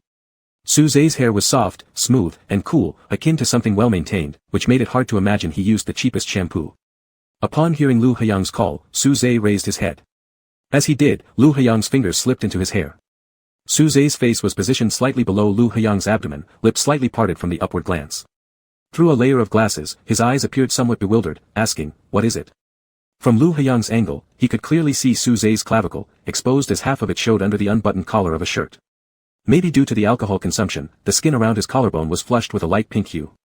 The sensation of the strands slipping through his fingers was peculiarly subtle. As Lu Heong looked down at Su Zhe's face, his fingers tightened instinctively on Su Zhe's hair before abruptly stopping, ultimately just giving Su Zhe's head a rub. You shouldn't drink so much alcohol in the future, he said, retracting his hand. It was difficult for Su Zhe to remember why exactly Lu Heong brought up drinking less alcohol, but he still nodded and said, I don't drink often. He slowly stood up afterward, I'll wash my hands, you can sit down first. Lu Heong said, all right, but didn't move. He watched Su Zhe standing by the sink press 2 pumps of hand soap. Dr. Su, even when slightly drunk, didn't forget the 7-step hand-washing method and washed diligently, his head bowed low as reflected in the mirror, with long lashes also drooping.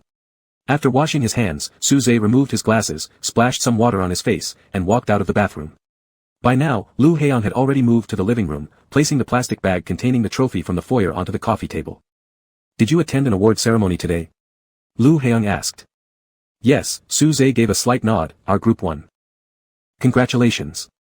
Suze gave a faint smile, polite and respectful, as he took a disposable water cup near the dining table to pour himself some water. Lu Heong approached his side and accepted the water cup. Thank you. You're welcome, Suze replied, thank you for seeing me home. Upon hearing this, Lu Heong suddenly placed down the paper cup filled with water that he hadn't touched yet, leaning against the edge of the table with one hand propped on it. His face betrayed no expression as he slightly tilted his head to gaze intently at Suze. Suze immediately grew tense, uncertain what he might have said wrong. He had already been quite cautious tonight. What's the matter? He considered a reason and asked, do you want me to boil another pot of water? No, don't bother, Lu Heong answered. Although not stated outright, Suze caught the undertone of Lu Heong's implication. Lowering his eyes to the paper cup Lu Heong had set down, Suze responded as he had before, you are my superior officer. But Dr. Su doesn't seem to be my subordinate. Lu Heong picked up the upside-down glass water cup next to the kettle. It was likely Suze's daily personal use, and poured half a cup of water, pushing it towards Suze. Dr. Hiwei is also a high-ranking official of the bureau, but you never addressed him using you formally. Are you afraid of me?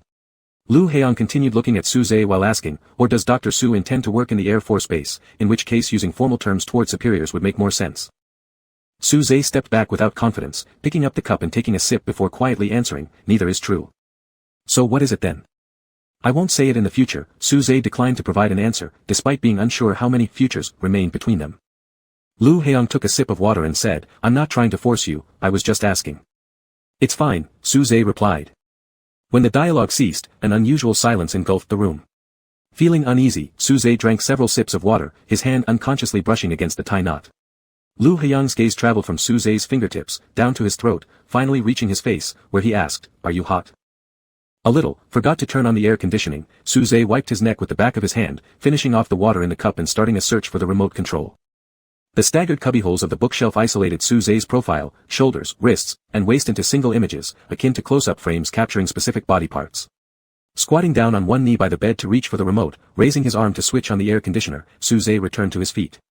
Unfastening his tie, he wrapped it around his index finger in a loop, placing it casually in one section of the bookshelf. Once done, Suze looked up and saw through the shelf that Lu Heong leaned against the dining table, one leg propped against the ground, holding the water cup as he gazed at Suze. Suze walked back to the living room. Noticing no signs indicating Lu Heong planned to leave soon, Suze tentatively asked, shall we sit? Lu Heong evidently paused for a moment, seemingly realizing something, glancing at the sofa before saying, all right. There's fruit in the fridge, I'll wash some. As he spoke, Suze headed toward the fridge.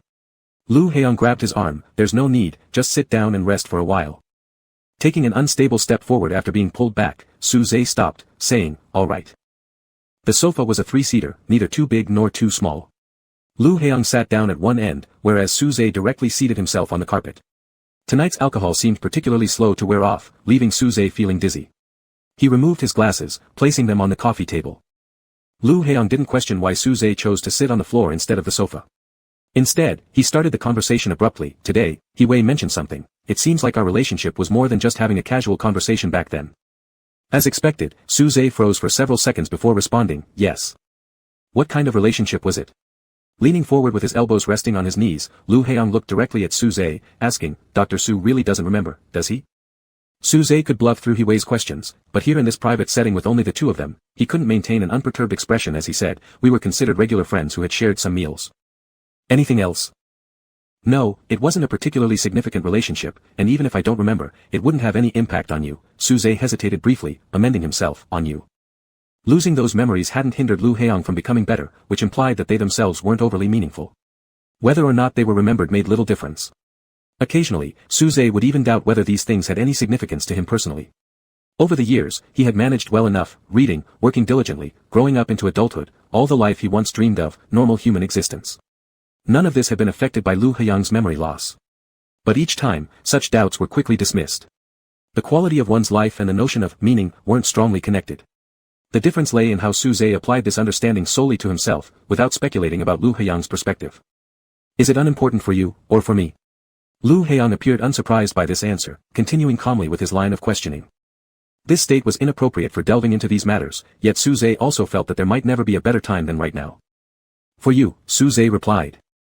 With calm features, Lu Heong asked, did I tell you that outright, or is that your own interpretation? A fleeting sense of being caught in a loop arose. Unable to pinpoint concrete evidence, Suze pressed his lips together, realizing that his reaction speed at the moment was insufficient to handle these inquiries. He remembered that Lu Heong had only come over to drink water. How had this turned into an interrogation? Is it difficult to answer? Then let's switch questions, Lu Heong said tolerantly. When I was discharged that year, was the person standing outside the hospital you? Suze turned his head in slight surprise, because he hadn't expected Lu Heong to still remember. That was their first meeting after Lu Heong lost his memory, also their last encounter after many years. The stranger-like gaze Lu Heong had displayed back then was etched deeply in Suze's mind. He thought he would be easily forgotten as just another passerby. Without glasses on, Lu Heong's figure seemed slightly blurry. Suze's fingers twisted anxiously as he looked at him, unsure how to respond. But Lu Heong was patient, quietly accompanying Suze's silence. It was me, Suze finally answered after a long pause. I see, so I haven't misremembered. Lu Heong slowly said, you haven't changed much. Suze wanted to smile, but failed.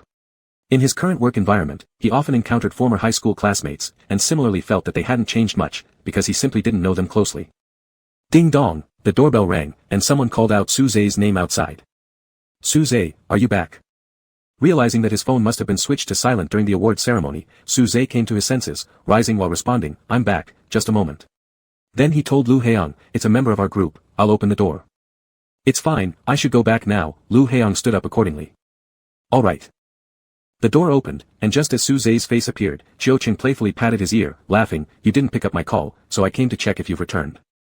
No sooner had he spoken when he noticed a hand extending from beside Suze, fingers long and strong, pushing the door wide open. Behind Suze stood a tall alpha, wearing a deep indigo Air Force training uniform. Who's this? A friend, Suze said. Before entering the dining room, Lu Heong had already removed the shoulder insignias and chest badges from his training uniform, leaving Chiu Ching no other information to deduce from his attire. Moreover, his youthful face led Chiu Ching to guess that he might be a newly graduated Air Force recruit. Oh, hi, I'm from the same lab as Suze, checking if he'd returned home. Chiu Ching stepped aside to make room for Lu Heong while simultaneously asking Suze, do you have any fruit? I forgot to buy some today, so I'm freeloading off you. Yes. In that case, I'll cut some plates, and we can share together. After Lu Heong walked to the corridor, Chiu Ching draped his arm over Suze's shoulder and went towards his room. Suze turned back, wanting to tell Lu Heong, drive carefully, but when their eyes met, Lu Heong, who had been silent all this time, suddenly asked, where's the elevator? There are elevators both left and right. Chiu Ching answered for Suze, the one on the right is closer. However, Suze was quite concerned, worried that Lu Heong might take the longer route by mistake. He slipped out from under Chiu Ching's arm and said, I'll see him off. Alright, then I'll go wash the fruits first. Chiu Ching glanced at Lu Heong and couldn't figure out how an alpha would need someone to guide him downstairs. After closing the door, Lu Heong started walking to the left, making Suze want to remind him it would be a longer way round, but after some thought, he didn't say anything. Does it matter to leave someone in the room? Inside the elevator, Lu Heong pressed the button for the first floor and asked. It doesn't, we're very familiar with each other. Is this the kind of familiarity where you can input your password in front of him? After brief contemplation, Suze confirmed that Chiu Ching didn't know his password, thus replying, no, no one else knows my password. Lu Heong hummed once and didn't say anything more. Walking out of the lobby, the evening breeze was somewhat cool. Suze stopped at the steps, wanting to wait until Lu Heong drove away before heading back. But Lu Heong told him, wait a moment. Alright. Suze didn't ask any questions. After a while, Lu Heong drove the car up to the steps, got out and stood one step lower, appearing slightly shorter than Suze. The warm yellow streetlight bathed Suze's clear yet somewhat unclear face, like an old photograph, with his hair and collar gently swaying in the wind. Dr. Su asked me earlier, what kind of person do you seem to be? Lu Heong looked at him, it seems there's an answer now. The response came suddenly, causing Suze's eyes to widen slightly. A dishonest person. Lu Heong said. Suze's expression became somewhat at a loss, as Lu Heong handed him a box, this is for you. Still not recovered from being called dishonest, Suze almost whispered, what is it? A reward. Lu Heong curved his lips into a faint smile, as a reward for Dr. Su being more honest with me next time. After speaking, Lu Heong didn't linger, turning to walk down the steps. Before getting in the car, he waved at Suze, then closed the door. When the car drove away, Suze stood still in the spot for about a minute. He looked down at the heavy dark blue velvet gift box in his hand, slowly opening it to reveal a golden badge resting quietly inside, with a pair of eagle wings encircling the Alliance emblem, the symbol of the Alliance Air Force. Are you back? Qiu Qing had already placed a plate of cut fruit on the coffee table. What's that in your hand? Souvenir, maybe. Su Zhe said. The Air Force guy just gave you that. Can I take a look? Su Zhe was still dazed. He opened the box and passed it to Qiu Qing. After one glance, Qiu Qing was stunned. Did he really mean to give this to you? What's so special? Su Zhe was confused. This is the commemorative honor medal for the 64th anniversary of the founding of the Alliance Air Force, made entirely of gold. Is it expensive? Su Zhe started to worry. No, these honor medals aren't for sale. The military only issues them to lieutenant colonels and officers above that rank. They're worn during ceremonies or medal awarding ceremonies, displayed alongside other medals on the military uniform. Qiu Qing picked up the badge, flipping it over. I saw something similar once at an elder's house. There should be a dedicated engraving. His voice trailed off, as Qiu Qing noticed the row of words inscribed on the back of the badge, picking out key terms like Air Force Colonel and Lu Heiyang. He began recalling Su Zhe's Air Force friend, recalling that young face, cold and distant demeanor, S-Class Alpha pheromones, and that name which only appeared in military reports. Did he really say he'd give this to you? Qiu Qing asked again, incredulous. Su Zhe hesitated for 2 seconds and said, it was left at my place. Qiu Qing found it absurd, but didn't you bring it in from outside just now? As he struggled to speak. Chapter 81. Let me guess, you're waiting for someone right now, dear number 17. Sorry, the number you dialed. Click, click, click. Su Zhe, sign here. Click, click, click, sorry, the number you dialed. Su Zhe, stop picking it up. His heart gave a violent beat, and Su Zhe's eyes snapped open. He found himself panting heavily, drenched in sweat that soaked through his work shirt. He stared at the bedroom lamp, still bewildered, his hands clenched into fists as though gripping something tightly. The sensation of beads filling his hand remained, yet his palms were clearly empty. Pale blue light filtered through the white curtains, spreading across the entire room. It seemed dawn had already broken. After a while, Su Zhe blinked and slowly sat up. Feeling a bit better, he leaned over and switched on the bedside lamp, reaching under the pillow for his phone. In the process, he touched something hard and pulled it out together with the phone. The deep blue velvet gift box, upon opening, the golden honor badge still rested quietly inside, illuminated anew by the warm glow of the bedside lamp. Su Zhe momentarily forgot about the phone, staring blankly at the badge and thinking back to the dream he'd just had. For such a long time, so many years, he always had dreams like this one. In them, he would hear the sound of prayer beads falling to the floor, a whole string at once, accompanied by the busy signal of an unanswered call. The scenes in the dream were very confined, like a circular first-person lens, beyond which lay total darkness. All he could see was a hand continuously searching on the ground for the scattered beads, while the other hand clutched a phone tightly against the ear.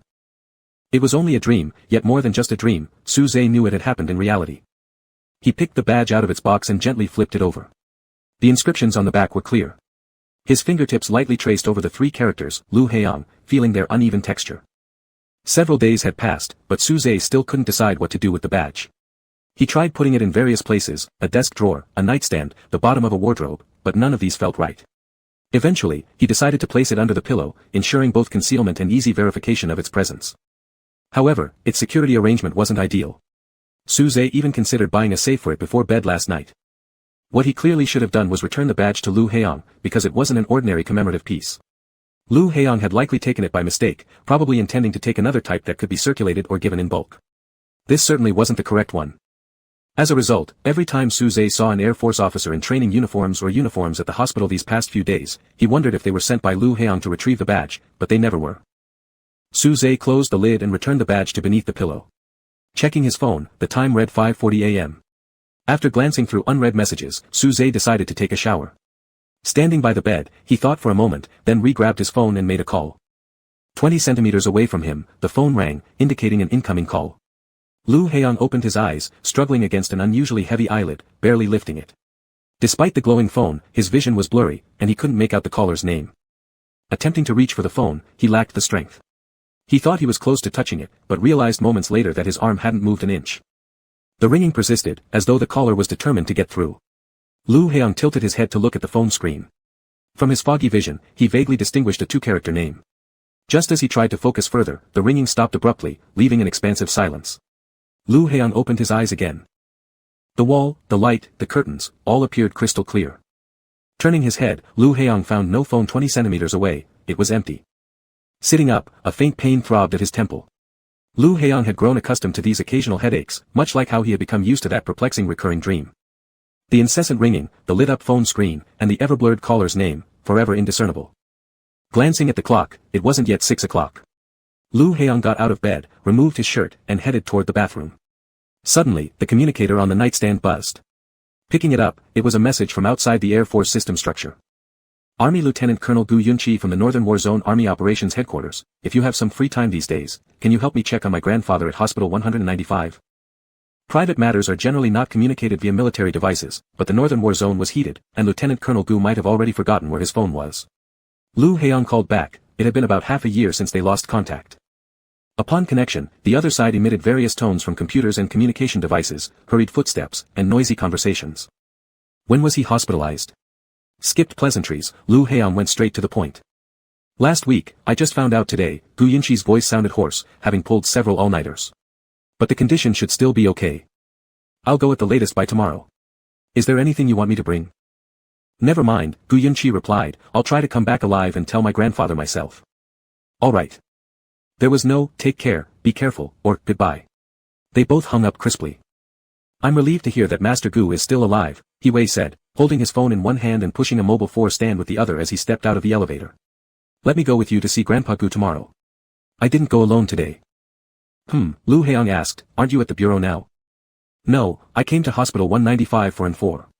I had a fever from working overtime a few days ago, He Wei said while walking. Just in time, let me visit Dr. Su upstairs. Lu Heong clearly hesitated for a moment when he seemed about to say something, then a junior officer came looking for him.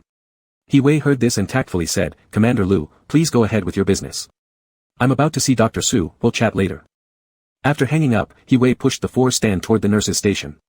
Dressed in a police uniform, exuding confidence and charm, it took only seconds for him to inquire and learn that Dr. Su was currently making rounds and would return to the office shortly. I'll wait for Dr. Su in his office, He Wei smiled faintly. Thank you. The doctor's office was usually quiet and empty. He Wei sat down on a guest sofa, made a phone call to a subordinate for a few minutes, and had just put down his phone when Su Zhe entered the office. As if already informed by the nurses that someone was waiting, Su Zhe looked toward the sofa as soon as he entered the door. Good morning, Dr. Su, He Wei waved and smiled. Are you sick?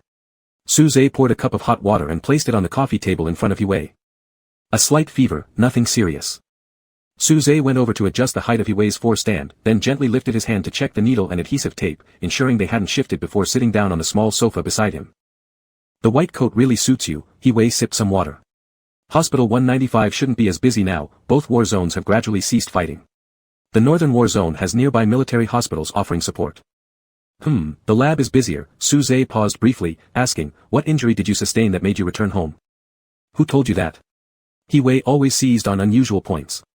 Was it Heong? Su Zhe hesitated for a moment and nodded. Wow, so you've already met before. I thought last time at the restaurant, everyone was meeting for the first time, He Wei said with a laugh. It was an accidental encounter related to work, Su Zhe said. Got shot in the chest. He Wei laughed lightly. Not very serious, but my parents accidentally found out, and their reaction was quite intense.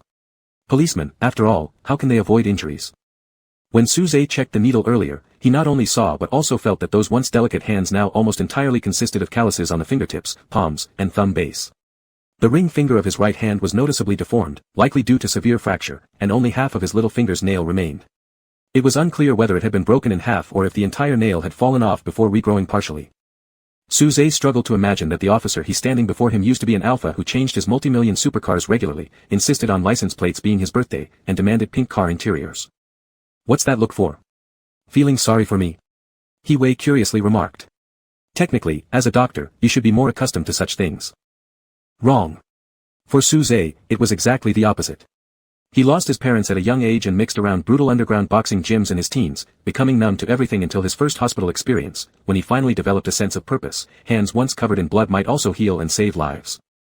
Did you have a full physical examination after coming back? I've had several done before returning home. I'll do another one at Hospital 195 tomorrow, He Wei said. Grandpa Yunqi is also hospitalized here. Yunqi cannot return temporarily, so Heong and I have agreed to visit Grandpa Gu together tomorrow. Su Zhe paused. Tomorrow? Yes, tomorrow morning. After brief contemplation, Su Zhe asked, could you send me a message after you finish tomorrow? You're looking for Heong. Should I give you his number? Oh, he rarely uses his phone now and mainly relies on communication devices. So, I'll send you a message when the time comes. Thank you. You're welcome. He leaned back into the sofa comfortably, his expression starting to take on a mischievous tone. Little Zay, are you in love? Zay was momentarily caught off guard, shaking his head. No. There must be a lot of people chasing after you, right? He asked with a grin. I'd only been at the bureau for a few days when I learned that someone named Mega had asked about you because he knew we were classmates in the past. He mentioned his father was hospitalized in your department before. His dad is the chief prosecutor of the capital's highest procuratorate. Do you remember? Yes, Zay replied. He must have confessed to you, right? Why did you reject him? He looks pretty good, comes from a good family, there's no harm in trying. Zay replied evenly, I never considered such a thing. Our young Zay hasn't changed, unlike Haeyoung who's already in a secret marriage. At the mention of the last 4 words, Zay paused momentarily, but then Hiwei's next comment significantly reduced the credibility of the secret marriage claim. He said, Yunqi's wife is already on her 3rd pregnancy. Are you kidding me? Zay asked seriously. Hiwei chuckled happily a few times, of course it's fake. You didn't know this, but Mega seemed completely harmless back then, yet he once pretended to die and ran away. And just last year, someone discovered he was still alive. Anyway, since Yunqi can't come back now, otherwise, he would have gone to capture him immediately. I guess our Colonel Gu isn't far from going insane. Although Zay had passively witnessed many rumors at the academy and the hospital, this kind of gossip wasn't very common. Recalling the arranged marriage object of Gu Yunqi during high school, it had been a long time since he could recall the specific details or appearance, but he remembered the person was extremely handsome. As long as the person is alive, that's a good thing, Zay commented. Sure, it's definitely a good thing, but it doesn't stop Master Gu from being angry. Just wait till he gets back. Zay. Mega, wearing a white coat, habitually looked towards the desk upon entering, realizing it was empty, then shifted his gaze to the guest area. Hearing the sound, Hiwei glanced up. They exchanged glances for a brief moment, and both froze slightly, making the office fall silent. After about 6 to 7 seconds, Hiwei finally smiled faintly, reverting to the same tone he used years ago when addressing the alpha-phobic Mega gently, Dr. Chi, nice to see you again. Chi Jiahan didn't reply. He averted his eyes almost stiffly and told Zay, I'll come over later. Alright, Zay nodded. So, back when we were in high school, I always said it felt comfortable being around you. After Jiahan left, Hiwei fell silent for a while, leaning back onto the sofa, with a faint smile returning to his lips. Our young Zay seems to know everything but doesn't ask or say much. Zay tilted his head slightly to check the 4-drip bottle, confirming there was still enough liquid remaining, then he said, I don't know. He actually didn't understand much. Over the years, Chi Jiahan hadn't mentioned Hiwei even once, giving Zay the impression that their relationship might not be so simple, not purely about liking, disliking, pursuing, or refusing to pursue. Since Chi Jiahan chose not to talk about it, Zay also decided not to pry. Hiwei clicked his fingers lightly. This is what I meant. No need to buy a safe anymore. Zay sat on the floor by his bed after returning home from the lab at midnight, staring at the badge. There was no reluctance, no regret, it was originally not his to begin with. The item was too precious, so it should be returned to Lu Haeyoung. If Haeyoung had given him something ordinary like gold without any special meaning, Zay would certainly have found a way to keep it, either paying money or trading something else. But this was a badge loaded with unique significance. Zay stared at it for a long time until he felt sure he'd memorized its appearance, then closed the box and put it back under his pillow. He didn't even think of taking a picture to keep as a souvenir. It was already 3 in the morning. Zay got up to wash his face, knowing there was an upcoming operation at 7 o'clock for a hemophilia patient requiring joint surgery. Multiple departments within the hospital would be involved, and the head doctor had invited him along. Maybe out of sheer exhaustion, Zay fell asleep quickly and without dreaming.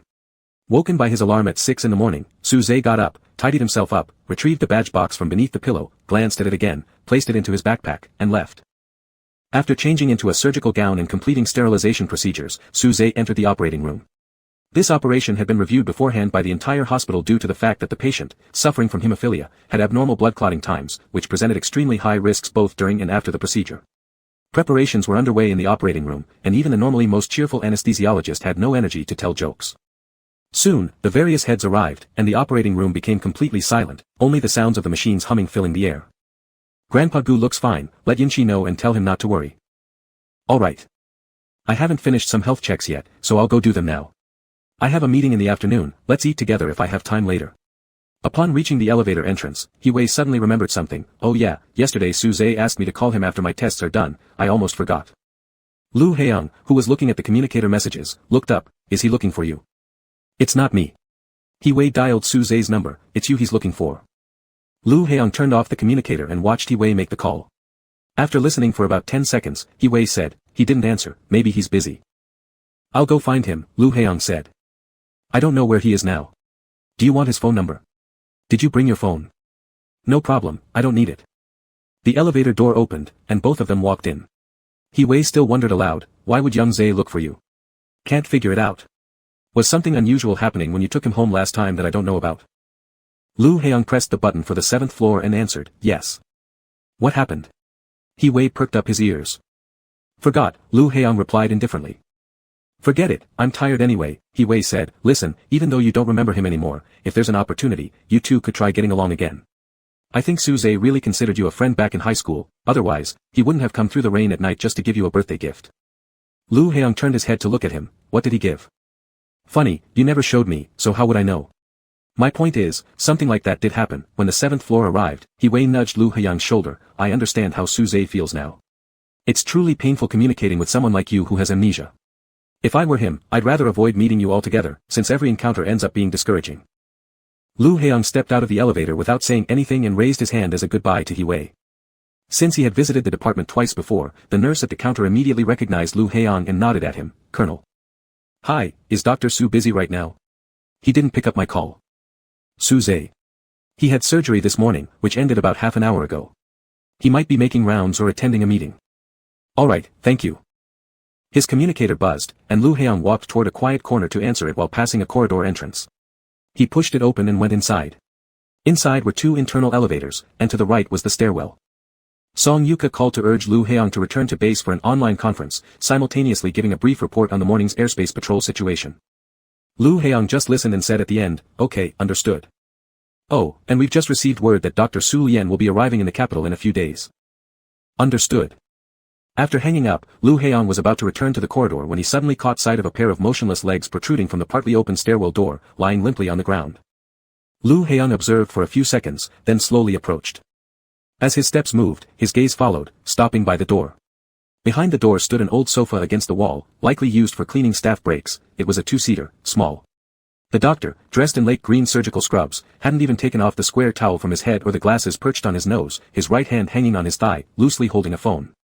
His head rested against the wall, and he was sound asleep, resembling a quiet green plant growing in the corner.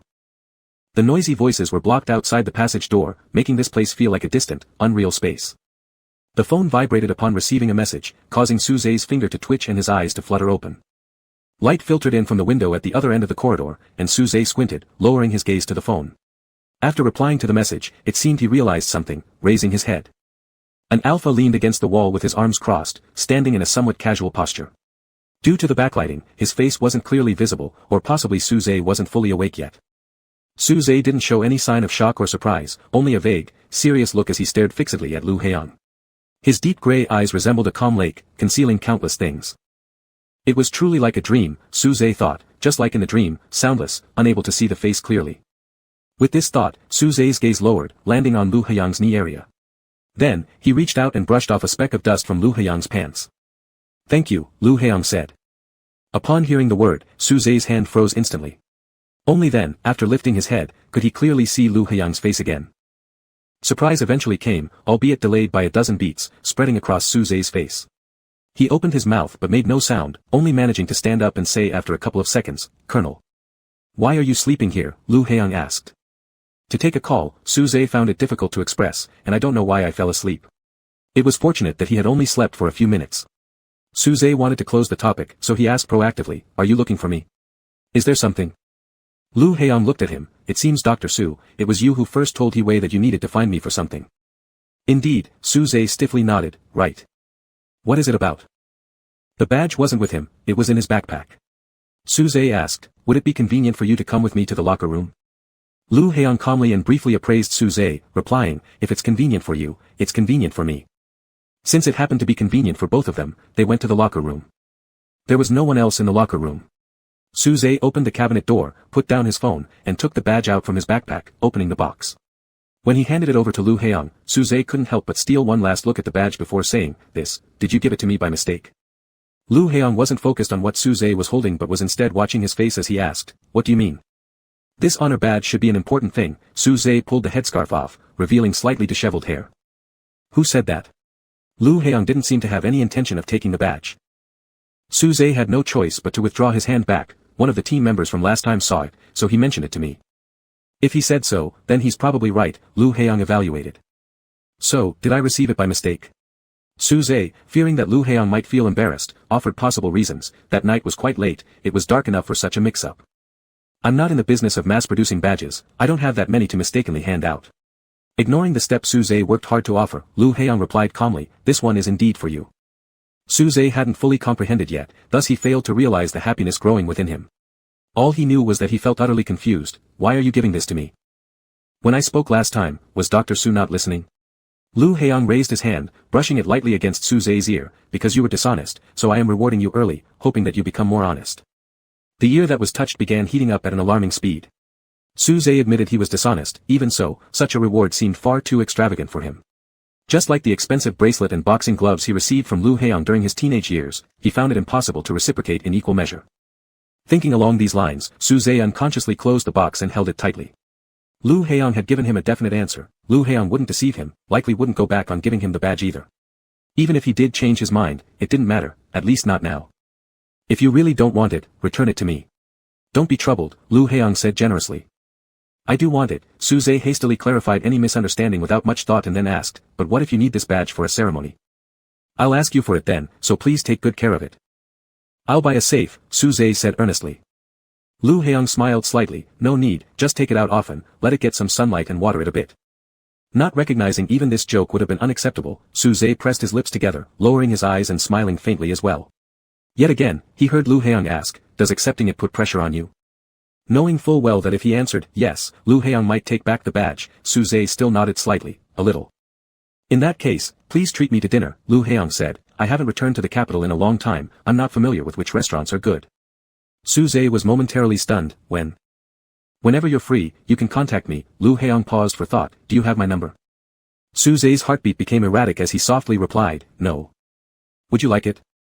Suze felt like his throat couldn't produce any sound. He retrieved his phone from the cabinet, unlocked it, and handed it to Lu Heong, his wrist trembling slightly. After entering his number, Lu Heong made a test call and hung up after a few seconds. Returning the phone to Suze, Lu Heong said, I generally don't carry my phone with me. If you can't reach me, you can leave a message. All right. I should head back to the base first, I won't disturb your work further, Lu Heong hesitated briefly and added, Dr. Su, please remember to rest properly. Holding the box of the badge like a squirrel clutching a pine cone, Suze, seemingly concerned someone might snatch it away, nodded, Once Lu Heong left the locker room, Suze stayed where he was for half a minute before placing the badge back in his backpack, zipping it up. Typically, he would just leave the cabinet door ajar without locking it, but today, he locked it and twisted the key twice. After locking the cabinet, Suze realized he was still in his surgical uniform. It wouldn't be good if the chief saw him like this, so he had no choice but to open the cabinet again. While descending in the elevator, his communicator received a call from the Air Force medical system. Lu Heong answered, Dr. Su, hello. A steady female alpha voice came through on the other end, Colonel Lu, how have you been since returning to the capital? Okay. Do you still have that dream? Yes.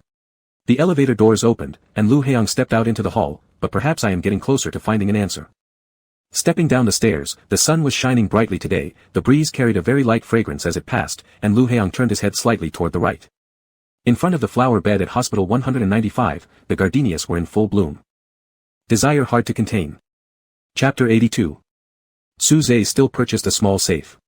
He placed the badge and some bank cards, IDs inside, set the password, and securely closed it. These past few days, Suze hadn't gone to Hospital 195, he had been in the Military Medical University lab, returning to the dormitory only at midnight every day.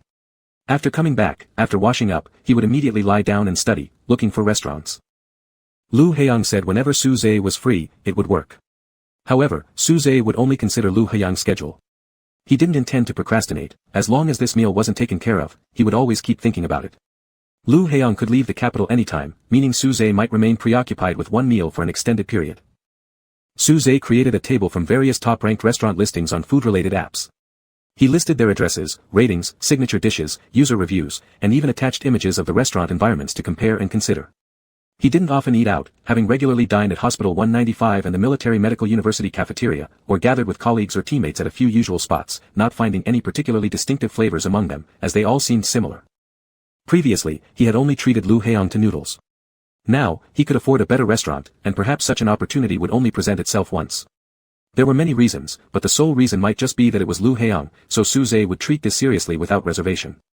Thinking that Qi Jiahan might know more, Su Zhe sent him the table, asking, which one tastes better? Qi Jiahan quickly replied. Qi Jiahan, what are you doing? Su Zhe, want to invite a friend for dinner. Qi Jiahan, which friend, Lu Heong? Su Zhe thus opened the table again, noticing that neither the title nor the content mentioned Lu Heong, yet unsure why Qi Jiahan deduced it instantly. While still pondering this question, Qi Jiahan initiated a call. I heard Colonel Lu has visited your department 2 or 3 times, Qi Jiahan said, so with just these 2 or 3 visits, have you two already hooked up? Dr. Qi's wording was rather intense, but Su Zhe had no reaction, as such a thing simply didn't exist. He merely asked, why did you guess who I wanted to invite? Duh, someone like you, besides Lu Heong, who else could make you go through all this trouble just for one meal? Alright. Su Zhe got his answer and nodded alone on the phone. What's alright? Does he ever think about you at all? No. Then who suggested eating out? Certainly not you, right? Su Zhe remained silent, prompting Qi Jiahan to continue questioning. Lu Heong suggested it. Why does he want you to treat him? Is he joking, or is he enticing you? Su Zhe found the second assumption extremely absurd and responded earnestly, don't say that. Su Zhe, I think Lu Heong figured you out long ago. You're terrible at pretending, there's nothing you can hide from him. Qi Jiahan sighed, honestly, do you think Lu Heong liked you in high school? The phone slipped in his palm and fell onto the pillow. Su Zhe slowly picked it up again and then answered, I don't know. Even if he did, that was a long time ago, he probably doesn't remember anymore. Qi Jiahan suddenly became somewhat serious. He may now be curious or interested in you, but when you meet him each time, are you really comfortable in your heart? Even if one day he finds out what happened between you two, he will only find out. He won't possibly experience the same feelings and emotions as before. In other words, the old Lu Heong won't return. Not that the current him is bad, but you are the person who can feel the difference the most. I've always thought it's better to say ugly truths up front, so I'm telling you this. You should carefully consider clearly as soon as possible yourself. Su Zhe remained silent for a while before replying, alright, I understand. Forget it. Qi Jiahan said softly, what's the point of telling you all this when you already know it deep down? Qi Jiahan couldn't understand why there existed someone as dumb and stubborn as Su Zhe. Like a machine given an instruction to wait for Lu Heong, Su Zhe could stay silent for many years without complaint, even if he never got what he waited for. That was simply how it was. In fact, using the word wait might not be entirely appropriate, since Su Zhe didn't harbor any expectations or demand a result. Qi Jiahan thought, how could someone like Su Zhe like another person without any purpose, intention, or desire? Don't worry about me, it's fine. Su Zhe told him. Su Zhe thought no more than necessary. He didn't need Lu Heong to know the past or recover his memories. He had no illusions regarding these things at all. All it took was Lu Heong inviting him for a meal, and Su Zhe would go, treating every meeting as potentially their last. This was probably the most earnest comfort Su Zhe could offer. Qi Jiahan almost laughed in frustration. Oh, you're used to having farewell dinners, one more won't matter, right? This metaphor was both vulgar and vivid. Su Zhe didn't know how to respond, so he simply said, have you gone home yet? Get some rest early. Not yet, I'm still in the parking lot of the hospital, preparing to go back. Alright, drive safely. Understood. Before hanging up, Qi Jiahan said, the third place, the taste is pretty good, slightly expensive, but since you're inviting Colonel Lu, you don't care about price anyway. Alright, thanks. After the call ended, Su Zhe drew a circle around the third restaurant on the table. Colonel Lu. The office door opened, and Su Lian stood up to greet the Alpha. Long time no see, Dr. Su. Lu Heong entered, shaking hands with Su Lian across the desk. Are you doing well, Colonel Lu? Lu Heong sat down in the chair. Yes, I'm doing all right. Su Lian looked at the young colonel before her. She had been his psychological consultant ever since Lu Heong began flying missions. To be precise, she was the psychological consultant for many pilots from that session of the Alliance Air Force Aviation University, and Lu Heong was a particularly special case among them. He lost most of his memory before entering military academy. Their first meeting was when Lu Heong was a sophomore, after a dogfight where he sought psychological support from Su Lian voluntarily. What did you see? Su Lian asked. I saw a classmate I've been with for over 2 years. Lu Heong furrowed his eyebrows. His fighter jet was hit 50 meters away from me, then it crashed. It was typical post-traumatic stress disorder, PTSD, which was common among newcomers to war and those who were long in the battlefield environment. Lu Heong's reaction was already among the milder types. That psychological counseling session didn't last too long, finishing in less than 15 minutes because Lu Heong received task news midway and immediately rushed to the airport. They met again after the regional conflicts ended, 15 fighter jets landing at the military airbase. Dressed in combat uniform, Lu Heong returned to the homeland soil carrying his classmates' ashes under the eyes of government officials and the army. Later, Lu Heong never brought up matters concerning the battlefield again, instead telling Su Lian about a recurring dream he had. An incessantly ringing phone, a blurry screen, a call he could never pick up. It could be something you experienced before losing your memory, or some part of your memory projected in another form, or it might just be a dream, Su Lian told him. Maybe. Lu Heong replied. He seemed to have contemplated these possibilities already and wasn't counting on receiving other answers from a psychologist. This time, Su Lian came to the capital primarily for lectures and presentations at the Military Medical University. With free time in the morning, she visited the Air Force Base. You mentioned over the phone last time that you might be finding answers. I'm curious what you mean by that. So am I. Lu Heong interlaced his fingers and rested them on his legs. There's just a feeling, maybe I've encountered a key person. Could this person be the one calling you in your dreams? Not sure yet. Lu Heong smiled faintly. But hopefully it is. On the 15th day, Su Zhe decided to try contacting Lu Heong and inviting him to dinner. He happened to be less busy in the evenings these days. Asking for a dinner meeting was a challenging task for Su Zhe as well. He didn't know when Lu Heong would check his phone, so Su Zhe woke up at 6 o'clock with the alarm ringing and until 6:30 he was just staring blankly at the message interface. In the end, because he was almost late, Su Zhe sent out the message with his eyes closed, then turned off his phone and left for the 195 hospital. There were quite a few tasks in the morning, and Su Zhe returned to his office nearing 12 o'clock. It was only after turning on his phone that he remembered he had sent Lu Heong a message. And there was no reply from Lu Heong among the unread messages. A colleague called him to go to the canteen together, so Su Zhe shut down his phone and put it into his pocket before walking out of the office. By midday, afternoon, and night, Lu Heong still hadn't replied. Su Zhe went from being initially nervous to doubting whether Lu Heong had merely made a polite joke about dining together. But since the text was already sent, Su Zhe couldn't withdraw it. If it was a joke, all he needed to do was wait for Lu Heong's refusal. Oddly enough, waiting for Lu Heong's rejection seemed more relaxing than waiting for his acceptance of the invitation. After returning to his apartment, Su Zhe opened his computer to review some academic papers. Normally during night study sessions, he set his phone to silent, but today he only enabled vibration mode. 2 hours passed while sitting in front of the computer, during which the phone vibrated several times. Each time Su Zhe checked, but there was still no response from Lu Heong. It was quite late when Su Zhe turned off his computer, washed his hands, and went to bed.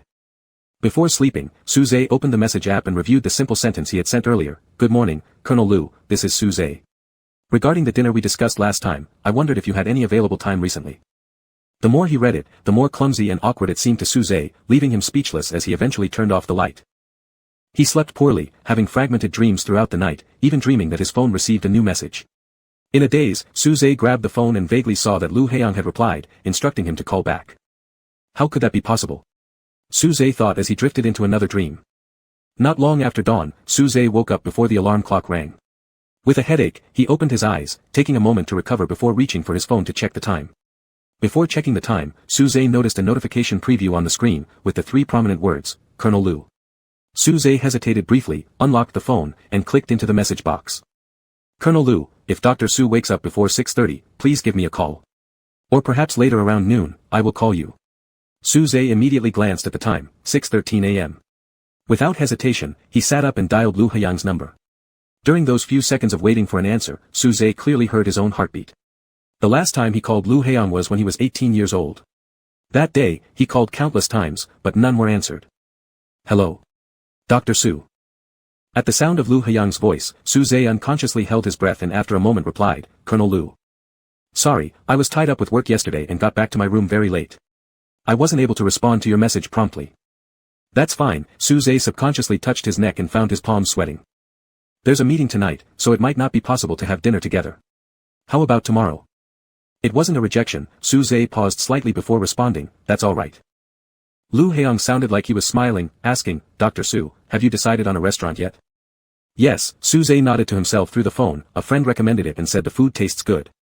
Alright, see you tomorrow. I'll contact you in the evening. Okay, see you tomorrow. After hanging up, Su Zhe still felt an overwhelming sense of unreality. So he flipped back to recheck Lu Heong's message and the call log to make sure it actually happened. Since the moment he finished his phone call with Lu Heong, time seemed as though it had been slowed down. When busy, Su Zhe didn't notice much, but whenever he had a free moment, the 4 words, dining together, kept popping into his mind.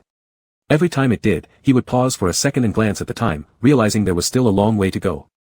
In the afternoon, a new patient was admitted, and after arranging their hospitalization, Su Zhe wrote notes in his office. The sunlight shone through the window, illuminating Su Zhe's hand. He stared at it for a moment, then turned it over. A patch of pale yellow light lay warmly in the palm of his hand. The phone rang. Suze turned his head and picked up without checking who was calling. Hello? Dr. Su, are you ready to leave work? The hand basking in the sunlight quickly clenched. Suze responded with a I'm nearly driving into downtown. Would you like me to pick you up? There will be traffic jams. I'll send you the location of the restaurant and then take the subway there. All right. After ending the call, Suze sent the restaurant's address to Lu Heong and started tidying up his things to head to the changing room. He had never been so enthusiastic about leaving work before that he even forgot to sign out. Hey, Dr. Su.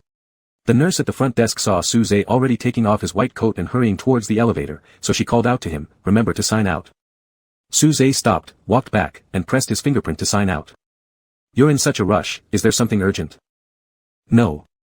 Could it be that you're rushing to a date? The nurse smiled warmly. It seems rare for you to leave right on time, isn't it? Suze gave a faint smile. No.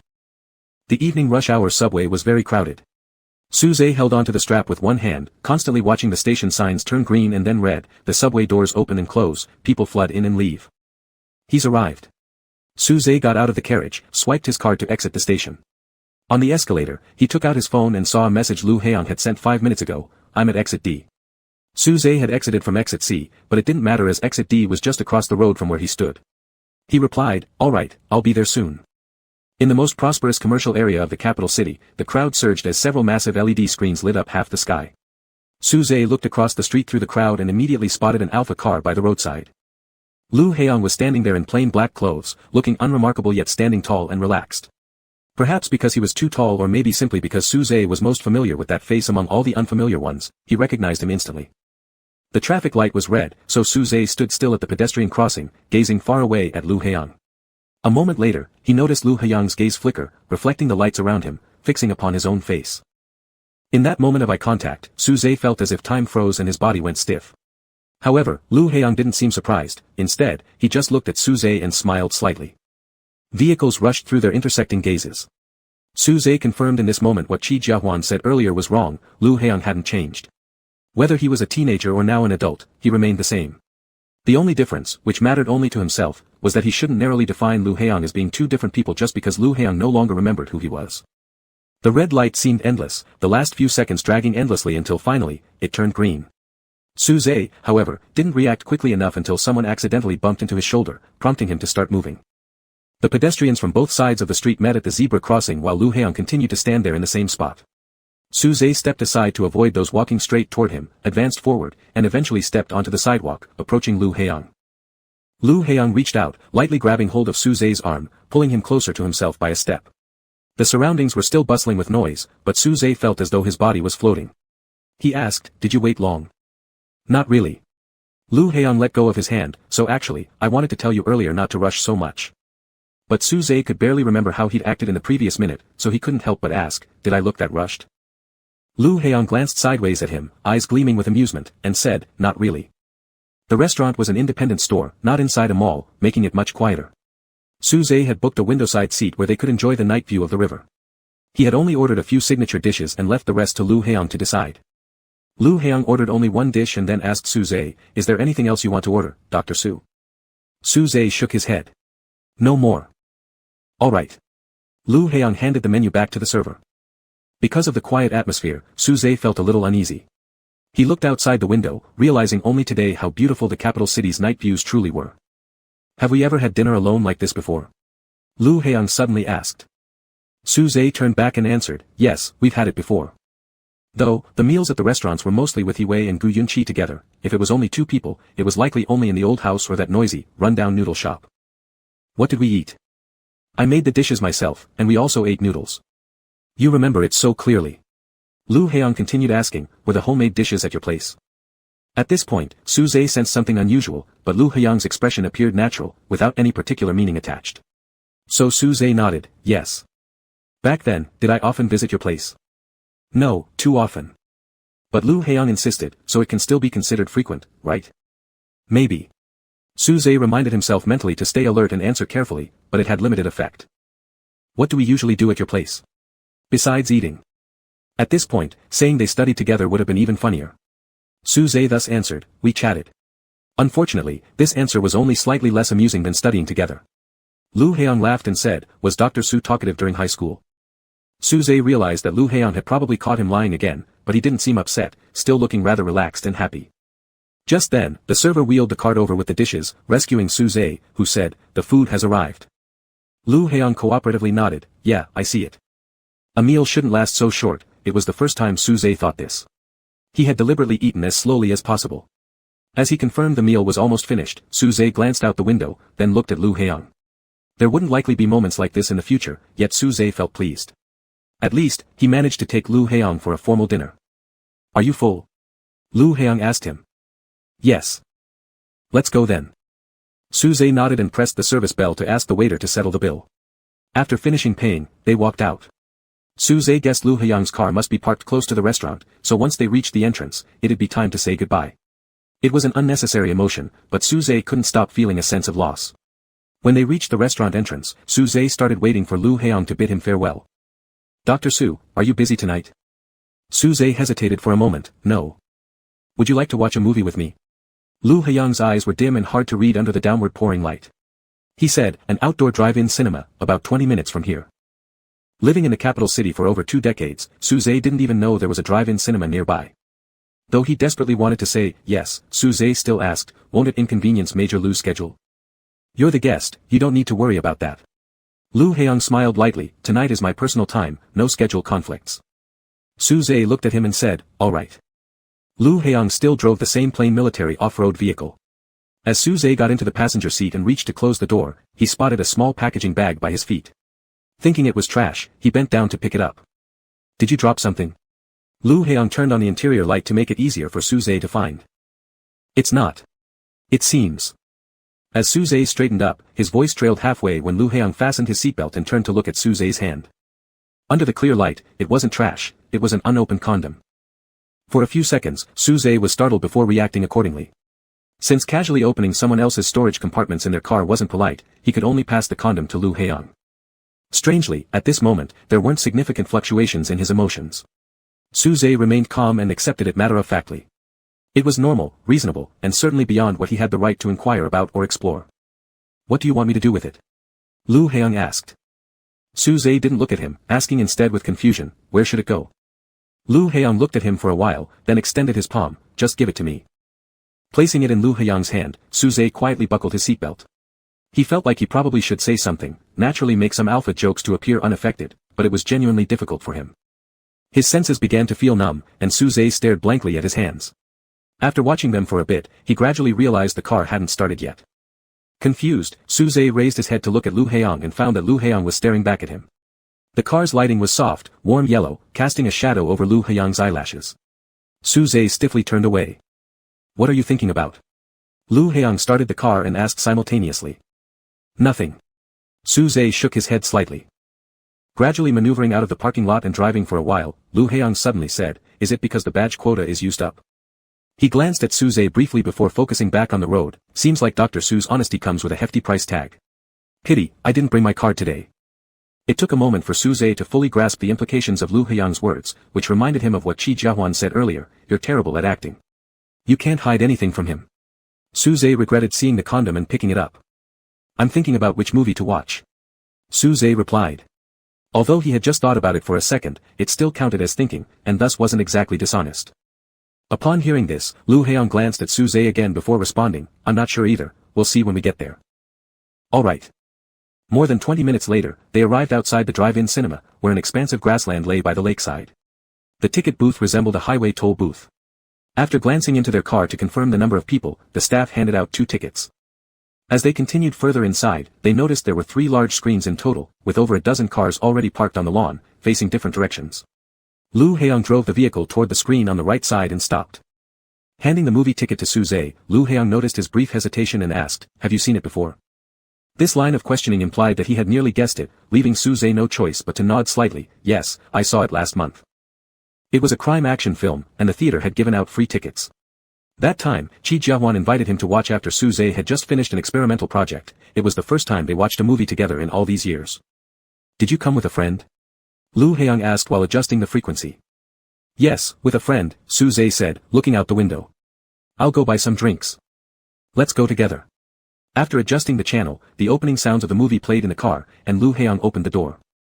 It was a snack vending stall set up in a modified minibus. A girl with twin tails stood behind the car window, sweetly smiling as she greeted them. "Hello. What would you like?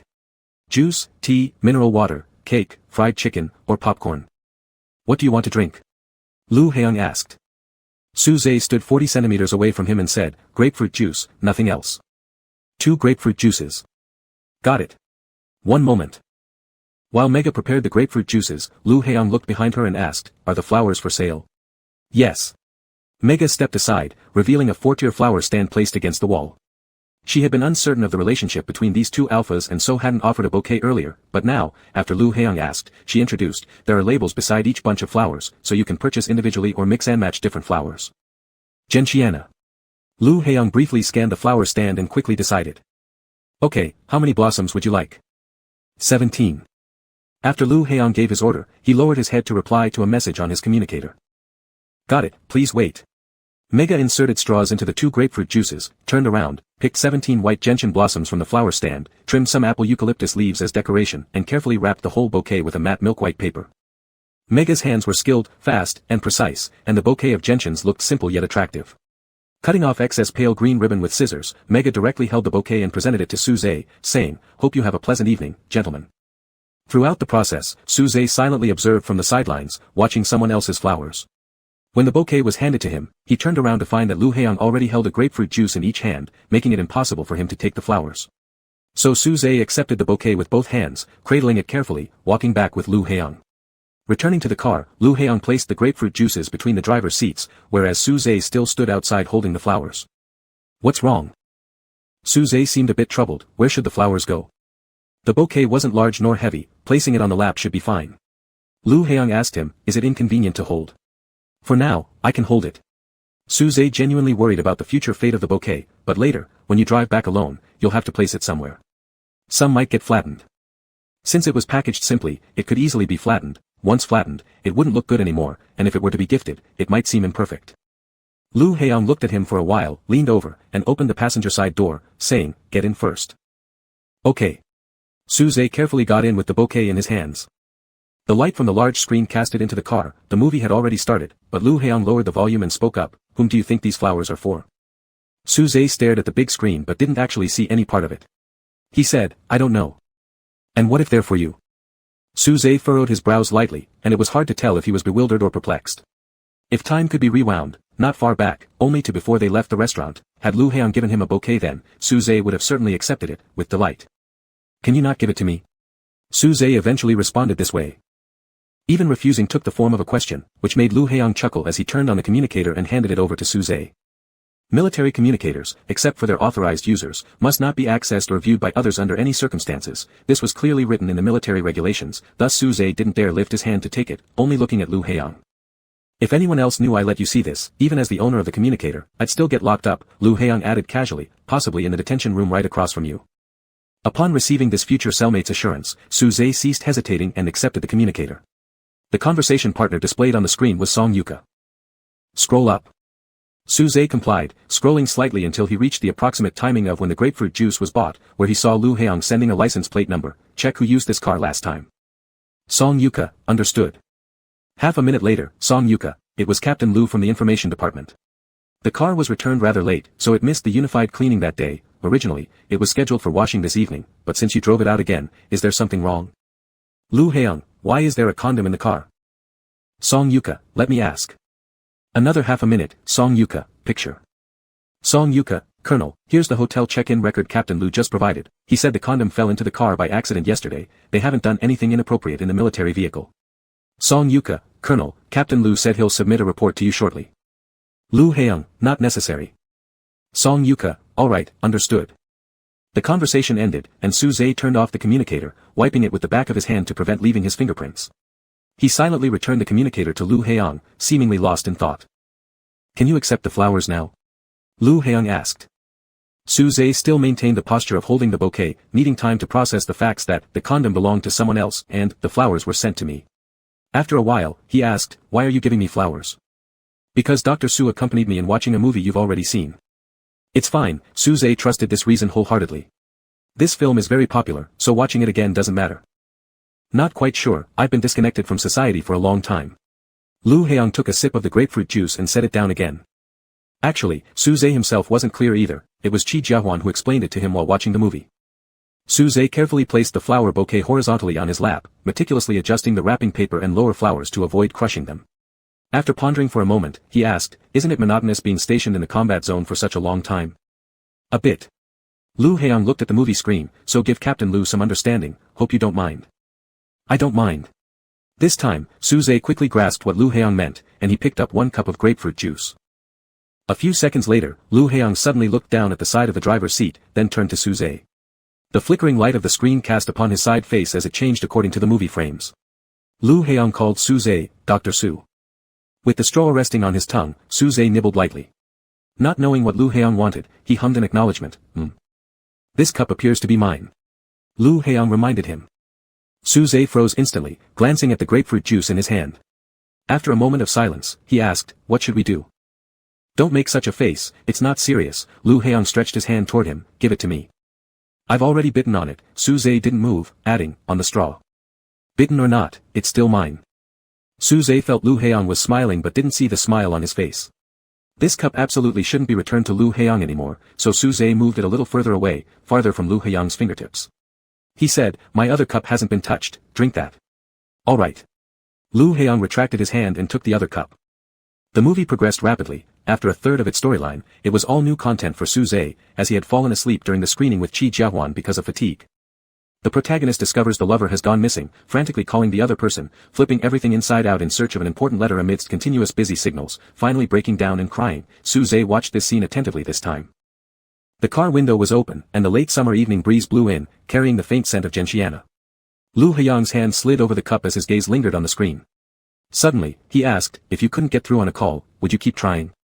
Suze's first thought was that Lu Heong was discussing the movie plot, but upon further reflection, it seemed to mean more than that. Suze disengaged from the story and still gazed at the screen. After a moment of silence, he answered, if it's an important person, yes. The question and answer finished, and the car fell silent again. As the movie ended, the credits rolled. Lu Heong put down the grapefruit juice.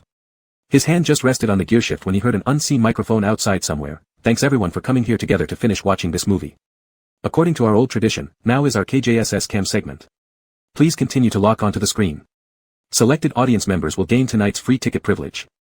Everyone applauded and cheered, but Suze didn't know what a KJSS cam was. He looked at the screen where the live footage of the theater area had already started showing dozens of cars with their parking lights lit, bright and lively. The screen split into 3 sections, each showing footage from different camera angles. The lenses then moved closer, even closer. Suddenly, a bright spotlight beamed on Suze's face, making him squint slightly as he saw his own face and Lu Heong's displayed on the screen. Confused about what he needed to do, Suze asked Lu Heong, what does it mean? Lu Heong didn't look at him, merely nodding his head toward the screen as if telling Suze to watch closely. Cars around them flashed their headlights, and whistling sounds filled the air. Suze looked back at the screen, thinking he must have misunderstood. On the other 2 screens, audiences captured by the cameras were kissing. Pink hearts and bubbles rose on the screen while Suze and Lu Heong sat uprightly between 2 couples fervently kissing, looking utterly out of place. Okay, we can see Group 1 and Group 3 have perfectly completed the task, but our friends in Group 2 seem a bit shy. Can everyone give them some encouragement? The cheers and whistles grew louder. Suze wasn't feeling shy, he only wanted to find the host hiding somewhere so he could negotiate properly with them, letting them spare Group 2. Lu Heong shut the car window, blocking out the noise. Suze's ears were relieved, thinking that Lu Heong might drive away directly, so he reached for the seatbelt. Before he touched it, Lu Heong called him, Dr. Su. Lu Heong's voice made everything else feel distant. Suze turned his head and saw Lu Heong also turning to him, his right cheek hidden in the shadow while his left was illuminated by the spotlights. The alternating light created a face with features and bone structure flawless under any light condition. Mind? Lu Heong asked casually, like he had previously inquired whether Suze would go watch a movie with him. Yet, his eyes remained inscrutable. Suze stared at him motionlessly. Saying, mind, was something he wouldn't do regarding Lu Heong, but saying, don't mind, wasn't suitable considering their current relationship either, it wouldn't be appropriate. Since both, mind, and don't mind, were unacceptable, Suze couldn't figure out what to do quickly and chose a way akin to self-deception. He shook his head. It felt like a dim, unreal dream. Suze watched Lu Heong lean closer a little. Lu Heong extended his hand to hold the nape of Suze's neck, gently pulling him closer, while the other hand removed Suze's glasses. Then, he tilted his head slightly and leaned in further.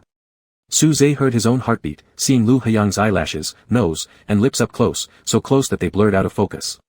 Lu Haiyang's gaze swept across Su Zhe's mouth before his chin grazed Su Zhe's jawline. Finally, he lowered his head, lightly brushing his left cheek against Su Zhe's right. It was more like a hug, an intimate connection of body temperature and pheromones.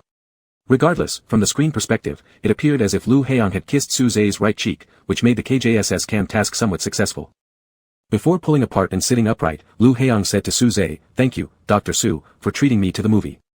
Since their cooperation should grant a free ticket tonight, from Lu Haiyang's standpoint, Su Zhe had treated him to the film. Su Zhe could only muster a soft sound, "You're welcome." The journey home took only half an hour. Despite its short duration, wasting it would mean there might not be a next time. Thus, Su Zhe was forced to become talkative. He actively asked, "Does Colonel Lu still keep in touch with Major Gu?" Lu Haiyang seemed surprised that Su Zhe mentioned Gu Yunqi. He slowly pressed the brake pedal, slowing down the speed. "Do you mean Yunqi?" "Yes. I rarely contact him, we are in different combat zones." "Major Gu won't be returning to the capital in the near future, right?" Lu Haiyang didn't answer directly but smiled instead. "Dr. Su, are you and Yunqi close?" "Not really," Su Zhe replied. "I was just asking." Back in high school, Lu Haiyang had arranged through Gu Yunqi for Yi Yunhua's accounts at the sanatorium and second hospital to be credited with over 24 million units. Later, the remaining money was transferred to Su Zhe's account. Over the years, Su Zhe had been adding to that card, using scholarships, wages, and project payments, with the hope of one day repaying Lu Haiyang with interest. But Lu Haiyang seemed to have forgotten about it already, which meant it still needed to be settled via Gu Yunqi. Su Zhe planned to communicate with Gu Yunqi so that the latter could return the money to Lu Haiyang under some other pretext without mentioning him. However, as Gu Yunqi hadn't been back to the capital for a long time, he decided to ask Lu Haiyang. "It's uncertain. It might have to wait until the next ceasefire, it shouldn't take too long." Su Zhe nodded. When they arrived at the apartment building, Su Zhe still couldn't bring himself to ask when Lu Haiyang would leave the capital. They both got out of the car together, and Su Zhe took the gentiana flowers and unfinished grapefruit juice, telling Lu Haiyang, "Drive carefully on your way home." "All right." Lu Haiyang took a condom from his pocket and handed it to Su Zhe. Seeing Su Zhe standing there motionlessly, Lu Haiyang said, "Could you throw this away for me?" "Okay." Su Zhe accepted the condom. Su Zhe. Su Zhe turned around and saw Qi Jiahan emerging from the apartment complex. "Coming back so late?" Qi Jiahan asked, descending the steps. "I was just about to." Upon noticing the military vehicle, Qi Jiahan stopped talking. When he saw the Alpha standing in front of Su Zhe, Qi Jiahan halted in his tracks. It had been a very long time since he'd seen this face. Prior to this, Qi Jiahan had almost completely forgotten what Lu Haiyang looked like now. Actually, there were many people in the alliance who resembled Lu Haiyang, those from high-ranking families, educated in military academies, entering the political system after graduation, participating in decision-making, delivering speeches, treading in both military and political circles to maximize their power. In his circle, Qi Jiahan had encountered plenty of such individuals. But Lu Haiyang seemed to have drawn a very clear line between himself and any involvement in politics. The only time he appeared on camera over all these years was actually an accident, an unexpected moment when a reporter introduced the post-war situation and the camera accidentally captured Lu Haiyang stepping off a fighter jet far away, removing his helmet to speak with a soldier. The tall Alpha stood beside the fighter jet, his hair unkempt, slightly disheveled and hanging loose across his forehead. Amidst the golden smoke of the setting sun, the blurred profile added an ethereal beauty to an otherwise ordinary news footage, making it feel distant and untouchable. Qi Jiahan's first reaction when he came across this news was thinking Su Zhe might save that particular segment using a USB drive, because Su Zhe was possibly the best person at picking up junk and leftovers, aside from scavengers. "What brings you here?" Su Zhe asked. "A friend was celebrating their birthday, so I went over for a little gathering." Qi Jiahan continued walking forward, glancing at Lu Haiyang with a gaze that wasn't particularly warm or friendly. "Is he your friend? You going to introduce me?" In a certain sense, Su Zhe felt Qi Jiahan sometimes reminded him of He Wei, someone unpredictable. "Jiahan." Su Zhe called his name. "I'm joking." Qi Jiahan forced out a dry laugh. "Colonel Lu probably doesn't even remember me anymore, Qi Jiahan." "Hello." Lu Haiyang didn't answer whether he remembered Qi Jiahan or not. "See you later." "Heading to your room?" Qi Jiahan said to Su Zhe. "All right." Su Zhe looked back at Lu Haiyang. After a brief moment of eye contact, Lu Haiyang said, "I'll go ahead. Drive safely." Lu Haiyang nodded toward Qi Jiahan before opening the door and getting back into his car. "Let's go, stop staring." Qi Jiahan pulled Su Zhe's wrist and started walking up the stairs. "Your expressions earlier were weird." "Wait a second." Passing by the trash can, Su Zhe threw the condom inside. Qi Jiahan wore a complicated expression. "Did you sleep with him?" No, I found it in the car. So did he sleep with someone else then? No, it was another officer's. You believe that? Yes, I do. Chi Jiahan displayed an exasperated expression and leaned in to inspect the flowers in Su Zhe's hand. Did he give them to you? Sort of. Why does it seem like a date? Su Zhe, I feel like you're about to fall for him again. Chi Jiahan said, do you know what the symbolism behind gentiana flowers is? Eternal love, hopeless love. Which one do you think applies to you too? Su Zhe didn't respond, and Chi Jiahan continued, do you know that Lu Heyang's sister has been missing for many years? And her ex-boyfriend disappeared too. No one knows whether they're dead or alive. The chairman's daughter, the alliance diplomat, vanished from public sight overnight. There were many rumors about her disappearance, but the truth would be completely sealed off, with no one knowing what really happened. Even though no one can touch or harm Lu Heyang now, but are you absolutely safe? You've barely had a few peaceful years. Su Zhe, wake up, will you? Su Zhe understood Chi Jiahan's concern but couldn't figure out how to tell him not to worry because it seemed like no matter how he explained, Chi Jiahan wouldn't believe him. Lu Heyang parked the car by the side of the road and answered the phone. Colonel Lu, I've investigated the number you gave me before. Because the results were somewhat special, I confirmed from various angles again, so I'm only reporting today. What kind of results? The calls and messages records for this number were completely blank for an entire year, the very year you asked me to investigate. Was it manually deleted? It should have been. Even if the number wasn't used during that year, it wouldn't be completely empty. It's highly likely that someone deleted it intentionally. Is there any way to find out who did it? I looked into the relevant operations of the telecom department in the past 5 years and found nothing, so it must have been deleted more than 5 years ago. Moreover, if the deletion was done under special orders, it will be even harder to trace. Lu Heyang wasn't too surprised. Alright, I understand. The shelf life of fresh flowers is at most 15 days. Before the first petals started to rot, Su Zhe took the 17 gentianas to the medical university laboratory. Making dried flowers was something simple both in theory and operation for medical students. Su Zhe specially bought a transparent rectangular acrylic box, which was quite substantial, to place the dried bouquet inside after completing the process. It looked like a piece of art, and perhaps adding decorations such as ribbons would make it more appealing. Unfortunately, Su Zhe wasn't skilled with these details, he simply wanted to preserve the flowers well. His phone vibrated. It was a call from his teammate. Su Zhe, the boss is here and wants to have a small meeting. Which room are you in? Come to room 602 quickly. Okay. Holding the box, Su Zhe returned to room 604, placing it beside his backpack before heading to room 602. All his teammates had already gathered there, where Huang Liling was reviewing the latest project report and data. When he saw Su Zhe arrive, he said, everyone's here, let's start. Each person reported their progress on their tasks. After listening briefly, Huang Liling gave some instructions, and the meeting concluded. Everyone went back to their own work. Su Zhe, stay behind. After everyone else left, Huang Liling gestured for Su Zhe to sit down and then asked, has your work at Hospital 195 become less busy recently? Due to its unique nature, the Alliance military hospital isn't usually very busy except during major wars. Su Zhe nodded, yes. Good.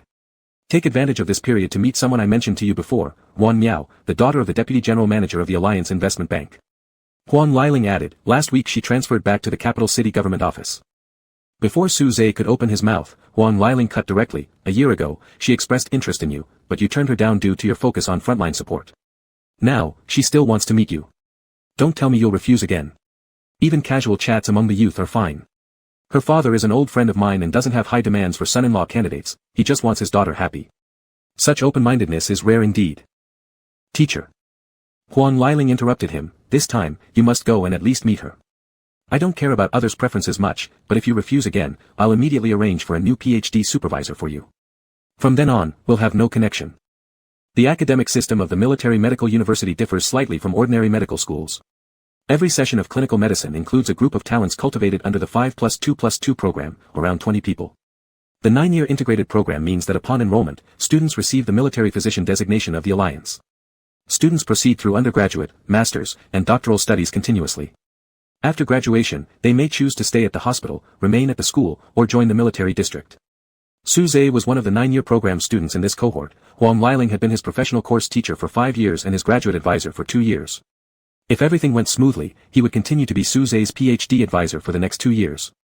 Having spent so long together, Su Zhe knew Huang Liling, and Huang Liling also understood Su Zhe well. He knew exactly which words would force his seemingly easygoing but actually difficult to handle student to give in. Even if you have someone you like, from your undergraduate to master's degree, I haven't seen you with that person. Since you've been apart for so many years, it's basically impossible for the two of you to be together in this life. I don't want to see you waste your time any longer. Huang Lilin suddenly sighed with emotion. Su Zhe, you're someone I've personally guided until now, doing research, doing projects, interning at the hospital. I'm very proud of your accomplishments, but I just can't help but meddle in others' affairs. For students I see potential in, I hope I can do a bit more for them in other areas as well. After hearing this, Su Zhe understood that there was probably no room left to refuse, at least not outright refusing Huang Lilin. Perhaps clarifying things with Wan Miao would better resolve the matter. Alright, thank you, teacher, Su Zhe said. Back at the lab, Su Zhe packed his bag while his gaze kept falling on the dried flowers inside the acrylic box. The white petals had already turned a light brown. Su Zhe could vividly recall how fresh and beautiful these flowers once were. Excellent, people like you who are as stubborn as steel need a little strong-arm persuasion. I support Professor Huang's actions, Qi Jiahan remarked when he learned about Su Zhe's Saturday plans after work which might involve meeting Wan Miao. Su Zhe quietly ate breakfast without saying anything. Qi Jiahan kicked him lightly under the table. Have you decided? To continue your PhD at the Military Medical University or study abroad? You've been at the military hospital for such a long time, Professor Huang definitely hopes you'll join the institute next. I'm still considering, Su Zhe replied. Dr. Su, take your time to decide, Qi Jiahan teased as he tore his toast into strips. As long as you skip a few trips to the front line, I'll be thankful to heaven and earth. After breakfast, Su Zhe and Qi Jiahan returned to their departments. In the changing room, Qi Jiahan couldn't find his white coat and realized he had left it in the office the previous day. He hung his shirt in the locker and walked to the reception desk in his undershirt to clock in. A nurse looked up and grinned. Dr. Qi looks exactly like a high school student. Qi Jiahan laughed. That's right, I'll go back to Chinese class after signing in. As he turned around, the smile still lingering on his face, an alpha abruptly stopped walking 2 meters away, staring at him. Ho team leader, the nurse greeted. He Hao nodded at the nurse and shifted his gaze back to Qi Jiahan. There was a strangely tense moment, though it only lasted a few seconds. He Hao thought Qi Jiahan would turn around and leave like last time in Su Zhe's office, but unexpectedly, Qi Jiahan asked, what happened to your hand? Qi Jiahan knew He Hao was back in the capital to recover from injuries per his parents' orders, but judging by the looks of it, he seemed worse off. He Hao glanced down at his bandaged left wrist. It's sprained. The orthopedic department is on the 4th floor. Yeah, I just came up from the 4th floor. Recently, my teeth have been hurting, so I came for a checkup. He Hao smiled. Is Dr. Qi available now? If it's for a checkup, please ask my colleague. I'll be assisting in a surgery shortly. Not asking for a checkup, but for something else. Qi Jiahan didn't say anything and headed towards the office with He Hao trailing slowly behind him. Qi Jiahan's hair had a fluffy texture at the back, and He Hao's eyes were fixed on it. Once in the office, He Hao leaned against the doorframe. Qi Jiahan slipped on his white coat, clipped his communicator to his chest, then stood in front of He Hao, looking up and asking, what is it? He Hao met his gaze for a moment, then pulled a beautifully crafted pink envelope from his police pants pocket. The first 2 times I came, you weren't here, so today I brought it again. Qi Jiahan made no move to take it, instead asking coldly, what is it? He Hao observed him silently, almost imperceptibly studying him. Finally, he licked his lips and smiled casually, speaking in a teasing tone, a wedding invitation. It was obvious that Qi Jiahan was momentarily stunned. I haven't heard about team leader He getting married yet. Realizing this, Qi Jiahan averted his gaze from He Hao to focus on the deformed ring finger and half-missing thumbnail of the alpha's hand holding the invitation. Indifferently, he said, congratulations. Yes, so I'd appreciate it if you could keep it a secret from me. He Hao shook the envelope lightly. Will you come? After a brief silence, Qi Jiahan reached out to take the invitation. The envelope was stiff, and he could feel the hard card inside. No, he replied. After disembarking from the helicopter and driving for over half an hour, Lu Heiyang and Song Yuka arrived at a neighborhood in the adjacent city. The houses in the area showed signs of age, but facilities and security were no worse than those of luxury residential zones, mostly inhabited by families of government employees or military personnel. Before they even arrived, an elderly woman and a child were already waiting by the roadside at a distance. Song Yuka parked the car, picked up several large boxes of gifts from the back seat, and followed Lu Heiyang as they approached. Auntie, it's been a long time. Lu Heiyang slightly bent down and held Yufang's hand. You've grown up, you've grown up. Yufang smiled with delight. We could have just talked over the phone. There was no need to travel such a great distance, it must have been very tiring. I actually planned to visit you anyway. Lu Heiyang looked at the little girl clinging to Yufang's sleeve and asked, is this your granddaughter? Yes, she's 6 years old and goes to school in the capital. It's Saturday today, so she came to play with me. Yufang patted the girl on the shoulder and said, Anan. Anan wasn't shy and greeted Lu Heiyang with a uncle. Lu Heiyang patted her head, while Song Yuka squatted down and handed her a box of gifts, saying, would you like to play with uncle? Anan looked up at Yufang and, after receiving her grandmother's approval, took the gift and said, thank you, then added, okay. You brought so many things too. After entering the living room, Yufang served 2 cups of water onto the coffee table, saying, "Colonel, please take a seat. Just call me Haeyoung." After Song Yuka had finished putting down the gift boxes and went out to the garden with an Yufang said, "After the incident happened to you that year, you never came home again. Not long after, I and a few other maids were arranged for retirement. I didn't know how to contact you afterwards. Later, I heard that you went to the military academy, so I felt more relieved, thinking that your health must be fine." She seemed uncertain, asking, "Haeyoung, you probably don't remember me, right?" "There are vague impressions, but I can't recall specifics," Lu Haeyoung said. Yufang nodded, "I thought so too. Not everyone gets to see you immediately after you wake up. Once that moment passes, it's hard to remember anything clearly." She stood up, went upstairs, and came down with a small box, sitting back on the sofa. "When you were hospitalized, a group of people came to your room at home and searched it. They opened the safe and took away some files inside. They also threw some other things into the trash that they deemed useless." Yufang opened the box. "I thought, if those items were truly useless, why would you keep them in the safe? So, I secretly picked them up. Inside the box were several SIM cards, an old cheap bracelet, and a small ordinary blue jewelry box." Lu Haeyoung stared at the box for a few seconds, not moving. He asked Yufang, "Auntie, do you remember if there was anyone else who visited my house on my 18th birthday, apart from Hiwei and Yunqi?" "Yes, there was another alpha around your age." Yufang remembered it after a brief thought. "I remember it particularly clearly because usually only the 2 kids from He's and Gu's families came to visit you. You never brought other friends home, and it was raining heavily that night. That boy had injuries on his face, and I remember him very clearly. He was drenched in the rain, so you asked me to cook ginger soup, and he spent the night in the guest bedroom. I originally worried that someone might come to question me after checking the surveillance footage, but surprisingly, no one did." "Colonel." Song Yuka knocked on the door. "They said the meeting has been moved forward." "All right." Lu Haeyoung stood up. "I should go now. I'll visit you next time. Hurry along, don't miss the meeting." Yufang closed the box and handed it to Lu Haeyoung. As they stepped out of the gate, Anan ran over with a toy in her hands toward Yufang, and Lu Haeyoung waved at her. Anan said, "Goodbye, uncle." Yufang seemed to have something she wanted to say but hesitated. Before Lu Haeyoung got into the car, she finally couldn't help but ask, "Haeyoung, may I ask if Ching Imo is doing well?"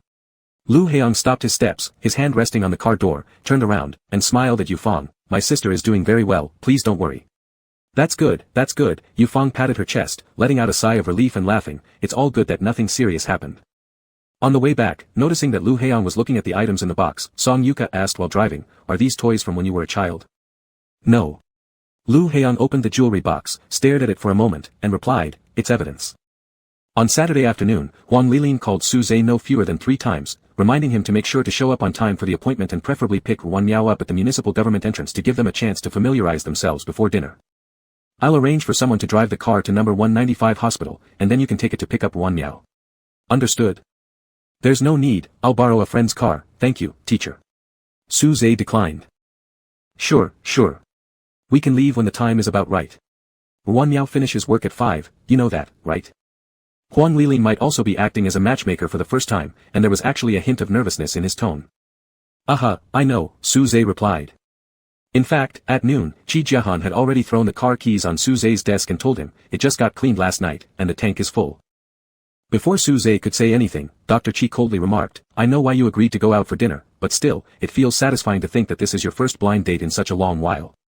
So satisfying, in fact, that he even considered making an anonymous call to Lu Haxiong, though upon considering that Commander Lu suffered from amnesia, Qi Jiahan ultimately didn't do it. At 4:30, Su Zhe sent a message to Wan Miao saying that he would wait for her at the municipal government entrance, and she did not refuse. After confirming the plan, Su Zhe packed up his things, changed out of his white coat, and signed off for the day. The road from hospital number 195 to the municipal government was relatively empty, and Su Zhe quickly drove there. Since it was Qi Jiahan's car, the automated barrier recognized the license plate and lifted automatically, allowing Su Zhe to park in one of the vacant spots near the entrance, next to several military vehicles. As it approached 5 o'clock, Su Zhe stepped out of the car. Climbing the steps, he noticed quite a few people leaving the hall. They weren't regular government staff but appeared to be leaders who had just finished a meeting. Su Zhe moved aside until most of the crowd had dispersed before re-entering the hall. Unexpectedly, however, he collided face-to-face with Omega Omega. The Omega let out an ouch as the documents in her arms dropped to the floor. Su Zhe immediately apologized and crouched down to pick them up. Su Zhe. Looking up, Su Zhe realized he had bumped into Wan Miao. Wan Miao had attended the preparatory school during high school. Before the classes were divided in the 3rd year, she and Lu Haxiong had been classmates. "Are you hurt anywhere?" Su Zhe asked as he handed over the documents. "Sorry, I wasn't looking where I was going." No, it's fine. I was walking too fast, Wang Miao said, tucking her hair behind her ear as she took the files. Give me a moment to organize these materials. Her bag was hung on her arm, seeming somewhat inconvenient. Su Zhe extended a hand. Would you mind if I held your bag for you? Sure, thank you. Wang Miao handed the bag to Su Zhe. When the sound of footsteps echoed again in the hall, Su Zhe lightly gestured with his fingertips at Wang Miao's elbow, signaling her to move aside, adding, if you're not in a hurry, you could organize them in the car instead. Wang Miao slightly leaned toward him, smiling and shaking the file folder in her hand. It's fine, I'm good now. Together they walked down the steps. Su Zhe opened the passenger door for Wang Miao. As she was about to get in, she suddenly paused and blinked. Is that Commander Lu? Su Zhe froze for a moment, turned around, and saw Lu Hexiong wearing a training cap, standing with several officers by a nearby military vehicle. He then realized that it had been Lu Hexiong's group in the hall earlier, who had been following him all the way down the stairs. After the others bid farewell and left in their respective cars, Song Yuqua greeted Su Zhe and then got into the driver's seat to wait for Lu Hexiong. Not knowing why Lu Hexiong was staring at him silently, with the brim of the hat casting a shadow over the upper half of his face, his expression unreadable, Su Zhe broke the silence first. Commander. Dr. Su, are you here for business? Lu Hexiong asked. Not really, Su Zhe shook his head. I came to pick up a friend. Understanding to some extent about Commander Lu's amnesia and knowing he likely wouldn't remember him, Wang Miao said to Su Zhe, give me the bag. I'll wait for you in the car. Alright, Su Zhe handed the bag back to Wang Miao and closed her car door for her. Lu Hexiong's tone remained casual. You're going to have dinner, correct? Yes, Su Zhe replied. Considering that two other people were waiting for him, he felt somewhat uncomfortable. Su Zhe realized there was a comfort zone in how he interacted with Lu Hexiong, whether in the past or now, smaller, quieter environments without other people around made it easier for him. Thus, Su Zhe said, if there's nothing else, we'll be going now. Lu Hexiong faintly smiled, drive safely. The journey to the restaurant was slightly congested, so Wang Miao initiated a conversation with Su Zhe. Does Commander Lu still remember you? He doesn't, Su Zhe replied. Judging from your expressions earlier, I thought he remembered you. After so long, it seems like both of you have changed, yet somehow stayed the same. Did you know me back in high school? Su Zhe wasn't quite sure, but from Wang Miao's words, it seemed she had some impression of him, though Su Zhe didn't recall ever conversing with her. Of course. There weren't many people in our grade who were at the S level. Being in the same school, we'd bump into each other often. Back then, you always seemed to have injuries and didn't socialize much, it looked like you only got along well with Qi Jiahan. As for Commander Lu, Wang Miao paused, even though we didn't know his family background back then, he and Gu Yunqi were very close, so we could guess roughly about his background. He seemed like a kid without any bad habits, not really interested in mingling either. She reflected for a moment before adding, he's changed more than you, probably because he became a soldier. When he looks at people now, it feels like he's interrogating them.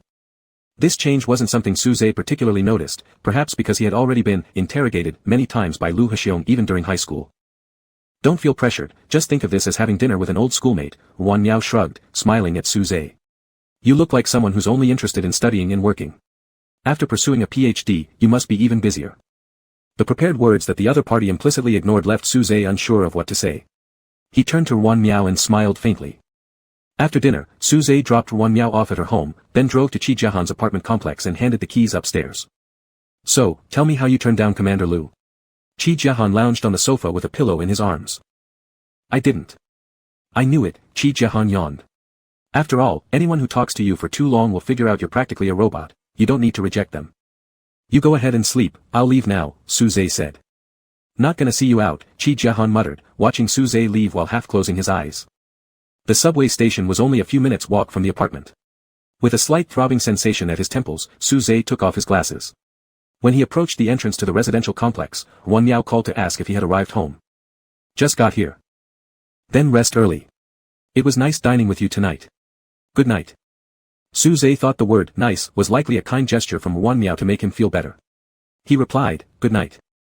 As he hung up the call, Su Zhe climbed the steps. A few bulbs in the lamp above the main gate seemed broken, casting shadows near the door. Without his glasses, Su Zhe didn't realize until he was quite close that there was an alpha standing next to the information stand. In the dim light, Su Zhe stared silently at the silhouette of the man for a moment, feeling both certain and uncertain. Commander. Strangely, after calling out, Commander, Su Zhe felt completely sure that the person standing there was indeed Lu Hexiong, even though Lu Hexiong did not respond. After waiting a few more seconds and still receiving no answer, Su Zhe put on his glasses and cautiously stepped forward, growing slightly worried. Was Lu Hexiong drunk? And if so, how drunk? Afraid to touch him without knowing the extent, Su Zhe hesitated mid-motion. Commander. Suze called again, starting to ask, have you been drinking? Suddenly, Lu Haxiong lifted his hand, his fingertips brushing gently across Suze's face and stopping behind his ear. His large palm felt warm, fully covering half of Suze's cheek, with his thumb grazing softly under Suze's eye. Before Suze could finish asking, the question was cut short. Speechless, he strained to control himself from gasping aloud. In that instant, a wildly absurd thought struck him. He wondered if Lu Haxiong had remembered everything. If he hadn't remembered, then Suze hoped that this moment was happening 7 years ago in that dark staircase of their old neighborhood instead. Suze never fantasized about going back in time, not anymore. Things were better now. Poverty, constraints, and threats, all gone. It had been hard to get to where they were today, and he shouldn't keep looking back. But why would such thoughts cross his mind right now? Probably because in that precise moment when Lu Haxiong touched him, Suze finally realized just how much he longed to be remembered. 10 seconds passed, or maybe 15, before Lu Haxiong finally lowered his hand. Dr. Su, he called Suze, but nothing else followed. Even though Suze had put on his glasses, it felt like he was back in the state of blurred vision. Stiff fingers moved slowly, forgetting to reply, and instead continuing the incomplete question, were you drinking? There were a lot of seniors from the military district at the dinner meeting, Lu Haxiong explained. So I drank. That made sense now for the previous behavior. Suze nodded slowly, asking further, why are you standing here? I've been waiting for you. Have you been waiting long? Suze always cared about this. Yes, quite a while. Lu Haxiong didn't bother with any pleasantries. I didn't expect you to come back so late. After dinner, I sent a friend home and then returned a car to another friend, so it was a bit later, Suze explained before asking, is there something the colonel needed from me? Perhaps because he knew that Lu Haxiong had been drinking, or maybe it was the dim light. In any case, Suze felt comfortable now and rarely stared so plainly at Lu Haxiong's face. Lu Haxiong looked at him similarly, answering after a pause, I came to retrieve the badge. It was unexpected but not questioned. Suze did not ask whether the badge would be permanently reclaimed or temporarily borrowed, as it originally belonged to Lu Haxiong anyway. Alright, Suze suggested to save Lu Haxiong a few steps. I'll go upstairs and bring it down for you. I'm thirsty, Lu Haxiong said. Suze hesitated briefly, uncertainly asking, would you like to come into my room for a glass of water? Lu Haxiong didn't pretend otherwise and stood up straight. Suze first stepped back to confirm that Lu Haxiong could steady himself, then walked into the hallway alongside him. Perhaps it was an illusion, but Suze felt that the physical distance between them was slightly closer than usual, and their hands brushed against each other occasionally as they walked side by side. To prevent Lu Haxiong from feeling uncomfortable, Suze deliberately increased the gap by half a step. In the elevator, after careful deliberation, Suze said, you could have called me earlier. I would have returned sooner, and you wouldn't have had to wait so long. Lu Haxiong replied, I didn't want to disturb your date. It wasn't a date, Suze honestly admitted, knowing the interaction with Wan Miao could only loosely be described as either a casual relationship or an arranged meeting. More like, an arranged blind date. Unable to find a better way to describe it, and given that it essentially ended without any results, and assuming Lu Haxiong might not care much about such trivial matters, Suze summarized it briefly with the word, blind date. Through the blurry reflection in the elevator doors, Suze saw Lu Haxiong give a small smile without making further comments. Suze felt an indescribable strangeness. Lu Haxiong seemed his usual calm self, yet subtly different in a way Suze couldn't put into words. Still, Suze chalked this sensation up to being a mere illusion. The door lock had already been repaired. Suze unlocked it with his fingerprint, stepping into the room first and turning on the lights before turning around to invite Lu Haxiong in. Before the process was complete, the lamp that had just lit up suddenly went out as if its power had been cut, leaving only the faint corridor light shining through, which soon disappeared too. Lu Haxiong had pulled Suze's hand off the doorframe and shut the door, cutting off all sources of light. It wasn't a blackout, for Suze heard the sound of the switch being turned off with a soft click. Lu Haxiong had turned off the lights. Why turn off the lights? Suze didn't have time to finish his question. Lu Haxiong held Suze's wrist and pushed him near, using the other hand to remove his glasses, pinching the temple pieces between his fingers. That same hand then grasped Suze's waist and pushed him backward until his back hit the door. Without giving Suze any time to react, Lu Haxiong leaned down and kissed him, pressing his lips firmly. His tongue pushed past Suze's teeth. It felt as if Suze's body were emptied of all thought except for his heart pounding fiercely. The intense sensation of being dominated and restrained made Suze instinctively open his mouth, completely passively accepting as a sticky, wet noise echoed through his ears amidst a buzzing ringing sound, until he finally realized he could breathe through his nose due to oxygen deprivation. He had kissed Lu Haxiong many times before, mostly calm and gentle, but perhaps because it had been so long since then, this moment still felt unfamiliar. In the dark, Suze opened his eyes blankly, wondering if it was raining outside because he could hear raindrops falling, reminiscent of the time years ago when he gave a birthday gift during a heavy rainstorm, only to be stopped before leaving, leaning against a soaked tree trunk. An umbrella sheltered both of them, and it was the first time he had ever kissed Lu Haxiong. Maybe it was a dream, or perhaps the one who had drunk alcohol was himself. Suze gave up trying to hold on to consciousness and closed his eyes, tilting his head upward slightly to tentatively reciprocate the kiss. When Suze responded clumsily, Lu Huxiong tightened his grip, kissing even deeper. Suze gradually began to feel pain and let out a muffled groan, unsure whether his lips or tongue had been bitten. A slight metallic taste spread in his mouth. He wanted to embrace Lu Huxiong, either around the waist or neck, but one of his hands was restricted, while the other was pressed hard against the door. Suze feared that once he loosened his grip, he would slide down completely. After a long while, Lu Huxiong slightly raised his head, their lips parting as they breathed heavily facing each other. Their pheromones escaped the constraints of their bracelets, colliding and entwining at the same time. Just after a brief pause, Lu Huxiong kissed again, this time with slower movements. He sucked on the corner of Suze's mouth where it was injured and touched his tongue. When the kiss finally ended, Suze's breathing was still shaky. He tried to see Lu Huxiong's expression and eyes, but it was too dark to discern anything. Are you drunk? Suze's voice was a bit hoarse, like a question but more of a statement, you're drunk. This was the only reason he could think of, there wasn't any other explanation. After returning to the capital, I met many people from before, Lu Huxiong replied off topic, his voice still calm as he continued, without exception, everyone asked me if I had forgotten them. Only you didn't ask. Lu Huxiong's hand slowly moved up from Suze's wrist into his twice-rolled shirt sleeve all the way to his elbow. He questioned Suze, why not? In our final year of high school, the last time I saw you at the hospital entrance, I already knew you had forgotten.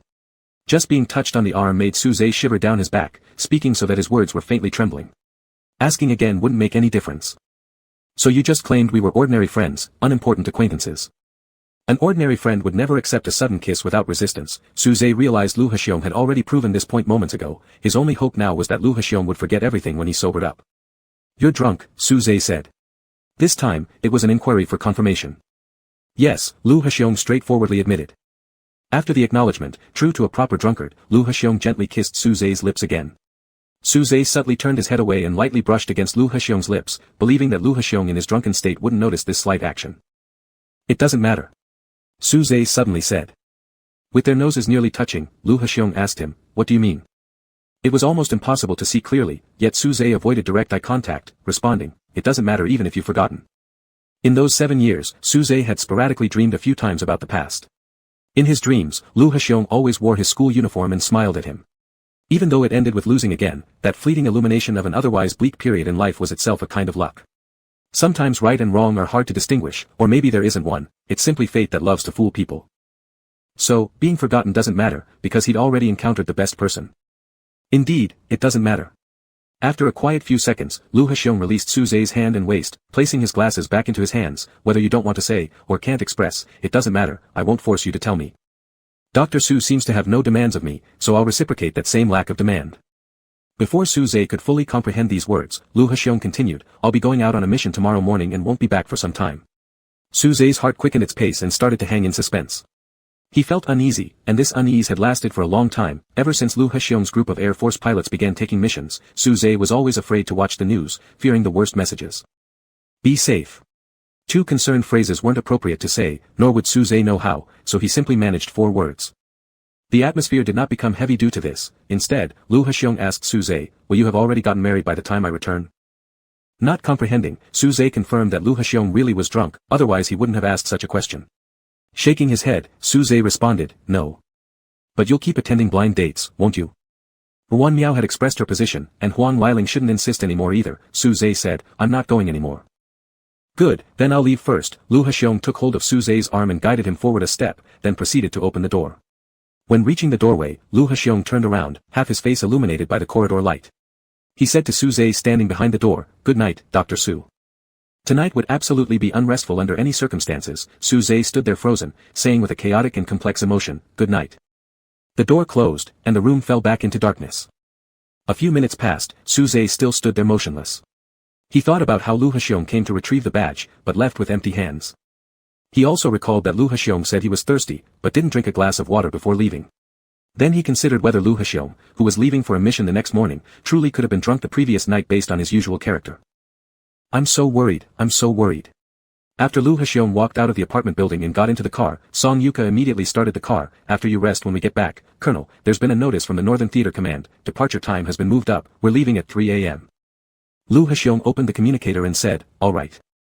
Those few old commanders at the dinner table today should have known about your mission tomorrow, otherwise they wouldn't have let you leave the banquet so quickly. Song Yuka suddenly stretched his neck and sniffed, how come there's still a smell of alcohol? Didn't you just drink one cup? I accidentally spilled some on my clothes. Lu Haxiong wiped the small spot on his chest that had gotten wet with alcohol.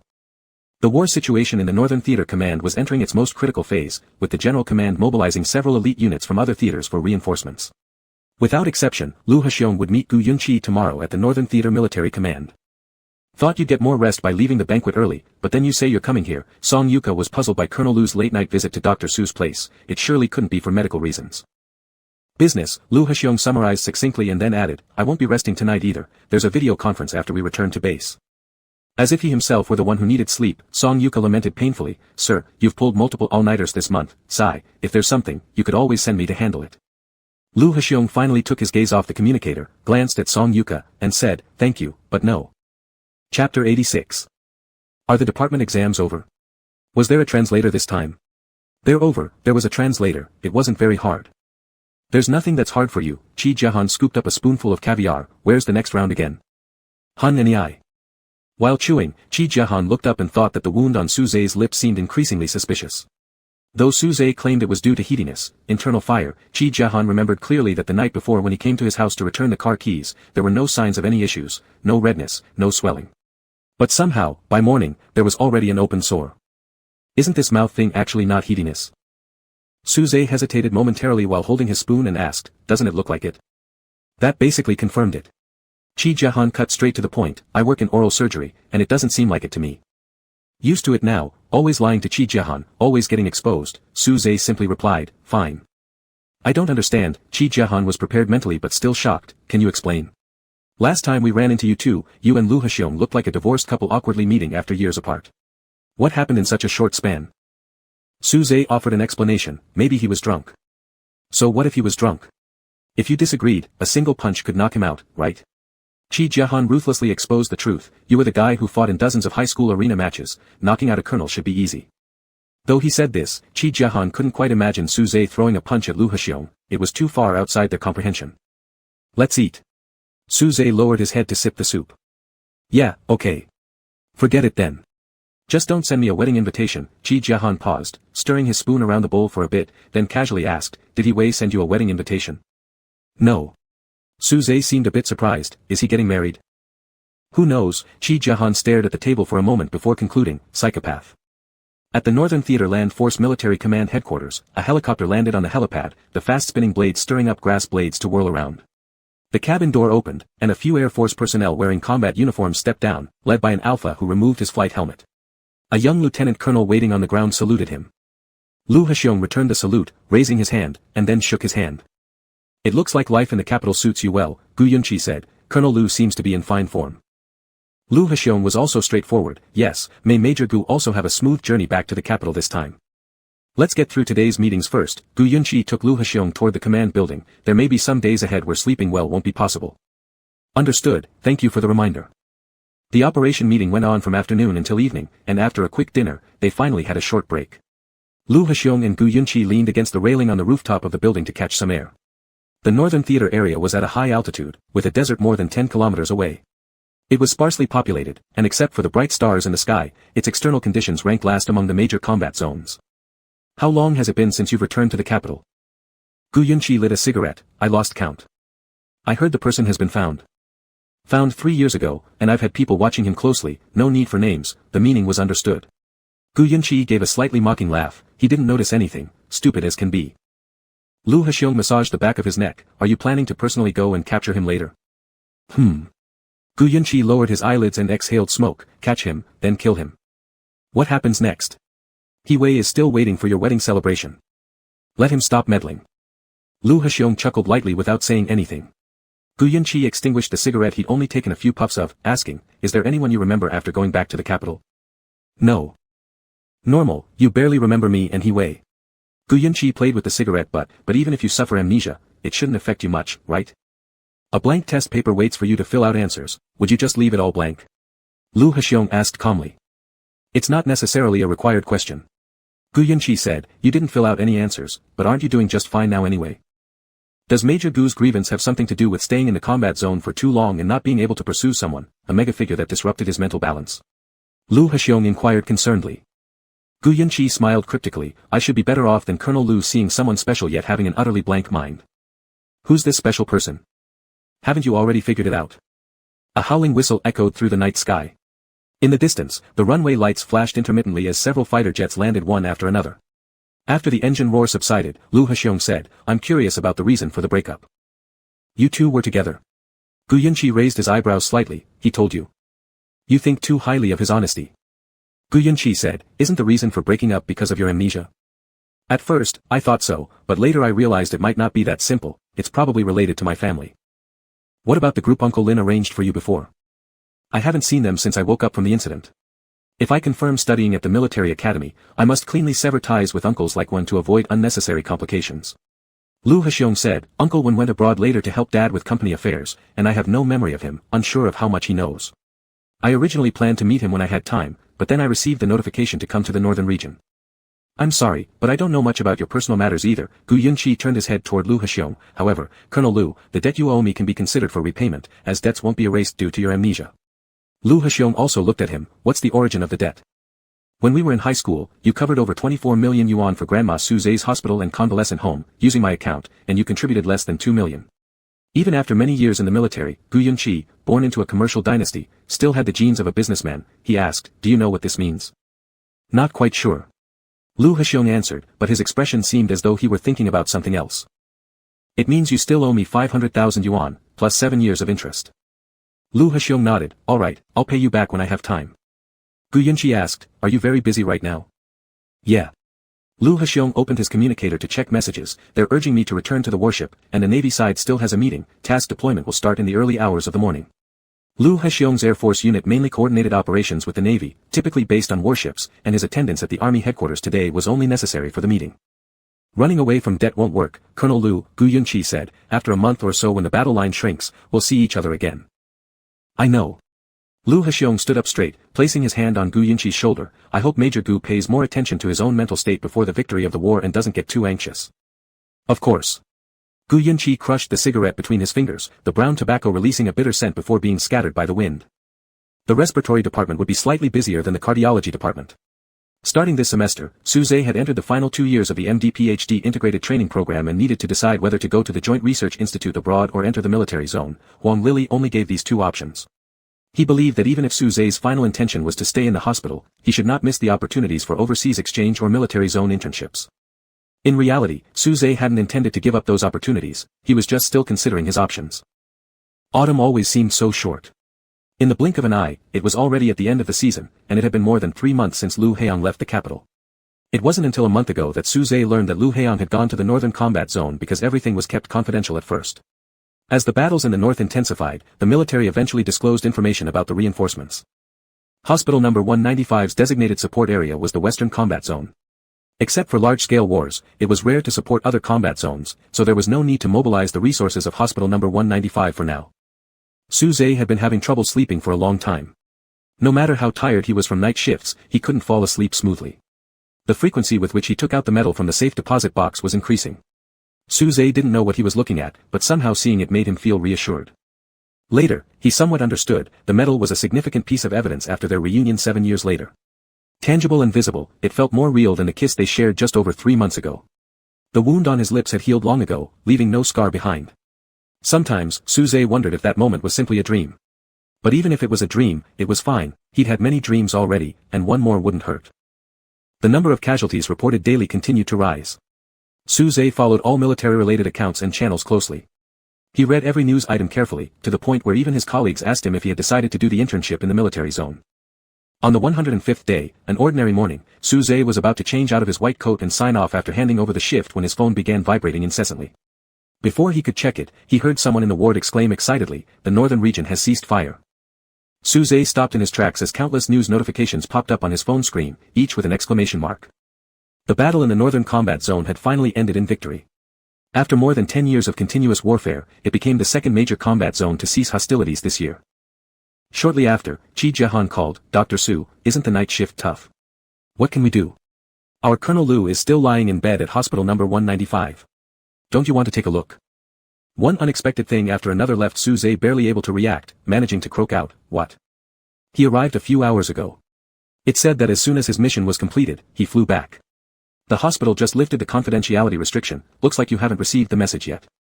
Suze moved forward but didn't know where he was heading, much like how he completely didn't know that Lu Heong had been in the same hospital as him for several hours. Was he injured? Suze's voice trembled faintly, almost inaudible. I don't think so. There were no reports of damaged fighter jets in the last couple of days, and he's in the endocrine department, so it probably isn't due to injuries. Alright, I see. After hanging up the call, Suze turned and ran towards the elevator, startling the nurse at the reception desk, who had never seen Suze move so hastily before. The endocrine department was on the 9th floor. As Suze stared at the numbers jumping inside the elevator, a soft ding indicated the door opening. Suze immediately rushed out, heading straight to the special ward area. He showed his work ID to the guards and entered the hall. Encountering an Air Force officer, without clearly recognizing his face, Suze asked urgently, "Excuse me, which room is Colonel Lu staying in?" "Dr. Su." Song Yuka was startled by his frantic appearance. "Are you looking for the colonel? He just woke up a while ago. I'm not sure if he's sleeping now, let me take you there." When they arrived, Suze once again showed his work ID to the guard at the ward entrance. Song Yuka added as a reminder, "Remember Dr. Su's face, you won't need to check his ID next time." The guards nodded, understood. "I won't go in. I just saw the colonel not long ago," Song Yuka said. "If you need anything, Dr. Su, just call the guard." "Alright, thank you." Suze pushed open the ward door. Upon entering, Suze realized he had forgotten to ask Song Yuka about Lu Heong's specific condition, but it was too late now. The curtains in the room were tightly drawn, making it very dark. Around the bedside, only the lights from the medical equipment were flashing faintly, everything else was unclear.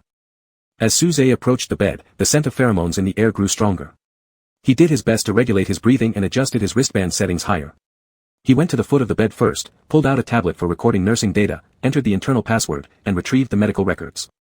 The cause was simple: prolonged excessive use of inhibitors had led to an intense susceptibility period. Suze recalled Lu Heong mentioning that he roughly experienced a susceptibility period every 3 months.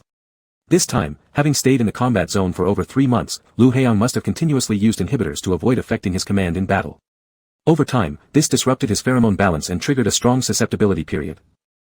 What Suze couldn't understand was why Lu Heong had chosen to fly back to the capital instead of heading to the military hospital closest to the northern combat zone. He put down the tablet and quietly walked to the instrument panel, carefully observing all the data. As he focused on reading the numbers, a slight movement came from the bed, instantly drawing Suze's attention. He moved closer and, with the dim light, checked if Lu Heong was feeling unwell. It seemed not. Lu Heong appeared to be asleep. Suze looked lower, noticing the sensor on Lu Heong's fingers. Wanting to touch his hand to check if it was cold, he hesitated so as not to wake him up. In the end, he only lightly touched Lu Heong's wrist with his fingertips. It felt warm, which reassured Suze. Slowly standing upright again, his eyes drifted upward when he suddenly realized that Lu Heong had awakened at some point and was now staring at him. "Who's there?" Lu Heong's voice was low, carrying the typical hostility and alertness of an alpha during a susceptibility period. "A doctor," Suze responded promptly, his heartbeat quickening. "I apologize for disturbing your rest. I'll leave immediately." He politely nodded his apology toward Lu Heong, unsure whether the latter noticed or not. Before Suze could even take half a step, his wrist was tightly grabbed with surprising strength. Startled, Suze turned around and clearly saw Lu Heong's piercing gaze fixed on him. The room was silent except for the sounds of the instruments and their 2 sets of breathing. "Dr. Su." The 3 words were spoken calmly but without any indication of leaving Suze a choice. Lu Heong said, "Stay with me." Unexpected by Suze, these words left him momentarily frozen. He neither said yes nor gave any other reply, merely turning back to stand beside the bed. Lu Heong released his grip and gestured vaguely, "There's a chair nearby." This statement was essentially an order for Suze to sit. Gently pulling the chair closer, Suze seated himself. Again enveloped in darkness and silence, this intimate space was what should have been Suze's comfort zone. Yet, he suddenly wanted to turn on the light and carefully examine Lu Heong's face, to see if he had lost weight or if he appeared exhausted. "Do you feel uncomfortable?" Suze asked. "Yeah," Lu Heong replied faintly. "The nursing record shows that medication was administered about 15 minutes ago," Suze explained. "You should start to feel better once the effects kick in." Lu Heong's voice sounded hoarse. "It used to work this way before, but it doesn't seem very effective this time. Maybe I need more pills." "No," Suze responded firmly. "It could harm your glands and brain." Training an exceptional Air Force officer like Lu Heong required immense cost. The top-ranking military doctors in the hospital, perhaps in the entire league, were responsible for diagnosing and treating him. Every dosage had been precisely calculated, taking even half a pill more would not be acceptable. "Really? I learned something new today," Lu Heong said earnestly. Suze didn't believe that Lu Heong would joke under such physical discomfort, nor did he believe that Lu Heong was unaware of these facts, leaving him pondering. Suddenly, Suze heard a slight scraping sound as Lu Haiyang's fingers brushed against the edge of the bed. Without hesitation, Suze leaned forward and asked, "Are you looking for something?" "Yeah, searching for," the sensors on his fingers hit the hard edge of the bed, producing a soft click, as Lu Haiyang said, "Your hand." Because Lu Haiyang was searching, Suze reflexively extended his hand towards him. He could feel the scorching warmth of Lu Haiyang's fingertips gliding over his wrist and then covering his whole hand. It was gripped tightly. Holding his breath, Suze wasn't sure how he should react or why Lu Haiyang was doing this. Amidst all his thoughts leading nowhere, his body obeyed instinctively. He flipped his hand over and returned the grasp, palm to palm with Lu Haiyang. It had been countless years since they last held hands in such a serious manner. Even so, Suze could distinctly notice how much larger Lu Haiyang's hands had become, where new calluses had formed. Some memories never fade, they're just hidden deeply, stored away well. Will staying here affect your work? Lu Haiyang seemed to still retain a fragment of clear-mindedness and asked. It won't.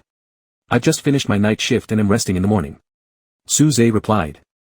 Having gone through the susceptibility period himself, Suze realized that during this time, it wasn't wise to delve deeply into the purpose behind various actions of Lu Haiyang. Most of them were uncontrollable. Since he was an alpha himself, all Lu Haiyang had asked for was a hand-holding. If it had been an omega, there was no if, because an omega could not possibly be here. During the susceptibility period, all healthcare providers of the opposite gender needed to stay away from alphas. Lu Haiyang asked him, "Are you not tired?" "I'm not." Suze replied. "In that case, Dr. Su, could you keep me company for a few more minutes?" "You can leave after I fall asleep." Lu Haiyang's thumb lightly rubbed against the scars on Suze's wrist, and after a short pause, added, "But if you don't feel like waiting, that's fine too." The second half of his sentence caused Suze to abruptly freeze, opening his mouth but unable to voice any sound. After a long moment, Suze finally managed a single round of breathing before softly responding, "I will wait." Silence enveloped the ward once again. This time, Lu Haiyang didn't make Suze wait too long. He fell into a deep sleep within a few minutes under the influence of medication. Suze still held on to Lu Haiyang's hand motionlessly, maintaining this position for over 5 minutes to confirm Lu Haiyang was truly asleep. Then, he carefully stood up, leaning closer to the bedhead, and cautiously touched Lu Haiyang's cheek, nose bridge, and corner of the lips with his free hand. Although there was no particular result, whether Lu Haiyang had gained or lost weight, it brought a sense of relief to Suze. He sat back down on the chair, his mind drifting blank, the only tangible connection being Lu Haiyang's hand, as though tethering a string to him. Leaning onto the bedside, suddenly feeling sleepy, Suze's nose approached their intertwined hands very closely. He leaned in slightly, kissed Lu Haiyang's hand gently, and closed his eyes. It had been a long time since he felt this sleepy, and even longer since he fell asleep so quickly. Of course, waking up happened just as fast.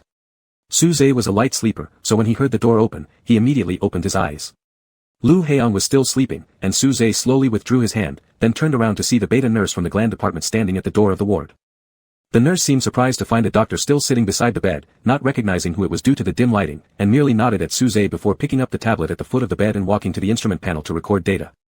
Suze stood up, looked at Lu Haiyang several more times, moved the chair back to its original position, and then left the ward. After entering the hallway, Suze checked his phone and discovered that he had slept for only 20-odd minutes. He considered for a brief moment whether to skip going back to the apartment to rest, but staying in the hospital seemed pointless as well. He would constantly think about checking on Lu Haiyang, which was impractical.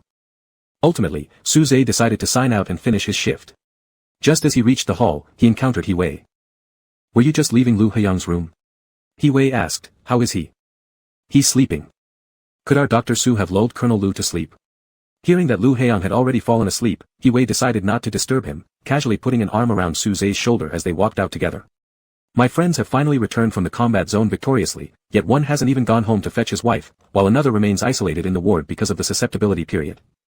Sigh, gathering everyone is so hard. Colonel Gu hasn't come back, has he?" Suze might be the person in the world who wants to repay money the fastest. He was waiting for Gu Yunqi's return to transfer over more than 2 million. Not yet, he flew directly from the combat zone to another city. "I told you, he's losing his mind." Suze nodded, thought for a moment, and then asked, "Are you getting married?" Judging by Qi Jiahao's words, He Wei should have sent out wedding invitations. If true, although Suze hadn't received one, he still wanted to give He Wei a red envelope. In response to this question, He Wei neither asked who told Suze nor provided a direct answer. Instead, he smiled ambiguously, "Guess." "I don't know." He Wei let out an unclear sound, not saying anything further. Returning to the apartment wouldn't provide much rest either. After taking a 2-hour nap, Suze went to medical university early and remained busy in the lab until evening, only realizing it was dark when team members invited him to order food together. "I have to go back to the hospital. You guys order." Suze saved the data and files, tidying up his belongings. When he arrived at Hospital 195, Suze hadn't eaten dinner yet, but put on his white coat and went straight to the gland department, where the guard outside the ward informed him that Lu Heong had gone to a meeting. Unless the country was going to fall tomorrow, Suze couldn't think of what kind of meeting required Lu Heong to attend while dealing with a severe susceptibility period. How long has he been gone? Suze asked. The guard glanced at his watch, about 2.5 hours. Okay, thank you. Suze stood for a while at the ward's entrance, gradually becoming somewhat bewildered and unsure of the purpose of coming here. Even if Lu Heong was in the ward now, there wasn't much he could do to help him. Inhibitors and medication would all be delivered by the nurses from the gland department. There was still some time before the evening shift change, and Suze looked at the door of the ward, thinking that going to eat dinner first might be the most appropriate thing to do. He started heading back towards the hall, but after only taking a few steps, he heard a ding behind him. Suze turned around and saw the doors of the dedicated elevator at the end of the corridor open, with 6 or 7 Alpha officers in Air Force combat uniforms stepping out. Lu Heong walked in the middle, his training cap pulled low over his forehead, as if he also wore a mask. As they came closer, Suze realized that it wasn't a mask. Instead, it was a pure black bite inhibitor. Lu Heong also wore specially made semi-finger gloves that restricted joint movement. He looked quite steady, showing no signs of losing control based on his walking speed and movements. The only unclear part was his face, completely obscured by the shadow from the cap brim and the bite inhibitor, making the area around his eyes seem unusually deep. The lighting was bright, yet Lu Heong appeared like an impenetrable, solid mass of dark mist, his tall figure accompanied by an overwhelming pheromone presence that made anyone near him feel oppressed. Suze remained motionless where he stood, even though he couldn't see Lu Heong's eyes. He was certain that Lu Heong had glanced at him for several seconds before entering the guard-opened ward door, and that gaze felt almost heavy. Only Lu Heong entered the ward, leaving everyone else outside. Song Yuka rubbed his face nervously, loosening his stiff muscles, then approached Suze. Dr. Su. Was it an important meeting? Suze asked him. Yes, Song Yuka replied, as one of the key military commanders of this North Combat Zone, Major Gu is already absent, so Colonel going any longer without attending wouldn't have been good. He added, they injected 2 suppressants beforehand to barely last until the end of the meeting, and now no more drugs can be used, we can only wait for the Colonel to calm himself. Influenced by Lu Heong's pheromones, Song Yuka, also an alpha, showed stronger body rejection reactions. He waved at Suze, saying, I feel a bit like I want to hit someone, Dr. Su, I need to find the nurse to get some suppressant first. Alright, Suze paused, asking, can I enter the ward? Song Yuka was momentarily confused, but, it will be very dangerous. Then, considering the danger of leaving Colonel alone in the ward and knowing Suze was S-level 2, Song Yuka hesitated, should we wait for the doctors from the gland department to come? It's fine. Alright then, Dr. Su, please stay safe and come out if anything happens. Suze nodded, adjusting the bracelet settings to the highest level, then pushed the ward door open. The curtains were tightly shut again, and all instruments and movable hard objects had been cleared out already, making it eerily silent. After his eyes adjusted slightly to the dim light, Suze stepped forward a few paces, rounding the corner beyond the restroom wall and seeing a tall figure standing beside the sofa in the visiting area. Colonel. Suze tried calling out to him, do you want me to take off your gloves? No response. After hesitating for a moment, Suze walked to Lu Heong, pulling up his right hand. The custom gloves were connected to the bracelet, and Suze bent down, feeling for the switch, pressing it to unlock the bracelet. Halfway through removing the glove, Suze was startled when something cold suddenly pressed against the side of his neck, immediately causing him to freeze. Lu Heong had lowered his head, the bite inhibitor pressing against the side of Suze's neck. Forced to tilt his head slightly upwards, that patch of skin grew alternately cold and hot from the bite inhibitor and Lu Heong's heavy breathing. Suze clutched the glove, unsure what to do, but Lu Heong himself withdrew his hand from the glove and lifted it to press against the back of Suze's neck. Pheromones surged overwhelmingly, and Suze struggled to regulate his breathing. Over the years, he'd been following a regular treatment schedule to improve his unstable pheromones due to secondary differentiation. For a very long time, he hadn't experienced susceptibility periods anymore, with his pheromone control reaching normal S-level standards. Suze was confined by the movement of the bite inhibitor from his neck up to his chin and Lu Heong's hand gripping his neck from behind.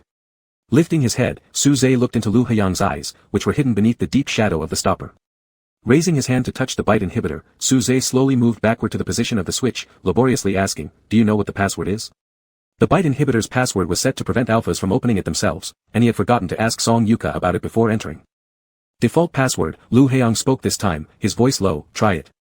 In the pitch-black environment, Suze used his fingertips to dial 123 on the rotary lock of the bite inhibitor, and a click was heard as the bite inhibitor opened. Suze took it off, but he still remembered that Lu Heong's other glove was still on. Why did you come in? Lu Heong asked calmly.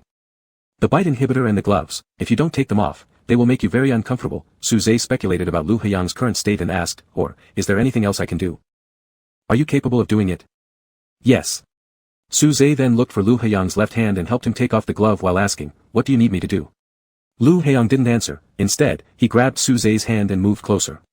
His movements were deliberately slow, as if giving Su-zhe time to react. Indeed, Su-zhe reacted instinctively and tried to dodge backward. So Lu Haiyang asked, "Didn't you say you can?" Su-zhe fell silent for a few seconds, loosened his grip, letting the glove and bite inhibitor fall onto the carpet. He then embraced Lu Haiyang's waist and lifted his chin to kiss him. Fate would not offer one too many opportunities. Su-zhe knew this, especially for someone like himself. The drunkenness 3 months ago and the susceptibility period after 3 months might mean there wouldn't be another chance with an unconscious Lu Haiyang. Though Su-zhe's kissing skills were still rough, he finally obtained the embrace he had longed for, while Lu Haiyang removed Su-zhe's glasses and took over the lead from his unstructured kisses. He led Su-zhe backwards towards the sofa and sat down. Su-zhe knelt on Lu Haiyang, hugging his neck. This position reminded Su-zhe of how easily Lu Haiyang always pulled him to sit on his lap whenever he visited his home. Lu Haiyang's hand stretched under Su-zhe's shirt through his white coat, causing Su-zhe to mumble a soft moan when they reached his waist. Both his heartbeat and breathing had reached levels beyond his control. Separating slightly from Lu Haiyang, Su-zhe panted quickly, half closing his eyes, licking his wet lips, not feeling any pain at all. His hands trembled greatly when he undid Lu Haiyang's belt, his body experiencing severe discomfort due to the clash of alpha pheromones, or rather, being suppressed by the strong susceptible phase alpha pheromones. Su-zhe doubted whether his actions were mistaken because of it, but anyway, it was already too late. Smelling blood, Su-zhe wasn't sure if it came from his collarbone or somewhere else. In a soothing tone, he said to Lu Haiyang, "Colonel, let me get down." Su-zhe knelt between Lu Haiyang's legs. Lu Haiyang's fingers tangled in his hair as he gazed down at him in the dim light. After swallowing what was in his mouth, Su-zhe tried to stand up but was pulled back onto Lu Haiyang's lap and kissed again. For several minutes, their tongues intertwined until Su-zhe noticed that Lu Haiyang seemed to have calmed down a bit.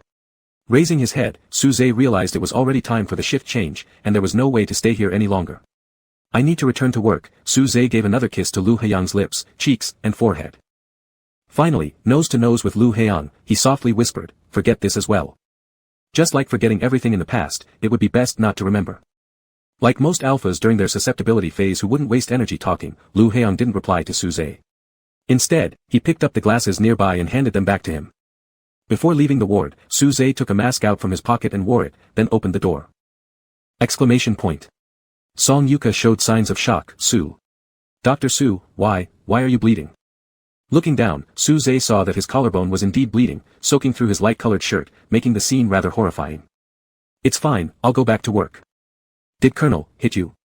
Song Yuka followed closely by Su-zhe's side. Seeing his wrinkled white coat made him more panic-stricken, suspecting that Su-zhe's face might also have been swollen, so he wore a mask. Song Yuka spoke incoherently, "Sorry, Dr. Su, I didn't expect it to be so serious. Let me help you deal with it." "It's alright," Su-zhe said. It took some time to persuade Song Yuka, then Su-zhe walked alone out of the special ward area. While waiting for the elevator, Su-zhe checked the time on his phone. The elevator arrived quickly, and as he turned off his phone and looked up, a thin Omega stepped out followed by a tall Alpha. Through the mask, Su-zhe made eye contact with the Alpha, then passed each other without stopping. Su-zhe entered the elevator and pressed the button. For him, these were people he had only met briefly, and perhaps he could forget their specific appearance. But the next time they met, he could instantly recall who they were. Mega met Colonel Lu Haiyang's father outside the private hospital, and Alpha encountered Lu Haiyang's bodyguard in a hotel. Chapter 88. I give up on you. Qi Jiahan helped Su-zhe treat his wounds while gritting his teeth. "Why don't you go to general surgery for medication? Do you want the entire hospital 195 to know that someone named Lu Haiyang bit you?" "Jiahan." Su-zhe couldn't help but stop him, avoiding being overheard by everyone on the floor. "Shut up. I'll go find Lu Haiyang tomorrow and expose all the secrets from your high school days so people can know exactly what's going on here." Su-zhe sharply changed the subject. He seems not to be getting married.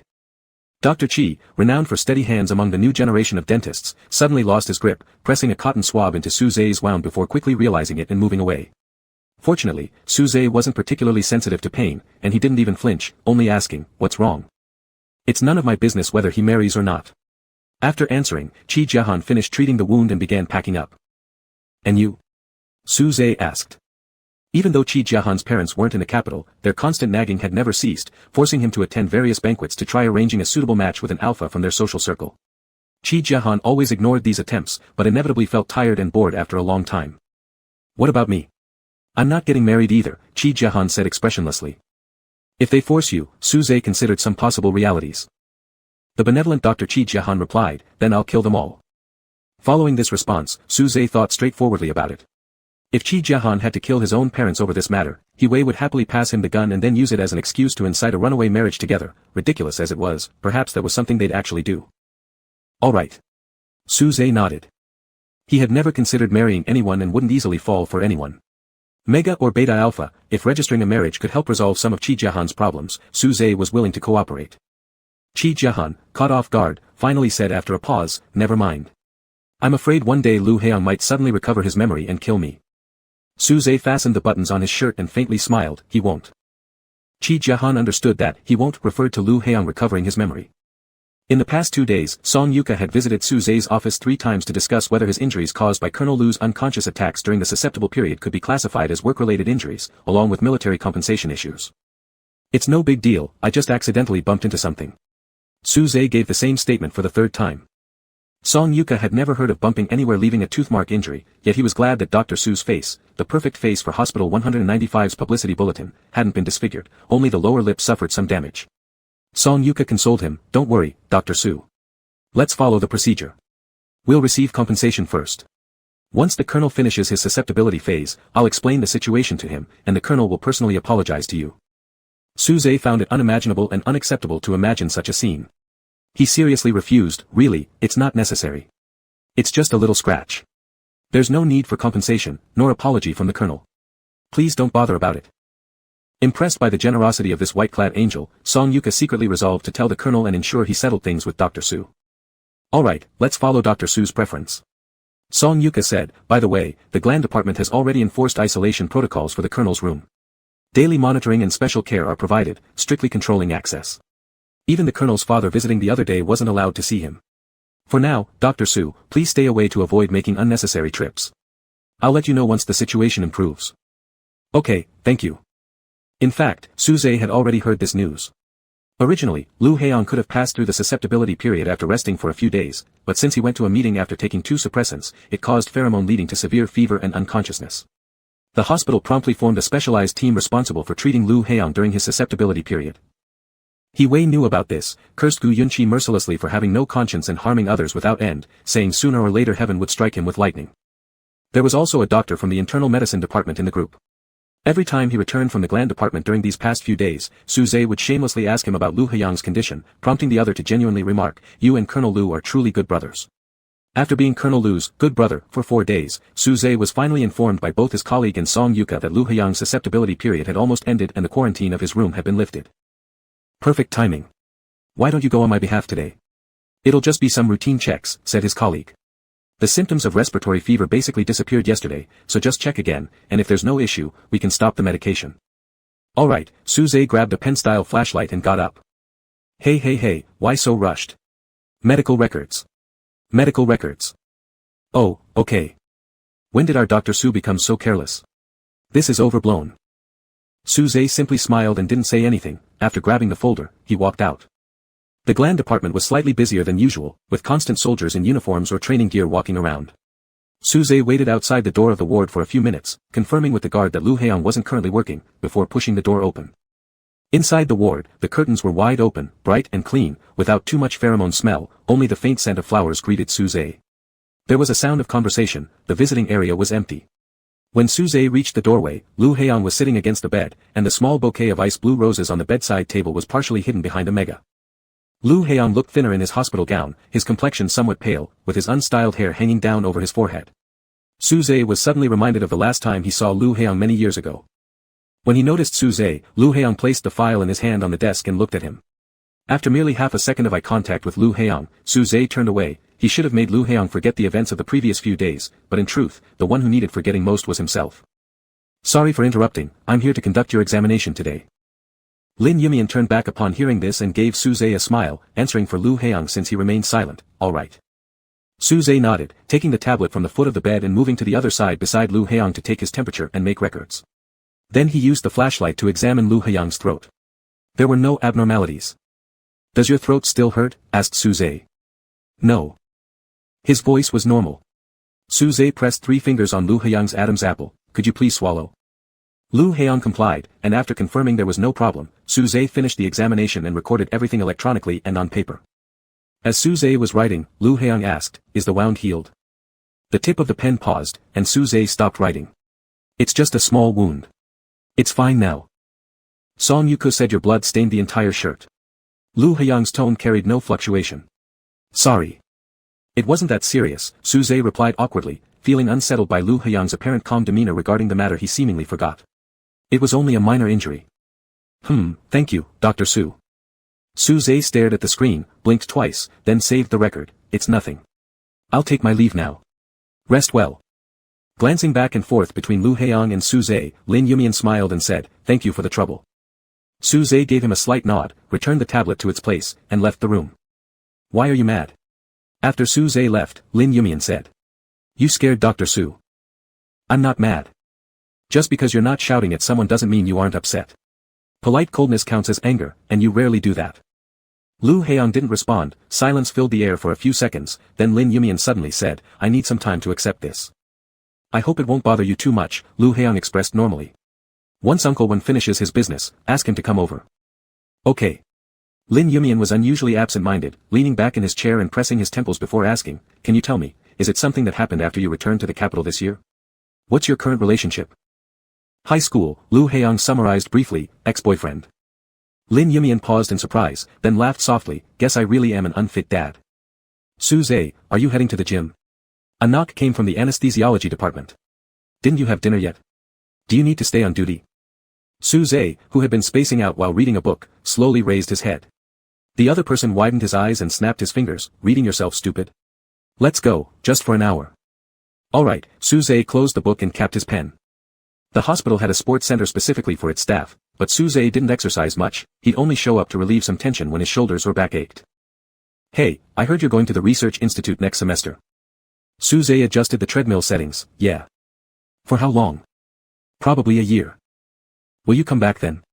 Your military doctor position is here at the 195th hospital, right? Don't know yet. We'll see later. Our Dr. Su believes in Buddha, doesn't he? So laid back like that.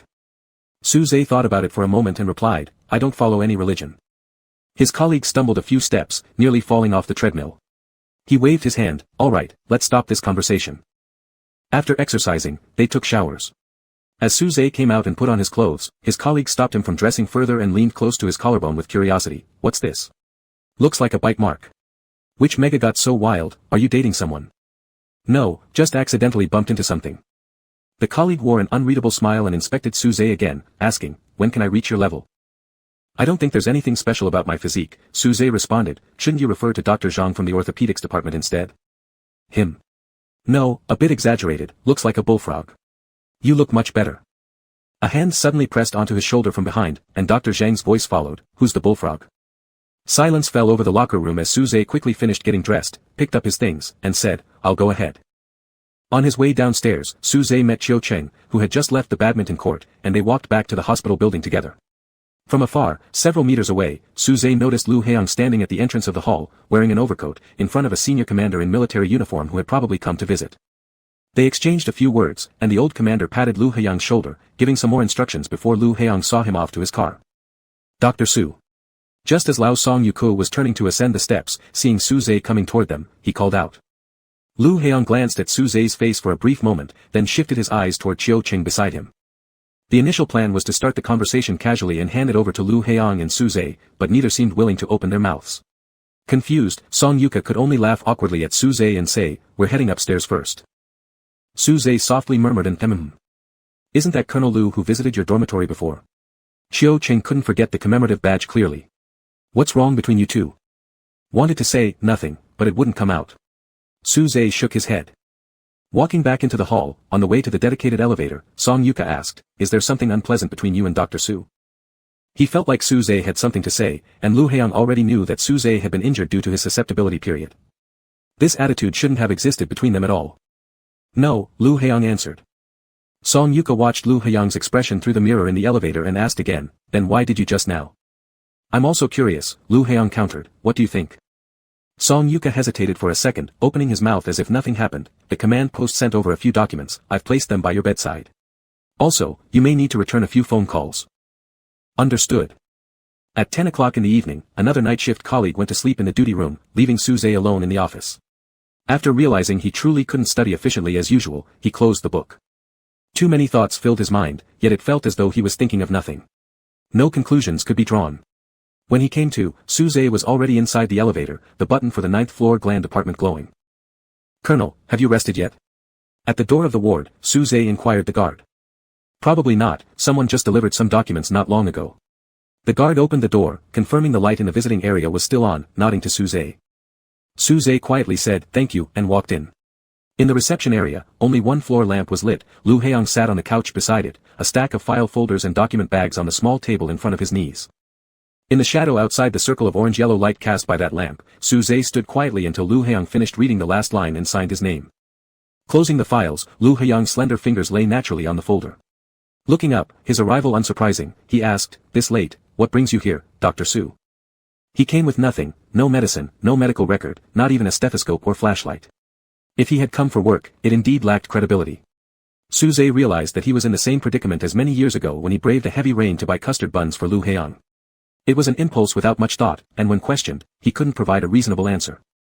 So, Suze decided to be direct, asking, "Are you upset?" Suze had asked Lu Heong to forget about that incident, which Lu Heong did. However, Suze now felt uneasy, but could not sort out why. Until this moment of questioning, he finally realized his uneasiness stemmed from the fact that Lu Heong seemed upset, but why would he be upset? Lu Heong threw the question back at Suze, "Why do you ask?" "Because I entered your ward that day." Suze stated this more as a fact rather than a question, since this was what he believed caused the issue.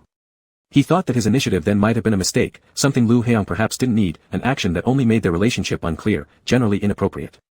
With this unilateral logical line completed, Suze continued without needing Lu Heong's reply, "I'm sorry." Lu Heong stared at him for about 10 seconds, then suddenly asked, "Does Dr. Su bring a sphygmomanometer?" "No, is there any discomfort?"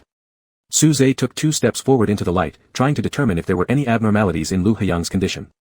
"Just feeling like my blood pressure might be a bit high now," Lu Heong replied, adding, "But it's fine." Suze had seen all the checkup reports, and Lu Heong had no history of blood pressure problems.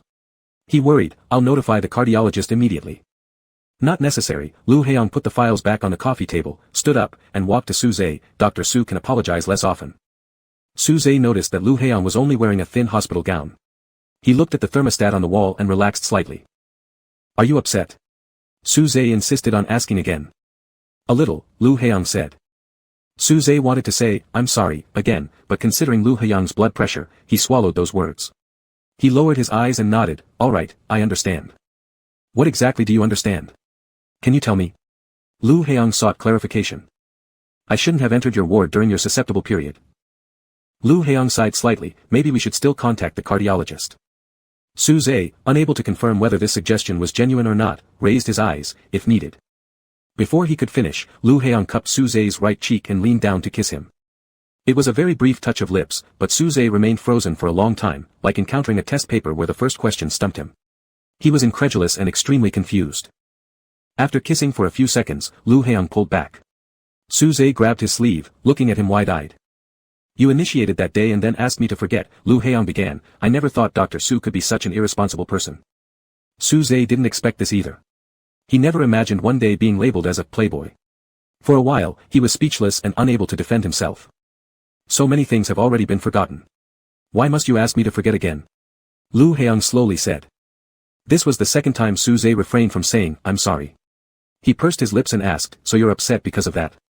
Skipping over the answer, Lu Heong consoled him, "It's all right, don't take it to heart." But it had already troubled him for a whole day. After thinking for a long time, Suze finally said a suitable response, "It won't happen again in the future." Lu Heong smiled faintly, "Hope Dr. Su can keep his promise." Suze nodded, despite possibly having no next time.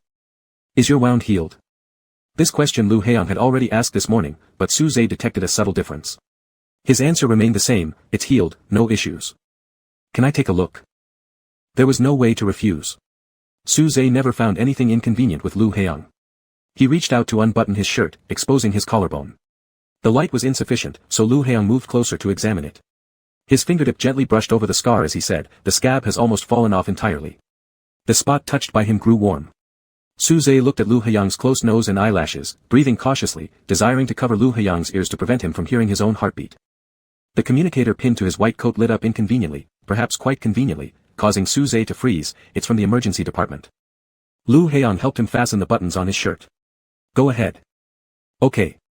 Suze walked toward the door, but before stepping out of the ward, he couldn't help but look back. Lu Haiyang was still standing there. Suze suddenly recalled his initial thoughts after re-encountering Lu Haiyang. He had wished to be just an ordinary, unremarkable passerby, someone who could be easily forgotten with a simple turn of the head. But now, Lu Haiyang was remembering him again. Desire hard to suppress. Chapter 89. The next morning, Suze was on rotation leave and only returned to the 195 hospital in the afternoon. After finishing work-related tasks, Suze stood blankly in the corridor for half a minute before heading towards the elevator and pressing the button for the 9th floor gland department. Just as he reached the ward, 2 Air Force personnel came out, making Suze guess that Lu Haiyang might be busy.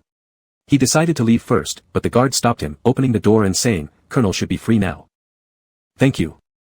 When Suze entered, he realized that although Lu Haiyang was available, Lin Yumei was also present.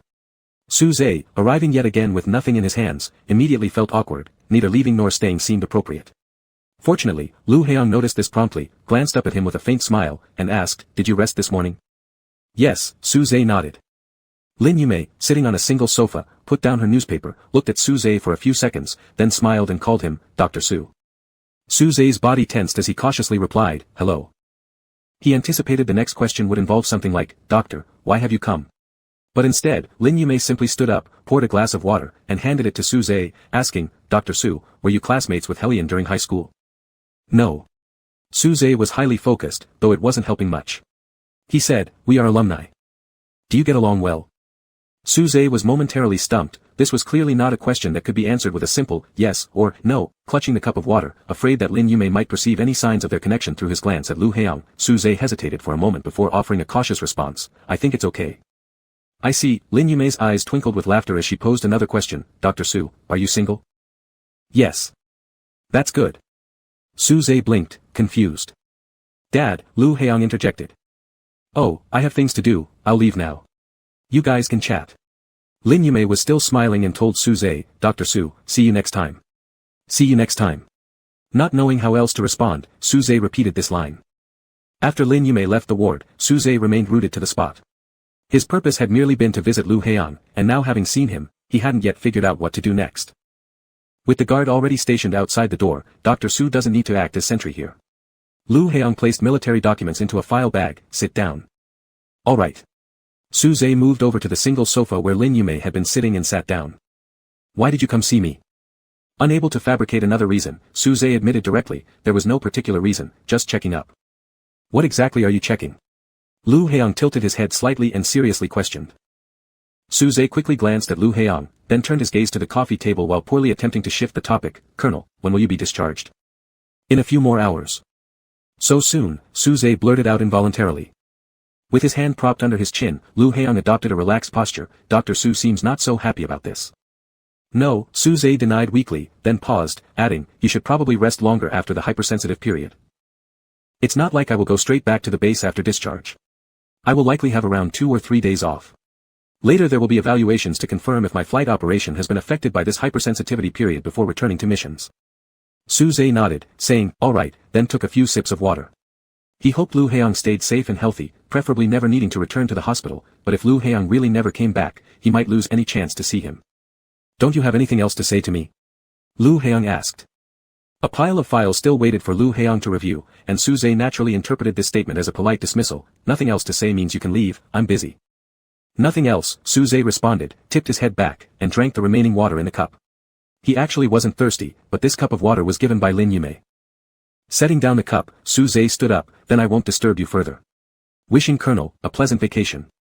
"Perhaps it sounds a little presumptuous," Lu Haiyang lifted his head, sincere in tone, "but I wonder, has Dr. Su ever scored 0 in reading comprehension?" Suze was momentarily lost in thought. When it came to reading comprehension, he had only ever received a 0 from Lu Haiyang. "Did I say something wrong?" Suze asked softly. "Yeah, you did." Lu Haiyang stood up and walked towards Suze. Suze expected to hear the correct answer, but Lu Haiyang said nothing. Instead, he drew close and kissed the corner of Suze's mouth. The fingers hanging at his side slightly curled. Suze couldn't figure this out. Since last night's kiss, he had been confused. Lu Haiyang was clearly awake and lucid. Why would he act this way? "Why are you deep in thought?" Lu Haiyang used his thumb to brush Suze's face. "If anything, I should be the one who's confused." He kissed Suze twice on the lips. After half a second of hesitation, Suze opened his mouth. Their tongues touched, and Suze instinctively took a step back. His calves bumped against the sofa, causing him to lose balance and almost sit down. Then Lu Heung pulled him back with his left hand around Su Zhe's waist. Su Zhe's breathing became very rapid. With his chin lifting rhythmically, he kissed Lu Heung deeply in return. They both had things they couldn't fully comprehend, but this realization let Su Zhe ease some concerns, returning him to that familiar feeling. The causes and effects didn't matter much. Fate generously gave him another chance, perhaps just a moment for a kiss, but it must be cherished. Sunlight filtered through the window in the afternoon, warming Su Zhe's nape and ears.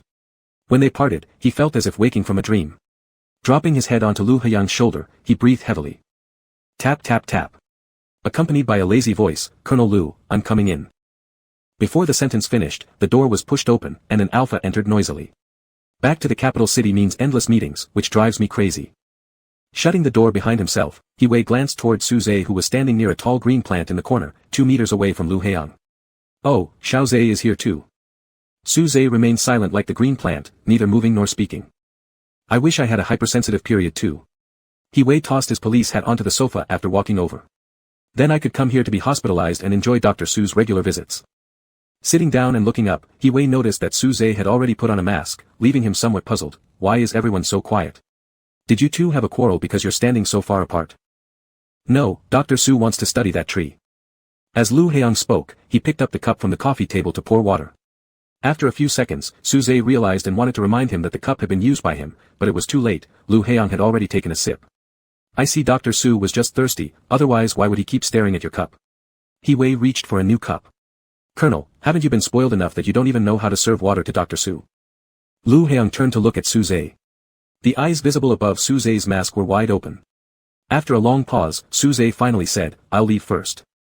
Watching Su Zhe walk out of the ward, He Wei asked confusedly, I wanted to get him some water to drink. Why did he run off so quickly? Because there's poison in the water, Lu Heung said. He Wei, who had just drunk half a cup, froze with confusion. By the time Lu Heung was discharged that evening, Su Zhe was busy in his department, and they didn't meet again. After leaving Hospital 195, Lu Heung directly went to the airport with Lin Yumei and flew away from the capital. An 8-hour flight, 3 hours by car, and half an hour by boat later, Lu Heung and Lin Yumei finally arrived at a small coastal town on the southern edge of the Union.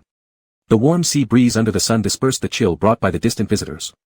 Lu Heung took off his coat and embraced the mega he hadn't seen for a long time. Why didn't you rest for a day before coming? Lu Qingma immediately noticed that Lu Heung had lost weight. You've just been discharged and sat on the plane for so long. Afraid I wouldn't make it in time. My vacation is too short. Lu Heung smiled. Lin Yumei took the baby from Han Jian's arms. It was a small child, only 9 months old, not crying or fussing, curiously observing these two unfamiliar faces with black eyes. Teacher Qin, there are guests. Han Jian turned to the neighbor and smiled, yes, my wife's family has come to visit. Yun Chuan's family? Wow, how rare.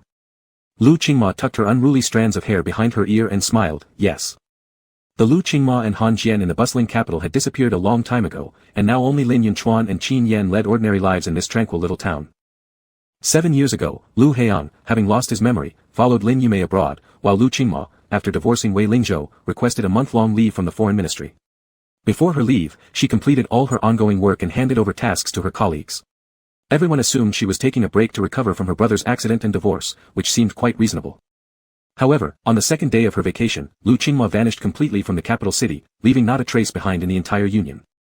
A few days later, a young mega named Lin Yunchuan appeared in this town. She rented a small shop beside an old street and spent a month transforming it into a beautiful bookstore. The diplomat Lu Qingma had disappeared for 3 years, while Lin Yunchuan, who owned the bookstore, became familiar with the locals over time. She would make delicious coffee and desserts, collect many old CDs to play in the store, happily clean the floor-to-ceiling windows every day, tie her hair into a simple ponytail, and always wear a pair of pearl earrings. There was a junior high school nearby, and the students liked to come to the store after school or on holidays to read comics and relax. Lately, Lu Qingma had often heard them discussing a new foreign language teacher, speculating about his appearance, personality, and standard pronunciation. Around the same time, Lin Yumei sent Lu Qingma a message telling her that a gift was on its way. Not long after, on an ordinary morning, Lu Qingma was diligently cleaning the windows as usual when she suddenly heard a gentle male voice from behind. Excuse me, do you sell study guides here?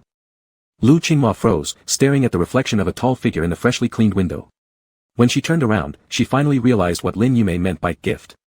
The balcony on the second floor offered a view of the sea, with a tall lighthouse casting bright beams into the night sky. On the day the baby was born, I could see the lighthouse from the hospital room, so your niece's nickname is Tada, Lu Qingma said as she folded clothes. The last 2 times you came, you were in such a hurry that we barely got to talk before you left. This time, the whole family can finally have dinner together. When Lu Heong graduated from university, Lin Yumei only gave him the address after confirming that everything was stable on Lu Qingma's side. Lu Heong rushed over to meet his sister and brother-in-law briefly but left without even drinking water. Their second encounter was similar, except that time, Lu Heong drank 2 sips of water before leaving. In the past, there weren't many opportunities for the family to eat together either, Lu Heong remarked. Lu Qingma looked surprised and asked, "Do you remember?" "No, I just guessed." "Forget about it then, don't put pressure on yourself," Lu Qingma said. "There probably aren't too many happy memories anyway." Lu Heong took a sip of lemonade and smiled, "You might have been even less happy than me in the past. Would you want to forget?"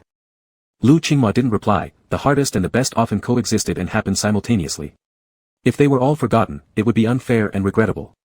Before she left, she used various methods to leave Han Jian several million yuan and 2 properties. But Han Jian didn't touch any of it.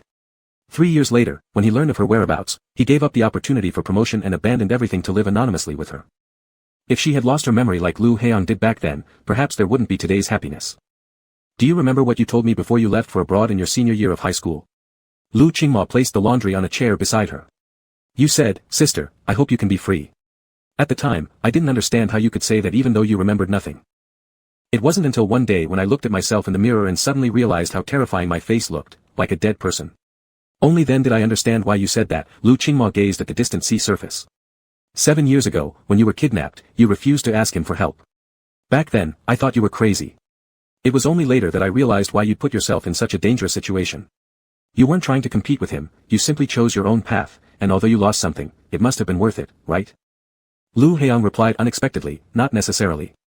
The unexpected 3 words made Lu Qingma curious, and just as she was about to ask more, Lin Yumei arrived carrying Tata. "Let your uncle hold her," he handed Tata over to Lu Heong. In the arms of her overly tall uncle, Tata looked like a little toy. With one hand, Lu Heong could completely support her. Tata tugged at Lu Heong's shirt, opened her mouth to reveal her tiny baby teeth that hadn't fully grown in yet, and after babbling a few sounds, called out to Lu Heong, "Daddy." "Daddy," Tata mumbled, dragging out the sound. "Da-da." "It's uncle," Lu Qingma corrected her. "Call him uncle." Tata insisted stubbornly, "Daddy." The real father emerged after tidying up the table. Han Jian picked up the pile of clothes Lu Qingma had just taken down and smiled, saying, "If she sees her mother first when she wakes up in the morning, she'll call Mommy all day. Today, since I was the one who woke her up, she kept calling for Daddy." Lu Heong looked down at Tata, extending his other hand towards her. Tata immediately grabbed his thumb and little finger, covering her face with his palm before taking it away, her eyes widening as she let out a "wow." After resting for a night, the next noon, Lu Heong and Lin Yumei bade farewell to Lu Qingma's family and set off on their return journey. Later, the 2 parted ways at the airport, Lin Yumei flying overseas while Lu Heong returned to the capital. "I know, you want to see Jiang Wen to ask him about things from the past. These years you've been on the battlefield, take advantage of this return to the capital to find the answers you're seeking," Lin Yumei said. "After your incident, I thought many times whether it was irresponsible of me to always let you handle things yourself and make decisions. If I had paid more attention to you back then, asked you more often, would the outcome have been different?"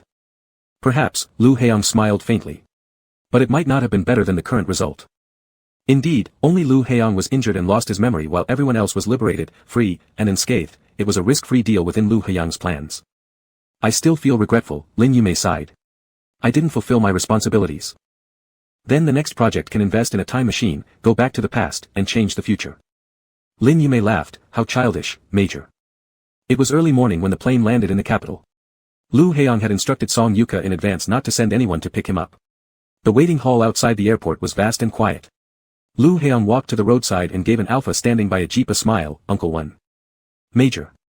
There was no enthusiastic greeting, but also no estrangement whatsoever. Jiang Wen opened the passenger side door, "Get in."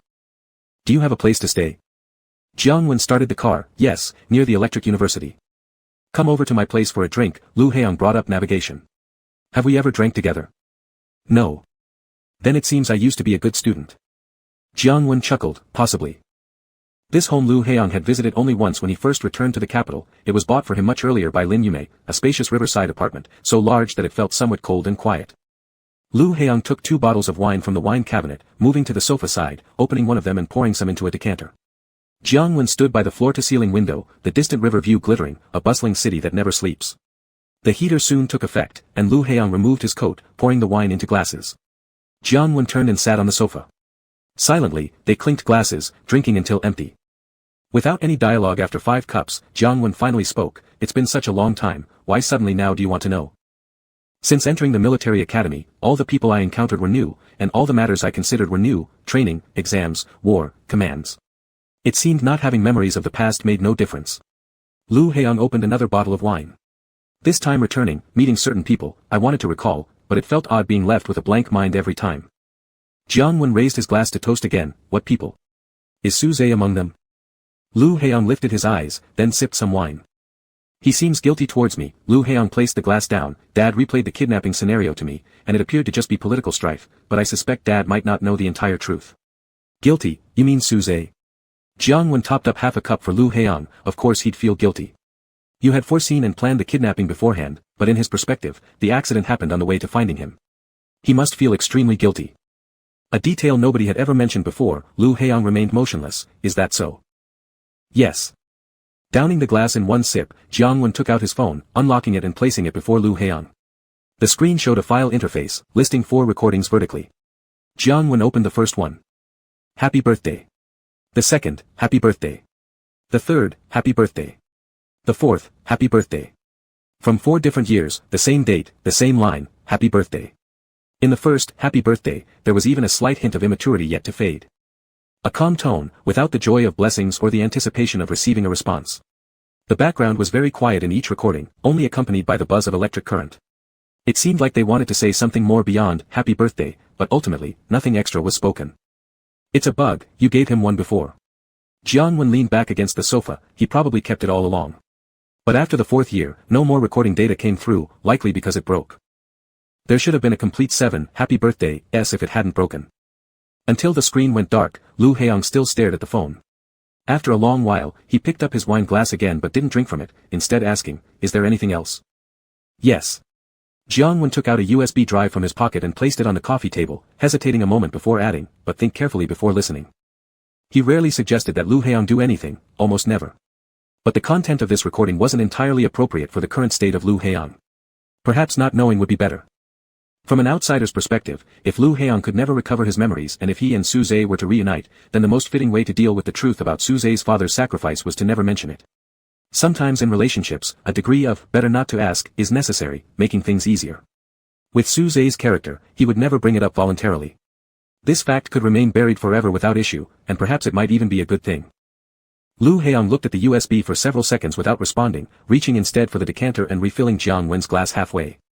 It was nearly dawn by the time they stopped drinking. Jiangwen went to rest in the guest room, while Lu Heiyang stood up and slowly walked to the floor-to-ceiling window. He unlocked his phone and dialed a number. Perhaps slightly drunk, he realized only after dialing that it was too early, so he quickly hung up. Not long afterward, his phone rang. For a rare moment, Lu Heiyang seemed lost in thought before answering. The voice on the other side paused briefly, uncertain. Colonel. The same tone as the 4 recorded happy birthdays. It seemed like something that would never change no matter how much time passed. Did I wake you up? Not at all, I've already gotten up. Just came back after washing up and noticed the missed call, Suze asked. Is there anything you need? No. Suze must have pondered these 3 words for a while before finally asking, have you been drinking? Yes. How? He had only managed 2 syllables, but one could easily infer the whole sentence would have been, how did you drink until now? But Suze seemed to realize this question overstepped boundaries, so he simply said, your sensitive period just ended, take care of your health. All right, I understand. Thank you. They fell silent for half a minute before Lu Heiyang spoke again, Dr. Su, go ahead with your work. Sorry to disturb you so early. No problem, it's fine.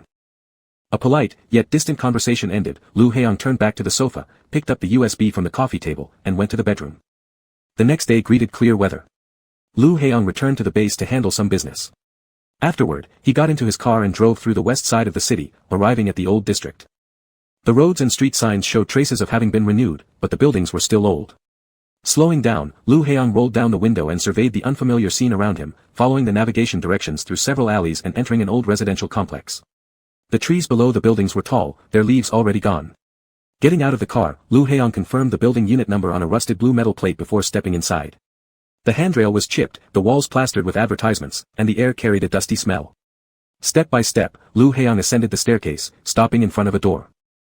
There was a burglar-proof door and a wooden door, unexpectedly with the latter slightly ajar, letting a beam of light through the gap. Previously informed by Jiang that this apartment neither sold nor rented, it was left vacant, Lu Heiyang reached his arm through the railing and unlocked the burglar-proof door. The surrounding silence made the sound of opening the door seem jarring. Then he pushed the wooden door open and stepped inside. The living room was strangely empty, a small dining table, a chair, a trash can, an old radio, very clean, with nothing else out of place.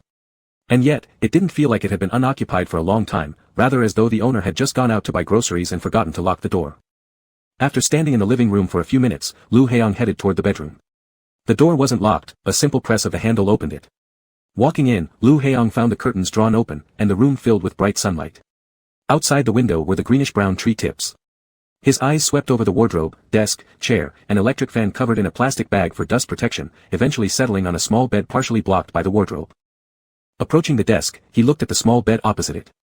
Neatly padded beneath the quilt was a mattress, and a thick blanket formed a regular lump, gently rising and falling. A few strands of black hair protruded from beneath, lying peacefully against the pillow.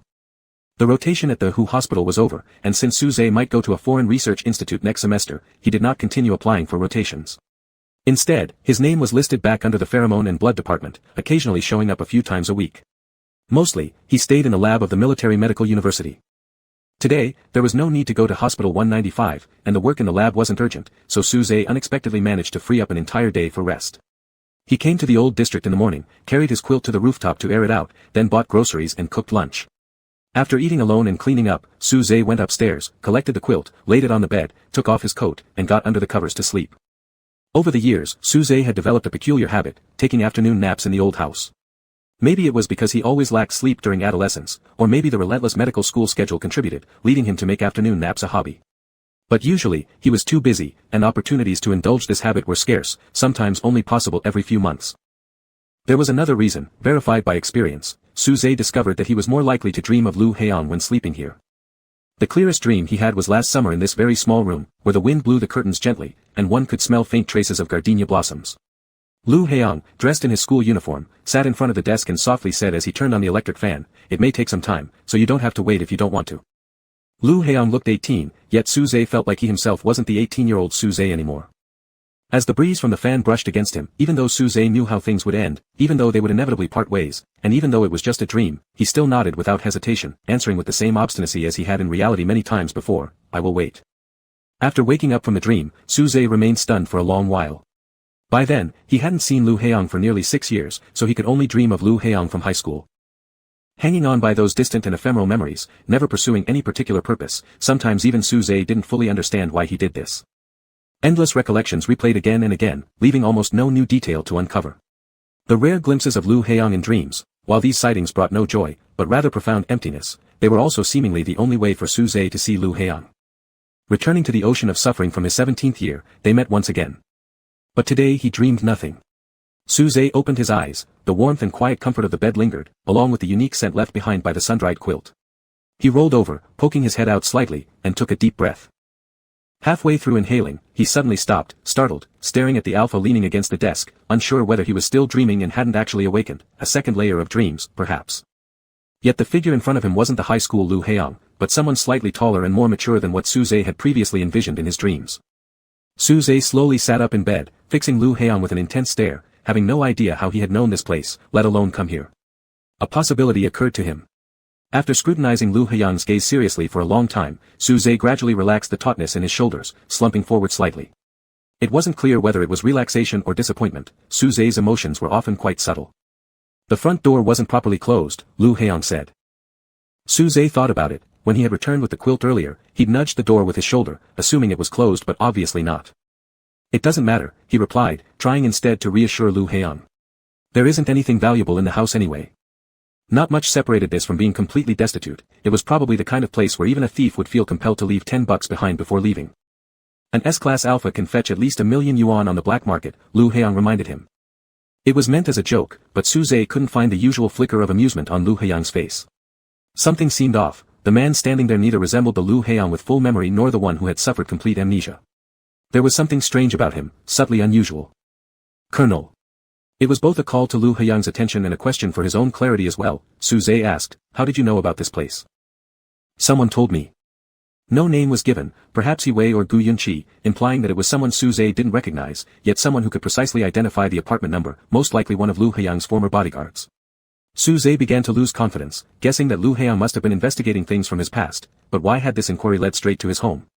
Considering his role as just a minor part of Lu Heiyang's life, Su Zhe figured logically he should be one of the last people on the list.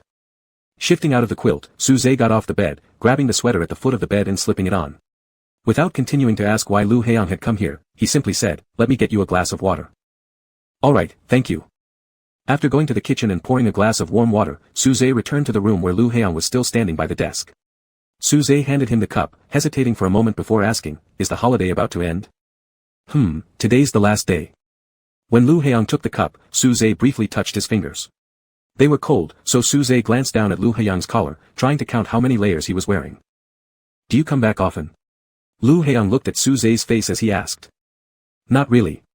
Su Zhe shifted his gaze and explained, "Today I just happened to have some free time, so I came back to cook a meal and take a nap." In this empty house, there was no family waiting for him to return, no one cooking a full dinner for him, yet even such an incomplete and lonely home was somewhere he would travel across half the capital to visit whenever he had time, making his own meals, cleaning, then quietly taking a nap in the afternoon before leaving again when night fell. It might have seemed incomprehensible to others, but now Lu Heiyang understood. Some people were just like that, unchanged year after year, with unchanging voices, expressions, gazes, or personalities inclined toward waiting without any hope. Was waiting without hope still considered waiting? Did it feel burdensome? These were questions Lu Heiyang should have asked Su Zhe, but he couldn't do it yet. After a long silence, Lu Heiyang gave a slight smile. "Did I disturb your rest?" Seeing Lu Heiyang smile, the odd feeling in Su Zhe's heart finally eased somewhat, and his expression brightened slightly too. He pressed his lips together and said, "No, I didn't hear anything. I only saw you when I woke up." In this house, the person he had been able to see only in dreams since he turned 18 suddenly stood right in front of him upon waking. It was such a wonderful thing. Lu Heiyang kept looking at Su Zhe, asking, "When will you leave?" A little later, Su Zhe looked back at the window. "I'll wait until the sun sets." At this moment, Lu Heiyang wanted to reach out and pinch Su Zhe's neck, turning his head so he could look directly into his eyes. However, before this desire fully formed, Su Zhe turned his head back on his own, those deep gray eyes meeting Lu Heiyang's gaze again. "It's still early," Su Zhe added. "I'll go first, sorry for disturbing you." "No, it's fine." Su Zhe insisted again. Before leaving the room, Lu Heiyang drank the remaining half cup of water Su Zhe had given him. Su Zhe saw him off to the door. As Lu Heiyang stepped outside, he turned around and looked at Su Zhe for a few seconds. During these few seconds, Su Zhe was sure Lu Heiyang had something to say, but in the end, Lu Heiyang only raised his hand and lightly touched his face with the back of it. Without saying anything, Lu Heiyang walked down the stairs, and Su Zhe watched him disappear around the corner before closing the door, returning to the room, and standing by the window to look downstairs. He saw Lu Heiyang walk past the tree that had lost all its leaves, get into his car, and drive out of sight. After rounding the building and before exiting the neighborhood, Lu Heiyang parked his car under the fence and picked up his phone to make a call. "Hello, Colonel. Dr. Su, are you planning to come to the capital soon?" "In a week, what do you need?" "A very long time ago, you listed several treatment options for me. Do you remember them?" "Yes," Dr. Su replied. "But as I mentioned back then, those options carry significant risks, and the military department wouldn't approve you trying them." Lu Heiyang's tone remained calm. "Then we won't seek the military department's approval." "Colonel, you know better than me that every psychological counseling session for the Alliance pilots must be formally approved by the military department." Dr. Su's voice became serious due to disbelief. "Hiding treatment violates military discipline."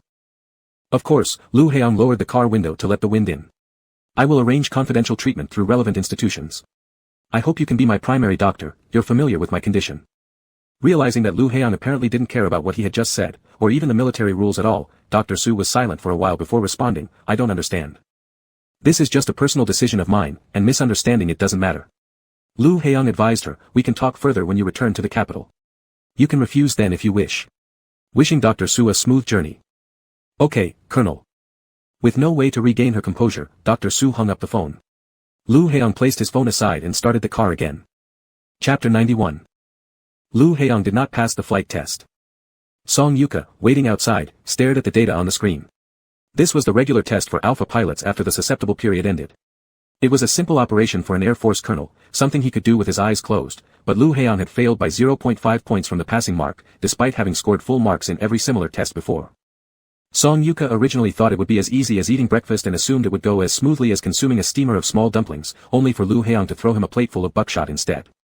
The training pod's hatch opened, and when Lu Heiyang exited, his expression remained unchanged as if the one who didn't pass wasn't him. "It's impossible." Song Yuka's eyes were wide open. "Colonel, are you not feeling well? Let's do it again." No, the result will be the same, Lu Heong said while taking off his flight cap and handing it to the still stunned soldier beside him, then told Song Yuka, prepare for this morning's meeting. Song Yuka felt dizzy and steadied himself by leaning against the wall. As soon as the meeting ended, before all the attendees had dispersed, Song Yuka hurriedly came in holding Lu Heong's communicator, worry written all over his face as he lowered his voice, Commander Luo is calling. Lu Heong handed him the files used in the meeting and started walking out while answering the call, Commander. What happened? Are you planning to stop flying? Luo Jun asked. Explain yourself, or the news that Colonel Lu couldn't pass the basic exam will spread across the entire Alliance Air Force units. I'm in a bad state of mind, Lu Heong laughed. Give me something more believable. The administration of Air Force bases focuses mainly on ground command. I don't have much time left for field missions anymore, Lu Heong explained. You and other senior officers have suggested before that I shift toward leadership and management roles. That's the outcome, but it doesn't explain your motives. You refused every offer to become a leader in the past, always eager to live on fighter jets, and now suddenly want to switch to ground operations. Luo Jun sighed, fine. Tell me why. It's personal. I'll retake the flight exam later. You're evading, as usual, Luo Jun let out another sigh. Alright, it's rare for you to have personal reasons. I won't ask further, you've always been reliable. Thank you, Commander. After hanging up, Lu Heong reached the office door. He pushed it open and heard his phone ringing on the desk. Walking over, he saw Gu Yunqi's call. As soon as Lu Heong picked up, Gu Yunqi said, Su Zhe contacted me. Lu Heong paused with one hand still scrolling through messages on his communicator and asked, what's the matter? He asked me for a bank account number. I wasn't sure what you meant, so I called to confirm, Gu Yunqi said mockingly, seems like Colonel Lu is not in good form, making Dr. Su have to resort to a middleman just to pay back money. Lu Heong asked, is Major Gu's reflection report from skipping the post-war meeting finished yet? I heard it needs to be no less than 5,000 words. Do you want to help me write it? I have no experience writing reflection reports. Lu Heong sat down on his chair, can't help you there. Sorry.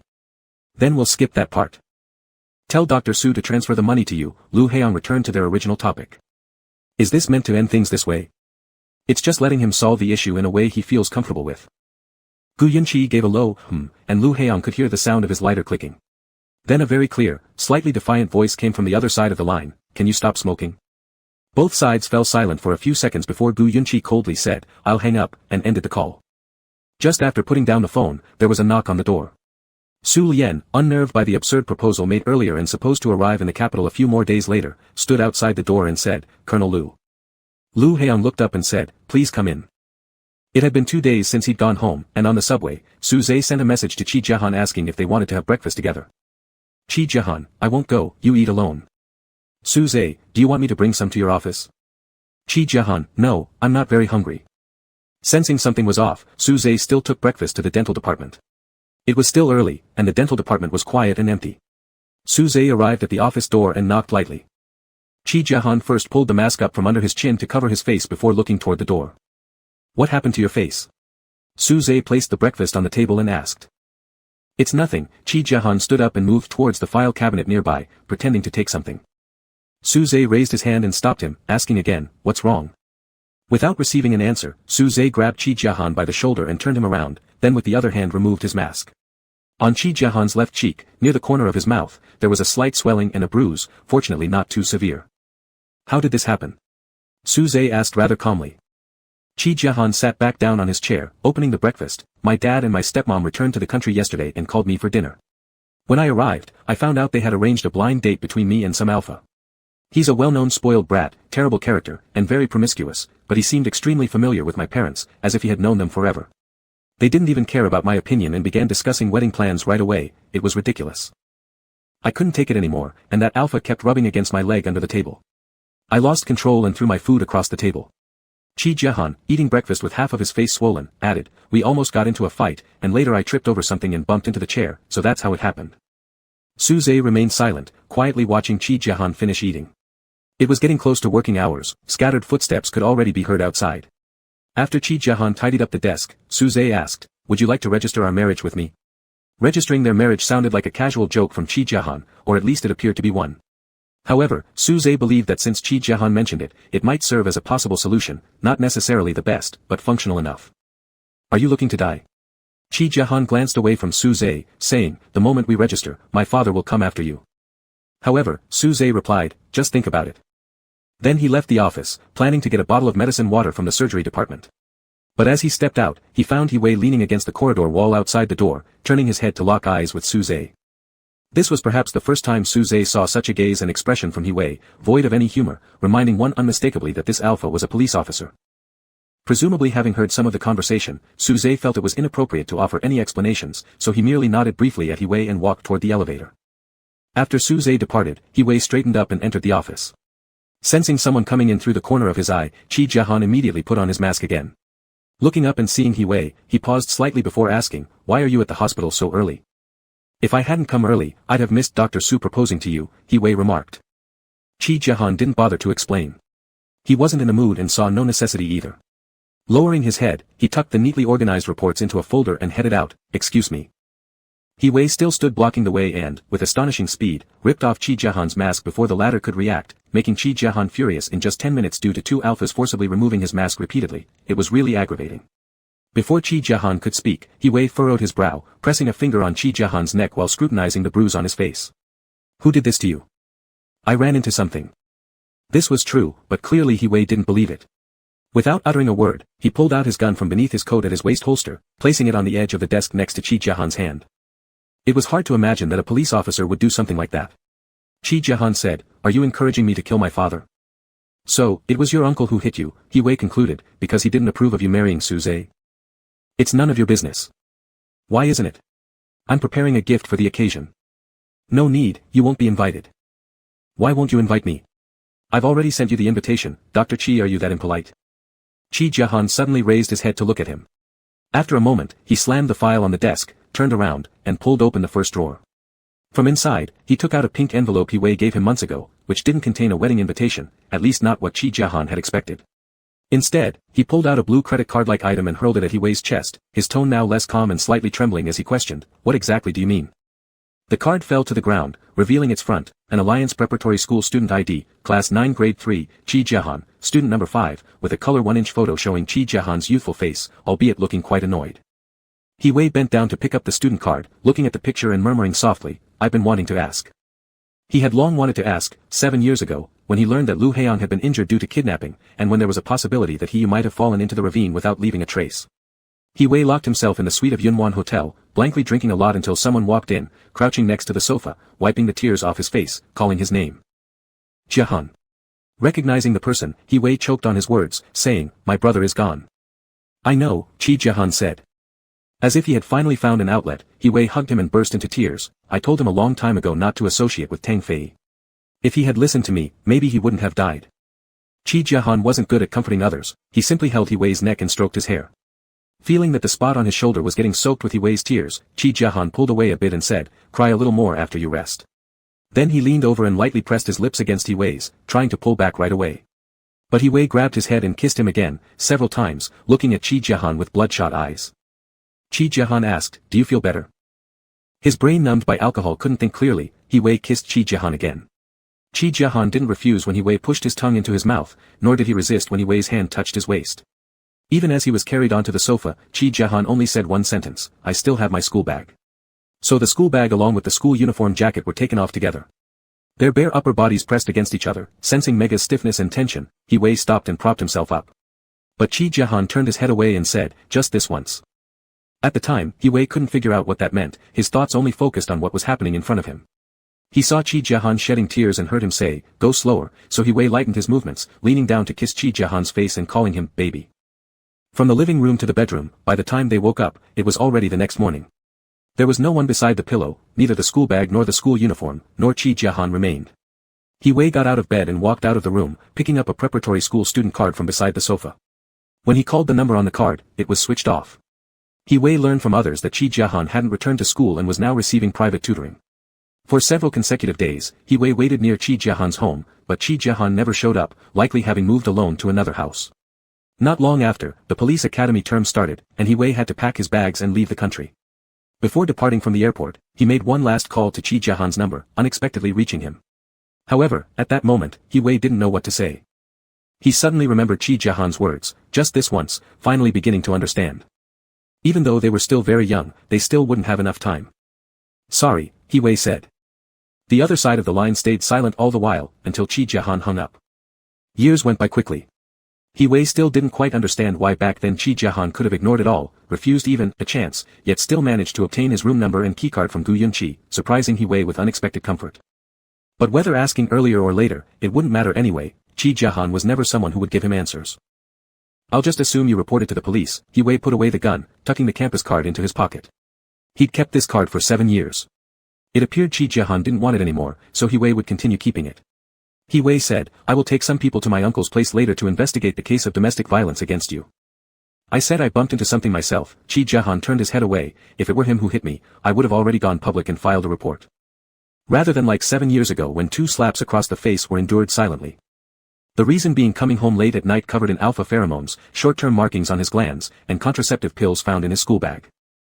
His father roared accusations at him for behaving improperly, while his stepmother scoffed about how this would tarnish Mayor Qi's reputation if news spread. In response to the question, who is the alpha? Qi Jiahan remained silent. In the end, enraged by his refusal to answer, his father slapped him twice and placed him under house arrest in another residence.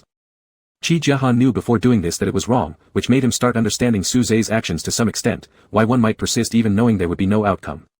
The difference was, Qi Jiahan would only let himself be wrong once, whereas Su Zhe would stubbornly keep being wrong indefinitely. With colleagues arriving at the office, Qi Jiahan nudged He Wei's arm, signaling for him to go. He Wei didn't say anything else, looked at Qi Jiahan one more time, and turned to leave with a cold expression. Walking out of the hospital building, He Wei sat in the car for a while, then made a call to Lu Heyang. What's up? Let's go drink. It's 8 o'clock in the morning. He Wei took a deep breath, pushing his hands through his hair backward. It seems Qi Jiahan is getting married. So soon. Compared to He Wei's agitation, Lu Heyang, being an outsider, sounded very calm. Who's the lucky person? Su Zhe proposed to him. It was very quiet, at least for half a minute. He Wei suspiciously held his phone in front of him, thinking Lu Heyang had hung up, which would explain the silence, but the screen showed the call was still ongoing. Can you hear me? He Wei asked. It's fine. Lu Heyang spoke again, he'll get divorced. He Wei scoffed, of course it's easy for you to say that since it hasn't happened to you. What's wrong? Do you care about him being remarried? Lu Heyang's comment turned He Wei's discontent into confusion as he was dragged into the strange circle of thoughts about divorce and remarriage. He didn't know why he should answer this question, but because it was Qi Jiahan involved, he still replied, I don't care. I don't care either, Lu Heyang said. After hanging up, He Wei stared blankly at the steering wheel for a while, realizing that this conversation with Lu Heyang was utterly useless. In less than 2 days, Lu Heyang signed a 79-page confidentiality agreement for psychological therapy with a counseling agency. Su Lian hardly made any progress in persuading Lu Heyang to abandon this decision. But as Lu Heyang's long-term psychotherapist, and maybe sounding a bit arrogant, Su Lian believed she was already one of the most professional military psychiatrists in the alliance. She couldn't entrust Lu Heyang's memory restoration treatment to another doctor without worrying immensely. I wonder what has prompted you to risk your career for this kind of treatment, Su Lian said. From where we stand now, losing your memory hasn't affected you much. It's not necessarily something worth risking. Are you feeling a bit anxious, Dr. Su? Lu Heyang just smiled. Don't worry, I assure you I'm capable of taking responsibility for the consequences. Any problems will be my responsibility, no one will trace back to you. You know that's not what I'm worried about. Then are you going to refuse? Lu Heyang asked. If so, there's still plenty of time. Su Lian pressed her brow ridge and exhaled lightly after a few seconds. I'll do my best. Thank you, appreciate the effort. After Su Lian left the office, Lu Heyang received a notification for the celebration ceremony and commendation meeting marking the armistice of the northern battle area scheduled for the afternoon of the day after tomorrow. As expected, if Gu Yunqi had submitted the 5,000-word self-examination report to the military department, this time he should be able to be promoted to colonel. The drinking session with He Wei never happened either. On the day they finished their call, He Wei led his team to carry out a secret mission. The senior police supervisor temporarily assigned back to the capital for rest by the highest bureau of police of the Union could normally only participate in meetings and issue orders, but He Wei was like a cat with 9 lives who didn't care about his own safety, always staying at the forefront. It was rumored that his mother had been praying for him by practicing vegetarianism and worshipping Buddha for several years. Everything was progressing routinely and orderly, nothing unusual. Lu Heyang dug through a pile of documents to find his phone and sent a text message to Su Zhe, Dr. Su, I'll need the badge the day after tomorrow. When will you have time so I can pick it up? After turning off the phone, Lu Heyang went to the main desk command room. 2 hours later, when Lu Heyang returned to the office, he saw that Su Zhe had responded 5 minutes earlier. Su Zhe, sorry, I was doing an experiment before and didn't check my phone. Su Zhe, I'll have time tomorrow evening. If Colonel Lu is available too, can we have dinner together? To have Su Zhe proactively suggest having dinner must be more than just delivering the badge. Lu Heyang replied, I'll be free then, please send me the restaurant address later. Suze, okay. The next evening, arriving at the restaurant half an hour ahead of the agreed time, Suze confirmed the menu with the waiter, then went downstairs alone to wait outside for Lu Heyang. After waiting only 5 minutes, a black private car came around the alley corner and stopped in front of him. As it passed, the window rolled down, and Lu Heyang revealed a smile from the driver's seat. You're waiting outside in such cold weather. Suze also gave a faint smile and said, it's all right.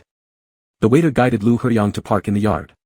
This was a private dining place, preserving the old-style architecture of the capital city, hidden in a secluded lane, looking almost indistinguishable as a restaurant from the outside. This place must be hard to book. Lu Heyang got out of the car and walked into the restaurant with Suze. Yeah, they only serve 20 tables a day, Suze said. It's run by a family member of a colleague in neurology. He helped me reserve a spot. Thinking about yesterday when the colleague was surprised and said, if it were me, I'd even be reluctant to eat there. Are you going to meet your future mother-in-law or something? Why bother with all these formalities? Hearing himself describe this as a formal occasion, Suze felt reassured instead. The location was by the window on the second floor. It grew dark quickly, and outside it was already a shade of bluish-black. Below, the backyard lights were lit, surrounding a small spring with artificial mountains. Several nameless fish swam slowly underwater. The dishes were served one after another upon seating. Suze took off his down jacket to reveal a gray sweater underneath, its material unknown. The fine fuzz softened the outline of his figure, making Lu Heyang feel like Suze looked like a dandelion or a cluster of feather grass. Are you attending some kind of ceremony? After all the dishes were served, Suze asked proactively. Yes, regarding the recent ceasefire in the northern battle area, Lu Heyang said. Something like a victory banquet. Suze nodded. Since he initiated the topic, but didn't know how to follow up, he could only say, congratulations. It should be me congratulating you, Lu Heyang smiled. I heard Dr. Su is getting married. Suze was startled, instinctively asking, what? He Wei said you proposed to Dr. Qi. No, related private matters of Qi Jiahan's were difficult to explain and not entirely convenient to discuss. Suze replied, it's not certain yet. The dish of green vegetables at the left front corner looked fresh and emerald green. Lu Heyang leisurely picked up a bite. Do let me know when it becomes certain. Not expecting this piece of news to reach Lu Heyang's ears, Suze lost the ability to respond, hesitating there with his chopsticks. Lu Heyang pushed the fish closer to him and said, this fish is very delicious, try it. Suze, distracted, reached out to pick the fish. Neither of them spoke after that. When most of the food had been eaten, Lu Heyang sipped some tea and asked, Dr. Su invited me over, surely it's not just for delivering the badge. Suze took out the deep blue velvet box tightly wrapped in shock-absorbing film and placed it on the table, then said, I'm leaving. The new year is coming soon. Afterward, I'll be going to an overseas research institute, so I decided to invite you out for dinner today. There might not be another chance these next few days since once the Joint Research Institute announcement went out, teachers from the Military Medical University, lab group members, leaders, and colleagues within the hospital had all made appointments to dine together with Suze. Hence, Suze put Lu Heyang first. He tried not to think too much about whether Lu Heyang would consider it overly elaborate to have invited him specially because of this matter. Evidently, this time Suze intended to return the badge fully. Lu Heyang leaned back slightly and asked, how long will you be away? Until my PhD, at least. Suze said, whether I'll stay afterward isn't certain yet. In which city is the research institute located? Lu Heyang's index fingertip lightly stroked the rim of his cup while asking again. S city. A flight less than 5 hours. Lu Heyang said. That's correct. As a matter of fact, I also have something to give you. Suze watched Lu Heyang's hand as his expression gradually shifted from confusion to astonishment. He opened wide eyes, unmoving, staring as Lu Heyang placed the item on the table. It was a very small and ordinary blue jewelry box, extremely old, with a wrinkled surface, faintly white, traces of having been soaked in water. Without any prelude or background information, Suze was questioned directly, was it raining that day when you gave it to me? Suze remained still, as if being pulled years back into a summer rainy night, soaked to the skin, and then brought back to the moment in winter. After a long time, he said, I thought it was long gone. It nearly was. Lu Heyang responded. If it hadn't been kept in a safe originally, it probably would have truly been lost. Upon opening the box, the silver pendant inside had lost its luster, appearing dull and gray. Lu Heyang took out the pendant, fiddling with it a bit, transforming its shape right under Suze's watchful eyes, finally forming another shape laid flat in the palm. It was a ring, crooked and uneven, somewhat roughly connected between clasps, crafted by 17-year-old Suze. Lu Heyang wondered 7 years ago if this secret had ever been discovered. Not long before, upon first turning the pendant into a ring, Lu Heyang reflected this way. Steam from the meal still rose between them. Surprisingly, Suze felt no embarrassment or shame, only a touch of regret. If Lu Heyang could have realized it was a ring before losing memory, that would have been better. He had expended much effort disguising this ring as a pendant, daring to give but not to confess, bearing a flicker of hope and anxiety, wishing Lu Huiyang would discover it, yet fearing Lu Huiyang really would. Regardless, Su Zhe was grateful to the self who ran hastily to deliver that birthday gift. If Dr. Su intends to return the badge to me, then I'll give this back to you as well. Lu Huiyang placed the ring back into the box, closed it, and slid it toward Su Zhe's hand. Rings are precious items, and now, I may not be in a position to keep it. Su Zhe vaguely sensed another meaning hidden in these words, some fleeting thought that he couldn't grasp fast enough, and asked, then when will you be able to keep it? But Lu Huiyang didn't look at him, poured half a cup of tea, smiled slightly, and said, when you get divorced. This wasn't the real answer, Su Zhe realized. It was already pitch dark, enveloped in the unique silence of a winter night. The white vapor from their breath dissipated quickly. Su Zhe and Lu Huiyang stood in the parking courtyard. There was no wind tonight, dry, cold, presaging an impending heavy snowfall. Did you drive here? Yes, my mentor's car. He's eating somewhere else, and I'll go pick him up later, Su Zhe replied. Alright, drive carefully. Lu Huiyang extended his hand towards Su Zhe, just like their first meeting in room 195. Lu Huiyang said, wishing Dr. Su all the best. Thank you, Colonel Lu too. Su Zhe shook Lu Huiyang's hand. As palms touched briefly before parting, they each climbed into their own vehicles. Su Zhe stayed motionless, looking through the car window at Lu Huiyang's car, though seeing nothing. After Lu Huiyang's car drove off, Su Zhe started the engine, touching the jewelry box in his pocket before letting go of the brake, pondering what the true answer might be. Su Zhe also attended the celebration ceremony. Last night, after dining with Lu Huiyang, Su Zhe went to pick up Huang Liling on the way back. On the road, Huang Liling received a phone call and mentioned the celebration banquet and award ceremony. After ending the call, Huang Liling flipped through messages on his phone and casually asked Su Zhe, if you don't have anything tomorrow evening, Su Zhe, would you like to come along? It was indeed a random inquiry, as Su Zhe likely wouldn't be interested since it seemed he had never considered developing in the military zone and might not want to attend such occasions. Su Zhe did not respond immediately, scraping his thumb lightly on the steering wheel, and then glanced at the rearview mirror before asking, can I really go? It sounded as if he intended to go. Huang Liling was taken aback for a moment, turned off his phone, and said, what can stop you? Just say you're my assistant at school. Okay, Su Zhe nodded without hesitation after confirming he could join, thank you, Professor. That's more like it, Huang Liling approved heartily, look around, interact more, don't stay cooped up in the lab or hospital all the time. To which Su Zhe had little courage to reply, since he wasn't attending out of the reasons Huang Liling assumed, to broaden his horizons or make connections. On the evening of the next day, Su Zhe ended his work in the laboratory early, changed out of his lab coat into formal attire, and arrived at the capital military district with Huang Liling. Before dinner began, several familiar officers and old friends came over to exchange pleasantries with Huang Liling, who introduced Su Zhe to them as one of his prized students. During dinner, Su Zhe sat at the same table with a group of young officers accompanying others, listening to them discuss matters related to different battle zones. They talked until the subject of Lieutenant Colonel Lu, who hadn't passed the post-flight sensitivity operation test, came up. In such settings, everything was discussed briefly without going into detail, it was more for easing the tense atmosphere. Su Zhe kept his eyes on the plate in front of him, hoping to hear more, but the rest had swiftly shifted to another safer topic. After the dinner break, the celebration ceremony officially commenced. Su Zhe sat in the middle back row at a higher position, listening earnestly to the long official commendation speeches like professional lectures, until the medal bestowing ceremony began. His body finally stirred as he directed his gaze to the waiting area by the side of the podium, although blocked by narrow screens where nothing could be seen. Air Force Command Department of the Southern Battle Zone, Air Force Colonel Lu Huiyang. After waiting through officer after officer ascending the stage, and numerous medal presentation speeches, Su Zhe waited for this announcement. His eyes never left the slightly trembling screens, until finally, a pair of pure black military boots stepped onto the red carpet, and Lu Huiyang appeared. Accustomed to seeing Lu Huiyang in training uniforms, this was the first time Su Zhe saw him in formal military attire. A deep indigo color close to black, it was solemn and immaculately structured, its stiff material outlining the lean, tall physique of Alpha like fine brushwork, sharp like a blade. Lights from all directions illuminated Lu Huiyang's shoulder insignia, arm badges, and rows of merit badges pinned to his chest, casting dazzling reflections that crossed the distance and fell clearly into Su Zhe's eyes.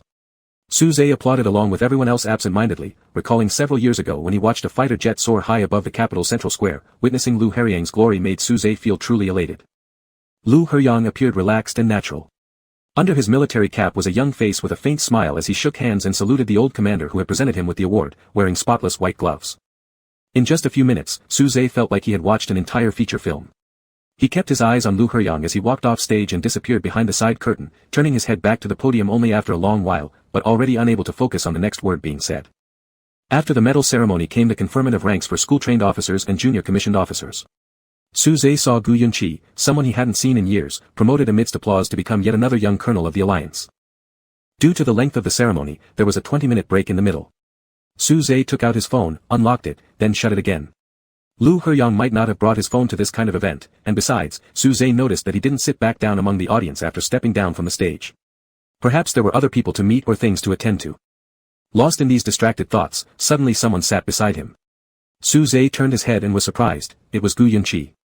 Dr. Su's transfer has been received, and I've passed it along to Heyang. I've been rather busy these past few days and forgot to mention it. Upon closer inspection, Gu Yunqi still had that same none of my business face from high school, someone who would never go out of their way to say something like this. Su Zhe nodded, saying, "Thank you, Colonel Gu." Pausing briefly, Su Zhe asked, "Why did Commander Lu fail the flight test? Did Dr. Su hear about it?" Gu Yunqi showed a relieved expression as if glad to avoid extra trouble. It could be that pilots undergoing psychological therapy are unsuitable for flying. Not a straightforward answer, but the logic within it wasn't hard to understand. If Lu Heyang was receiving normal psychological treatment, he wouldn't need to deliberately fail the assessment just to avoid flying. The military department would naturally extend his leave. If Dr. Su plans to return the badge to me, then I'll give this back to you too. Rings are precious items, and now, I may not be able to keep it. The words Lu Heyang had spoken last night resurfaced in Su Zhe's mind, a genuine answer he never expected to receive so soon. The moment clarity struck, Su Zhe placed a hand on the armrest, preparing to stand up, but Gu Yunqi added, "Heyang has already left, there's something at the base that needs handling." "Even I'm just guessing, he didn't tell me." Gu Yunqi removed his white gloves and threw them onto the table, "But I don't recommend asking him, he probably wouldn't want us doing that." Su Zhe lost himself in thought, his hand gripping the armrest tightly. After nearly half a minute, he muttered, "Too dangerous." During his undergraduate studies, he had consulted professors in psychology and neurology, and their answers were clear. Memory loss caused by electroshock and pheromone disturbances is risky both in terms of treatment methods and degree control. It also demands high physical and psychological resilience from the patient, and the military absolutely would not agree for active duty soldiers to undergo such treatment. He couldn't comprehend why Lu Heyang would choose this path, when he could live gloriously without those memories. Heyang usually doesn't make decisions that would make himself regret. Gu Yunqi dropped the bomb lightly. "I'm telling you this without any particular meaning, don't overthink it." Picking up his gloves and standing, he said, "I'll be going first, Dr. Su, see you." "See you." Su Zhe looked up at him, but his gaze drifted, saying quietly, "Thank you." With 5 days left until New Year's, Wei was sent to room 195 after taking a bullet to the abdomen during a mission. Resuscitation lasted nearly 6 hours, and all relevant departments of room 195 received instructions from the alliance government to spare no expense in saving him. Wei's mother, that elegant and beautiful Mega, cried until she nearly fainted outside the emergency room. Su Zhe also participated in the resuscitation. Never before had he shown any discomfort towards blood and wounds, yet this time he felt panic and unease because the person lying on the operating table was Wei. Finally, the announcement came that the resuscitation was successful. Su Zhe washed and disinfected his hands, then exited the operating room. The corridor was crowded with people, Wei's family, friends, leaders, subordinates, and Su Zhe walked through them, gazing at a Mega in a white coat standing by a distant row of chairs, silently mouthing the words, "It's all right now." Qi Jiahai stood dazed there, nodding with bloodshot eyes. Wei had been in a coma for 3 days after being admitted to the ICU, and Qi Jiahai spent nearly all his spare time by Wei's side. Clad entirely in an isolation gown, he neither spoke nor moved but simply stared at Wei on the hospital bed. Qi Jiahai mentioned that midway through, Lu Heyang and Gu Yunqi had come several times, but Su Zhe, having been holed up in the lab these few days, rarely came to the hospital and so didn't run into them. On the 4th day, Wei woke up. After confirming his condition was stable, he was transferred to a special ward. While most were informed not to visit and disturb the patient, the surgical department notified Su Zhe that Wei wanted to see him. Upon receiving the message, Su Zhe rushed from the lab to hospital 195. Wei looked in relatively good condition, although still wearing an oxygen mask, his complexion wasn't as pale anymore. "What's up?" Su Zhe leaned over and asked him.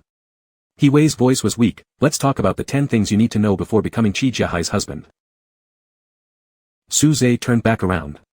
Qi Jiahai was standing by the door, mask on, gazing silently at Wei who likely didn't know he was there yet.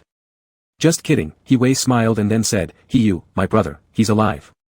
Su Zhe froze momentarily, unsure, asking, "Wasn't he in that car?" "The one in the car was Tang Fei." Wei said, "The one who died, it was actually him." Memories long buried surged forth. The police had never been able to locate Tang Fei for years. Su Zhe originally thought he had escaped beyond the alliance, but it turned out he had already died back then.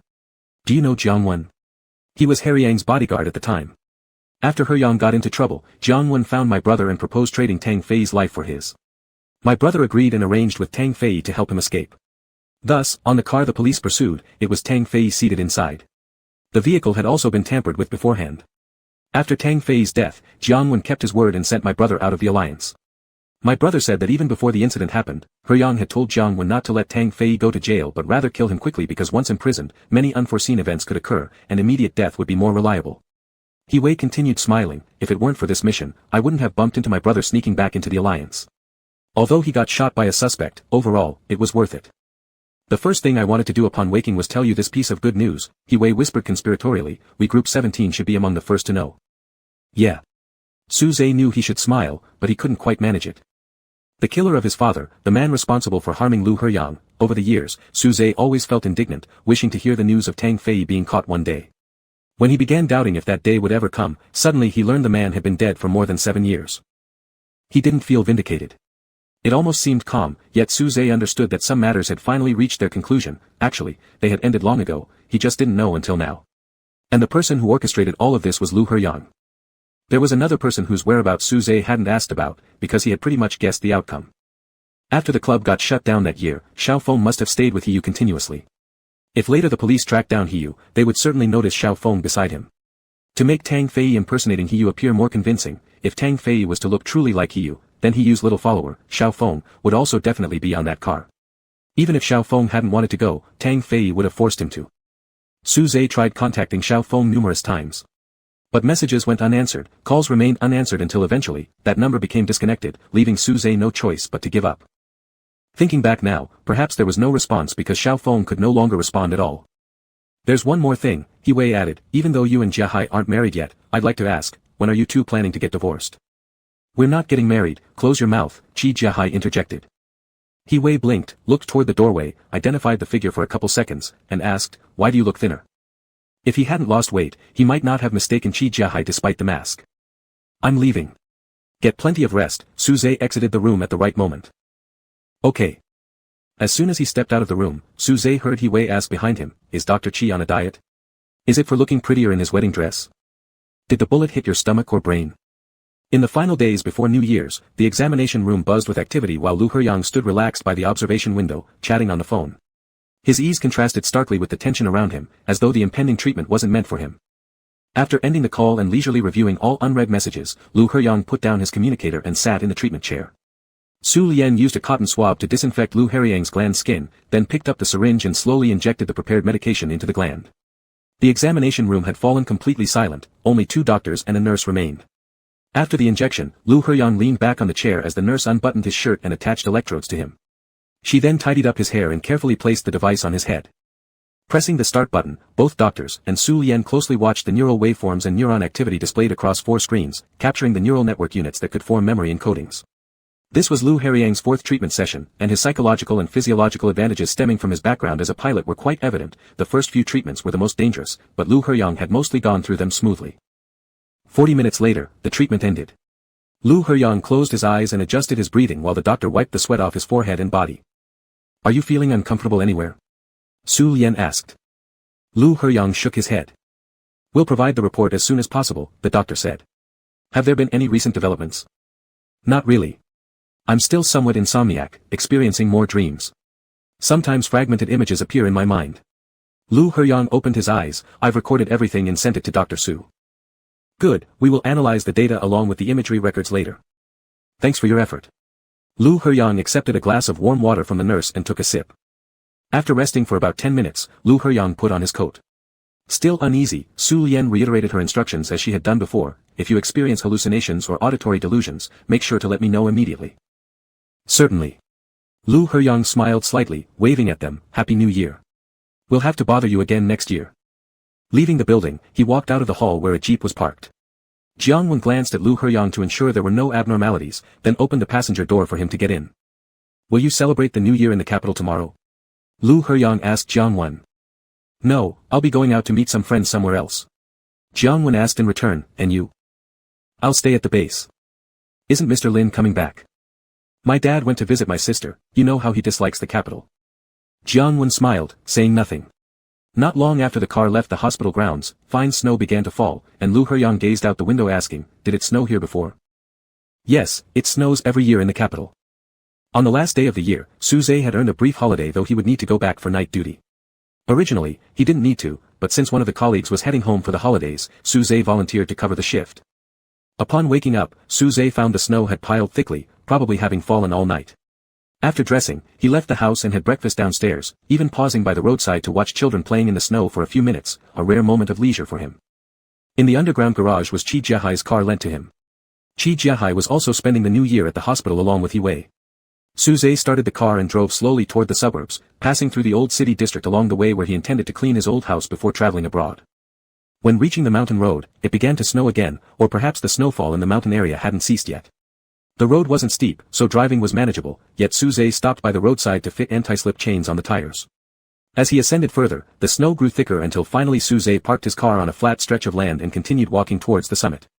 Suze entered a forest patch, his boots crunching in the snow with each step. Occasionally, clumps of snow accumulated on branches fell, startling resting birds which flapped their wings and called mournfully as they flew elsewhere. At the end of the path stood a cliff overlooking a snowy ocean view of the capital. To the left, he could see a ski run winding over undulating hills, beside which stretched a long cable car track operating steadily, carrying many tourists seemingly enjoying the day.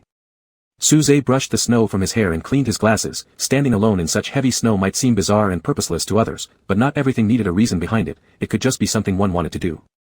This time, however, seemed to carry some sort of meaning.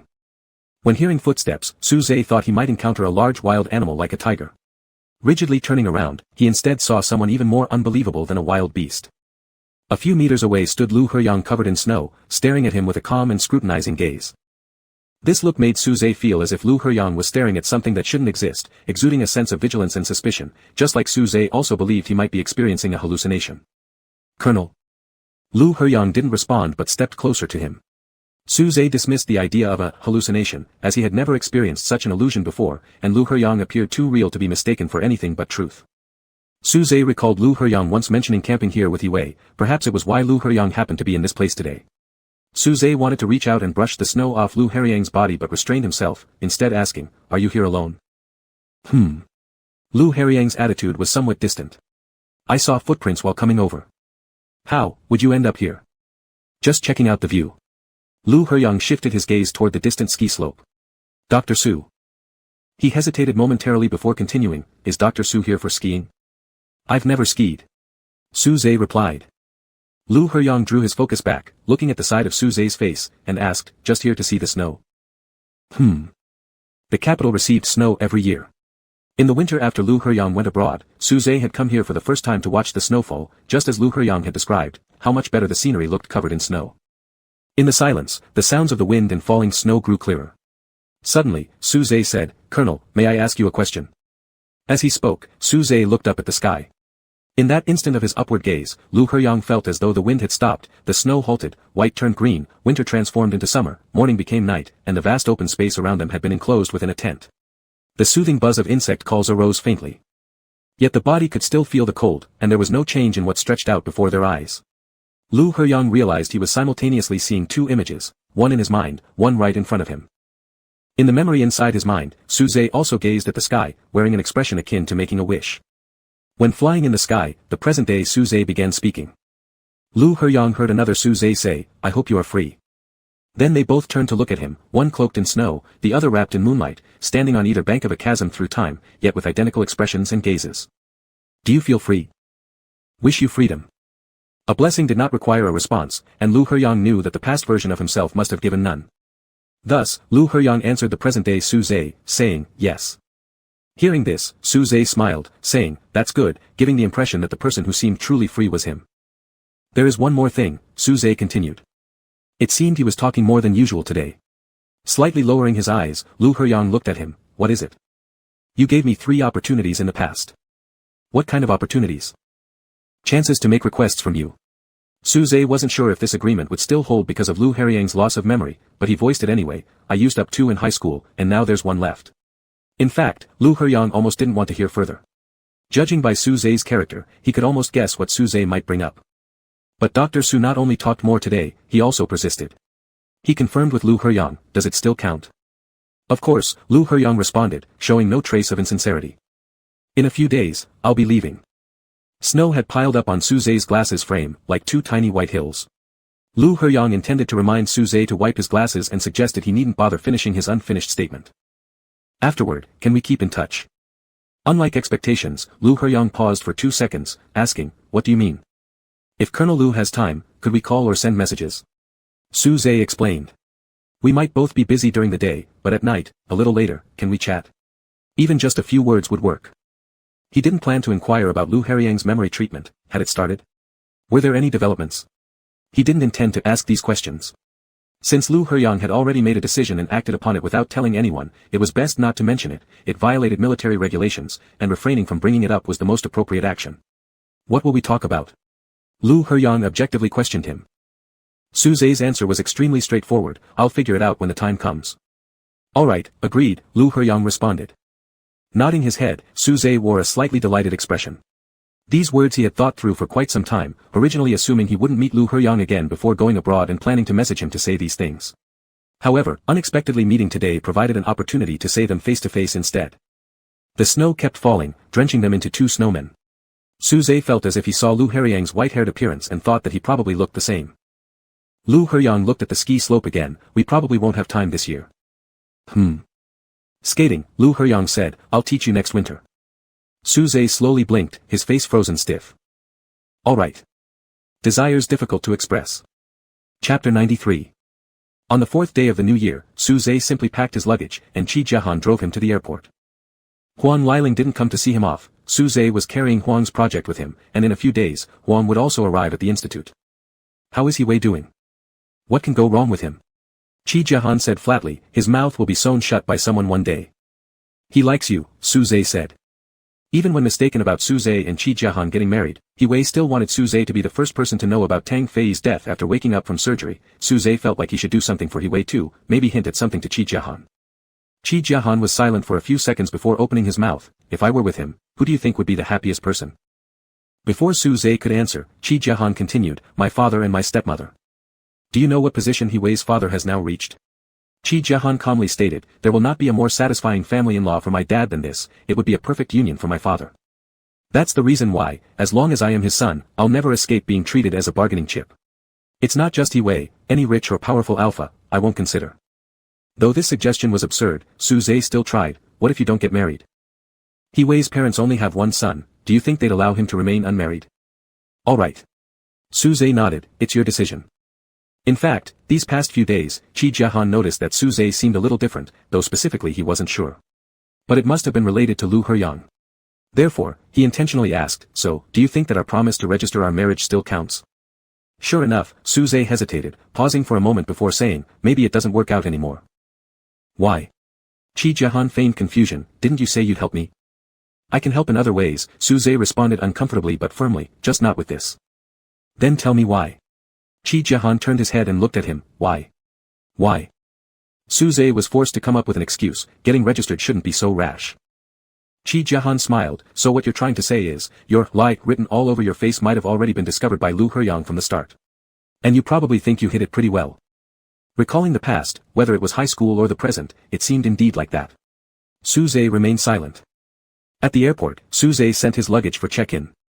Before the security check, Qi Jiahan gave him a hug. Come back when you have time, don't disappear once you leave the country, take care of yourself. Alright, Su Zhe said, you too. Qi Jiahan watched Su Zhe clear the security checkpoint. Finally, Su Zhe turned around and waved at him, so Qi Jiahan also lifted his hand with a smile.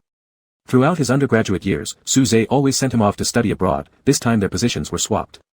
Qi Jiahan, looking at Su Zhe's retreating figure, suddenly realized that Su Zhe was always the one saying goodbye.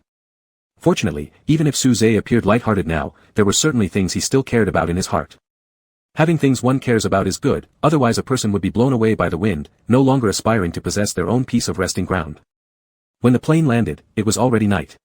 Among the colleagues waiting at the arrival gate, one was Su Zhe's undergraduate classmate, another an old acquaintance who had lived through nearly a month of battle together. The sense of strangeness quickly disappeared, and everyone went to a restaurant together to celebrate Su Zhe's return. Each apartment in the doctoral complex consisted of 2 bedrooms and a living room, 1 bedroom and 1 study. After dinner, Su Zhe didn't immediately unpack his things after returning to his dormitory. He sat on the couch, holding his phone deep in thought, thinking about how to start the conversation. He had wanted to contact Lu Heyang a few days ago, but Su Zhe carefully remembered telling Lu Heyang they'd stay in touch after going abroad, thus waiting until today. Despite putting in effort, he still couldn't come up with a perfect opening line. Checking the time, it was already very late. If he didn't send a message today, it would count as absence. He clicked into his chat box with Lu Heyang and seriously typed a few words. "Colonel, are you asleep yet?" After pressing send, though knowing it was impossible for the other side to reply instantly, Su Zhe still stared at the messaging interface without moving. Unexpectedly, he received a reply after just a few seconds. "Who are you?" Su Zhe paused for a moment, assuming Lu Heyang might have accidentally cleared his contact list, then replied, "It's me, Su Zhe." "Lu Heyang, aren't you the Su doctor who said we'd stay in touch but has been unreachable for 4 days?" Caught off guard by the deliberate questioning, Su Zhe explained, "I just got back to the institute today." "Lu Heyang, I know. Lu Heyang, can I call you?" Since Lu Heyang had asked that, Su Zhe didn't waste time replying with a text message and directly dialed his number. "Colonel." Lu Heyang asked, "Are you at your dorm yet?" "Just arrived." Su Zhe upheld his promise of trying to find topics to chat about and followed up with, "Have you rested yet?" "I just came out from the command room." After finishing this sentence, Lu Heyang didn't continue, leaving only footstep sounds over the phone, causing Su Zhe, who was still stuck in a question-answer mode, to momentarily freeze. After a few seconds, he awkwardly said, "Oh," not very fluently adding, "Working so late, it must have been tiring." Lu Heyang seemed to laugh softly. Su Zhe wasn't sure if he did, and then he heard Lu Heyang ask, "Is your dormitory for one person or do you have a roommate?" "Just myself." Su Zhe glanced around the unfamiliar surroundings. "It's much bigger than before." "How much bigger?" "One more study room added, and the bedroom is independent." Su Zhe meticulously described the size difference to Lu Heyang. "The balcony is also spacious." "And what about the sofa?" "It's big too, can lie down on it." Su Zhe looked down at the large sofa as he answered. "The next month I will be coming to S City for a meeting, could I crash on your sofa when I get there?"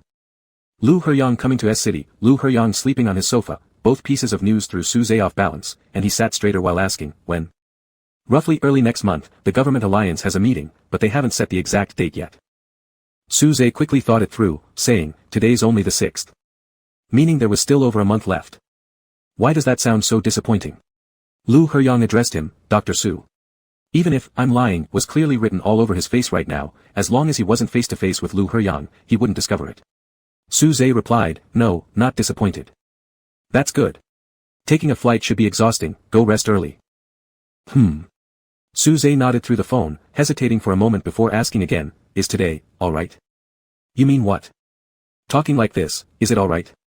Giving Dr. Su 90 points, there was a hint of laughter in Lu Heyang's voice. "You'd get a higher score if you were more honest." Caught red-handed lying, but getting 90 points already made Su Zhe very happy, he said, "Tomorrow, I'll give you another call." "Alright." After hanging up, Su Zhe dragged his suitcase into the bedroom, opened it, took out a yellowed little notebook from a compartment, flipped to a certain page. On the page were 12 faded circles, and on the next page were incomplete, correct, symbols written halfway across. Su Zhe squatted down and observed it for a while, then turned the page and grabbed a pen, writing down the date on the first line along with checking a box. As promised, Su Zhe called Lu Heyang the next day, and he called the day after that as well, every single day. Before making the calls, Su Zhe would always confirm with Lu Heyang via text message and could always receive quick replies. There were also times when he would be busy until very late, during which Su Zhe would take the opportunity to step into the corridor and make the day's phone call beforehand. Each time Su Zhe whispered lightly in the corridor, Lu Heyang would ask him, "Stealing a call to me again today?" The ticks on the small notebook had already filled up several pages without interruption. This was the longest duration Su Zhe had ever kept in contact with Lu Heyang, seemingly exceeding the total number of calls they made during their high school years combined. But due to the approximate date set, waiting for Lu Heyang to come to S City felt especially long, especially when Su Zhe learned that the meeting was finally scheduled for the 10th. So, the beginning of the month meant the last day of the beginning. "I initially wanted to arrive one night earlier, but things here don't allow it." Lu Heyang said, "After the 10th meeting, I have to head over to the Alliance General Military District." It would be untrue to say there isn't disappointment, but Su Zhe expressed understanding. "It's fine, we'll meet when you're free next time. This time we will see each other as well." Lu Heyang informed Su Zhe, "There will probably be 2 to 3 hours between the end of the meeting and my trip to the General Military District. If you're available, I'll come find you." Su Zhe blurted out without much thought, "It's convenient." After marking 35 ticks on his notebook, the 10th arrived, and Su Zhe had already taken leave from Huang Lilin in advance. He planned to wait for Lu Heyang near the Alliance government after the meeting in the afternoon to save time for Lu Heyang to pick him up at the institute. At 9 a.m., the first half of the meeting began as scheduled. This time, along with Lu Heyang leaving the capital was Gu Yunqi and a Navy colonel. Sitting on the main platform were the leaders of the Alliance government and the commanders-in-chief of various military districts. Lu Qingyu sat in the center, watching Lu Heyang salute the commanders next to him before taking his seat. The meeting lasted until 11:30, followed by an hour-long lunch break before resuming for the second half, which ended around 3 p.m. Attendees gradually left one after another. Luo Wan pulled Lu Heyang aside, rarely displaying hesitation before finally patting his shoulder and saying, "I trust you know what you're doing, but be careful about everything. I don't want anyone else sitting in my position instead of you, understood?" Lu Heyang smiled faintly, "You've worried too much."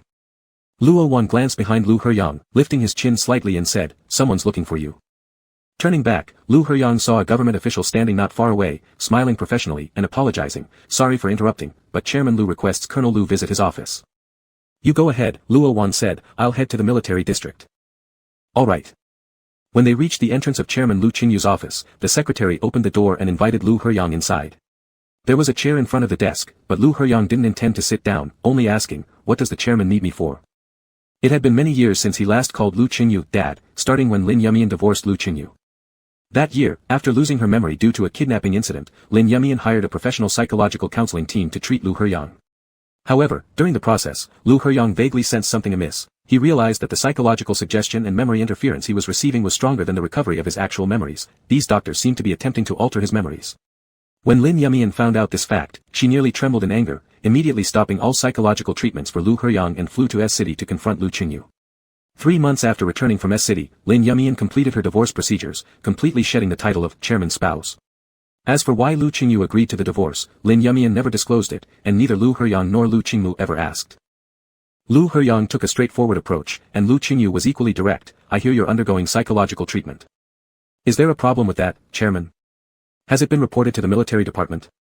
Lu Qingyu raised his eyes to look at him. Lu Heyang gazed at him calmly, "That should be a question for the military department, not you. Undergoing private psychological treatment violates military regulations. As a colonel, surely you wouldn't be unaware of that. If Chairman can immediately find someone suitable to take over the capital Air Force Base, I'd be happy to step aside. But the alliance government doesn't have the authority to interfere with military position adjustments." Lu Heyang added, "Or you can discuss this with Commander Luo." This sentence indicated that Luo Wan had already known about the matter and adopted a permissive attitude, leaving nothing more for Lu Qingyu to say. Lu Heyang then gave him a slight nod, "I have things to attend to, I'll leave first." In the elevator, Lu Heyang checked his phone and saw a message sent 10 minutes ago by Su Zhe, "I'm at the fountain in Central Park." Lu Heyang replied, "All right, I'll be there soon." The military vehicle waiting outside had a major from the General Military District sitting in the passenger seat, while the rear seat held only Gu Yunqi. The Navy colonel had already departed in another car for the military district. "Colonel Lu," the major greeted Lu Heyang with a smile. "It's been a long time." Lu Heyang also smiled, then said to the driver, "Go to the fountain at Central Park." "Okay, Colonel Gu, what about you?" Gu Yunqi looked at his phone, "Wait a moment." A few seconds later, perhaps having received a message, he read out a store name from the screen, saying, "Drive here." "Sounds like a dessert shop," Lu Heyang commented. Asked to eat their croissants, Gu Yunqi remarked coldly, not sure if it's because he's never had bread in his life. Central Park was very close to the alliance government, so they arrived in just a few minutes. In the distance, a tall alpha could already be seen standing by the roadside amidst the bustling crowd, wearing only a black hoodie. The weather was indeed sunny, and S-City was always somewhat warmer than the capital.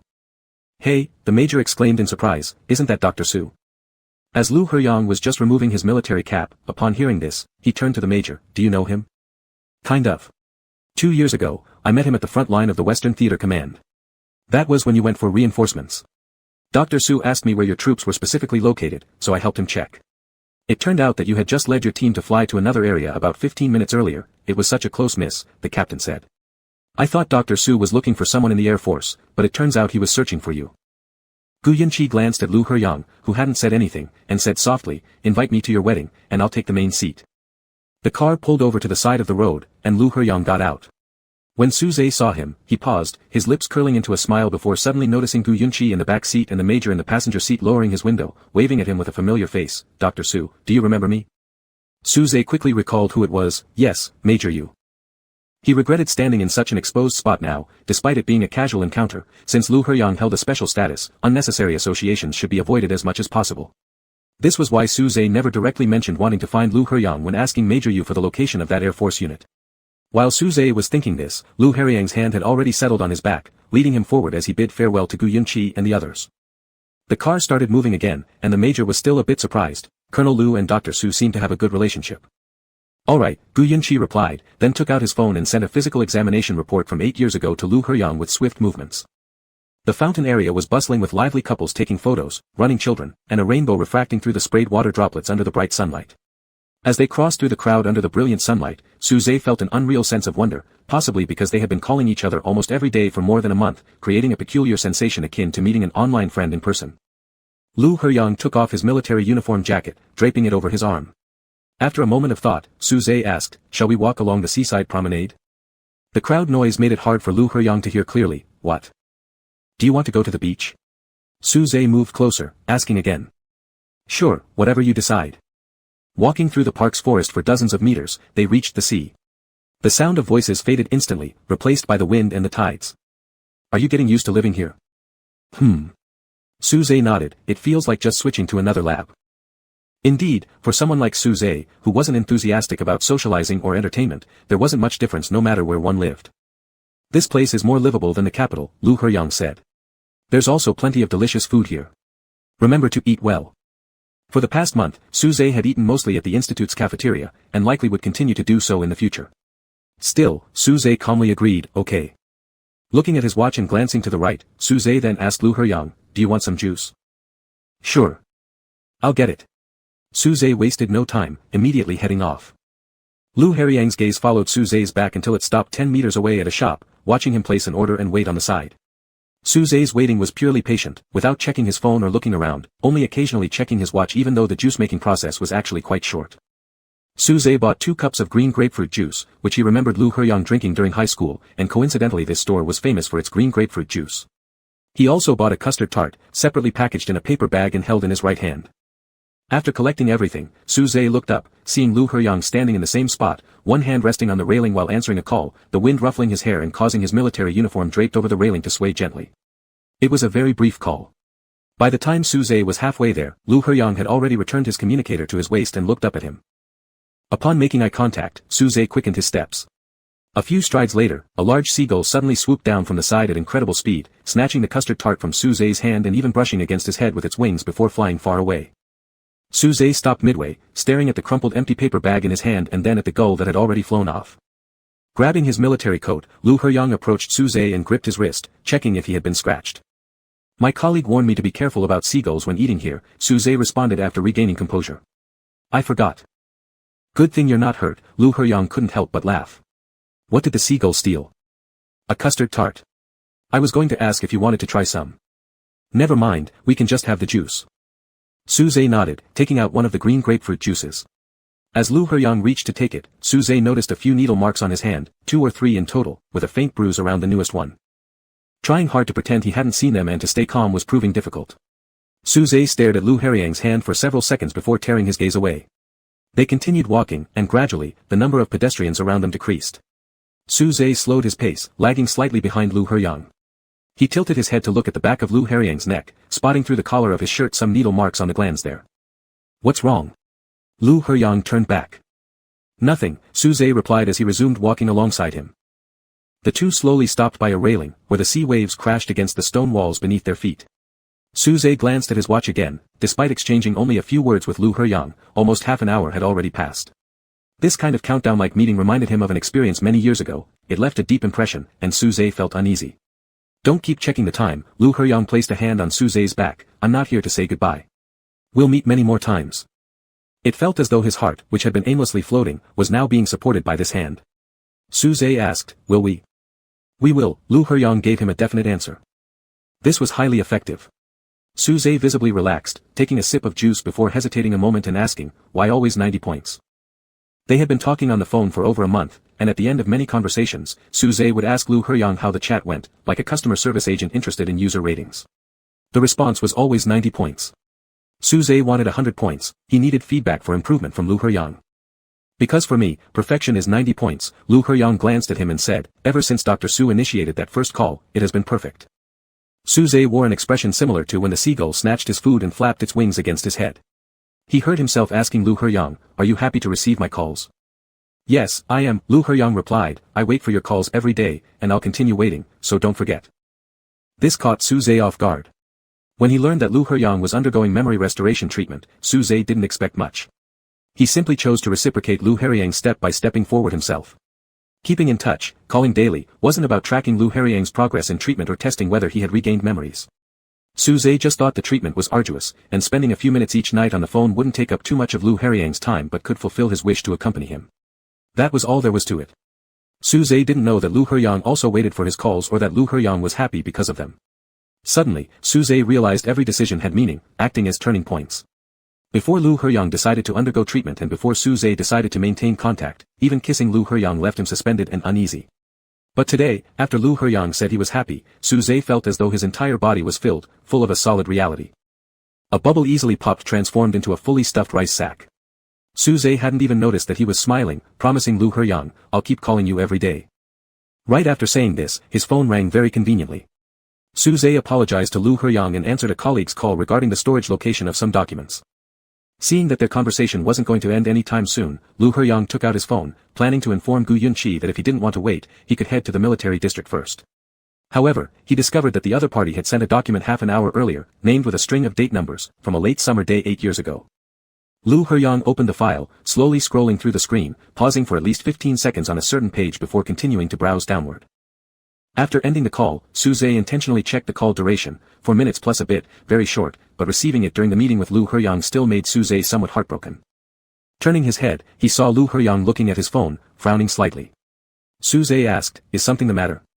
Lu Heriang finished reading the last page and shifted his gaze from the screen to Suze's face.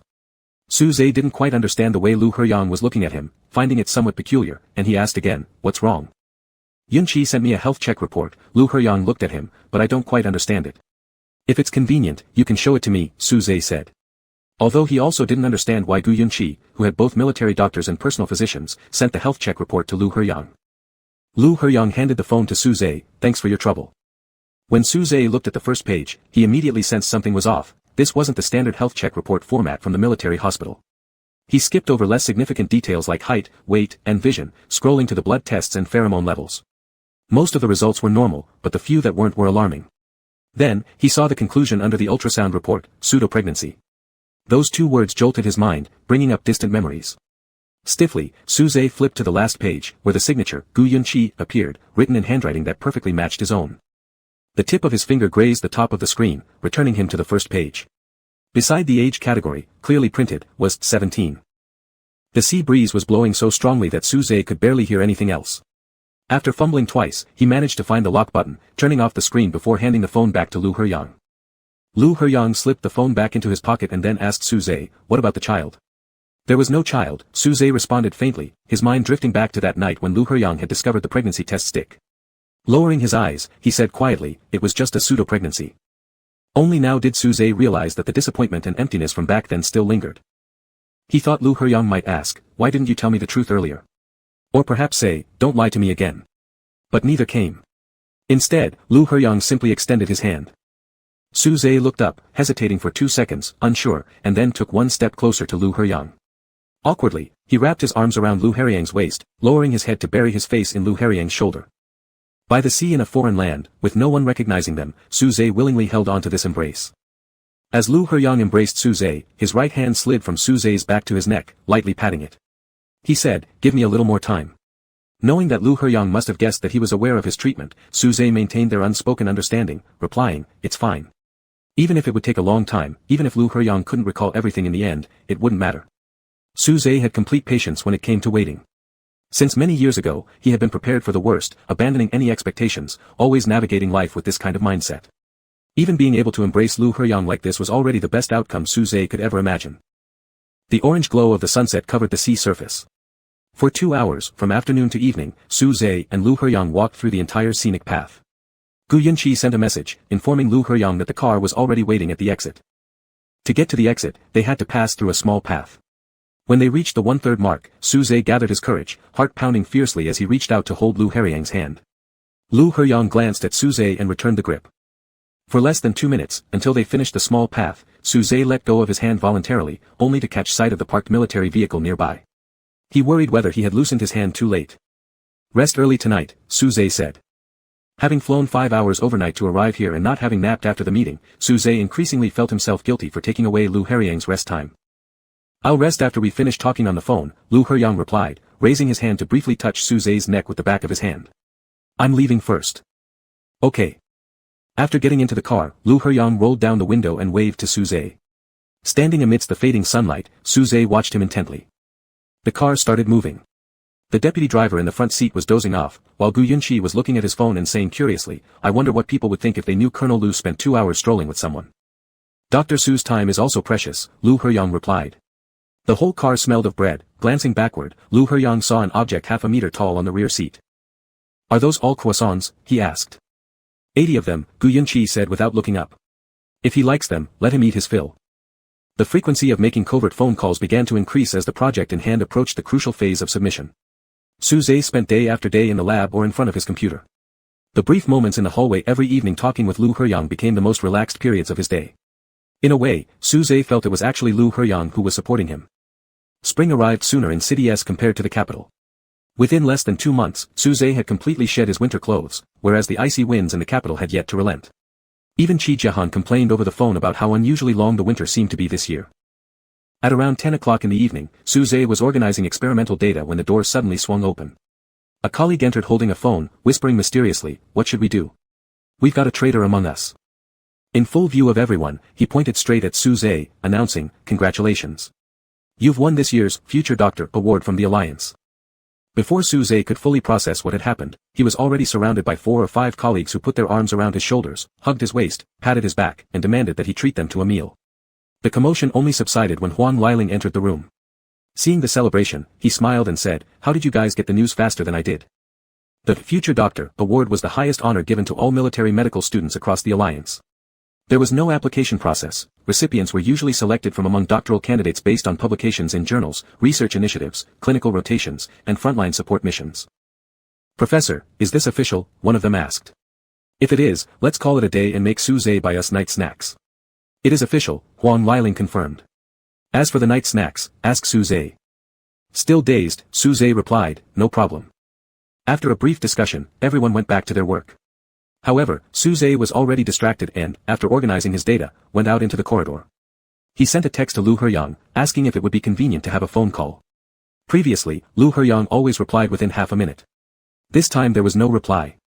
After waiting for 5 minutes, Suze assumed Lu Heyang must be busy, so he messaged him, I seem to have won an award.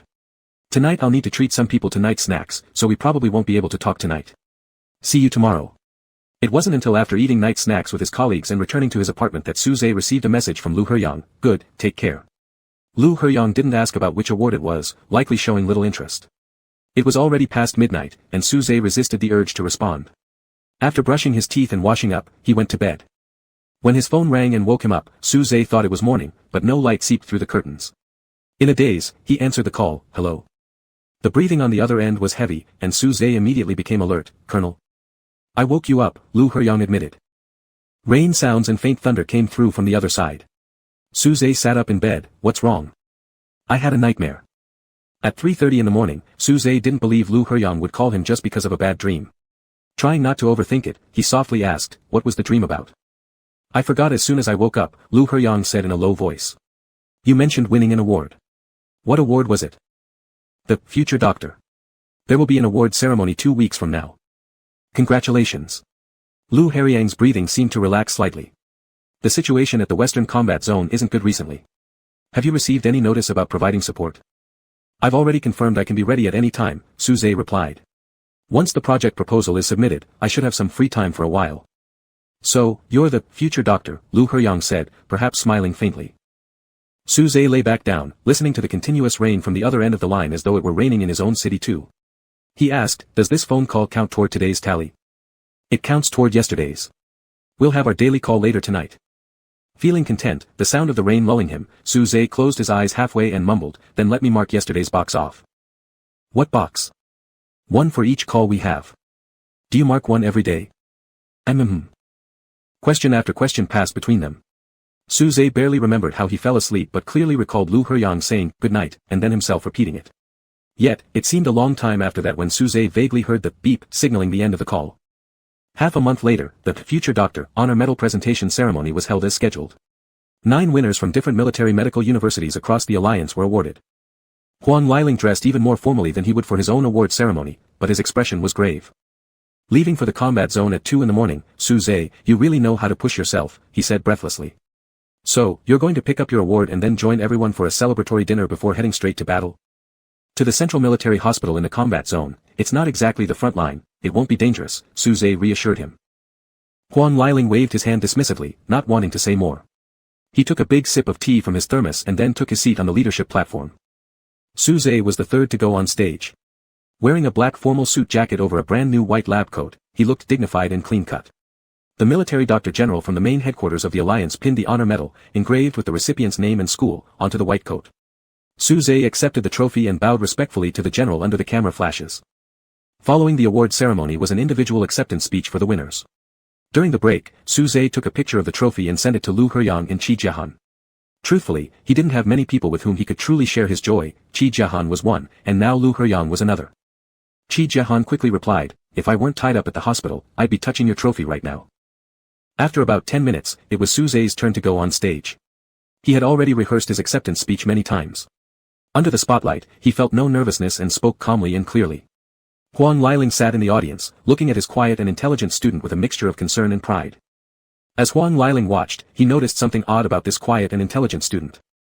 Suze had been keeping a slightly downward gaze towards the center of the auditorium, but a figure caught his peripheral vision and strangely drew his eyes to look right. His smooth speech came to an abrupt halt for a second before continuing. Suze thought he must have hallucinated, so he slightly tilted his head to the right front. In the dim light, there stood an alpha dressed simply, holding a bunch of pure white flowers. He stood outside the audience area, his face carrying a vague smile, like a memory recalled. From afar, Suze locked eyes with him, finishing his speech amid a racing heartbeat. When the speech ended, the stage lights brightened a little. Lu Heyang's face became clearer under the illumination. By the time Suze finished his last word, he saw completely into Lu Heyang's eyes. Suze suddenly froze, a buzzing in his ears drowning out all sound. Forgetting to bow, he started walking off stage until the host timely reminded him that he still needed to answer a few questions. The questions had been discussed beforehand, requiring no thought to answer, so Suze returned to his original position. When he looked again, Lu Heyang was gone, leaving only a gently swaying door. The following period on stage faded from Suze's memory. His mind didn't start working properly again until the moment he stepped off the stage. Suze did not head to the backstage but directly exited through a side door beside the audience seating. He ran through the empty corridor, all the way to its end, exiting the side door. Outside, there was a single yellowish lamppost and flickering tree shadows. Suze stood by the road, breathing heavily, doubting whether what he experienced was a dream. He hoped it wasn't merely a dream. Behind him came a slight sound of plastic friction. In early spring, Suze inexplicably smelled the fragrance of gardenias. Suze. A psychological phenomenon known as the Proust effect exists in neurology. When a specific scent is encountered, related memories stored in the brain are awakened, whether forgotten or never erased. For Suze, two scents were deeply embedded in all his memories associated with Lu Heyang, the pheromones of Lu Heyang and the aroma of gardenias. Outside the flower bed of an old apartment complex, no one ever took care of the flowers, but every summer, white gardenias would grow anyway. The fragrance was carried by breezes through moving curtains into the small room, then dispersed by a fan, becoming faint yet lingering. That summer spent with Lu Heyang was always accompanied by such a fragrance. Even long after their separation, Suze could still smell the gardenia aroma in his dreams. Thus, Suze found it easy to confuse reality with dreams, such as now. An evening wind carrying the scent of pheromones and flowers swept past, carrying the voice of Suze, which dissipated far away, lost among the rustling leaves. The ringing in his ears gradually faded. Suze did not feel surprised or expectant because everything was still uncertain, and waking from an illusory mirage always brought disappointment and pain. Turning around, the flickering tree shadow wavered over the figure of the alpha, making even his features unclear. Suze wanted to step closer, to see more clearly, but suddenly the wind grew stronger, bending the entire tree aside, revealing the face and eyes of the alpha under the shade. Eyes, Suze confirmed instantly in the gaze that those eyes held the same look they did 8 years ago. Suze had never imagined seeing such a look in those eyes again. I saw the photo of the trophy you sent me. Lu Heyang slowly approached Suze and placed the bunch of gardenias into his arms. Congratulations, Suze. With his throat blocked, Suze tried to say, thank you, but couldn't get the words out. Instead, he stared at Lu Heyang for a few seconds, then abruptly raised his hand and embraced him forcefully, pressing his face tightly against Lu Heyang's neck. Lu Heyang encircled Suze's waist beneath his coat flapping in the wind. Their heartbeats synchronized. In Lu Heyang's ears, Suze's rapid breaths sounded like sobs. Lu Heyang asked, are you crying? He felt Suze shake his head, the hair brushing against his ear as it moved. I've made you wait for too long, said Lu Heyang. He knew he shouldn't use wait to describe it. Suze was like a kite with no one holding the string, buffeted by winds in the high sky, yet still trying his best to stay put, not waiting for someone to hold the line, just hoping to catch another glimpse of someone. This time, Suze didn't say, "It's fine." His entire body was shaking violently, as if even his bones were making a rattling sound. After a long while, the wind noise in his ears diminished, and his consciousness slowly recovered from the immense shock. With a hoarse voice, Suze said, "Lu Heyang." When he called out the name, it felt strangely unfamiliar, realizing that in their near 20 years of acquaintance, he had never once called Lu Heyang by his first name. Lu Heyang gently patted Suze's back to comfort him. This simple response put Suze at ease. He extended this embrace for a few more minutes before straightening up and looking intently at Lu Heyang's face. "Dr. Su, you look so silly," Lu Heyang remarked with a hint of laughter in his eyes. "We should go back now. You only wore a shirt, you'll catch a cold." "I also wore my white coat," Suze replied, clearly still in a scattered mental state, seriously explaining something quite obvious. He continued, "I can't go back. If I do, I have to attend the banquet." "Won't you attend then?" Lu Heyang asked. "I'm not going." "You have to," Lu Heyang reminded him. "You're the main character." "What about you?" Suze was only concerned about this. "I'll wait for you."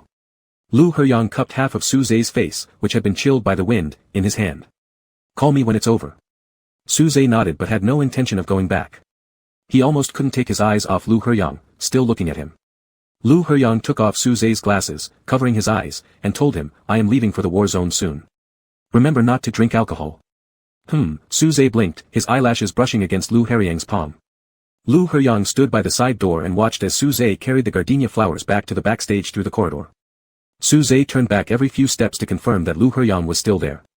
When he reached the end, Suze looked back one last time without waving goodbye, because they would meet again soon. Stepping back into the bustling venue under dim night colors and cool evening breezes, Suze's colleagues had gone nearly crazy searching for him, assuming he had left for the front line without saying anything. "Suze, did you just disappear?" his colleague asked. "Who sent you the gardenias? They smell wonderful." Suze, who was just taking off his white coat and putting on a jacket, immediately said as his colleague reached to touch the flowers, "Don't touch them." "Wow, so aggressive. Why suddenly like this?" "I'm scared.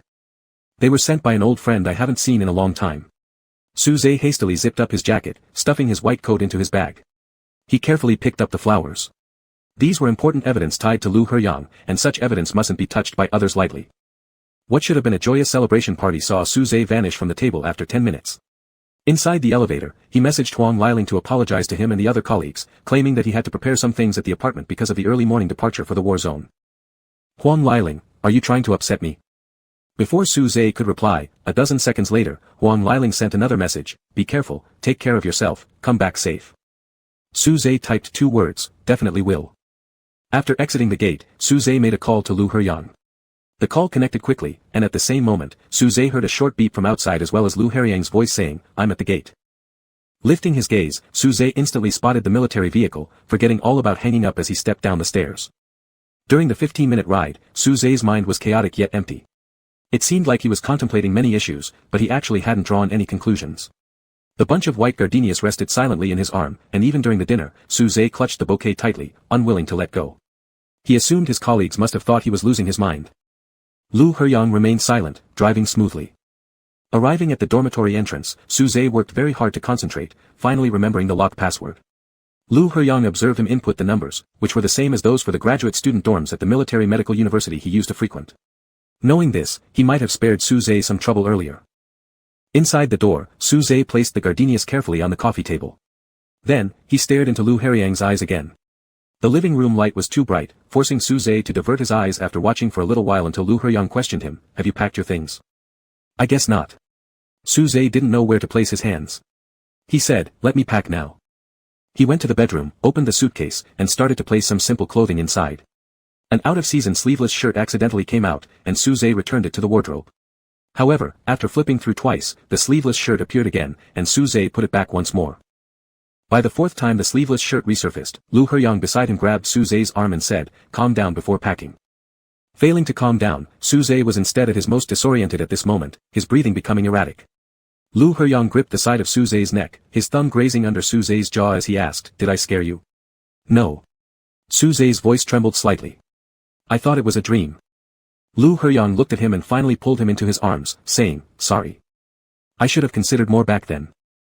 At 18 years old, he had assumed that as long as he could bear the consequences himself, he didn't need to worry about whether the choice was right or wrong, success was enough. But it wasn't like that.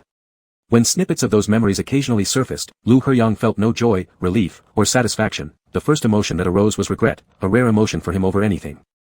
Lu Heyang remembered the brief, unfamiliar gaze between him and Su Zhe through the hospital railings 8 years ago, then every hesitant expression and look Su Zhe gave after their reunion again. This alpha, who resembled a dandelion, drifting silently, asking for nothing in return, receiving nothing but never complaining. There was no need for Lu Heyang to apologize, nor should he have done so. Su Zhe shook his head. It's hard for everyone to take care of everything. But that person shouldn't be you, Lu Heyang said. I had foreseen the possibility of my injury, thinking I could comfort you upon waking up, or even if family matters hadn't been resolved, we would part ways and I'd still find you, just didn't think I'd lose my memory. Su Zhe said softly, it doesn't matter now, it's all made up for. There's also what came before. Lu Heyang moved a bit away from him, standing face to face, and continued, asking why you said our relationship wasn't important, why you wanted me to forget the things during my heat period, all those questions and rudeness. I owe you an apology. Before hearing Jiang Wen's recording, he had oversimplified the situation, assuming it was merely familial obstacles, just a regular breakup and another meeting later. As he got closer to the truth, he realized what he had said and done to Su Zhe might have been another form of harm, despite Su Zhe never caring. Tonight's events had surpassed the acceptable range. Su Zhe's responses couldn't keep up, only instinctively murmuring, don't apologize anymore. So Lu Heyang smiled lightly, alright, I won't apologize for now. There wasn't much they needed to pack, some spare clothes, some toiletries, the suitcase was only half full, left by the door. Su Zhe started to look at the bouquet of gardenia flowers with distress. He hated leaving them behind to wilt in the apartment, but taking them to the war zone wasn't appropriate either. In the future, someone will send you flowers again, don't feel sorry for it. Lu Heyang fully understood what Su Zhe was thinking and took one gardenia out of the bouquet. If you're reluctant, just take one. Su Zhe immediately wrapped the flower in newspaper and placed it in his school bag. He rummaged around inside his school bag, hesitating to take something out. Lu Heyang sat on the sofa, watching his movements, and asked, what is it? After some hesitation, Su Zhe pulled out a black velvet box. Lu Heyang glanced at it, then tugged Su Zhe's hand, making him sit sideways on his lap. Su Zhe was still uneasy with this position, stiffening as he opened the box, revealing the new silver-blue badge inside, clean and shiny. Lacking Lu Heyang's grace when giving the badge, Su Zhe asked without much confidence, do you want it? He worried if this seemed too hasty, maybe meeting several more times before presenting it would have been better, but he was heading to the war zone soon. The next time they'd meet could be on any day, who knows? Su Zhe couldn't wait. Do you plan to give this to me right after getting it? Lu Heyang tilted his head slightly as he looked at Su Zhe. Su Zhe nodded firmly. Probably when I graduate from my doctorate, I'll need to use it. He actually wanted to give Lu Heyang the trophy too, but it was too large and inconvenient for Lu Heyang to carry. Lu Heyang took the box from Su Zhe, using his index finger to press the lid closed, then said, what to do? I forgot to bring my badge. When I come back from the war zone, I'll give it to you then. Su Zhe paused briefly, asking cautiously, okay? Without answering, Lu Heyang removed Su Zhe's glasses, pressing his neck gently to lower him a bit, and kissed him. Just brushing lips caused Su Zhe's mind to go blank, forgetting to breathe and even close his eyes, so Lu Heyang stopped and planted a kiss on his left cheek. Not distracting you anymore, how are you going to the airport later? A military hospital car will come to pick me up. Reflecting on high school days where every moment spent together felt stolen, Su Zhe felt anxious again now, leaning closer to Lu Heyang cautiously and saying, it won't be distracting. Good, Lu Heyang said softly. What won't be distracting? Lu Heyang asked him. Kissing. The phone rang before Su Zhe had even moved off Lu Heyang's lap. Lu Heyang stretched out his hand to grab the phone on the coffee table while Su Zhe, with flushed ears and unfocused eyes, answered the call without checking who it was. Hello. Oh, okay. With just these 3 words, Su Zhe hung up the phone, sat there dazed for a few seconds, then said, the car will be downstairs in 10 minutes. I thought you hadn't heard that. Lu Heyang used his fingertips to wipe away some saliva from the corner of Su Zhe's mouth. Do you want to wash your face? Yeah, and I need to change clothes too. Su Zhe stood up. Everything was packed away neatly. Before leaving, Su Zhe asked, are we returning to the capital city today? I have to stop by the military district first, I've already arranged for a driver. We'll return to the capital tomorrow morning.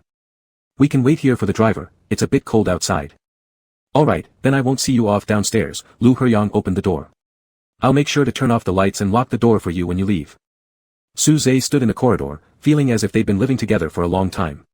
An ordinary day where Lu Heyang saw him off at the door, but clearly, this was their first night back together since their real reunion. Be safe. Leaning against the doorway, behind him was the bright light from the living room. With laughter in his eyes, Lu Heyang said to Su Zhe, see you later. Unfinished words. Chapter 96. A39 medical team hasn't sent any updates yet. Not yet. Song Yuk removed his headphones. They must have entered a signal-free zone. Lu Heryong frowned slightly. Notify me the moment there's progress. Understood. As for why Lu Heryong was especially concerned about a medical team from the Western Military Zone, Song Yuk roughly understood the reason. Su Zhe was on that team. According to the information Song Yuk gathered, Su Zhe was initially stationed at the Central Hospital in the combat zone, which was still a relatively safe area. However, as the war intensified, Su Zhe proactively applied to go to the front line. After spending less than a week on the front line, around 8 o'clock on the evening of the previous day, an airstrike reduced the battlefield hospital to rubble. The A39 medical team led by Su Zhe also disappeared from the military map due to lack of signal. This morning, various news channels began reporting on this disappearance case, almost all of them mentioning the young doctor in the team who had recently received the Future Doctor honorary medal. Just as he walked out of the command room, his phone rang. It was He Wei. However, when Lu Heryong picked up the call, it was Qi Jiahai's voice coming through. Colonel, Qi Jiahai's calmness betrayed a slight panic. Have you heard anything from Su Zhe? Not yet. Qi Jiahai paused for a moment, saying, Su Zhe signed a consent form for the frontline medical action team several years ago. If the battlefield lacks sufficient medical resources, he is part of the first group to provide support. In the past, I always thought he lived under this kind of mindset. I will live well, but if I have to die right now, it's okay. But now that you're back, maybe things could be different, Qi Jiahai continued. If you find out anything, could you please let me know as soon as possible? Alright, Lu Heryong agreed. Before hanging up, Lu Heryong could still hear He Wei repeatedly asking Qi Jiahai, what difference? How is it different? What do you mean? Standing there for a moment, Lu Heryong switched on the communicator and initiated a call to Luo Wan. Hey Heryong, what's the matter? Commander, I will submit an application for aiding the Western Military Zone within 10 minutes, please sign it for me. You just re-examined everything not long ago, are you itching for another mission so soon? Luo Wan, tisk, ed once, the situation in the Western Zone is serious, but it's not necessary to mobilize you, a colonel, for support. That doesn't seem appropriate. I understand, I'll go alone and in a non-public mission form, it won't affect the combat arrangements of the Western Military Zone. I hear that tone, you're determined to go, aren't you? After pondering for a while, Luo Wan said, you decide, but remember to arrange the base affairs before you leave. I'll immediately hold a meeting and brief them. Thank you, Commander. Be careful, take care. At 6 p.m., Lu Heryong arrived at the Western Military Zone Command, though not alone, Song Yuk came with him. Song Yuk rarely strongly insisted on accompanying Lu Heryong, but this time he was deeply concerned about his superior's state. Since learning about the disappearance of the medical team, Song Yuk had told Lu Heryong multiple times that Su Zhe's longest period of disconnection during previous missions had lasted 2 weeks. Unfortunately, it seemed that Lu Heryong hadn't listened at all. After entering the command center, Lu Heryong fully honored his promise of not affecting the combat arrangements of the Western Military Zone. He only inquired about issues related to A39 medical team, their last precise location before disappearing, and all hospitals within 200 kilometers around them, and eventually locked the target down to several areas with severely disrupted signals.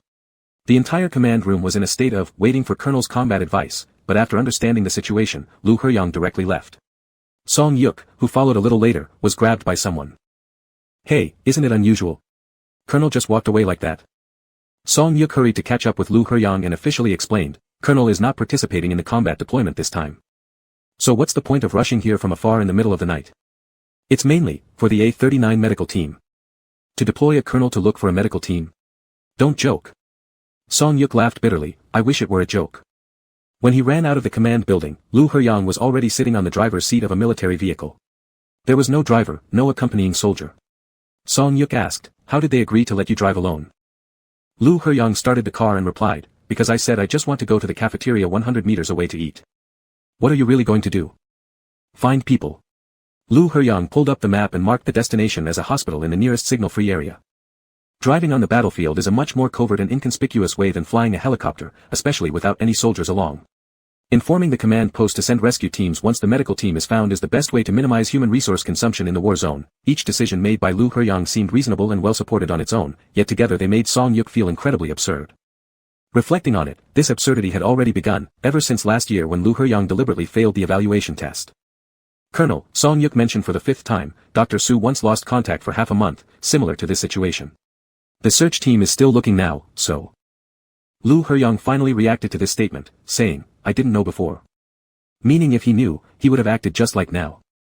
Song Yuk closed his mouth and opened the door to sit in the passenger seat. He could already imagine how regretful Luo Wan would be when Lu Heryong's signal gradually disappeared from the map. As night fell, the car moved forward silently into the deep darkness, driving out of the Western Military Zone command post. "Uncle Doctor, are these noodles for Grandma?" The girl whose height reached only to Alpha's thigh looked up and asked. "A small bowl will be served for you as well." Suze turned his body to avoid splashing her with soup. "Thank you, Uncle." Xiaohe grabbed Suze's dirty white coat and asked, "Uncle, why didn't you sleep last night?" "I need to keep watch. If there's danger, I'll tell everyone." During the previous night's air raid, the convoy was heading out to pick up wounded soldiers when several fighter planes flew overhead and dropped bombs. They turned back to see thick black smoke rising from the battlefield hospital and had to change direction quickly to find a safe place to hide. The sound of bombardment never stopped. The entire region's signal network was destroyed, and their vehicle traveled almost half the night until finally arriving at this small city. Most of the residents had evacuated, leaving behind an empty city full of scars. Suze's group, along with several injured citizens encountered along the way, entered a hospital inside the city, tidied up a few wards, and temporarily placed the wounded there. The sound of a car came from downstairs, and Xiaohe looked out the window, though she couldn't see anything due to her height. "Is it our uncles and aunts returning?" "It should be," Suze said. It was hard to predict how long they would remain cut off from the hospital. In the past couple of days, his colleagues had been taking turns to gather supplies outside and build communication signals. Putting the noodles into a thermal meal box, he tightened the lid. Then Suze squatted down and asked Xiaohe, "Do you want me to carry you?" For some reason, Xiaohe stuck to him closely. She had already fallen while climbing upstairs earlier, and Suze worried that she might fall again while going downstairs. Xiaohe wrapped her arms around Suze's neck, and he lifted her up with one hand. With the meal box ready in the other hand, Suze turned toward the kitchen in trance at the sound of Xiaohe's voice announcing airplane takeoff, woo. As he raised his eyes, he suddenly noticed an alpha standing by the door, very tall and indistinct in the dark light. Even without seeing his face, Suze recognized him instantly. "It's a real pilot." Xiaohe pointed at the Alpha's Air Force combat suit and exclaimed happily. Suze stood still holding Xiaohe until Lu Heyang approached. Only then did he react slowly, opened his mouth, and called out, "Colonel." Lu Heyang looked at Suze for a few seconds, then picked up the thermal meal box in his hand and said, "Let's go." On the way to the ward, Xiaohe rested her head on Suze's shoulder and finally mustered the courage to ask him, "Uncle, did you come here by airplane?" "By airplane is too dangerous," Lu Heyang said. "I came on foot." Xiaohe might not have believed it, but Suze certainly did, immediately asking, "Why?" Lu Heyang nodded toward the military vehicle parked outside the hospital building, turning his head and asking Suze, "Can't you really see it?" Xiaohe's grandmother had injured her leg during evacuation and could only lie in bed resting. Suze helped her sit up against the bedhead, handed her the bowl and chopsticks, and set up a small dining table for Xiaohe by the bedside. In this dire situation, seeing both a doctor and a soldier simultaneously brought immense comfort. Xiaohe's grandmother asked Lu Heyang, "Are you here to pick us up?" "Yes, we will be moving to the military zone central hospital soon." Before leaving the ward, Suze turned around. The grandmother was still holding the bowl of noodles untouched, smiling as she watched Xiaohe eat.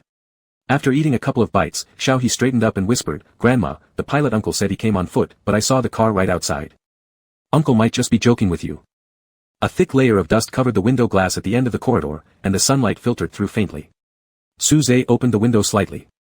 Since that night when they parted ways, Suze had often doubted whether Lu Heyang's memory recovery was something he had dreamed up. But fortunately, there was evidence, the jasmine flower in his backpack, even though it eventually withered. Now it was better, all Suze needed to do was look into Lu Heyang's eyes to get reassurance. But there were obvious bloodshot lines in those eyes. Observing Lu Heyang's face closely, Suze noticed the slight bluish-black shadows under his eyes and the stubble on his chin. He had never seen Lu Heyang look like this before. The entire corridor was empty, without anyone else. Suze moved closer to Lu Heyang, reaching out to touch his face. "Have you been overwhelmed with work recently?" "I've only done one thing, but it's a bit difficult, so I haven't rested well." "Is it resolved?"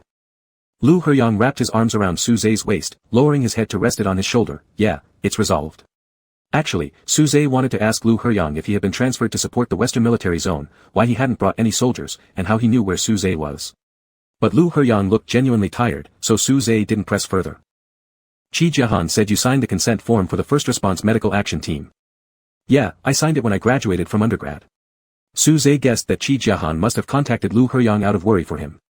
He said, "Back then, I was superstitious, thinking if I could save more people, maybe Grandma Yi would get better." Then he gave a faint smile, even though Grandma Yi eventually passed away anyway. Lu Heyang raised his head and looked at him.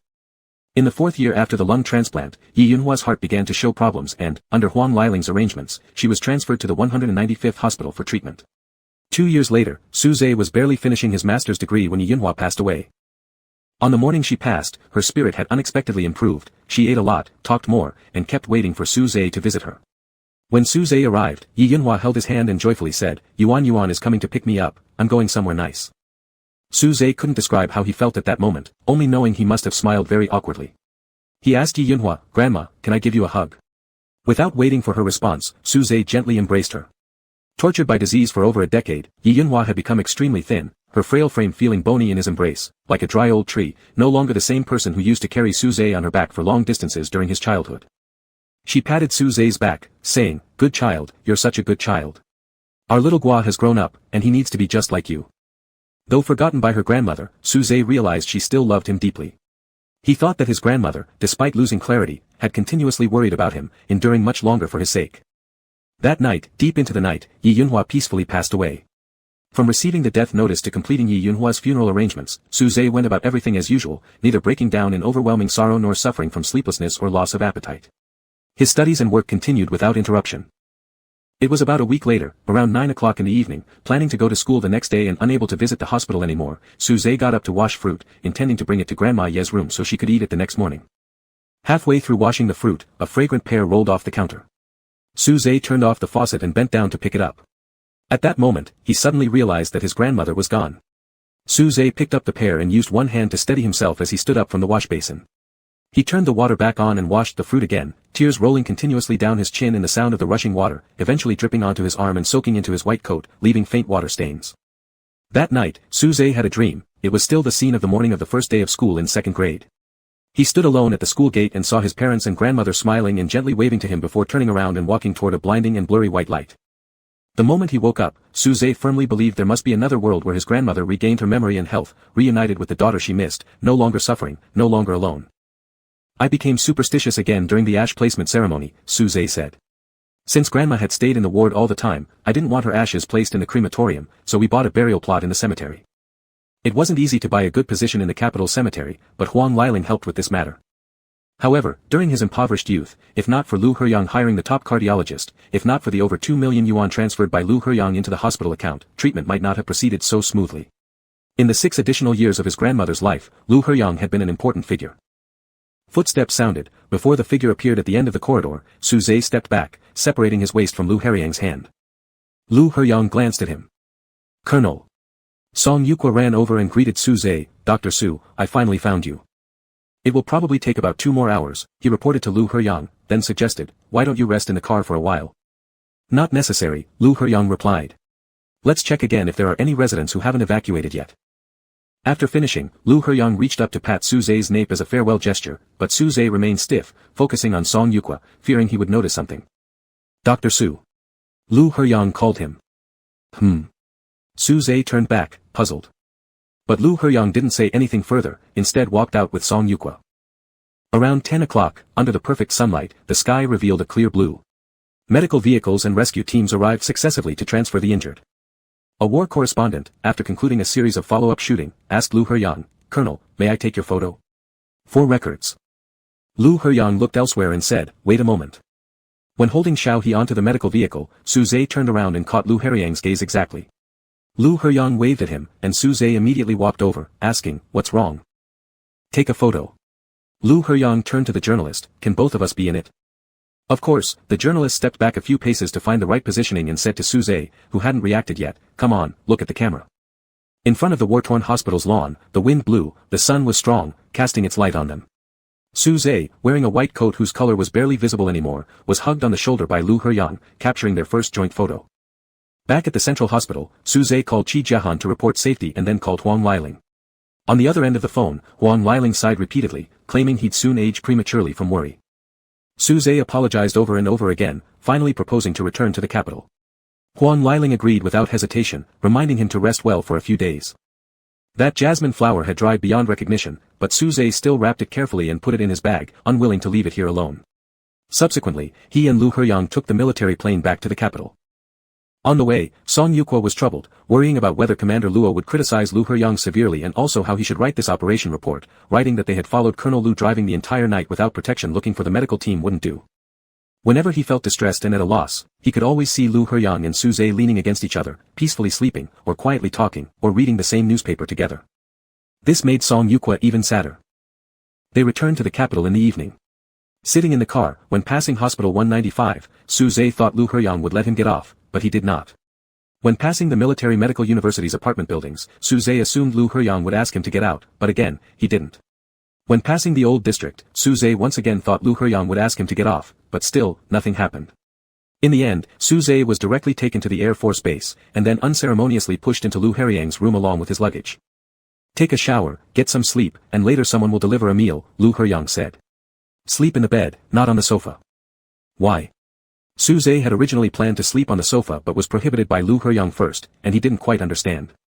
Lu Heyang's response was as if he hadn't answered at all, he said, because the bed is for sleeping. Afterward, amidst the continuous beeping of the communicator, Lu Heyang left the room. Su Zhe was quiet for a while. There were things he should have done, but instead, he opened his phone to look at the photo he had taken with Lu Heyang, one he secretly asked the journalist to send him during the transfer. After dealing with the pile of documents from the past 2 days, and considering that there would be a meeting next, it wouldn't be suitable to attend wearing battle-scarred uniforms covered in dust after the mission, so Lu Heyang went to the rest area in his office, washed his hair and took a shower, then changed into clean training clothes. The meeting ended at 9:30 p.m., when Song Yuqua reminded Lu Heyang about the last task of the day. At 10, we'll start monitoring drills. Can't they go themselves? Lu Heyang capped his pen. But didn't you say last time you'd lead the training yourself? Because you haven't piloted a fighter jet for too long, it's good to regain your skills. You even specially reminded me to remind you. Next time, Lu Heyang replied with an unperturbed expression. I haven't rested well these few days, my condition isn't right. Oh, okay, understood. Next time will be tomorrow, I'll remind you again tomorrow. On the ride back to the dormitory, from a distance of dozens of meters, Lu Heyang saw a figure waiting by the wall of the apartment building. He turned off the communicator, leaning against the passenger seat back as he stared from afar. Su Zhe was only wearing a thin old sweater, his hair slightly disheveled from sleep. Not long ago, when cleaning staff came to tidy up, he followed them downstairs without thinking. After going down, he realized how out of place he looked among the Air Force personnel in uniforms nearby. But there was no way around it. Elevators required facial recognition, and he didn't know whose face to use for it. A car stopped 2 meters away, and Su Zhe moved closer to the wall, trying to shrink his presence. Lu Heyang got out of the car and asked him, "Are you playing hide-and-seek?" Su Zhe felt both embarrassed and relieved. "Colonel. Why did you come down? I should have stayed in the room, shouldn't I? Don't reflect if you haven't done anything wrong." Lu Heyang pressed the elevator button, cutting him off. "Just tell me why you came downstairs." "There's nothing special." Su Zhe paused for a moment before confessing honestly, "I'm waiting for you." The elevator was polished immaculately, and Su Zhe saw his untidy hairstyle in the mirror, as well as realizing now how thin his worn-out sweater had become, barely as thick as a simple work shirt. Su Zhe was dazed, wondering if Lu Heyang had noticed. His gaze shifted and unexpectedly locked eyes with Lu Heyang through the mirror, as if Lu Heyang stood directly across from him, looking at him steadily. Ding! The opening elevator doors saved Su Zhe. Before stepping out of the elevator, he heard Lu Heyang ask, "You still slept on the sofa, didn't you?" "Not at all," Su Zhe replied without much confidence. The door opened, Su Zhe walked in, and Lu Heyang closed the door. The lock clicked once, and Su Zhe attempted to find the switch position he wasn't familiar with, but his hand hadn't extended far enough when it was caught. As his nose bridge relaxed, Lu Heyang removed his glasses, placing a hand holding the glasses on Su Zhe's lower back, pulling him forward. Before Lu Heyang's kiss descended, Su Zhe instinctively tilted his head toward him. Unable to restrain his desires. Chapter 97. Su Zhe remembered there was a small step at the entrance, worried about tripping, so he tightly clutched the waistband of Lu Heyang's training uniform. Lu Heyang kissed Su Zhe deeply, pressing against his tongue while lifting him up and carrying him over the step that distracted him. Sinking into the softness of the bedding, Su Zhe hugged Lu Heyang's neck, kissing breathlessly and urgently. Lu Heyang's fingertips kneaded Su Zhe's nipples through the sweater, causing Su Zhe's back to tense involuntarily, almost prompting a moan that was stifled due to their lips being sealed, making him unintentionally bite Lu Heyang's tongue. Lu Heyang stopped, raising his head and supporting himself above Su Zhe's body. Su Zhe nervously licked his lower lip and suddenly asked, "Are you angry?" "Why do you ask?" "Because I slept on the sofa." "Why did you suddenly admit to sleeping on the sofa?" Only now did Su Zhe realize he had inadvertently confessed, so he terminated the topic, gripping Lu Heyang's collar and pulling him down for a clumsy kiss. His hands were shaking badly, and it took Su Zhe nearly half a minute to fumble with one of Lu Heyang's shirt buttons, until finally Lu Heyang covered his hand, guiding him to unbutton the training uniform. Su Zhe slid his hand inside Lu Heyang's shirt, touching his chest. The tips of his fingers felt the warm heat, and Su Zhe said, "I'm not wearing a bracelet." Between two alphas, a bracelet is even more necessary than a condom. Su Zhe attempted to get up and go to his luggage to find his bracelet, but Lu Heyang held him back, saying, "I'm wearing mine." Lu Heyang knelt between Su Zhe's legs and straightened up, adjusting his bracelet to the highest setting. He then unfastened the belt of his training uniform and pulled it out. He used the folded belt to lightly strike Su Zhe's hip, making a slap sound. As if confirming Su Zhe's state, Lu Heyang called out to him, "Dr. Su." Su Zhe's breathing became heavier, his voice hoarse from either tension or excitement as he mumbled, "Mm."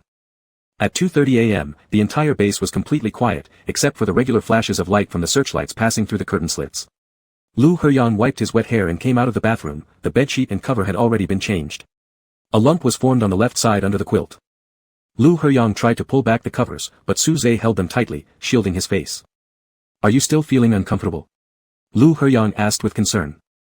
Su Zhe grunted in his hoarse voice, "Yes." Though it was impossible to be shocked over losing control during intimacy, it didn't mean it was easy for Su Zhe to accept. Just thinking about everything Lu Heyang had witnessed embarrassed Su Zhe immensely. Worse yet, in those few seconds of losing control, Su Zhe had babbled nonsense due to excessive stimulation. Perhaps as part of a protective mechanism of the brain, Su Zhe couldn't remember any of it, and he sincerely hoped never to recall it in his life. Even better, if Lu Heyang could also forget, that would be ideal.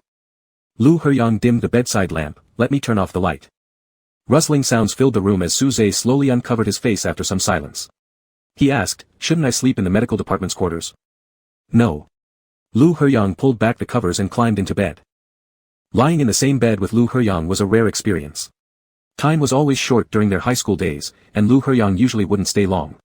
Su Zhe had become accustomed to that mode. Su Zhe's face burned, so Lu Heyang touched his cheek with the back of his hand before leaning down to kiss him. Su Zhe found his eyelids too heavy to lift, drowsy and drifting off to sleep. He held Lu Heyang's hand and asked, "What time do you wake up?" "Generally at 7. "There aren't many hours left," Su Zhe weakly worried. Lu Heyang lay down. Su Zhe opened his eyes, looked at him for several seconds, closed them again, and moved a little closer to Lu Heyang. Sleep was not peaceful this night. When Lu Heyang woke up halfway through, he discovered that Su Zhe was curled up at the edge of the bed, facing away from him. Lu Heyang reached out and pulled Su Zhe's arm, turning him over. Su Zhe was semi-awake, unsure, fumbling on Lu Heyang's wrist before shuffling back to his side. A few minutes later, Su Zhe fell asleep again, while Lu Heyang remained awake for much longer, only dozing off as dawn approached. When Lu Heyang woke up, Su Zhe was the only one left in the room. Although mentally prepared, the clock showing 12 still surprised Su Zhe. He had never slept this late. Every muscle in his body ached, and Su Zhe lay there for a while, then slowly sat up, stepped out of bed, and put on his pants. The old sweater was lying near the bed. Su Zhe picked it up only to discover it was no longer whole. Abandoning the sweater, Su Zhe headed to the bathroom. After he washed up and came out, the room door was being opened. Lu Heyang, with his right hand on the doorknob, seemed to examine Su Zhe in the dim light, asking, "Are you hungry?" Su Zhe's voice was still hoarse, producing barely a whisper. Lu Heyang then pushed the door open wider. Su Zhe passed by, brushing shoulders with Lu Heyang's chest as they exited the room. Flipping through his suitcase, Su Zhe grabbed a shirt and put it on, one button fastened incorrectly but unnoticed. Sitting by the dining table, he watched Lu Heyang unpacking lunch boxes. Su Zhe ate quietly and quickly, not consuming much. Lu Heyang fetched a bottle of freshly squeezed juice, inserted a straw, and handed it to him. After taking a few sips, Su Zhe asked, "Do you plan to take a nap?" "No." Lu Heyang did not tell Su Zhe that he had woken up at 8 o'clock this morning to avoid adding to Su Zhe's sense of guilt. The communicator on the coffee table buzzed. Lu Heyang checked the message while Su Zhe thought for a moment, carrying his juice and following over, standing beside the sofa. After replying to the message, Lu Heyang looked up and placed his hand on Su Zhe's waist. Su Zhe stepped forward half a step and straddled Lu Heyang's legs. "Is it good?" Su Zhe hesitated for a moment and handed the straw to Lu Heyang's lips. "Do you want to try some?" Lu Heyang took a sip and said, "If you like it, I'll have someone bring you more later." Then he set the communicator down and reached between their bodies, pinching the lowest button of Su Zhe's shirt, unbuttoning it and moving on to the second one above. At first, Su Zhe hadn't realized what was happening, but after a few seconds, his whole body stiffened, his breathing quickening slightly. He glanced at the balcony where the sun shone brightly, then quickly grabbed Lu Heyang's hand when about half of his shirt buttons had been undone. "Don't move." Lu Heyang didn't even look up. Su Zhe froze, not daring to move anymore. All the buttons were undone, and Su Zhe felt the coolness against his skin in front while his ears grew hot. His Adam's apple moved up and down as he nervously asked, "Here. Your buttons are crooked, haven't you noticed?" Lu Heyang straightened Su Zhe's collar and began to button it again properly, then asked, "What do you mean, here?" This made Su Zhe extremely embarrassed. He shook his head, muttering, "Nothing." But Lu Heyang was smirking faintly, and he stopped fastening the buttons, instead looking up at Su Zhe and asking, "Do you want to hear?" The communicator buzzed loudly, and Su-zhe, limp like a giant stuffed doll, lay draped over Lu Heriang's chest, struggling to remind him in a hoarse voice, "Aren't you going to answer it?" With a lazy stretch, Lu Heriang opened his eyes and let his right hand dangle off the sofa to grab the communicator lying on the carpet. Just as Su-zhe thought to get up to avoid hearing the call, Lu Heriang already pressed the answer button. Around 2 o'clock, Lu Heriang put Su-zhe back into bed after cleaning him up and left the dormitory. Su-zhe vaguely thought about how long it had been since he last checked his phone, wondering if he might have missed something important, then realized he wasn't sure where his phone had been tossed. "I'm so tired, better sleep now," Su-zhe rarely thought such thoughts lazily before closing his eyes. "Colonel, the monitoring training starts at 9 today." Lu Heriang finished signing off the last document. "All right, I won't be there." "Is there something else planned tonight?" Song Yukai remembered that Lu Heriang had no other arrangement scheduled for that evening. "No," Lu Heriang said, "I'll rest in the dormitory." Song Yukai thought that Lu Heriang had been acting strange these past couple of days. Originally someone who never returned to the dormitory except during nighttime sleeping hours, this morning he arrived an hour later than usual, returned at noon, and barely made it to the afternoon meeting. And now just past 8 o'clock, Lu Heriang was already planning to return to rest. This made Song Yukai worried, concerned that something might be wrong with Lu Heriang. Afraid to ask too directly, he cautiously said, "All right, please rest well." When Lu Heriang returned to the dormitory, Su-zhe was sitting on the couch working on his computer. Seeing Lu Heriang enter, Su-zhe placed his laptop on the coffee table and stood up. "Back so early?" He remembered from previous calls with Lu Heriang that around 11 or 12 at night, Lu Heriang would generally still be in the office or command room. "If you think it's too early, I can come back later." "No," Su-zhe immediately responded, "I was just worried it would interfere with your work." "Not yet senile enough for that," Lu Heriang smiled slightly. "Did you eat dinner? Did they bring you juice?" "Yes, I ate, and there was juice." Lu Heriang took off his training cap and looked at Su-zhe. "I'll take a shower." For a brief moment of eye contact, Su-zhe averted his gaze. A few moments later, when he looked back, he saw that Lu Heriang was still watching him. Su-zhe's throat tickled uncomfortably, and his voice wavered as he asked, "What is it?" Lu Heriang didn't answer immediately, continuing to stare at Su-zhe for several more seconds before asking, "Will you join me?" Despite his lower back and legs still being sore and weak, Su-zhe found himself stepping toward Lu Heriang before he'd even considered the question. It was as though he'd been entirely entranced. Worried Song Yukai still decided to visit Lu Heriang after the monitoring training ended. Minutes earlier, he had sent the training data to Lu Heriang, and Lu Heriang had replied, which meant he was still awake. What could make the colonel come back to the dormitory at 8 and stay up without falling asleep? Song Yukai couldn't figure it out. He picked up a bag of fruit, drove to the building where Lu Heriang lived. Stepping out of the elevator, Song Yukai happened to meet Lu Heriang placing a garbage bag outside his door. Wearing only a pair of pants, Lu Heriang appeared to have just taken a shower. "Colonel."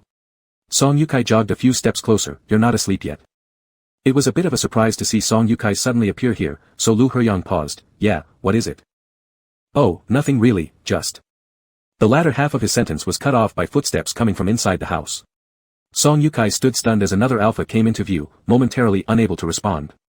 The living room lights were off, dark except for the light in the entranceway that faintly illuminated Su-zhe, who wore only a pair of sport pants and, like Lu Heriang, had an exposed upper body. Su-zhe had an excellent physique, mature and tall, with numerous suggestive marks imprinted on his neck and chest. Song Yukai experienced for the first time a strange sensation of discomfort looking at another alpha's body. He had never felt so clearly what it meant after sex. Su-zhe wasn't wearing his bracelet and was emanating pheromones that belonged solely to him. Normally, an S-class alpha wouldn't let their pheromones get out of control. Su-zhe was even more surprised than Song Yukai. He had merely come out when he heard Lu Heriang's voice, thinking Lu Heriang was speaking to him. He didn't expect to bump into Song Yukai. At this point, turning around and retreating back inside would have looked ridiculous, so Su-zhe could only stand there doing what he did best, spacing out. "Ha!" Song Yukai finally regained his voice. "Dr. Su, you're here too." Everything made sense now. Colonel Lu was perfectly fine, it was his own brain that was the problem. Song Yukai had always thought that Su-zhe had been sent away from the base yesterday by Lu Heriang, but actually. Thinking back further, about why Lu Heriang went to the battlefield to fetch someone, everything became clear. "Just got a batch of fresh fruits, so I brought some over," Song Yukai said without realizing what he was saying. "Colonel, you and Dr. Su get some rest early. I'll head back to wash my face." "Thank you." Lu Heriang took the fruit and passed it to Su-zhe. Song Yukai noticed a few fading red scratch marks remaining on his back. The door closed, and Song Yukai left, his mind overwhelmed by shock. Holding the fruit, Su-zhe, uneasy and as if guilty, looked at Lu Heriang and asked, "What should we do?" "What to do about what?" Su-zhe suspected Lu Heriang was feigning ignorance but couldn't be sure. He reminded Lu Heriang, "I'm an alpha." "I know." Lu Heriang countered, "Weren't you before?" No one cared about this more than Su-zhe. He said, if others find out that you're together with an alpha, it might not look good. Really? Lu Heyang slightly tilted his head, smiling enigmatically, if it's not good, why are you still with me? I don't think it's bad, but others might. Su Zhe's thoughts were getting messy. He wasn't prepared to discuss this with Lu Heyang because once they did, the balance would be broken, and Su Zhe wasn't ready to lose this yet, especially since Lu Heyang had just recovered his memory. So, it's better to keep it hidden. Su Zhe steeled himself and struggled to word it carefully, no need for anyone else to know, until you. Until I someday marry Omega? Lu Heyang finished his sentence for him. Su Zhe neither confirmed nor denied, although this was how he thought sometimes, he had never truly hoped for such a future. Are you going to leave me? Su Zhe. Lu Heyang continued asking, calm and patient. This question was absurd. Su Zhe hesitated and answered, how could I? So eventually, others will find out. Lu Heyang said calmly, we can hide it now, but once we're married, how do you plan to keep it hidden? On the third evening, Su Zhe went to Qi Jiahan's birthday party, while Lu Heyang was in a meeting and arranged for a driver to take Su Zhe to the restaurant. Su Zhe felt mentally slow, as if he'd regressed. These past few days were the most wasteful of his life. He had done nothing, merely eating, sleeping, and being slept with.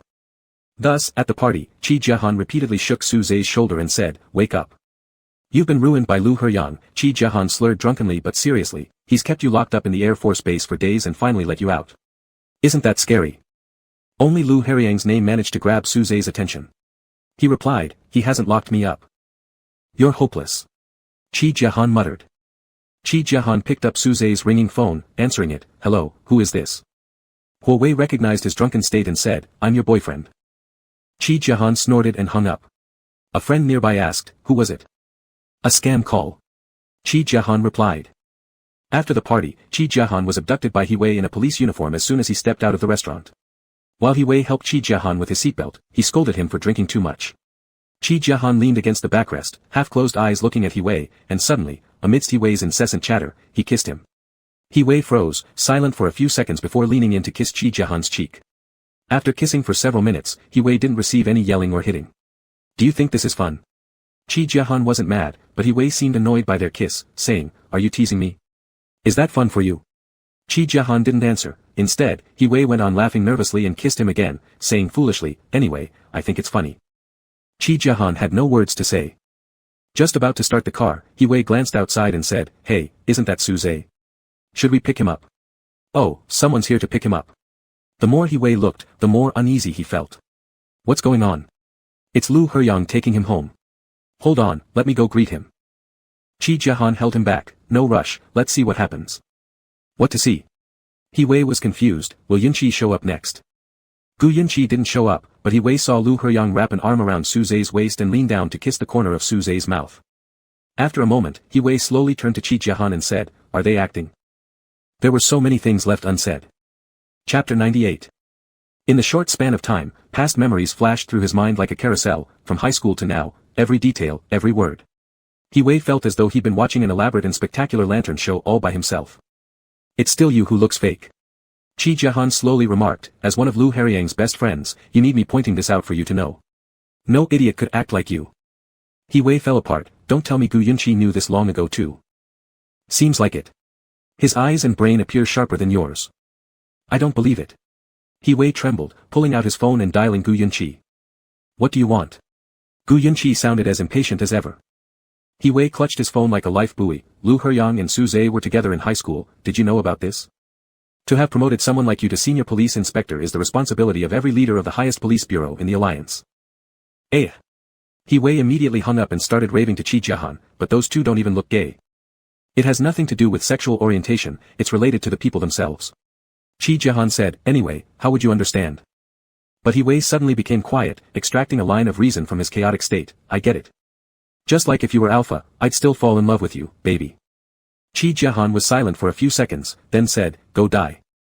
Back at Lu Heyang's dormitory, Su Zhe found a sleeping gown and prepared to take a shower. He waited at the bathroom door for a while, but Lu Heyang didn't enter the room. After hesitating, Su Zhe walked out and saw Lu Heyang reading his communicator at the dining table with a glass of water in the other hand. When Lu Heyang finished reading and drank some water, Su Zhe finally spoke, I'm going to take a shower. Lu Heyang glanced up briefly, just replying with a single mmh without further elaboration. Su Zhe thought maybe he wasn't hinting enough, so learning from Lu Heyang, he made a clear indication, do you want to join me? The dining area was dark, Suze couldn't clearly see Lu Heriang's expression, only sensing as if he had slightly smiled. Thank you for inviting me, Dr. Su, but I've already taken a shower before picking you up. Suze realized that Lu Heriang was wearing something different from when they left the dorm at noon. In the car, he had also smelled the scent of shower gel, so why hadn't he realized earlier that Lu Heriang had already showered? His brain really seemed to be degenerating, perhaps due to this wasted vacation, or possibly because of being exhausted from sleeping around. Thinking of it, these past days he and Lu Heriang almost couldn't look each other in the eye without losing focus, which eventually led them to doing only one thing. Alright. Suze retreated back to the room with his embarrassment. Before he could turn around, Lu Heriang said again, if you insist, I can take another shower with you. This statement gave Suze a hint of understanding. He paused and extracted the keyword smoothly, I insist. This time, it was clear, Lu Heriang was indeed smiling. He put down the water cup and said, received.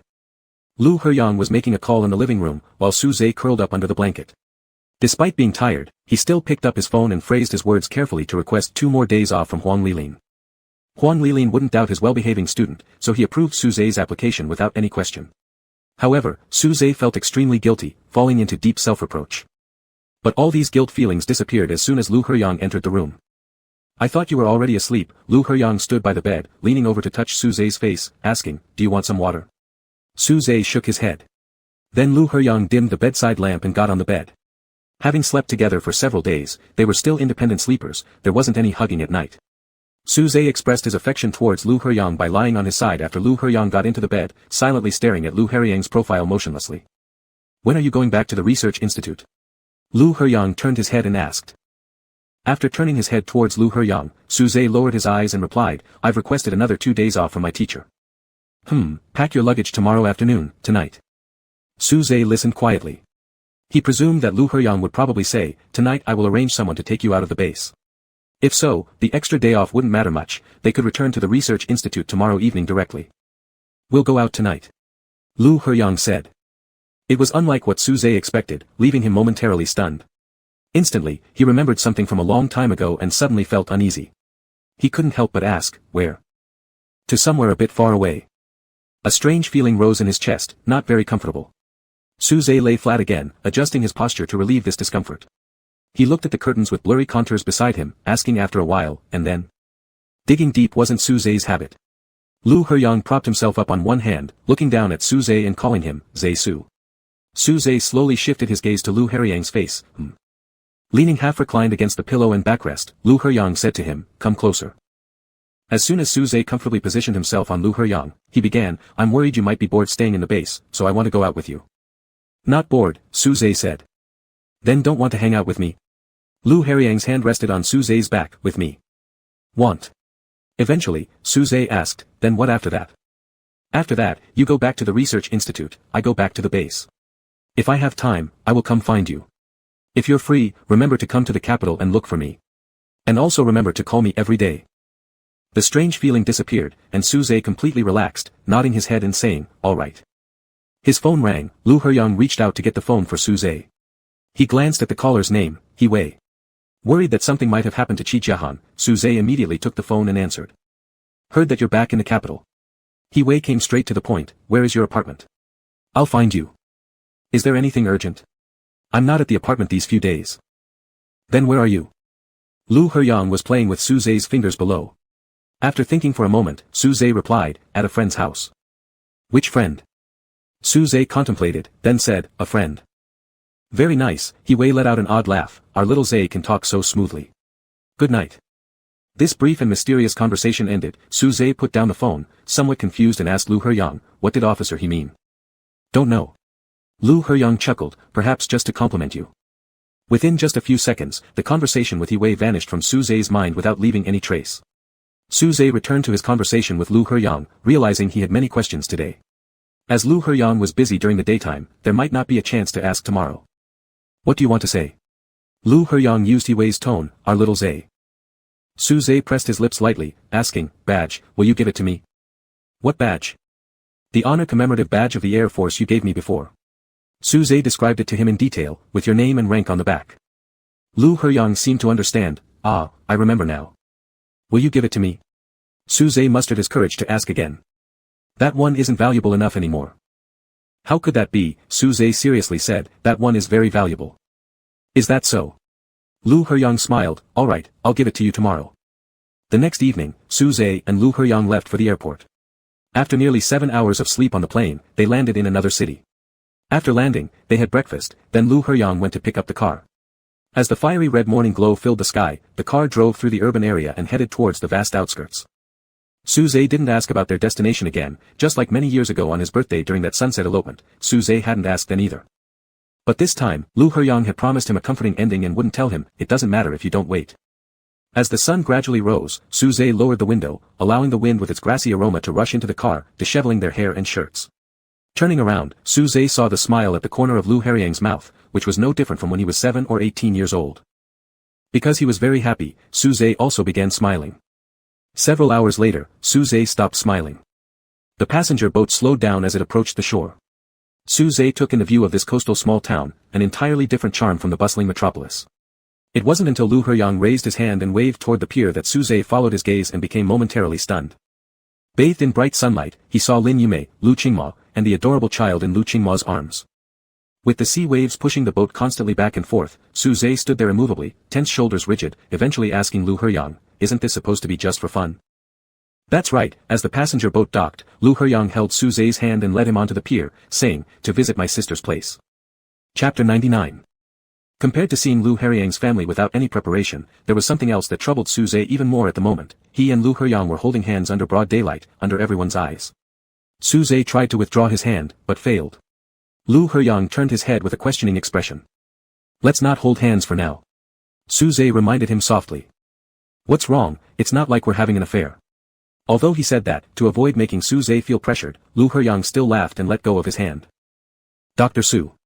When the two came out from the exit, Lin Yumei asked Su Zhe, did you catch up on sleep on the plane? Uncle, Su Zhe said some disjointed sentences unconsciously, I did catch up on sleep on the plane. Call me Su Zhe. Lu Heyang lightly patted Su Zhe's back and introduced Lu Qingma to him, Lin Yunchuan, my sister. Su Zhe had only met Lu Qingma twice before. In his memory, she was a meticulous yet fatigued diplomat, but the person in front of him appeared relaxed and natural, her gaze gentle and radiant. Tada, Lu Qingma said, call him uncle. Uncle, Tada obediently called Su Zhe, then she looked at Lu Heyang, seemingly a bit unfamiliar, this. Is this also your uncle, don't recognize? Lu Qingma handed her over to Lu Heyang, don't recognize? Let's reacquaint. Tada tilted her head and observed Lu Heyang closely for a while before calling him uncle.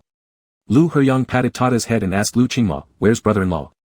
He has class this morning. On the way to Lu Qingma's house, Lin Yumei and Lu Qingma introduced interesting little shops or buildings in the city to Su Zhe. When passing by a dessert shop, Tada who was sitting on Lu Heyang's lap suddenly cheered, stop circle, stop circle. She likes the donuts from this place, Lu Qingma said as she drove, but she's too young, so we need to scrape off the cream on top and only let her eat a little piece of the bread. Tada grabbed Lu Heyang's wrist and stood up, stretching her hand to pat Su Zhe's shoulder, uncle, stop circle, Tada, eat. The somewhat baffled Su Zhe almost wanted to immediately ask Lu Qingma to stop the car so he could buy some donuts, but Lu Qingma said, Tada dear, asking uncle won't help, you can only eat donuts after dinner.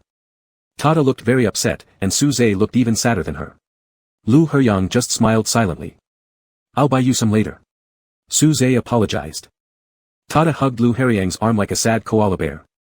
When the car parked by the roadside, Han Jian pushed open the door and came out. He took over Tada who kept shouting, Daddy, from Lu Heyang's arms and extended his hand to Su Zhe, Dr. Su, hello, I'm Qin Yan. Hello, Su Zhe shook hands with him, Mr. Qin. So early? Lu Qingma asked. Came back right after class, Han Jian said, processed a few bags of seafood already, haven't washed the other dishes yet. Inviting Lu Heyang and Su Zhe into the yard, Lu Qingma held the door and turned back, only to find Lin Yumei still standing by the car without moving, looking towards the street corner, seemingly looking at something. Dad? Lin Yumei turned around and just smiled at her. The view outside the guest room window was nice, offering a glimpse of the sea and distant cliffs. Su Zhe stood next to his luggage for a while and asked Lu Heyang, why didn't you tell me in advance? Lu Heyang stopped pouring water and looked up at him, are you mad? No. Su Zhe shook his head but seemed a little depressed, I didn't prepare any gifts, it's impolite. I didn't want you to go through the trouble of buying gifts, that's why I didn't tell you. My father and sister also thought so. Lu Heyang handed him half a glass of water, but I have to apologize for tricking you here. Lu Heyang had already sincerely confessed his mistake, but Su Zhe clarified more positively, no, you didn't deceive me. Thank you very much for your trust, Dr. Su. Lu Heyang gazed at Su Zhe for a few seconds and sincerely said. After lunch, Lu Qingma and Han Jian were cutting fruits, while Su Zhe and Lu Heyang played with the child in the small garden. As usual, Lin Yumei leisurely walked out of the house, all the way to the street corner, then turned right, entered a coffee shop on the street side, and went upstairs. Someone opened the door of the small balcony for him, and an alpha wearing gold-rimmed glasses was leaning on a chair, looking down at the pedestrians and traffic below. Lin Yumei sat down opposite him, glanced at the coffee in front of him, opened his phone and the countdown timer, saying, 5 minutes. After speaking, he tapped the screen, initiating the 5-minute countdown. Lu Qingyu's gaze fell on Lin Yumei's face. How is the recovery going? Still good, it was a minor surgery. Heyang. It has nothing to do with you. Lin Yumei interrupted him, but I was thinking before, will you do something like manipulating a doctor to alter his memory again? Looking at Lu Qingyu, he continued, now it's my turn to ask, does the chairman's shoulder still hurt? Years ago, when Lu Qingyu ordered the medical team to interfere with Lu Heyang's memory, Lin Yumei flew to City S with a divorce agreement and entered the Union government building. Lu Qingyu showed no surprise about his arrival and even spared Lin Yumei from being searched by the guards, meeting with him privately in the office.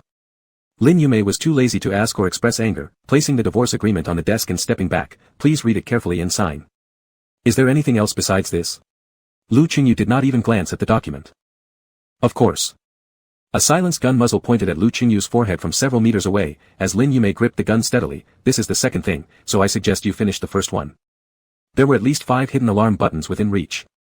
If pressed for 3 seconds, numerous guards would rush into the office and control Lin Yumei. But Lu Qingyu didn't touch a single one. Bang! 30 seconds later, the bullet left the slightly deflected gun muzzle, piercing through the expensive suit and embedding itself in Lu Qingyu's left shoulder. The impact of the bullet caused Lu Qingyu to collide against the back of the chair. His brow furrowed and his expression unreadable. After a moment, Lu Qingyu lifted his right hand to cover the wound. The sound of gunfire couldn't be completely muffled by the silencing device. Within seconds after Lin Yumei fired the shot, someone knocked on the door, and the phone on the desk rang. Nothing wrong. Lu Qingyu answered the call with blood-soaked fingers, maintaining a normal tone. The knocking stopped, Lin Yumei removed the silencer and pressed the gun muzzle against his own temple, saying, the third thing. For a full 10 seconds, Lu Qingyu stared straight at him, then finally took over the divorce agreement and signed. Lin Yumei smiled, mocking yet sorrowful, Lu Qingyu, it turns out you have weaknesses too.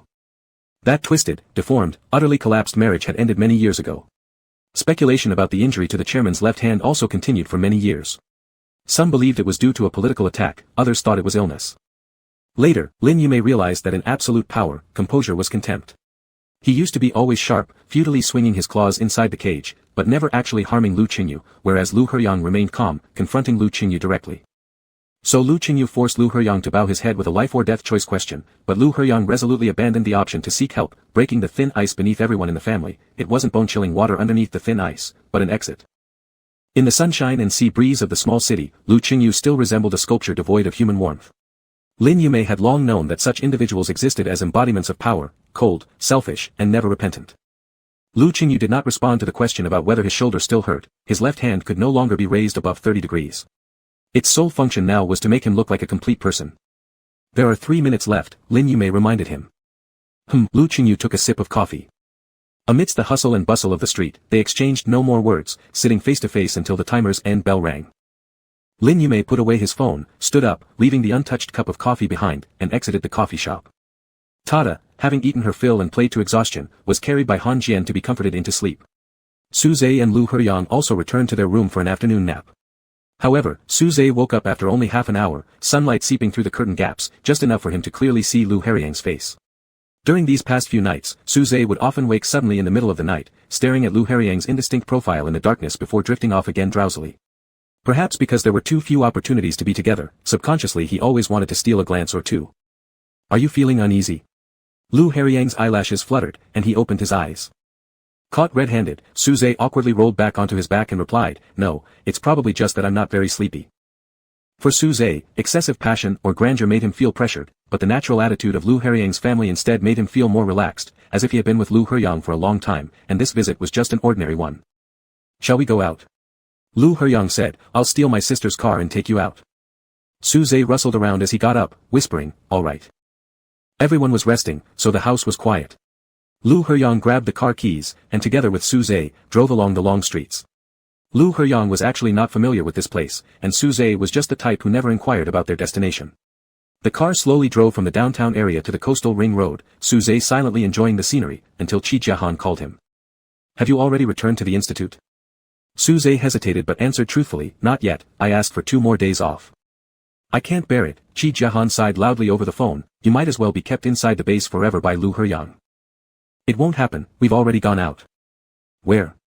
Considering that this was Lu Qingma and Han Jian's secluded retreat, Suze chose to keep it secret, saying, somewhere a bit far. Whatever, anyway, you're not one of those fools who gets sold by Lu Heyang and then counts his money for him.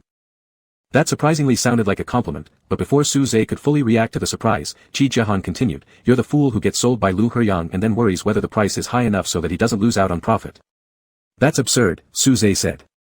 Whatever, Chi Jiahan laughed helplessly, adding, enjoy your time.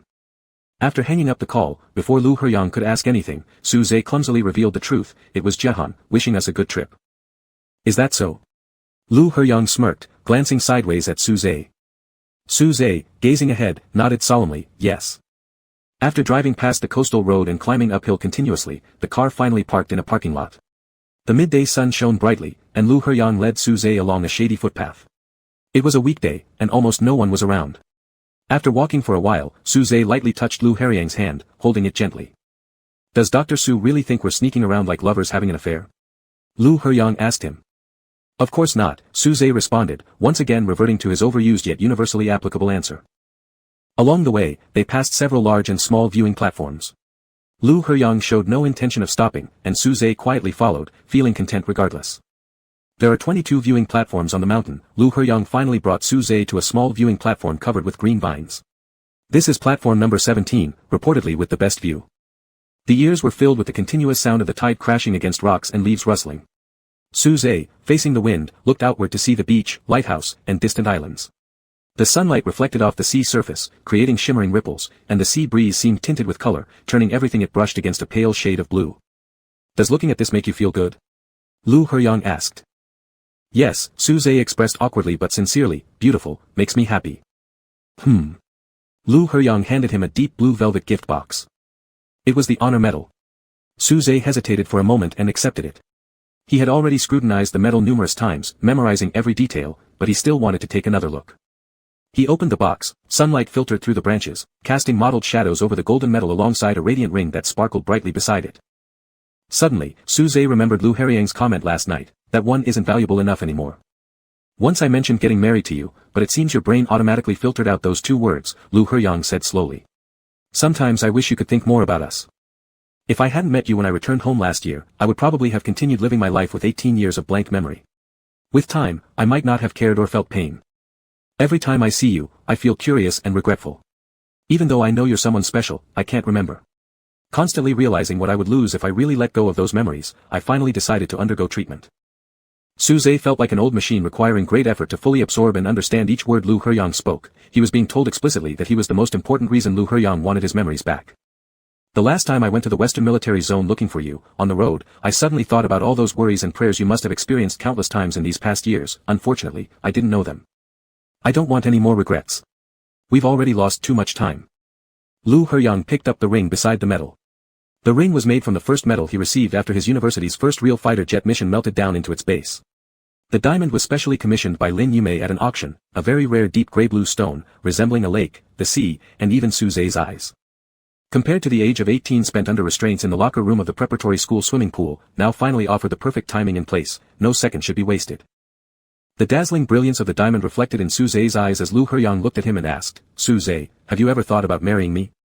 Despite all the hints given earlier, Suze couldn't bear the question, his expression almost suggesting he would run away. Lu Heyang said, you can't run. You need to give me an answer first, yes or no. This was too solemn a matter, yet Suze managed to think of practical issues in such a moment. He partly regained his composure, his voice light due to confused thoughts. Would the military allow 2 alphas to get married? I've already submitted an application, but the military approval process is slow and we have to wait. Lu Heyang took out his phone, found a number in his contact list, then handed it to Suze. If you don't agree to get married, call this number now and intercept the application. Suze stared at the phone screen for a few seconds, reached out, and pressed the lock button. Then he organized his thoughts as clearly as possible. I originally planned to finish this project at the institute, then apply to return to the 195 hospital. It'll take about half a year. The graduate student apartment is too small. I'll need to rent a bigger house, closer to the Air Force base. Then, I'll buy a car so I can pick you up. He originally could have covered the down payment for a house, but years of savings had all been used to repay the more than 2.4 million owed to Lu Heyang.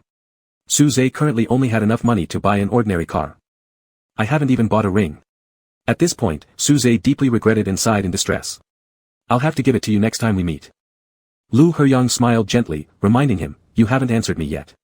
There was no hesitation this time. Suze raised his head and looked directly into Lu Heyang's eyes and said, yes. He had once been brutally teased by fate, left behind alone. Suze's greatest wish in the past was merely to see Lu Heyang again. He dared not dream of being looked at in the same way as 8 years ago. Time was like the sea, and Lu Heyang was the person who dove underwater to bring him back. What he had lost was regained, and even things he never imagined possessing were now his. Our Dr. Su has improved a lot compared to before. Lu Heyang chuckled faintly, pulled up Suze's hand, and slid the ring onto it. The ring fit snugly on his slender finger, and Suze became entranced as it flashed under the light. In a daze, he heard Lu Heyang say, you don't need to buy me a ring. I still have the one you gave me in high school. Suze became addicted to admiring the ring. He kept looking at it while walking, sitting in the passenger seat, and even during phone calls with colleagues. His eyes couldn't leave it for a single moment. As he looked at the ring, Suze became anxious and couldn't help asking a very mood-killing question, is the ring very expensive? Lu Heyang remained calm as he wiped off 3 zeros from the actual price of the diamond, not that much, just tens of thousands. It's still rather expensive. Suze, deceived by this false price, still worried greatly. What if I lose it accidentally? We'll buy another one. That was out of the question, Suze silently decided. He would lock both the ring and medal in the safe, only wearing them when necessary. As the car drove back to the city area, Suze glanced out the window. Can we stop by the dessert shop we passed this morning? Knowing fully well but feigning ignorance, Lu Heyang asked, to buy what? Donuts, Suze said. Tada likes them. There were 8 flavors of donuts, and Suze struggled to choose. He consulted with Lu Heyang, shall we get all of them? Since all the cream would be scraped off anyway, no flavor mattered. Just as Lu Heyang was about to suggest choosing 1 or 2, Suze added, let's get 3 of each kind. That's 24. It surprised him how extravagant Suze could be, akin to Gu Yunqi. Calmly, Lu Heyang questioned, which child over 1-year-old could possibly eat 24 donuts? Ultimately, Suze restrained himself to buying just 4 donuts. After returning to Lu Qingma's house, before entering the home, Suze hesitated whether he should take off his ring first. After hesitating for a short moment, Suze decided not to take it off. However, Lu Heyang had already noticed his movement and asked, do you regret our engagement already? Suze didn't tolerate such talk. He immediately denied it seriously, no, it's not that. With an equally serious expression, Lu Heyang said, don't let me down, Dr. Su. This immediately prompted Suze to start considering the feasibility and operability of welding the ring onto his finger. Encouraged by the purchase of 4 donuts, Tada ate a lot for dinner. Afterward, she chose which donut to eat first, then extended her hands towards Suze, uncle hold me. Lu Qingma commented, little flatterer. Look at the stars, look at the stars. Tada pointed outside. Let's go sit on the balcony upstairs, Lin Yume suggested. Suze intended to take Tada while Lin Yume was still recovering from surgery and Lu Qingma was sending Han Jian to night school classes. This meant only Lu Heyang would clear the table. Holding Tada, Suze turned around and found Lu Heyang watching him. With mouth shapes, Lu Heyang encouraged, go ahead. Tada's carefree world of happiness was achieved. She lay in Suze's arms, eating bread-only donuts without any cream while gazing at the stars. Lin Yume brought Suze a glass of water. Actually, we should have come to the capital to meet up and eat together. Coming here took too much of your time. But Yun Chuan and others aren't very convenient to go back. No problem, Suze replied, it's good here. Lin Yume smiled, I've always wanted to apologize to Heyang, then later realized I should also apologize to you. Suze was startled for a moment. When Heyang was in high school, he made some decisions I didn't quite understand. I never asked him because I thought he could handle them himself, so I never knew that he'd included you in his life plan so early on. Lin Yume looked at Suze, if I could have known you back then, you and Heyang might not have wasted so much time. It seemed like the innocent ones always got hurt, while those who did nothing wrong ended up apologizing. Suze didn't know what to say, uncle. Heyang will worry again if he knows I've told you all this. Lin Yume stood up and lightly embraced Suze, then patted his hair, I'm glad to consider you family. Suze blinked his eyes, it had been a long time since he had been embraced so warmly by elders. Uncle, Tada imitated Lin Yume's actions, lightly hugged Suze, and accidentally smeared breadcrumbs onto his shirt. When Lu Qingmo returned, everyone stayed on the balcony for more than 10 minutes. When it was time for Tada to sleep, Lu Heyang and Suze went back to their room. Lu Heyang closed the door, turned around, and Suze stood unmoving in front of him. In the quiet eye-to-eye contact, there was only the sound of breathing. Lu Heyang's gaze swept from Suze's eyes to his lips, saying, Dr. Su, please step aside. Suze leaned closer and kissed Lu Heriang's corner of the mouth. Lu Heriang's hand rested on his lower back as he tilted his head to kiss Suze deeply. Sweat began to bead Suze's back as he gasped for breath, seeking Lu Heriang's opinion. Can I make a request today? What kind of request? To shower, together. Without answering, Lu Heriang scooped Suze's leg and carried him to the bathroom. It had been a month since Suze's last visit to Lu Qinghua's house. The next day after lunch, Suze and Lu Heriang went their separate ways to the airport. One flew to S-City while the other returned to the capital. Unexpectedly freed up this weekend, Suze flew back to the capital and went to the old district of the city to clean his home thoroughly, airing out the quilts. He ate a bowl of noodles near the residential area at noon and then waited at home for Lu Heriang to arrive. When he received Lu Heriang's message saying, "I'll be there soon," Suze immediately stood by the window to look down, but naturally, it wasn't that quick yet. There was still nothing below. After waiting for a few more minutes, a military vehicle came around the corner and parked under the tree. As soon as Lu Heriang got out of the car, he looked up, and Suze leaned on the windowsill, waving at him. When Lu Heriang walked into the building, Suze went to the living room and opened the door in advance, standing by the entrance. The footsteps gradually became clearer, and Suze fixed his eyes on the staircase entrance. When Lu Heriang finally appeared, Suze couldn't help but smile.